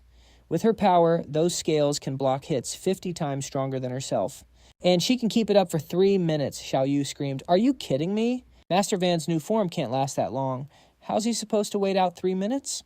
If this keeps up, we're done for. But the Dark Elf Queen just stayed calm. Yeah, someone's losing, but it's not him. Think back to everything that's happened. The surprise attack. Xiao Qin's fight, the back-to-back battles, Vanthan's previous powers, and his mastery of Origin energy. My taunting his current god mode and the way he's been relentlessly hunting her down. It creates an invisible, massive pressure, and what was the point of all that the queen already knew? Seeing Duanye cower like that, the once arrogant and unmatched Soul Slayer, doesn't even dare to fight back or dodge. She's just hiding in her shell like a total coward. Pure passive defense while waiting to get wrecked. Yun Chen just smirks and asks, You scared yet? Before she can even answer, boom, he slaps a talisman on her forehead. You lose. He just watches her like she is trash. That is a rank a soul contract right there. Once activated, there's a 50% chance to bind the target's soul, an absolute master-servant bond that cannot be broken. It only works when the target is paralyzed or gives up. The success rate goes up if the user is more OP than the... Duanya realizes what is happening and screams in terror. This is a soul contract. 2 years in the dark world made Yunchen a total beast. He has got power and serious stacks now. From secret vaults to blood-soaked battlefields. He has seen things no human has ever heard of. The dark world is built different. Even the air there is superior to the human world, let alone the crazy materials found inside. Back to the fight. If Yunchen has one thing that even the dark world lacks, besides his broken system skills, it is the exclusive system rewards. Like limit-breaking stones and luck potions, he grabs a bottle and yells, "You lose." Pure energy surges toward the frozen Duanya. She tries to slap it away like it is nothing. How dare you? You think you can enslave me? This trash contract is nothing. Yunchen is not backing down. Dream on, he used his ultimate form and burned his own life force just to save enough dark mana for this exact moment. Eye of Darkness. Activated Duanya is completely frozen. She is shaking in fear. No way. The Eye of the Dark Goddess. Yunchen slams his hand down. The moment you gave up and went full defense, you left yourself wide open. You were cooked from the very start. Energy blasts out, swarming the paralyzed Duanya. Become my slave. Soul Slayer. She screams in agony. No, but the light seals are already locking onto her. Suddenly, crack. The sound of something breaking gets louder and louder. Xiaolang is panicking. Oh no, the soul contract is failing. Xiao Yu stays calm, though. It is fine. The rank gap is just too massive. Duanya laughs like a maniac. You are so stupid. I am one of the 72 demon gods, the Soul Slayer. You think a trash rank, a contract can hold me. Yunchen does not even blink. Celebrating too early. If rank A fail, then let's go rank S. He uses the limit-breaking stone to evolve the item. Energy starts swirling like crazy. The light explodes with his roar. Limit break, soul contract, rank S. After activation, there is a 70% chance to bind the target's soul. Only works on targets who cannot fight back. Success chance increases if the user's stats are higher than the target. Duanya struggles to speak. Dark King, do not forget this is just a game of luck. With our stat difference, your success rate is barely 1%. If you fail, you are dead meat. Yunchen's power state is fading, 1%. He just smirks. Have you not realized yet? I am feeling pretty lucky today. Duanya's heart drops. It makes sense now. His perfect teamwork, his survival. Even after she stabbed him, she screams in rage. A luck potion. No way. Her subordinates are watching from afar, wondering who actually won. Xiaolang is praying, please work, please work, please work. Xiao Yu is desperate. Please.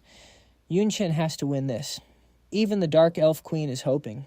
Yunchen, I bet everything on you. You better win. Time feels like it stopped. The energy on Duanya disappears. She goes feral. Die. Dark King. Xiao Yu gasps. Did it fail? Xiaolang screams, look out. But Yunchen just calmly raises his hand. Kneel. And she drops. She hates it, but her body has no choice but to obey. I am a supreme demon god, and I am a slave. No way. Van Thane turned away, but gave a kind heads up the soul contract was already locked in. Your life is literally in my hands now. If you try to resist, you already know the consequences. Right Da could only go silent and hang her head. After a long moment, she completely folded and bowed down. Please forgive my disrespect, Master. Meanwhile, the group of dark elves. They were absolutely hyped seeing this. We won another massive W for our Dark Knight Monarch. This is a victory for the whole Dark Elf race. But Doanda's crew total depression. The Eradicator lost. That's impossible. I gotta be dreaming. Seeing the victory, the Dark Elf Queen felt way better. Everyone's getting a bit too worked up. It was just a combat drill, everyone. My bad, I forgot to tell you guys. Van Than jumped in, throwing his arms around them and acting all hyped. The truth is, we've been bros for a long time. We just staged this whole crisis to keep you guys on your toes. Doanda was annoyed as hell. Like, is he for real? Who's actually going to buy that lie? But Van Than whispered a warning. Doesn't matter if they believe it. They just need an excuse to escape the despair. And only you can keep them in line. What, you want me to just wipe out your entire kingdom instead? She looked at his hand, then finally played along. She still looked a bit dazed. Fine. I get it. Then she thought to herself, Van Than, oh, Van Than, you're way more ambitious than I thought. Meanwhile, at a ruined construction site, demon workers were gossiping while they worked. Spilling the tea, one said, "Yo, I heard the Eradicator actually knelt down before the Dark Knight Monarch." Another worker snapped back, "Stop capping. No way that happened. Did you see it with your own eyes?" The first guy replied, "Well, no. But the guards said so. They just got scolded for talking trash. It was just a drill, bro." But the rumors were already spreading like wildfire. Think about it. A drill. Really, the Dark Knight demon is one thing, but why fight those lowly elves? Did our queen actually catch an L? The Eradicator can't lose. But outside the palace, the whispers were getting louder. Regardless, the 3 demon lords guarding the major territories had all returned. Whatever happens, they can handle it. Inside the side hall of the capital, it was dead silent. The 3 lords sat like statues while everyone held their breath. Then Do and Da just lost it. "Who told you guys to come back? I told you it was a drill. Get back to your territories." The subordinates were shaking. But Boss the Capital sent a distress signal, so we rushed back. We never heard anything about a drill. Meat Sat looked worried. And on the way here, I heard some nasty rumors. She gritted her teeth. "What rumors?" He stammered, feeling her intense killing intent. The guard said, "It looked like you knelt to the Dark Knight Monarch." Smack. She shut him up real quick. A second later, he collapsed with his eyes rolling back. Everyone was shook. Doanda started screaming. "You believe everything you hear? Use your brains? You think I'd actually lose in a real fight? That was just a warning. If any of you talk trash again, I'll crack your skulls open. Now get out." They turned pale and scrambled to leave.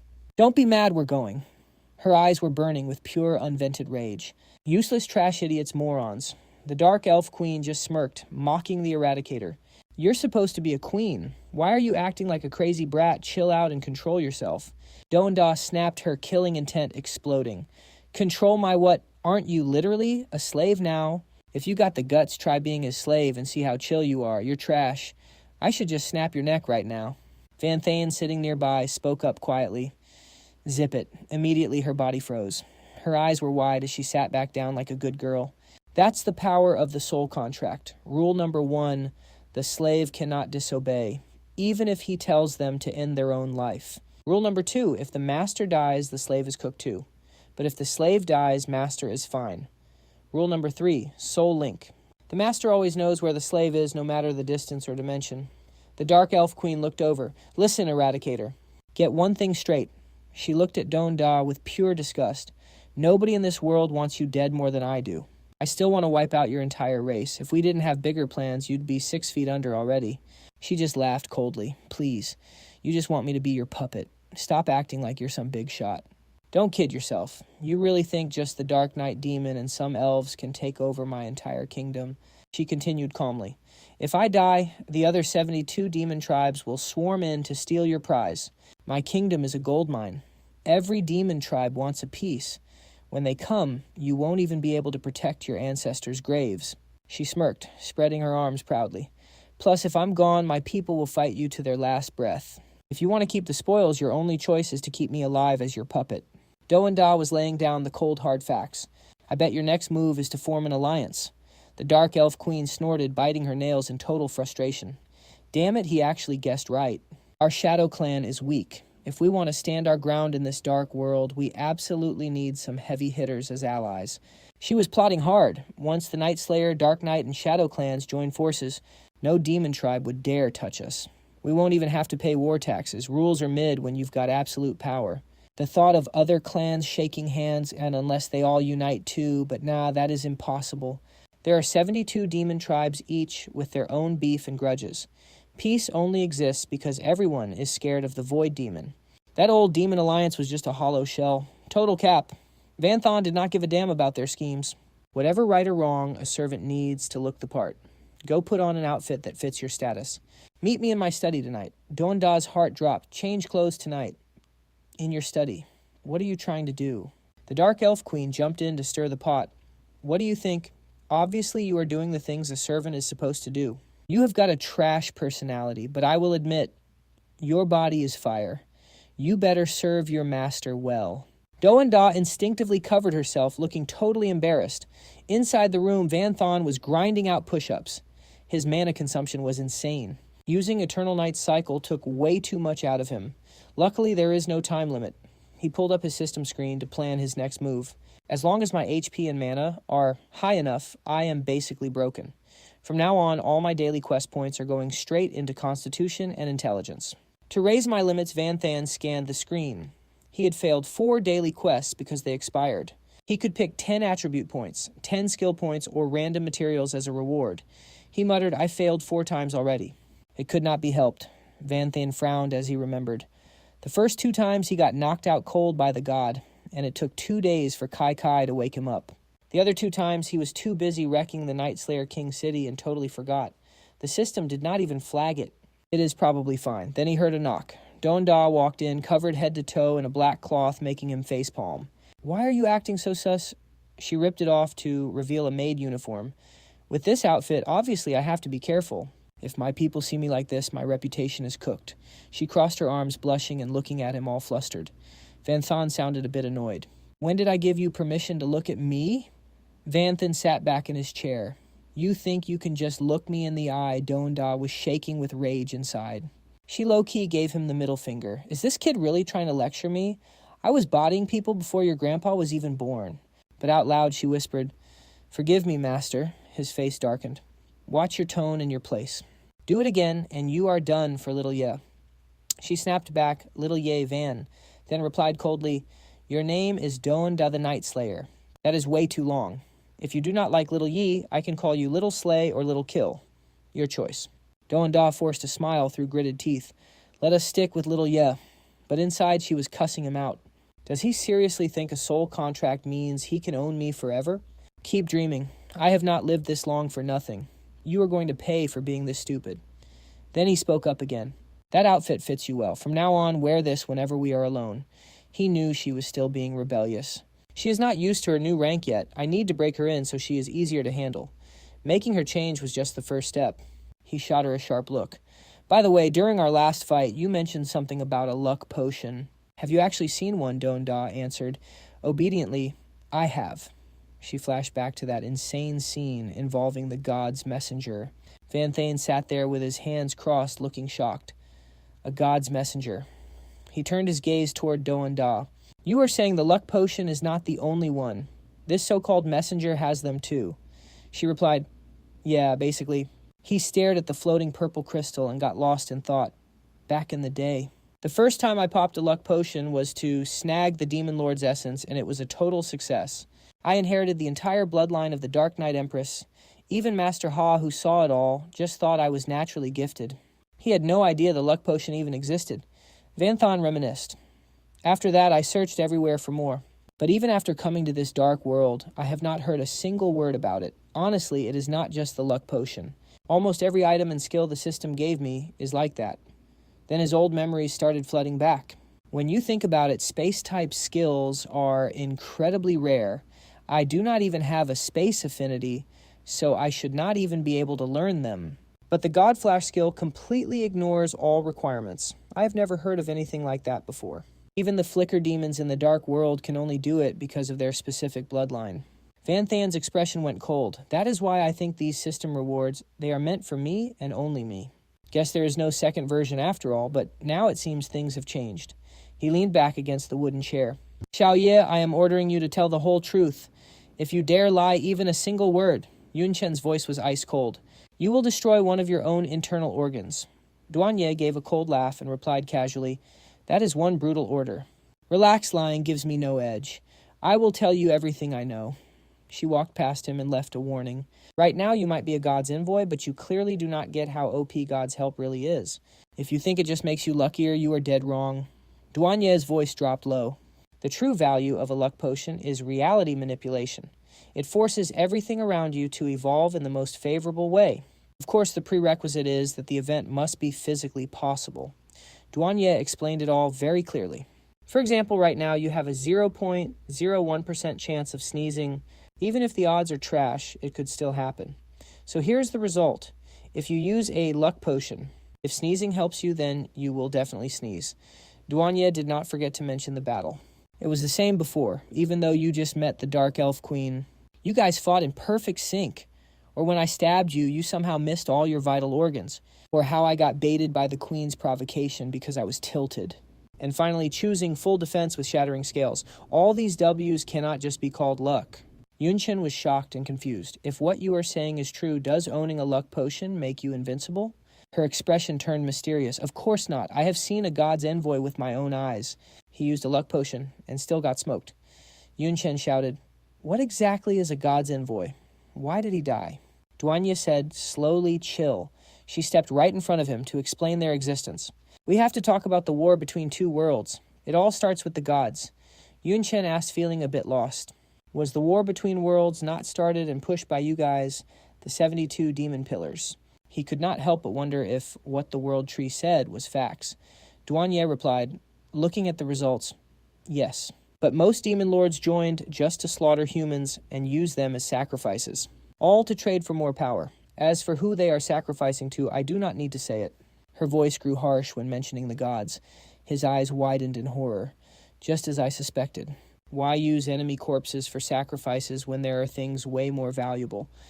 Now I see it was all a setup." Duanya grew quiet and added softly, "As everyone knows, there are two gods, each ruling a world. We call them the human god and the dark god. These two gods are enemies just like our worlds." Her voice became heavy. "I do not know why, but it is clear the two gods are using our worlds as a chessboard. Every living thing, including you and me, are just pawns in this game. As for the state of the game, you have traveled between both worlds, so you should know better than anyone." Yunchen went silent and evaluated the situation. The dark world has the absolute advantage. Thoughts began to race through his mind. From the lowest tier to the top, the demon race is built different. They outclass humans in both quality and quantity.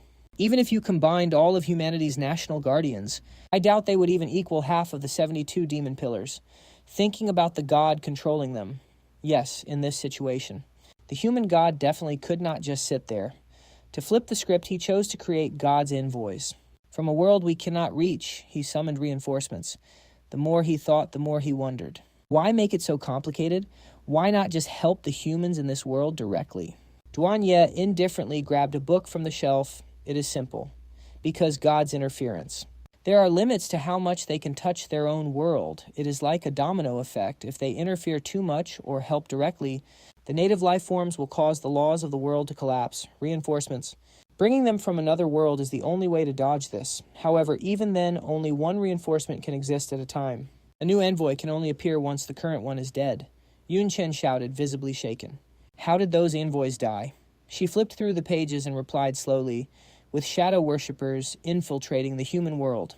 Combined with our secret support taking them out was not that hard. Of course, there were other human factors too. Internal beef or whatever, compared to them, you're basically one of the longest living divine messengers around." His gaze turned sharp. "What's your proof? I'm a divine messenger. Just because of one luck potion." Suddenly Duanya's eyes shifted as she activated soul-snatching gaze. "Ask that to anyone else, and those other demon lords might actually be fooled by you. But not me.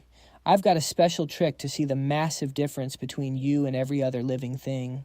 In her eyes, two distinct shadows appeared, the second soul living inside his body. This isn't just some split personality thing. Having two completely different souls only happens to divine messengers. Vanthon's face went dark as he shouted, "How can you even see?" That he was absolutely shook. "I thought only the void and the world tree could see souls.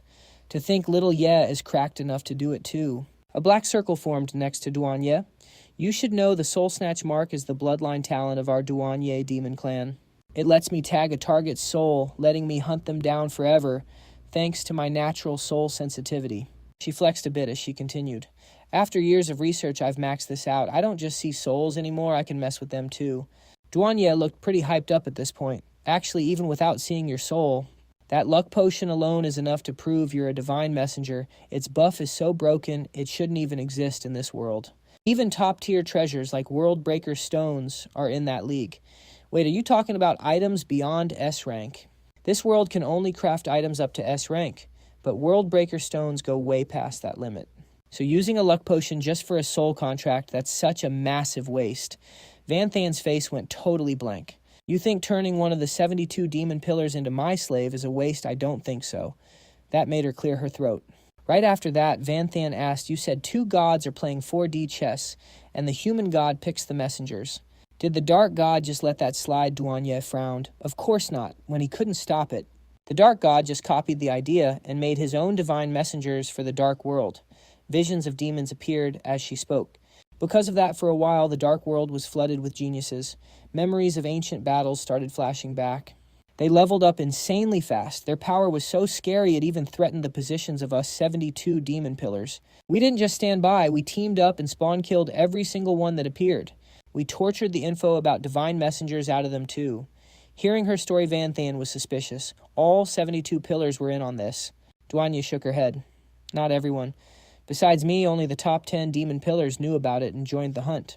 She quickly name-dropped some proof, like the devouring lord of Pillar 2 and the destroyer demon from Pillar 4, and the shadow spider from Pillar 5, plus pillars 6, 7, and 9.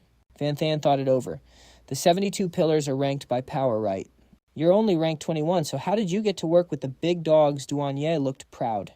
They're stronger, sure, but none of them can mess with souls like I can. That's why I was picked. Van Than kept digging. What about the void demon in the first pillar? She was crying inside at how clueless he was.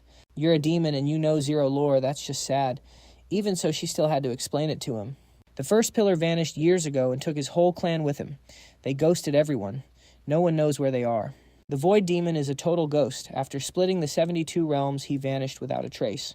Duanya crossed her arms. As long as they don't show up, the devouring lord from Pillar 2 runs the dark world.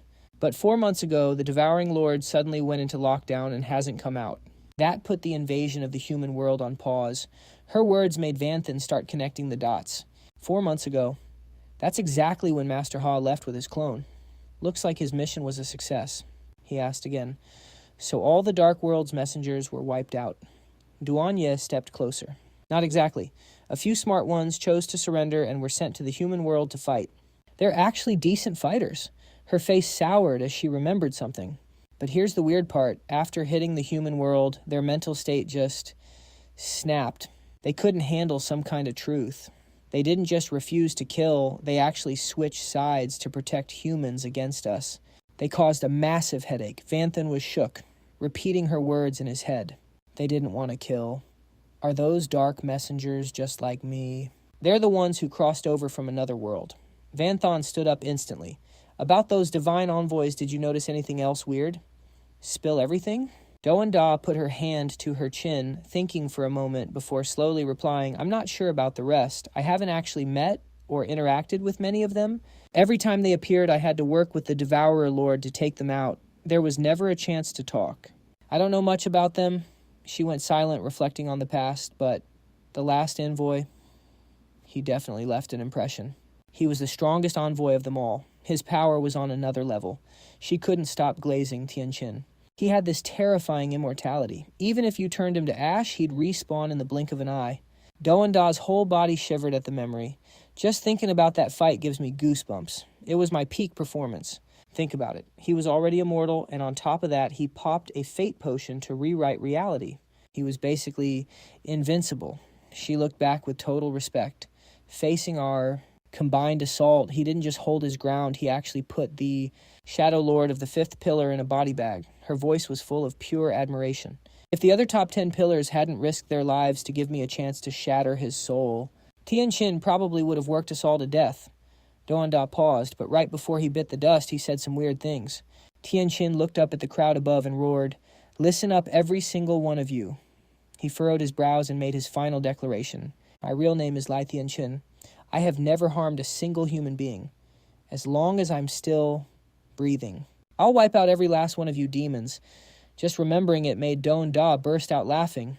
It was so pathetic. His soul was already shattered. He was totally cooked, and yet he was still yapping about revenge. He got deleted by the Devourer Lord the second he finished his speech. Doan Da mocked him with a grin. You want to live?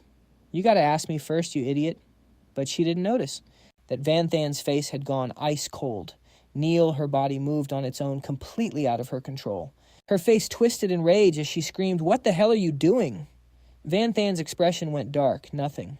I just don't like the way you're looking at me. I'm going to punish you for the next week, but that's for later. Keep talking about the envoys. You guys killed that many reinforcements, and the Dark God just let it slide. Doan Da frowned, find it hilarious. My master, it seems you've got God all wrong. His ego is way beyond your imagination. These envoys might sound fancy like they're some elite reinforcements, but to him, they're just special pawns. Or maybe just slightly bigger ants. A mental image of the scales appeared. A war between two gods, a clash between two worlds. How could a game like that be decided by one or two pawns in a plan this massive? Even an envoy is just a tiny fragment. Whether they live or die doesn't change the game. Besides, if they can't even get past us, what's the point of them anyway? Van Thon finally understood. So that's how it is. No wonder, even though I'm an envoy for the human god, just looking at it. During the sacrifice almost got me erased. He clenched his fist, holding back his rage. The world tree. In its eyes, I'm just a slightly bigger ant. My life is irrelevant. Suddenly Van Than smirked. His gaze shifted as he spoke. An ant doesn't have to stay an ant forever. One day God is going to pay for that arrogance. Seeing his sudden change left Donda stunned. This guy is built different. He's not even scared. He actually wants to smoke a god. That kind of heart. Even among the 72 demon pillars, few could match it. Right then the sound of rattling chains echoed. The chain hunter and the magic swordsman were instantly buffed with power. Anti-magic chains immediately bound Donda's body. Van Thon gripped the end of the chain and whispered, "Now, let the punishment begin." Time flew by quickly. 3 days later, Colada finally returned, talking to himself. "My noble and beautiful lady-killing machine, your loyal Colada is back. I wonder if this insane news will earn me some points." Colada looked behind him, totally confused. "Wait, what's the deal here? I was only at the Forbidden Mountain Range for 2 years, and I come back to find the royal city wrecked." He immediately started eavesdropping on 2 gossiping guards. I still don't buy that combat drill story. Who runs a drill in the middle of the royal city? But since Lady Killing Machine said so, we just have to roll with it. What choice do we have? You think she actually took an L? The rumors were getting wilder. Losing is impossible. I heard a better theory. The guards are saying she got caught in the Dark Knight King's honey trap. We've been grinding for days. No one even noticed the 2 of them have been locked in the king's study day and night. Those 2 guys were spilling tea and making it sound so mysterious. Every now and then, strange noises from Lady Slaughterer would echo out of the room. Lady Slaughterer. Maybe they really are in a relationship. No way I didn't think Lady Slaughterer was into that type of guy. Damn it, what's so great about that skinny stick? She tried to hold it in for a while, but she finally lost her cool and screamed in rage. That's total cap. Lady Slaughterer has ruled for nearly 1,000 years and never once had a male pet. How could you say something so foul? Keep making stuff up and I'll wreck you. Hearing that, the 2 guys started panicking and wailing. Chill out, we were just talking, don't kill us. He didn't want to believe those people and walked away quickly. Damn it, those trash-talking dogs. It was the study, right? I'm going to find Lady Slaughterer and get some answers. Once he reached the outside of Van Than's study, he could already hear the strange noises coming from Doan Da. Don't touch that, damn it, I haven't slept for 3 days. It hurts. Right after that was the sound of him clearing his throat. You're not getting any sleep tonight either. Colada stood frozen outside, overthinking everything. It was the voice of Lady Slaughterer and some strange man. His face turned even more bizarre. No way, I must have misheard. This has to be an imposter pretending to be Lady Slaughterer. After a moment, he immediately dropped to one knee and shouted respectfully, Lady Slaughterer, I've made an important discovery at the Forbidden Mountain Range and need to report to you directly. He fell back into thought. Seeing is believing. I can't let a few noises mess with my head. Van Than wondered what's going on. Doan Da was currently being tortured. She looked like a total mess, as she answered, confused. No idea. I clearly gave orders to forbid anyone. No demon is allowed within 1,000 meters of this study. Whatever, I'll go check it out. Then the study door swung open. Doan Da stepped out with her face unusually flushed. Colada, how did you get in? Where are the guards? Colada quickly looked up at her to answer. My apologies, Lady Slaughterer. This is urgent, so I had to force my way in. He shouldn't have looked. As soon as he saw her, his mind started racing.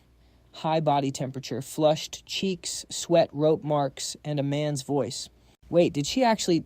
Doan Da had 0 patience left and swiped her hand, tossing him away. Talk to me during the day. What the hell are you doing here in the middle of the night? Get lost. It was just a casual wave of her hand. But it sent Colada flying. He crashed onto the ground, looking absolutely heartbroken while clutching his chest. He wailed, Lady Slaughterer, I've loved you my whole life and was ready to give you everything. I never thought you were the type. To be conquered by a man so easily, I can't believe it, I can't believe it. Colada's tears started falling. Love turned into pure hate. Fine, then let everything be destroyed. Just burn it all down as soon as she walked back inside. Van Thon immediately asked about the Forbidden Mountain Range. Have you sent anyone to investigate that place yet? It seems he found something big. Do-an-da. She reached out and closed the door. What's the point of a pile of corpses? Aside from the coffin, nothing there is worth anything. Everything else is trash. Van Thon didn't care anymore and swung the mana sealing chains. Fine, let's keep going then. Once he tied her up tightly, he started warning her. Whether I'm stealing or plundering, you aren't allowed to resist, and don't even think about running. I want your skills. The 72 demon pillars. After some time, Do-an-da was fuming inside. Damn it. My stats are being drained too much. The attacks are getting more painful. I'm one of the legendary 72 demon pillars, yet I'm being beaten like a punching bag. This is pure humiliation. Finally unable to take it anymore, Do-an-da screamed out, My hands are tied. This is the ultimate disgrace. Van Thon stood there silently. Do-an-da was rolling on the ground, gasping for air. Ignoring her, he looked at his hand, which was covered by a Demon King artifact, and marveled. I've plundered 95% of Little Daw's stats. It's only temporary, but it's enough to refill everything I've spent. Even after being busy for 7 days and 7 nights, I'm still hyped. Van Thon was getting excited, even if the plunder rate was low. This much time was enough for me to get everything I wanted. As expected of the 21st pillar, her reserves are stacked. Crowd control AoE damage. The skills are diverse, and the power is no joke. Skills obtained. Ruination, Demon Statue, Destruction, Crystal Heart Seizing, Art and Bone Softening. Toad. He leaned down and glanced at her. Too bad bloodline talents aren't within the range of plunder and steal. Otherwise, I would have taken Soul Hunting Mark and Bone Breaking Scales too. Do-an-da let out a difficult mocking laugh. What's the use of having so many skills? With that tiny bit of mana you have, is it even enough to use them? Don't sleep on my skill consumption. And definitely don't underestimate what I've stacked up over the years. He walked closer, teasing her. Stacked up, huh? I get it. After all, the only way to permanently boost stats besides leveling up is by eating rare consumables. You've been a king for nearly 1,000 years, so you must have a massive stash of those items. Van Thon held out his hand, with the artifact casually making his demand. Hand over everything you've hoarded for 1,000 years, especially those top-tier consumables that boost HP and mana. Cough it all up. I'm devouring everything. Duanya snapped back. Those items have a usage limit for the same type. You can only use 5 or 10 at most. Anything more is useless. If it worked, I'd have eaten them all already. You wouldn't even get a sniff. He looked a bit annoyed and said, I know that. But with your stash, you've got to have hundreds, maybe even 1,000 different types. That's enough to keep me fed for a while. Don't make me say it twice. Pissed off, she chucked a crystal at him. This is all I have on me. The rest is in the vault. She cursed him under her breath. Hope you choke and die, you bastard. Yun Chen. He took her hoard looking all happy. You know, if you hadn't mentioned it, I almost forgot the Night Demon's treasury is actually worth a massive raid. Suddenly her whole body started glowing. She looked totally annoyed. The council is summoning my mana. The 72 pillars. Regular meeting is about to start. Damn, talk about bad timing. Duanya looked at Yun Chen cautiously and asked, Can I go? He stood up and replied, Go. Of course we're going. With a sly smirk on his face, Yun Chen walked right up to her. I'm going too, he declared, making her grit her teeth in frustration. One by one they were warped to the 72 Pillars Council. The 72 Pillars. Yun Chen teleported there in a flash. He looked at his current state and was impressed. So this is how it works. Mana projection right into the council chamber. He thought to himself, this is actually pretty sick. He looked at the number 72 carved there and sighed. 72. Wow, this really is the absolute bottom of the barrel. Whatever, no big deal. But the nearby pillars started buzzing like crazy. Is that the Night King? What's he doing here? This has to be his first time at the council. Are you kidding me? They started mocking Yun Chen, saying, We gave you a chance. You didn't show up then, and now you have the nerve to stick your nose in. Who do you think you are? You're literally asking for death, the debt you owe the Demon Alliance. We haven't even settled the score with you yet. Get lost. Despite the hate, he didn't even blink. Don't be so petty, it's just a meeting. Besides, we're all just mana projections here. All this, I'm going to kill you talk is just pointless. He scanned the room and noticed the mana concentrations were all over the place. I get it now. Those with weak mana signatures, they must be busy fighting in the human world. He did the math. Looks like only about half of the 72 demon pillars are still here in the dark world. While checking the place out, he muttered, 3 empty seats. No wonder I haven't been kicked out yet. Seems the second pillar manager is a no-show. Over at the third pillar, the Fission Lord let out a massive yawn. He looked like he couldn't care less. Whatever. Let's just wrap up this boring meeting already. I've got way more interesting things to do. Suddenly, the 37th pillar, the Tyrant Demon, started screaming at the Fission Lord. Since the Devourer Lord isn't here, you're supposed to be calling the shots, but with that trash attitude, you're completely failing your duties. That's the responsibility of the third pillar. The Fission Lord just picked his ear and replied indifferently, "Who said the third pillar has to decide anything?" The Void Demon never heard him mention that once. Besides, our tribe already handed over all the war resources. Consider our duty done. The Tyrant Demon got even more triggered. That's nowhere near enough. The front lines have completely stalled. We need you to lead the advance. Are you just going to sit on your ass all day? Fission just brushed him off like he was nothing. What's that got to do with me? I'm bored of this little war game. Then he lowered his voice with a chilling edge.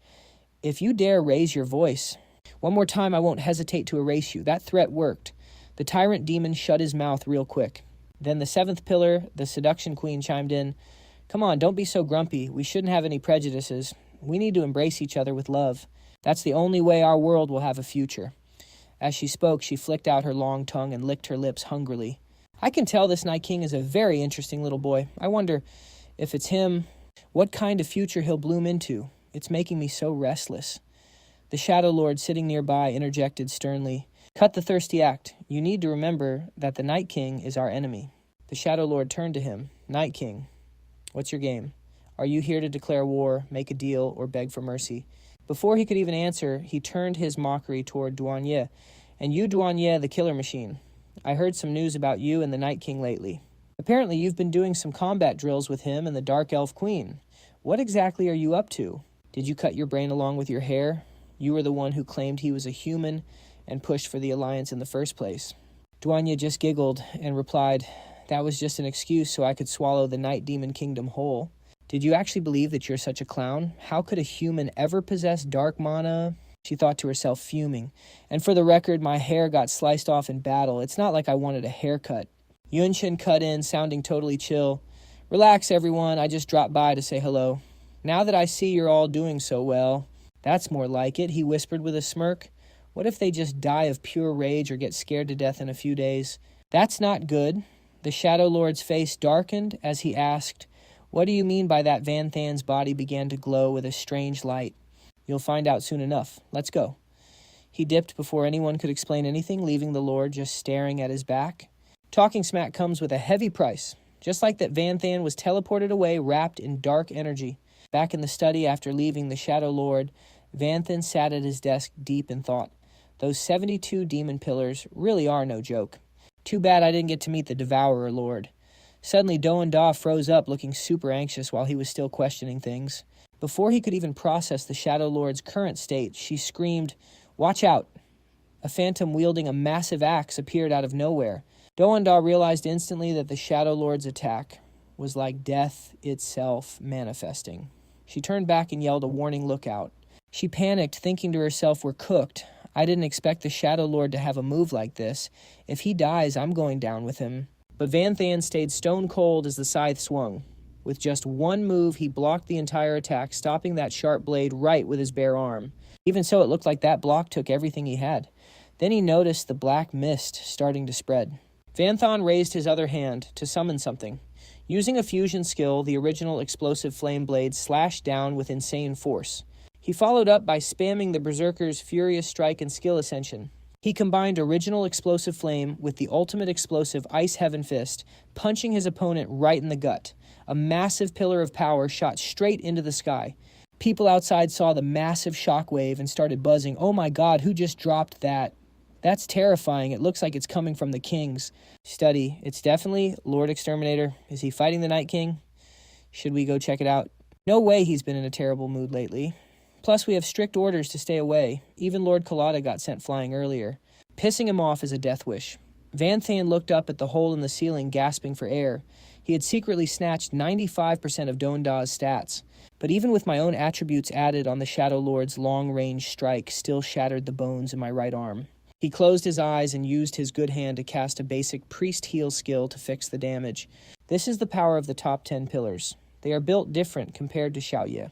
Doanda was standing behind him, breaking out in a cold sweat. You could have picked anyone to mess with, but you chose the fifth pillar. You're in deep trouble now. Honestly, you shouldn't have even come to this meeting.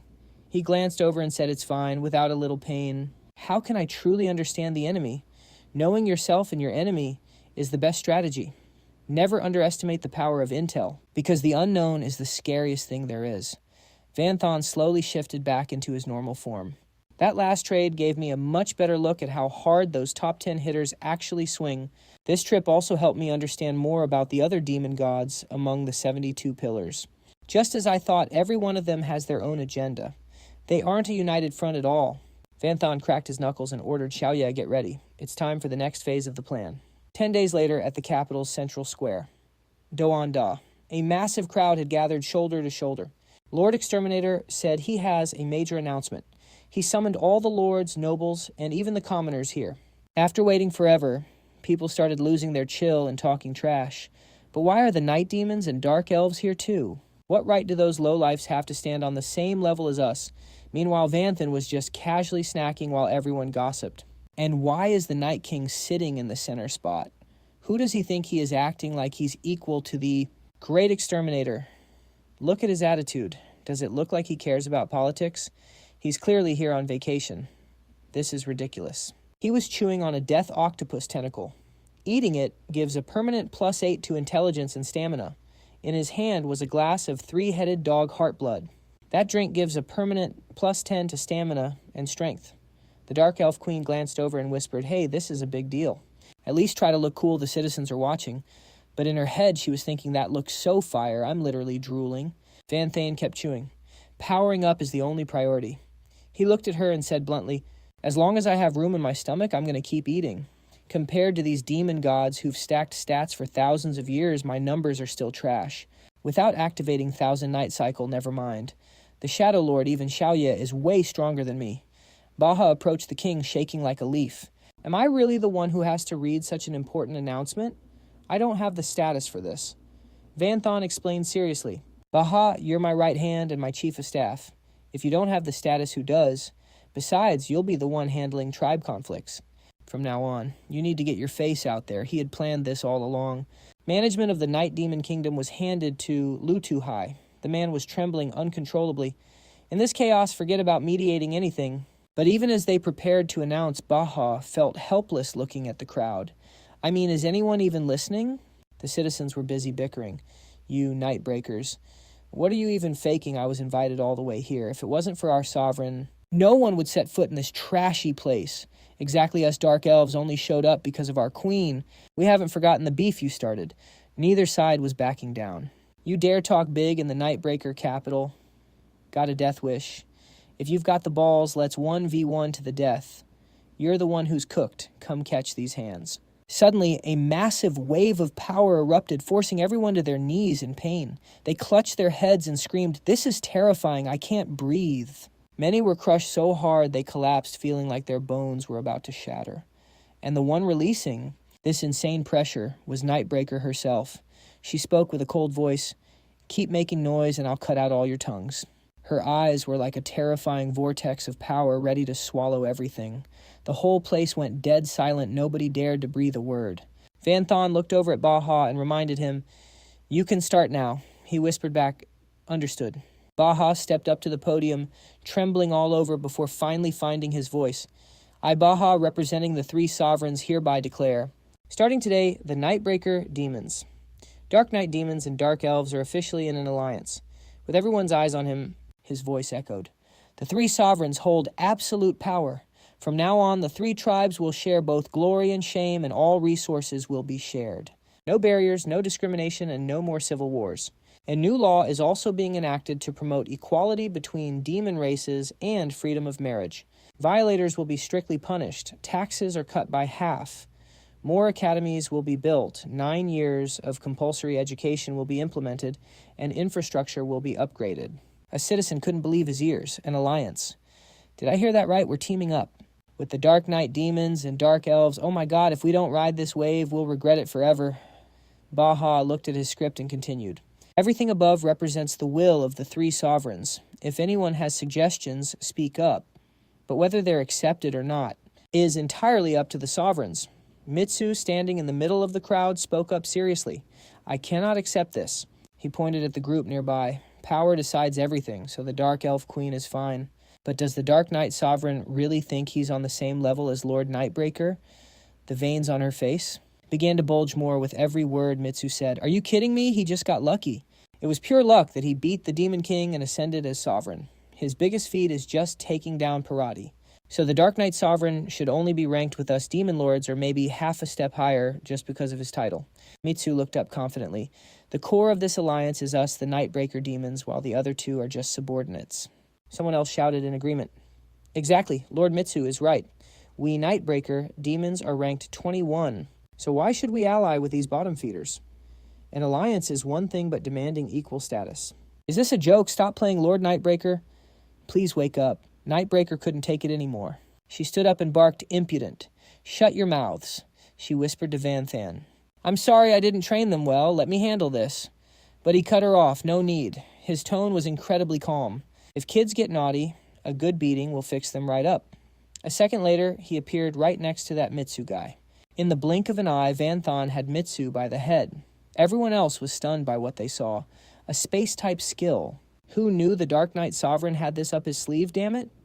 Mitsu was caught off guard. The man himself let out a furious roar, releasing a massive wave of killing intent. You're just a bottom-tier sovereign, don't act so high and mighty. Ravaging demon avatar. But his head was instantly slammed down by Vanthan, giving him zero chance to counter. He calmly raised his foot, as if nothing had happened. Looks like you need another lesson. He stomped down hard, leaving Mitsu screaming in pure agony. One stomp wasn't enough. Vanthan kept at it dozens of times. The onlookers could only stare with their mouths wide open.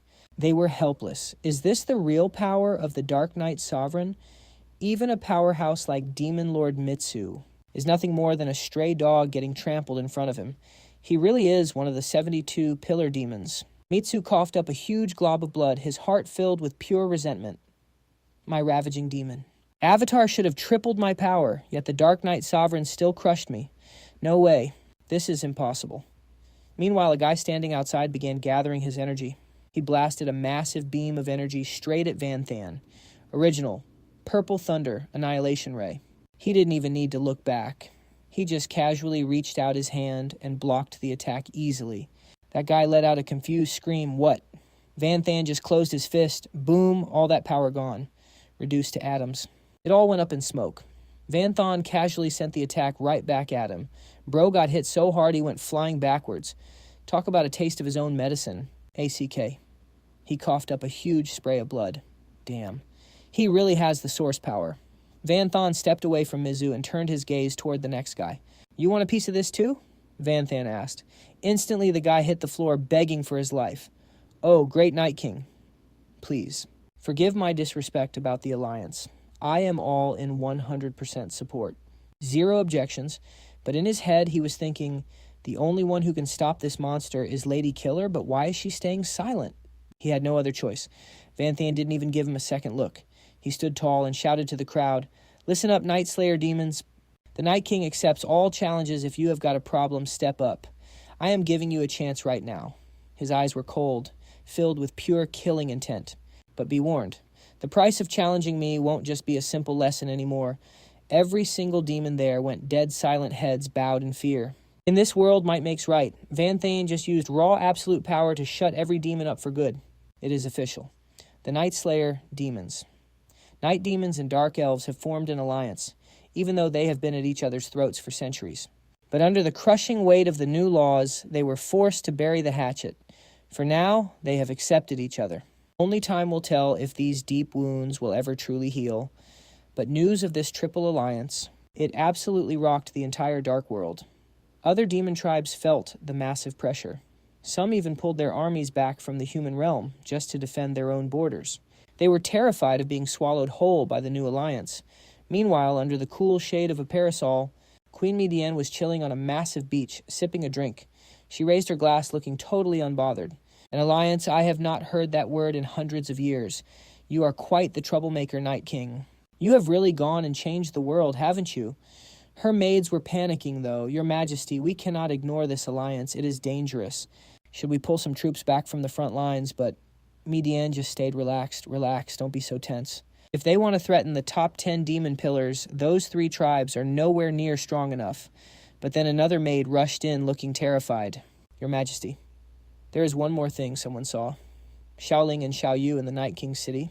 Our spies followed them, and they are super close with the Night King. They have been going back and forth between the 2 cities constantly lately. Crack. The glass in Midian's hand shattered instantly. Those 2, they are back. Then she suddenly burst out laughing. Why didn't you tell me sooner? The maid stuttered, looking away. Well, you just got back from the front lines, Your Majesty. We wanted you to get some... Boom! The maid was kicked across the room. I don't care about anything else, but their location is top priority. You report that instantly. Your incompetence is starting to annoy me. She waved her hand to the guards. Get her out of my sight. Don't you dare come back until you have birthed 10 half-demon kids, the maid screamed as she was dragged away begging for mercy. No, please, Your Majesty. I want to stay by your side. Please. But to Midian, that little drama was just a minor distraction. She turned to another maid. Should we reach out to the Night King and demand the return of Elanbella and Loyobella? The maid replied nervously, We already tried, Your Majesty. We even offered him more territory. But he rejected us flat out. Suddenly another maid stepped forward looking aggressive. Your Majesty, why don't we just show that Night King his place? We can force him to hand them over. Midian just rolled her eyes. You are an idiot. If we start a war and wake the Void Demon, do you think any of us are getting out alive? Midian then gave her orders. If they are constantly traveling between the 2 cities, send some demon lords to set up an ambush on the road. And if they fight back, just bring me their corpses. The maids nearby gasped in total shock. What are you serious, Your Majesty? But they are your... I don't care, Midian snapped. I will absolutely not forgive them, not even if they are my own daughters. Meanwhile, in the shadows, the Shadow Lord spoke up. The Night King, he has actually got some game. He actually survived a hit from me. Impressive. He closed his eyes, annoyed. But is that really enough for the Lady Killer to join his side? What a joke, his butler bowed low. My lord, the Night King is getting way too cocky. After that alliance, he has even convinced the Night Slayer demons to stop paying their war taxes. With the war against the humans going on, we really should take him out. But he is hiding in his capital. Making a move now would be too messy. It could spark a massive civil war and wake the Void Demon. The Shadow Lord let out a heavy sigh. Back in the day, we could get away with alliances because everyone was doing it. The Void Demon could not just punish everyone at once. But things are different now. The butler snapped, his voice getting louder. War is the will of the gods. Anything blocking this war is getting deleted, period. Just how cracked is the Void Demon? Is he actually stronger than a god? He's just sitting there chilling and running the numbers. The verdict. Nah, not even close. But there is one thing you need to get.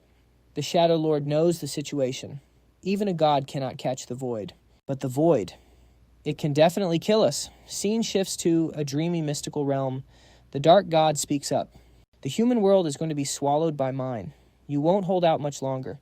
The human god opposite him stays calm. You only know who wins when the last piece falls. Isn't it a bit early to claim victory? The Dark God calmly picks up a piece to keep playing. Oh, really? I wonder where you get that confidence from. Is it because of that void you snuck into my world? He is a real pain in the neck. But he is not enough to flip the game, hearing that she picks up a white piece, but the Dark God is not done yet. Plus, you broke the rules before, reaching into my world for a mere ant pathetic. She fires back, effortlessly. Didn't you cross the line first? You straight up snatched 2 humans from my world, stealing my hard work. If we are talking about cheating, you have no right to judge me.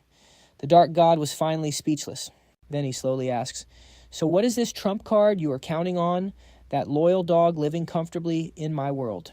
The human god replies instantly, Of course not. He is not even worth as much as a dog. If he dares to betray me, I will delete him in a heartbeat. She crushes the object in her hand, showing total resolve. As for the piece that changes everything, the human god throws another piece. It is this, a white piece wrapped in intense flames. Meanwhile, Hakin Than is chilling on a sofa, getting the report. Master the Alliance is a done deal. Playful little you is on the other side of the mirror. On the surface, the 3 kings run the show. But the one actually calling the shots is Mr. Yun. She clenches her fist happily. Good. Very good. This alliance puts massive pressure on the other demon tribes. They will have to pull their main armies back to defend. This is our best shot to take back our land. Her eyes turn thoughtful. This achievement alone is enough to make him humanity's greatest hero. Humans need a hero to restore their faith. Seeing her satisfied, little Yu grins and holds up a glowing stone for her master. That is the full report. Let's wrap it up for now. We still need to head to Nightfall Capital to deliver a gift to Mr. Yun. Ha Kin Than nods. Got it, you guys take care of that. After the talk, she gets up to leave.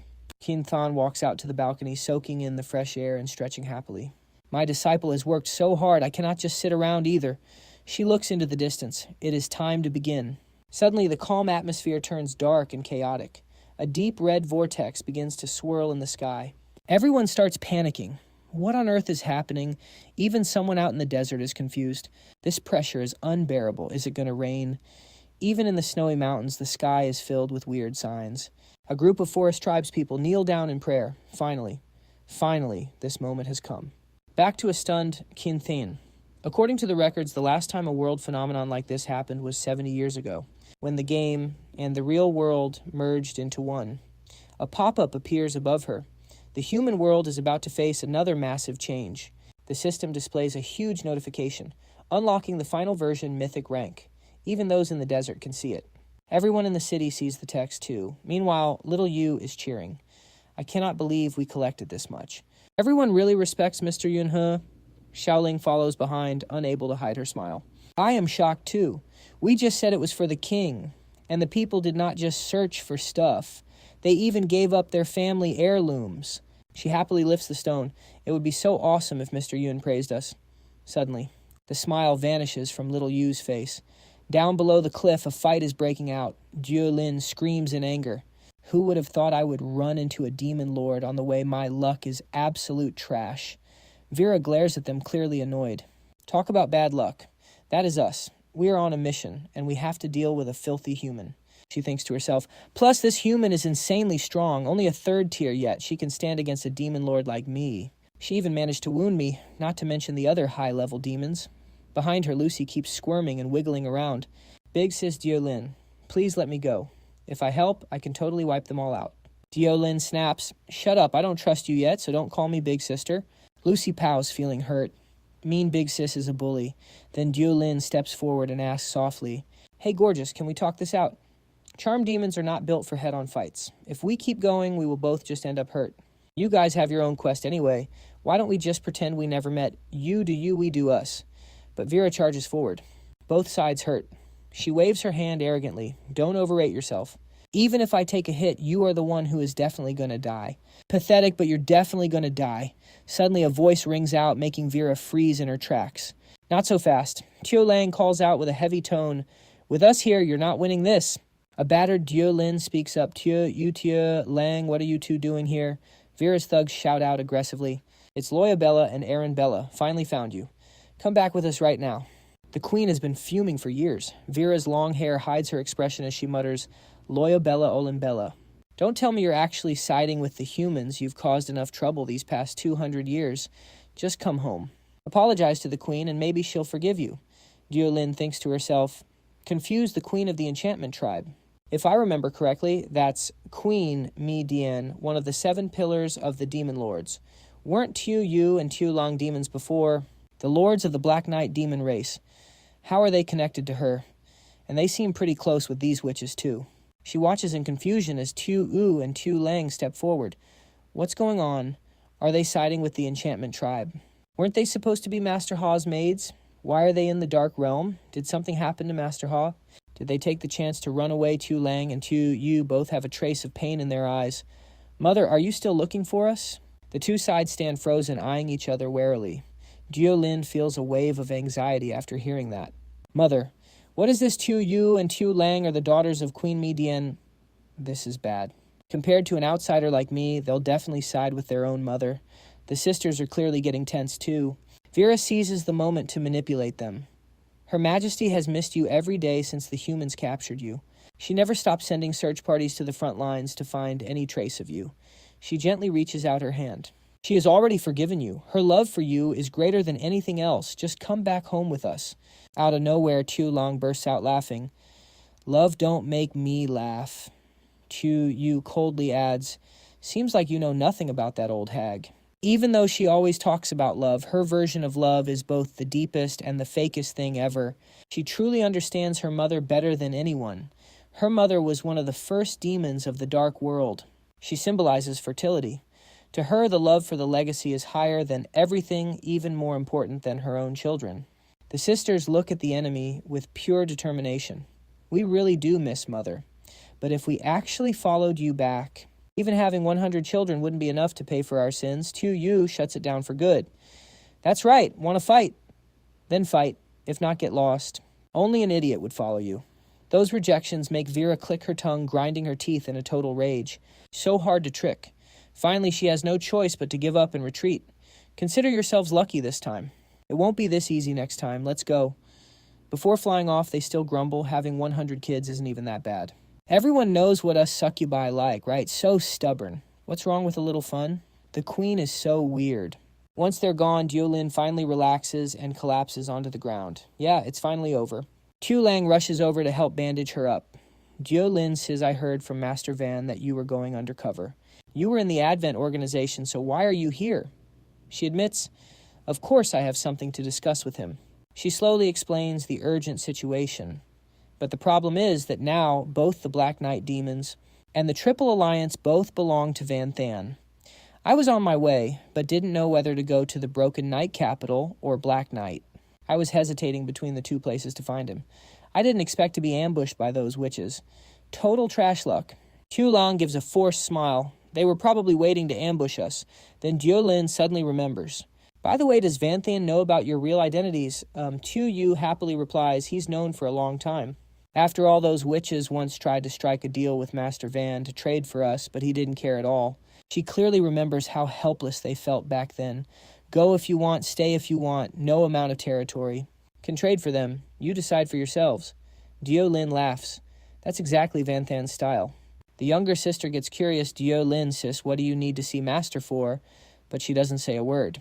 She just summons a massive, oversized axe. Then Diolin softly drops 2 words that leave them completely confused. Chopping wood. The 2 sisters are speechless again, watching her walk off like a badass. Finally, when they all reach the Broken Knight capital. Seeing the legendary Broken Knight in the study room, she bursts out laughing. Wow, I heard that the legendary powerhouse, the Demon King of the 72 Pillars, Broken Knight, the executioner, has ended up as a servant for my little junior brother. Ha ha ha. She grinds her teeth. You better shut it. MC is munching on some OP cheese made from Evil Eye goat milk that gives a permanent 8-point boost to INT and PHY while complaining. What's so weird you 3 together is the real rare combo, she says, brushing it off. Nothing weird about it. I crash at Master Ha's place for meals all the time. I knew Xiao Yu and Xiao Ling before you. Suddenly, Xiao Yu excitedly brings out some loot. Master, these are rare consumables we gathered from the Dark Kingdom. Every single one boosts your attribute limits. This should last you a long time. He grins and thanks her. Good work. So what's the situation over in the kingdom? She hypes it up. Liu Tushi is running things like a pro. She's beaming as she drops the news. By the way, I've got some fire news. Probably thanks to that insane decoy battle last time he finally broke through to Demon Lord rank. MC is hyped too. Not bad. But then he gets serious. The Dark Demons are seriously lacking high-level carries. Liu Tushi hitting Demon Lord is a huge W. He looks over at Lucy, who's still sitting there. President, you brought a pretty VIP guest, huh? He sighs in relief. Looks like the undercover gig is finally over. She pinches Lucy's cheek and says, Yep, sure did. Time for an intel dump. Yun Chen praises her. President, I didn't think you could take on a Demon Lord at just your 3rd advancement. That's cracked, Du Lin flexes. I mean, I'm the daughter of the National Guardian General. This much is expected. But compared to a little monster like you, Junior, my gains are mid. MC rubs his chin. But for real, though, it's just like I predicted. The Holy Empire's top brass have secretly sold out to the dark side. To be exact, they're just pawns the shadow god planted in the human world. Everything Yunshin says is facts. As for Lucy, turning into a fallen angel, that's just the first stage of her turning into a demon. She's stronger now, sure, but the match she needs for her 3rd advancement can only be found in the dark world. Plus, the Descent organization over here has the Empire's backing. It's basically her own backyard. No reason not to come. Not only that Diolin figured out why Lucy was acting with Elgar during the global tournament, It was all to make her disappearance look legit. She's a princess after all. She can't just ghost her people without a cover story. She adds, now that we've got this kid as a prisoner, we can expose the Empire's fake faces once we're back. Lin suggests tossing Lucy in the royal dungeon. Bringing her with me is a drag. But MC has a better idea. Nah, my war fortress can store living things. Got plenty of food and water in there. I could lock her up for 8 or 10 years if I wanted. We'll let her out when we need her. Boom, Yun Chen activates it. Lucy screams, I want to stay with my big sister. No, let me go. Only Joan Da is left seething. What a useless brat. Total waste of my time. MC catches her vibe instantly. You look pretty tilted. Makes sense. The Dark Believers are your people, right? Which means the Holy Empire is probably linked to you too. Otherwise, back then, Elgar couldn't have used that lock-on skill to trap us in the Dark World. Joan Da nods. True. Even though the Devouring Master is the real puppet master, I put a lot of sweat into this too. Raising both Dark Believers and the Holy Empire, honestly, the Holy Ones were a huge pain to farm. Dark Believers are easy. They just follow whoever's the strongest in the Dark World. Lure them with power, corrupt their souls with dark mana, and they're loyal until they drop dead. But there are limits. The Holy Believers don't have that, so you have to resort to brainwashing, turning them into fanatics. Downside, they're slow and kind of weak, but they get the job done. She smirks. At the end of the day, this quest was probably given to the Devouring Master by the Shadow God himself. I was just one of the grunts executing it, just doing my job. Xiao Yu chimes in. That's kind of sus, though. Why would the Shadow God go through all that trouble for the Empire? Creating Holy Believers just to bait hate between humans and demons. Wouldn't it be way easier to just send some shape-shifting demons to pose as humans? MC was thinking the same thing. Fair point. There are definitely demons who are cracked at changing their looks. I mean, even in the human world, transformation skills aren't exactly rare. Yunchen thinks to himself, I just don't have one. Then he admits, maybe we've been looking at this all wrong. Yunchen calls it out. Maybe the gods aren't playing this game fairly. And it's definitely not as honorable as we thought. From what everyone knows, these two gods have been rivals since day one. They're using two whole worlds as a chessboard and every living soul as a pawn to outsmart each other. Vanthon and everyone else are thinking the same thing. Why even choose to fight like this? Wouldn't just duking it out directly be faster and easier? Or are they doing this just for kicks? That's just petty. Based on those clues, he reached a conclusion. I guess it's not that they don't want to go all out. It's that they don't dare to. Vanthon realized that neither side is guaranteed a win. Even if one side wins, the price would be so massive that no one could survive it. He finally gets it. That's why they're using these indirect tactics to slowly chip away at each other's worlds. Vanthan saw through the facade. This War of the Gods isn't some classy game of chess with fair rules. It's a straight-up deathmatch with zero limits, one opening, and they'll break every rule to win. They're going all in for a one-shot kill. Tu Yu rubbed her chin. I see how it is. The God of Darkness is just using humans. He couldn't care less how many people get wrecked for his goal. Tiolang agreed. Compared to using pure-blooded demons, brainwashing holy followers is way more efficient. Lin, being the voice of reason, wasn't so sure. This is all just a theory. Talking about God sounds like a total reach. But right now, the front lines are still a graveyard for humanity. She snapped her fingers. We need a game changer. Suddenly, a massive axe longer than Lin herself appeared in her hand. If we use this to chop down the world tree, the dark world will crumble and the war ends instantly. Tu Yu was shook by that wild idea. Wait, what? When you said cut a tree, you meant the world tree. Tu Lang backed up her sister. There's no way. Doanda calmly weighed in. Your logic might be a bit off. If the God of Darkness is really behind the Holy Church, why would he order the destruction of his own world? Vanthon had another question. So what's Lucy's take on this? Lin filled him in. She doesn't care. If it's a divine order, she follows it blindly. He reached out his hand. Let me see that axe. Vanthane was still skeptical. Chop down the world tree. With just this, she casually tossed him the axe. Go for it. I was going to give it to you anyway. I'm a mage, so I can't even equip this. The second Vanthan caught it. He popped his skills, Art Fusion, Art Ascension, and Mecha Master. Structural analysis and skill scan initiated. Activating appraisal. Skill, all-seeing flawless eye. A data circle spun before his eyes, and in a flash, the weapon stats were scanned. The World Breaker Axe. Grade Skybreaker. Rank Divine Tool. Race Restriction Human. Class Restriction Warrior Berserker. Base stats Strength plus 300. Constitution plus 1000. Passive effect. Each hit increases total strength by 10%, stacks up to 100 times. This beast can pierce through the world barrier and deal direct damage to the world tree itself. Materials unknown, forged from thunder orbs, myriad dragon bones, and doom crystals. After seeing this, Van Thon couldn't sleep on this axe anymore. This thing is terrifying. It's straight up broken. He had a few hunches. Plus, almost all the crafting materials come from the human world. The Holy Empire must have farmed these. But what's this unknown material? Now he was really curious. My all-seeing flawless eye is a max rank appraisal skill, but it still can't see through that mystery material. On top of that, it's a divine rank weapon. That mystery material has to be connected to the gods. Van Thon knew this axe was special, but the next quest was insane, and he was still skeptical. Can we really do it with just this? Can we really take down the world tree with this and the Holy Crusaders? What is the God of Darkness actually cooking? He decided to cut the overthinking. Whatever guessing won't help. Let's head to the world tree. The squad headed toward the Dark Elf Forest. As they passed through, the elves were totally hyping Van Thon up. Whoa, look, it's the Night King. He's our hero. Some friendly elves even started waving at him. He was as badass as ever. Everywhere he went, excited elves popped up to see him. Hey, Lord King, when are you going to marry the queen? We're all waiting for the big day. Just get together already. If these two tribes unite, they'll definitely become unrivaled, and totally OP Van Thon felt so helpless dealing with them. What are you guys even thinking? Xiao Yu impatiently stepped in to stop them. That's right, the people who secretly crush on our king are countless. Your queen better get in line. Xiaoling teased Mr. Van with a laugh. Looks like you're quite the fan favorite. He felt this was normal, though. After all, I helped the Dark Elves escape poverty. So it's only natural they're grateful. Duolin had been silent the whole way, which caught Van Thon's attention.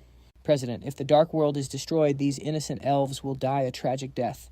Besides, the World Tree has helped us a lot. We need to find a better way. When she proposed this plan, she had a secret motive. If she could decide, maybe she'd choose to take the fall for everything just to cut down the World Tree. But on the surface, Duolin acted like nothing was wrong. Anyway, the axe is yours now. The final choice is up to you. Little junior brother, if it was just me, I doubt I could even step into this forest. Van Thon sighed deeply. Honestly, no matter who wins, it might not be good for humanity. Xiao Yu had another worry. Mr. Van, this time we're looking for the World Tree. But is it really okay to bring the killer machine instead of the Dark Elf Queen?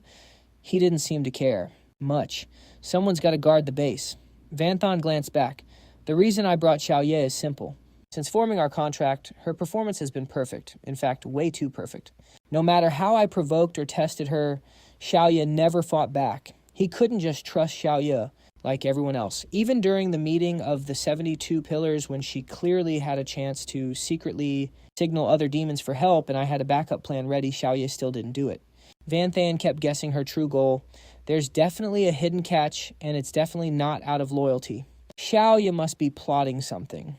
For a being that's lived for thousands of years, having a way to bypass a soul contract wouldn't be surprising, so he's using this trip. The easiest way is to find someone even older and wiser to get some answers. And the figure right here is exactly who Van Thon chose. The World Tree is obviously the best choice. The ancient tree spoke in a raspy voice. Go on to killer machine demons and humans. Ha ha ha, Van Thon, if you brought them here, they must be trustworthy. Doanda wasn't a fan of the tree. No wonder. I couldn't break the Dark Elves' last line of defense back then. Turns out the tree guarding the forest is actually the World Tree. You hit it well. He cut their conversation short and raised the axe high.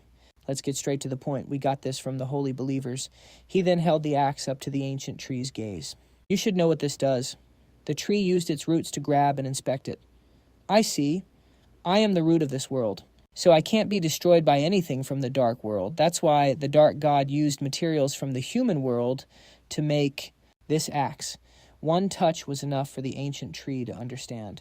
But even so, this axe can only wound me, not kill me. The dark god probably made this as a warning. Seems he's on to something. Then he infused the axe with dark energy through his roots. Even though it was made to hurt me, wasting such a good item would be a total shame. As the power faded, the appearance of the axe had changed completely. You'll have to return to the human world sooner or later. If you want to fight the gods, the other world tree's help is a must. The ancient tree handed it back to Van Thon. If that tree becomes the god's lapdog, you can use this axe to threaten it. I've packed enough Dark World energy into this axe to scare it. He reached out to take it. Got it. The moment Van Than's hand brushed the roots, the ancient tree felt something weird. It made him break out in a cold sweat. Kid, how long has it been since you checked your own soul? Haven't you noticed? The tree's warning shocked him. Your soul is on the verge of destruction. Van Than was stunned by the sudden news. What? Turns out there's been a shadow looming over him this whole time, threatening his life, like a sword of Damocles hanging over his head. Xiao Yu panicked at the situation. What's going on? You're just as confused, and so is Xiaoling. I don't know. Wait, you can actually see souls. Do and Da saw things getting out of hand and immediately used Soul Seeker Eye, damn it. Didn't think that old geezer could see souls too. But why did he wait until now? Did he only notice when he touched Van Than? The ancient tree warned him carefully. Van Than, whatever you do, don't panic. And definitely don't do anything to provoke it. Forget everyone else, even he was confused. What the hell is actually happening? Is the second soul moving against me? Is it because I failed those daily quests? Nah, it's got to be deeper than that. He even dropped some tips so Van Than could buy some time, but watch out. It's locked onto you now. Whatever you do, do not look up. Don't let it know you've sensed it. Looks like the world tree is actually hyped to back you up. Things look bad, but we can still save this. Don't move. Just let me handle it. Do and Da was fuming in the shadows. Wait, what? No way that old man found a way to suppress the divine servant inside Van Thani. Hell no, if this keeps up, all my hard work is down the drain. So that's it. She was gathering intel all along. In this world, the second soul of an apostle is known as a divine servant. Since Van Than didn't ask questions, I managed to hide this crucial detail. But Do and Da Shi knows way more than just the basics. She knows exactly how that soul works. True to its name, the divine servant is God's pawn. She knows exactly how that soul works. True to its name, the divine servant is God's pawn. It only follows orders from above. They live inside the apostle. They're the guide, the monitor, and the executioner all in one. But here's the scary part. It's a double-edged sword. If the apostle doesn't level up as expected, or if they even think about betraying God, the divine servant will wipe their soul from existence, and it gets even more complicated. If you fail its quests or try to mess with it, that's considered an act of war against God. Too many strikes, and it's game over. Do and Da thought she had her chance, but fate had other plans for her. Too bad for her. Van Than failed some quests, but not enough for the divine servant to pull the trigger.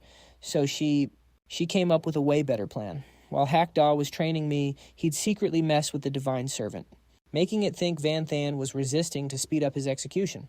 But there's more. Do and Da had to play it smart. Because of the soul contract, I can't touch Van Than myself.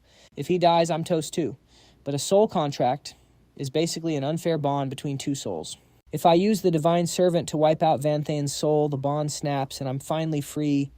She was seething with rage. She couldn't even hide her bloodlust anymore. I've suffered for so long just to get this far. No way I'm letting that old man ruin everything. Do and Da realized she couldn't wait another second before things spiraled out of control. It's risky, but I have to move now. Her ultimate skill, I'm charging straight for Van Than's divine servant. The target, the vines holding that thing back. The vines binding the divine servant shattered instantly. At this point, even the world tree finally saw the traitor hiding in Van Than's group. Do and Da's bloodlust was peaking, so you were the one behind this.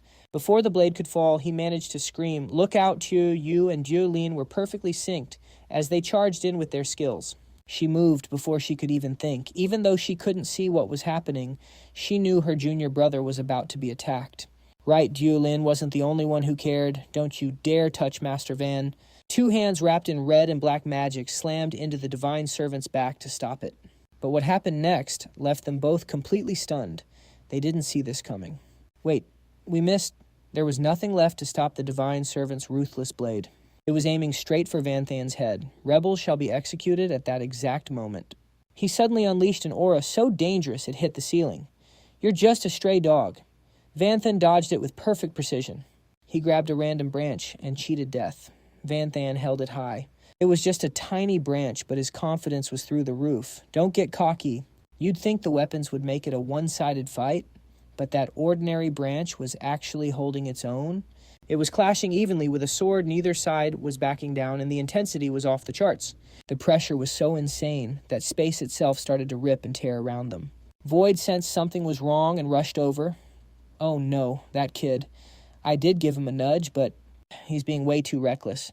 He stomped the ground and roared World Tree. Give me your roots." A massive glowing root burst through the ground. Void coated himself in raw power. He channeled his energy into the root, and in a blink, he vanished into thin air. Time's running out. I have to make it. Meanwhile, the death match between Vanthan and the Divine Servant was getting even more heated. Neither of them would back down. Then it suddenly let out a massive roar to call for even more power. The next move is even more broken than the last. The pressure from their dual shock waves is literally crushing everything in sight. Dark purple rifts are tearing through the air, appearing faster and faster. It is all because of the insane power these two are throwing around. Xiaolang is just frozen in shock. She can't even process what she is seeing. Space itself is shattering and warping. The world tree is just vibing, though, calmly, explaining how the world works to her.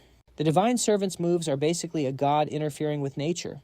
It is wrecking the entire world's balance. On top of that, Vanthan is going absolutely God mode against it. This whole dimension is starting to collapse. This fight is dragging on with no end in sight. It is making Duanye lose her mind and go totally reckless. I do not give a damn if the world collapses. I do not care if everything is destroyed. I am never becoming a slave again. She is locked in on her decision. What kind of weapon is that? How can it even stand up to that annoying Divine Servant? She is ready to risk it all.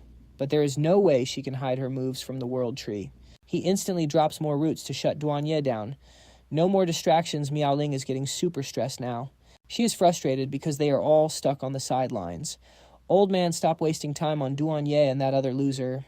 She can't even touch Vanthan. Go help him instead. He is clearly fighting something way out of our league. We can't even interfere. But the world tree has to drop a heavy truth. It is not that I do not want to help. I literally can't. That is why this stalemate is lasting forever. If he loses, Vanthan is definitely cooked. But if he wins, the consequences might be even more terrifying. The people around them still can't get close to the fight. They can't even take one step into that combat zone. Amidst the rolling thick smoke, Miao screams in pure frustration. You can't win and you can't lose, old man. What kind of logic is that? The world tree is being cryptic as usual. Look, I can't explain it all right now, but if Vanthan really starts getting clapped, I will jump in. I won't let him die. With all his big brain knowledge, he tries to calm everyone down. He is trying to reassure everyone who is worried for Vanthan. But honestly, this deadlock is the best case scenario right now. We need to buy as much time as possible. He whips that branch at the Divine Servant at a speed that is just unreal. Dai Vanthan's attack is so fast and precise that it can't even react. It eats a hit straight to the face. That one move just shattered the servant's face like broken glass. The balance is totally gone now. Even the world tree is stunned for a second. Miao is so shocked she doesn't even know what face to make, even though I can't see a thing. It seems my junior brother's so locked in he can't even hear us. Is the situation getting that bad? What do we do now? He freezes for a few seconds, then immediately summons a massive wave of roots. The battle just hit a whole new level of intensity. What else can we do? Get ready to risk your lives. The Divine Servant is tilted after that surprise beatdown and swings its sword at Vanthan, but he just raises his branch and blocks it. He blocked that massive hit without even breaking a sweat. Suddenly, a surge of power leaks out of the servant's body. It shoots into the sky, leaving both Vanthan and the servant himself confused. The world tree is the first to react. He instantly fires his roots at that escaping energy. The roots twist together into a spiral and lock that will down tight. Nobody else there has any idea what is actually going on. He needs to guide them. Even a little bit more power would help right now. Help me pin him down. Once that divine envoy sends a signal to the god realm and calls down their power, it is game over. It will all be over. Miao and the others aren't sitting this one out anymore. They join forces and rush in. He is calling for backup because he is losing. That is so trash. Everyone takes their positions like a solid tripod. All three of them shout, "We have to try and help him first." But as Xiao Yu gets close to that energy cocoon, she gets a really bad feeling. She is starting to panic. Xiaolang is the closest, so she takes the most damage. Ag, it hurts so much. Xiao Yu gets hit with the backlash too. Are you kidding me? Just a little bit of leaked aura is enough to make us vanish. The Divine Servant's power is spiking like crazy. Finally, it snaps the cocoon that was holding it back. That compressed power explodes like a spiritual nuke. It blasts everyone back. Xiao Yu, Miao and Xiaolang are heavily injured and coughing up blood, with nothing left to stop it that will shoot straight into the sky. The three of them are sent flying and slam into the dirt. They are all out, cold eyes tightly shut. We don't even know if they are still alive. Dio Lin is the only one standing far enough away that the pressure isn't crushing her. She struggles to even squeeze out a few words. Right before passing out, no way, even the World Tree couldn't stop this. This power is absolutely terrifying. How are we supposed to slow this down even a little bit? He watches the power surge upward, feeling completely useless. It is over. It is all over. All the lives we spent years preparing, they're all going to turn to ash today. Suddenly, a figure steps out of the void, blocking the path of that massive power. It is Void. He raises a leg, ready to strike. He gives the team a nod. No, you guys actually did great. Holding out for even a few short seconds was a huge win. Once he gathers all his strength, he delivers a massive kick straight into that energy. That is enough out of you. Two insane auras collide like a nuclear blast. Boom. But then, that massive power actually gets blasted right back where it came from. Even the God Servant did not see that coming. Talk about a Uno reverse card. The energy slams into the host, making him scream in pure agony. The God Servant spins around, absolutely fuming. You dare Void lands gracefully on the ground, looking completely unbothered and calm. Kid, I dare to do a lot more than that. Your master threw me into this world back then. Did he really think I would just let him have his way? Void points straight at him. Vonthon, he is a parasite in your body, so I cannot just delete him myself. I will create a battlefield for you, end him fast. Suddenly the space starts cracking open wider and wider. It is the void-shattering space-time chaos prison. The crack tears open into a massive hole, radiating a terrifying and mysterious dark energy. In an instant, it swallows both Vonthon and the God Servant, dragging them into a separate dimension while everyone watches in shock. The black sphere in the center seals shut, locking the two inside. Joanda feels the aura coming from him and tenses up.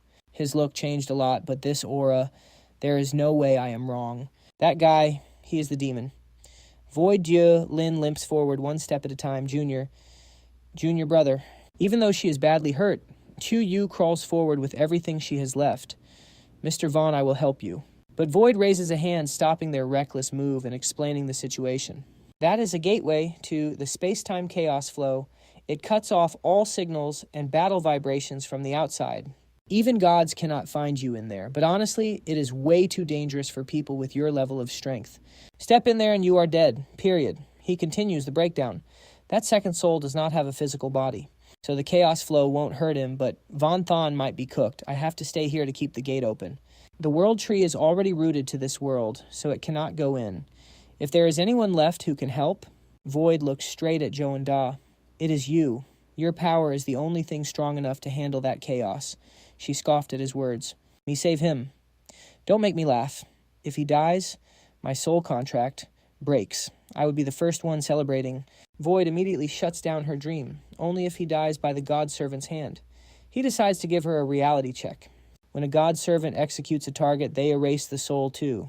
Is that really what you want to bet on? But that chaos is full of space cracks. If Vonthon gets shredded by them, his body will die before his soul does. And since you are bound by that soul contract, you will go down with him. Void stops there. He does not push her. He lets Joanda choose bet on how he dies, or take control of her own fate.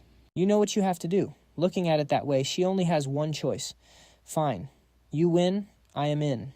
The World Tree lets go of its roots that were holding her. Joanda walks calmly toward the gate. But Void, remember this. After this, we are even. No more debts. He crosses his arms with a smirk. Works for me. Inside the chaos prison. It is absolute mayhem, like a mini-universe. Vonthon is raining blows down on Tianqin one after another. He is screaming in pain, but he is not backing down. He fires back with a counterattack instantly. Even though he blocked it, the force sends him flying back into a crack. Gah. Clothes shredded and covered in cuts, Vonthon forced himself back up. The enemy laughs from above. Void, you really did me a favor bringing us here. This is way better than the Dark World. Beating Vonthon will be a piece of cake now. He is acting all high and mighty. This space-time flow is the most dangerous chaotic zone in the entire universe. Invisible space cracks pop up and vanish at random. It does not matter if it is your body or your gear. One touch and you are shredded to pieces. He points his sword straight at him. But me, I am a soul. I am immune, Vonthon. Let's see you try and dodge this. He slashes down with a roar, unless a space rift suddenly pops up and slices you in two. But look at Van Than. He's still swinging his weapon and cutting through them with insane precision. He's holding his own until even more rifts start spawning right behind his back. They're like bottomless pits trapping Van Than and locking down his movements as time goes by.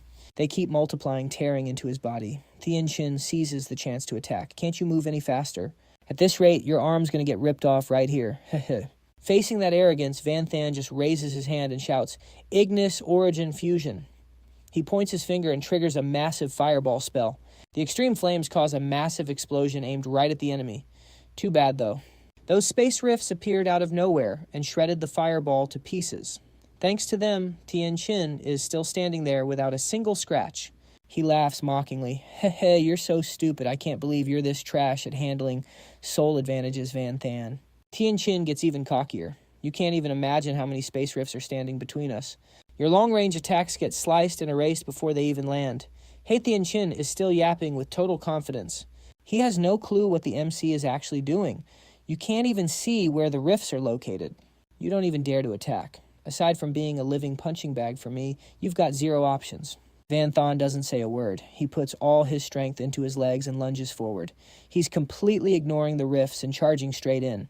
This catches Tian Qin off guard. What are you, insane? Thanks to his god-tier speed Van.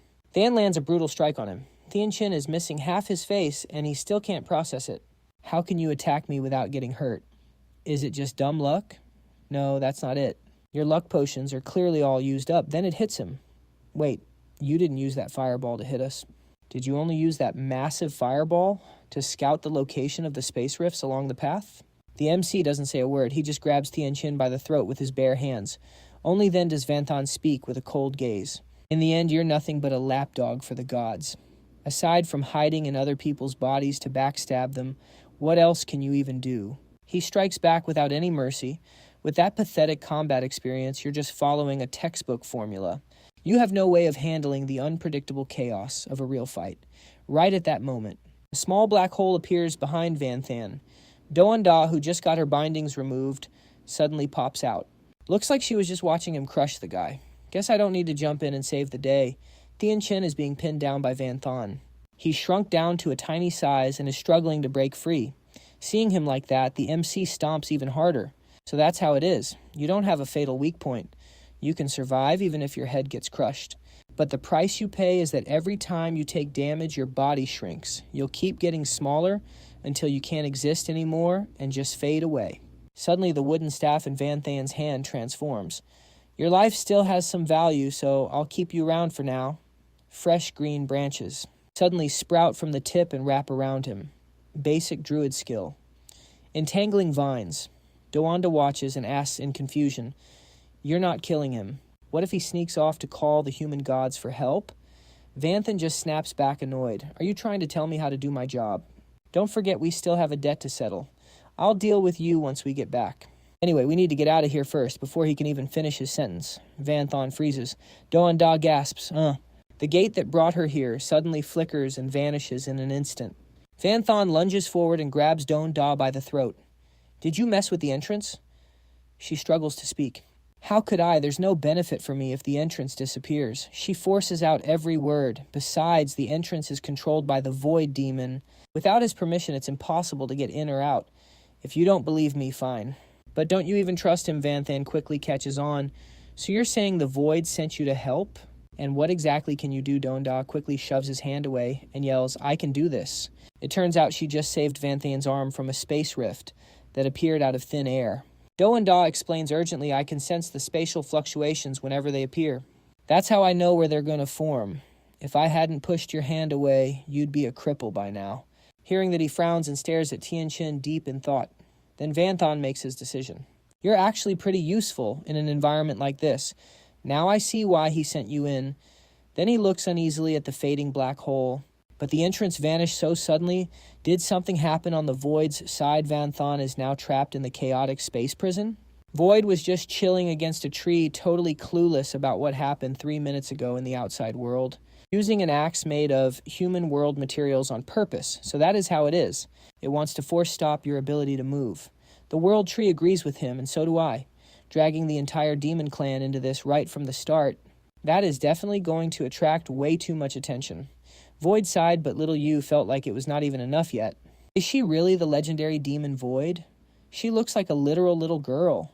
Xiaolang had no idea what to think. Do not ask me, I am meeting her for the first time too. Jiolin could only give a forced smile. At least she seems pretty close with our little junior brother. She probably won't give us a hard time. They never expected Void to talk back. I won't make things difficult if Vanthan was the one who brought you here. That proves we are already teammates. Everyone's heart skipped a beat. She heard us. Her ears are way too sharp. Jiolin took the chance to ask how much longer until he comes out. Void just shrugged in response. No clue, but with Duanye helping, there is no way he will fail. Suddenly the sky turned pitch black. It immediately put him on high alert. Xiaolang clung on for dear life and screamed, What is that, a world-shaking anomaly? While she was holding on and wondering what was happening, her entire body suddenly froze. She could barely even breathe. Right then, the sight they saw was a blood-red vortex, swirling violently. Void stood her ground amidst the blinding dust and smoke. Even though she blocked the link between the divine messenger and the divine being Vanthan caused such a massive scene that even that annoying guy noticed.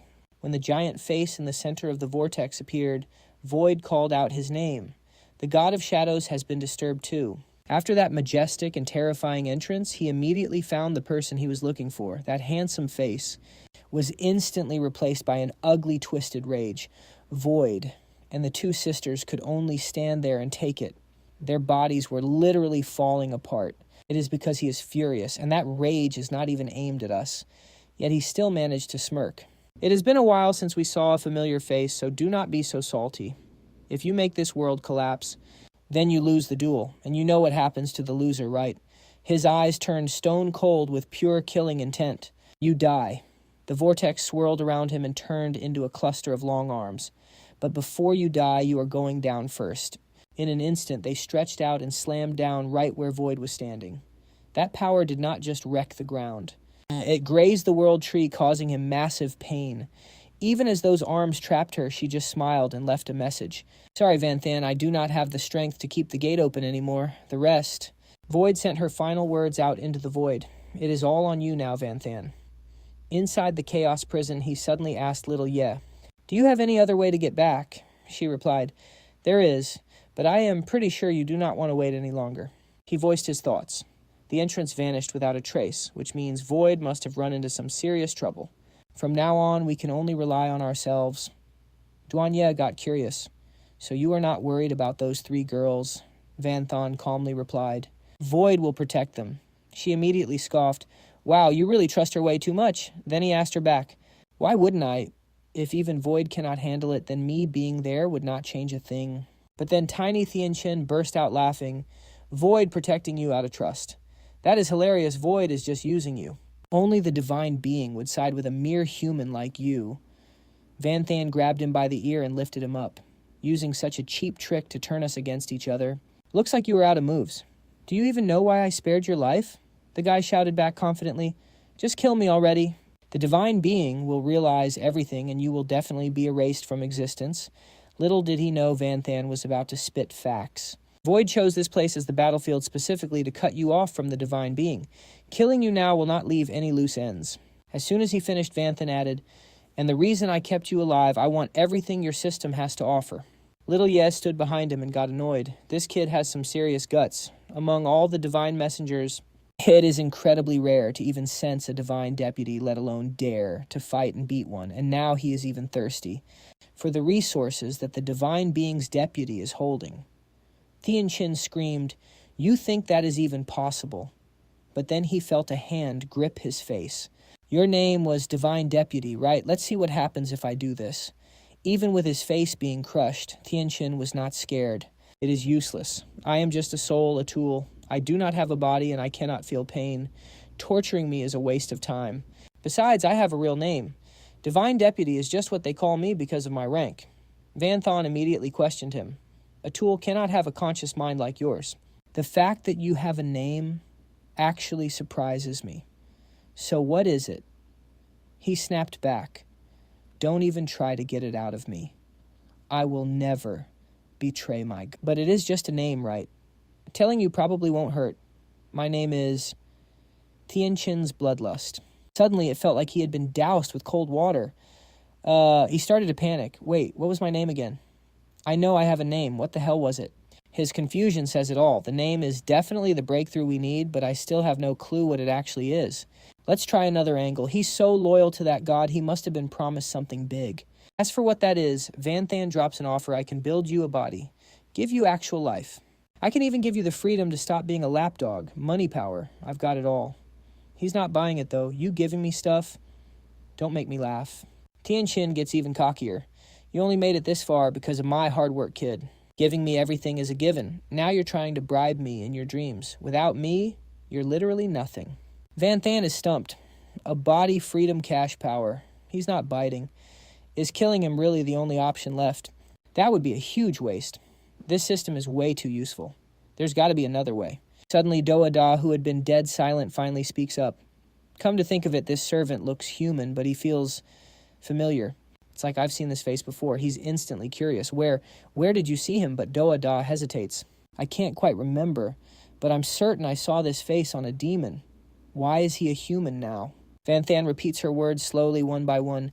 Human, demon, soul. No way. He turns to Xiaoye with a serious look. Where was your final battle with the divine envoy? She replies, in the human world. That guy betrayed me because he couldn't bring himself to kill humans. While she's still confused, Vanthan starts laughing, so that's it. Everything makes sense now. It all adds up. Seeing him figure it out, Tianqin snaps, What do you think you know? He just gives a soft smile. You're human, or at least your soul is. And not just any human, you're from the same world as me. Vanthan stares straight at the servant in his grip and drops the truth one word at a time. Your name is Lai Tianqin. Silence hits the room. Deep red mist begins to swirl around them. The whole space turns into a suffocating, eerie nightmare. Tianqin starts mumbling like crazy, like he's trying to remind himself. Lai Tianqin, my name is... Lai Tianqin. Doada's eyes go wide in pure shock. He's Lai Tianqin, the strongest immortal divine envoy. No way. She's absolutely certain. I crushed Lai Tianqin's soul with my own hands, and his body was wiped out by the Lord of Devouring. It happened right in front of me. Even in 1,000,000 years, if he did come back, he should still be a servant of the god of darkness. How could he possibly be a servant for the human god? Instead, Vanthan just stands there, arms crossed, cold as ice. Nothing's impossible. If even you can mess with souls, you think a human god can't do the same. He continues, I bet while you guys were fighting, the human god was watching the whole time. He couldn't jump in directly without wrecking the human world, so he just waited patiently for the fight to end. Once you left, he grabbed Lai Tianqin's shattered soul, patched it up, and turned him into his personal tool. Vanthan's next words make Doada break out in a cold sweat. By the time the god of darkness realized what happened, he knew that creating more envoys was totally pointless. That's why Lai Tianqin was the final divine envoy. Of the dark world, she glares at Tianqin, her lip curling in total disgust. The human god went through all that trouble, and for this trash. Plus, he looks completely brain dead. He doesn't even remember his own name. He's probably had his memory wiped. Gods don't value life anyway, and they definitely don't trust anyone. To a god, his soul is just a tool. Doada's voice turns cold. If that's the case, why not just delete his consciousness too? Vanthan explains, Nah, the god needs his brain. The system has to adapt to real-world situations on the fly. For example, the system won't give me some impossible quest at my current level. The rewards are always exactly what I need. Plus, he has to act as the god's executioner. In an emergency, he needs to be smart enough to call the god for backup. Vanthan is certain about this. You can't do that without a high-level consciousness. She's still curious. But why Li Tianqin's soul specifically? Couldn't he just pick any other human soul? He answers calmly. I'm not 100% sure. Maybe because we're from the same world, our souls don't clash or reject each other. Vanthan locks eyes with him, his voice sounding totally sincere. So your real name is Lai Tianqin, isn't it? Join me. I'll help you find your past. Tianqin starts shaking, looking completely lost. No, I don't know. I don't know anything? He screams, his voice cracking with frustration. And how are you going to find my past anyway? Where would you even look? That's impossible to find. But Vanthan has a theory. Parts of his past life might still be buried deep inside that body. Where did you guys take his body after the battle? Duanya replied like it was nothing. We took it back to the dark world, obviously. You think we would just leave it for humans to use as a sacrifice? Nah. Once we got back, we just tossed it aside like trash. Yunchen was shook. He could not believe his ears. Tossed it. Think hard. Where exactly did you dump him? Once we are back in the dark world, we will... Suddenly, his body started shaking violently. It felt like a million sharp memory shards were ripping his consciousness apart. He turned pale, his voice cracking from a mix of rage and pure panic. "Stop, just stop. I need peace. Leave me alone for a second." He quickly pulled out the shelter device. "Fine. I will give you some time to think." Tianzheng did not hesitate. He dived straight into the shelter. Yun Chen spoke up again. "Next time we talk, you better have some answers for me," he said with a heavy tone. His eyes went dark. "To think my system was actually Li Tianjing, even if he is playing dumb right now. Once we find that body, he will have to face the truth." "Xiaoye, didn't you say there was a way to get back?" She gave a smug smirk, her voice dripping with sarcasm. Honestly, we are actually pretty close to the dark world."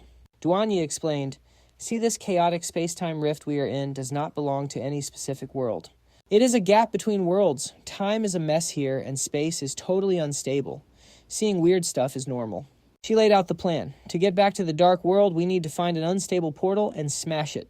That is the easiest way to hop between dimensions." Yun Chen replied coldly, "Smash an unstable portal. That should be easy for you, right?" he thought to himself. "I mean, even Teacher Xia could pull that off 4 years ago." Duanye answered casually, "If we were in the dark world or the human realm, then yeah, it would be." But then she shared her concern. "The thing is, this chaotic rift has way too many unstable spots. If we just start swinging, we could cause a massive space collapse, and we would get ripped to shreds or tossed into some random world." Duanya frowned, her voice getting serious. "So, we have to pick the right target. I can sense a faint aura from the direction we are headed. It is from the dark world. It is likely leaking out from an unstable portal nearby." He muttered. In aura, Yun Chen immediately activated his mage skill. His mana surged as he used his Chi master skill, Flowing Silk. He closed his eyes, fusing and evolving his skills.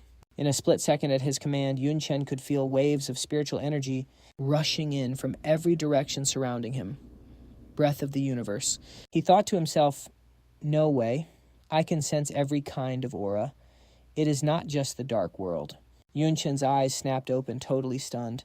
"I can feel the human world and even other unknown realms, too." She was speechless, thinking he can sense an aura from this far away in a space-time rift. Not even the 72 demon pillars could pull that off.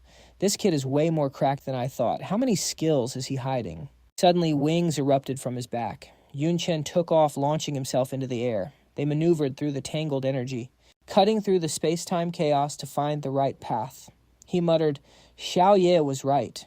You really can see some crazy cosmic wonders in this rift." Suddenly, the space-time fabric began to crack. Spiderweb-like fractures spreading in every direction. Then a flood of images started overlapping and blurring together. The chaos was so intense it actually caught Yun Chen off guard. He stammered, "What is this?" Duanye replied coldly, "I told you already. Time has no order in this rift. Do not be surprised by anything you see."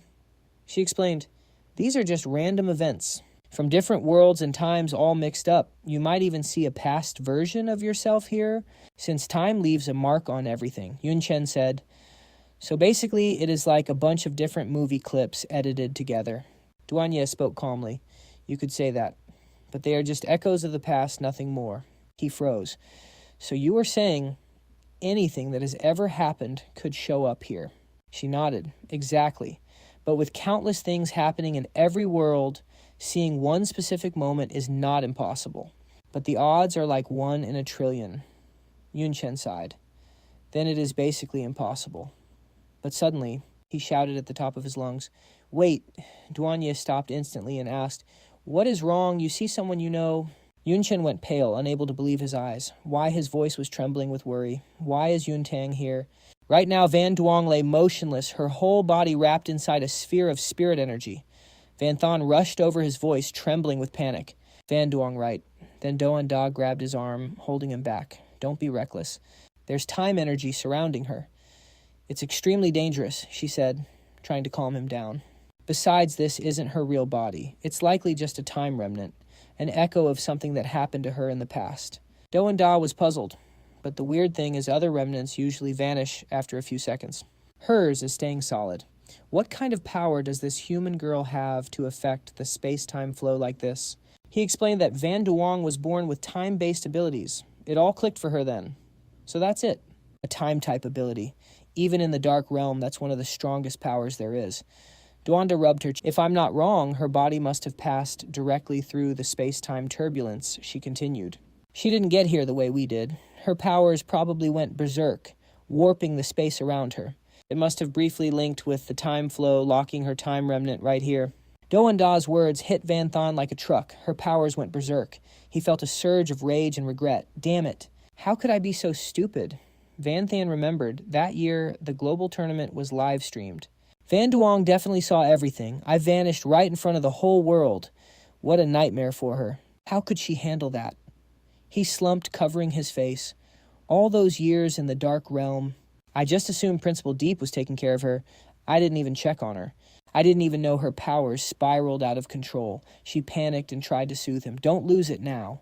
It's just a theory. Time abilities are so rare and mysterious, they even outrank space-type powers. Even among the 72 great demon clans, almost no one has them. Doanda felt a sense of dread. If he dies, I'm going down with him. Van Than didn't hesitate. He thrust his hand straight into the spirit sphere. I don't need theories. I'll see the truth for myself. Pain ripped through his arm like 1,000 burning blades, searing his skin. It dug deep into his bones, but Van Than wouldn't let go. He grit his teeth, enduring the agonizing torture. She screamed in terror. Stop, you can't mess with time power. It's draining your very life force.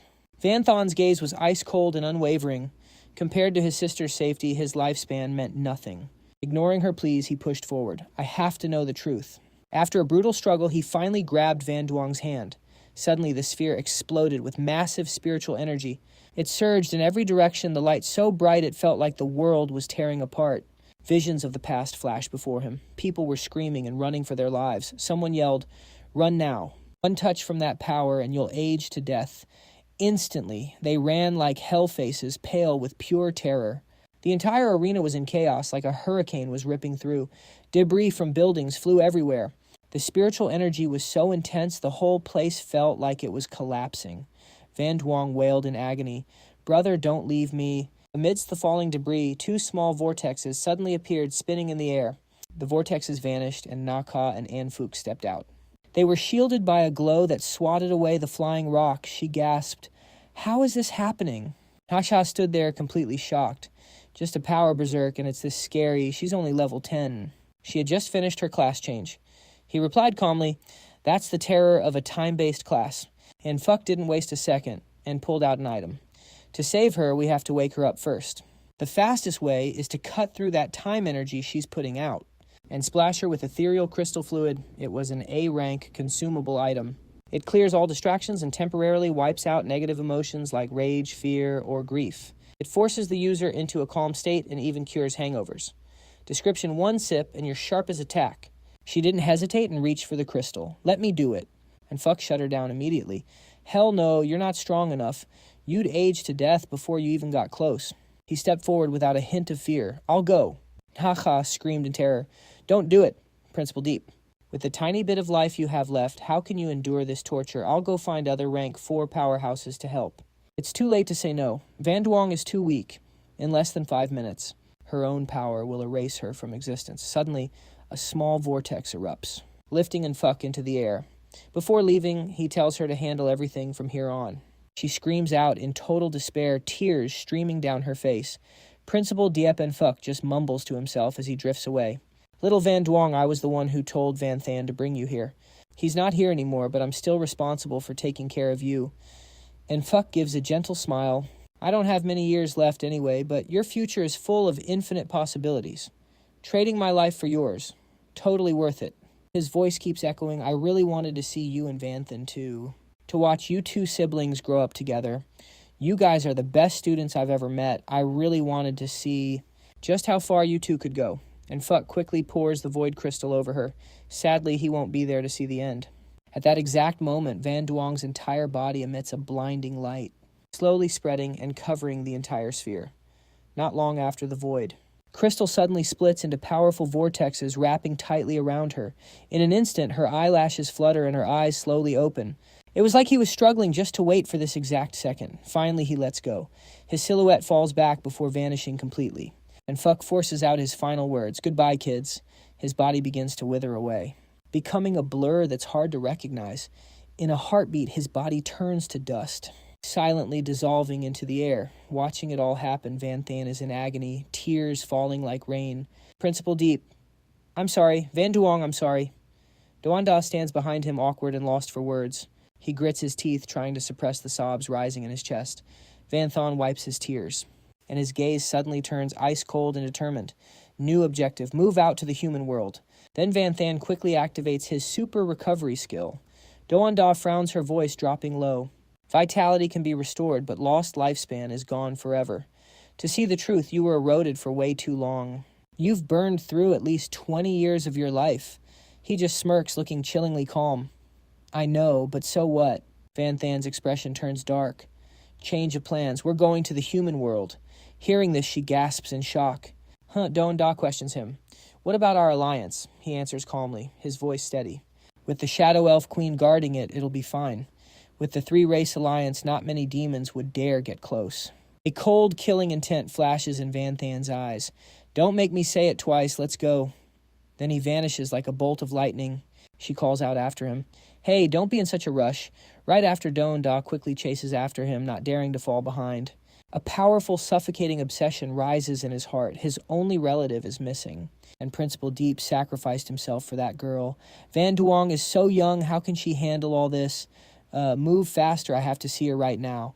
Suddenly Van Thon is yanked back hard, making him stumble. Her hand grips his shoulder as she roars in anger. I told you to slow down. Didn't you hear me? He snaps, shoving her hand away. The killing intent in his eyes explodes as he yells back. Doanda, you're showing killing intent now. What are you doing?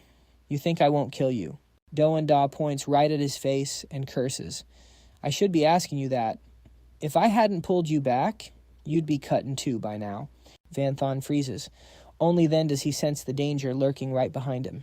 She says coldly, Go wherever you want, but I'm leading from now on. You just follow. If you're tired of living, fine, but I don't want to die yet. Van Thon clicks his tongue and looks away, sounding reluctant.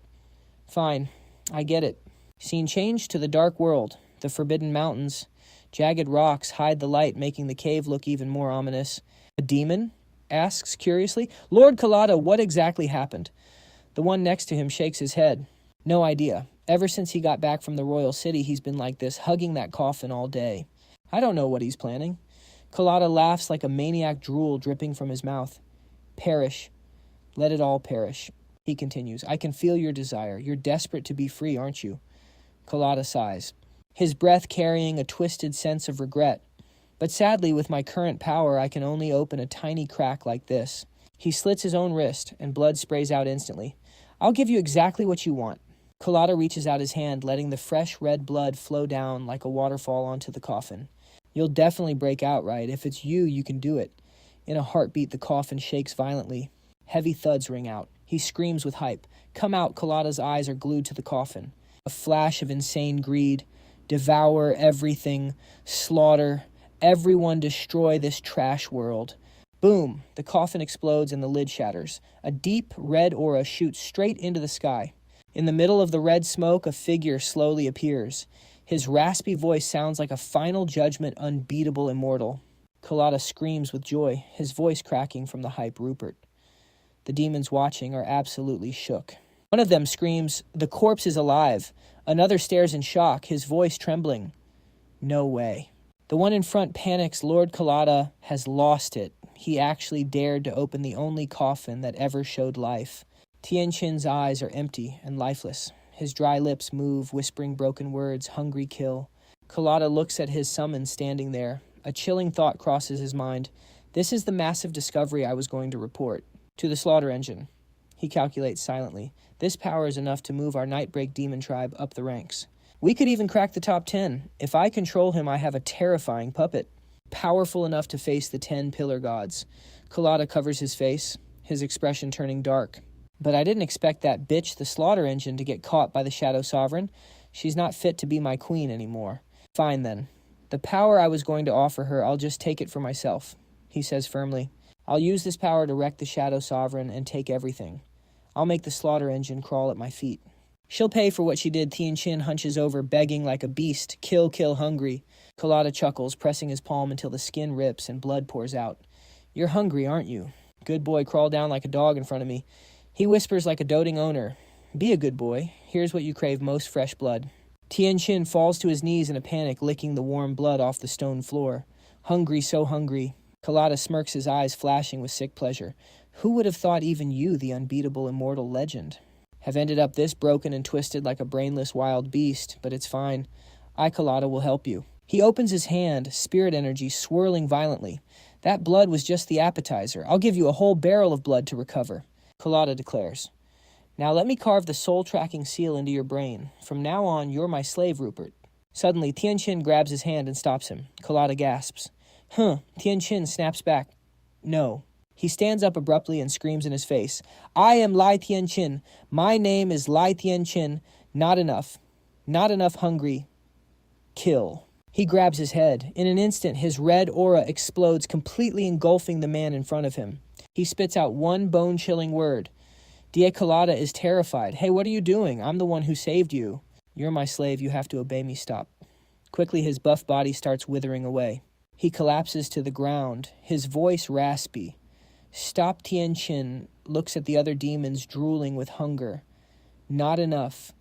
Not enough. Kill. A massive red aura erupts, charging at them without hesitation, tearing through the air. Along with his raspy roar acting as a death sentence, die right now, blood splatters everywhere.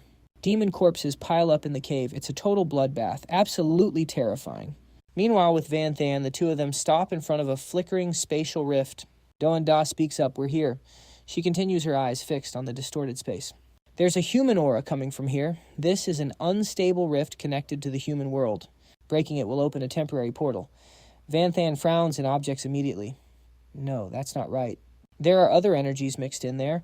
Van Than closes his eyes, relaxing his mind to sense the vibrations.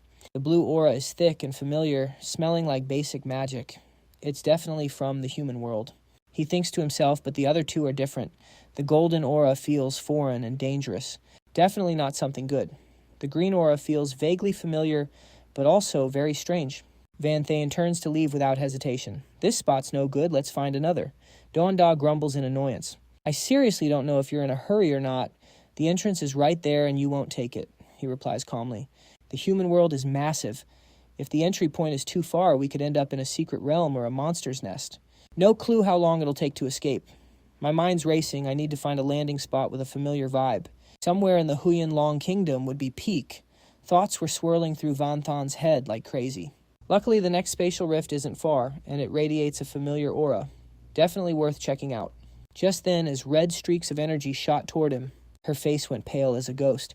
Doan Da slammed on the brakes, her body nearly folding in half from the momentum. He spun around, totally worried. Yo, what's wrong? She was panicking, drenched in cold sweat. No, we can't go any deeper. Something insane is ahead. It's dead, but we have to turn back right now, Van Than was shocked. Dangerous. Is it those red auras? Besides, you're the 21st pillar? Why are you acting like a scrub over a corpse? Doan Da hugged herself, shaking like a leaf. I don't know, but we seriously can't get any closer. We're dead if we do. Guaranteed. We can't go on. We have to pivot. She gripped his arm, and she wasn't holding back. Van Than's gaze went cold. I don't have time for games. The other rifts are way too far. I can barely even feel them. Without another word, Van Than dragged Doan Da toward the distorted space. Move it! I've got to get back to the human world, back to Huyan Long Kingdom. Don't make me force you. She struggled with everything she had, tears practically streaming down her face. We're gonna die, I'm telling you. No, Doan Da screamed in despair. Stop. In an instant, they both vanished into the new dimension. Suddenly, his eyes landed on something. Van Than froze in pure shock. A corpse, he muttered, seeing something that looked like a monkey. But it was like pure void. No face, no features. You couldn't even tell its species or gender. Xiao Da, do you know what this thing is?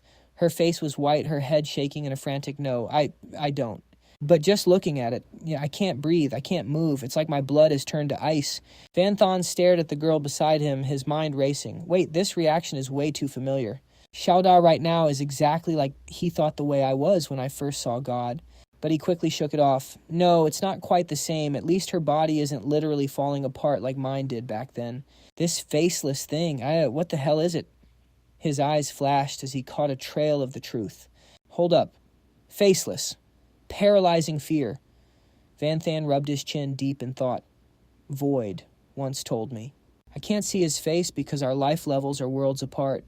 To make it easier for me, he took on little Nava's form. Thoughts kept hammering in his head, and the world tree said, God stands above, all feared by every living thing. This monster right here has traits of both God and void. Van Thaen theorized that God's life level must be even higher than heaven and earth itself. I've never met God face to face, so I don't know if he's faceless like Void too. If I had to bet the human God, shadow God Void, and this corpse, he locked eyes with the divine remains, are all the same type of life form, maybe even the same race, Van Thaen whispered to himself. But for some reason, Void lost his power to terrify, and this monster ended up dead. While the human god and shadow god are out here arrogantly playing games with two worlds, he glanced over at Do and Da. I cleared the world tree's trial, so I'm immune to God's pressure, but Xiao Da, she's cooked. Even the legendary 72 demon pillars are powerless against this life-level suppression. Suddenly she grabbed Van Thaen's sleeve, her fingers trembling violently. Can we leave? I can't stay here for another second. Aren't you... He activated his mana without hesitation. Immediately, with a sharp shout, the storage box manifested. All right, he thought a theory is just a theory. The priority is getting back home first. I'll just take this corpse with me. Maybe I can research it later.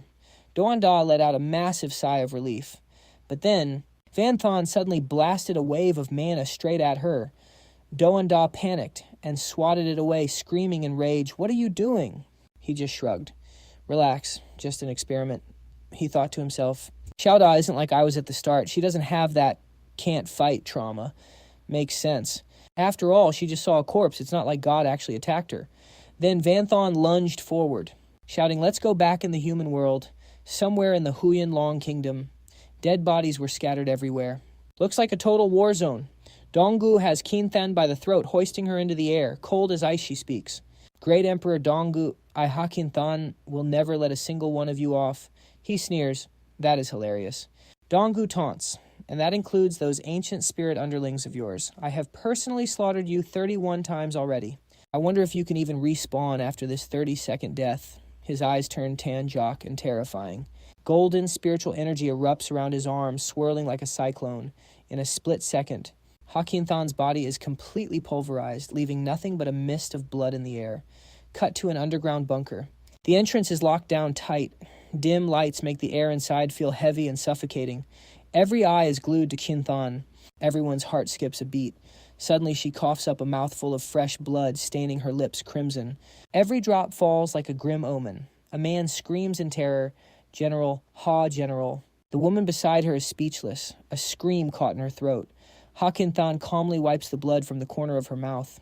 A substitution clone is a god-tier item. Use it once, and it's gone forever.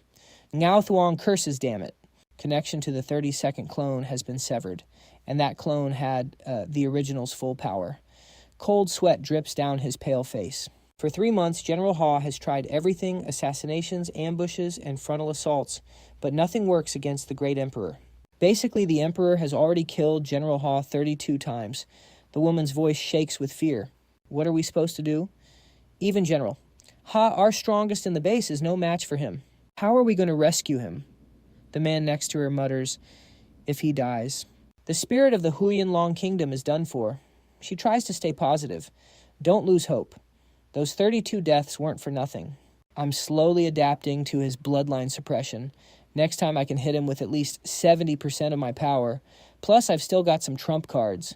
It's not over until I'm dead. The base goes dead silent before everyone starts whispering. She still has treasures. No way. General Ha uses a god-tier item every time she fights. And she still has more. Her vault is cracked. Qinthan speaks coldly. Dismissed. We still have a little time before the final showdown. Prepare everything. Meanwhile, in the Misty Mountains, a carriage full of mutant beasts rolls by. KS grips the iron bars, shaking with pure rage. His words cut like knives. You useless dogs, traitor scum. He won't stop screaming at them. Cowards who surrender to those ancient spirits aren't even human. Outside old Truong and Quang Hui can only look at the ground. They are taking all of KS's heat. You're all useless trash. You damn traitors, Dunuyan speaks up. Ignore him. You guys just know how the world works now. This world belongs to us. Joining the ancient spirits is the only smart move. He lets out a wicked laugh. Our city lord loves beautiful women and rare beasts. Once we bring back those talking beasts, your reward will be massive. They both reply, thank you, sir. KS slams the bars so hard the whole carriage shakes. He roars in fury. What the hell did you say? I'm a human. You idiot. Your whole family are the beasts. Screw you. His friends try to quiet him down. Stop it. If you piss off the ancient spirits, you're cooked. Old Truong nods. Exactly. I heard the city lord treats beasts even better than people. They get fed on time every single day. They have it way better than us. Kwang Hui adds, don't blame us. We just didn't want our families to starve. KS is fuming, veins popping on his forehead. His eyes flash with pure killing intent. Traitors don't get a say. Dun Juyin whirls around, looking ready to kill. So much noise. He draws his sword voice ice cold. You're the only one making a scene here. Sounds like you need some training, beast. The blade whistles through the air straight for his chest. KS screams in agony as blood gushes from the wound. I'll kill you. I'm going to end you. Suddenly, the whole area starts shaking. It feels like the world is flipping upside down. Everyone is paralyzed with fear.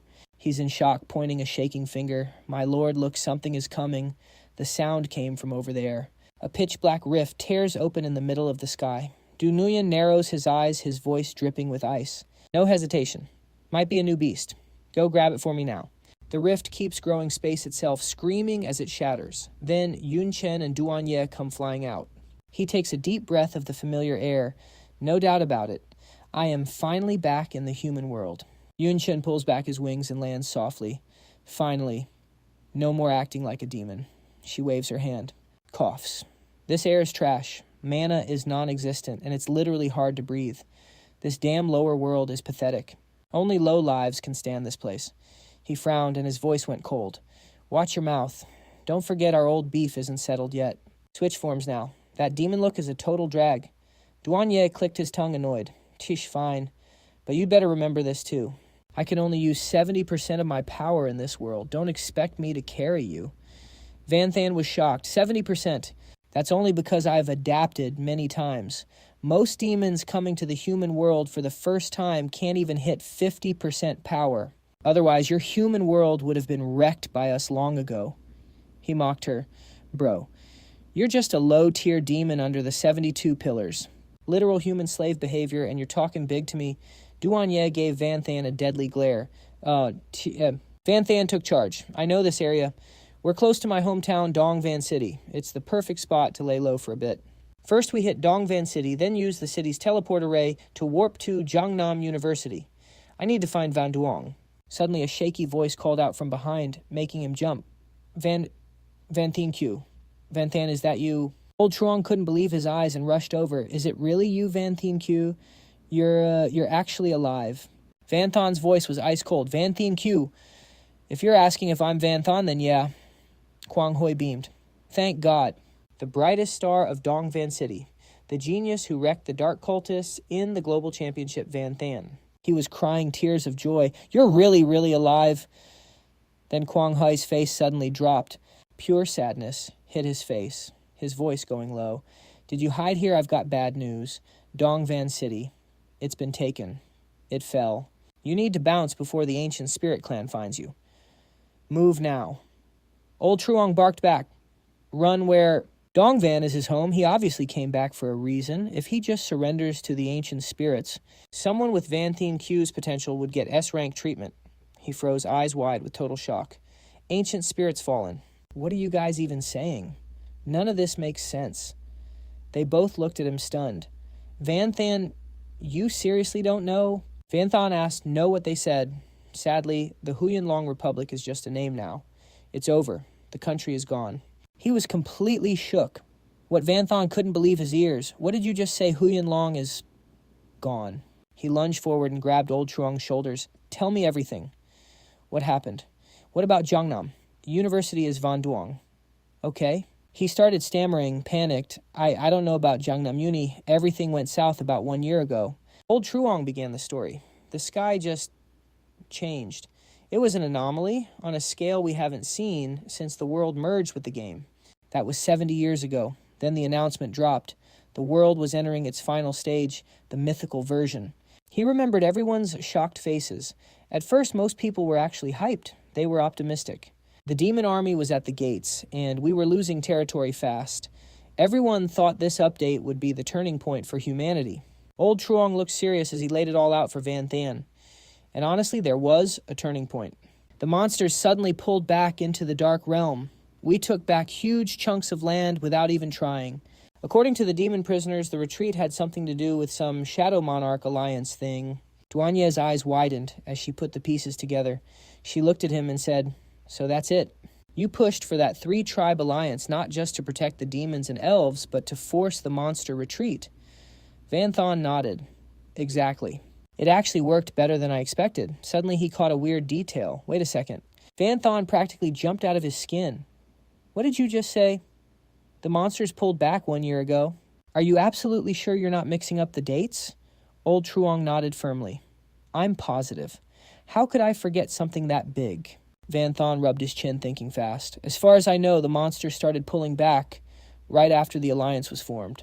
From the time I entered the Dark Elf Forest and hit that time turbulence, it should have only been 1 week tops." "How can a whole year have passed?" he asked, confused. "How long has it been since I disappeared at the tournament?" Old Truong held his head and shook it. "Let me think. It's been about 2 years and 9 months. He was floored by the answer. 2 years and 9 months. No freaking way. I was only in the Dark Realm for about 1 year and 9 months. Even with a margin of error, it shouldn't be this off unless... Duanye spoke up. "You guessed right. Time flow is completely chaotic inside time turbulence. By the time we broke out, an entire year had passed outside." Van Than sighed. "So that's how it is." He blamed himself silently. "I messed up the math. A year is more than enough time for every..." Pulling himself together, Van Than looked at Old Truong. "What happened next? What happened after the monsters retreated? Why did Huyen Long fall?" He scratched his head, looking awkward and confused. "Look, my power is limited, so I don't know the full story. Let me just tell you what I can remember. All I know is that suddenly a massive wave of ancient spirits spawned all across the country. These guys were toxic as hell, enslaving everyone and claiming to be our ancestors. The regular class users. They were totally washed and couldn't stand a chance. In just 6 months, the entire Huyen Long nation was cooked. Even Dongvan City was renamed to Dongvan Citadel." Van Than was skeptical. A country that survived monsters and demons got rolled by these ancient spirits this easily. Are these ancient spirits even more OP than monsters? Old Zhang started shaking as he answered. "I'm not sure, but one thing is certain." Old Zhang looked terrified, gritting his teeth as he spoke. "When I faced one of them, I really felt completely crushed, like I couldn't even lift my head. Under their bloodline suppression, we're basically just weak little kids." Van Than locked in, thinking deeply. Ancient spirits and bloodline suppression. This Mythic Patch update is definitely connected to that Godman guy. But why? What's the play here? How does letting ancient spirits enslave humanity even benefit him?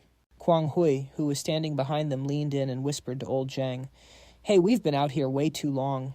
What if the ancient spirit lord gets suspicious?" Old Zhang jumped, panicking. "Right, I almost forgot about that."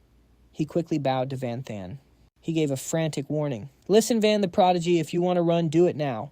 But if you're planning to head back to Dongvan Citadel, you better have a fire gift ready for the city lord. If he's vibing with it, he might not only let you go, but he could even give you a small official rank."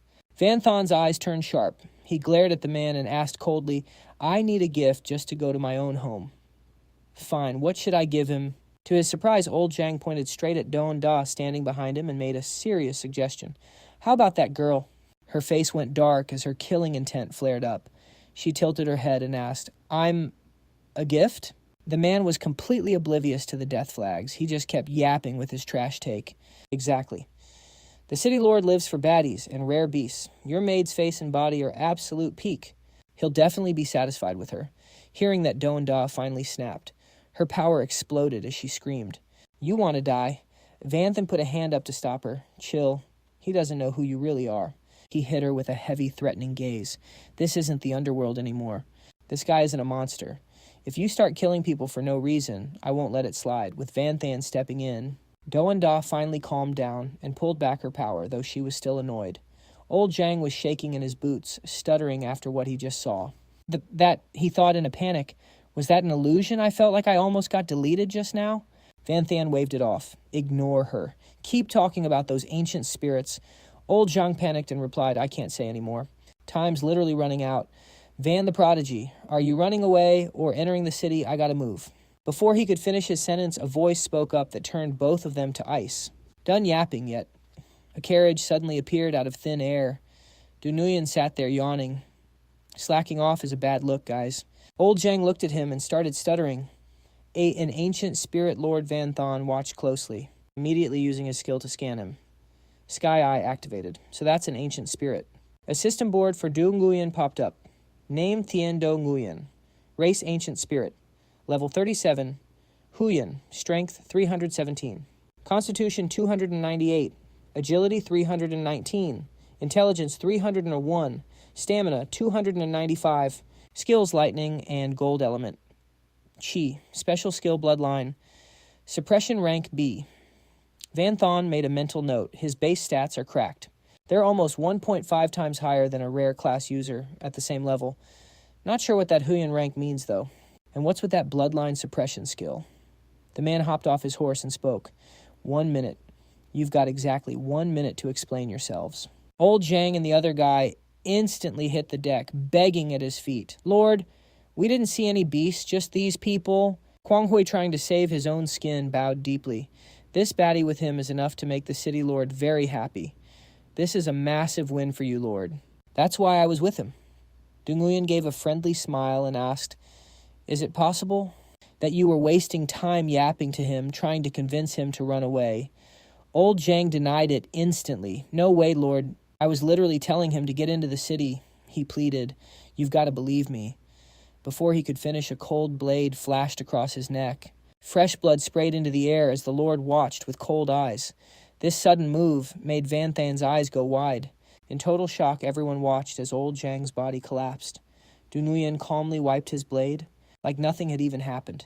He kept smiling as he looked over at Kwang Hui. His 1 minute is up. You're next. The man fell to his knees in terror, his face completely pale. He's cooked. Stuttering and shaking, he gasps, My lord, I... Du Nguyen's eyes flash with killing intent as he growls, Your words are a total snooze fest. He swings his blade right at Kwang Hui's throat and barks, Go join him in hell. Suddenly, an armored hand catches the falling blade with surgical precision. Van Thon just used a skill to tank Du Nguyen's attack. He glares at him, his voice dripping with rage. You have gone way too far. The air instantly turns ice cold. Van Thon grips Du Nguyen's blade with insane strength. The raw power from that sword is actually making his hand tremble.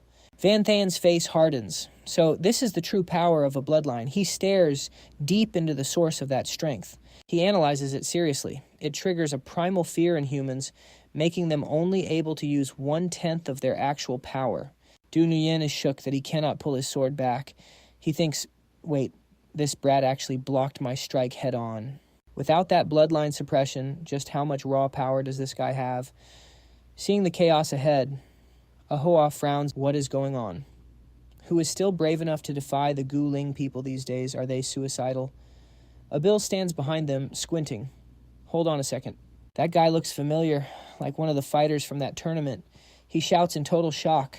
The prodigy Van Than, it is really him.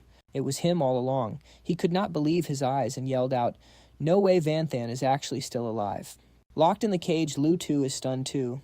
He taps the shoulder of the dazed Ho Tung and says, Look, that really is Van Than. We fought him back in the freshman exchange years ago. He even wrecked you in the individual tournament.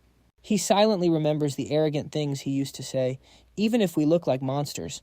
He always treated us like humans. He did not care about looks, only what is inside.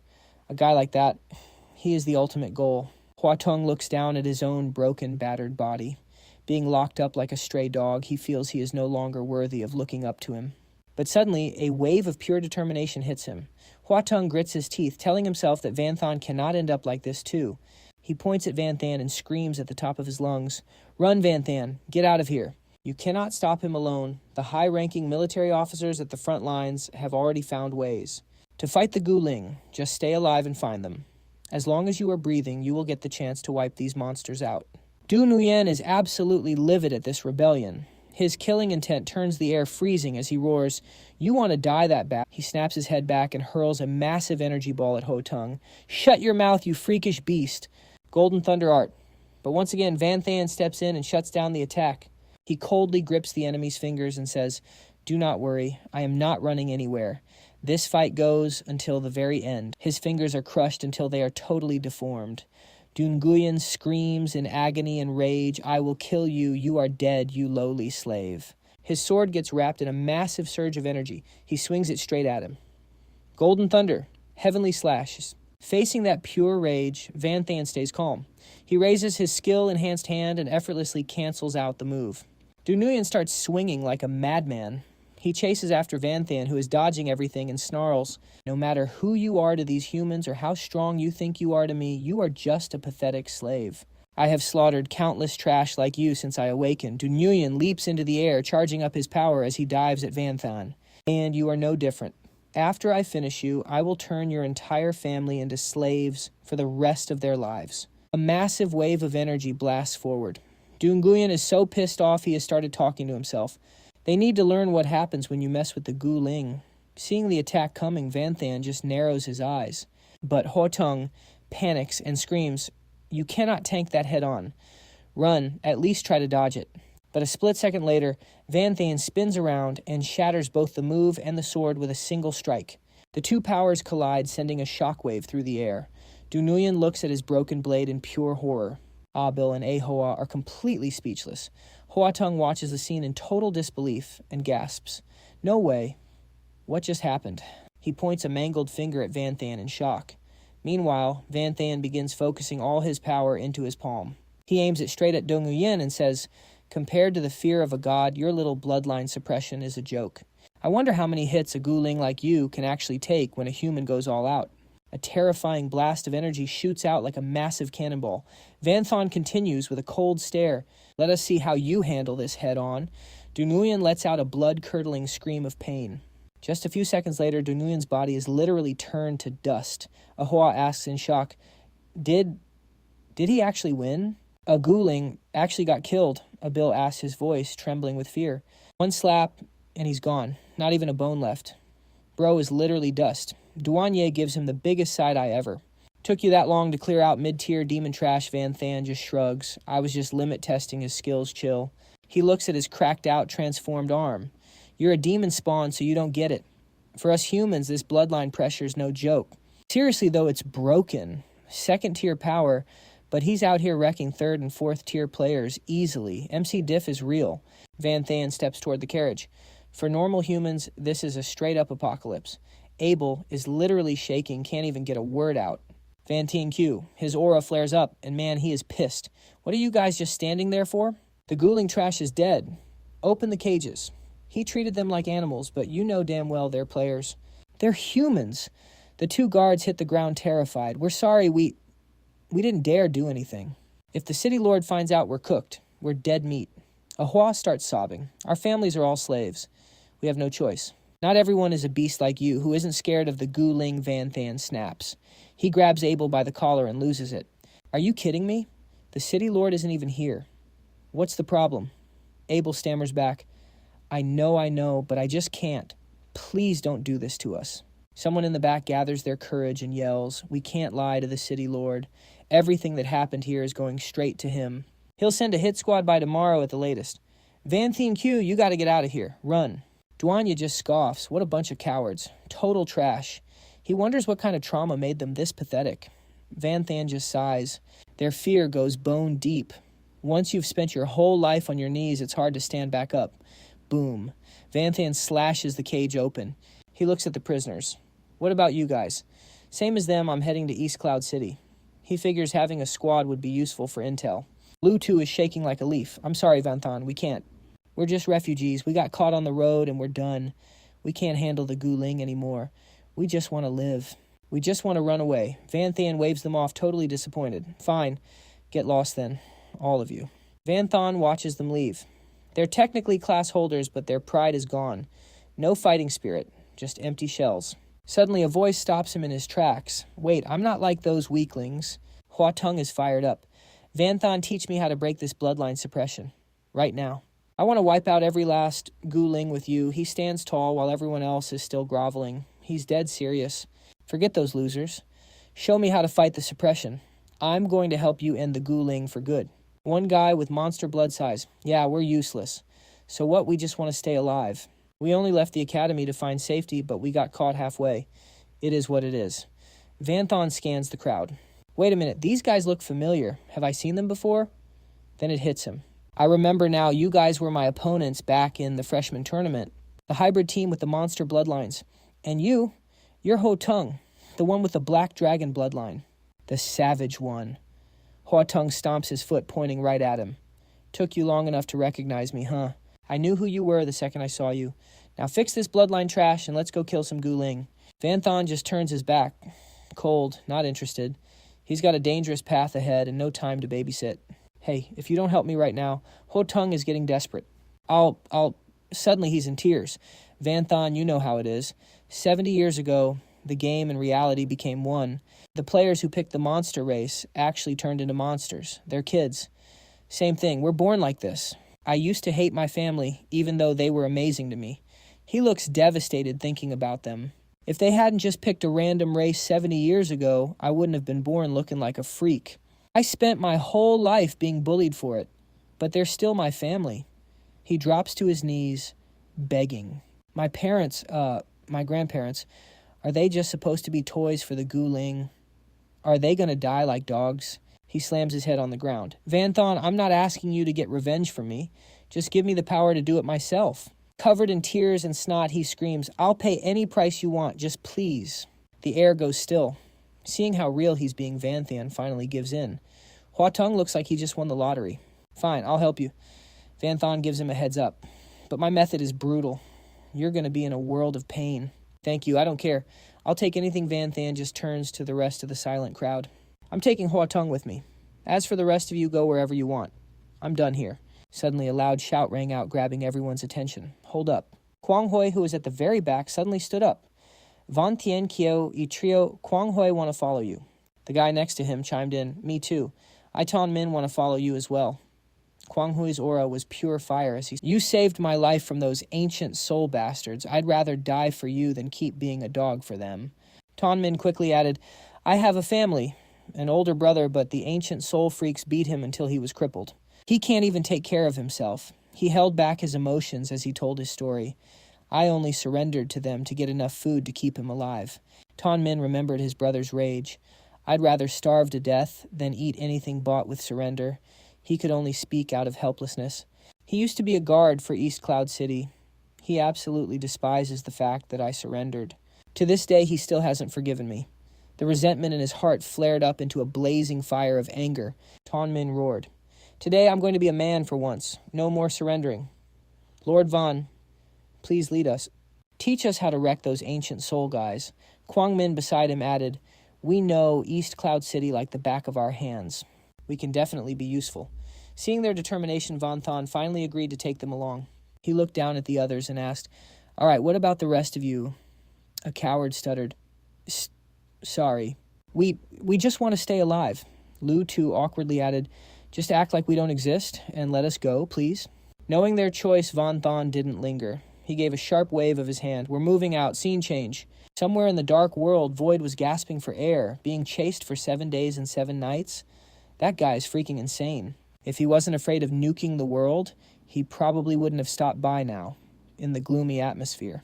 Diolin asked skeptically, did we actually survive, Tio? You also gasped.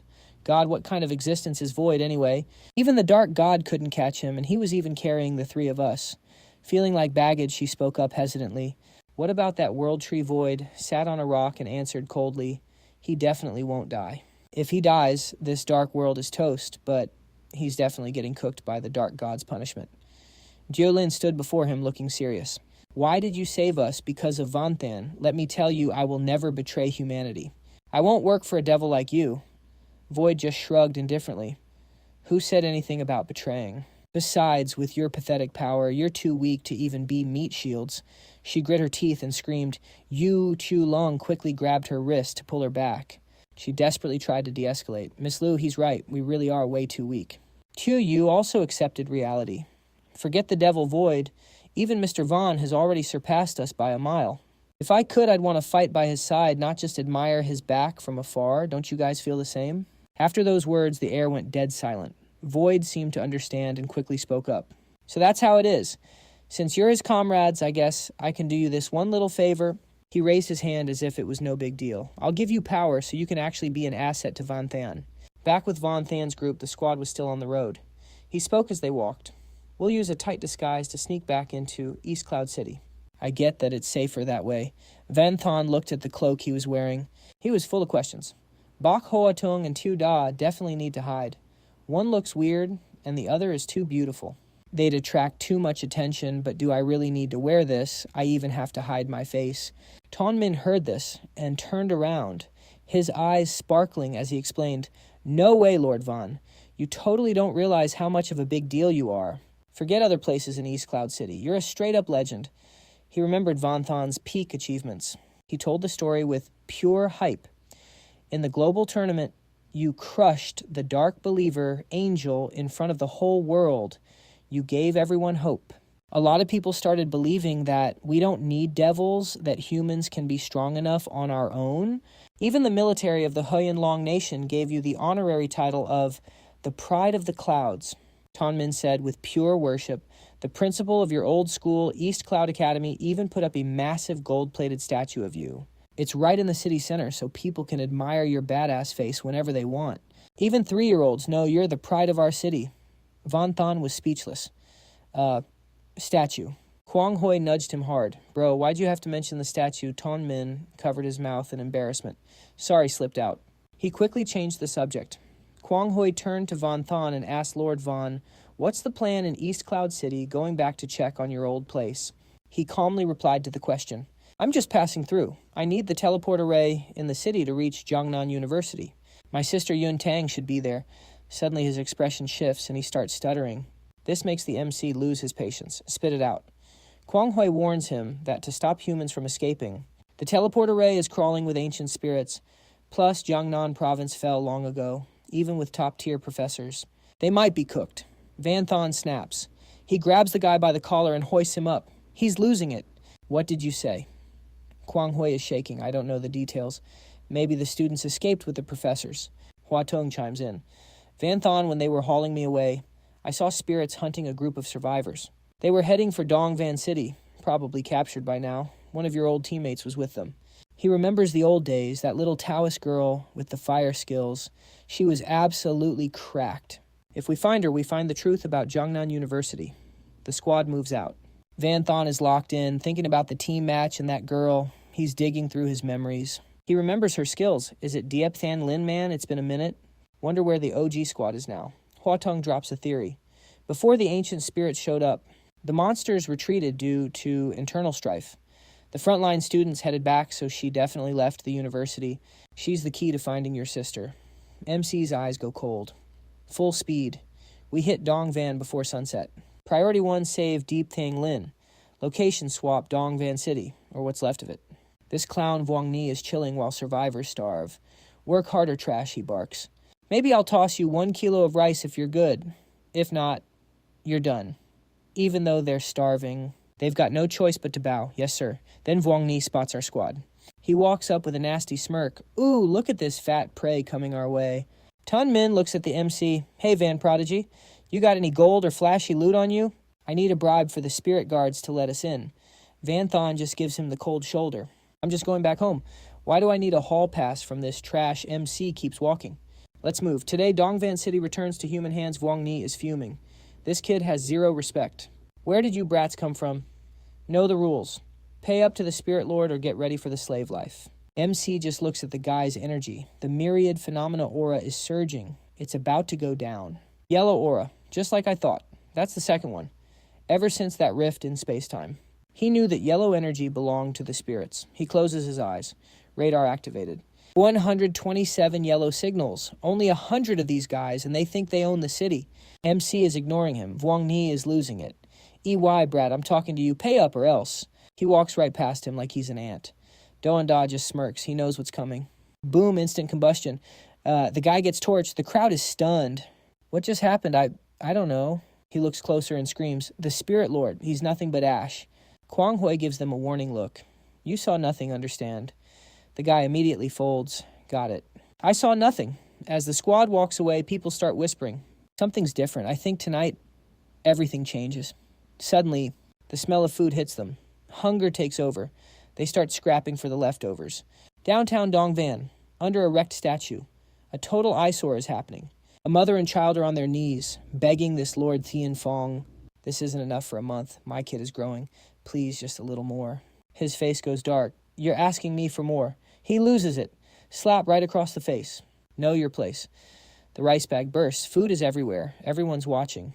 The crowd starts murmuring, this guy is pure trash doing this in broad daylight. It all went down in a flash. People are like starving tigers lunging for that rice bag. The crowd is crushing each other. No one is backing down. They are risking their lives just to find a way to survive. The men are hyped to snatch some food, while the weak women can only beg in vain. It is absolute chaos. No, do not take my rice. I am begging you, do not steal it. Thien Fong watches the madness below, laughing like a total psychopath. His voice is pure trash talk as he says, human slaves are all pathetic cowards. Hua Tung grits his teeth, fuming with rage. He snaps, that is disgusting. Even Don Da has to admit, even among demon seeds, few treat humans this badly.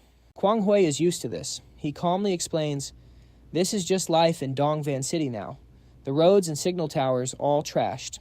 The granaries and farms are all under ancient spirit control.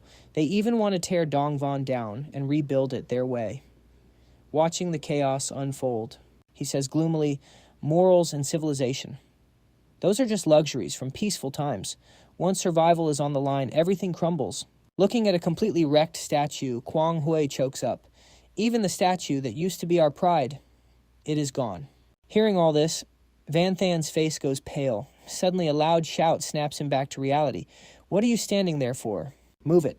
The crowd in front of Van Than is chained together, being herded like cattle. An ancient spirit guard is constantly barking orders. Still think you are some hotshot class user?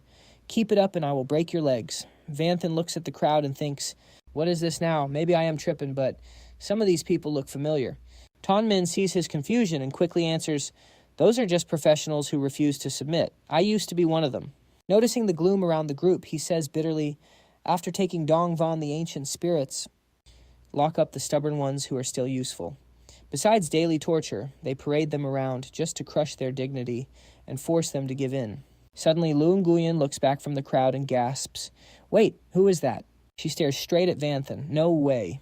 She is not mistaken. She has known him for years. Ever since he became the province's top scorer, she has been following his progress. Lun Guyan remembers how arrogant she used to be, even when he blew up after the global tournament. She was so proud, flexing her connection to him everywhere back in the day. She would hold her head high and brag, I went to high school with Van Than, he is that cracked, because I was his training partner. I know him. He is definitely not dead. He will be back soon. Van Than's autograph easy. I will get it for you when he returns. But right now, Lun Nguyen's face is stuck in total disbelief. She thinks to you I am probably just some random girl, but you were always the glory and pride of my heart. Someone like you.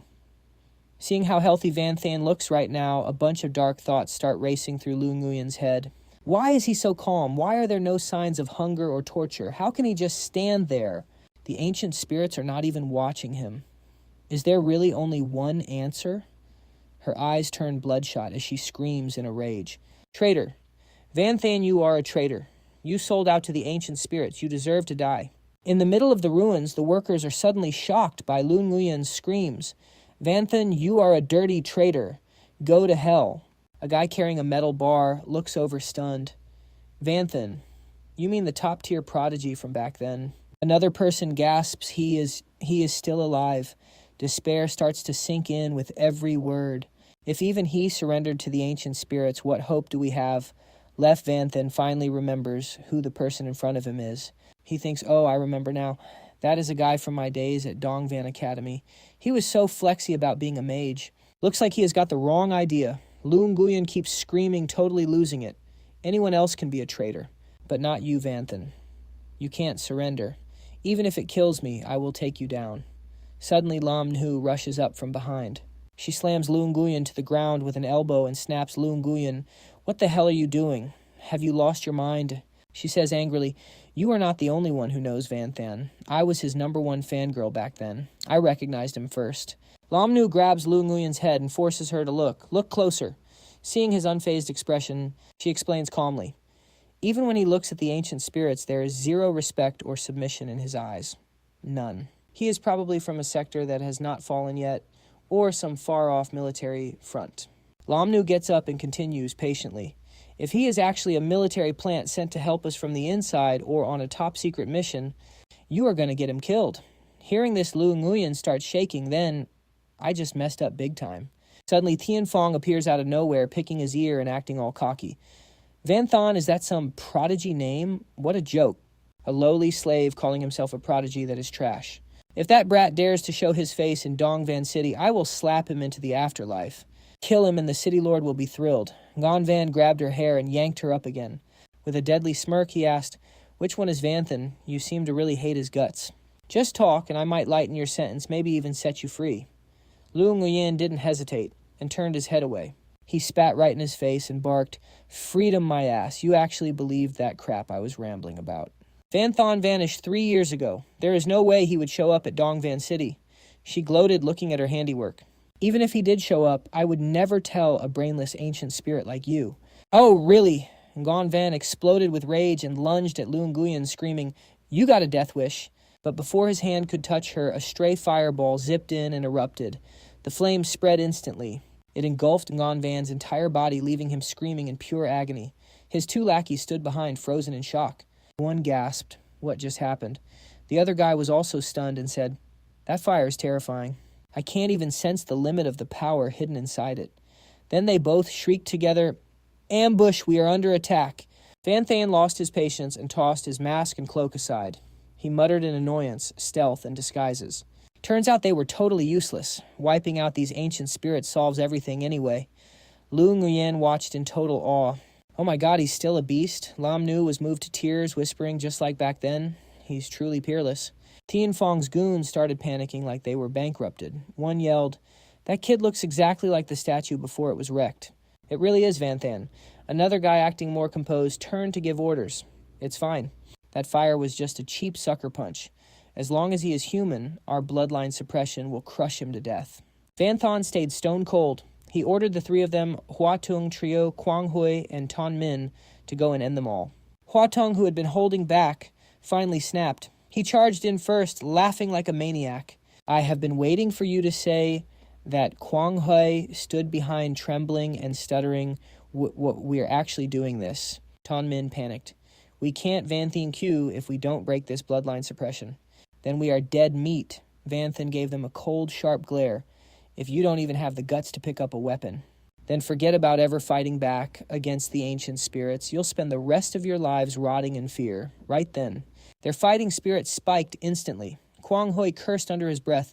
"Damn it." Ton Min summoned his courage and said, "Got it." He swung his sword and charged, shouting, "I'm a rare awakener. Second advancement berserker. There's no way I'm backing down now." He followed right behind, screaming, "Let's go all out, Ho Tung." He was burning with battle intent.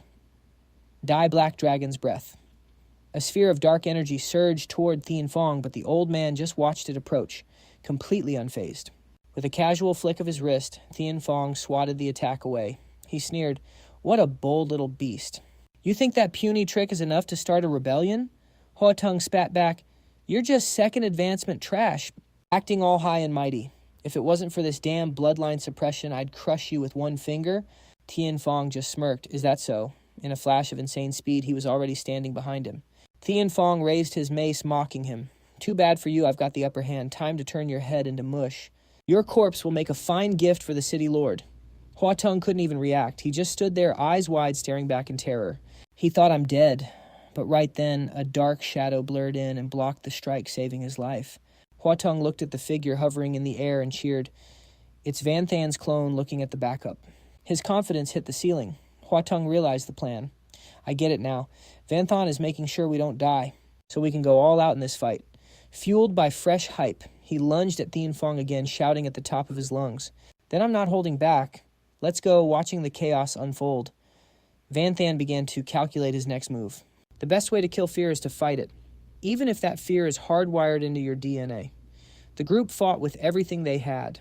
He couldn't help but look back at the old days. I couldn't resist that divine fear because the enemy was just too OP. They were so strong it was impossible to even fight. But this is different. As long as I keep them from losing and give them enough time to fight, they'll break the bloodline suppression themselves. But the nearby civilians saw the tension rising and started screaming in terror. The crowd yelled, "Run, a fight broke out." The city lord won't just sit there. Van Than is cooked. If we don't get out now, we're all dead meat. A woman watched helplessly as her food was trampled. She begged weakly, "No, please. Don't step on my rice." "Hey, watch the rice." A hand suddenly stops her. Jonda grabs the woman's arm and hands her something. He says, "Stop picking that up. Take this space magic stone. Just touch the surface to see what is inside. There is enough food in there to last you for years." The thin woman takes the stone in total shock. Jonda glances coldly toward Van Than and explains, "He told me to give it to you, though I would have done it anyway." The woman looks at Jonda with pure gratitude and says, "Thank you so much. But you and Van Than need to be careful. With all this noise, the city lord's elite guards will be here any second." She just flashes a casual smile and replies, "The guards. So what? Check out how badass he looks." Jonda declares, "At least here in East Cloud City, Van Than is the literal goat. He is him, back at the square." In the massive center of the old city, a crowd has already clashed, creating a scene of absolute chaos. Dust and smoke fill the air. Van Than stands calmly to the side, observing everything. He thinks to himself, "So that is it. The bloodline suppression effect is even more broken than I thought."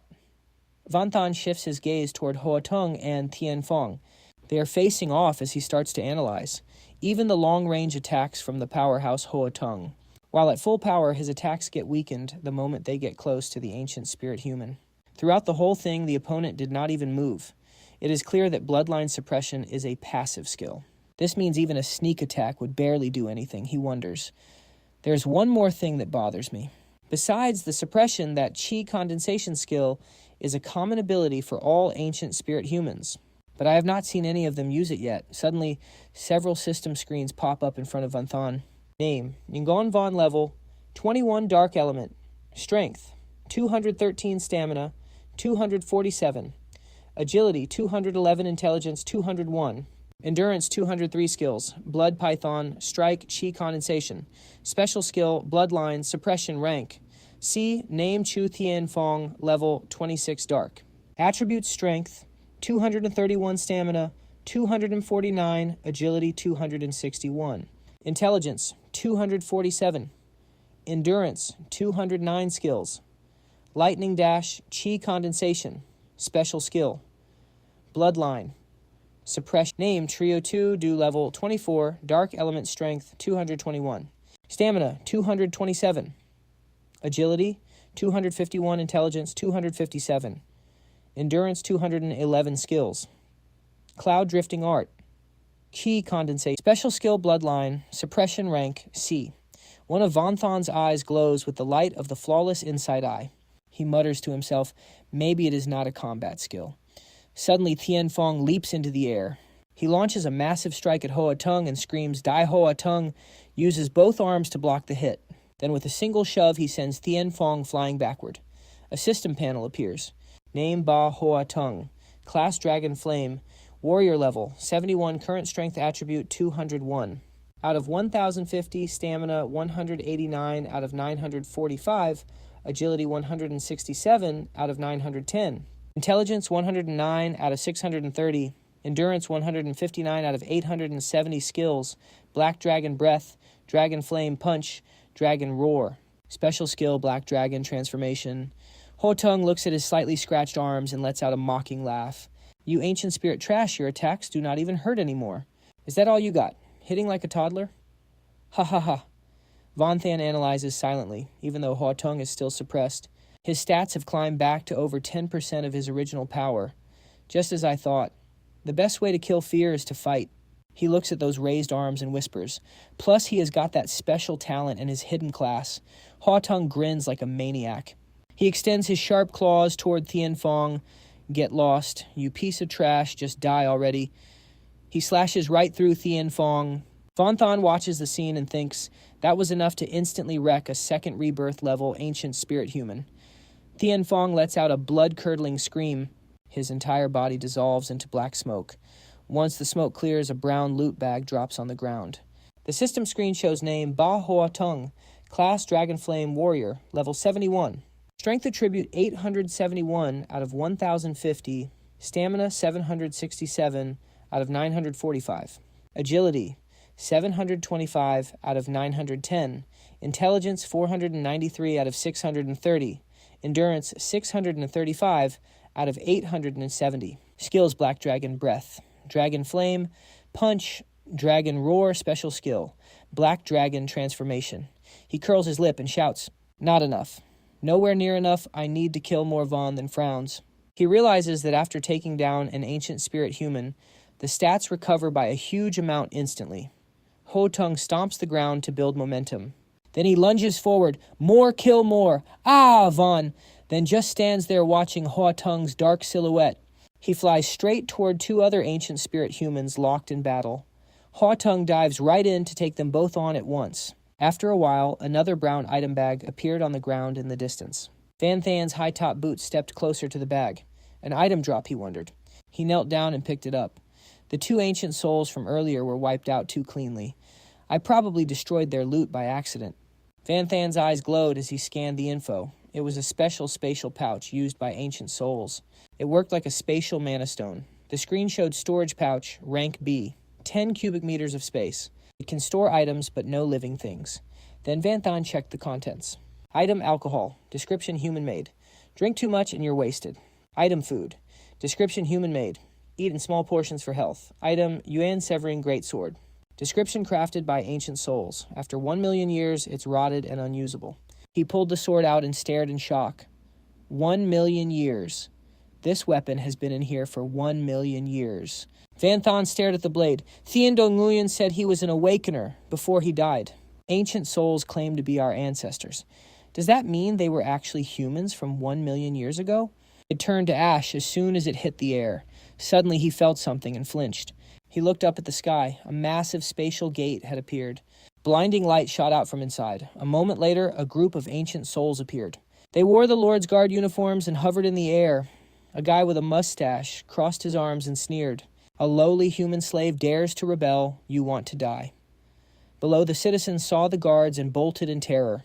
It's the Lord's Guards. They're actually here, run. If we get caught in the crossfire, we're cooked. Tonmin grit his teeth, assessing the situation. There are so many of them. Even the genius Van Than might not survive this. A guy with an eye patch looked down, intrigued. That kid looks just like the statue. Is that Van Than? Mustache guy laughed. Ha ha ha ha ha, so it's him. I heard he's the hope of humanity or some genius nonsense. Humanity's genius. His head must be worth a fortune. He charged forward and roared. He ordered the others to kill every human here. They're all rebels. No survivors, the eye patch guy added. Whoever gets Van Than's head gets a reward from the Lord. Van Than stood calmly and raised a hand, creating a blazing fireball. You want my head? He fired the fireball straight at the approaching ancient souls. Then pay with your lives. Before the eye patch guy could react, the fireball arrived like a bolt of lightning. It was millimeters from his face. Then boom! A massive explosion covered the sky in gold and red flames. Silhouettes burned inside the fire, screams of agony echoing everywhere. As the fire faded, it revealed the charred, blackened corpses of the guards. A woman gasped, covering her mouth. They're all dead. A man nearby was just as shocked. His jaw dropped. So many ancient souls, gone in an instant. He couldn't believe his eyes. They were burned to ashes. The man was in a total panic. How is this even possible? Am I dreaming? Aren't ancient souls supposed to suppress our bloodlines? We should be getting crushed. His Van Than just built different. One surviving guard quickly turned to flee. Tonmin spotted him and shouted, He's getting away, Van Than. He's trying to run. I can't catch him. Van Than stood his ground. He raised his hand, aiming a fireball at the guard. He's not escaping. But before he could fire, Tuan Dan suddenly charged in and slammed the guard into the dirt. He rested his hammer on his shoulder and sat on the guard's back, oozing killing intent.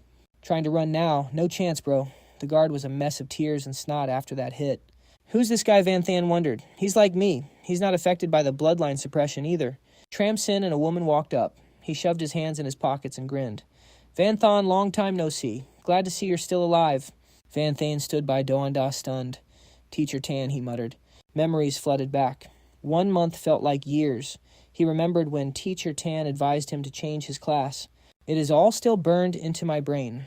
He looked down and sighed, even though he and his teacher did not always see eye to eye.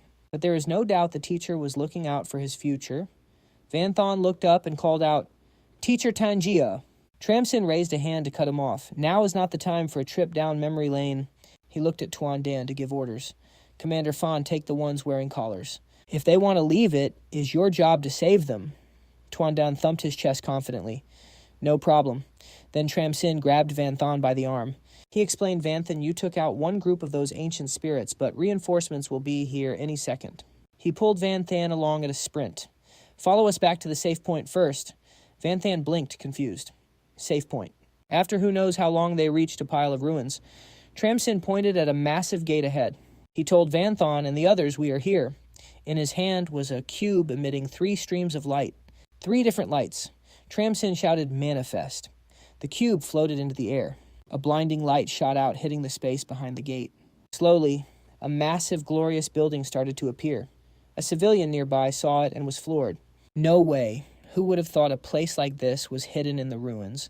The guy next to him agreed. "This is eye-opening. This is what you call a real safe point." Doan Da rubbed his chin, looking at the building. Interesting camouflage gear. Van Thon added his 2 cents. "And it is high quality too. At least A rank plus to pull this off." He thought to himself, "If I had not used my fusion skill, I would not have even sensed it."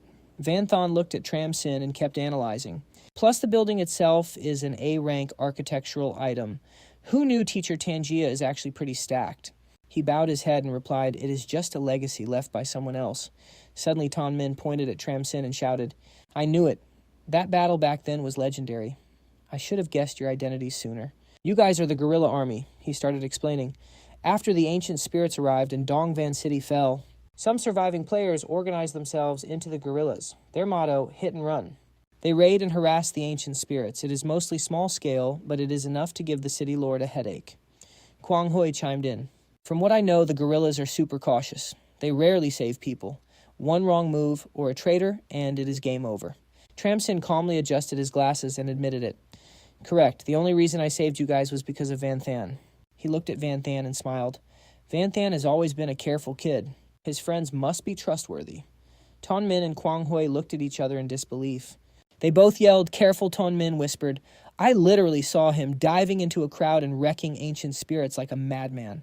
Kwang Hui wondered too. Where exactly was the careful part? Tramsin looked over at the civilians. He let out a long sigh about why they saved them. Unfortunately, Lu Nguyen scratched his head with a grin. "We were already prepared for the worst." Another guy spoke up gratefully. "Just being saved by you guys is a miracle." Finally, Tramsin pushed the gate open. "Enough talk. Let us get inside." Inside the safe point, many injured civilians and doctors were everywhere. Tramsin led Vanthan's group in. When the people inside saw Vanthan, they started cheering. "I knew it.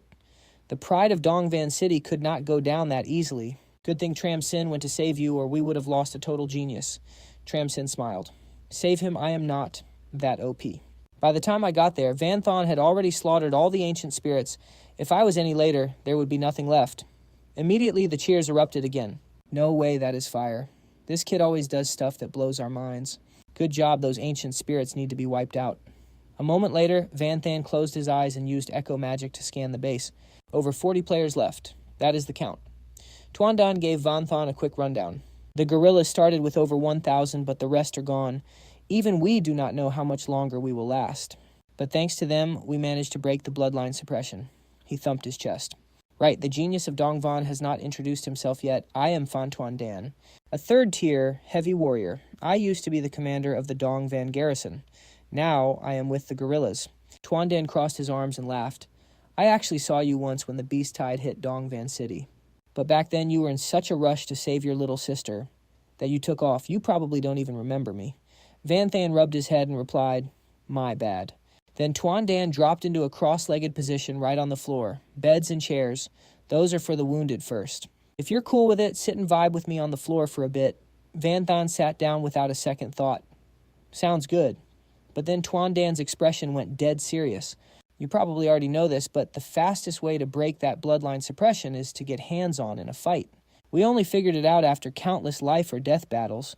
You don't even have to face them head-on. Just catch an ancient spirit and wreck them until they're trash and the suppression breaks." But catching an ancient spirit, bro, that's not easy. You know, Dongvan is just a rank 3 city. Most of the players here are only 1st or 2nd job classes. Fighting an ancient spirit while being suppressed by bloodline That's basically a suicide mission. But they still charged in even if they only lasted a few seconds. Just a few seconds against an ancient spirit. Tuan Dan looked back at that battle. We lost so many. Our rank 3 mayor and the principal of Dongvan Academy, your alma mater, along with 400 elderly residents. All that just to capture one level 31 ancient spirit alive. We had to beat it down for days straight. Only then did everyone manage to break the suppression. Tramsin, sitting nearby, chimed in. Actually, this entire base and all these cloaking items are the principal's legacy, even that statue over there. Back in the day, he cared about you more than anyone. He was always talking about you. If he knew you were still alive, he'd be hyped. Vanthan just looked down, staying silent. His hair covered his eyes, leaving his expression hidden in the shadows. But he quickly looked up and asked the two of them, You guys have been fighting these ancient spirits for a while now. You must have some intel. Where are they coming from? Do they have any link to the myths? Tuan Dan held up a finger ready to spill the tea. I actually do know a thing or two. First of all, suddenly Lu Nguyen stepped in from the side and cut him off. Sorry for interrupting, but save that talk for later. I need a moment with Vanthan. Tuan Dan laughed it off and agreed. Haha, fine, you go first. Tramsin also stood up to give her space. You take the floor. Lu Nguyen was super hyped as she rushed over to Vanthan's side. She quickly asked Vanthan, where have you been all these years? We haven't heard a single thing. Vanthan closed his eyes and replied, just some business in the dark world. Basically spent a few years hunting down demon seeds. Lu Nguyen clenched her fist, totally excited. Anything else? What else happened?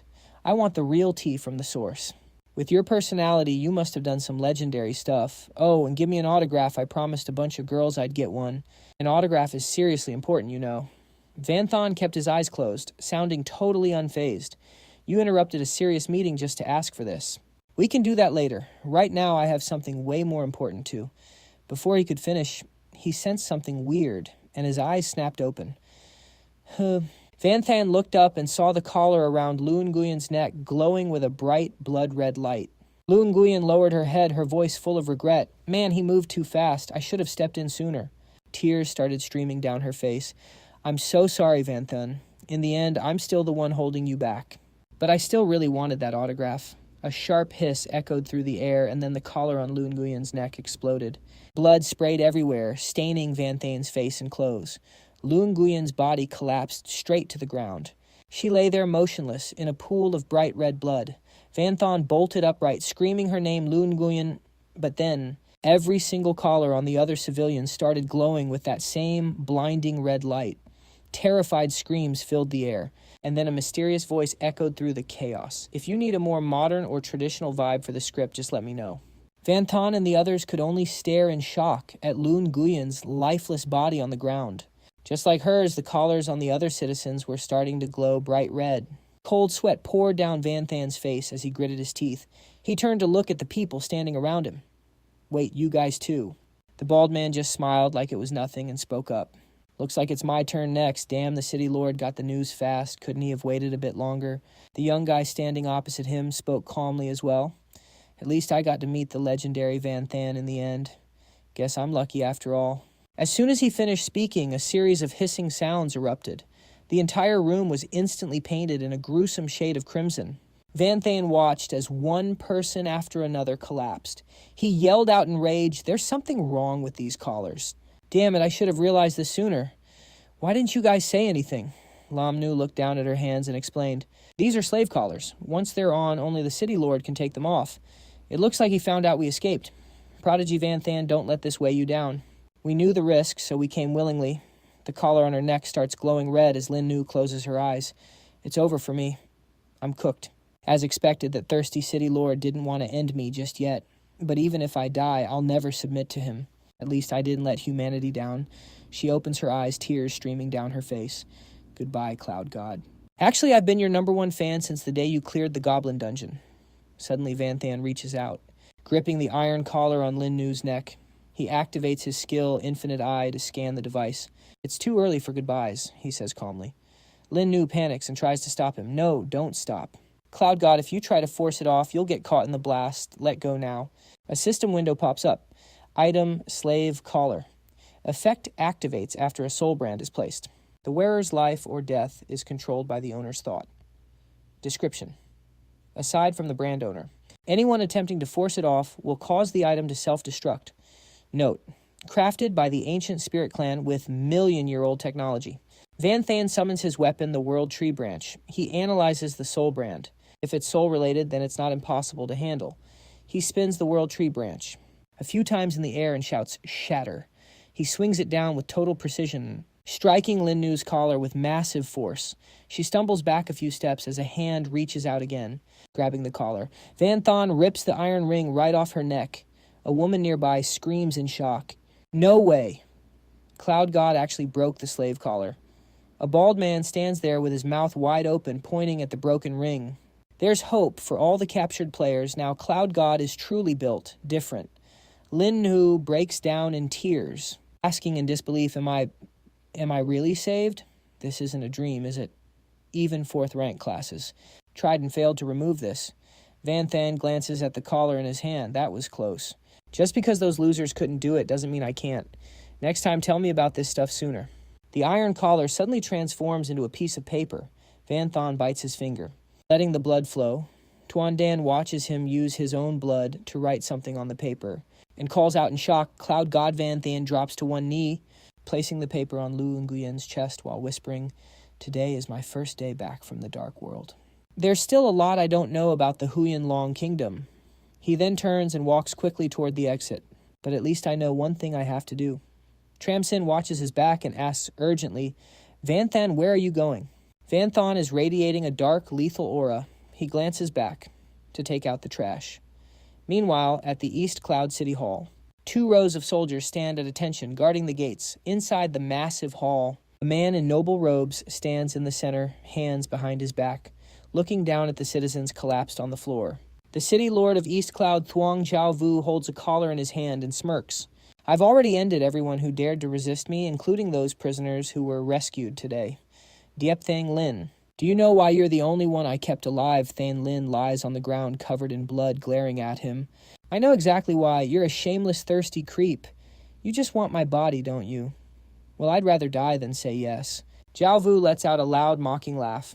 "It seems the world vastly misunderstands me. My lust is just a cover. This is all for the repopulation plan of my ancient spirit clan." He begins a self-righteous speech, reminiscing about the glory days. "Once my clan was supreme.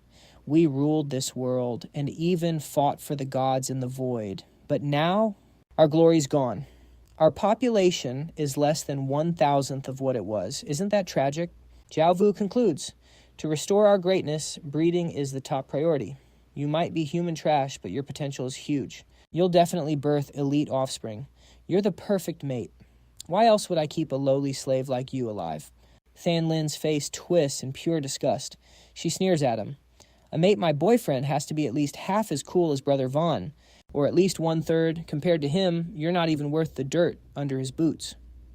Jiao Vu grinds his teeth in a blind rage.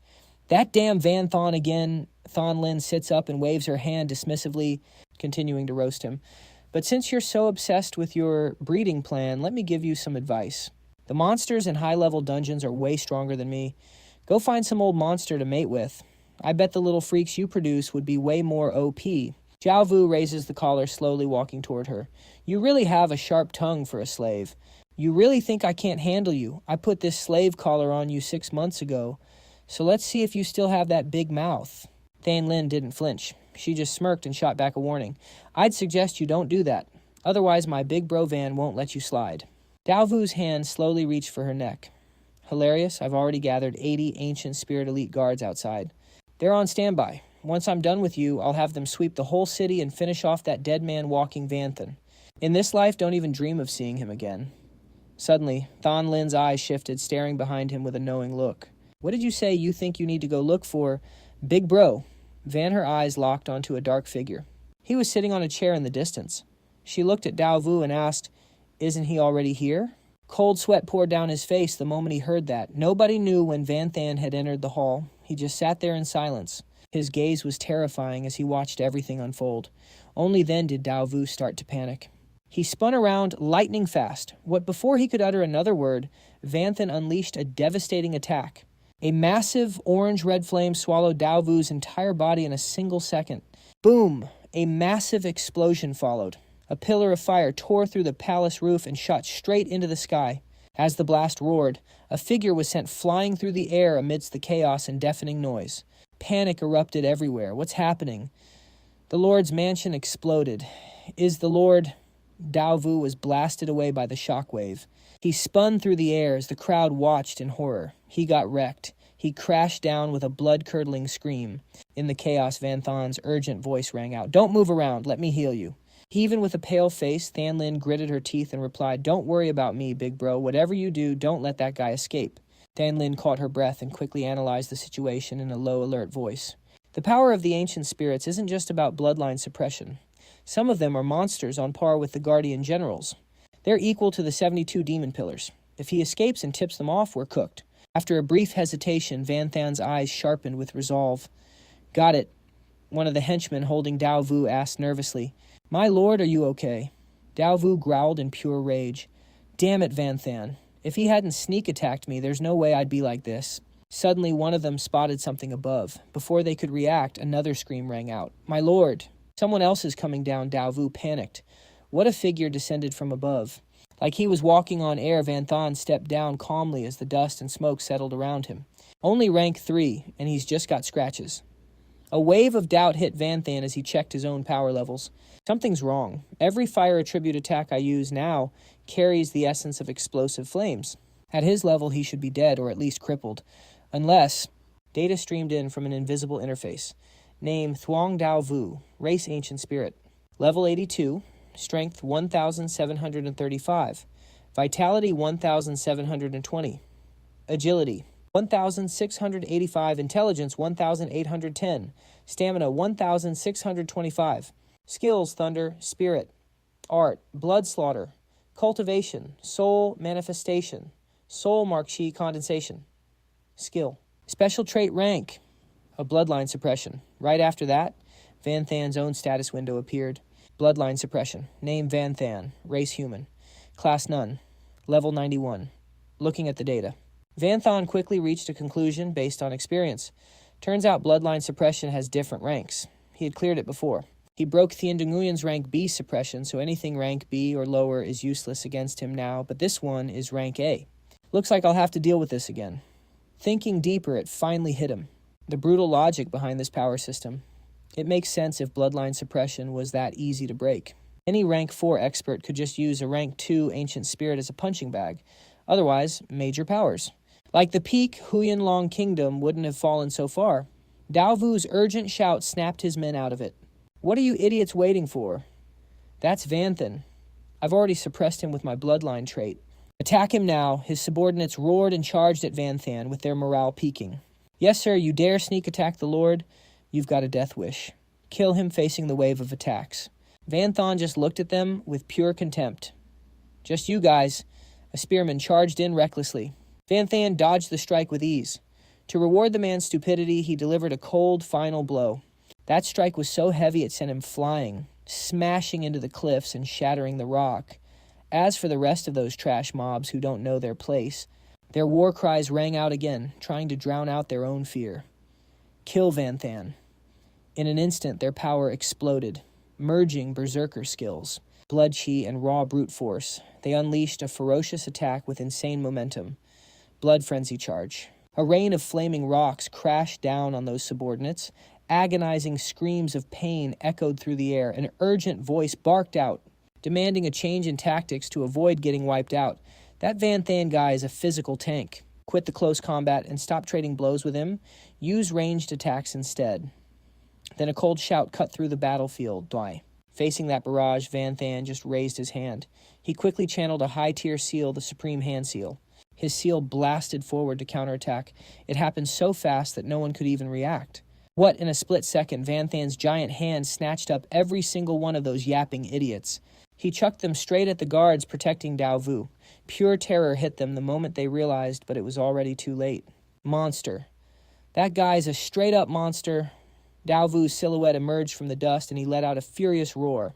Not even trying to hide his disgust for his useless subordinates. You bunch of trash, you can't even handle one human slave.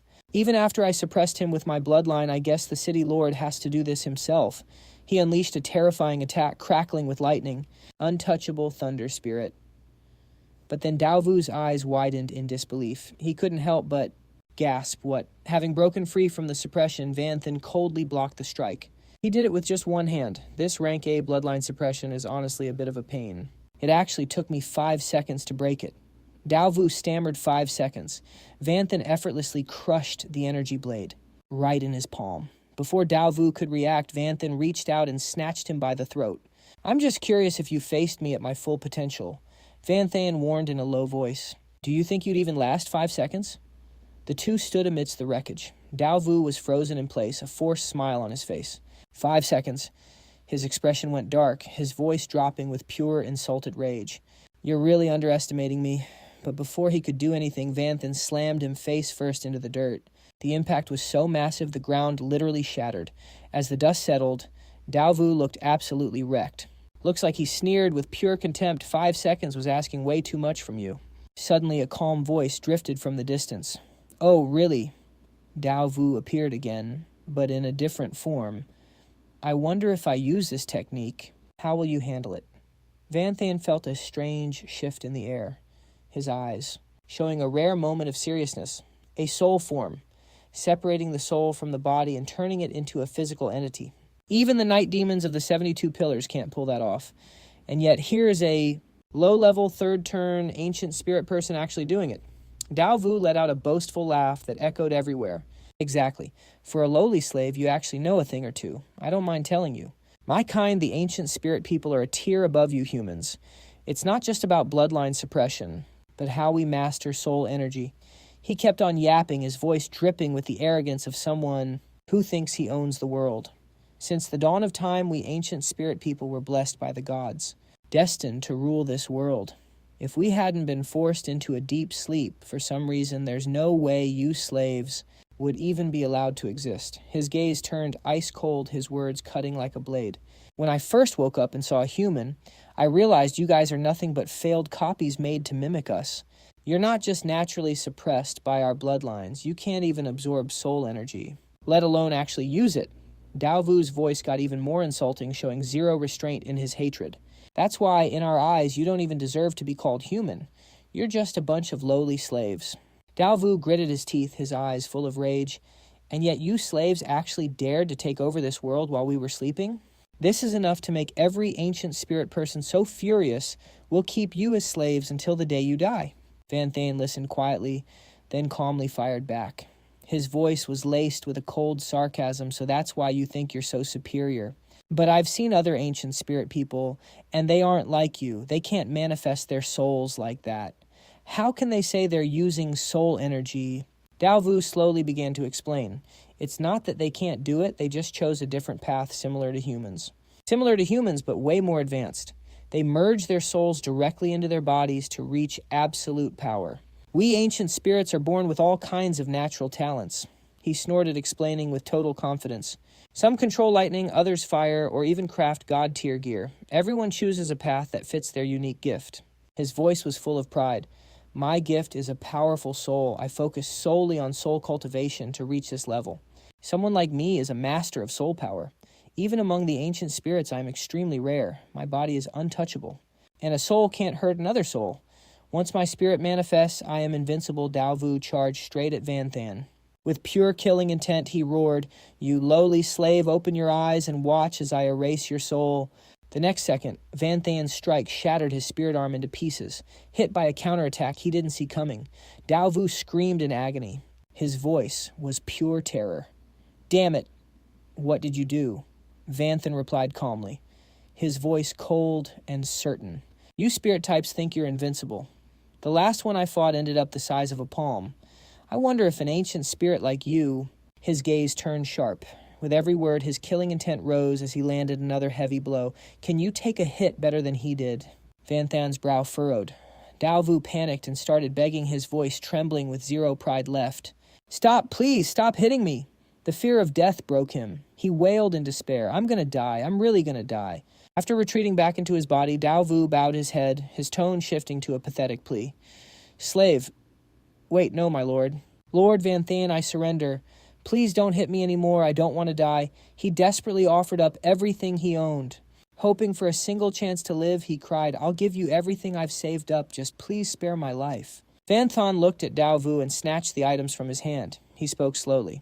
"Well, that depends on if your life is actually worth that much." Another guy watching couldn't stand the sight. "City Lord, you are a noble ancient spirit. How can you bow to a lowly human?" They gnashed their teeth in rage, eyes full of spite. "Damn it, you're a disgrace to our race. You're a traitor. We'll report everything to the higher-ups. You're going down with Vanthan." Suddenly, massive crystal stones began falling from the sky. Those crystals completely blocked the escape route. A figure stepped out from the largest stone, his voice cold as ice. "That guy already gave me the order." Killing intent filled the air as Donda's words sounded like a death sentence. "Today, not a single one of you escapes." The remaining lackeys who were trying to run panicked and fell to their knees. "Damn it, I surrender. I surrender too. Just don't kill me."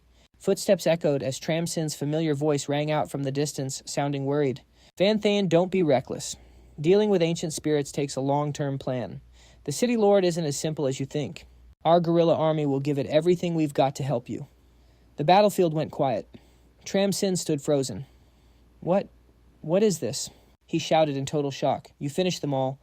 Vanthan turned his head and nodded, casually munching on a kingflower fruit. "Oh, you guys finally made it.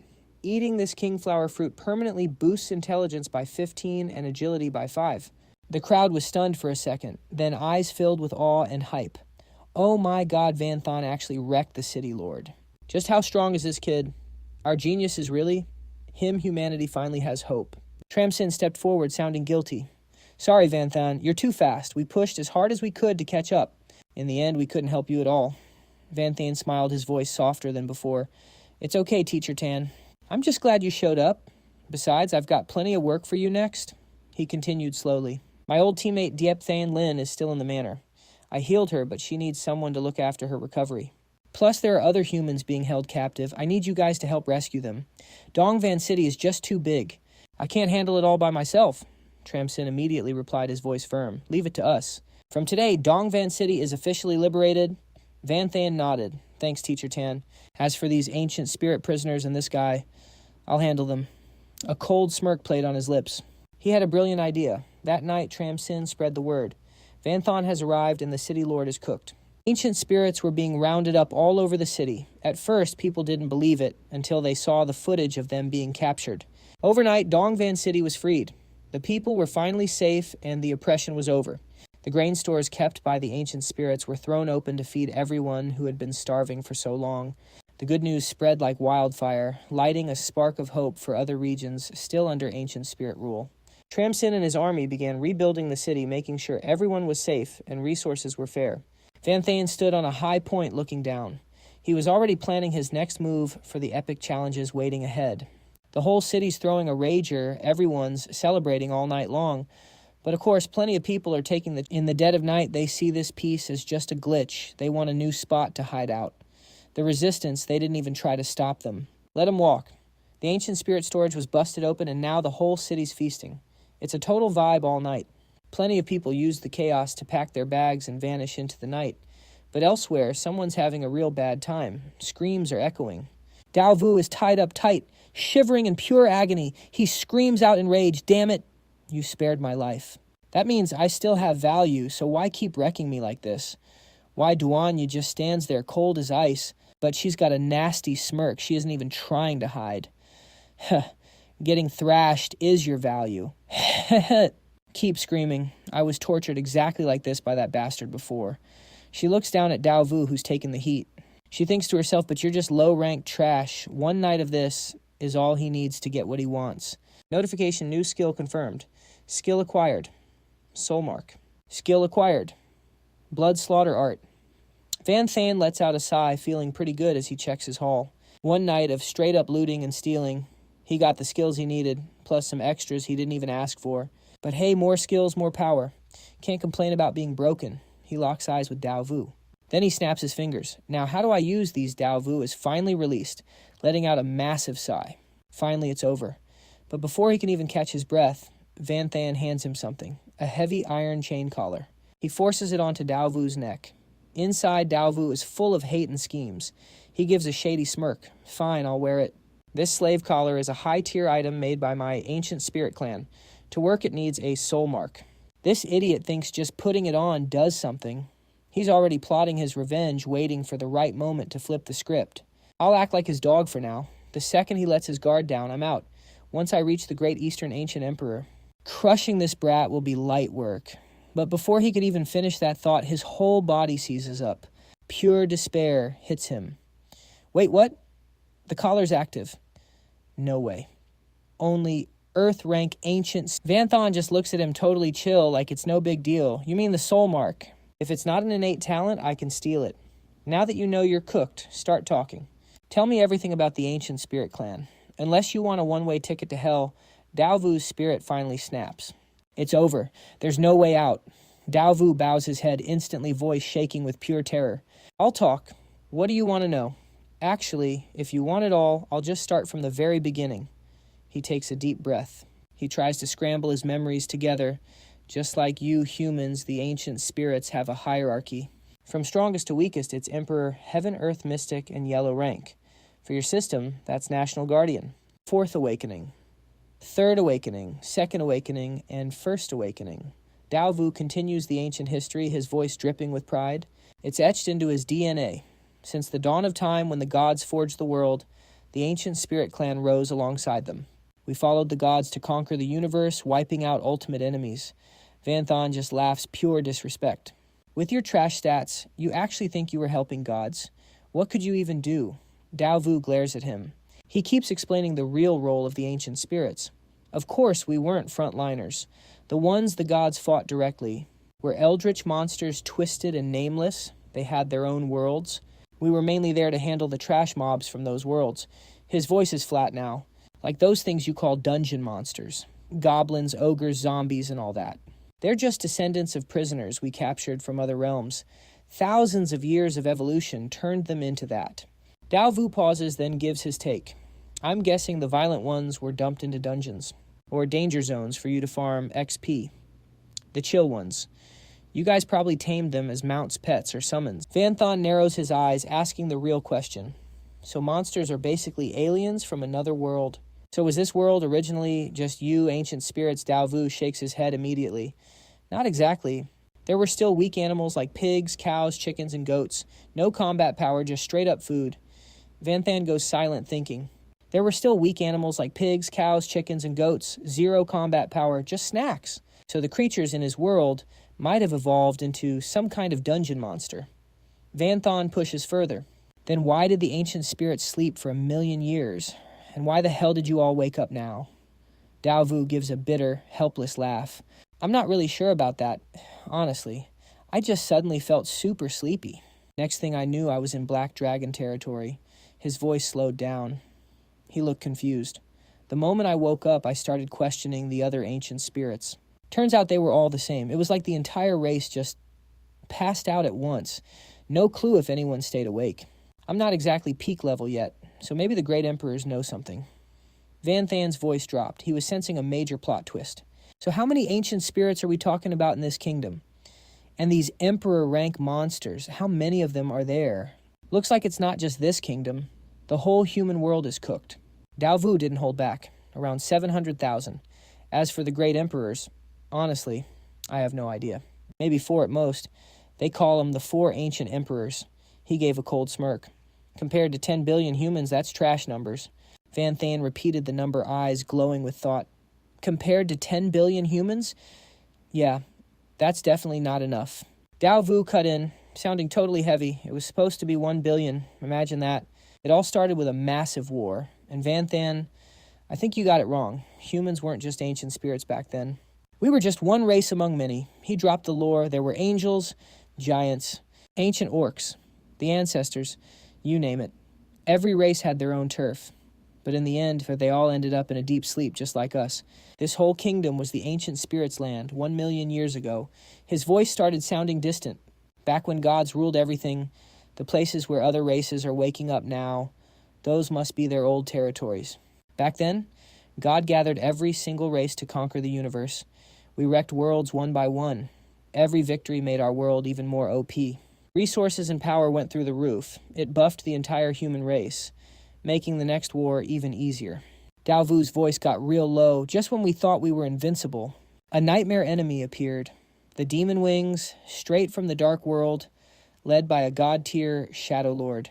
They survived the same chaos we did. They were cracked, just like us. Every word he said felt heavy as hell.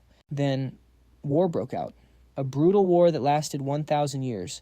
Both sides got absolutely wrecked. In the end, the two gods supposedly made some kind of deal. They chose peace to end the madness. Vanthan turned to his side. "Hey, Tioda, you know anything about this?" Doanda's voice was all fuzzy. "I've heard some whispers, but that was ages ago. I wasn't even born yet." Her voice went cold. "But some monsters definitely know. The ones born at the same time as the Dark World. Some are still alive today. The first 7 pillars of the 72 demons." Doanda let out a breath. She sounded terrified. "Honestly, those guys are the real deal. True monsters. Their power level's way beyond the others. You want to talk to them, bro? Not in a million years. You got 0 chance." Dao Vu's voice got even deeper. "Basically, after that war with the Dark World, our numbers tanked. We went from 1 billion down to 500,000. The other races probably weren't doing any better." He got real quiet. "That war made a lot of Emperor-rank powerhouses discover something insane. They found something that changed everything. They went to find God and then 0 contact. They're probably all dead." Vanthan narrowed his eyes. "No way. Dead. Was it the god of humanity? What the hell did they find?" Dao Vu just shook his head. "Completely helpless. I don't know. A lot of things are way above my pay grade." Then he remembered something. He sounded kind of hyped.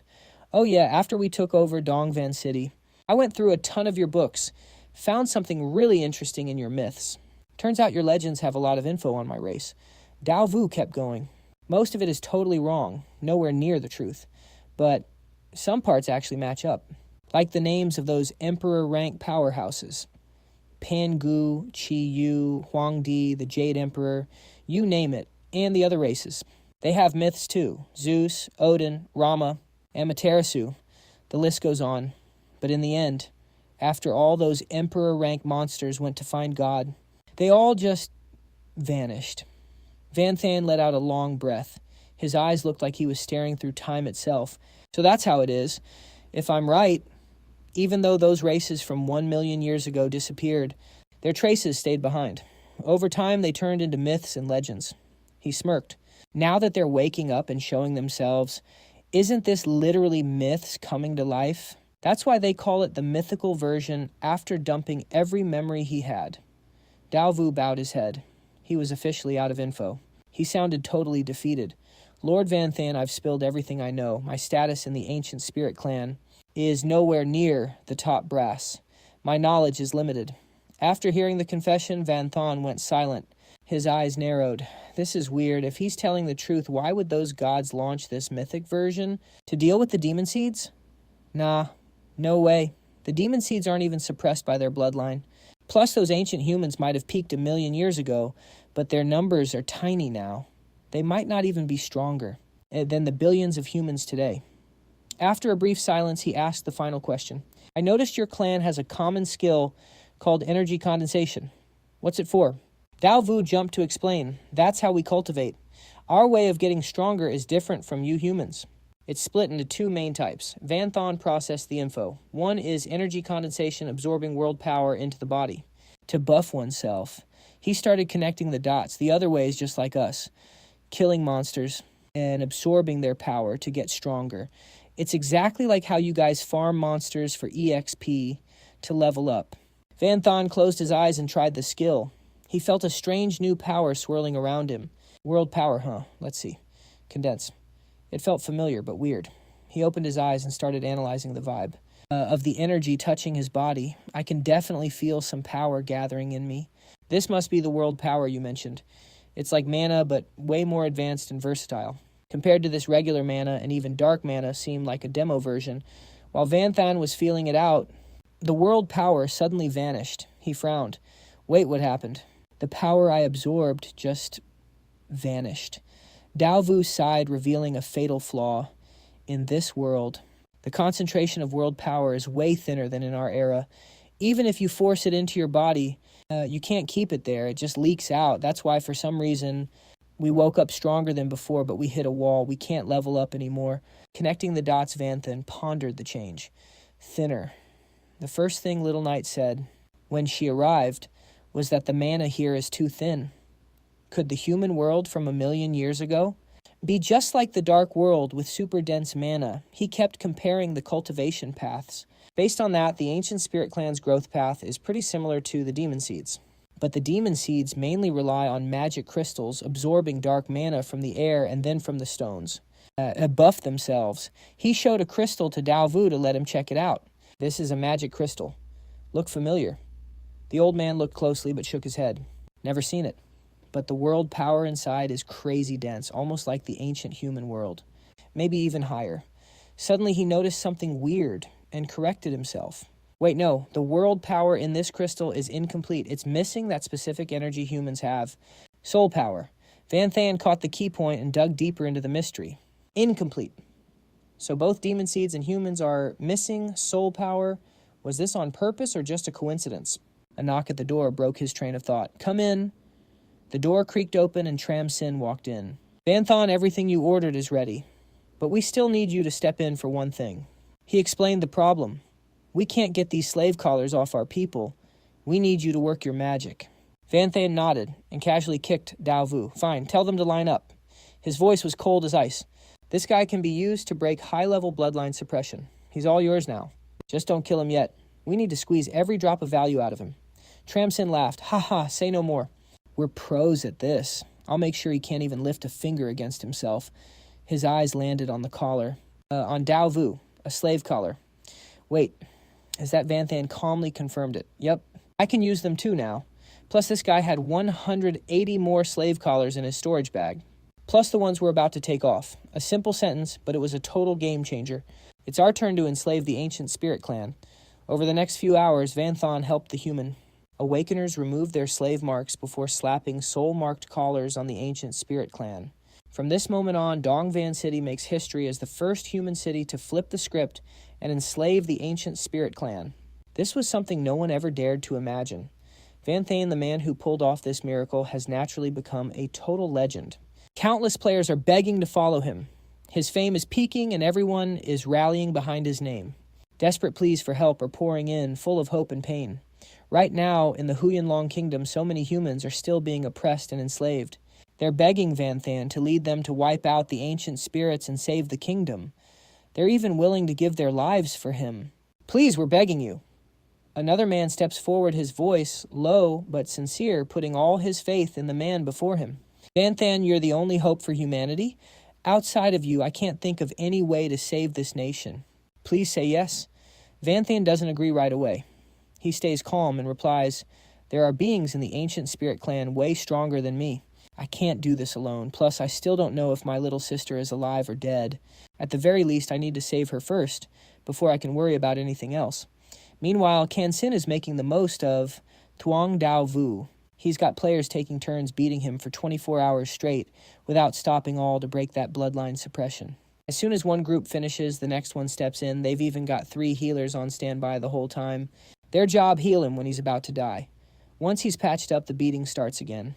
Just a constant cycle of pain. Van Than walks over to Than Lin's room. He watches her through the glass, his voice dropping low. Has Deep Than Lin woken up yet? Tram Sin replies softly with a rare bit of sympathy. Not yet, even though her physical wounds are healed. Her mental exhaustion is another story. That kid has been running for who knows how long. This is the first time she's actually slept in peace. He asks carefully. Should I force her awake? Van Than slowly shakes his head. No need. I'll wait for her one more night. Besides, I haven't slept in 8 days either. I need to crash. That night he lies in bed thinking while waiting for Diep Than Lin to wake up. It's almost time for me to leave Dong Van City. Too much has happened lately. I need to piece all this info together. Thoughts keep swirling in his head. According to Thuong Dao Vu 1,000,000 years ago, the human world was different. The mana concentration in the air was just as high as the dark world, nothing like the low levels we have now. What the hell happened during that time? He starts comparing the power levels of different factions, and the math just isn't adding up. Back then, humans could go toe-to-toe with monsters. That means the power gap wasn't that huge, definitely not like the massive difference today. Modern humanity is cooked. Not only is the number of Guardian Generals way lower than the 72 Demon Pillars, but even the low-level grunts are weak. One monster is usually as strong as 2 human players, But then a massive contradiction hits him. Wait, that's not right. That doesn't explain the stats of the ancient spirits. Based on what I've seen, the ancient spirits should be completely crushing the monsters. Vanthan starts running the numbers, visualizing the power scaling. Let's say a normal player's stats are at 1. A rare player would be a 2, and a common monster would also be around a 2. But the ancient spirits are built different. Their stats are 1.5 times higher than a rare player, making them a 3. With that kind of power, there's no way they'd just be equal to monsters. He narrows it down to 2 possibilities, and both have major consequences. There are only 2 options here. Either Thuong Dao Vu is Cap or something else is going on. Plus, Thuong Dao Vu said their power increased after they woke up. It's very likely that while they were asleep, something happened that buffed the entire ancient spirit clan, putting them a tier above the monsters. Another clue Vanthan can't ignore is bloodline suppression, from what he's seen in battle. Bloodline suppression is like a weaker version of life plane suppression. Both share one major trait. They have nothing to do with your actual power level. That corpse in the time turbulence suppressed Night. But it didn't do anything to me, even though I'm weaker than her. Same goes for the ancient spirits. Even a weak one can suppress a third awakening player who is technically many times stronger. He reaches a temporary conclusion. If my guess is right, bloodline suppression is actually life plane suppression. It's just that, because the gap between life planes isn't huge, the effect is limited. The logic starts clicking in his head. If a human's life plane is a 1, then the ancient spirits who can suppress humans must be a 2. Since monsters aren't suppressed by humans or ancient spirits, their life plane should be around 1.5. He starts scaling the high-tier entities. Their life plane could be a 5, an 8, or even a 10. As for the 2 gods who can crush every other race, their life plane might be 5, 8, or even 10. And then there's the void, something even I can't see through. That body in the space-time rift, his life force is basically god tier, maybe a bit lower. But honestly, it is all just a guess. The ancient spirits are still a total mystery. Where are they hiding? Why the long nap? Why did that god being wake them up? It is getting late. Vanthan stopped overthinking it. No point, not enough intel yet. Guessing is useless. Time to sleep. Tomorrow I have to track down Van Duong. Wonder how Teacher Ha is doing. Somewhere else, Don Da is curled up in bed. She is shaking, having a straight-up nightmare. Her deep-seated memories are resurfacing. Andre's voice sounds cold as ice, full of ancient killing intent. Demon Don Day, the extermination engine. With this trash power, you think you are fit to lead a race, and he just laughed. That mocking sound filled the silence. Pure disrespect. Pathetic.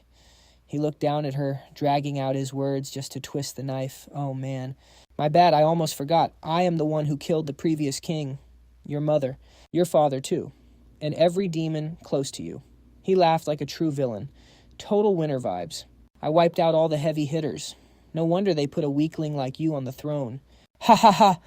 Even though she was cornered, Don Da did not flinch. Her voice stayed rock solid. They only died because they were protecting our people. They played slave just to keep us safe, and you backstabbed them. But I am not them.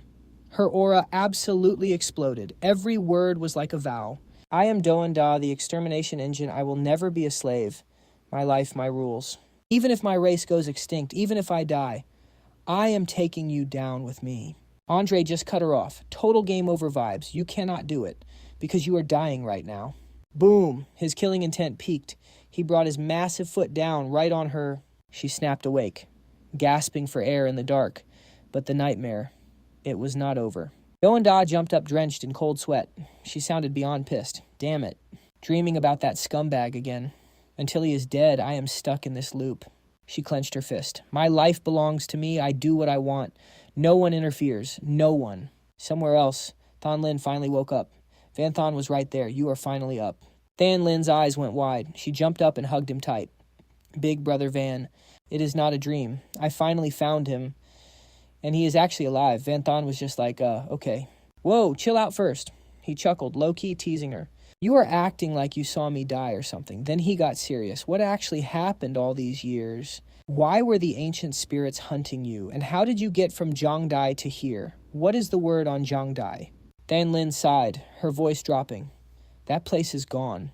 The war was brutal. The headmaster, professors, and top-tier students were all sent to the front. Then the Devourer demon tribe pulled back. Things changed and students started coming back, but the defenses were paper thin. Luckily, Teacher Ha stayed, and even better, Van Duong was there too. Van Thon froze. Pure panic. Van Duong She went to the front lines too. Than Lin tried to keep him calm. Chill, Brother Van. There is something you need to understand. She looked him in the eye, totally proud of her friend. To you, she might be that weak little sister who just does chores, but to us, she is a time system awakened. She is the most cracked teammate we have. Van Than went quiet. I was wrong. Guess she grew up while I was gone. So what happened next? She kept going, her voice getting serious as she dropped the lore. The worst part of any fight is zero intel. We had no idea about the ancient spirit's bloodline suppression. Our power just tanked. We were caught off guard. Even Teacher Ha almost got clapped. But then Van Duong paid a massive price to rewind time for everyone. She gave us a second chance. Respect. Teacher Ha did not waste it. She pulled out God rank items and wiped out the spirit squad. That is how we escaped Jiangdai. And that brings us to now.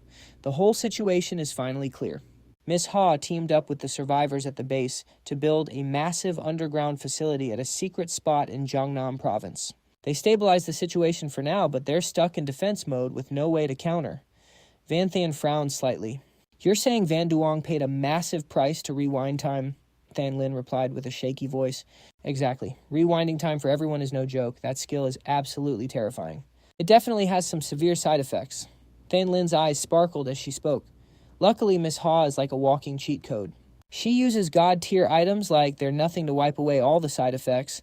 Van Than felt totally helpless hearing that. Yep, that sounds like the Miss Ha I know. Van Than shifted his focus, his voice slowing down. So what's the deal with you being hunted? She calmly replied, the base has limited resources, but a lot of mouths to feed. We can't just sit around and starve, can we? Than Lin explained briefly, looking exhausted. We all agreed to take turns heading out in groups to scavenge for supplies. I just got unlucky and ran into an ancient spirit while scavenging. I panicked and got chased all the way here. Van Than spoke softly to comfort her. Don't worry. I'll take you back. Where's Miss Ha's base? She replied gently. It's not far from Jiang University. He didn't hesitate and jumped into action. Perfect. Then let's head back to Jiangnan province. The scene shifts to the Dongvan City teleportation circle where worried whispers spread through the crowd. Is he really leaving in the end? Without the great Van Than here, how long can Dongvan City even survive? Maybe we should leave too, but go where this is probably the safest place left in the country. Man, it would be great if Van Than would just lead us into battle. Tuan sighed and Tram Sin walked up to pat his shoulder. Old Fan, I get how you feel, but Van Than isn't a soldier like you. I can't use some duty to protect the people excuse. To force him to give up on seeing his family. Someone shouted out in pure frustration. You bastard Van Than, I wanted you to lead me to kill way more ancient spirits. How can you just walk away like this? Don't you have any honor? Instead of getting mad, Van Than replied calmly. I kept my word and helped you break your bloodline suppression, didn't I? How is that not keeping my word? Than Lin looked around and whispered, Brother Van, it seems like nobody wants to see you go. He remained unfazed. Staying in Dongvan City doesn't mean much anymore. Even if I want to help, I can't do it alone. It's better to regroup with Miss Ha before deciding on the next move. Van Thon took a deep breath, looking into the distance. Finally, I'm about to see Van Duong again. I wonder how she's doing, and Miss Ha too. She's definitely got a lot of plans in motion. The teleportation circle seemed to work for a second, but then it suddenly flickered out. He yelled, Why is the teleportation formation failing? Where's Thuong Dao Vu? Bring him here right now. Tram Sin kicked Dao Vu toward Van Than. I was going to wait until you left to beat him up some more, but I might as well bring him along. Van Than didn't hold back and grabbed him tightly by the throat. Van Than questioned him coldly. What did you do to the teleportation circle? Dao Vu flailed his limbs in a panic. I just ordered it to be modified into a one-way path. You can enter, but you can't leave. It's not just to stop enemies from escaping, but to trap anyone who thinks this place is safe. And teleports in. Van Thon didn't wait for him to finish explaining. He threw him straight back to Tram Sin's crew to keep the beating going. The man screamed in agony. No, please. Van Than sighed softly. Looks like we'll have to do this the hard way. Somewhere else, Van Than's group gathered in the middle of a meeting room. Tram Sin's voice was full of concern. Van Thon, the teleportation circle is useless now. If you want to get to Jiang University, the only way is to go on foot. He continued to break down the risks. But Jiang University is incredibly far from Dongvan City. You'll have to cross multiple cities and dungeons. Monster territories. Those cities were taken over by the ancient spirits long ago. Without humans keeping them in check, the monster zones have exploded in size. You can only imagine how dangerous the road will be. Tuan Dan agreed with Tram Sin. Exactly. Why don't you let us come with you? We can watch each other's backs. Van Than was a bit confused. Go with you guys. The gorillas. He didn't back down. Instead, he spoke with clear determination. Not just that. We're going to call on every awakened in the city to form a Vengeance Legion. Our goal is the same as yours. Jiangnam University. That way we can reclaim lost territory while we travel. 2 birds, 1 stone. Van Than was stunned. Is he really trying to recruit me? Than Lin took a step forward, her eyes unusually serious as she supported her brother. I agree with the commander.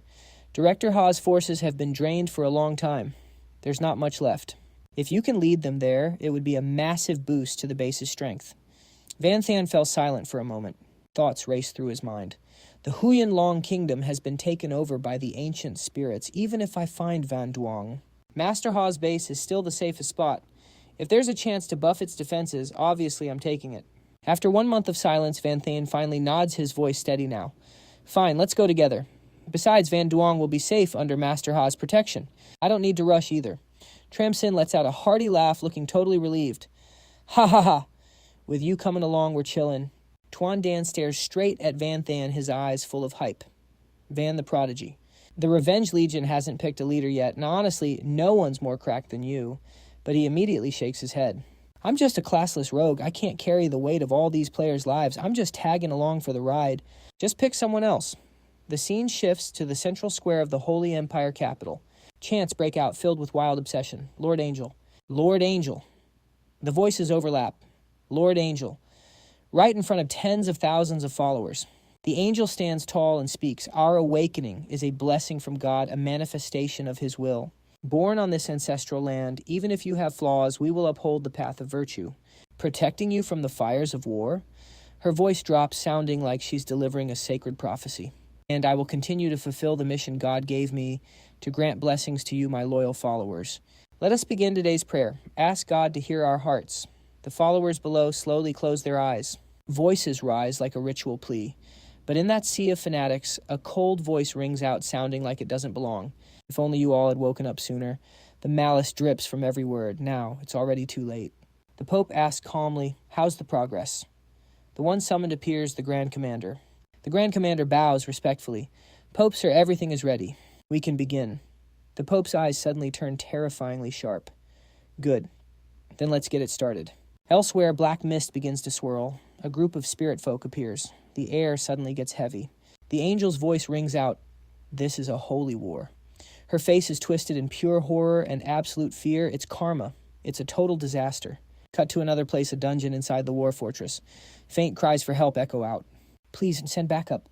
Brothers. The person trembles, their voice breaking as their life force drains away. Backup, please. The plea just keeps echoing. We need help. Lucy's expression shifts. She looks completely lost. What's going on? What the hell is happening outside? Who's calling out? Why does it feel like my whole body is being torn apart? She screams in agony. Lucy's wings start switching from black to pure white. She panics, realizing her body is changing. The dark mana is being rejected. My class is reverting to its original angel form. Are you kidding me? This shouldn't be happening. Her voice cracks in disbelief. Half of my dark mana is gone. How? Is this really a miracle, or was I never supposed to fall? What is that voice calling me? Suddenly a voice from outside catches Lucy's attention. Who am I, Li Tianqin? Who is that? Why is it me? What should I do? What even am I? Lucy snaps back, sounding totally annoyed. Shut up already. You're so loud. Can't this useless piece of trash soul see I'm trying to think? Shut your mouth. Repeating the same crap every single day. I'm going insane, Tianqin replies coldly. Dripping with killing intent and scorn. You damn woman, keep it up and I'll cut you. If these world tree vines weren't holding you down, you think you're even worthy of sensing my presence? He scoffs, throwing shade. Who even wants to feel you? You're just a loser who got beaten into a midget. At least I was taken down by Van Than, not like some trash who got wrecked by a rank 3 woman. Lucy explodes in rage. Who are you calling trash? And another thing, she isn't just a woman. She's Lady Nu Dieu Lin. Suddenly a shout rings out. Shut up, tu. Qin jumps in, fighting is wrong. Master hates it. If you don't quiet down, I'll beat you both. Tianqin clicks his tongue in annoyance. Tuck, here comes an even bigger headache. All day it's master this, master that. This little flower spirit is more annoying than that woman. He lets out a creepy laugh full of malice. Scream all you want. Van Thon isn't going to summon you. Keikeka Tiokin's face crumbles like she's about to cry. Tiokin's voice trembles as she starts sobbing. You're lying. Master obviously likes Tiokin best. He's just busy and doesn't have time to play with me. Wah, Tianqin panics. Why are you crying? Lucy's face was twisted in pain, her voice cold and distant. She has every reason to cry, though. Her heart is filled with noble emotions just like mine. That's what they call love. She gave a cold, mocking laugh. You're a total fool. You can't even remember your own name. How could you remember anyone else? You'll never be able to understand that feeling. Suddenly those words hit Tianqin right where it hurt. He went quiet, lost in thought. His voice sounded completely empty. He mocked himself. All this time I've just been a servant of God, a parasite living in someone else's body.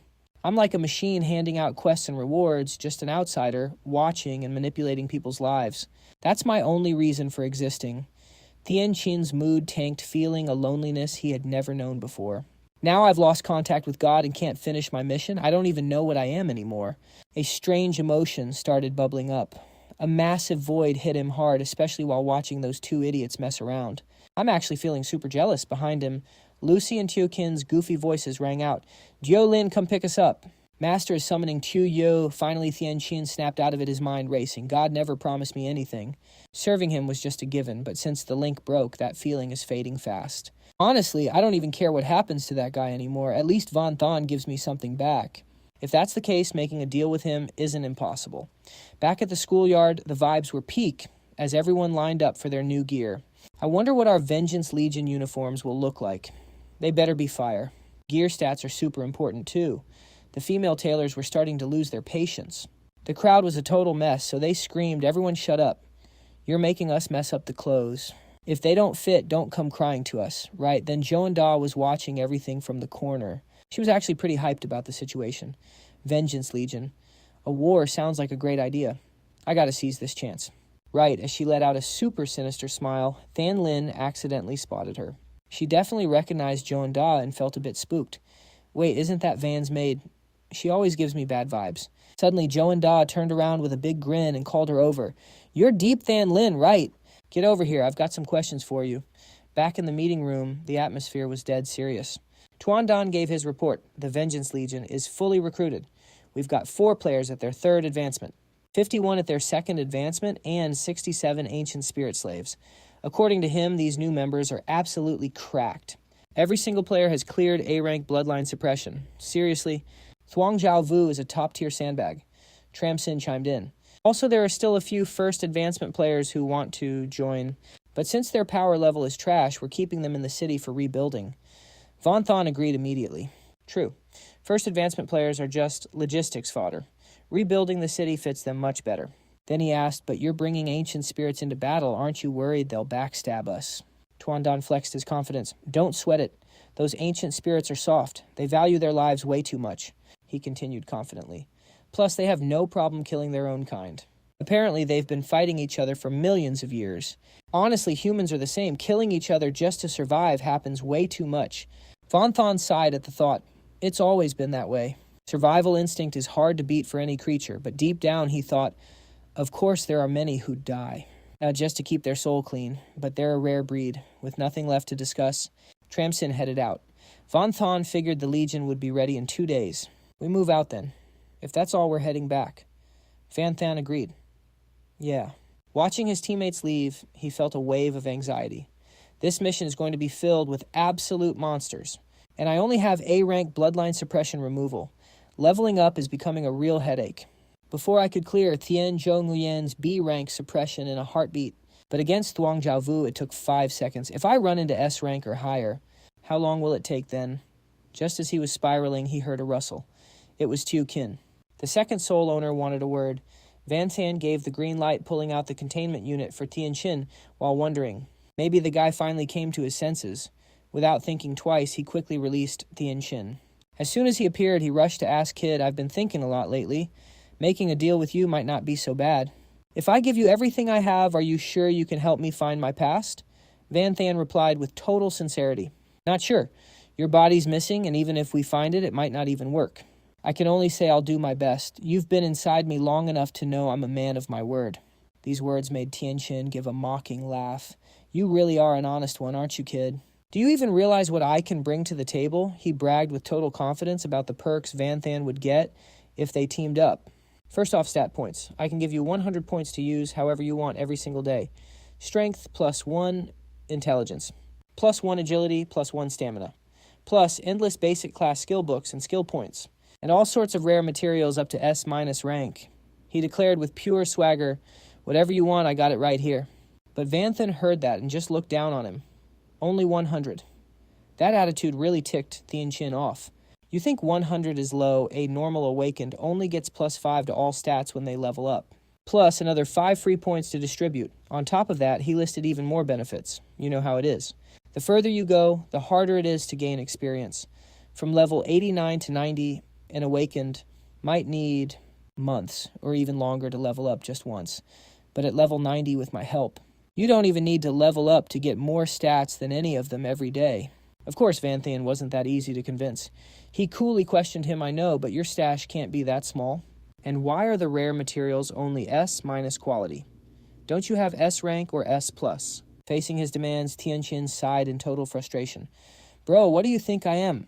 Then he explained, first, you gotta understand, I'm not a god. I don't have any creation powers. God wouldn't just let me take all his creations whenever I want. What I have now is just leftover stock I requested from the God of humanity. He listed everything out clearly.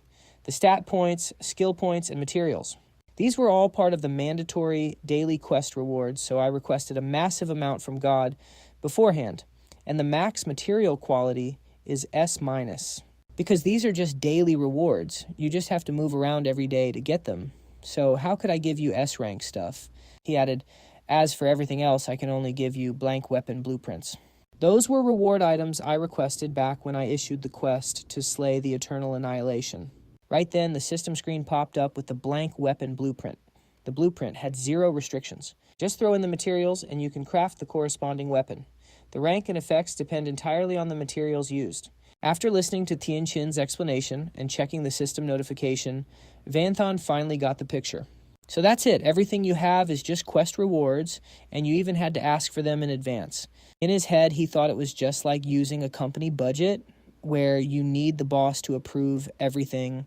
Looks like God didn't fully trust the second soul either. At that point, Tianqin spoke up. So if you want more, you'll have to let me reconnect with God. But with how cautious you are, I doubt you'll do that. Seeing how well the guy understood him, Vanthan didn't mind admitting it. He was actually feeling pretty smug. What if you snitched to the God of humanity, I'd be cooked. Then he asked something else. So why is there a daily limit on the stats? Why not just give them all to me at once? Tianqin replied, because everything I have is God's creation. They weren't born in this world. He explained the consequences of giving too many resources at once. If I give you too much, it'll glitch the world. 100 points is the limit. You don't want God noticing you and locking onto your location, right? The stuff you usually eat to boost stats is a natural product of this world, so you can eat as much as you want. While they were talking normally, his voice suddenly got super intense. No cap, what I can give you is enough to make anyone lose their minds. I could take a weakling and put them at the peak of this world. With rewards this big, you still can't guarantee me the past I want.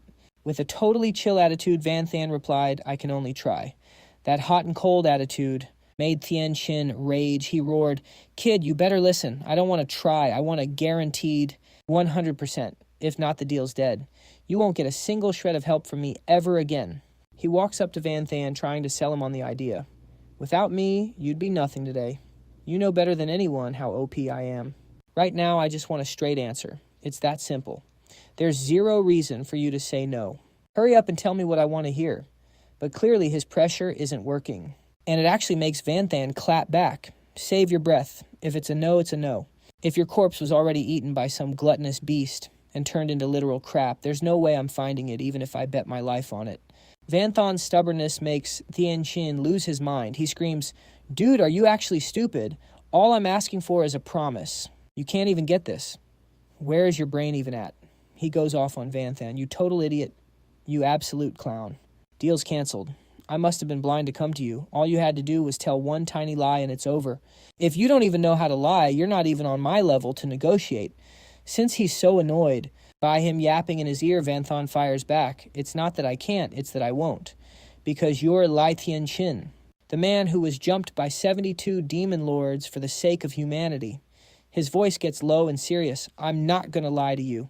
Tianqin is completely stunned by those words. Seeing him go quiet, Van Thon decides it's time to bring him back to his side. We're done here. You should head back. But then Tianqin suddenly shouts, Van Thon, wait. That stops Van Thon in his tracks.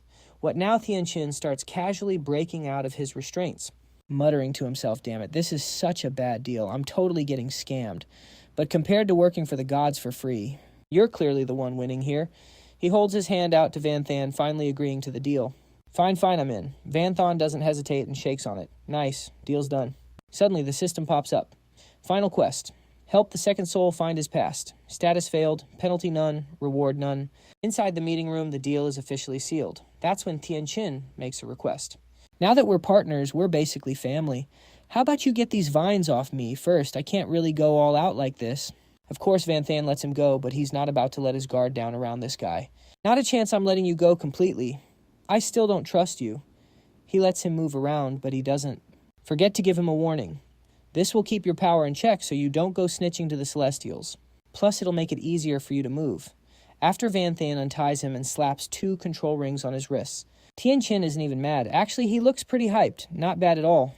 All right, let's get to work. He instantly dumps some attribute points into Van Thon, starting with 100 points for today. Spend them however you want. Van Thon immediately pulls up his stat window. Unused points.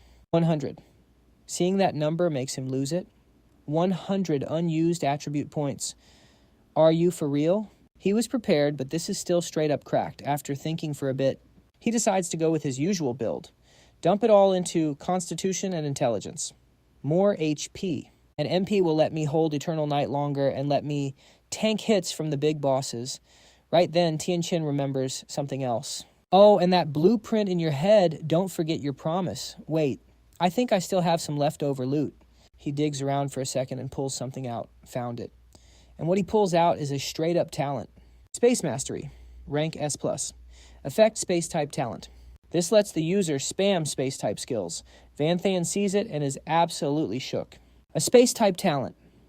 You were hiding something this fire. Tianqin just smirks and drops the T. I've had this ready for you for a while. Remember, that dark believer you wrecked during the freshman exchange. That guy was a space mage.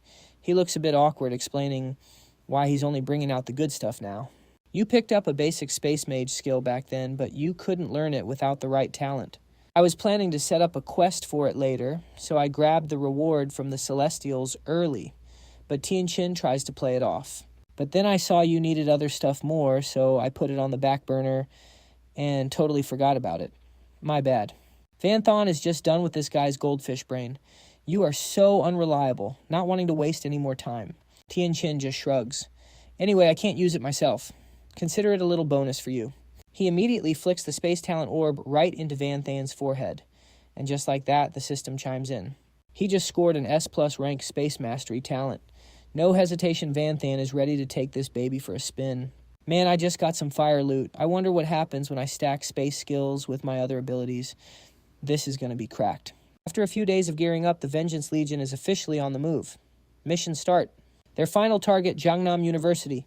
But first, they are going to liberate every single human city standing in their way. Even with Van Thon on the team, it is not all sunshine and rainbows. Late at night in the camp, Thon Lin starts acting super sus and creeps up on him. Seeing her follow him like a shadow, he finally asks, Diep Thon Lin, what is it now? You are acting weak. Suddenly, she ducks behind him, scanning the area like she is being hunted. Brother Van, is your gorgeous maid around? He rolls his eyes and replies, she is out for a walk. Why, what do you want with her? She gets all serious and whispers, no, listen. It is better if she is not here. I am telling you that girl is bad news. She is definitely hiding something dark. Van Thon is just standing there like, Before he can even process what she is yapping about, she keeps going. She is totally pressed. Brother Van, that maid is bad vibes. Just being near her gives me the creeps. I low-key want to slap her right in the face. Hearing her talk about wrecking Do and Da gives him the chills. Okay, that is a dangerous thought. Since they are alone, Thon Lin finally spills the tea on why she suspects Do and Da. Brother Van, you know I am a Taoist priest. My whole job is hunting demons and sealing monsters. I am basically their natural counter. After my third-class advancement to Celestial Master, my evil detecting radar got even stronger. But I did not expect it to go off like crazy around your maid. She is definitely sus. Seeing her spiraling, Van Than decides to drop some truth. Relax. Teoda is actually the demon queen I brought back from the Dark Realm. I have been keeping her identity on the down low. I did not want to cause a panic or start unnecessary drama. Humans and demons have been at each other's throats for ages. The beef is real. But Than Lin totally misses the point and jumps to the wrong conclusion. Oh, I get it now. You are just trying to protect your waifu, right? He sighs. Her tiny brain is exhausting. Girl, I am protecting you guys. If she actually gets tilted, she would wipe you guys out in a heartbeat. To stop her from overthinking, he lays it out. Look, I have got a soul contract with her. She is literally forbidden from hurting humans. We are safe, trust me. She is finally like, oh, okay, that is cool then. Right at that moment, Tramsin shows up and pulls Van Than aside. We need to talk about tomorrow's raid. You got a minute? Van Than looks at Than Lin, basically giving her the can you leave stare. Like right now she catches the hint and grins. Don't mind me, I am done here anyway. Have fun chatting. Tuan Dan points to the map. Van, the place we are heading, is a different beast compared to Dongvan City. It is basically a cluster of 5 cities. Each one is as big as Dongvan according to our scouts. They are less than 30 kilometers apart, all crawling with ancient spirits. Even if the city lords are just earth rank, like Thuong Dao Vu, if we hit one, the other 4 will dogpile us in no time. Backup is way too close. The body count would be insane. He marks the danger zones in red and keeps dropping facts. I wanted to send in some spies to wreck things from the inside, but our scout team just got back with some bad news. Those 5 cities already know we are coming. They are on high alert, trying to sneak in now. Yeah, we would get caught instantly. Tramsin sighs, looking defeated. My bad. This one is on me. Even though we liberated Dongvan City, years of being crushed made the people lose faith in us awakened. He sounds totally gutted as he explains. People started fleeing Dongvan to find somewhere safer, and I did not have the heart to stop them. But the enemy probably caught some of those refugees and tortured the info out of them. Now the cat is out of the bag. He mumbles that if they had just picked Phong Than instead, maybe things would not be this messy. Van Than cuts in. It is what it is. With the small squad we had, there was no way we could lock down an entire city. His voice turns cold and heavy. Besides, our soldiers are humans, not monsters. We cannot just go around oppressing our own people like those ancient spirits do. If people want to leave, you cannot stop them. Tuan Dan finally speaks up. All right, bottom line, stealth is off the table. That means we only have one option left, a full-scale frontal assault. He starts laying out the master plan. Step 1, we go all in and crush Jianglim City on the outer rim. We liberate the enslaved awakened there and flip the script by enslaving the ancient spirits. That will seriously buff our army. Taking the other cities will be a breeze after that. But Tramsin is not sold. But that is going to alert the whole nest, he says. The other 4 cities will just team up and crush us. Tuan Dan knows he is right, but his hands are tied. I know, but it is the only shot we have got. Right then, Van Than speaks up. No need for all that hassle, he's already got his own plan. He's splitting the army to attack all 5 cities at once. Hearing this, Tramsin loses it. What? No way. How is that even possible? No matter how strong you are, you can only handle 1 city. But Van Than just scoffs. We won't know unless we try right. Day 2 at Jianglam City. Both sides go all out in a brutal clash. On the human side, Huatung is straight up broken. He's absolutely wrecking the Kolin army. I'm going to rip you guys apart. He's loving every second of the carnage. All you can hear are the screams of the Kolin warriors. They're panicking, looking at each other like, what kind of monster is this guy? He's terrifyingly strong. Just as they're losing hope and don't know what to do. Huatung, are you kidding me? Why isn't our bloodline suppression working? Is this the true power of human classes? Right then, Doan Tin steps out from the crowd and tries to hype up the squad. Stop panicking. So what if the bloodline suppression's gone? As long as the level gap isn't too big, we can win with raw power. We can still take them down. He starts barking orders. Forget that monster. He's just one freak of nature. Send a squad to keep him busy. Everyone else focus up and wipe out the rest of those humans. They immediately surround a dark witch. But she's not scared at all. She just scoffs and says, you pathetic Kolin, you've always relied on your bloodline power to do whatever you want. Today that ends. She unleashes her power and screams, I'll show you how humans really fight, system. Notification, Bone Swamp skill activated. Agility reduced by 70%. Extinction.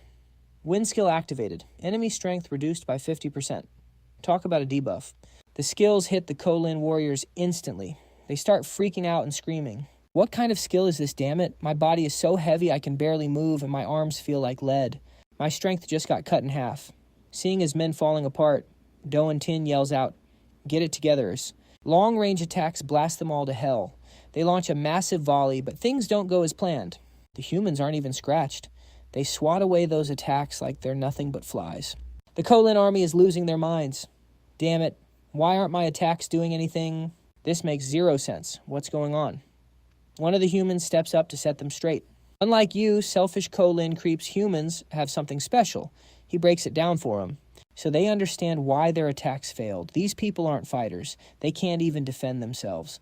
But they're the legendary support classes. And what he's talking about is the Holy Light Healer class, skill, magic, shield, aura. Reduces magic damage to allies by 60%. Skill, physical, shield, aura. Reduces physical damage to allies by 60%. Absolutely cracked. Twandan watches from above, seeing his team dominate. He shouts down smugly, "Hey, you arrogant Kholin trash. You always relied on that bloodline suppression to win. You were too lazy to learn a thing about human tactics or our class skills. Now pay the price for your arrogance." He gives the signal to charge. Let's go. Wipe out these Kholin scrubs. The Kholin side is absolutely cooked, and they look at Do Tin in total desperation. "Captain, what do we do? This is the first time we've fought humans on equal ground. We have no idea how to counter them." Do Tin stays silent then. A sinister smile creeps across his face. "Fine, let's let the people who actually know them handle this." He barks out a truly disgusting order. "All Kholin warriors deactivate the bloodline suppression. Send in the human prisoners and the traitors. If any of them refuse to fight, we'll slaughter their entire families." The human prisoners have no choice. To save their families, they're forced to pick up their swords and go to war. They have to kill their own people. Damn it, I can't disobey them. I'm so sorry. Chaos erupts on the battlefield. The human army can't bring themselves to strike their own brothers and sisters. Those forced to fight are in tears, swinging their weapons through sobs, saying, "Forgive me, I don't want to hurt you, but they're making me." Huyen Long is finished. Resisting is useless. Just surrender. Now the human army can only defend. They can't even fight back. They look to Tuan Dan totally lost. "We can't do this. We can't kill our own people. Those Kholin bastards, this is too much. Commander Fan, what do we do if they're going to play dirty? Tuan Dan is ready to play the exact same way. An eye for an eye, a tooth for every ancient spirit slave. Activate bloodline suppression on the battlefield. Let's go." And just like that, the ancient spirits held as slaves were set free by the humans. They had no choice but to charge, shouting, "Move out, sorry. I didn't want to betray my own kind, but I have no other choice," and the scales are finally balanced. After a heavy brawl, the humans are back on top. Seeing the opening, everyone is going full beast mode. Bloodline suppression is working. They have lost all their fight and are no longer a threat. Wreck 'em. The ancient spirits are dropping one by one, leaving the rest in pure shock. Am I dreaming? Our noble race enslaved by these low-rank humans. You have got to be kidding me. The world has gone crazy, totally flipped. Even Do Tin did not see this coming. Damn it, I did not think they had this move. There's only one thing left to do. Out of options, he's running to the strongest ancient spirit of them all, the City Lord. Need backup. Need backup. Right, as he is rushing to the tower, something comes flying out of the sky straight at it. That thing slams right into the tower and boom, it blows sky high. Do Tin just stands there shaking and stuttering. They still have the energy to hit the City Lord's manor. After a second of shock, he gets his ego back. With the City Lord's power, but then someone powerful drops right in front of him. So what the City Lord is matchless. You low-rank humans are just moths flying into a fire. Total death wish. And the one who just landed, it is none other than Vanthan. He is holding the ancient spirit City Lord in his hand. No way. Do Tin cannot believe his eyes. He drops to his knees, stuttering. What? How is this possible, Lord, City Lord? He looks at the City Lord, who is absolutely wrecked, defeated again. Finally, Do Tin notices Vanthan and grits his teeth in pure rage. You are Vanthan Q Vanthan from Dongvan City, aren't you? Looks like the rumors about your power were legit. We lost to you, but before he can even think about revenge, someone kicks him right into the dirt. Hoa Tung steps on Do Tin and growls, "Trash like you isn't even worth Vanthan's. My Van Ka's time." Open your eyes and look closely. He tells Doan-tin that the Vanthan standing there is not even the real one. This is just one of my Van Ka's clones. Suddenly the system pops up with a new skill, Ascended Clone Technique. Level 5 high-rank clone. It has all the main body's assassin skills and inherits 70% of his stats. Max clone count is 5. The air goes cold as Doan-tin realizes he has just been dealing with a clone. After a second to process, he loses it and starts screaming his head off. A clone. No way you're lying to me. He glares at the clone and barks. How can just one tiny clone do all this? Right then, a soldier rushes up to report to Commander Fan. The latest war reports from the other 4 cities are in, he is hyped as he delivers the news. Vanthan Q did not let us down. 4 other clones in Diep Van City, Donghuan City, Bach Vu City, and Tich City just finished their missions. Heads have been taken. The enemy's morale is completely cooked everywhere.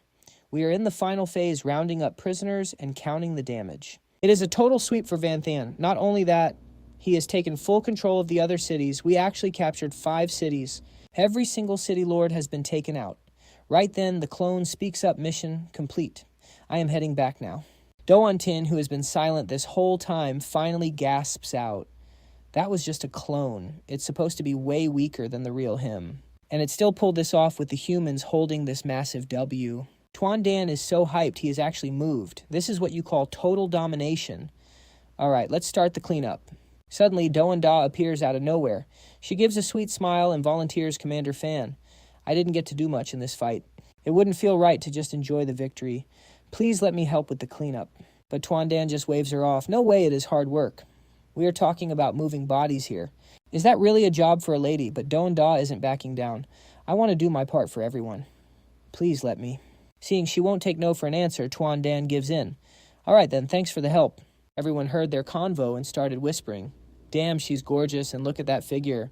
And she's so kind too. No wonder she's Vanthan Q's top maid. Their words reached her ears, and suddenly her face goes dark, while her smile turns ice cold.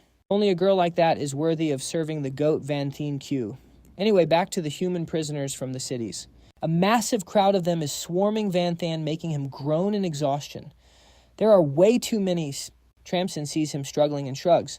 This is only the first wave, kid. Taking 5 cities at once means the number of people to rescue has skyrocketed. Plus, we have no way to handle these slave callers ourselves. It is all on you. Knowing there is no other way, Vanthan just sighs and gives the order. Tell them to line up one by one. After spending forever removing slave marks from every single person. Finally, there is only one left. Vanthan gently places his hand on the man's slave chain and easily snaps it off. The second he is free, the guy grabs his hand, crying with gratitude. Thank you, Vanthan Q. Thank you so much. He is so drained his face is pale, but he still forces a smile. Do not worry about it. Go get some rest. Vanthan stares at the slave chains in his hands and thinks to himself, all right, time for the final step. He imprints his soul mark onto the chains, and once he is finished, he turns to give Tuan Dan some instructions. Commander Fan, I have branded these slave collars with my soul mark. They are ready to use now. Without missing a beat, Tuan Dan grabs the collars and beams at him, thanking Vanthan Q over and over. I cannot thank you enough. In just 2 days, most of the people we rescued have chosen to join our side. With these slave collars, the number of ancient spirit slaves under our control is going to explode. He says with pure hype that the Vengeance Legion is now several times stronger than when they first started. They have become a force that no one dares to mess with. But while Tuan Dan is geeking out over their growing power, Vanthan turns to Tramsin and asks, Master Khan, how is that thing I asked you to do coming along? He answers honestly, sorry Vanthan, but we searched every single library in South City. Still no sign of a basic space-type skill. He adds with a sigh, space mages are just way too rare. In all my years, I have only heard stories. I have never actually seen one. Finding a rare skill like that. You would probably have to head to the bigger, more central cities. But then he gives a stern warning. The resources in those central hubs are on a whole different level compared to places like Dongvan or Jianglam. The ancient spirits stationed there are way more numerous and way stronger.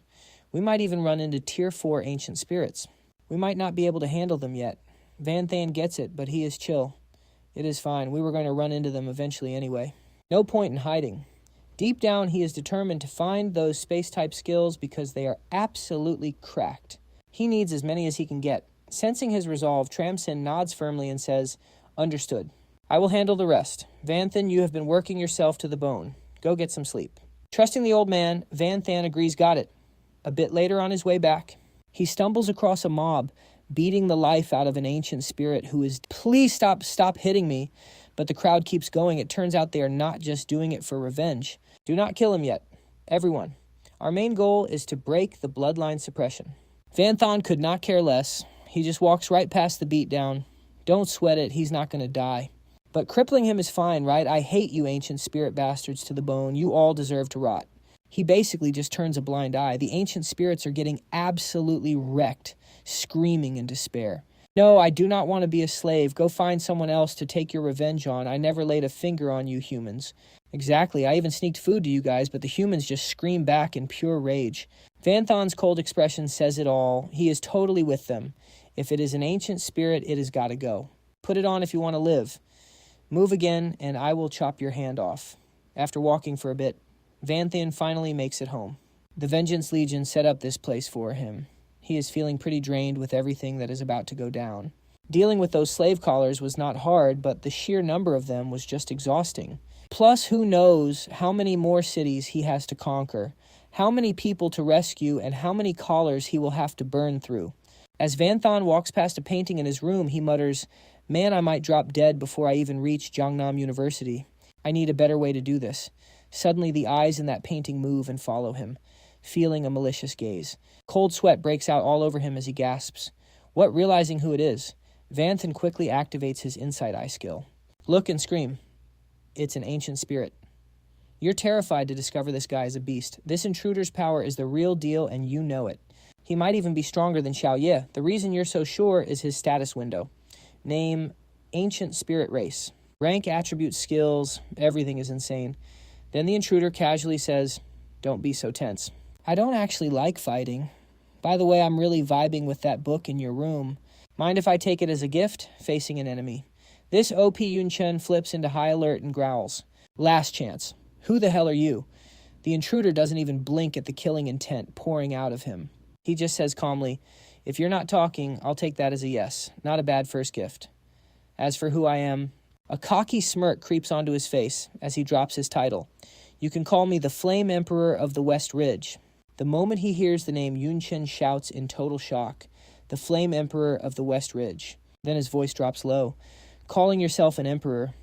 Are you one of the 4 ancient emperors? West Ridge doesn't even try to hide it." He even gives Yunchen a friendly warning. "Exactly. No need to be so defensive. I didn't come here to get revenge for my people. I'm here to talk peace. Otherwise, my bloodline suppression would have made things very uncomfortable for you." He looks at the massive bookshelf in the room and says slowly, "They say books hold a world of gold inside them. Honestly, I like reading way more than fighting. Since I woke up, I've read a ton of books and records. I think I finally understand your human history." He actually feels for the humans who want to get back at his ancient spirit kind. "I get your rage, and I hope you can understand the rage of the ancient spirits too. Anyone would be pissed if they woke up from a long sleep just to find their home gone occupied by weak creatures and changed beyond recognition. It's hard to avoid acting on impulse."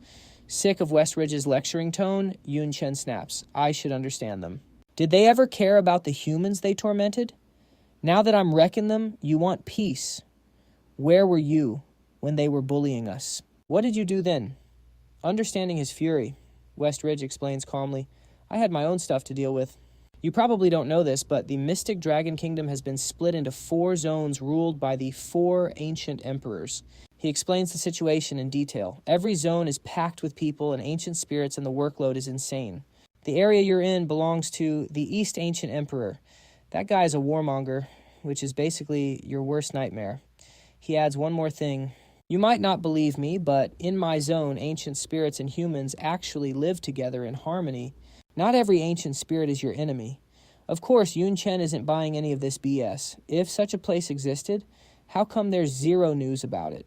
Westridge says calmly, "Because I have it under total lockdown. He did it to keep his people and land safe. My territory isn't that big, and resources aren't exactly overflowing. It can only support so many people. If news got out, everyone would rush in to join us, which would just lead to resource shortages and total chaos." He sighs, looking a bit exhausted. "Ruling and managing just isn't my thing. Keeping one small patch of land stable is already a massive pain. I just want to read my books in peace, even after hearing all that. Yunchen isn't changing his mind. He's seen way too much cruelty from the ancient spirits toward his people. You make it sound like they're all saints. If I hadn't seen their evil acts with my own eyes, I might have actually believed your lies. Seeing how stubborn he is, Westridge just sighs. I'm not forcing you to believe me, but there's one thing you need to understand. His voice gets super serious as he warns Yunchen. The god of humans chose this exact time to wake us up for a reason, and it definitely wasn't for us to just slaughter each other. Westridge did a deep dive on everything before coming here to warn him. Since I woke up, I've investigated this over and over. I've realized your god's choice wasn't a mistake. Ancient spirits were supposed to live in peace with humans after waking up, because the demon race is our true common enemy. At this point, he doesn't hold back on who started this mess. The reason we're at each other's throats right now is purely because of a massive accident and the source of that accident. Westridge points his finger directly at the person in front of him. It's you, Yunchen. That accusation makes Yunchen feel sick. Me, that's not a very funny joke. Knowing he won't believe it easily, Westridge drops the evidence. I didn't believe it at first either until I found out you went to the dark world. And I saw your demon maid. It's clear that your appearance messed everything up and ruined the god's plan. Facing this proof, Yunchen fires back. That makes zero sense. So now I'm the world's biggest criminal. Westridge quickly explains. Not exactly. I know you meant well. It was all just one big coincidence. Fed up with that fake holy act, it was Van Than's turn to clap back. Talking big is easy, isn't it? You think I, Van Than, don't know the world's secrets? Look at you simping for the godmen. Tell me 1,000,000 years ago, why did the Emperor-ranked powerhouses vanish while searching for it? He pointed right at Taelang's face and interrogated him. What's the point of this war? Is a godman win actually a good thing? Besides being their slave, what do you even know if they win what happens to the ancient spirits? Facing his questions, Taelang just went silent. What about humanity? After a long pause, Taelang finally spoke. Sharp questions, hitting exactly where it hurts. I didn't expect you to know more than me. Guess I need to look into this right before leaving to find the truth. He had one request for Van Than. At least hear me out, humans and ancient spirits shouldn't be enemies. Please show them mercy. But Van Than only felt pure hatred, eye for an eye, tooth for a tooth. Mercy isn't impossible, but first pay back every debt you owe humanity. Meanwhile, in a high-security meeting, Tuan Dan told the group that even though they took South City, we still got to be careful. It's a pain, but we're sticking to the original plan. Take the long way, 300 miles around, to avoid Sky Cloud City. Everyone immediately had their own opinion. True Sky Cloud City is a gold mine. Their resources, people, and development are top tier. It's a core city. If we take it, the rewards will be massive. But the win rate is low. Playing it safe is best. Right. Then Tramsin cut in, I object. The Revenge Legion expanded after South City. Our numbers are huge now. We might actually win this, Tuan Dan replied. In terms of basic and mid-tier power, we're fine, but the peak power, that's the problem, according to the ancient spirit prisoners. The Lord of Sky Cloud City is a heaven-rank ancient spirit. That's a 4th job human equivalent. Plus, he pointed out their weak spot. Our Legion's highest is only 3rd job, and ancient spirits are built different, stronger than humans, and even the demon race. Plus, that city lord has S-rank bloodline suppression. Who can even face him? In the middle of the heated debate, a voice suddenly volunteered to take down the strongest ancient spirit. I can do it. The absolute madman was none other than Van Than. Leave that city lord to me. You guys just focus on the fight. Of course, Tuan Dan shut him down immediately. Lord Van, aren't you like us? You only have A-rank resistance. If you hit S-rank suppression, even you'll be cooked. Everyone in the room agreed. They didn't want Van Than on a suicide mission. Exactly. The city's defense is insane. A head-on clash, win or lose, we'd take massive losses. The Legion can't handle it. But Van Than wouldn't budge. Relax, I'll keep losses at a minimum. That S-rank suppression is an issue, so I'm going to play dirty. A devious smirk hit his face. Time for a massive group raid. It's been a while. A few days later at Sky Cloud City, an old man was busy forging. That's Mukjia Thu. Beside him was his ancient spirit boss, who gave him some advice. Even among us, a blacksmith like you is rare. Just surrender to the city lord. He'll treat you right. Why suffer like this? Jia Thu stopped working. He walked up, snatched the boss's wine, and snapped, surrender. How could I ever face my fallen comrades? He took a swig and stood his ground. Don't bring this up again. I'll keep making this junk for you to hand over. Jia Thu was stubborn as hell. The boss sighed. Look, the city lord ordered me to break you by any means. But I respect your vibe, so I can't do it. Please don't force my hand. Jia Thu didn't care.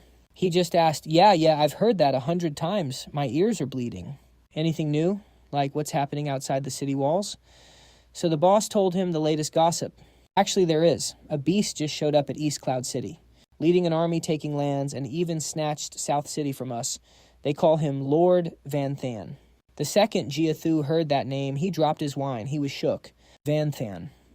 The moment he realized his savior was the one wrecking the ancient spirits, the old man burst out laughing. Van Than, is he actually alive? That kid really survived seeing him laugh like a maniac? The boss asked curiously.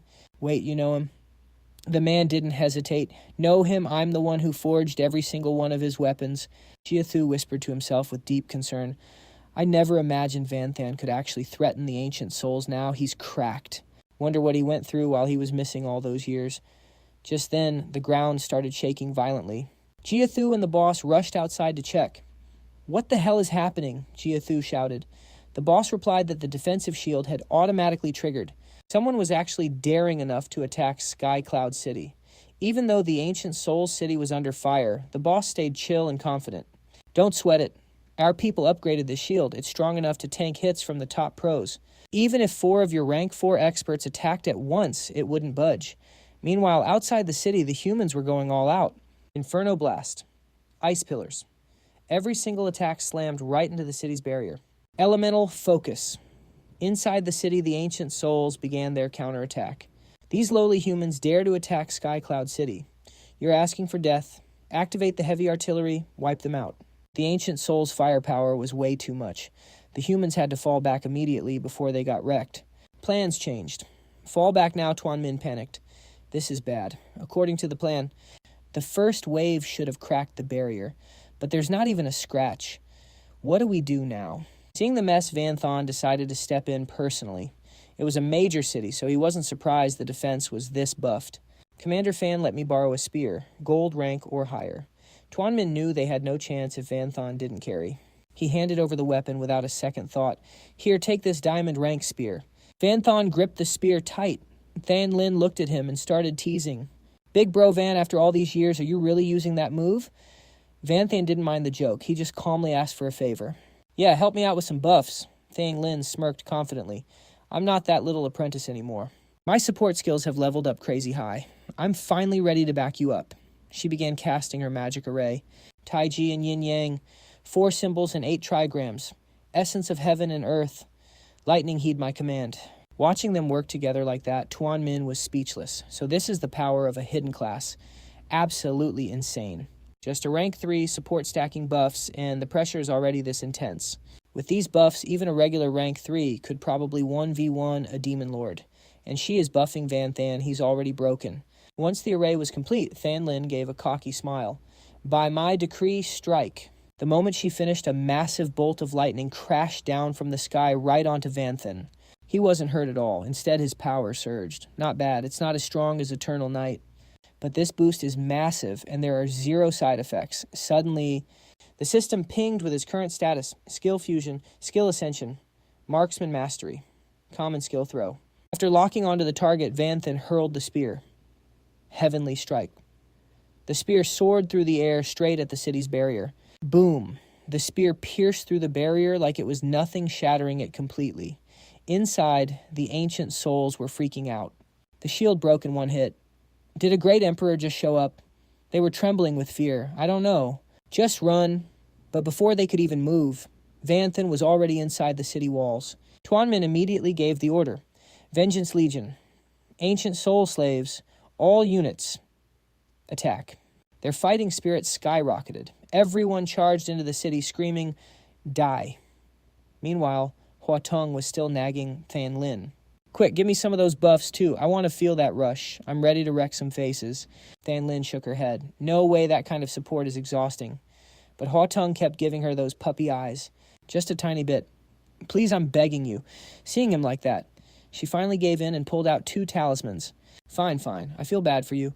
Take these Storm and Bloodlust talismans. Have fun. Hua Tong snatched them and zoomed off instantly. Ancient souls, you're cooked. Rank 3. Hua Tong is in the house. Back on the battlefield, the ancient souls were fuming. They were enraged that humans dared to invade. lowly humans seeking death, kill the men and enslave the women, make them regret ever being born. Suddenly one of them spotted something and screamed, "Wait, what the hell is that?" They all froze, staring at the massive object floating right above them. It was huge, unlike anything they'd ever seen. Anyway, what they're seeing is Vanthan's warship, and that killing intent is making the ancient spirits shake. It looks dangerous. Right now, Tianqin is hyped to be at the wheel of this new toy. He usually hides inside Vanthan to spy, so this is his first time actually jumping into the fight. Time to rain down some fire. The moment he hits the trigger, a massive volley of explosives drops right on the ancient spirits' heads, making them scatter like flies. Taking the chance, Tuandan shouts to hype up the soldiers. With Vantine Q's cannons covering us, we've got nothing to fear. Immediately, both sides roar as they clash. Meanwhile, Vanthan reaches out to grab his spear, but the spear just shatters, making him sigh. Back then, I fought with gold weapons, but now, even diamond gear can't handle my power. It's trashed. No way I can return this to the owner now. At the same time, in the City Lord's manor, an official rushes in to report the emergency. Lord City. Lord the Vengeance Legion is attacking. He reports in a panic that the shield is down, and the soldiers are in a brutal fight. Hearing the bad news, Thachnan doesn't blink. He just calmly declares, "Then let me go out there and wipe them all out." The war between humans and ancient spirits rages on. Kill them. It's a bloodbath, with bodies piling up everywhere. Vanthan alone has already taken out countless spirits. Everywhere he goes, enemies drop dead. No one escapes his fist of death. After a while, the bloodlust. And Vanthan starts peaking. This feels amazing, but it's nowhere near enough. I want to kill more, even more. His face is being overtaken by the World Tree, and Vanthan quickly realizes he's losing control. Damn it, the World Tree's seal is acting up. Is it that calamity energy again? He knows if he stays here, he's done for. War, slaughter, plague, and extreme weather are all part of the disaster. As long as I'm in this environment, I'll keep absorbing calamity energy. Vanthan knows the price for having this broken power. It's a gift from the void, but it's too savage and brutal. If I don't find a way to control it, it'll kill me sooner or later. Just then he senses the master of this place. Well, the city lord is here. Thachnan walks up to him and says, "I know you. You're Vanthan, the one who took over East Van City and wrecked 5 others, right?" The system immediately shows his stats. Name Thachnan, race, ancient spirit, rank. 109, heaven attribute, skill. Great patience. Master of Earth Arts, reverse shock style, and an S-rank special skill called bloodline suppression. The ancient spirits cheer when they see him. It's the city lord. Lord City Lord is finally making his move. You lowly humans won't even have time to run now. Vanthan, you're all cooked. Vanthan uses his Eye of Insight to scan Thachnan and mutters, "The city lord showed up faster than I thought. A bit earlier than expected." Right then, a voice rings out from nowhere. Is this small fry really worth an ambush? Doanda appears and complains, "What a waste of my time." Tukin stands beside her and warns, "Don't act on your own. We follow Master's orders." She's also happy Vanthan summoned her. Finally, Master called for me again. Doanda still acts stuck up and says, "Hurry up and finish this trash fish. I still want to go try out some human makeup." Her words make Thachnan roar in fury. "Trash fish. You dare call me trash." His power explodes. He growls, "It seems you don't realize heaven-ranked spirits can use bloodline suppression whenever we want. You're only this confident because you're weak, and I've been merciful." He activates bloodline suppression. Instantly, Tukin groans. "Master." Tukin feels her strength vanish. Right then, the system shows her stats. Name Tukin. Rank 102, Heaven Race Thornflower Demon. Power attribute 207 out of 2070. Stamina 350 out of 3501. Skills Thorn Whip. Flowing Flower Control, Heart Prison Tree. Vanthan quickly replies, "It's fine, we aren't the main force in this fight anyway." He realizes in his head, "It seems if I'm suppressed, my summons get hit too."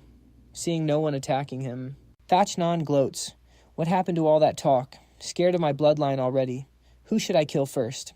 Suddenly a hand drops onto his head. Doanda had flown behind him and asks with total disdain, "What's a piece of trash like you so happy about?" Before he can react, she slams his head into the dirt. Lin Han couldn't believe his eyes and screamed, "City Lord, are you kidding me? Didn't the intel say that woman was just a maid? How is she this insane?" Even though Thachnan just took a heavy hit, he still smirked mockingly. "She really is a terrifying woman, but too bad this isn't a ladies' fight. Scratching and hair pulling like that is useless against me." Right then, the system panel popped up. Strength attribute 3,025. Constitution 59,440. Max stamina 5,944. Agility 2,870. Intelligence 2,950. Stamina 5,940. Infuriated by Thachnan's words, Do-on-da prepared to turn him into ash. You're asking for death. Seeing her about to use her demon skills, Vanthan quickly warned her. Don't use your skills, you can't reveal your identity. Then his gaze shifted toward Thachnan and he realized something. Thachnan's constitution has increased 10 times. Looks like he used a defense-boosting skill. Since he warned her, Do-on-da had to begrudgingly listen. I get it, she cursed internally. Damn it, if my power wasn't restricted in the human world, I would have blown his skull open just now. Her status window quickly appeared. Name Xiao Ye. Level 295. Race Nightshade Demon.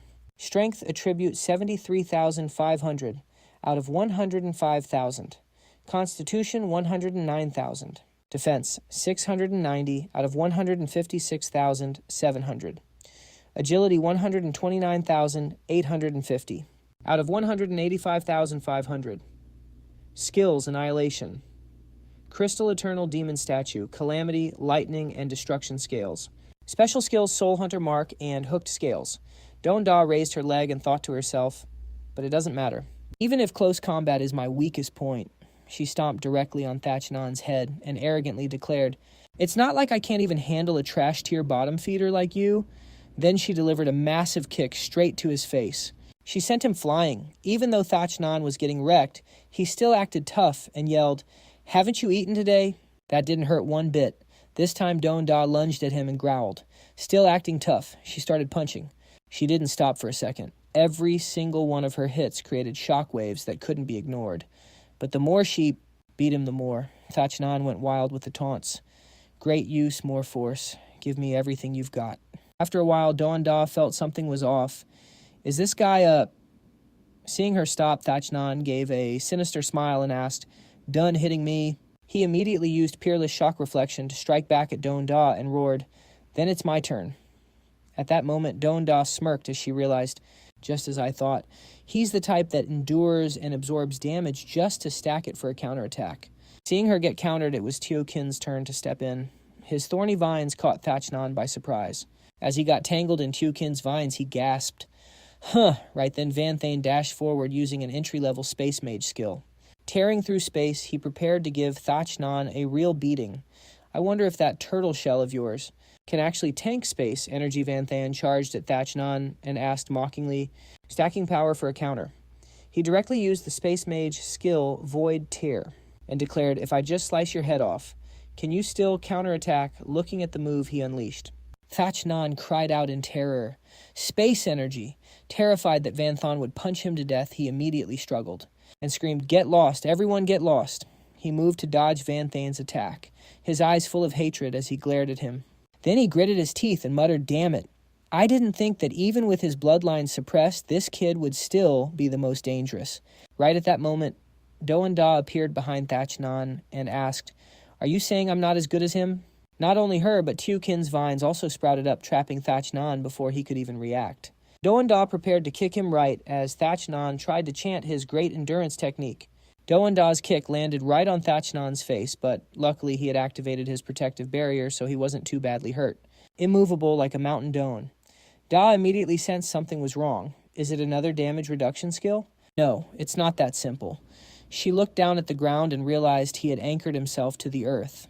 It makes it hard for my attacks to knock him back, but he can't deflect the force either. He's actually taking even more damage. Refusing to lose, Do-on-da took a deep breath and began a frenzied assault on Thachnan while her mind raced. She couldn't understand his actions. What exactly is he trying to do? He doesn't want me to stop him. What's the point of that? Right then, Tiokin's vines grew out and wrapped around Thachnan. But because he was so heavy, Tiokin couldn't do anything. He's too heavy, I can't pull him. Seeing this, Vanthan immediately realized what Thachnan was after. I see how it is. Your real target is me, isn't it? Thachnan spoke up. One destined for greatness must endure the kind of pain regular people can't imagine. He shared the struggle he faced to get this far. I, Thachnan, have been different since I was a kid. I faced nothing but contempt and oppression, but I never complained. Only trash, go with the flow. Anyone who blocks my path just makes me stronger. Their hate only proves that I'm special. I refuse to break. Every time I stand my ground, I welcome victory and become even more OP. He pointed at Vanthan and roared, "Kid, you don't look like much, but you're the heart of this group. You're their king, and I'm the king of Skycloud City." Thachnon charged straight at Vanthan. The pain of this battle is on another level. It's king versus king. If I crush you, I win everything. Thachnon saw the kid ignoring him. Doan-da was fuming. "You're still looking down on me. Fine, I'll snap your bones like twigs. I'll wreck your legs and see how you find him then." But before she could move, Vanthan suppressed her. "Stop right there." He smiled and said, "Who knew the ancient spirit clan had someone like this? Not bad at all." He looked at Thachnon. Main goal reached. It seems this S-rank bloodline suppression only works on me for about bon foot. As for you, I have a million ways to handle this. He was ready to fight. Vanthan wanted to go all out. It's been a while since I've actually moved my body. Thachnon braced his feet hard. He lunged at Vanthan, screaming, "Kid, every bit of pain I'm feeling right now, I'm giving it back to you tenfold." He slammed the ground. Peerless shock reflection. A massive energy wave blasted toward Vanthan, but he blocked it with one hand. Thachnon couldn't believe it. No way. What is this? Vanthan entered his eternal night eclipse state. "You said you never break, let's test that theory." He teleported right in front of Thachnon. "Can you handle my full power?" Realizing this punch would be lethal, Thachnon activated his ultimate defense. Great endurance art. Immovable mountain. Then came a barrage of strikes that hit like a literal god. After the dust settled, Vanthan spoke, still standing. "That's interesting. Too bad, even if you're upright." Thachnon was actually knocked out cold. Losing consciousness is the same as losing. Let's just call this a draw. Vanthan took the W, leaving the ancient spirits in total shock. He lost no way how, City Lord. He's a heaven-rank ancient spirit. How could a mere human beat him? This has to be fake. Doan-da watched the whole thing and pouted. "A draw. Please. You didn't even use your origin power. He'd be ashes if you did. Whatever that kid does what he wants. The winner's decided. Time to clean up." A moment later, a massive crowd of slaves stood before Vanthan. Looking at the crowd, he felt a bit overwhelmed. This many people. Some might not make it. Tramsin stood by feeling helpless. This is a core city. The number of prisoners is already huge. Plus the tribute from surrounding cities. The numbers have just piled up like crazy. Vanthan was exhausted. He wanted a way to solve this without doing all the heavy lifting himself. No way. To save them all, I'd have to work for Moing Ai straight without eating or drinking. Not to mention the soul marks afterward. I can't do it. There's got to be a better way. Suddenly, a familiar voice called out. Vanthan Mukjiathu walked over calmly. Vanthan's eyes lit up. He happily shouted, "Teacher Mukjiathu." He was totally shocked to see him there. "Teacher, why are you in Sky Cloud City? Weren't you supposed to be at the university?" The teacher laughed. "Well, Sky Cloud City is my hometown. When the ancient spirits showed up, I was just home on vacation. Then I got caught and they put this chain on my neck. The Vengeance Legion sent me here. I never expected to run into you." Vanthan was hyped. "Removing these slavery rings is what I do best. Let me get you your freedom first, teacher." He pointed a small branch at the chain and snapped it easily. Jiathu was stunned. That's incredible, but then he realized something. He looked at the massive crowd and got a bit annoyed. He asked, "You're planning to handle this entire crowd by yourself?" Vanthan sighed. "Yeah, soul marks and everything." He added helplessly, "It takes way too much time and energy, but I can't just leave them. I just have to power through it." Jiathu started teasing him. "Kid, you're still way too green." Even adults need to learn the art of being lazy. Cut to the skill engraving library where we meet Sun Li, a pro skill engraver. She strictly lays down the facts. Engrading these skills is totally doable, even though ancient spirit skills are super unique. If you get the basics down, it's actually light work. Vanthan has zero clue who she is, so he whispers to Jiathu. "Who's that lady?" Jiathu flexes immediately. "She's got a special class just like me." She's highly respected by the ancient spirits for her research. Skill books are so fire that even spirits want to craft them. Sun Li explains that through her research, she found most ancient spirit skills aren't actually that different from human classes. It's all about swapping mass energy and mana attributes to use them. Turns out the spirits just use some ancient old-school learning methods. They need a master to teach them hands-on. Total opposite of humans. Our classes can turn skills into formulas, break them down into math, and engrave the mana flow directly into books. Talk about a massive discount on learning costs. But Sun Li did spot a major difference with some spirits, though there are always exceptions. It's the ancient spirit exclusive tree. Soul-type skills that humans straight up can't use no matter what. Probably because of where they live. Soul power is everyday stuff for them, but humans have zero clue about it. Van Than asks immediately, so a soul mark can't be engraved then, but Sun Li shuts that down. Not exactly. Their biology is basically the same as ours. In theory, every skill can be learned across classes. She explains that even if it's invisible, everyone has a soul. Humans just haven't learned how to feel or use it yet. But for spirits, it's natural. It's like someone who's never seen or eaten meat, trying to imagine the taste. Impossible. Van Than realizes something.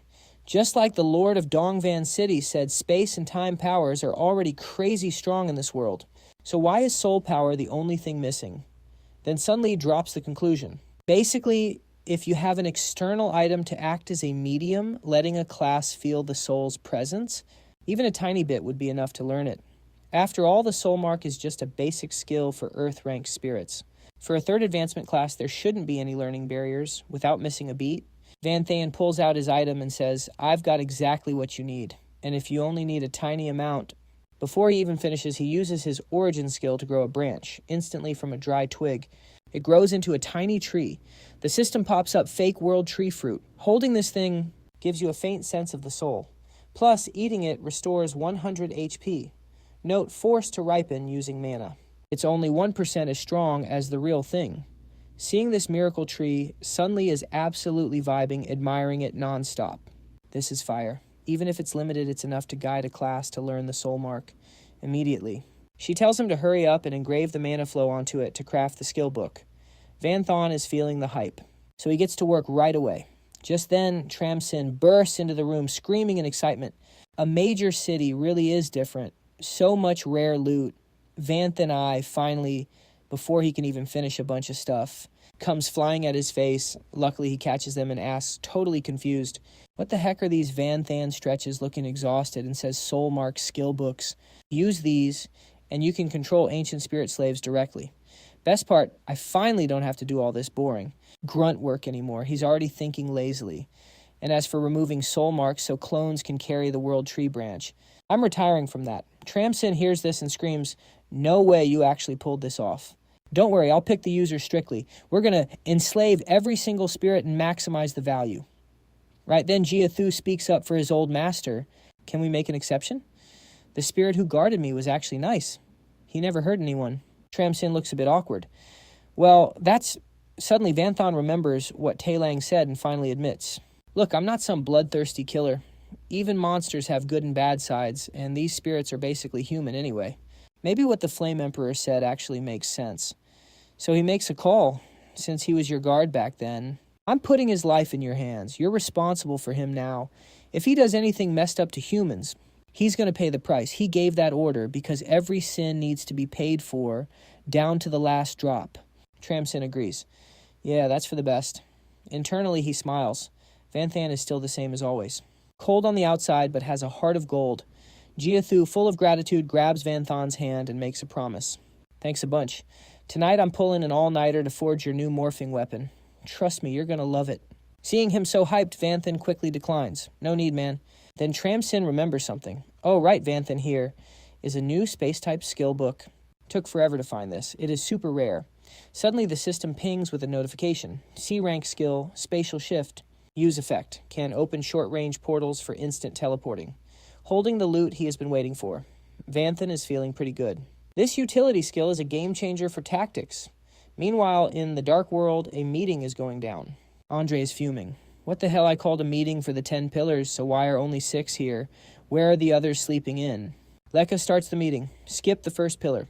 The Devouring Lord is still locked away in isolation. Status unknown. As for the third and fourth pillars, he is pissed. Those 2 punks think they can just ignore my invite. The gods' great work must go on. I will deal with those 2 later. Nidian is losing patience and pushes him. It has been years. You still don't know how they are, get to the point. I am busy looking for my daughter. Those 2 girls are still hiding somewhere. Lekka cuts to the chase. The plan was to take the Holy Empire, but there was a glitch. Our demons there were wiped out. The entire 28 and 33 pillars are dead. Andre laughs mockingly. What absolute trash can't even beat humans. They should have just ended themselves. But Lekka drops a bomb. It wasn't humans who killed them. It was one of the ancient races. A name he reveals. An angel. Andre is shook. An angel. but a second later he is confused. Wait, what even is that? Lekka just grinds his teeth. This guy, Ni Dian, closes her eyes and speaks up. Makes sense he doesn't know. That was millions of years ago. Only us, the first 7 pillars, have been around that long. She opens her eyes and starts the lore drop. The ancients were cracked back in the day. Their combat power was almost on par with us demons. And they're top-tier fighters. They had emperor ranks, strong enough to go toe-to-toe with us. Can't sleep on them. Ni Dian lists them out. We demons have 72 clans, but the ancients revolved around 5. The spirit-kin angels, Rakshasa, ice dwellers, and white fangs. She puts a finger to her lips. The Holy Empire was originally angel territory. The ancients suddenly respawning, definitely the human gods doing. Probably a counter to our dark world, but for some reason they are fighting humans first. Lekka rests his chin on his hands, calculating. The weak get eaten. That is just facts. We will just pull back our front lines. Let them wreck each other, then we clean up. Andre is confused. Then why bother attacking the Holy Empire? Just let them fight it out. Lekka looks at him. Because 2 major tribes haven't clashed yet. Then, an image of a winged figure in white robes appears in Lekka's hand. The image shifts again, showing a massive standoff between the dark world and the angels. Everything is engulfed in flames, signaling a brutal war ahead. Lekka's brow furrows. He sits there in dead silence. Andre, on the other hand, is hyped. He jumps to his feet. Andre steps forward full of confidence and starts pitching his ideas. In the room, Lekka and the other demon gods get serious and listen to what Andre has to say. A while later, Lekka's lip twitches. The mutation calamity lord. Behind him is just picking his ear and yawning. Finally, Ni Dian slams her hands on the table and stands up. She asks one question. Have you ever thought about why all this is happening? If the dark god actually wins, will he even need us? Will this dark world even exist anymore? She glares sharply at the person across from her. Also, the first pillar and his demons have been ghosting us for years. You never wondered why Lekka remains calm. Don't overthink it. We have followed the dark god and destroyed countless worlds. The human world is just another one on the list. All I want is the win. He continues. The 10th pillar is a hothead. He is too unpredictable. I don't trust him to get the job done. Plus, he has never fought an ancient, so he doesn't know their bag. To be safe, I am going there myself. Ni Dian shuts him down immediately. No need. She reported the intel gathered over the past few days. My demons have scoured every corner, but neither the Dark Knight capital nor the Great Knight Royal City has any trace of my 2 daughters. I'm afraid they're no longer in the dark world. Ni Dian stretched his arms and made a choice. In that case, I'll head to the Holy Empire. I'll crush the angel race and find my daughters while I'm at it. Meanwhile, back at Cloud City, a voice echoed through the air. Vonthan, check out my latest masterpiece. Jiathu stood before a shield with a wide grin. My smithing skills have reached a whole new level these past few years. I can finally craft high-tier weapons that fuse 5 forms into one. I bet you won't even be able to put this thing down. A system screen popped up. Eerie Heart Shatter. Platinum rank. Plus 80 intelligence. Plus 80 strength. Plus 100 constitution. Plus 70 agility. Effect. Can switch between 5 different forms. Restriction, human race. Requirement level 80. Jiathu picked up the shield and said, You've been using that array breaker for so long, you must be bored of it by now, right? This heart shatter is on the house. Consider it a total steal. Seeing his master's pure excitement, Vonthan could only reply thanks for the gift, master.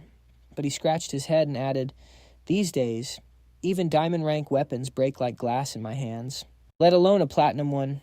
Jiathu's jaw dropped as he repeated those words. Diamond rank.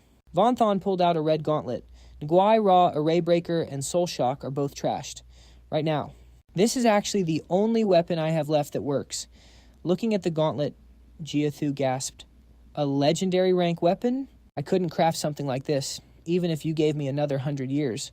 He closed his eyes and explained slowly. After all, the materials needed for gear like that are insanely rare. At the very least, you'd need drops from level 90 monsters or bosses.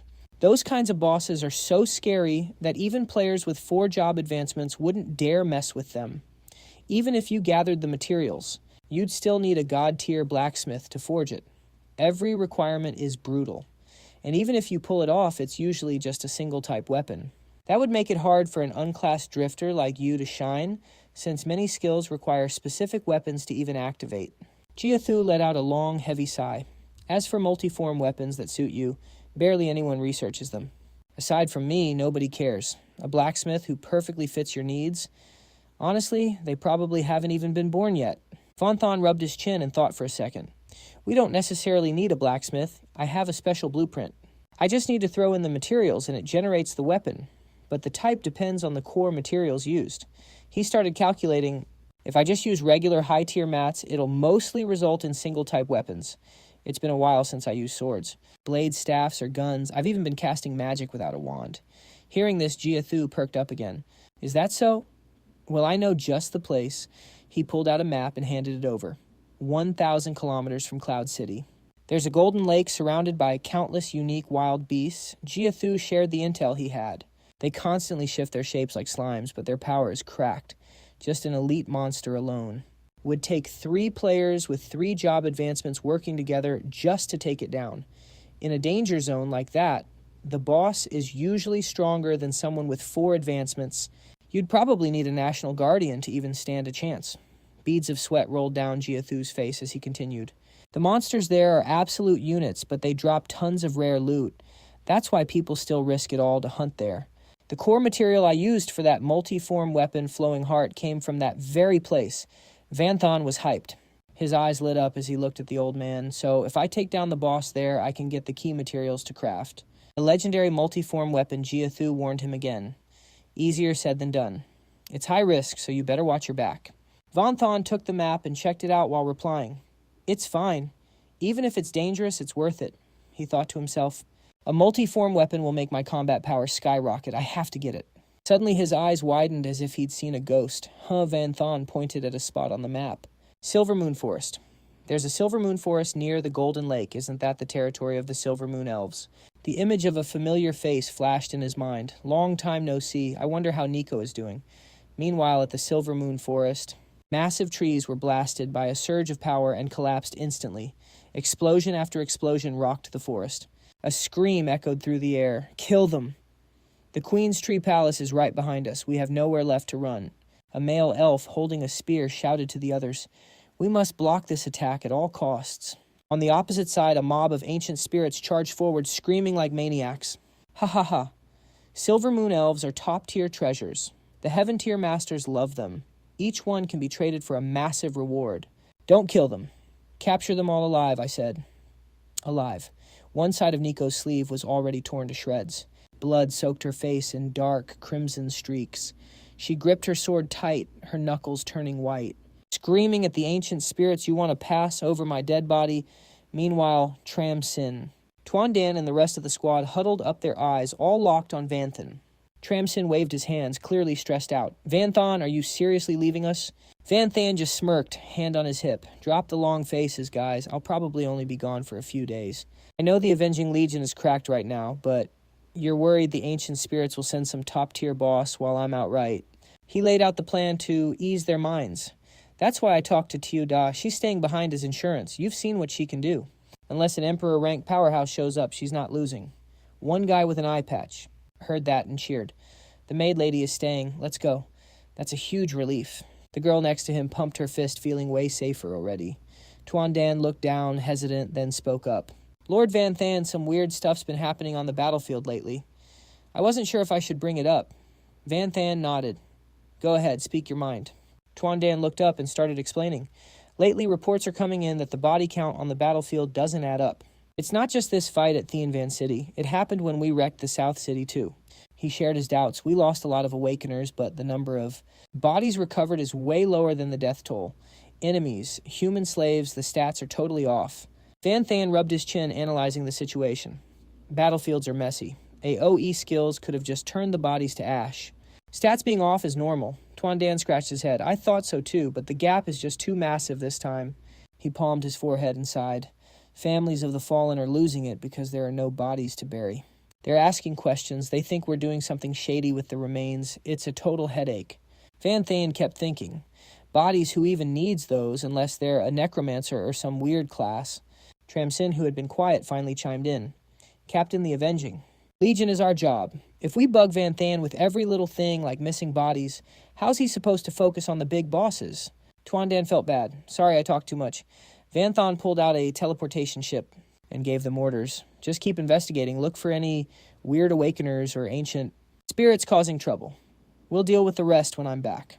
He looked up at the sky, raised his arm, and launched the ship into the air. The vessel soared upwards, instantly growing to a massive size. A gust of wind caught Van Thon's cloak as he blurred into the ship with insane speed. Before taking off, he dropped one last line to the crew below. "I'll be back soon."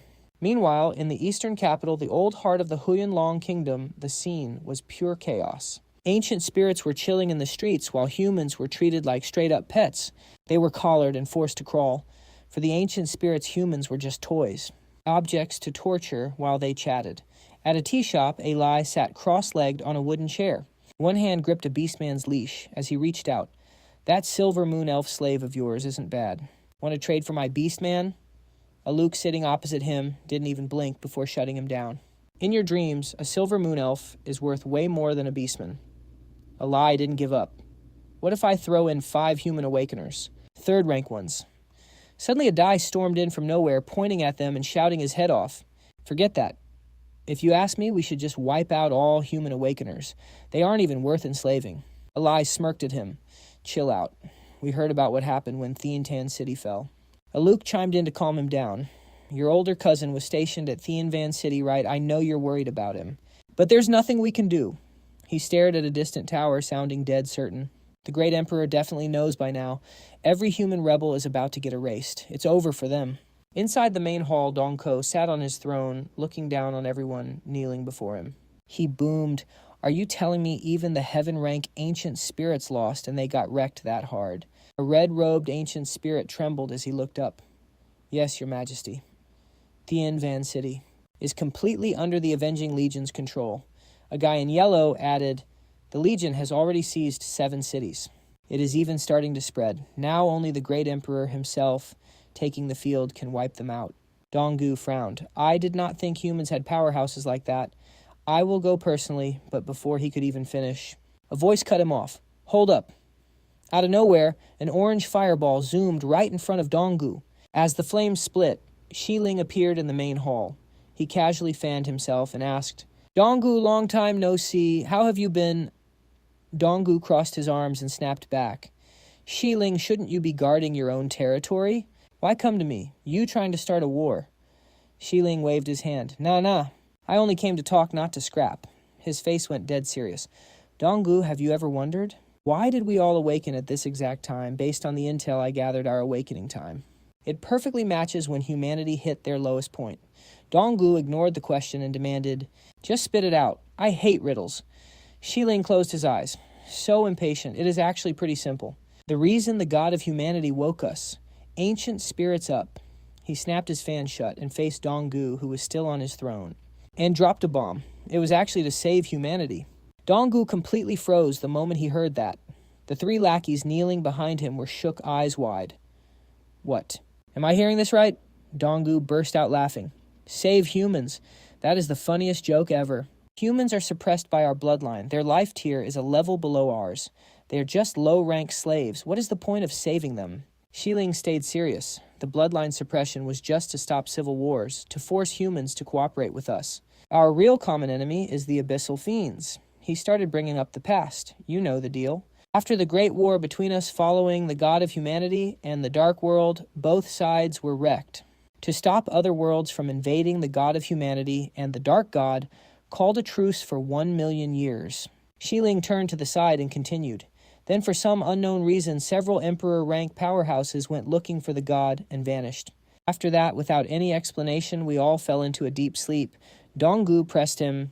"I already know all this." So what Shiling tilted his head and answered, "Then humans appeared." The biggest difference between humans and us ancient spirits is not the life tier, it is that they started with 0 power. He started explaining. "We were born with power. We grew up to serve the god and fight monsters from other worlds. Humans are different. They were weak to the extreme. They could not even absorb the power of the world they lived in. No monsters either. Their only enemies were trash-tier wild animals." Shiling reached a conclusion. So they took a path completely different from ours. They used brains and creativity, going crazy with science and using external tech to rule the world.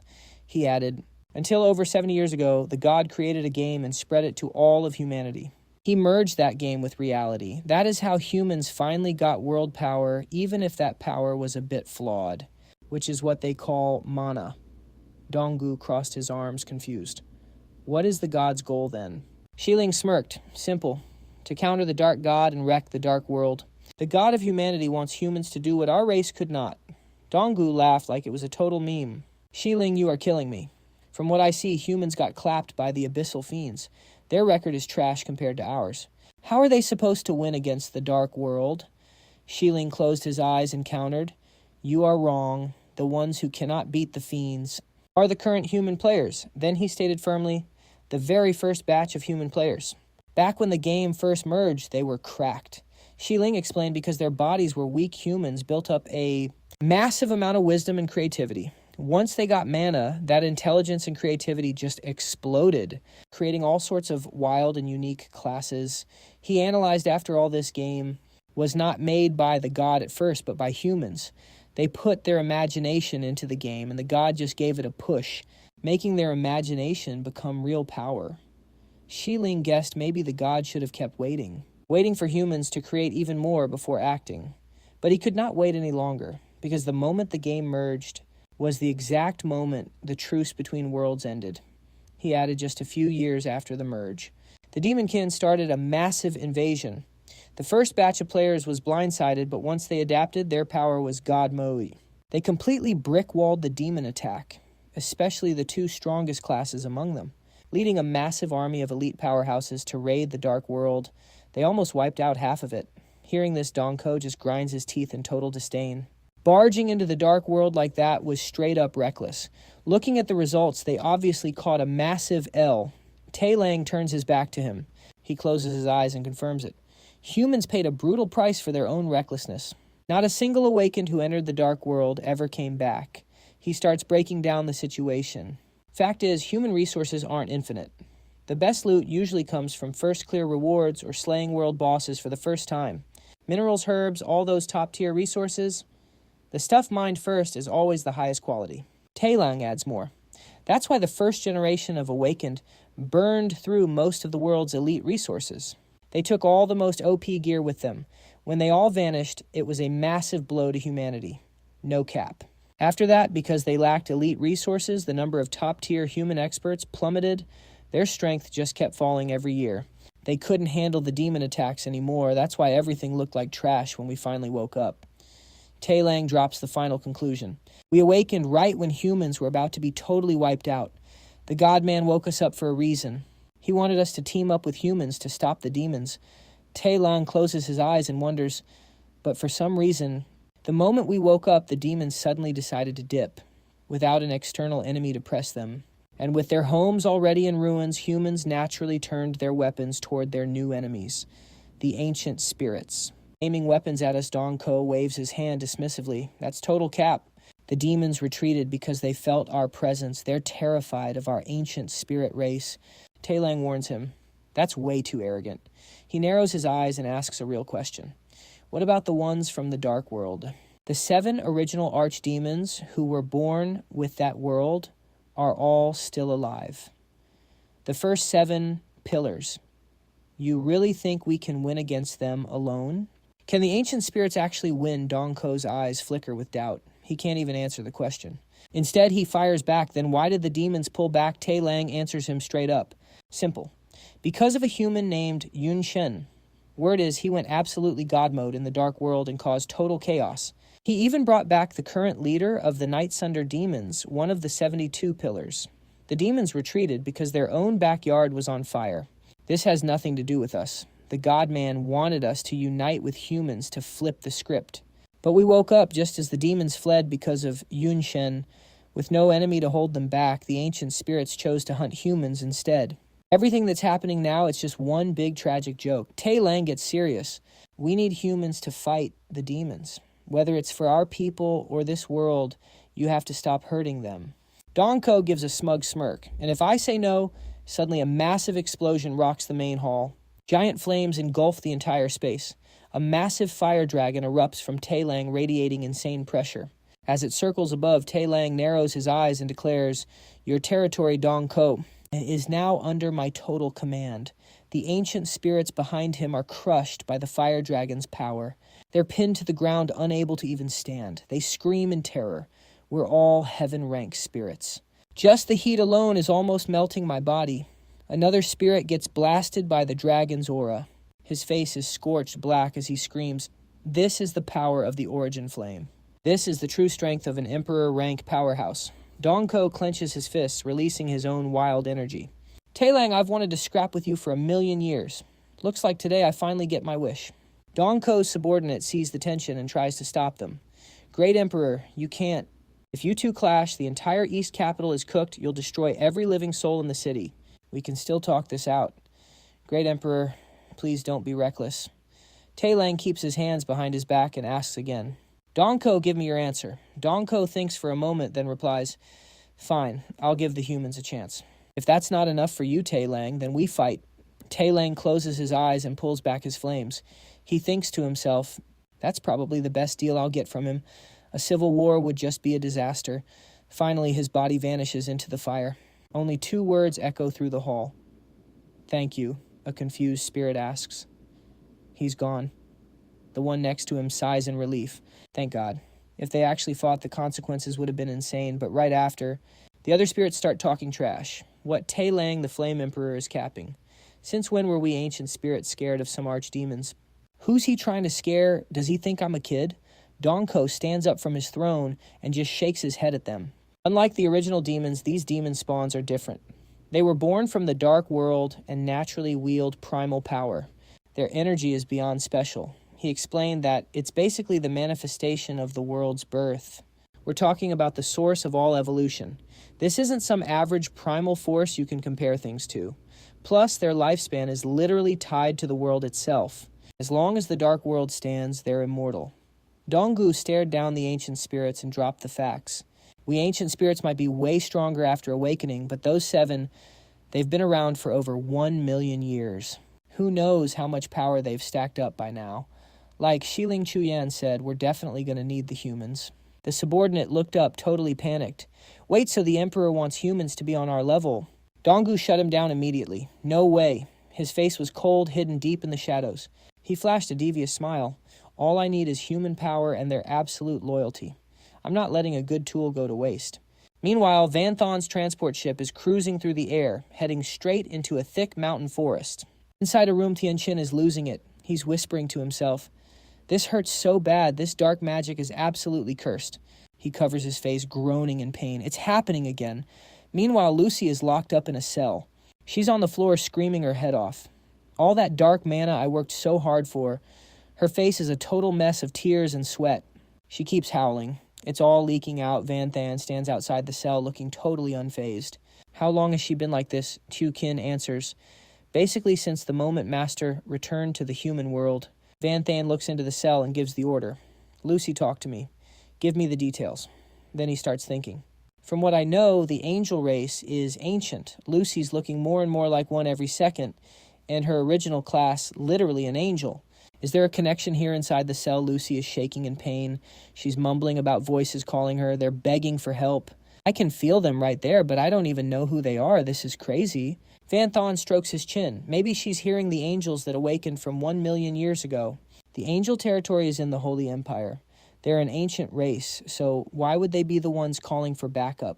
Something's definitely wrong. He tries to calculate the odds, but it's no use. Forget it for now. Priority number 1, crafting a new weapon.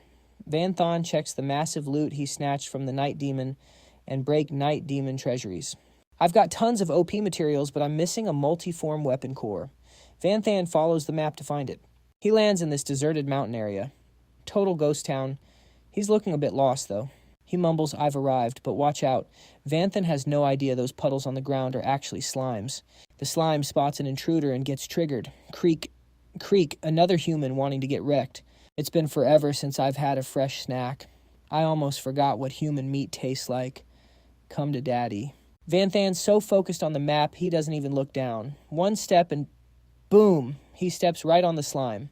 It transforms immediately and wraps around his leg. It's screaming, "I'm going to eat you alive." One move. That's all it took. He absolutely demolishes the slime. It's totally confused. Wait, did he know I was here the whole time?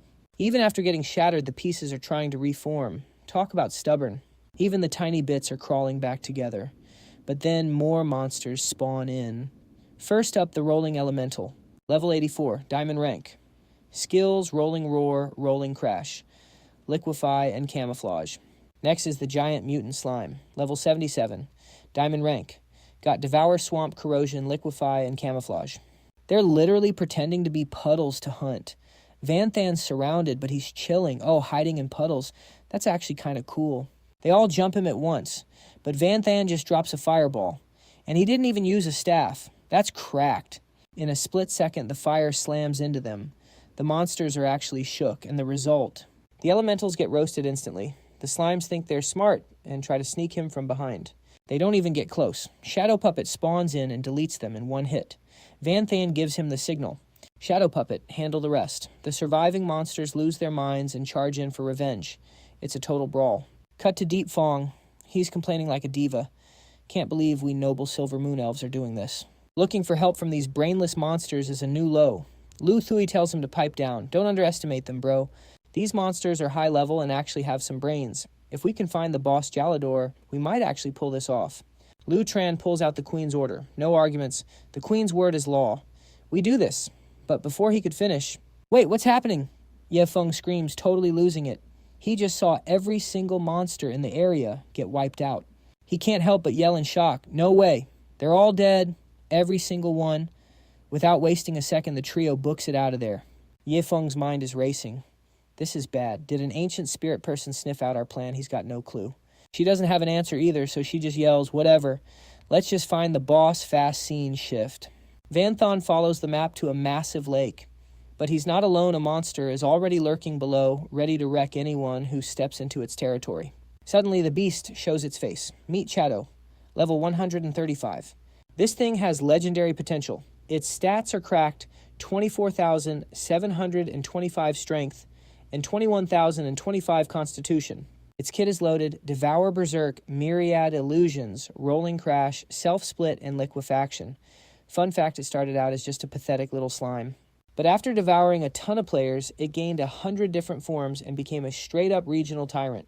Nobody dares to cross Shadow. It eyes Vanthan and sneers, "It's been a minute since a snack literally walked right up to my door. You look way juicier than those regular fourth job losers." Before it can even finish talking, Vanthan drops a fireball. He didn't even need a staff to flex. He just cold calls it. "Shadow, consider those your last words." It only takes a minute for Shadow to snuff out Vanthan's flames. Now Shadow is looking absolutely livid. It's time to teach this kid a lesson. "You're dead meat," it roars. But Vanthan is too fast countering with Origin Flame Burst. Shadow's punch gets shut down before it even connects. Vanthan's Flame Burst was just one step ahead. The attack leaves Shadow full of holes. "Damn you," it screams, feeling the burn. How his level and stats are way lower than mine. Why is his damage so insane? And this fire, it's weird. Is this Origin power? No way he's actually mastered Fire Origin. Vanthan wants this over quick, so he follows up with Divine Flash, then hits him with Flame Cinder Stars. A second later, he adds Myriad Illusions into the mix. Finally, he brings Divine Flash right up to Shadow's face to burn him to a crisp. A moment later, Shadow is unrecognizable. Looking at the mess, Vanthan wonders, is it finally over? But of course, it's never that easy. Shadow suddenly morphs into a granite knight. Vanthan is legit shook. He turned into the tankiest class possible, the rare class Granite Knight. And he's supposed to be just a monster. Seeing Vanthan's face, Shadow laughs his head off. Scared yet human Izalador have survived this long. All because I use your own human powers against you. Shadow starts getting all nostalgic, spilling his whole backstory to Vanthan. Years ago, I was just a pathetic little slime. My level was a measly 20. High-level monsters and dangerous players were everywhere. To survive, I had to hide as a literal puddle of water. I let them walk all over me. Until one day, a heavily injured player showed up. He was so messed up he couldn't even hurt a fly. This guy was basically on death's door. He leaned against a tree to rest and noticed something weird about the puddle at his feet. He muttered, "Am I alone? This water feels off." And that's when things got interesting. I took my shot and swallowed him whole. I took his memories, my level skyrocketed, and I even stole his skills and traits. From then on, I stopped being the prey and started hunting humans. But with those memories, I realized something. Some players are actually terrifying, so instead of fighting head-on, I split myself into countless clones. I used my weak clones as bait to lure in low-level players, and one by one, I devoured them all. By the time humans realized how dangerous I was, even fourth-job players were no match for me. Since I didn't expand my territory, the top-tier heroes like the Guardian God Kings didn't even bother with me. After years of doing this, I've eaten more humans than I can count. You guys are stuck with just one class. But I can become everything. The moment you stepped into my sights, you were already cooked. Haha. Van Than just bursts out laughing, mocking Shadow. The monster is totally confused. What's so funny? Aren't you scared of me? Van Than hops onto Shadow's arm and says, honestly, I was worried this would be a waste of my time. But now I'm hyped. Killing you is definitely going to drop some fire loot. This absolutely triggers the monster. Shadow activates infinite transformations and screams, you little brat. You have no idea what you're dealing with. To punish him, it shifts into a berserker form, raising a massive hammer high into the air. It swears it'll make Van Than pay for his arrogance. The real fight starts now. Trying to split Van Than in two, Shadow slams his hammer down with a roar, blood fury strike. Meanwhile, that gold liquid in the lake starts overflowing. Van Than uses God Flash to dodge, thinking to himself, size and stats are both getting buffed. This is crazy. His destructive power is through the roof, but Shadow isn't done yet. He triggers infinite transformation and switches to a forest archer aiming straight at Van Than. He sneers arrogantly, so what if you got some high-tier source power? You're still trash compared to me. He draws back his bowstring. String number 2. He shouts, I just need to overwhelm you, and unleashes a literal rain of arrows. Lightning strikes toward Van Than. As he's weaving through the arrows, Chador flexes, I'll keep attacking until you can't even breathe. But then its face goes pale. A purple rift suddenly appears right above its head. A split second later, Chador is totally lost as God Flash emerges directly from that purple rift. Before he can even blink, a massive fireball slams right onto his head. He's literally getting cooked in those flames. Chador's head is completely gone. Van Than walks up with a serious look and whispers to himself, looks like your archer form's defense is absolute trash compared to that Steel Knight. But it's not over yet. The boss triggers infinite transformation again. Now he's a holy priest. He uses a healing spell and asks in shock, How did you do that? Van Than doesn't even sweat. He uses Staffless, casting a basic Space Mage skill, and blinks through space, replying coolly. I'm guessing you've never devoured a Space Mage before, so you're pretty clueless about space magic. Can't really blame you, though. That class is super rare. The logic is simple. I just toss my skills into a space portal I created. Within minutes, a massive array of God Flashes surrounds Chador, and then the monster shifts into yet another form. Just to be safe, Van Than fires off a few more arrows. These are going straight to the other side of the gate, he says. He gives Chador a cold stare and whispers one word, boom. Suddenly, the lake water starts erupting like crazy. A massive pillar of water shoots into the sky. Van Than looks at it and mutters, up 5 levels in one go. That's some insane experience. Too bad these level-up gains are tiny compared to the daily stats my second soul gives me. Right then, the system sends a notification. It's his current status window. Name Van Than, race human, class none, level 96, total stats 5,924, constitution 6,452, agility 5,280, intelligence 6,190, stamina 5,450, skills. After Chador gets wrecked, he drops a legendary item. Van Than looks at it totally hyped. This is the real jackpot. The item is called the Heart of Chador, a legendary tier material. Check the description. The Heart of the Monster Lord Chador. It adds the infinite transformation ability to any equipment. Talk about OPR. Suddenly he hears a noise coming from behind him. Van Than glares at a nearby boulder. Realizing someone's hiding there, he calls out, the show's over. Time to come out. A group of girls step out and Xuan Nguyet looks totally embarrassed. Sorry, we didn't mean to spy, bitch, Van jumps in. Please forgive us. Then she suddenly drops to her knees, crying her eyes out. Are you the legendary Van Than I saw you on the global live stream during the tournament? Please, you have to help us save the Silver Moon Forest. Van Than starts to get a bad feeling. Wait, what's going on? Cut to the Silver Moon Forest. The place is a total war zone covered in flames. People are panicking, screaming, and crying. Amidst the chaos, someone yells, You bastard, let me go. I'll fight you to the death. Rika is badly hurt and leaning on Lucia for support. Adam is sobbing as he asks her, Your Majesty, are you really going to abandon our land and people and just run away? Rika quickly snaps back, We're not running. We're setting up a counterattack. I've already sent 2 teams to the nearby monster zones. If we can lure Chador to the Silver Moon Forest and coordinate our strikes, we might actually have a shot at taking down those ancient spirits. After hearing that, she suggests we need to find cover before the monsters attack. But why does the queen have to go to the monster zone herself? She replies, because Chador is smart. He won't just fall for any simple trap. But if I use myself as bait, he won't be able to resist. That monster has been dying to devour me for years. Hearing the queen say that, her subordinates go pale with pure terror. One woman screams, "Sacrifice yourself." "Are you insane?" Another one chimes in. "You're our queen. We can't lose you." The guard next to Rika stares at her, his face written with pure anxiety. "Please just run," she mutters darkly. "Run to where? It's not like we can just leave this world behind." She continues, "When the ancient spirits first invaded years ago, I made the same choice just to survive the disaster. I called back all the Silver Moon Elves to seal off the forest.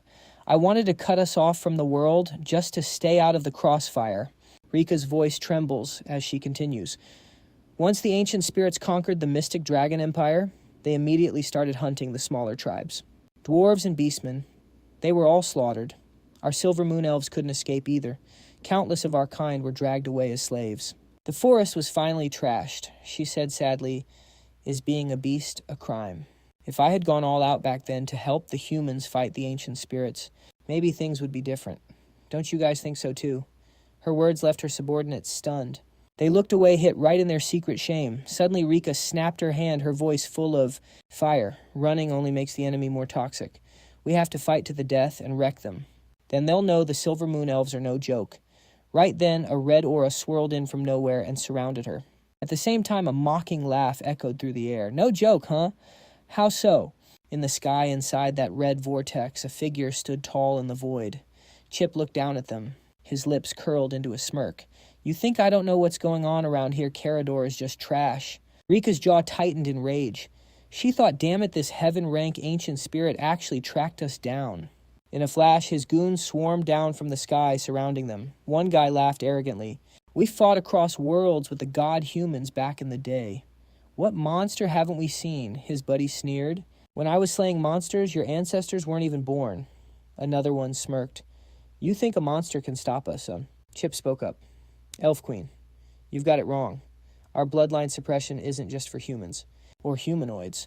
He waved his hand, and an invisible pressure slammed into them. "Any creature with a lower life rank gets totally nerfed. That includes monsters and even variants from other worlds." People below screamed in agony, their organs felt crushed. Breathing became almost impossible. One guy gasped, "My power! It's cut in half!" Another hissed in rage. "Hell, if we could just fight on equal ground," Chip ordered coldly. "Round them all up. But don't kill them. Silver Moon Elves fetch a fire price." His men cheered. One lunged forward with a sword.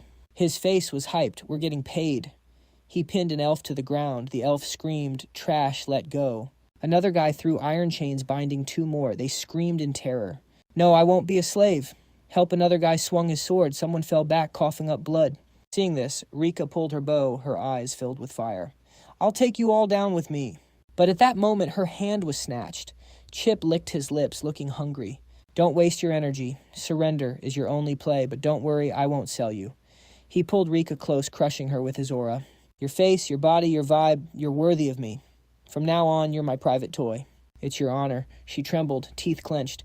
Suddenly, a massive punch flew in. It slammed into Chip before he could even react. Yun Chen appeared like a total god. That punch twisted the trash's face. Chip was sent flying straight into the cold ground. A trail of fire erupted from that OP punch. Flames engulfed him. Chip screamed in agony. "Hot, it's so hot," the kid said coldly.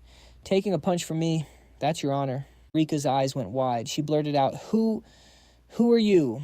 A strange feeling of familiarity washed over her. Who is this guy? He looks so familiar. Meanwhile, Chip quickly hid behind a tree to watch. His head was spinning with a massive sense of dread. This isn't good. Where did this brat come from? My bloodline suppression didn't even work. He bolted. "One hit and I'm done. He's cracked. I'm no match for him. Run, gotta run." But he didn't get far before vines snared him, binding him tight. Yunchen flicked his hand and Chip face-planted into the dirt. "That thing is all yours to handle." Chip's goons were shook. No way, a heaven-rank ancient spirit. Couldn't even fight back. Just how OP is this guy? Rika just stood there, jaw dropped. What just happened? Where did this OP kid come from? A heaven rank got wrecked and thrown in front of me like garbage. Am I dreaming? Just then, a group rushed over. Everyone looked worried. One called out.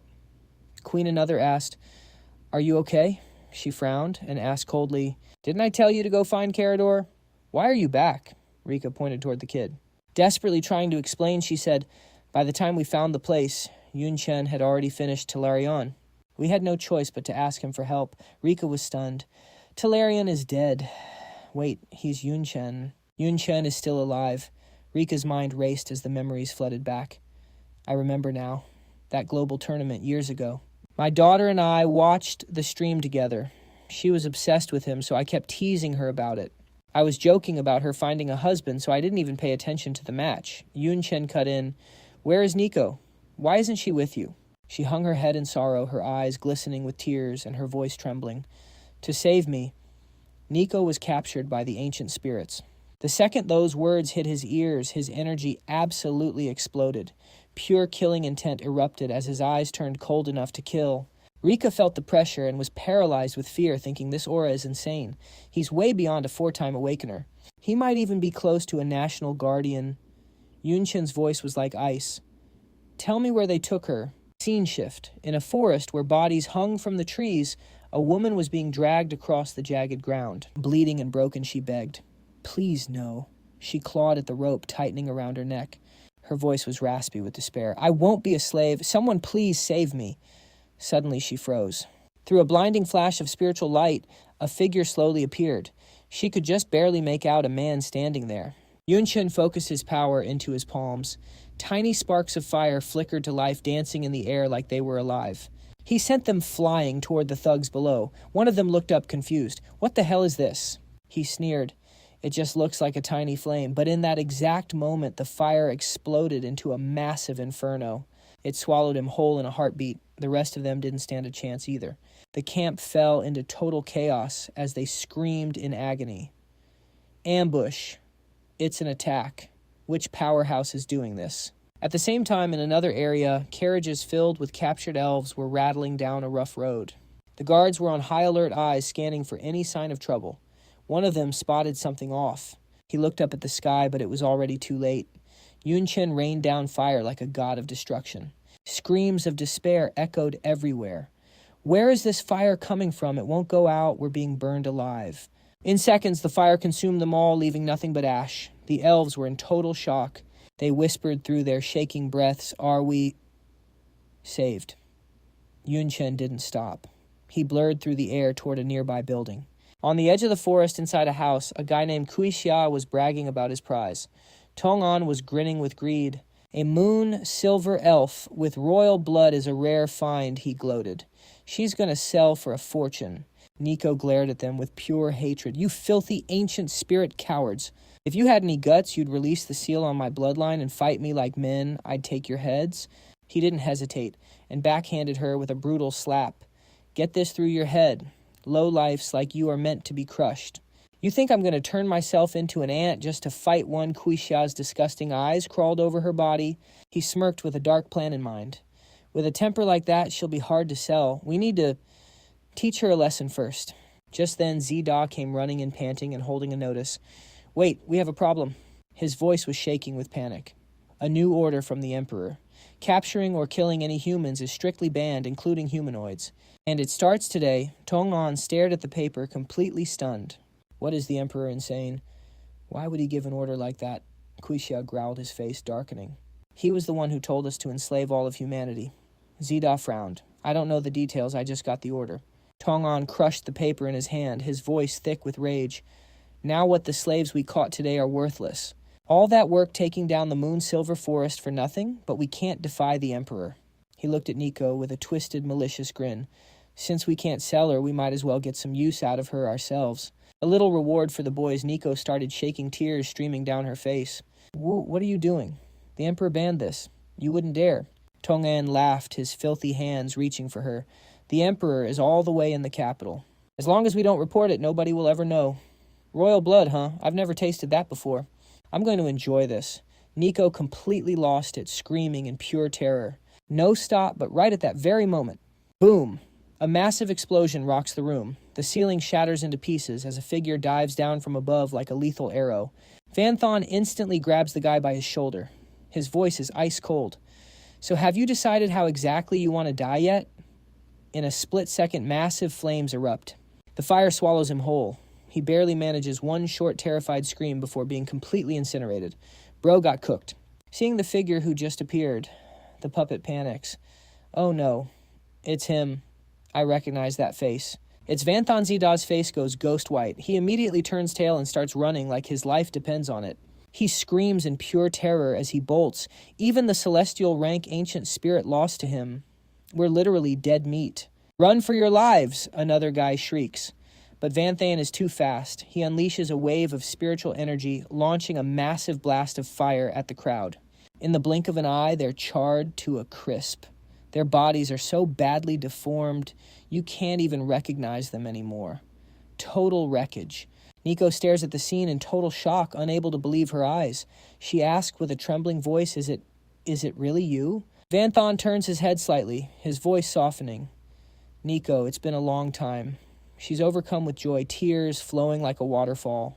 "Thank God, you're alive. You're really alive," Nico chokes out her voice, heavy with emotion.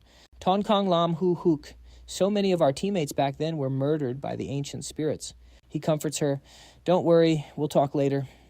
Slowly, the nightmare finally comes to an end, and the survivors start quietly cleaning up the ruins. As for the unlucky ones, they finally rest in peace, away from all the pain. Nico and Van Thon sit together on a giant green leaf. Listening to Nico tell everything that happened, he finally starts to understand the full picture. So that's how it went down. After taking over the Huyan Long Kingdom, the ancient spirits started purging all the minority races. Van Thon continues. The Silver Moon Elves hid well, so they weren't found until later, but they were still almost wiped out. He lowers his voice.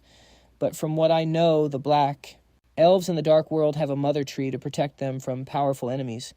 Don't you Silver Moon Elves have a mother tree too?" Rika speaks up. "It's not exactly like what you're saying, but we Silver Moon Elves do have a mother tree. It's right behind you." She points it out. That palace inside the tree. Van Thon is stunned. "Wait, you guys hollowed out the entire mother tree just to turn it into a tree palace?" Rika nods sheepishly. "Well, why not?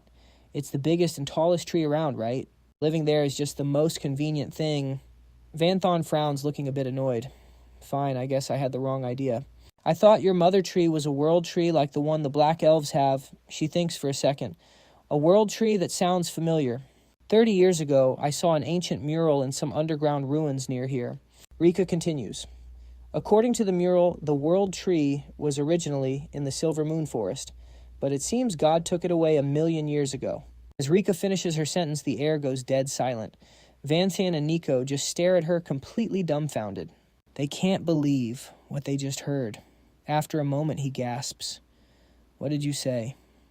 "God took the world tree away." Rika answers coldly. "At least that's what was written on the mural. But he left a few roots behind which are actually pretty useful. And as for those Black Elves you mentioned, you can't lump us together with them." She adds, "At the very least, the Silver Moon Elves are a product of the game and reality merging 70 years ago. Our ancestors were basically all human. We just have different looks and abilities. We don't have some crazy ancient heritage." Rika sits down slowly on the giant leaf. She pulls out a document, her expression turning dead serious. "Forget about the world tree for now. Let's talk about this." Rika emphasizes, "This isn't just some simple flyer. It's a letter of surrender for humanity." She analyzes the text. First it says, "Ancient spirits are forbidden from harming humans." That part is easy to understand, but the real kicker is what follows. The Great Emperor of the East is inviting all human experts to the capital to attend a power-sharing ceremony in 1 month. Rika explains, "You know that even though the Huyan Long Kingdom is occupied and the humans were defeated, there are still many powerful people left in this country. They've been hiding in the shadows, forming all sorts of different factions and groups." Rika continues, "Some groups are just hiding, trying to survive day by day. Others haven't given up the fight and are running guerrilla missions. They keep harassing the ancient spirit outposts. This move by the Great Emperor is clearly meant to offer them a way out by sending this surrender letter. At least that's what it looks like on the surface." Van Than notes, "I don't buy for a second that the Great Emperor is being kind. The surrender is real, but the goal is to lure out all the human forces. He wants to gather them all so he can wipe them out in one go. He continues, "This decree won't just attract the ones who want to give up. It'll attract the rebels who want to kill him too. Since he's attending the ceremony personally, many human experts will see it as the perfect chance. It's the ultimate chance to assassinate him, Van Than reasons. And the Great Emperor obviously knows that. This is a total setup. So he's pulling a reverse card. He wants to turn the ones who surrender into minions and straight up delete everyone who resists." He locks eyes with Rika, his voice filled with doubt. "So are you the type to fold or the type to fight back?" Her gaze drops as she goes quiet for a long moment. Then, in a low voice, she says, "Me well, speak of the devil." Suddenly, several elders rush over their faces, pale with panic. "Your Majesty, stop. We have to be careful about this. The survival of our entire clan is on the line. Please listen to what we have to say." One of them speaks up first, sounding totally defeated. "The humans already took an L. Even their capital's gone. Fighting back now is just pointless." The one next to him doubles down. "That bloodline suppression is literally broken. Fighting them is a one-way ticket to the grave." Another one chimes in. "There are only 3,000 Silver Moon Elves left. Surrendering is the only way to save them." Nico snaps and stands up, totally fuming. "You guys were the ones who told us to hide before, and look what happened. Our home got wrecked, and now you want to run again. How much longer are you cowards going to play it safe?" The elder claps back. "If we fought, then we would have been wiped out even sooner. Is staying alive for a few more months a bad thing?" She's so tilted she can't even find the words. Hearing the commotion, everyone looks up. Someone asks, "What's the tea?" Another person replies, "No idea, looks like Nico," and the elders are throwing hands, verbally. "I heard it's something about surrendering." Nico stands there with his arms crossed, his expression cold and unmoving. He's not budging from his spot. "I'm not folding. If we'd backed the humans from the start, we might have actually won this." Rika just gives a gentle smile, her voice calm but firm. "Nico, you've got it all wrong, honey. Looking back, even if we jumped in, then it wouldn't have changed a thing. That bloodline debuff would have caught us all lacking." She screams out in shock. "Wait, what? Even Mom wants to surrender." Rika stays composed. "I'm making my decision right now." Rika steps forward to face her people, her voice booming like thunder. "Listen up. I'm officially declaring that the Silver Moon Elves will attend this, and we're declaring war on the Great Emperor."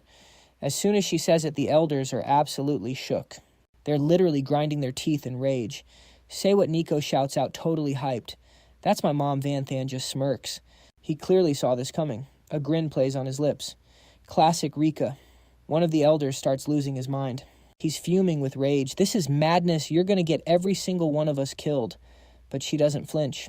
Her gaze is steady as a rock. "And you think surrendering means no one dies? Who's going to guarantee the Emperor keeps his word?" Rika stays firm. Putting your life in someone else's hands is peak stupidity. Besides, things aren't like they were when the ancient spirits first arrived. She continues, "Back then, nobody knew about that bloodline suppression. All the players got caught off guard, but it's been over a year now. Any powerhouse who's still alive and has the guts to fight back already knows how the suppression works." Rika's voice rings out again. "They're out for blood, and they're all gathering at the East Capital. They're the most reliable allies we could ask for." She keeps going. "Only by teaming up with them. Rika is certain that's our only real shot at surviving." She breaks it down. "We've got zero chance against the ancient spirits on our own.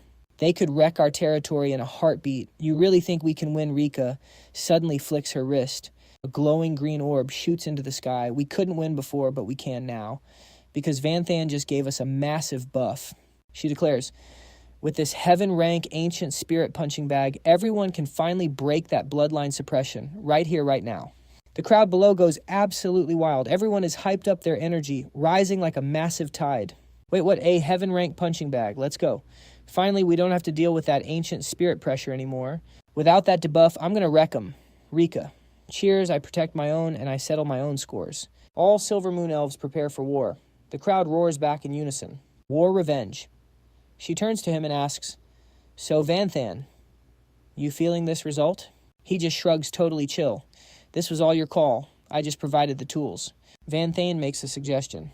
"Since you've chosen to fight, you should link up with the Vengeance Legion I'm in. They're using the same punching bags. They're legit." Rika's eyes light up. "Vengeance Legion sounds fire. Give me the coordinates. We'll use the World Tree routes to warp there. Somewhere in an underground base, a subordinate bows low. He respectfully hands a notice to General Ha with both hands. Sir, our soldiers found this on the road. He continues his report. They also spotted some ancient spirits riding captured bird beasts. They're dropping these from the sky. If I'm not mistaken, we're not the only faction that's found one of these. Her eyes are locked on the text of the notice, her face turning ice cold. A decree from the great emperor. So that's how it is. The subordinate gives his take. General Ha surrendering is off the table. We're going to have to fight these ancient spirits to the death. But the problem is, our current squad isn't enough. It's better to skip this ceremony and wait for another opening. Kuin Than shut it down immediately. He won't give us that kind of time. The great emperor of Donggu is trying to smoke us out. That second decree is coming very soon. Van Duong rushed over to her. Lady Ha, the situation is clear. We never actually had a choice from the start. Best to gear up for war right now. Kuin Than spun around, her cloak fluttering with a sharp flick of her hand. She dropped the order. Fine. 1 month from now, at the ceremony, it's a death match against the great emperor. She pointed straight at the girl, but not everyone is hitting the field. And that includes you, Van Duong. The girl froze, eyes wide. She pointed at herself in shock. Me. The air in the underground base went dead silent. It felt like the whole room was frozen for a few breaths. Van Duong frowned, her voice full of confusion and salt. Why can't I go out, Lady Ha? Are you worried I'll just be dead weight? The girl asked. Van Duong might not have a high rank, but when it comes to raw combat power, honestly, not many in this base can touch me. Why can't I fight by your side? Kuin Than spoke coldly. Because you have another mission to carry out. Van Duong asked, curious, what mission could possibly be more important than taking down the Emperor? She glanced back, her eyes sharp as a blade. Are you trying to defy a direct military order? The girl went silent, totally shook. Her hands gripped each other tight. The man standing behind Van Duong sighed, his thoughts racing. Van Duong, don't you get it? General Ha is doing this to protect you. This final battle is pure suicide. We have to leave a backup plan. The thoughts kept spinning in his head. If we all get wiped out, you are the spark General Ha is leaving behind. You are the last hope for this base. Meanwhile, Rika led Van Than through the forest toward the World Tree. As they walked, she spoke softly. According to the murals, the World Tree was originally in Silver Moon Forest, but for some reason, the gods moved it. Rika continued. Luckily, it left behind plenty of roots. They are super useful. If it wasn't for those roots, I would even doubt the murals were real. He stayed quiet. I remember when the gods jumped me. It was the World Tree's roots that saved my life. It even carried me over 1 million miles to the Dark Elf Forest in an instant. In a flash, they stopped in front of a pitch-black pit that seemed bottomless. Massive roots burst out from the pit, twisting like the world's veins. She cheered. Hey, we're here. Rika added, this is where the World Tree used to stand. With that, she dove straight into the pit. Just get down there first. Soon enough, they reached the bottom. Rika grabbed a root and explained. World Tree roots have a teleport effect. Find one spot, and you can warp anywhere the roots reach. She explained. Since they stabilize the whole world, these roots are everywhere. So, theoretically speaking, if you find enough roots, you could literally teleport to any corner of the globe. Rika held up a root for Van Than. She said slowly, if you want to head back to the Vengeance Legion, this is the one. It warps you right near Sky Cloud City. He grabbed it. Got it. I will brief the Vengeance Legion on the situation. For them, the Silver Moon Elves will be a massive power-up. Suddenly, a scream came from above. Your Majesty, it is bad. The woman tossed a flyer down without a second thought. The great emperor just dropped a second decree. We literally just got the news. In an instant, she caught the flyer. Rika scanned it, her face going dark. A second decree. What is this guy planning now? She shrieked in panic. This is bad. On top of the ceremony, the emperor is holding a public execution. Rika cried out. He is planning to publicly execute the guardian general of the Black Dragon Kingdom. Van Than's eyes widened. General Lu, isn't that Lu Duolin's father? Damn it. I didn't think the emperor would play this card. She looked worried, her face grim. The guardian general. He is not just their strongest warrior. He is the icon of the whole nation. If he is executed in public, for the pride and morale of every awakener, it will be a total wipeout. Rika nodded. You are right. He is forcing everyone who resists to attend the ceremony. He wants to delete us all in one go. He muttered, we are running out of time. Van Thon squeezed the root. A burst of spiritual light exploded around him, his eyes burning with battle spirit. I am heading back to Sky Cloud City to bring the Vengeance Legion. Moments later, outside Sky Cloud City. The flat ground suddenly shook violently before ripping wide open. Giant cracks spread like spider webs as if something massive was struggling to burst out from below. In a flash, a colossal tree root pierced straight through the surface. It slowly split apart, releasing a blinding divine light that revealed his silhouette. Van Than touched down lightly, looking completely unfazed. Without a second of hesitation, spirit wings erupted from his back. Van Thon soared into the sky. By now, the news had reached the base, and everyone was freaking out. Whispers broke out everywhere. What are we supposed to do? No one expected the great emperor of Donggu to drop 2 orders at once. Do and Da looked up with a distant gaze and let out a soft whistle.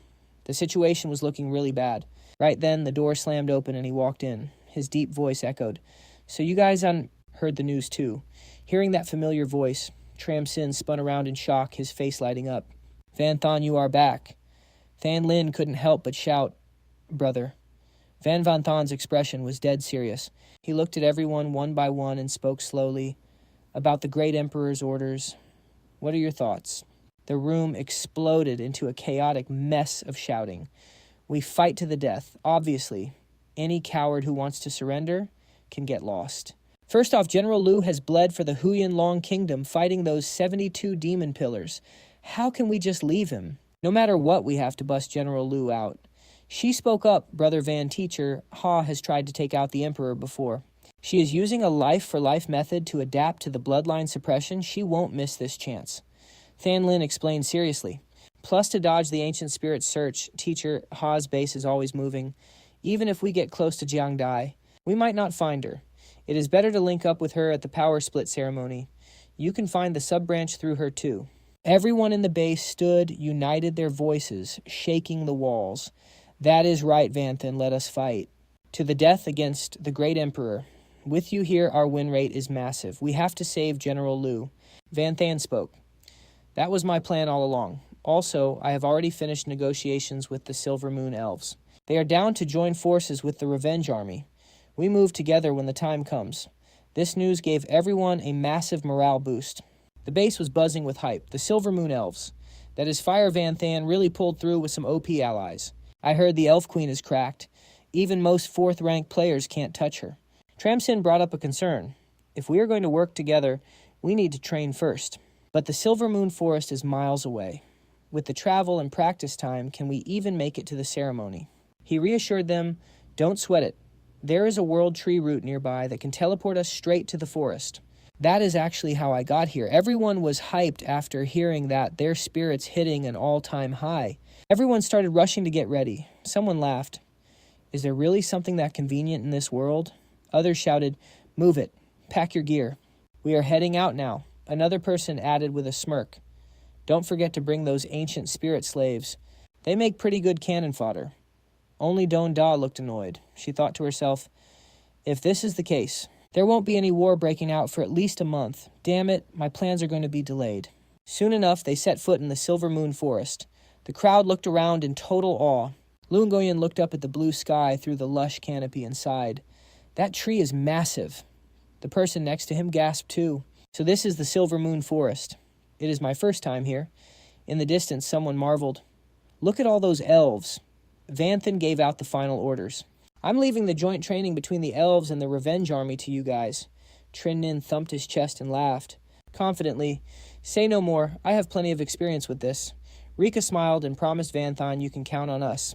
After that, he quickly walked away, his mind racing. Everything is set up perfectly. Now it is time to craft my ultimate weapon. Reaching a deserted open field, Vanthan swiftly unrolled a scroll. It looked like a blank blueprint, but it was actually a special, god-tier item meant to stay hidden from prying eyes. With a flick of his hand, countless items appeared and floated in the air around him. Better to use this out here in the middle of nowhere. Vanthan grabbed Chitado's heart and pressed it firmly onto the scroll. Following the Void Sex ritual, he added the main material. First, the heart of Chitado. In an instant, the heart merged with the scroll, the two becoming one and releasing an insane amount of power as it hovered. Vanthan continued the crafting process. Next, he added the rest of the S-rank submaterials like the Tyrant Demon Core. The steel black demon wolf, bones the gale crystal, the wise one's blessing, jade and the green field heaven pearl. His voice continued to echo. These 5 submaterials are all stat boosters. They can massively buff my strength, stamina, agility, intelligence, and endurance. But just these alone, not enough for a real weapon. Vanthan swiped his hand and the items started spinning like crazy. I have to add elemental properties like fire, poison, ice, lightning, light, and dark. He shouted into the void. No matter what skill I use, it has to hit peak performance. Vanthan continued. If it transforms into armor, flight gear, or special support weapons, it needs top-tier defense speed and even underwater combat capabilities. So I can't skip the rare materials either. Adding a piece of the World Tree branch, that'll give me healing buffs and soul-shredding damage. As soon as he finished speaking, the items turned into beams of light streaking toward the spearhead and fusing at insane speeds. He reached out toward the weapon in progress, primal light reflecting in his eyes. Every power is ready. It can shift into any form now. The forging is done. My ultimate weapon is... Suddenly Vanthan stopped, his eyes narrowing. Wait, it's still not enough. He rubbed his chin deep in thought. No matter how many S-rank materials I use, they're just things created by the gods of this world. The limit is just legendary rank. If I want to break past that, I need something beyond this world, something beyond even the gods. For example, he opened his palm and a blinding red light shot out instantly. A god's corpse appeared before him. His voice turned low and serious.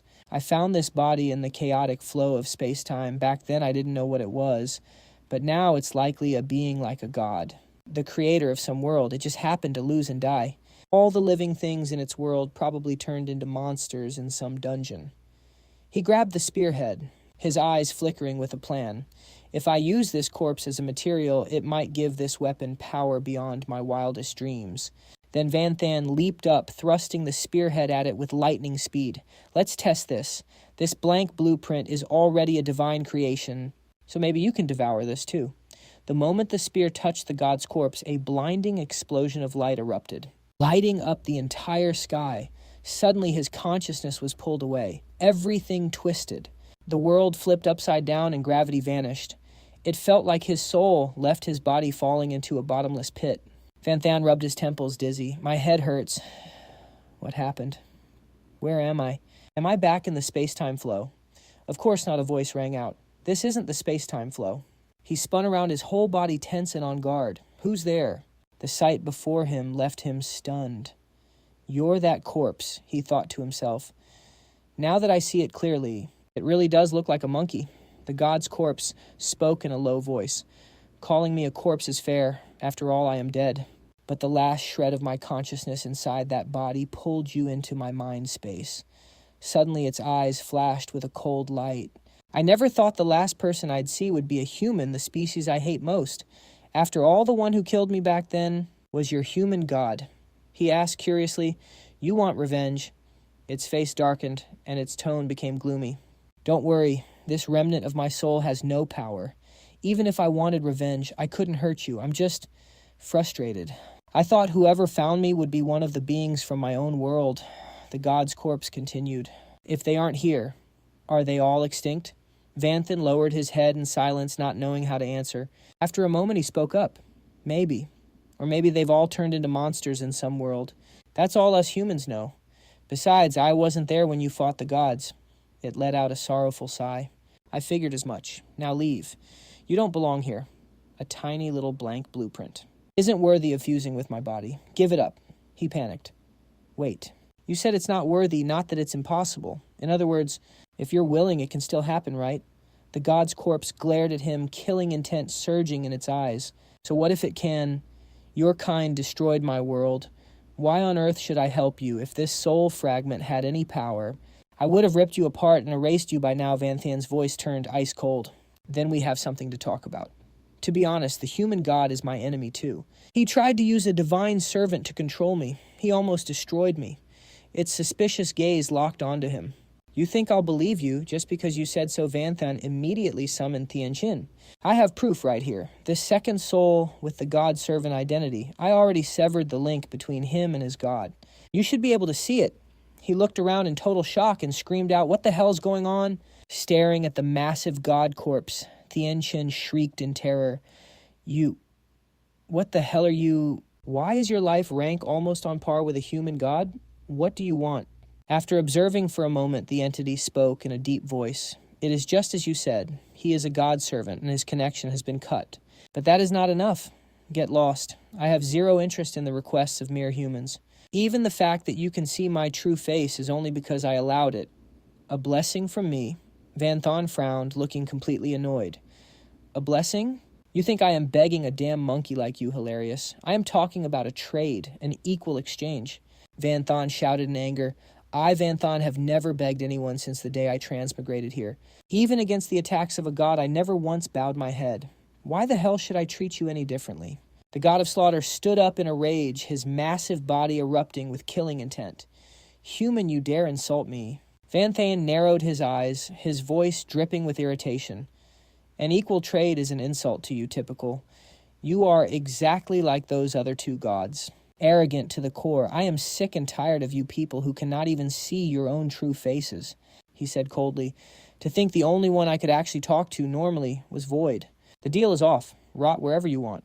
I do not need you as a material anyway. My weapon will still be fire without you. Peace out. Tianqin panicked and rushed to speak. Wait, do not leave yet. Take me with you. Just as Van Than turned to leave, the entity's voice rang out, filled with pure shock. Hold on. Did you say Void? The god corpse trembled, his eyes shrinking as his voice turned heavy. You know Void? Is he still alive? Van Than immediately gave an order. Lai Tianqin, leave us. Go back first. The god paused for a beat, quickly pulling his emotions back together. Once Tianqin was gone, the boy finally answered. He is alive, currently wandering through the dark world. This gear I am wearing was a gift from him, made from the stone of 10,000 calamities. The entity burst into laughter, the sound echoing through the silent space. Tears suddenly began to stream down, drenching his withered face. Ha ha ha ha. A rare radiance shone on the god corpse's face. He is alive. As long as he is alive, that is all that matters, my friend. So you are still out there fighting? Van Than asked curiously, Is Void your friend? The entity nodded slowly, his voice softening. Yes, but, unlike me, he could not create his own world. He suffered a huge loss because of that. The boy was stunned and asked, What do you mean by suffered a loss? The god of slaughter pointed straight at Van Than, his gaze turning deep. It seems you still do not know. Our existence is different from yours. We were not created by anyone. We were born from the universe itself. When we first awakened, we were just like any other creature. Despite our insane life rank, we acted like mindless infants. We did not know why we were born or what power we held. The god corpse's voice continued to vibrate through the air. But there was one thing we knew for sure. Slaughter. Only by killing others could we become stronger. Kill every other being and you would rule everything. He continued, and so a massacre that lasted hundreds of years began. 1,000 years, 10,000 years, or even hundreds of millions of years. Everyone wanted to be the last one standing. The god of slaughter went on. During that endless war, our understanding of the universe finally became clear. Some began to discover that by temporarily sacrificing their own power, they could create a world inside their own bodies. They became creator gods. He explained further, the world is a wasteland at first. Only the lowest forms of life exist, but as time passes, the world slowly evolves. It becomes diverse and rich. Because of that, the creator god grows stronger and stronger, far surpassing their power before the creation. The god of slaughter spoke calmly. As the world continues to evolve, life evolves with it. Eventually, high-level intelligent beings with souls are born, and with them the life rank of the god is pushed even higher. It finally clicked for the boy. So that is how the life rank can be upgraded. The entity mocked him. It certainly is. Why do you want to learn how to create a world too? Kid, Van Than replied coldly, a smirk playing on his lips. Not right now, but who knows, maybe one day I will accidentally create one. He asked, wait. Based on what you said, creator gods just need peace. If developing your own world makes you stronger, then there is no reason to keep killing each other, right? The entity's voice grew grim. At first, everyone thought the same thing. The god of slaughter recalled until one day. So there was this creator god who accidentally found out that by killing high-level life forms in another world and devouring their souls, they could get stronger way faster. He stopped for a second, his voice turning cold. From then on, a new cycle of slaughter began. This time it was way more brutal than before. The elites of that world also started following their god into war. Hearing this, cold sweat broke out on Van Than's face. So that's the secret. This is the true meaning of sacrificing enemy corpses and why these worlds keep killing each other. The god of slaughter nodded in agreement. Exactly, but the creator gods hide all of this. After all, high-level beings have brains and emotions. They can calculate their own gains and losses, he continued. So instead of a selfish reason, like making a god stronger, they are ready to fight for so-called noble causes, like power, wealth, or protecting their families. He was stunned, his face full of horror. So the real reason the human god tried to kill me back then was because I accidentally saw the truth. The human god growled. Back then, I sacrificed a demon scion's corpse and used a fragment of the wailing staff to see the god devouring souls. I didn't get what he was doing then, but I clearly touched the truth. That's why the human god even forced his way into the dark world, just to wipe me out. If the world tree hadn't helped, I'd be dead already. He frowned, eyes flashing with rage. Too bad he didn't expect that move would actually help me out, even giving me the ability to break through the rank suppression. Van Than asked next, in your words, the world is just a tool for gods to get stronger. Once a god takes out all his rivals, what does he do with his own world? The god of slaughter rubbed his chin, thinking, if I was the winner, I'd probably just sit back and watch the world evolve, seeing just how far those high-level beings could go. But the human god and the dark god, from what I know about them, suddenly his face turned into a cruel, wicked grin. Obviously, they'd have a massive feast and completely swallow their own world. He suddenly remembered what the world tree said years ago. No wonder the tree said the day one world wins is the day the world ends. The void must have told him. Seems like the void really knows those two gods. The god of slaughter replied calmly. Of course, because in the initial slaughter when we were first born, the void was actually the strongest. Everyone even thought the void would be the ultimate winner. He continued, his voice full of cold regret. Such a shame that guy had one fatal flaw, he was way too stubborn. While everyone else started creating worlds, he looked down on that indirect method, insisting on getting stronger on his own. The god of slaughter paused, his eyes darkening. The result. The human god and dark god created worlds. Got massively buffed and teamed up to ambush him. He lost the power to create a world, and his fate became unknown. He said firmly, now it looks like for some reason he ended up in the world of the dark god. That guy isn't the type to stay quiet. He's definitely planning to cause some chaos. Van Than confirmed, you're right about that. He's even trying to recruit me to fight both gods at once. Looks like the final mystery is solved. Thoughts raced through his mind. When I entered the Void City in those memories, I saw the Void meeting little Nana while he was heavily injured. The ones who wrecked him were those two gods. Since he failed because he didn't create a world, that's why he's so obsessed with life. Van Than made a bold offer. You damn monkey. This info is huge. To pay you back before your consciousness fades. Tell me your last wish and I'll try to make it happen. The god of slaughter was stunned and confused. My wish. What I'm most worried about are the living things in my world. They look just like me. If you can find them or their descendants, please give them a place to belong. He teased him half-jokingly. I'll try as long as I can actually find them. So do you want to be the final material for my weapon? And keeping your corpse around is useless anyway. Hearing those words, he immediately blew up in rage, swiping at Van Than with lightning speed. Roaring in anger. Get lost. Remember, my name is the God of Slaughter. I'll never give the people of an enemy world any kind of handouts. He quickly leaped back, his body moving like a flash of lightning to dodge. His voice rang out mockingly, don't be so stingy, at least give me an arm. Or a finger would work. Van Than's voice continued to echo. Come on, we can talk this out like adults. The God of Slaughter chuckled, heh. But to be fair, the soul of a brat. Like you doesn't even belong to the human god's world. His shadow quickly faded away. Giving you a hand might not be impossible after all.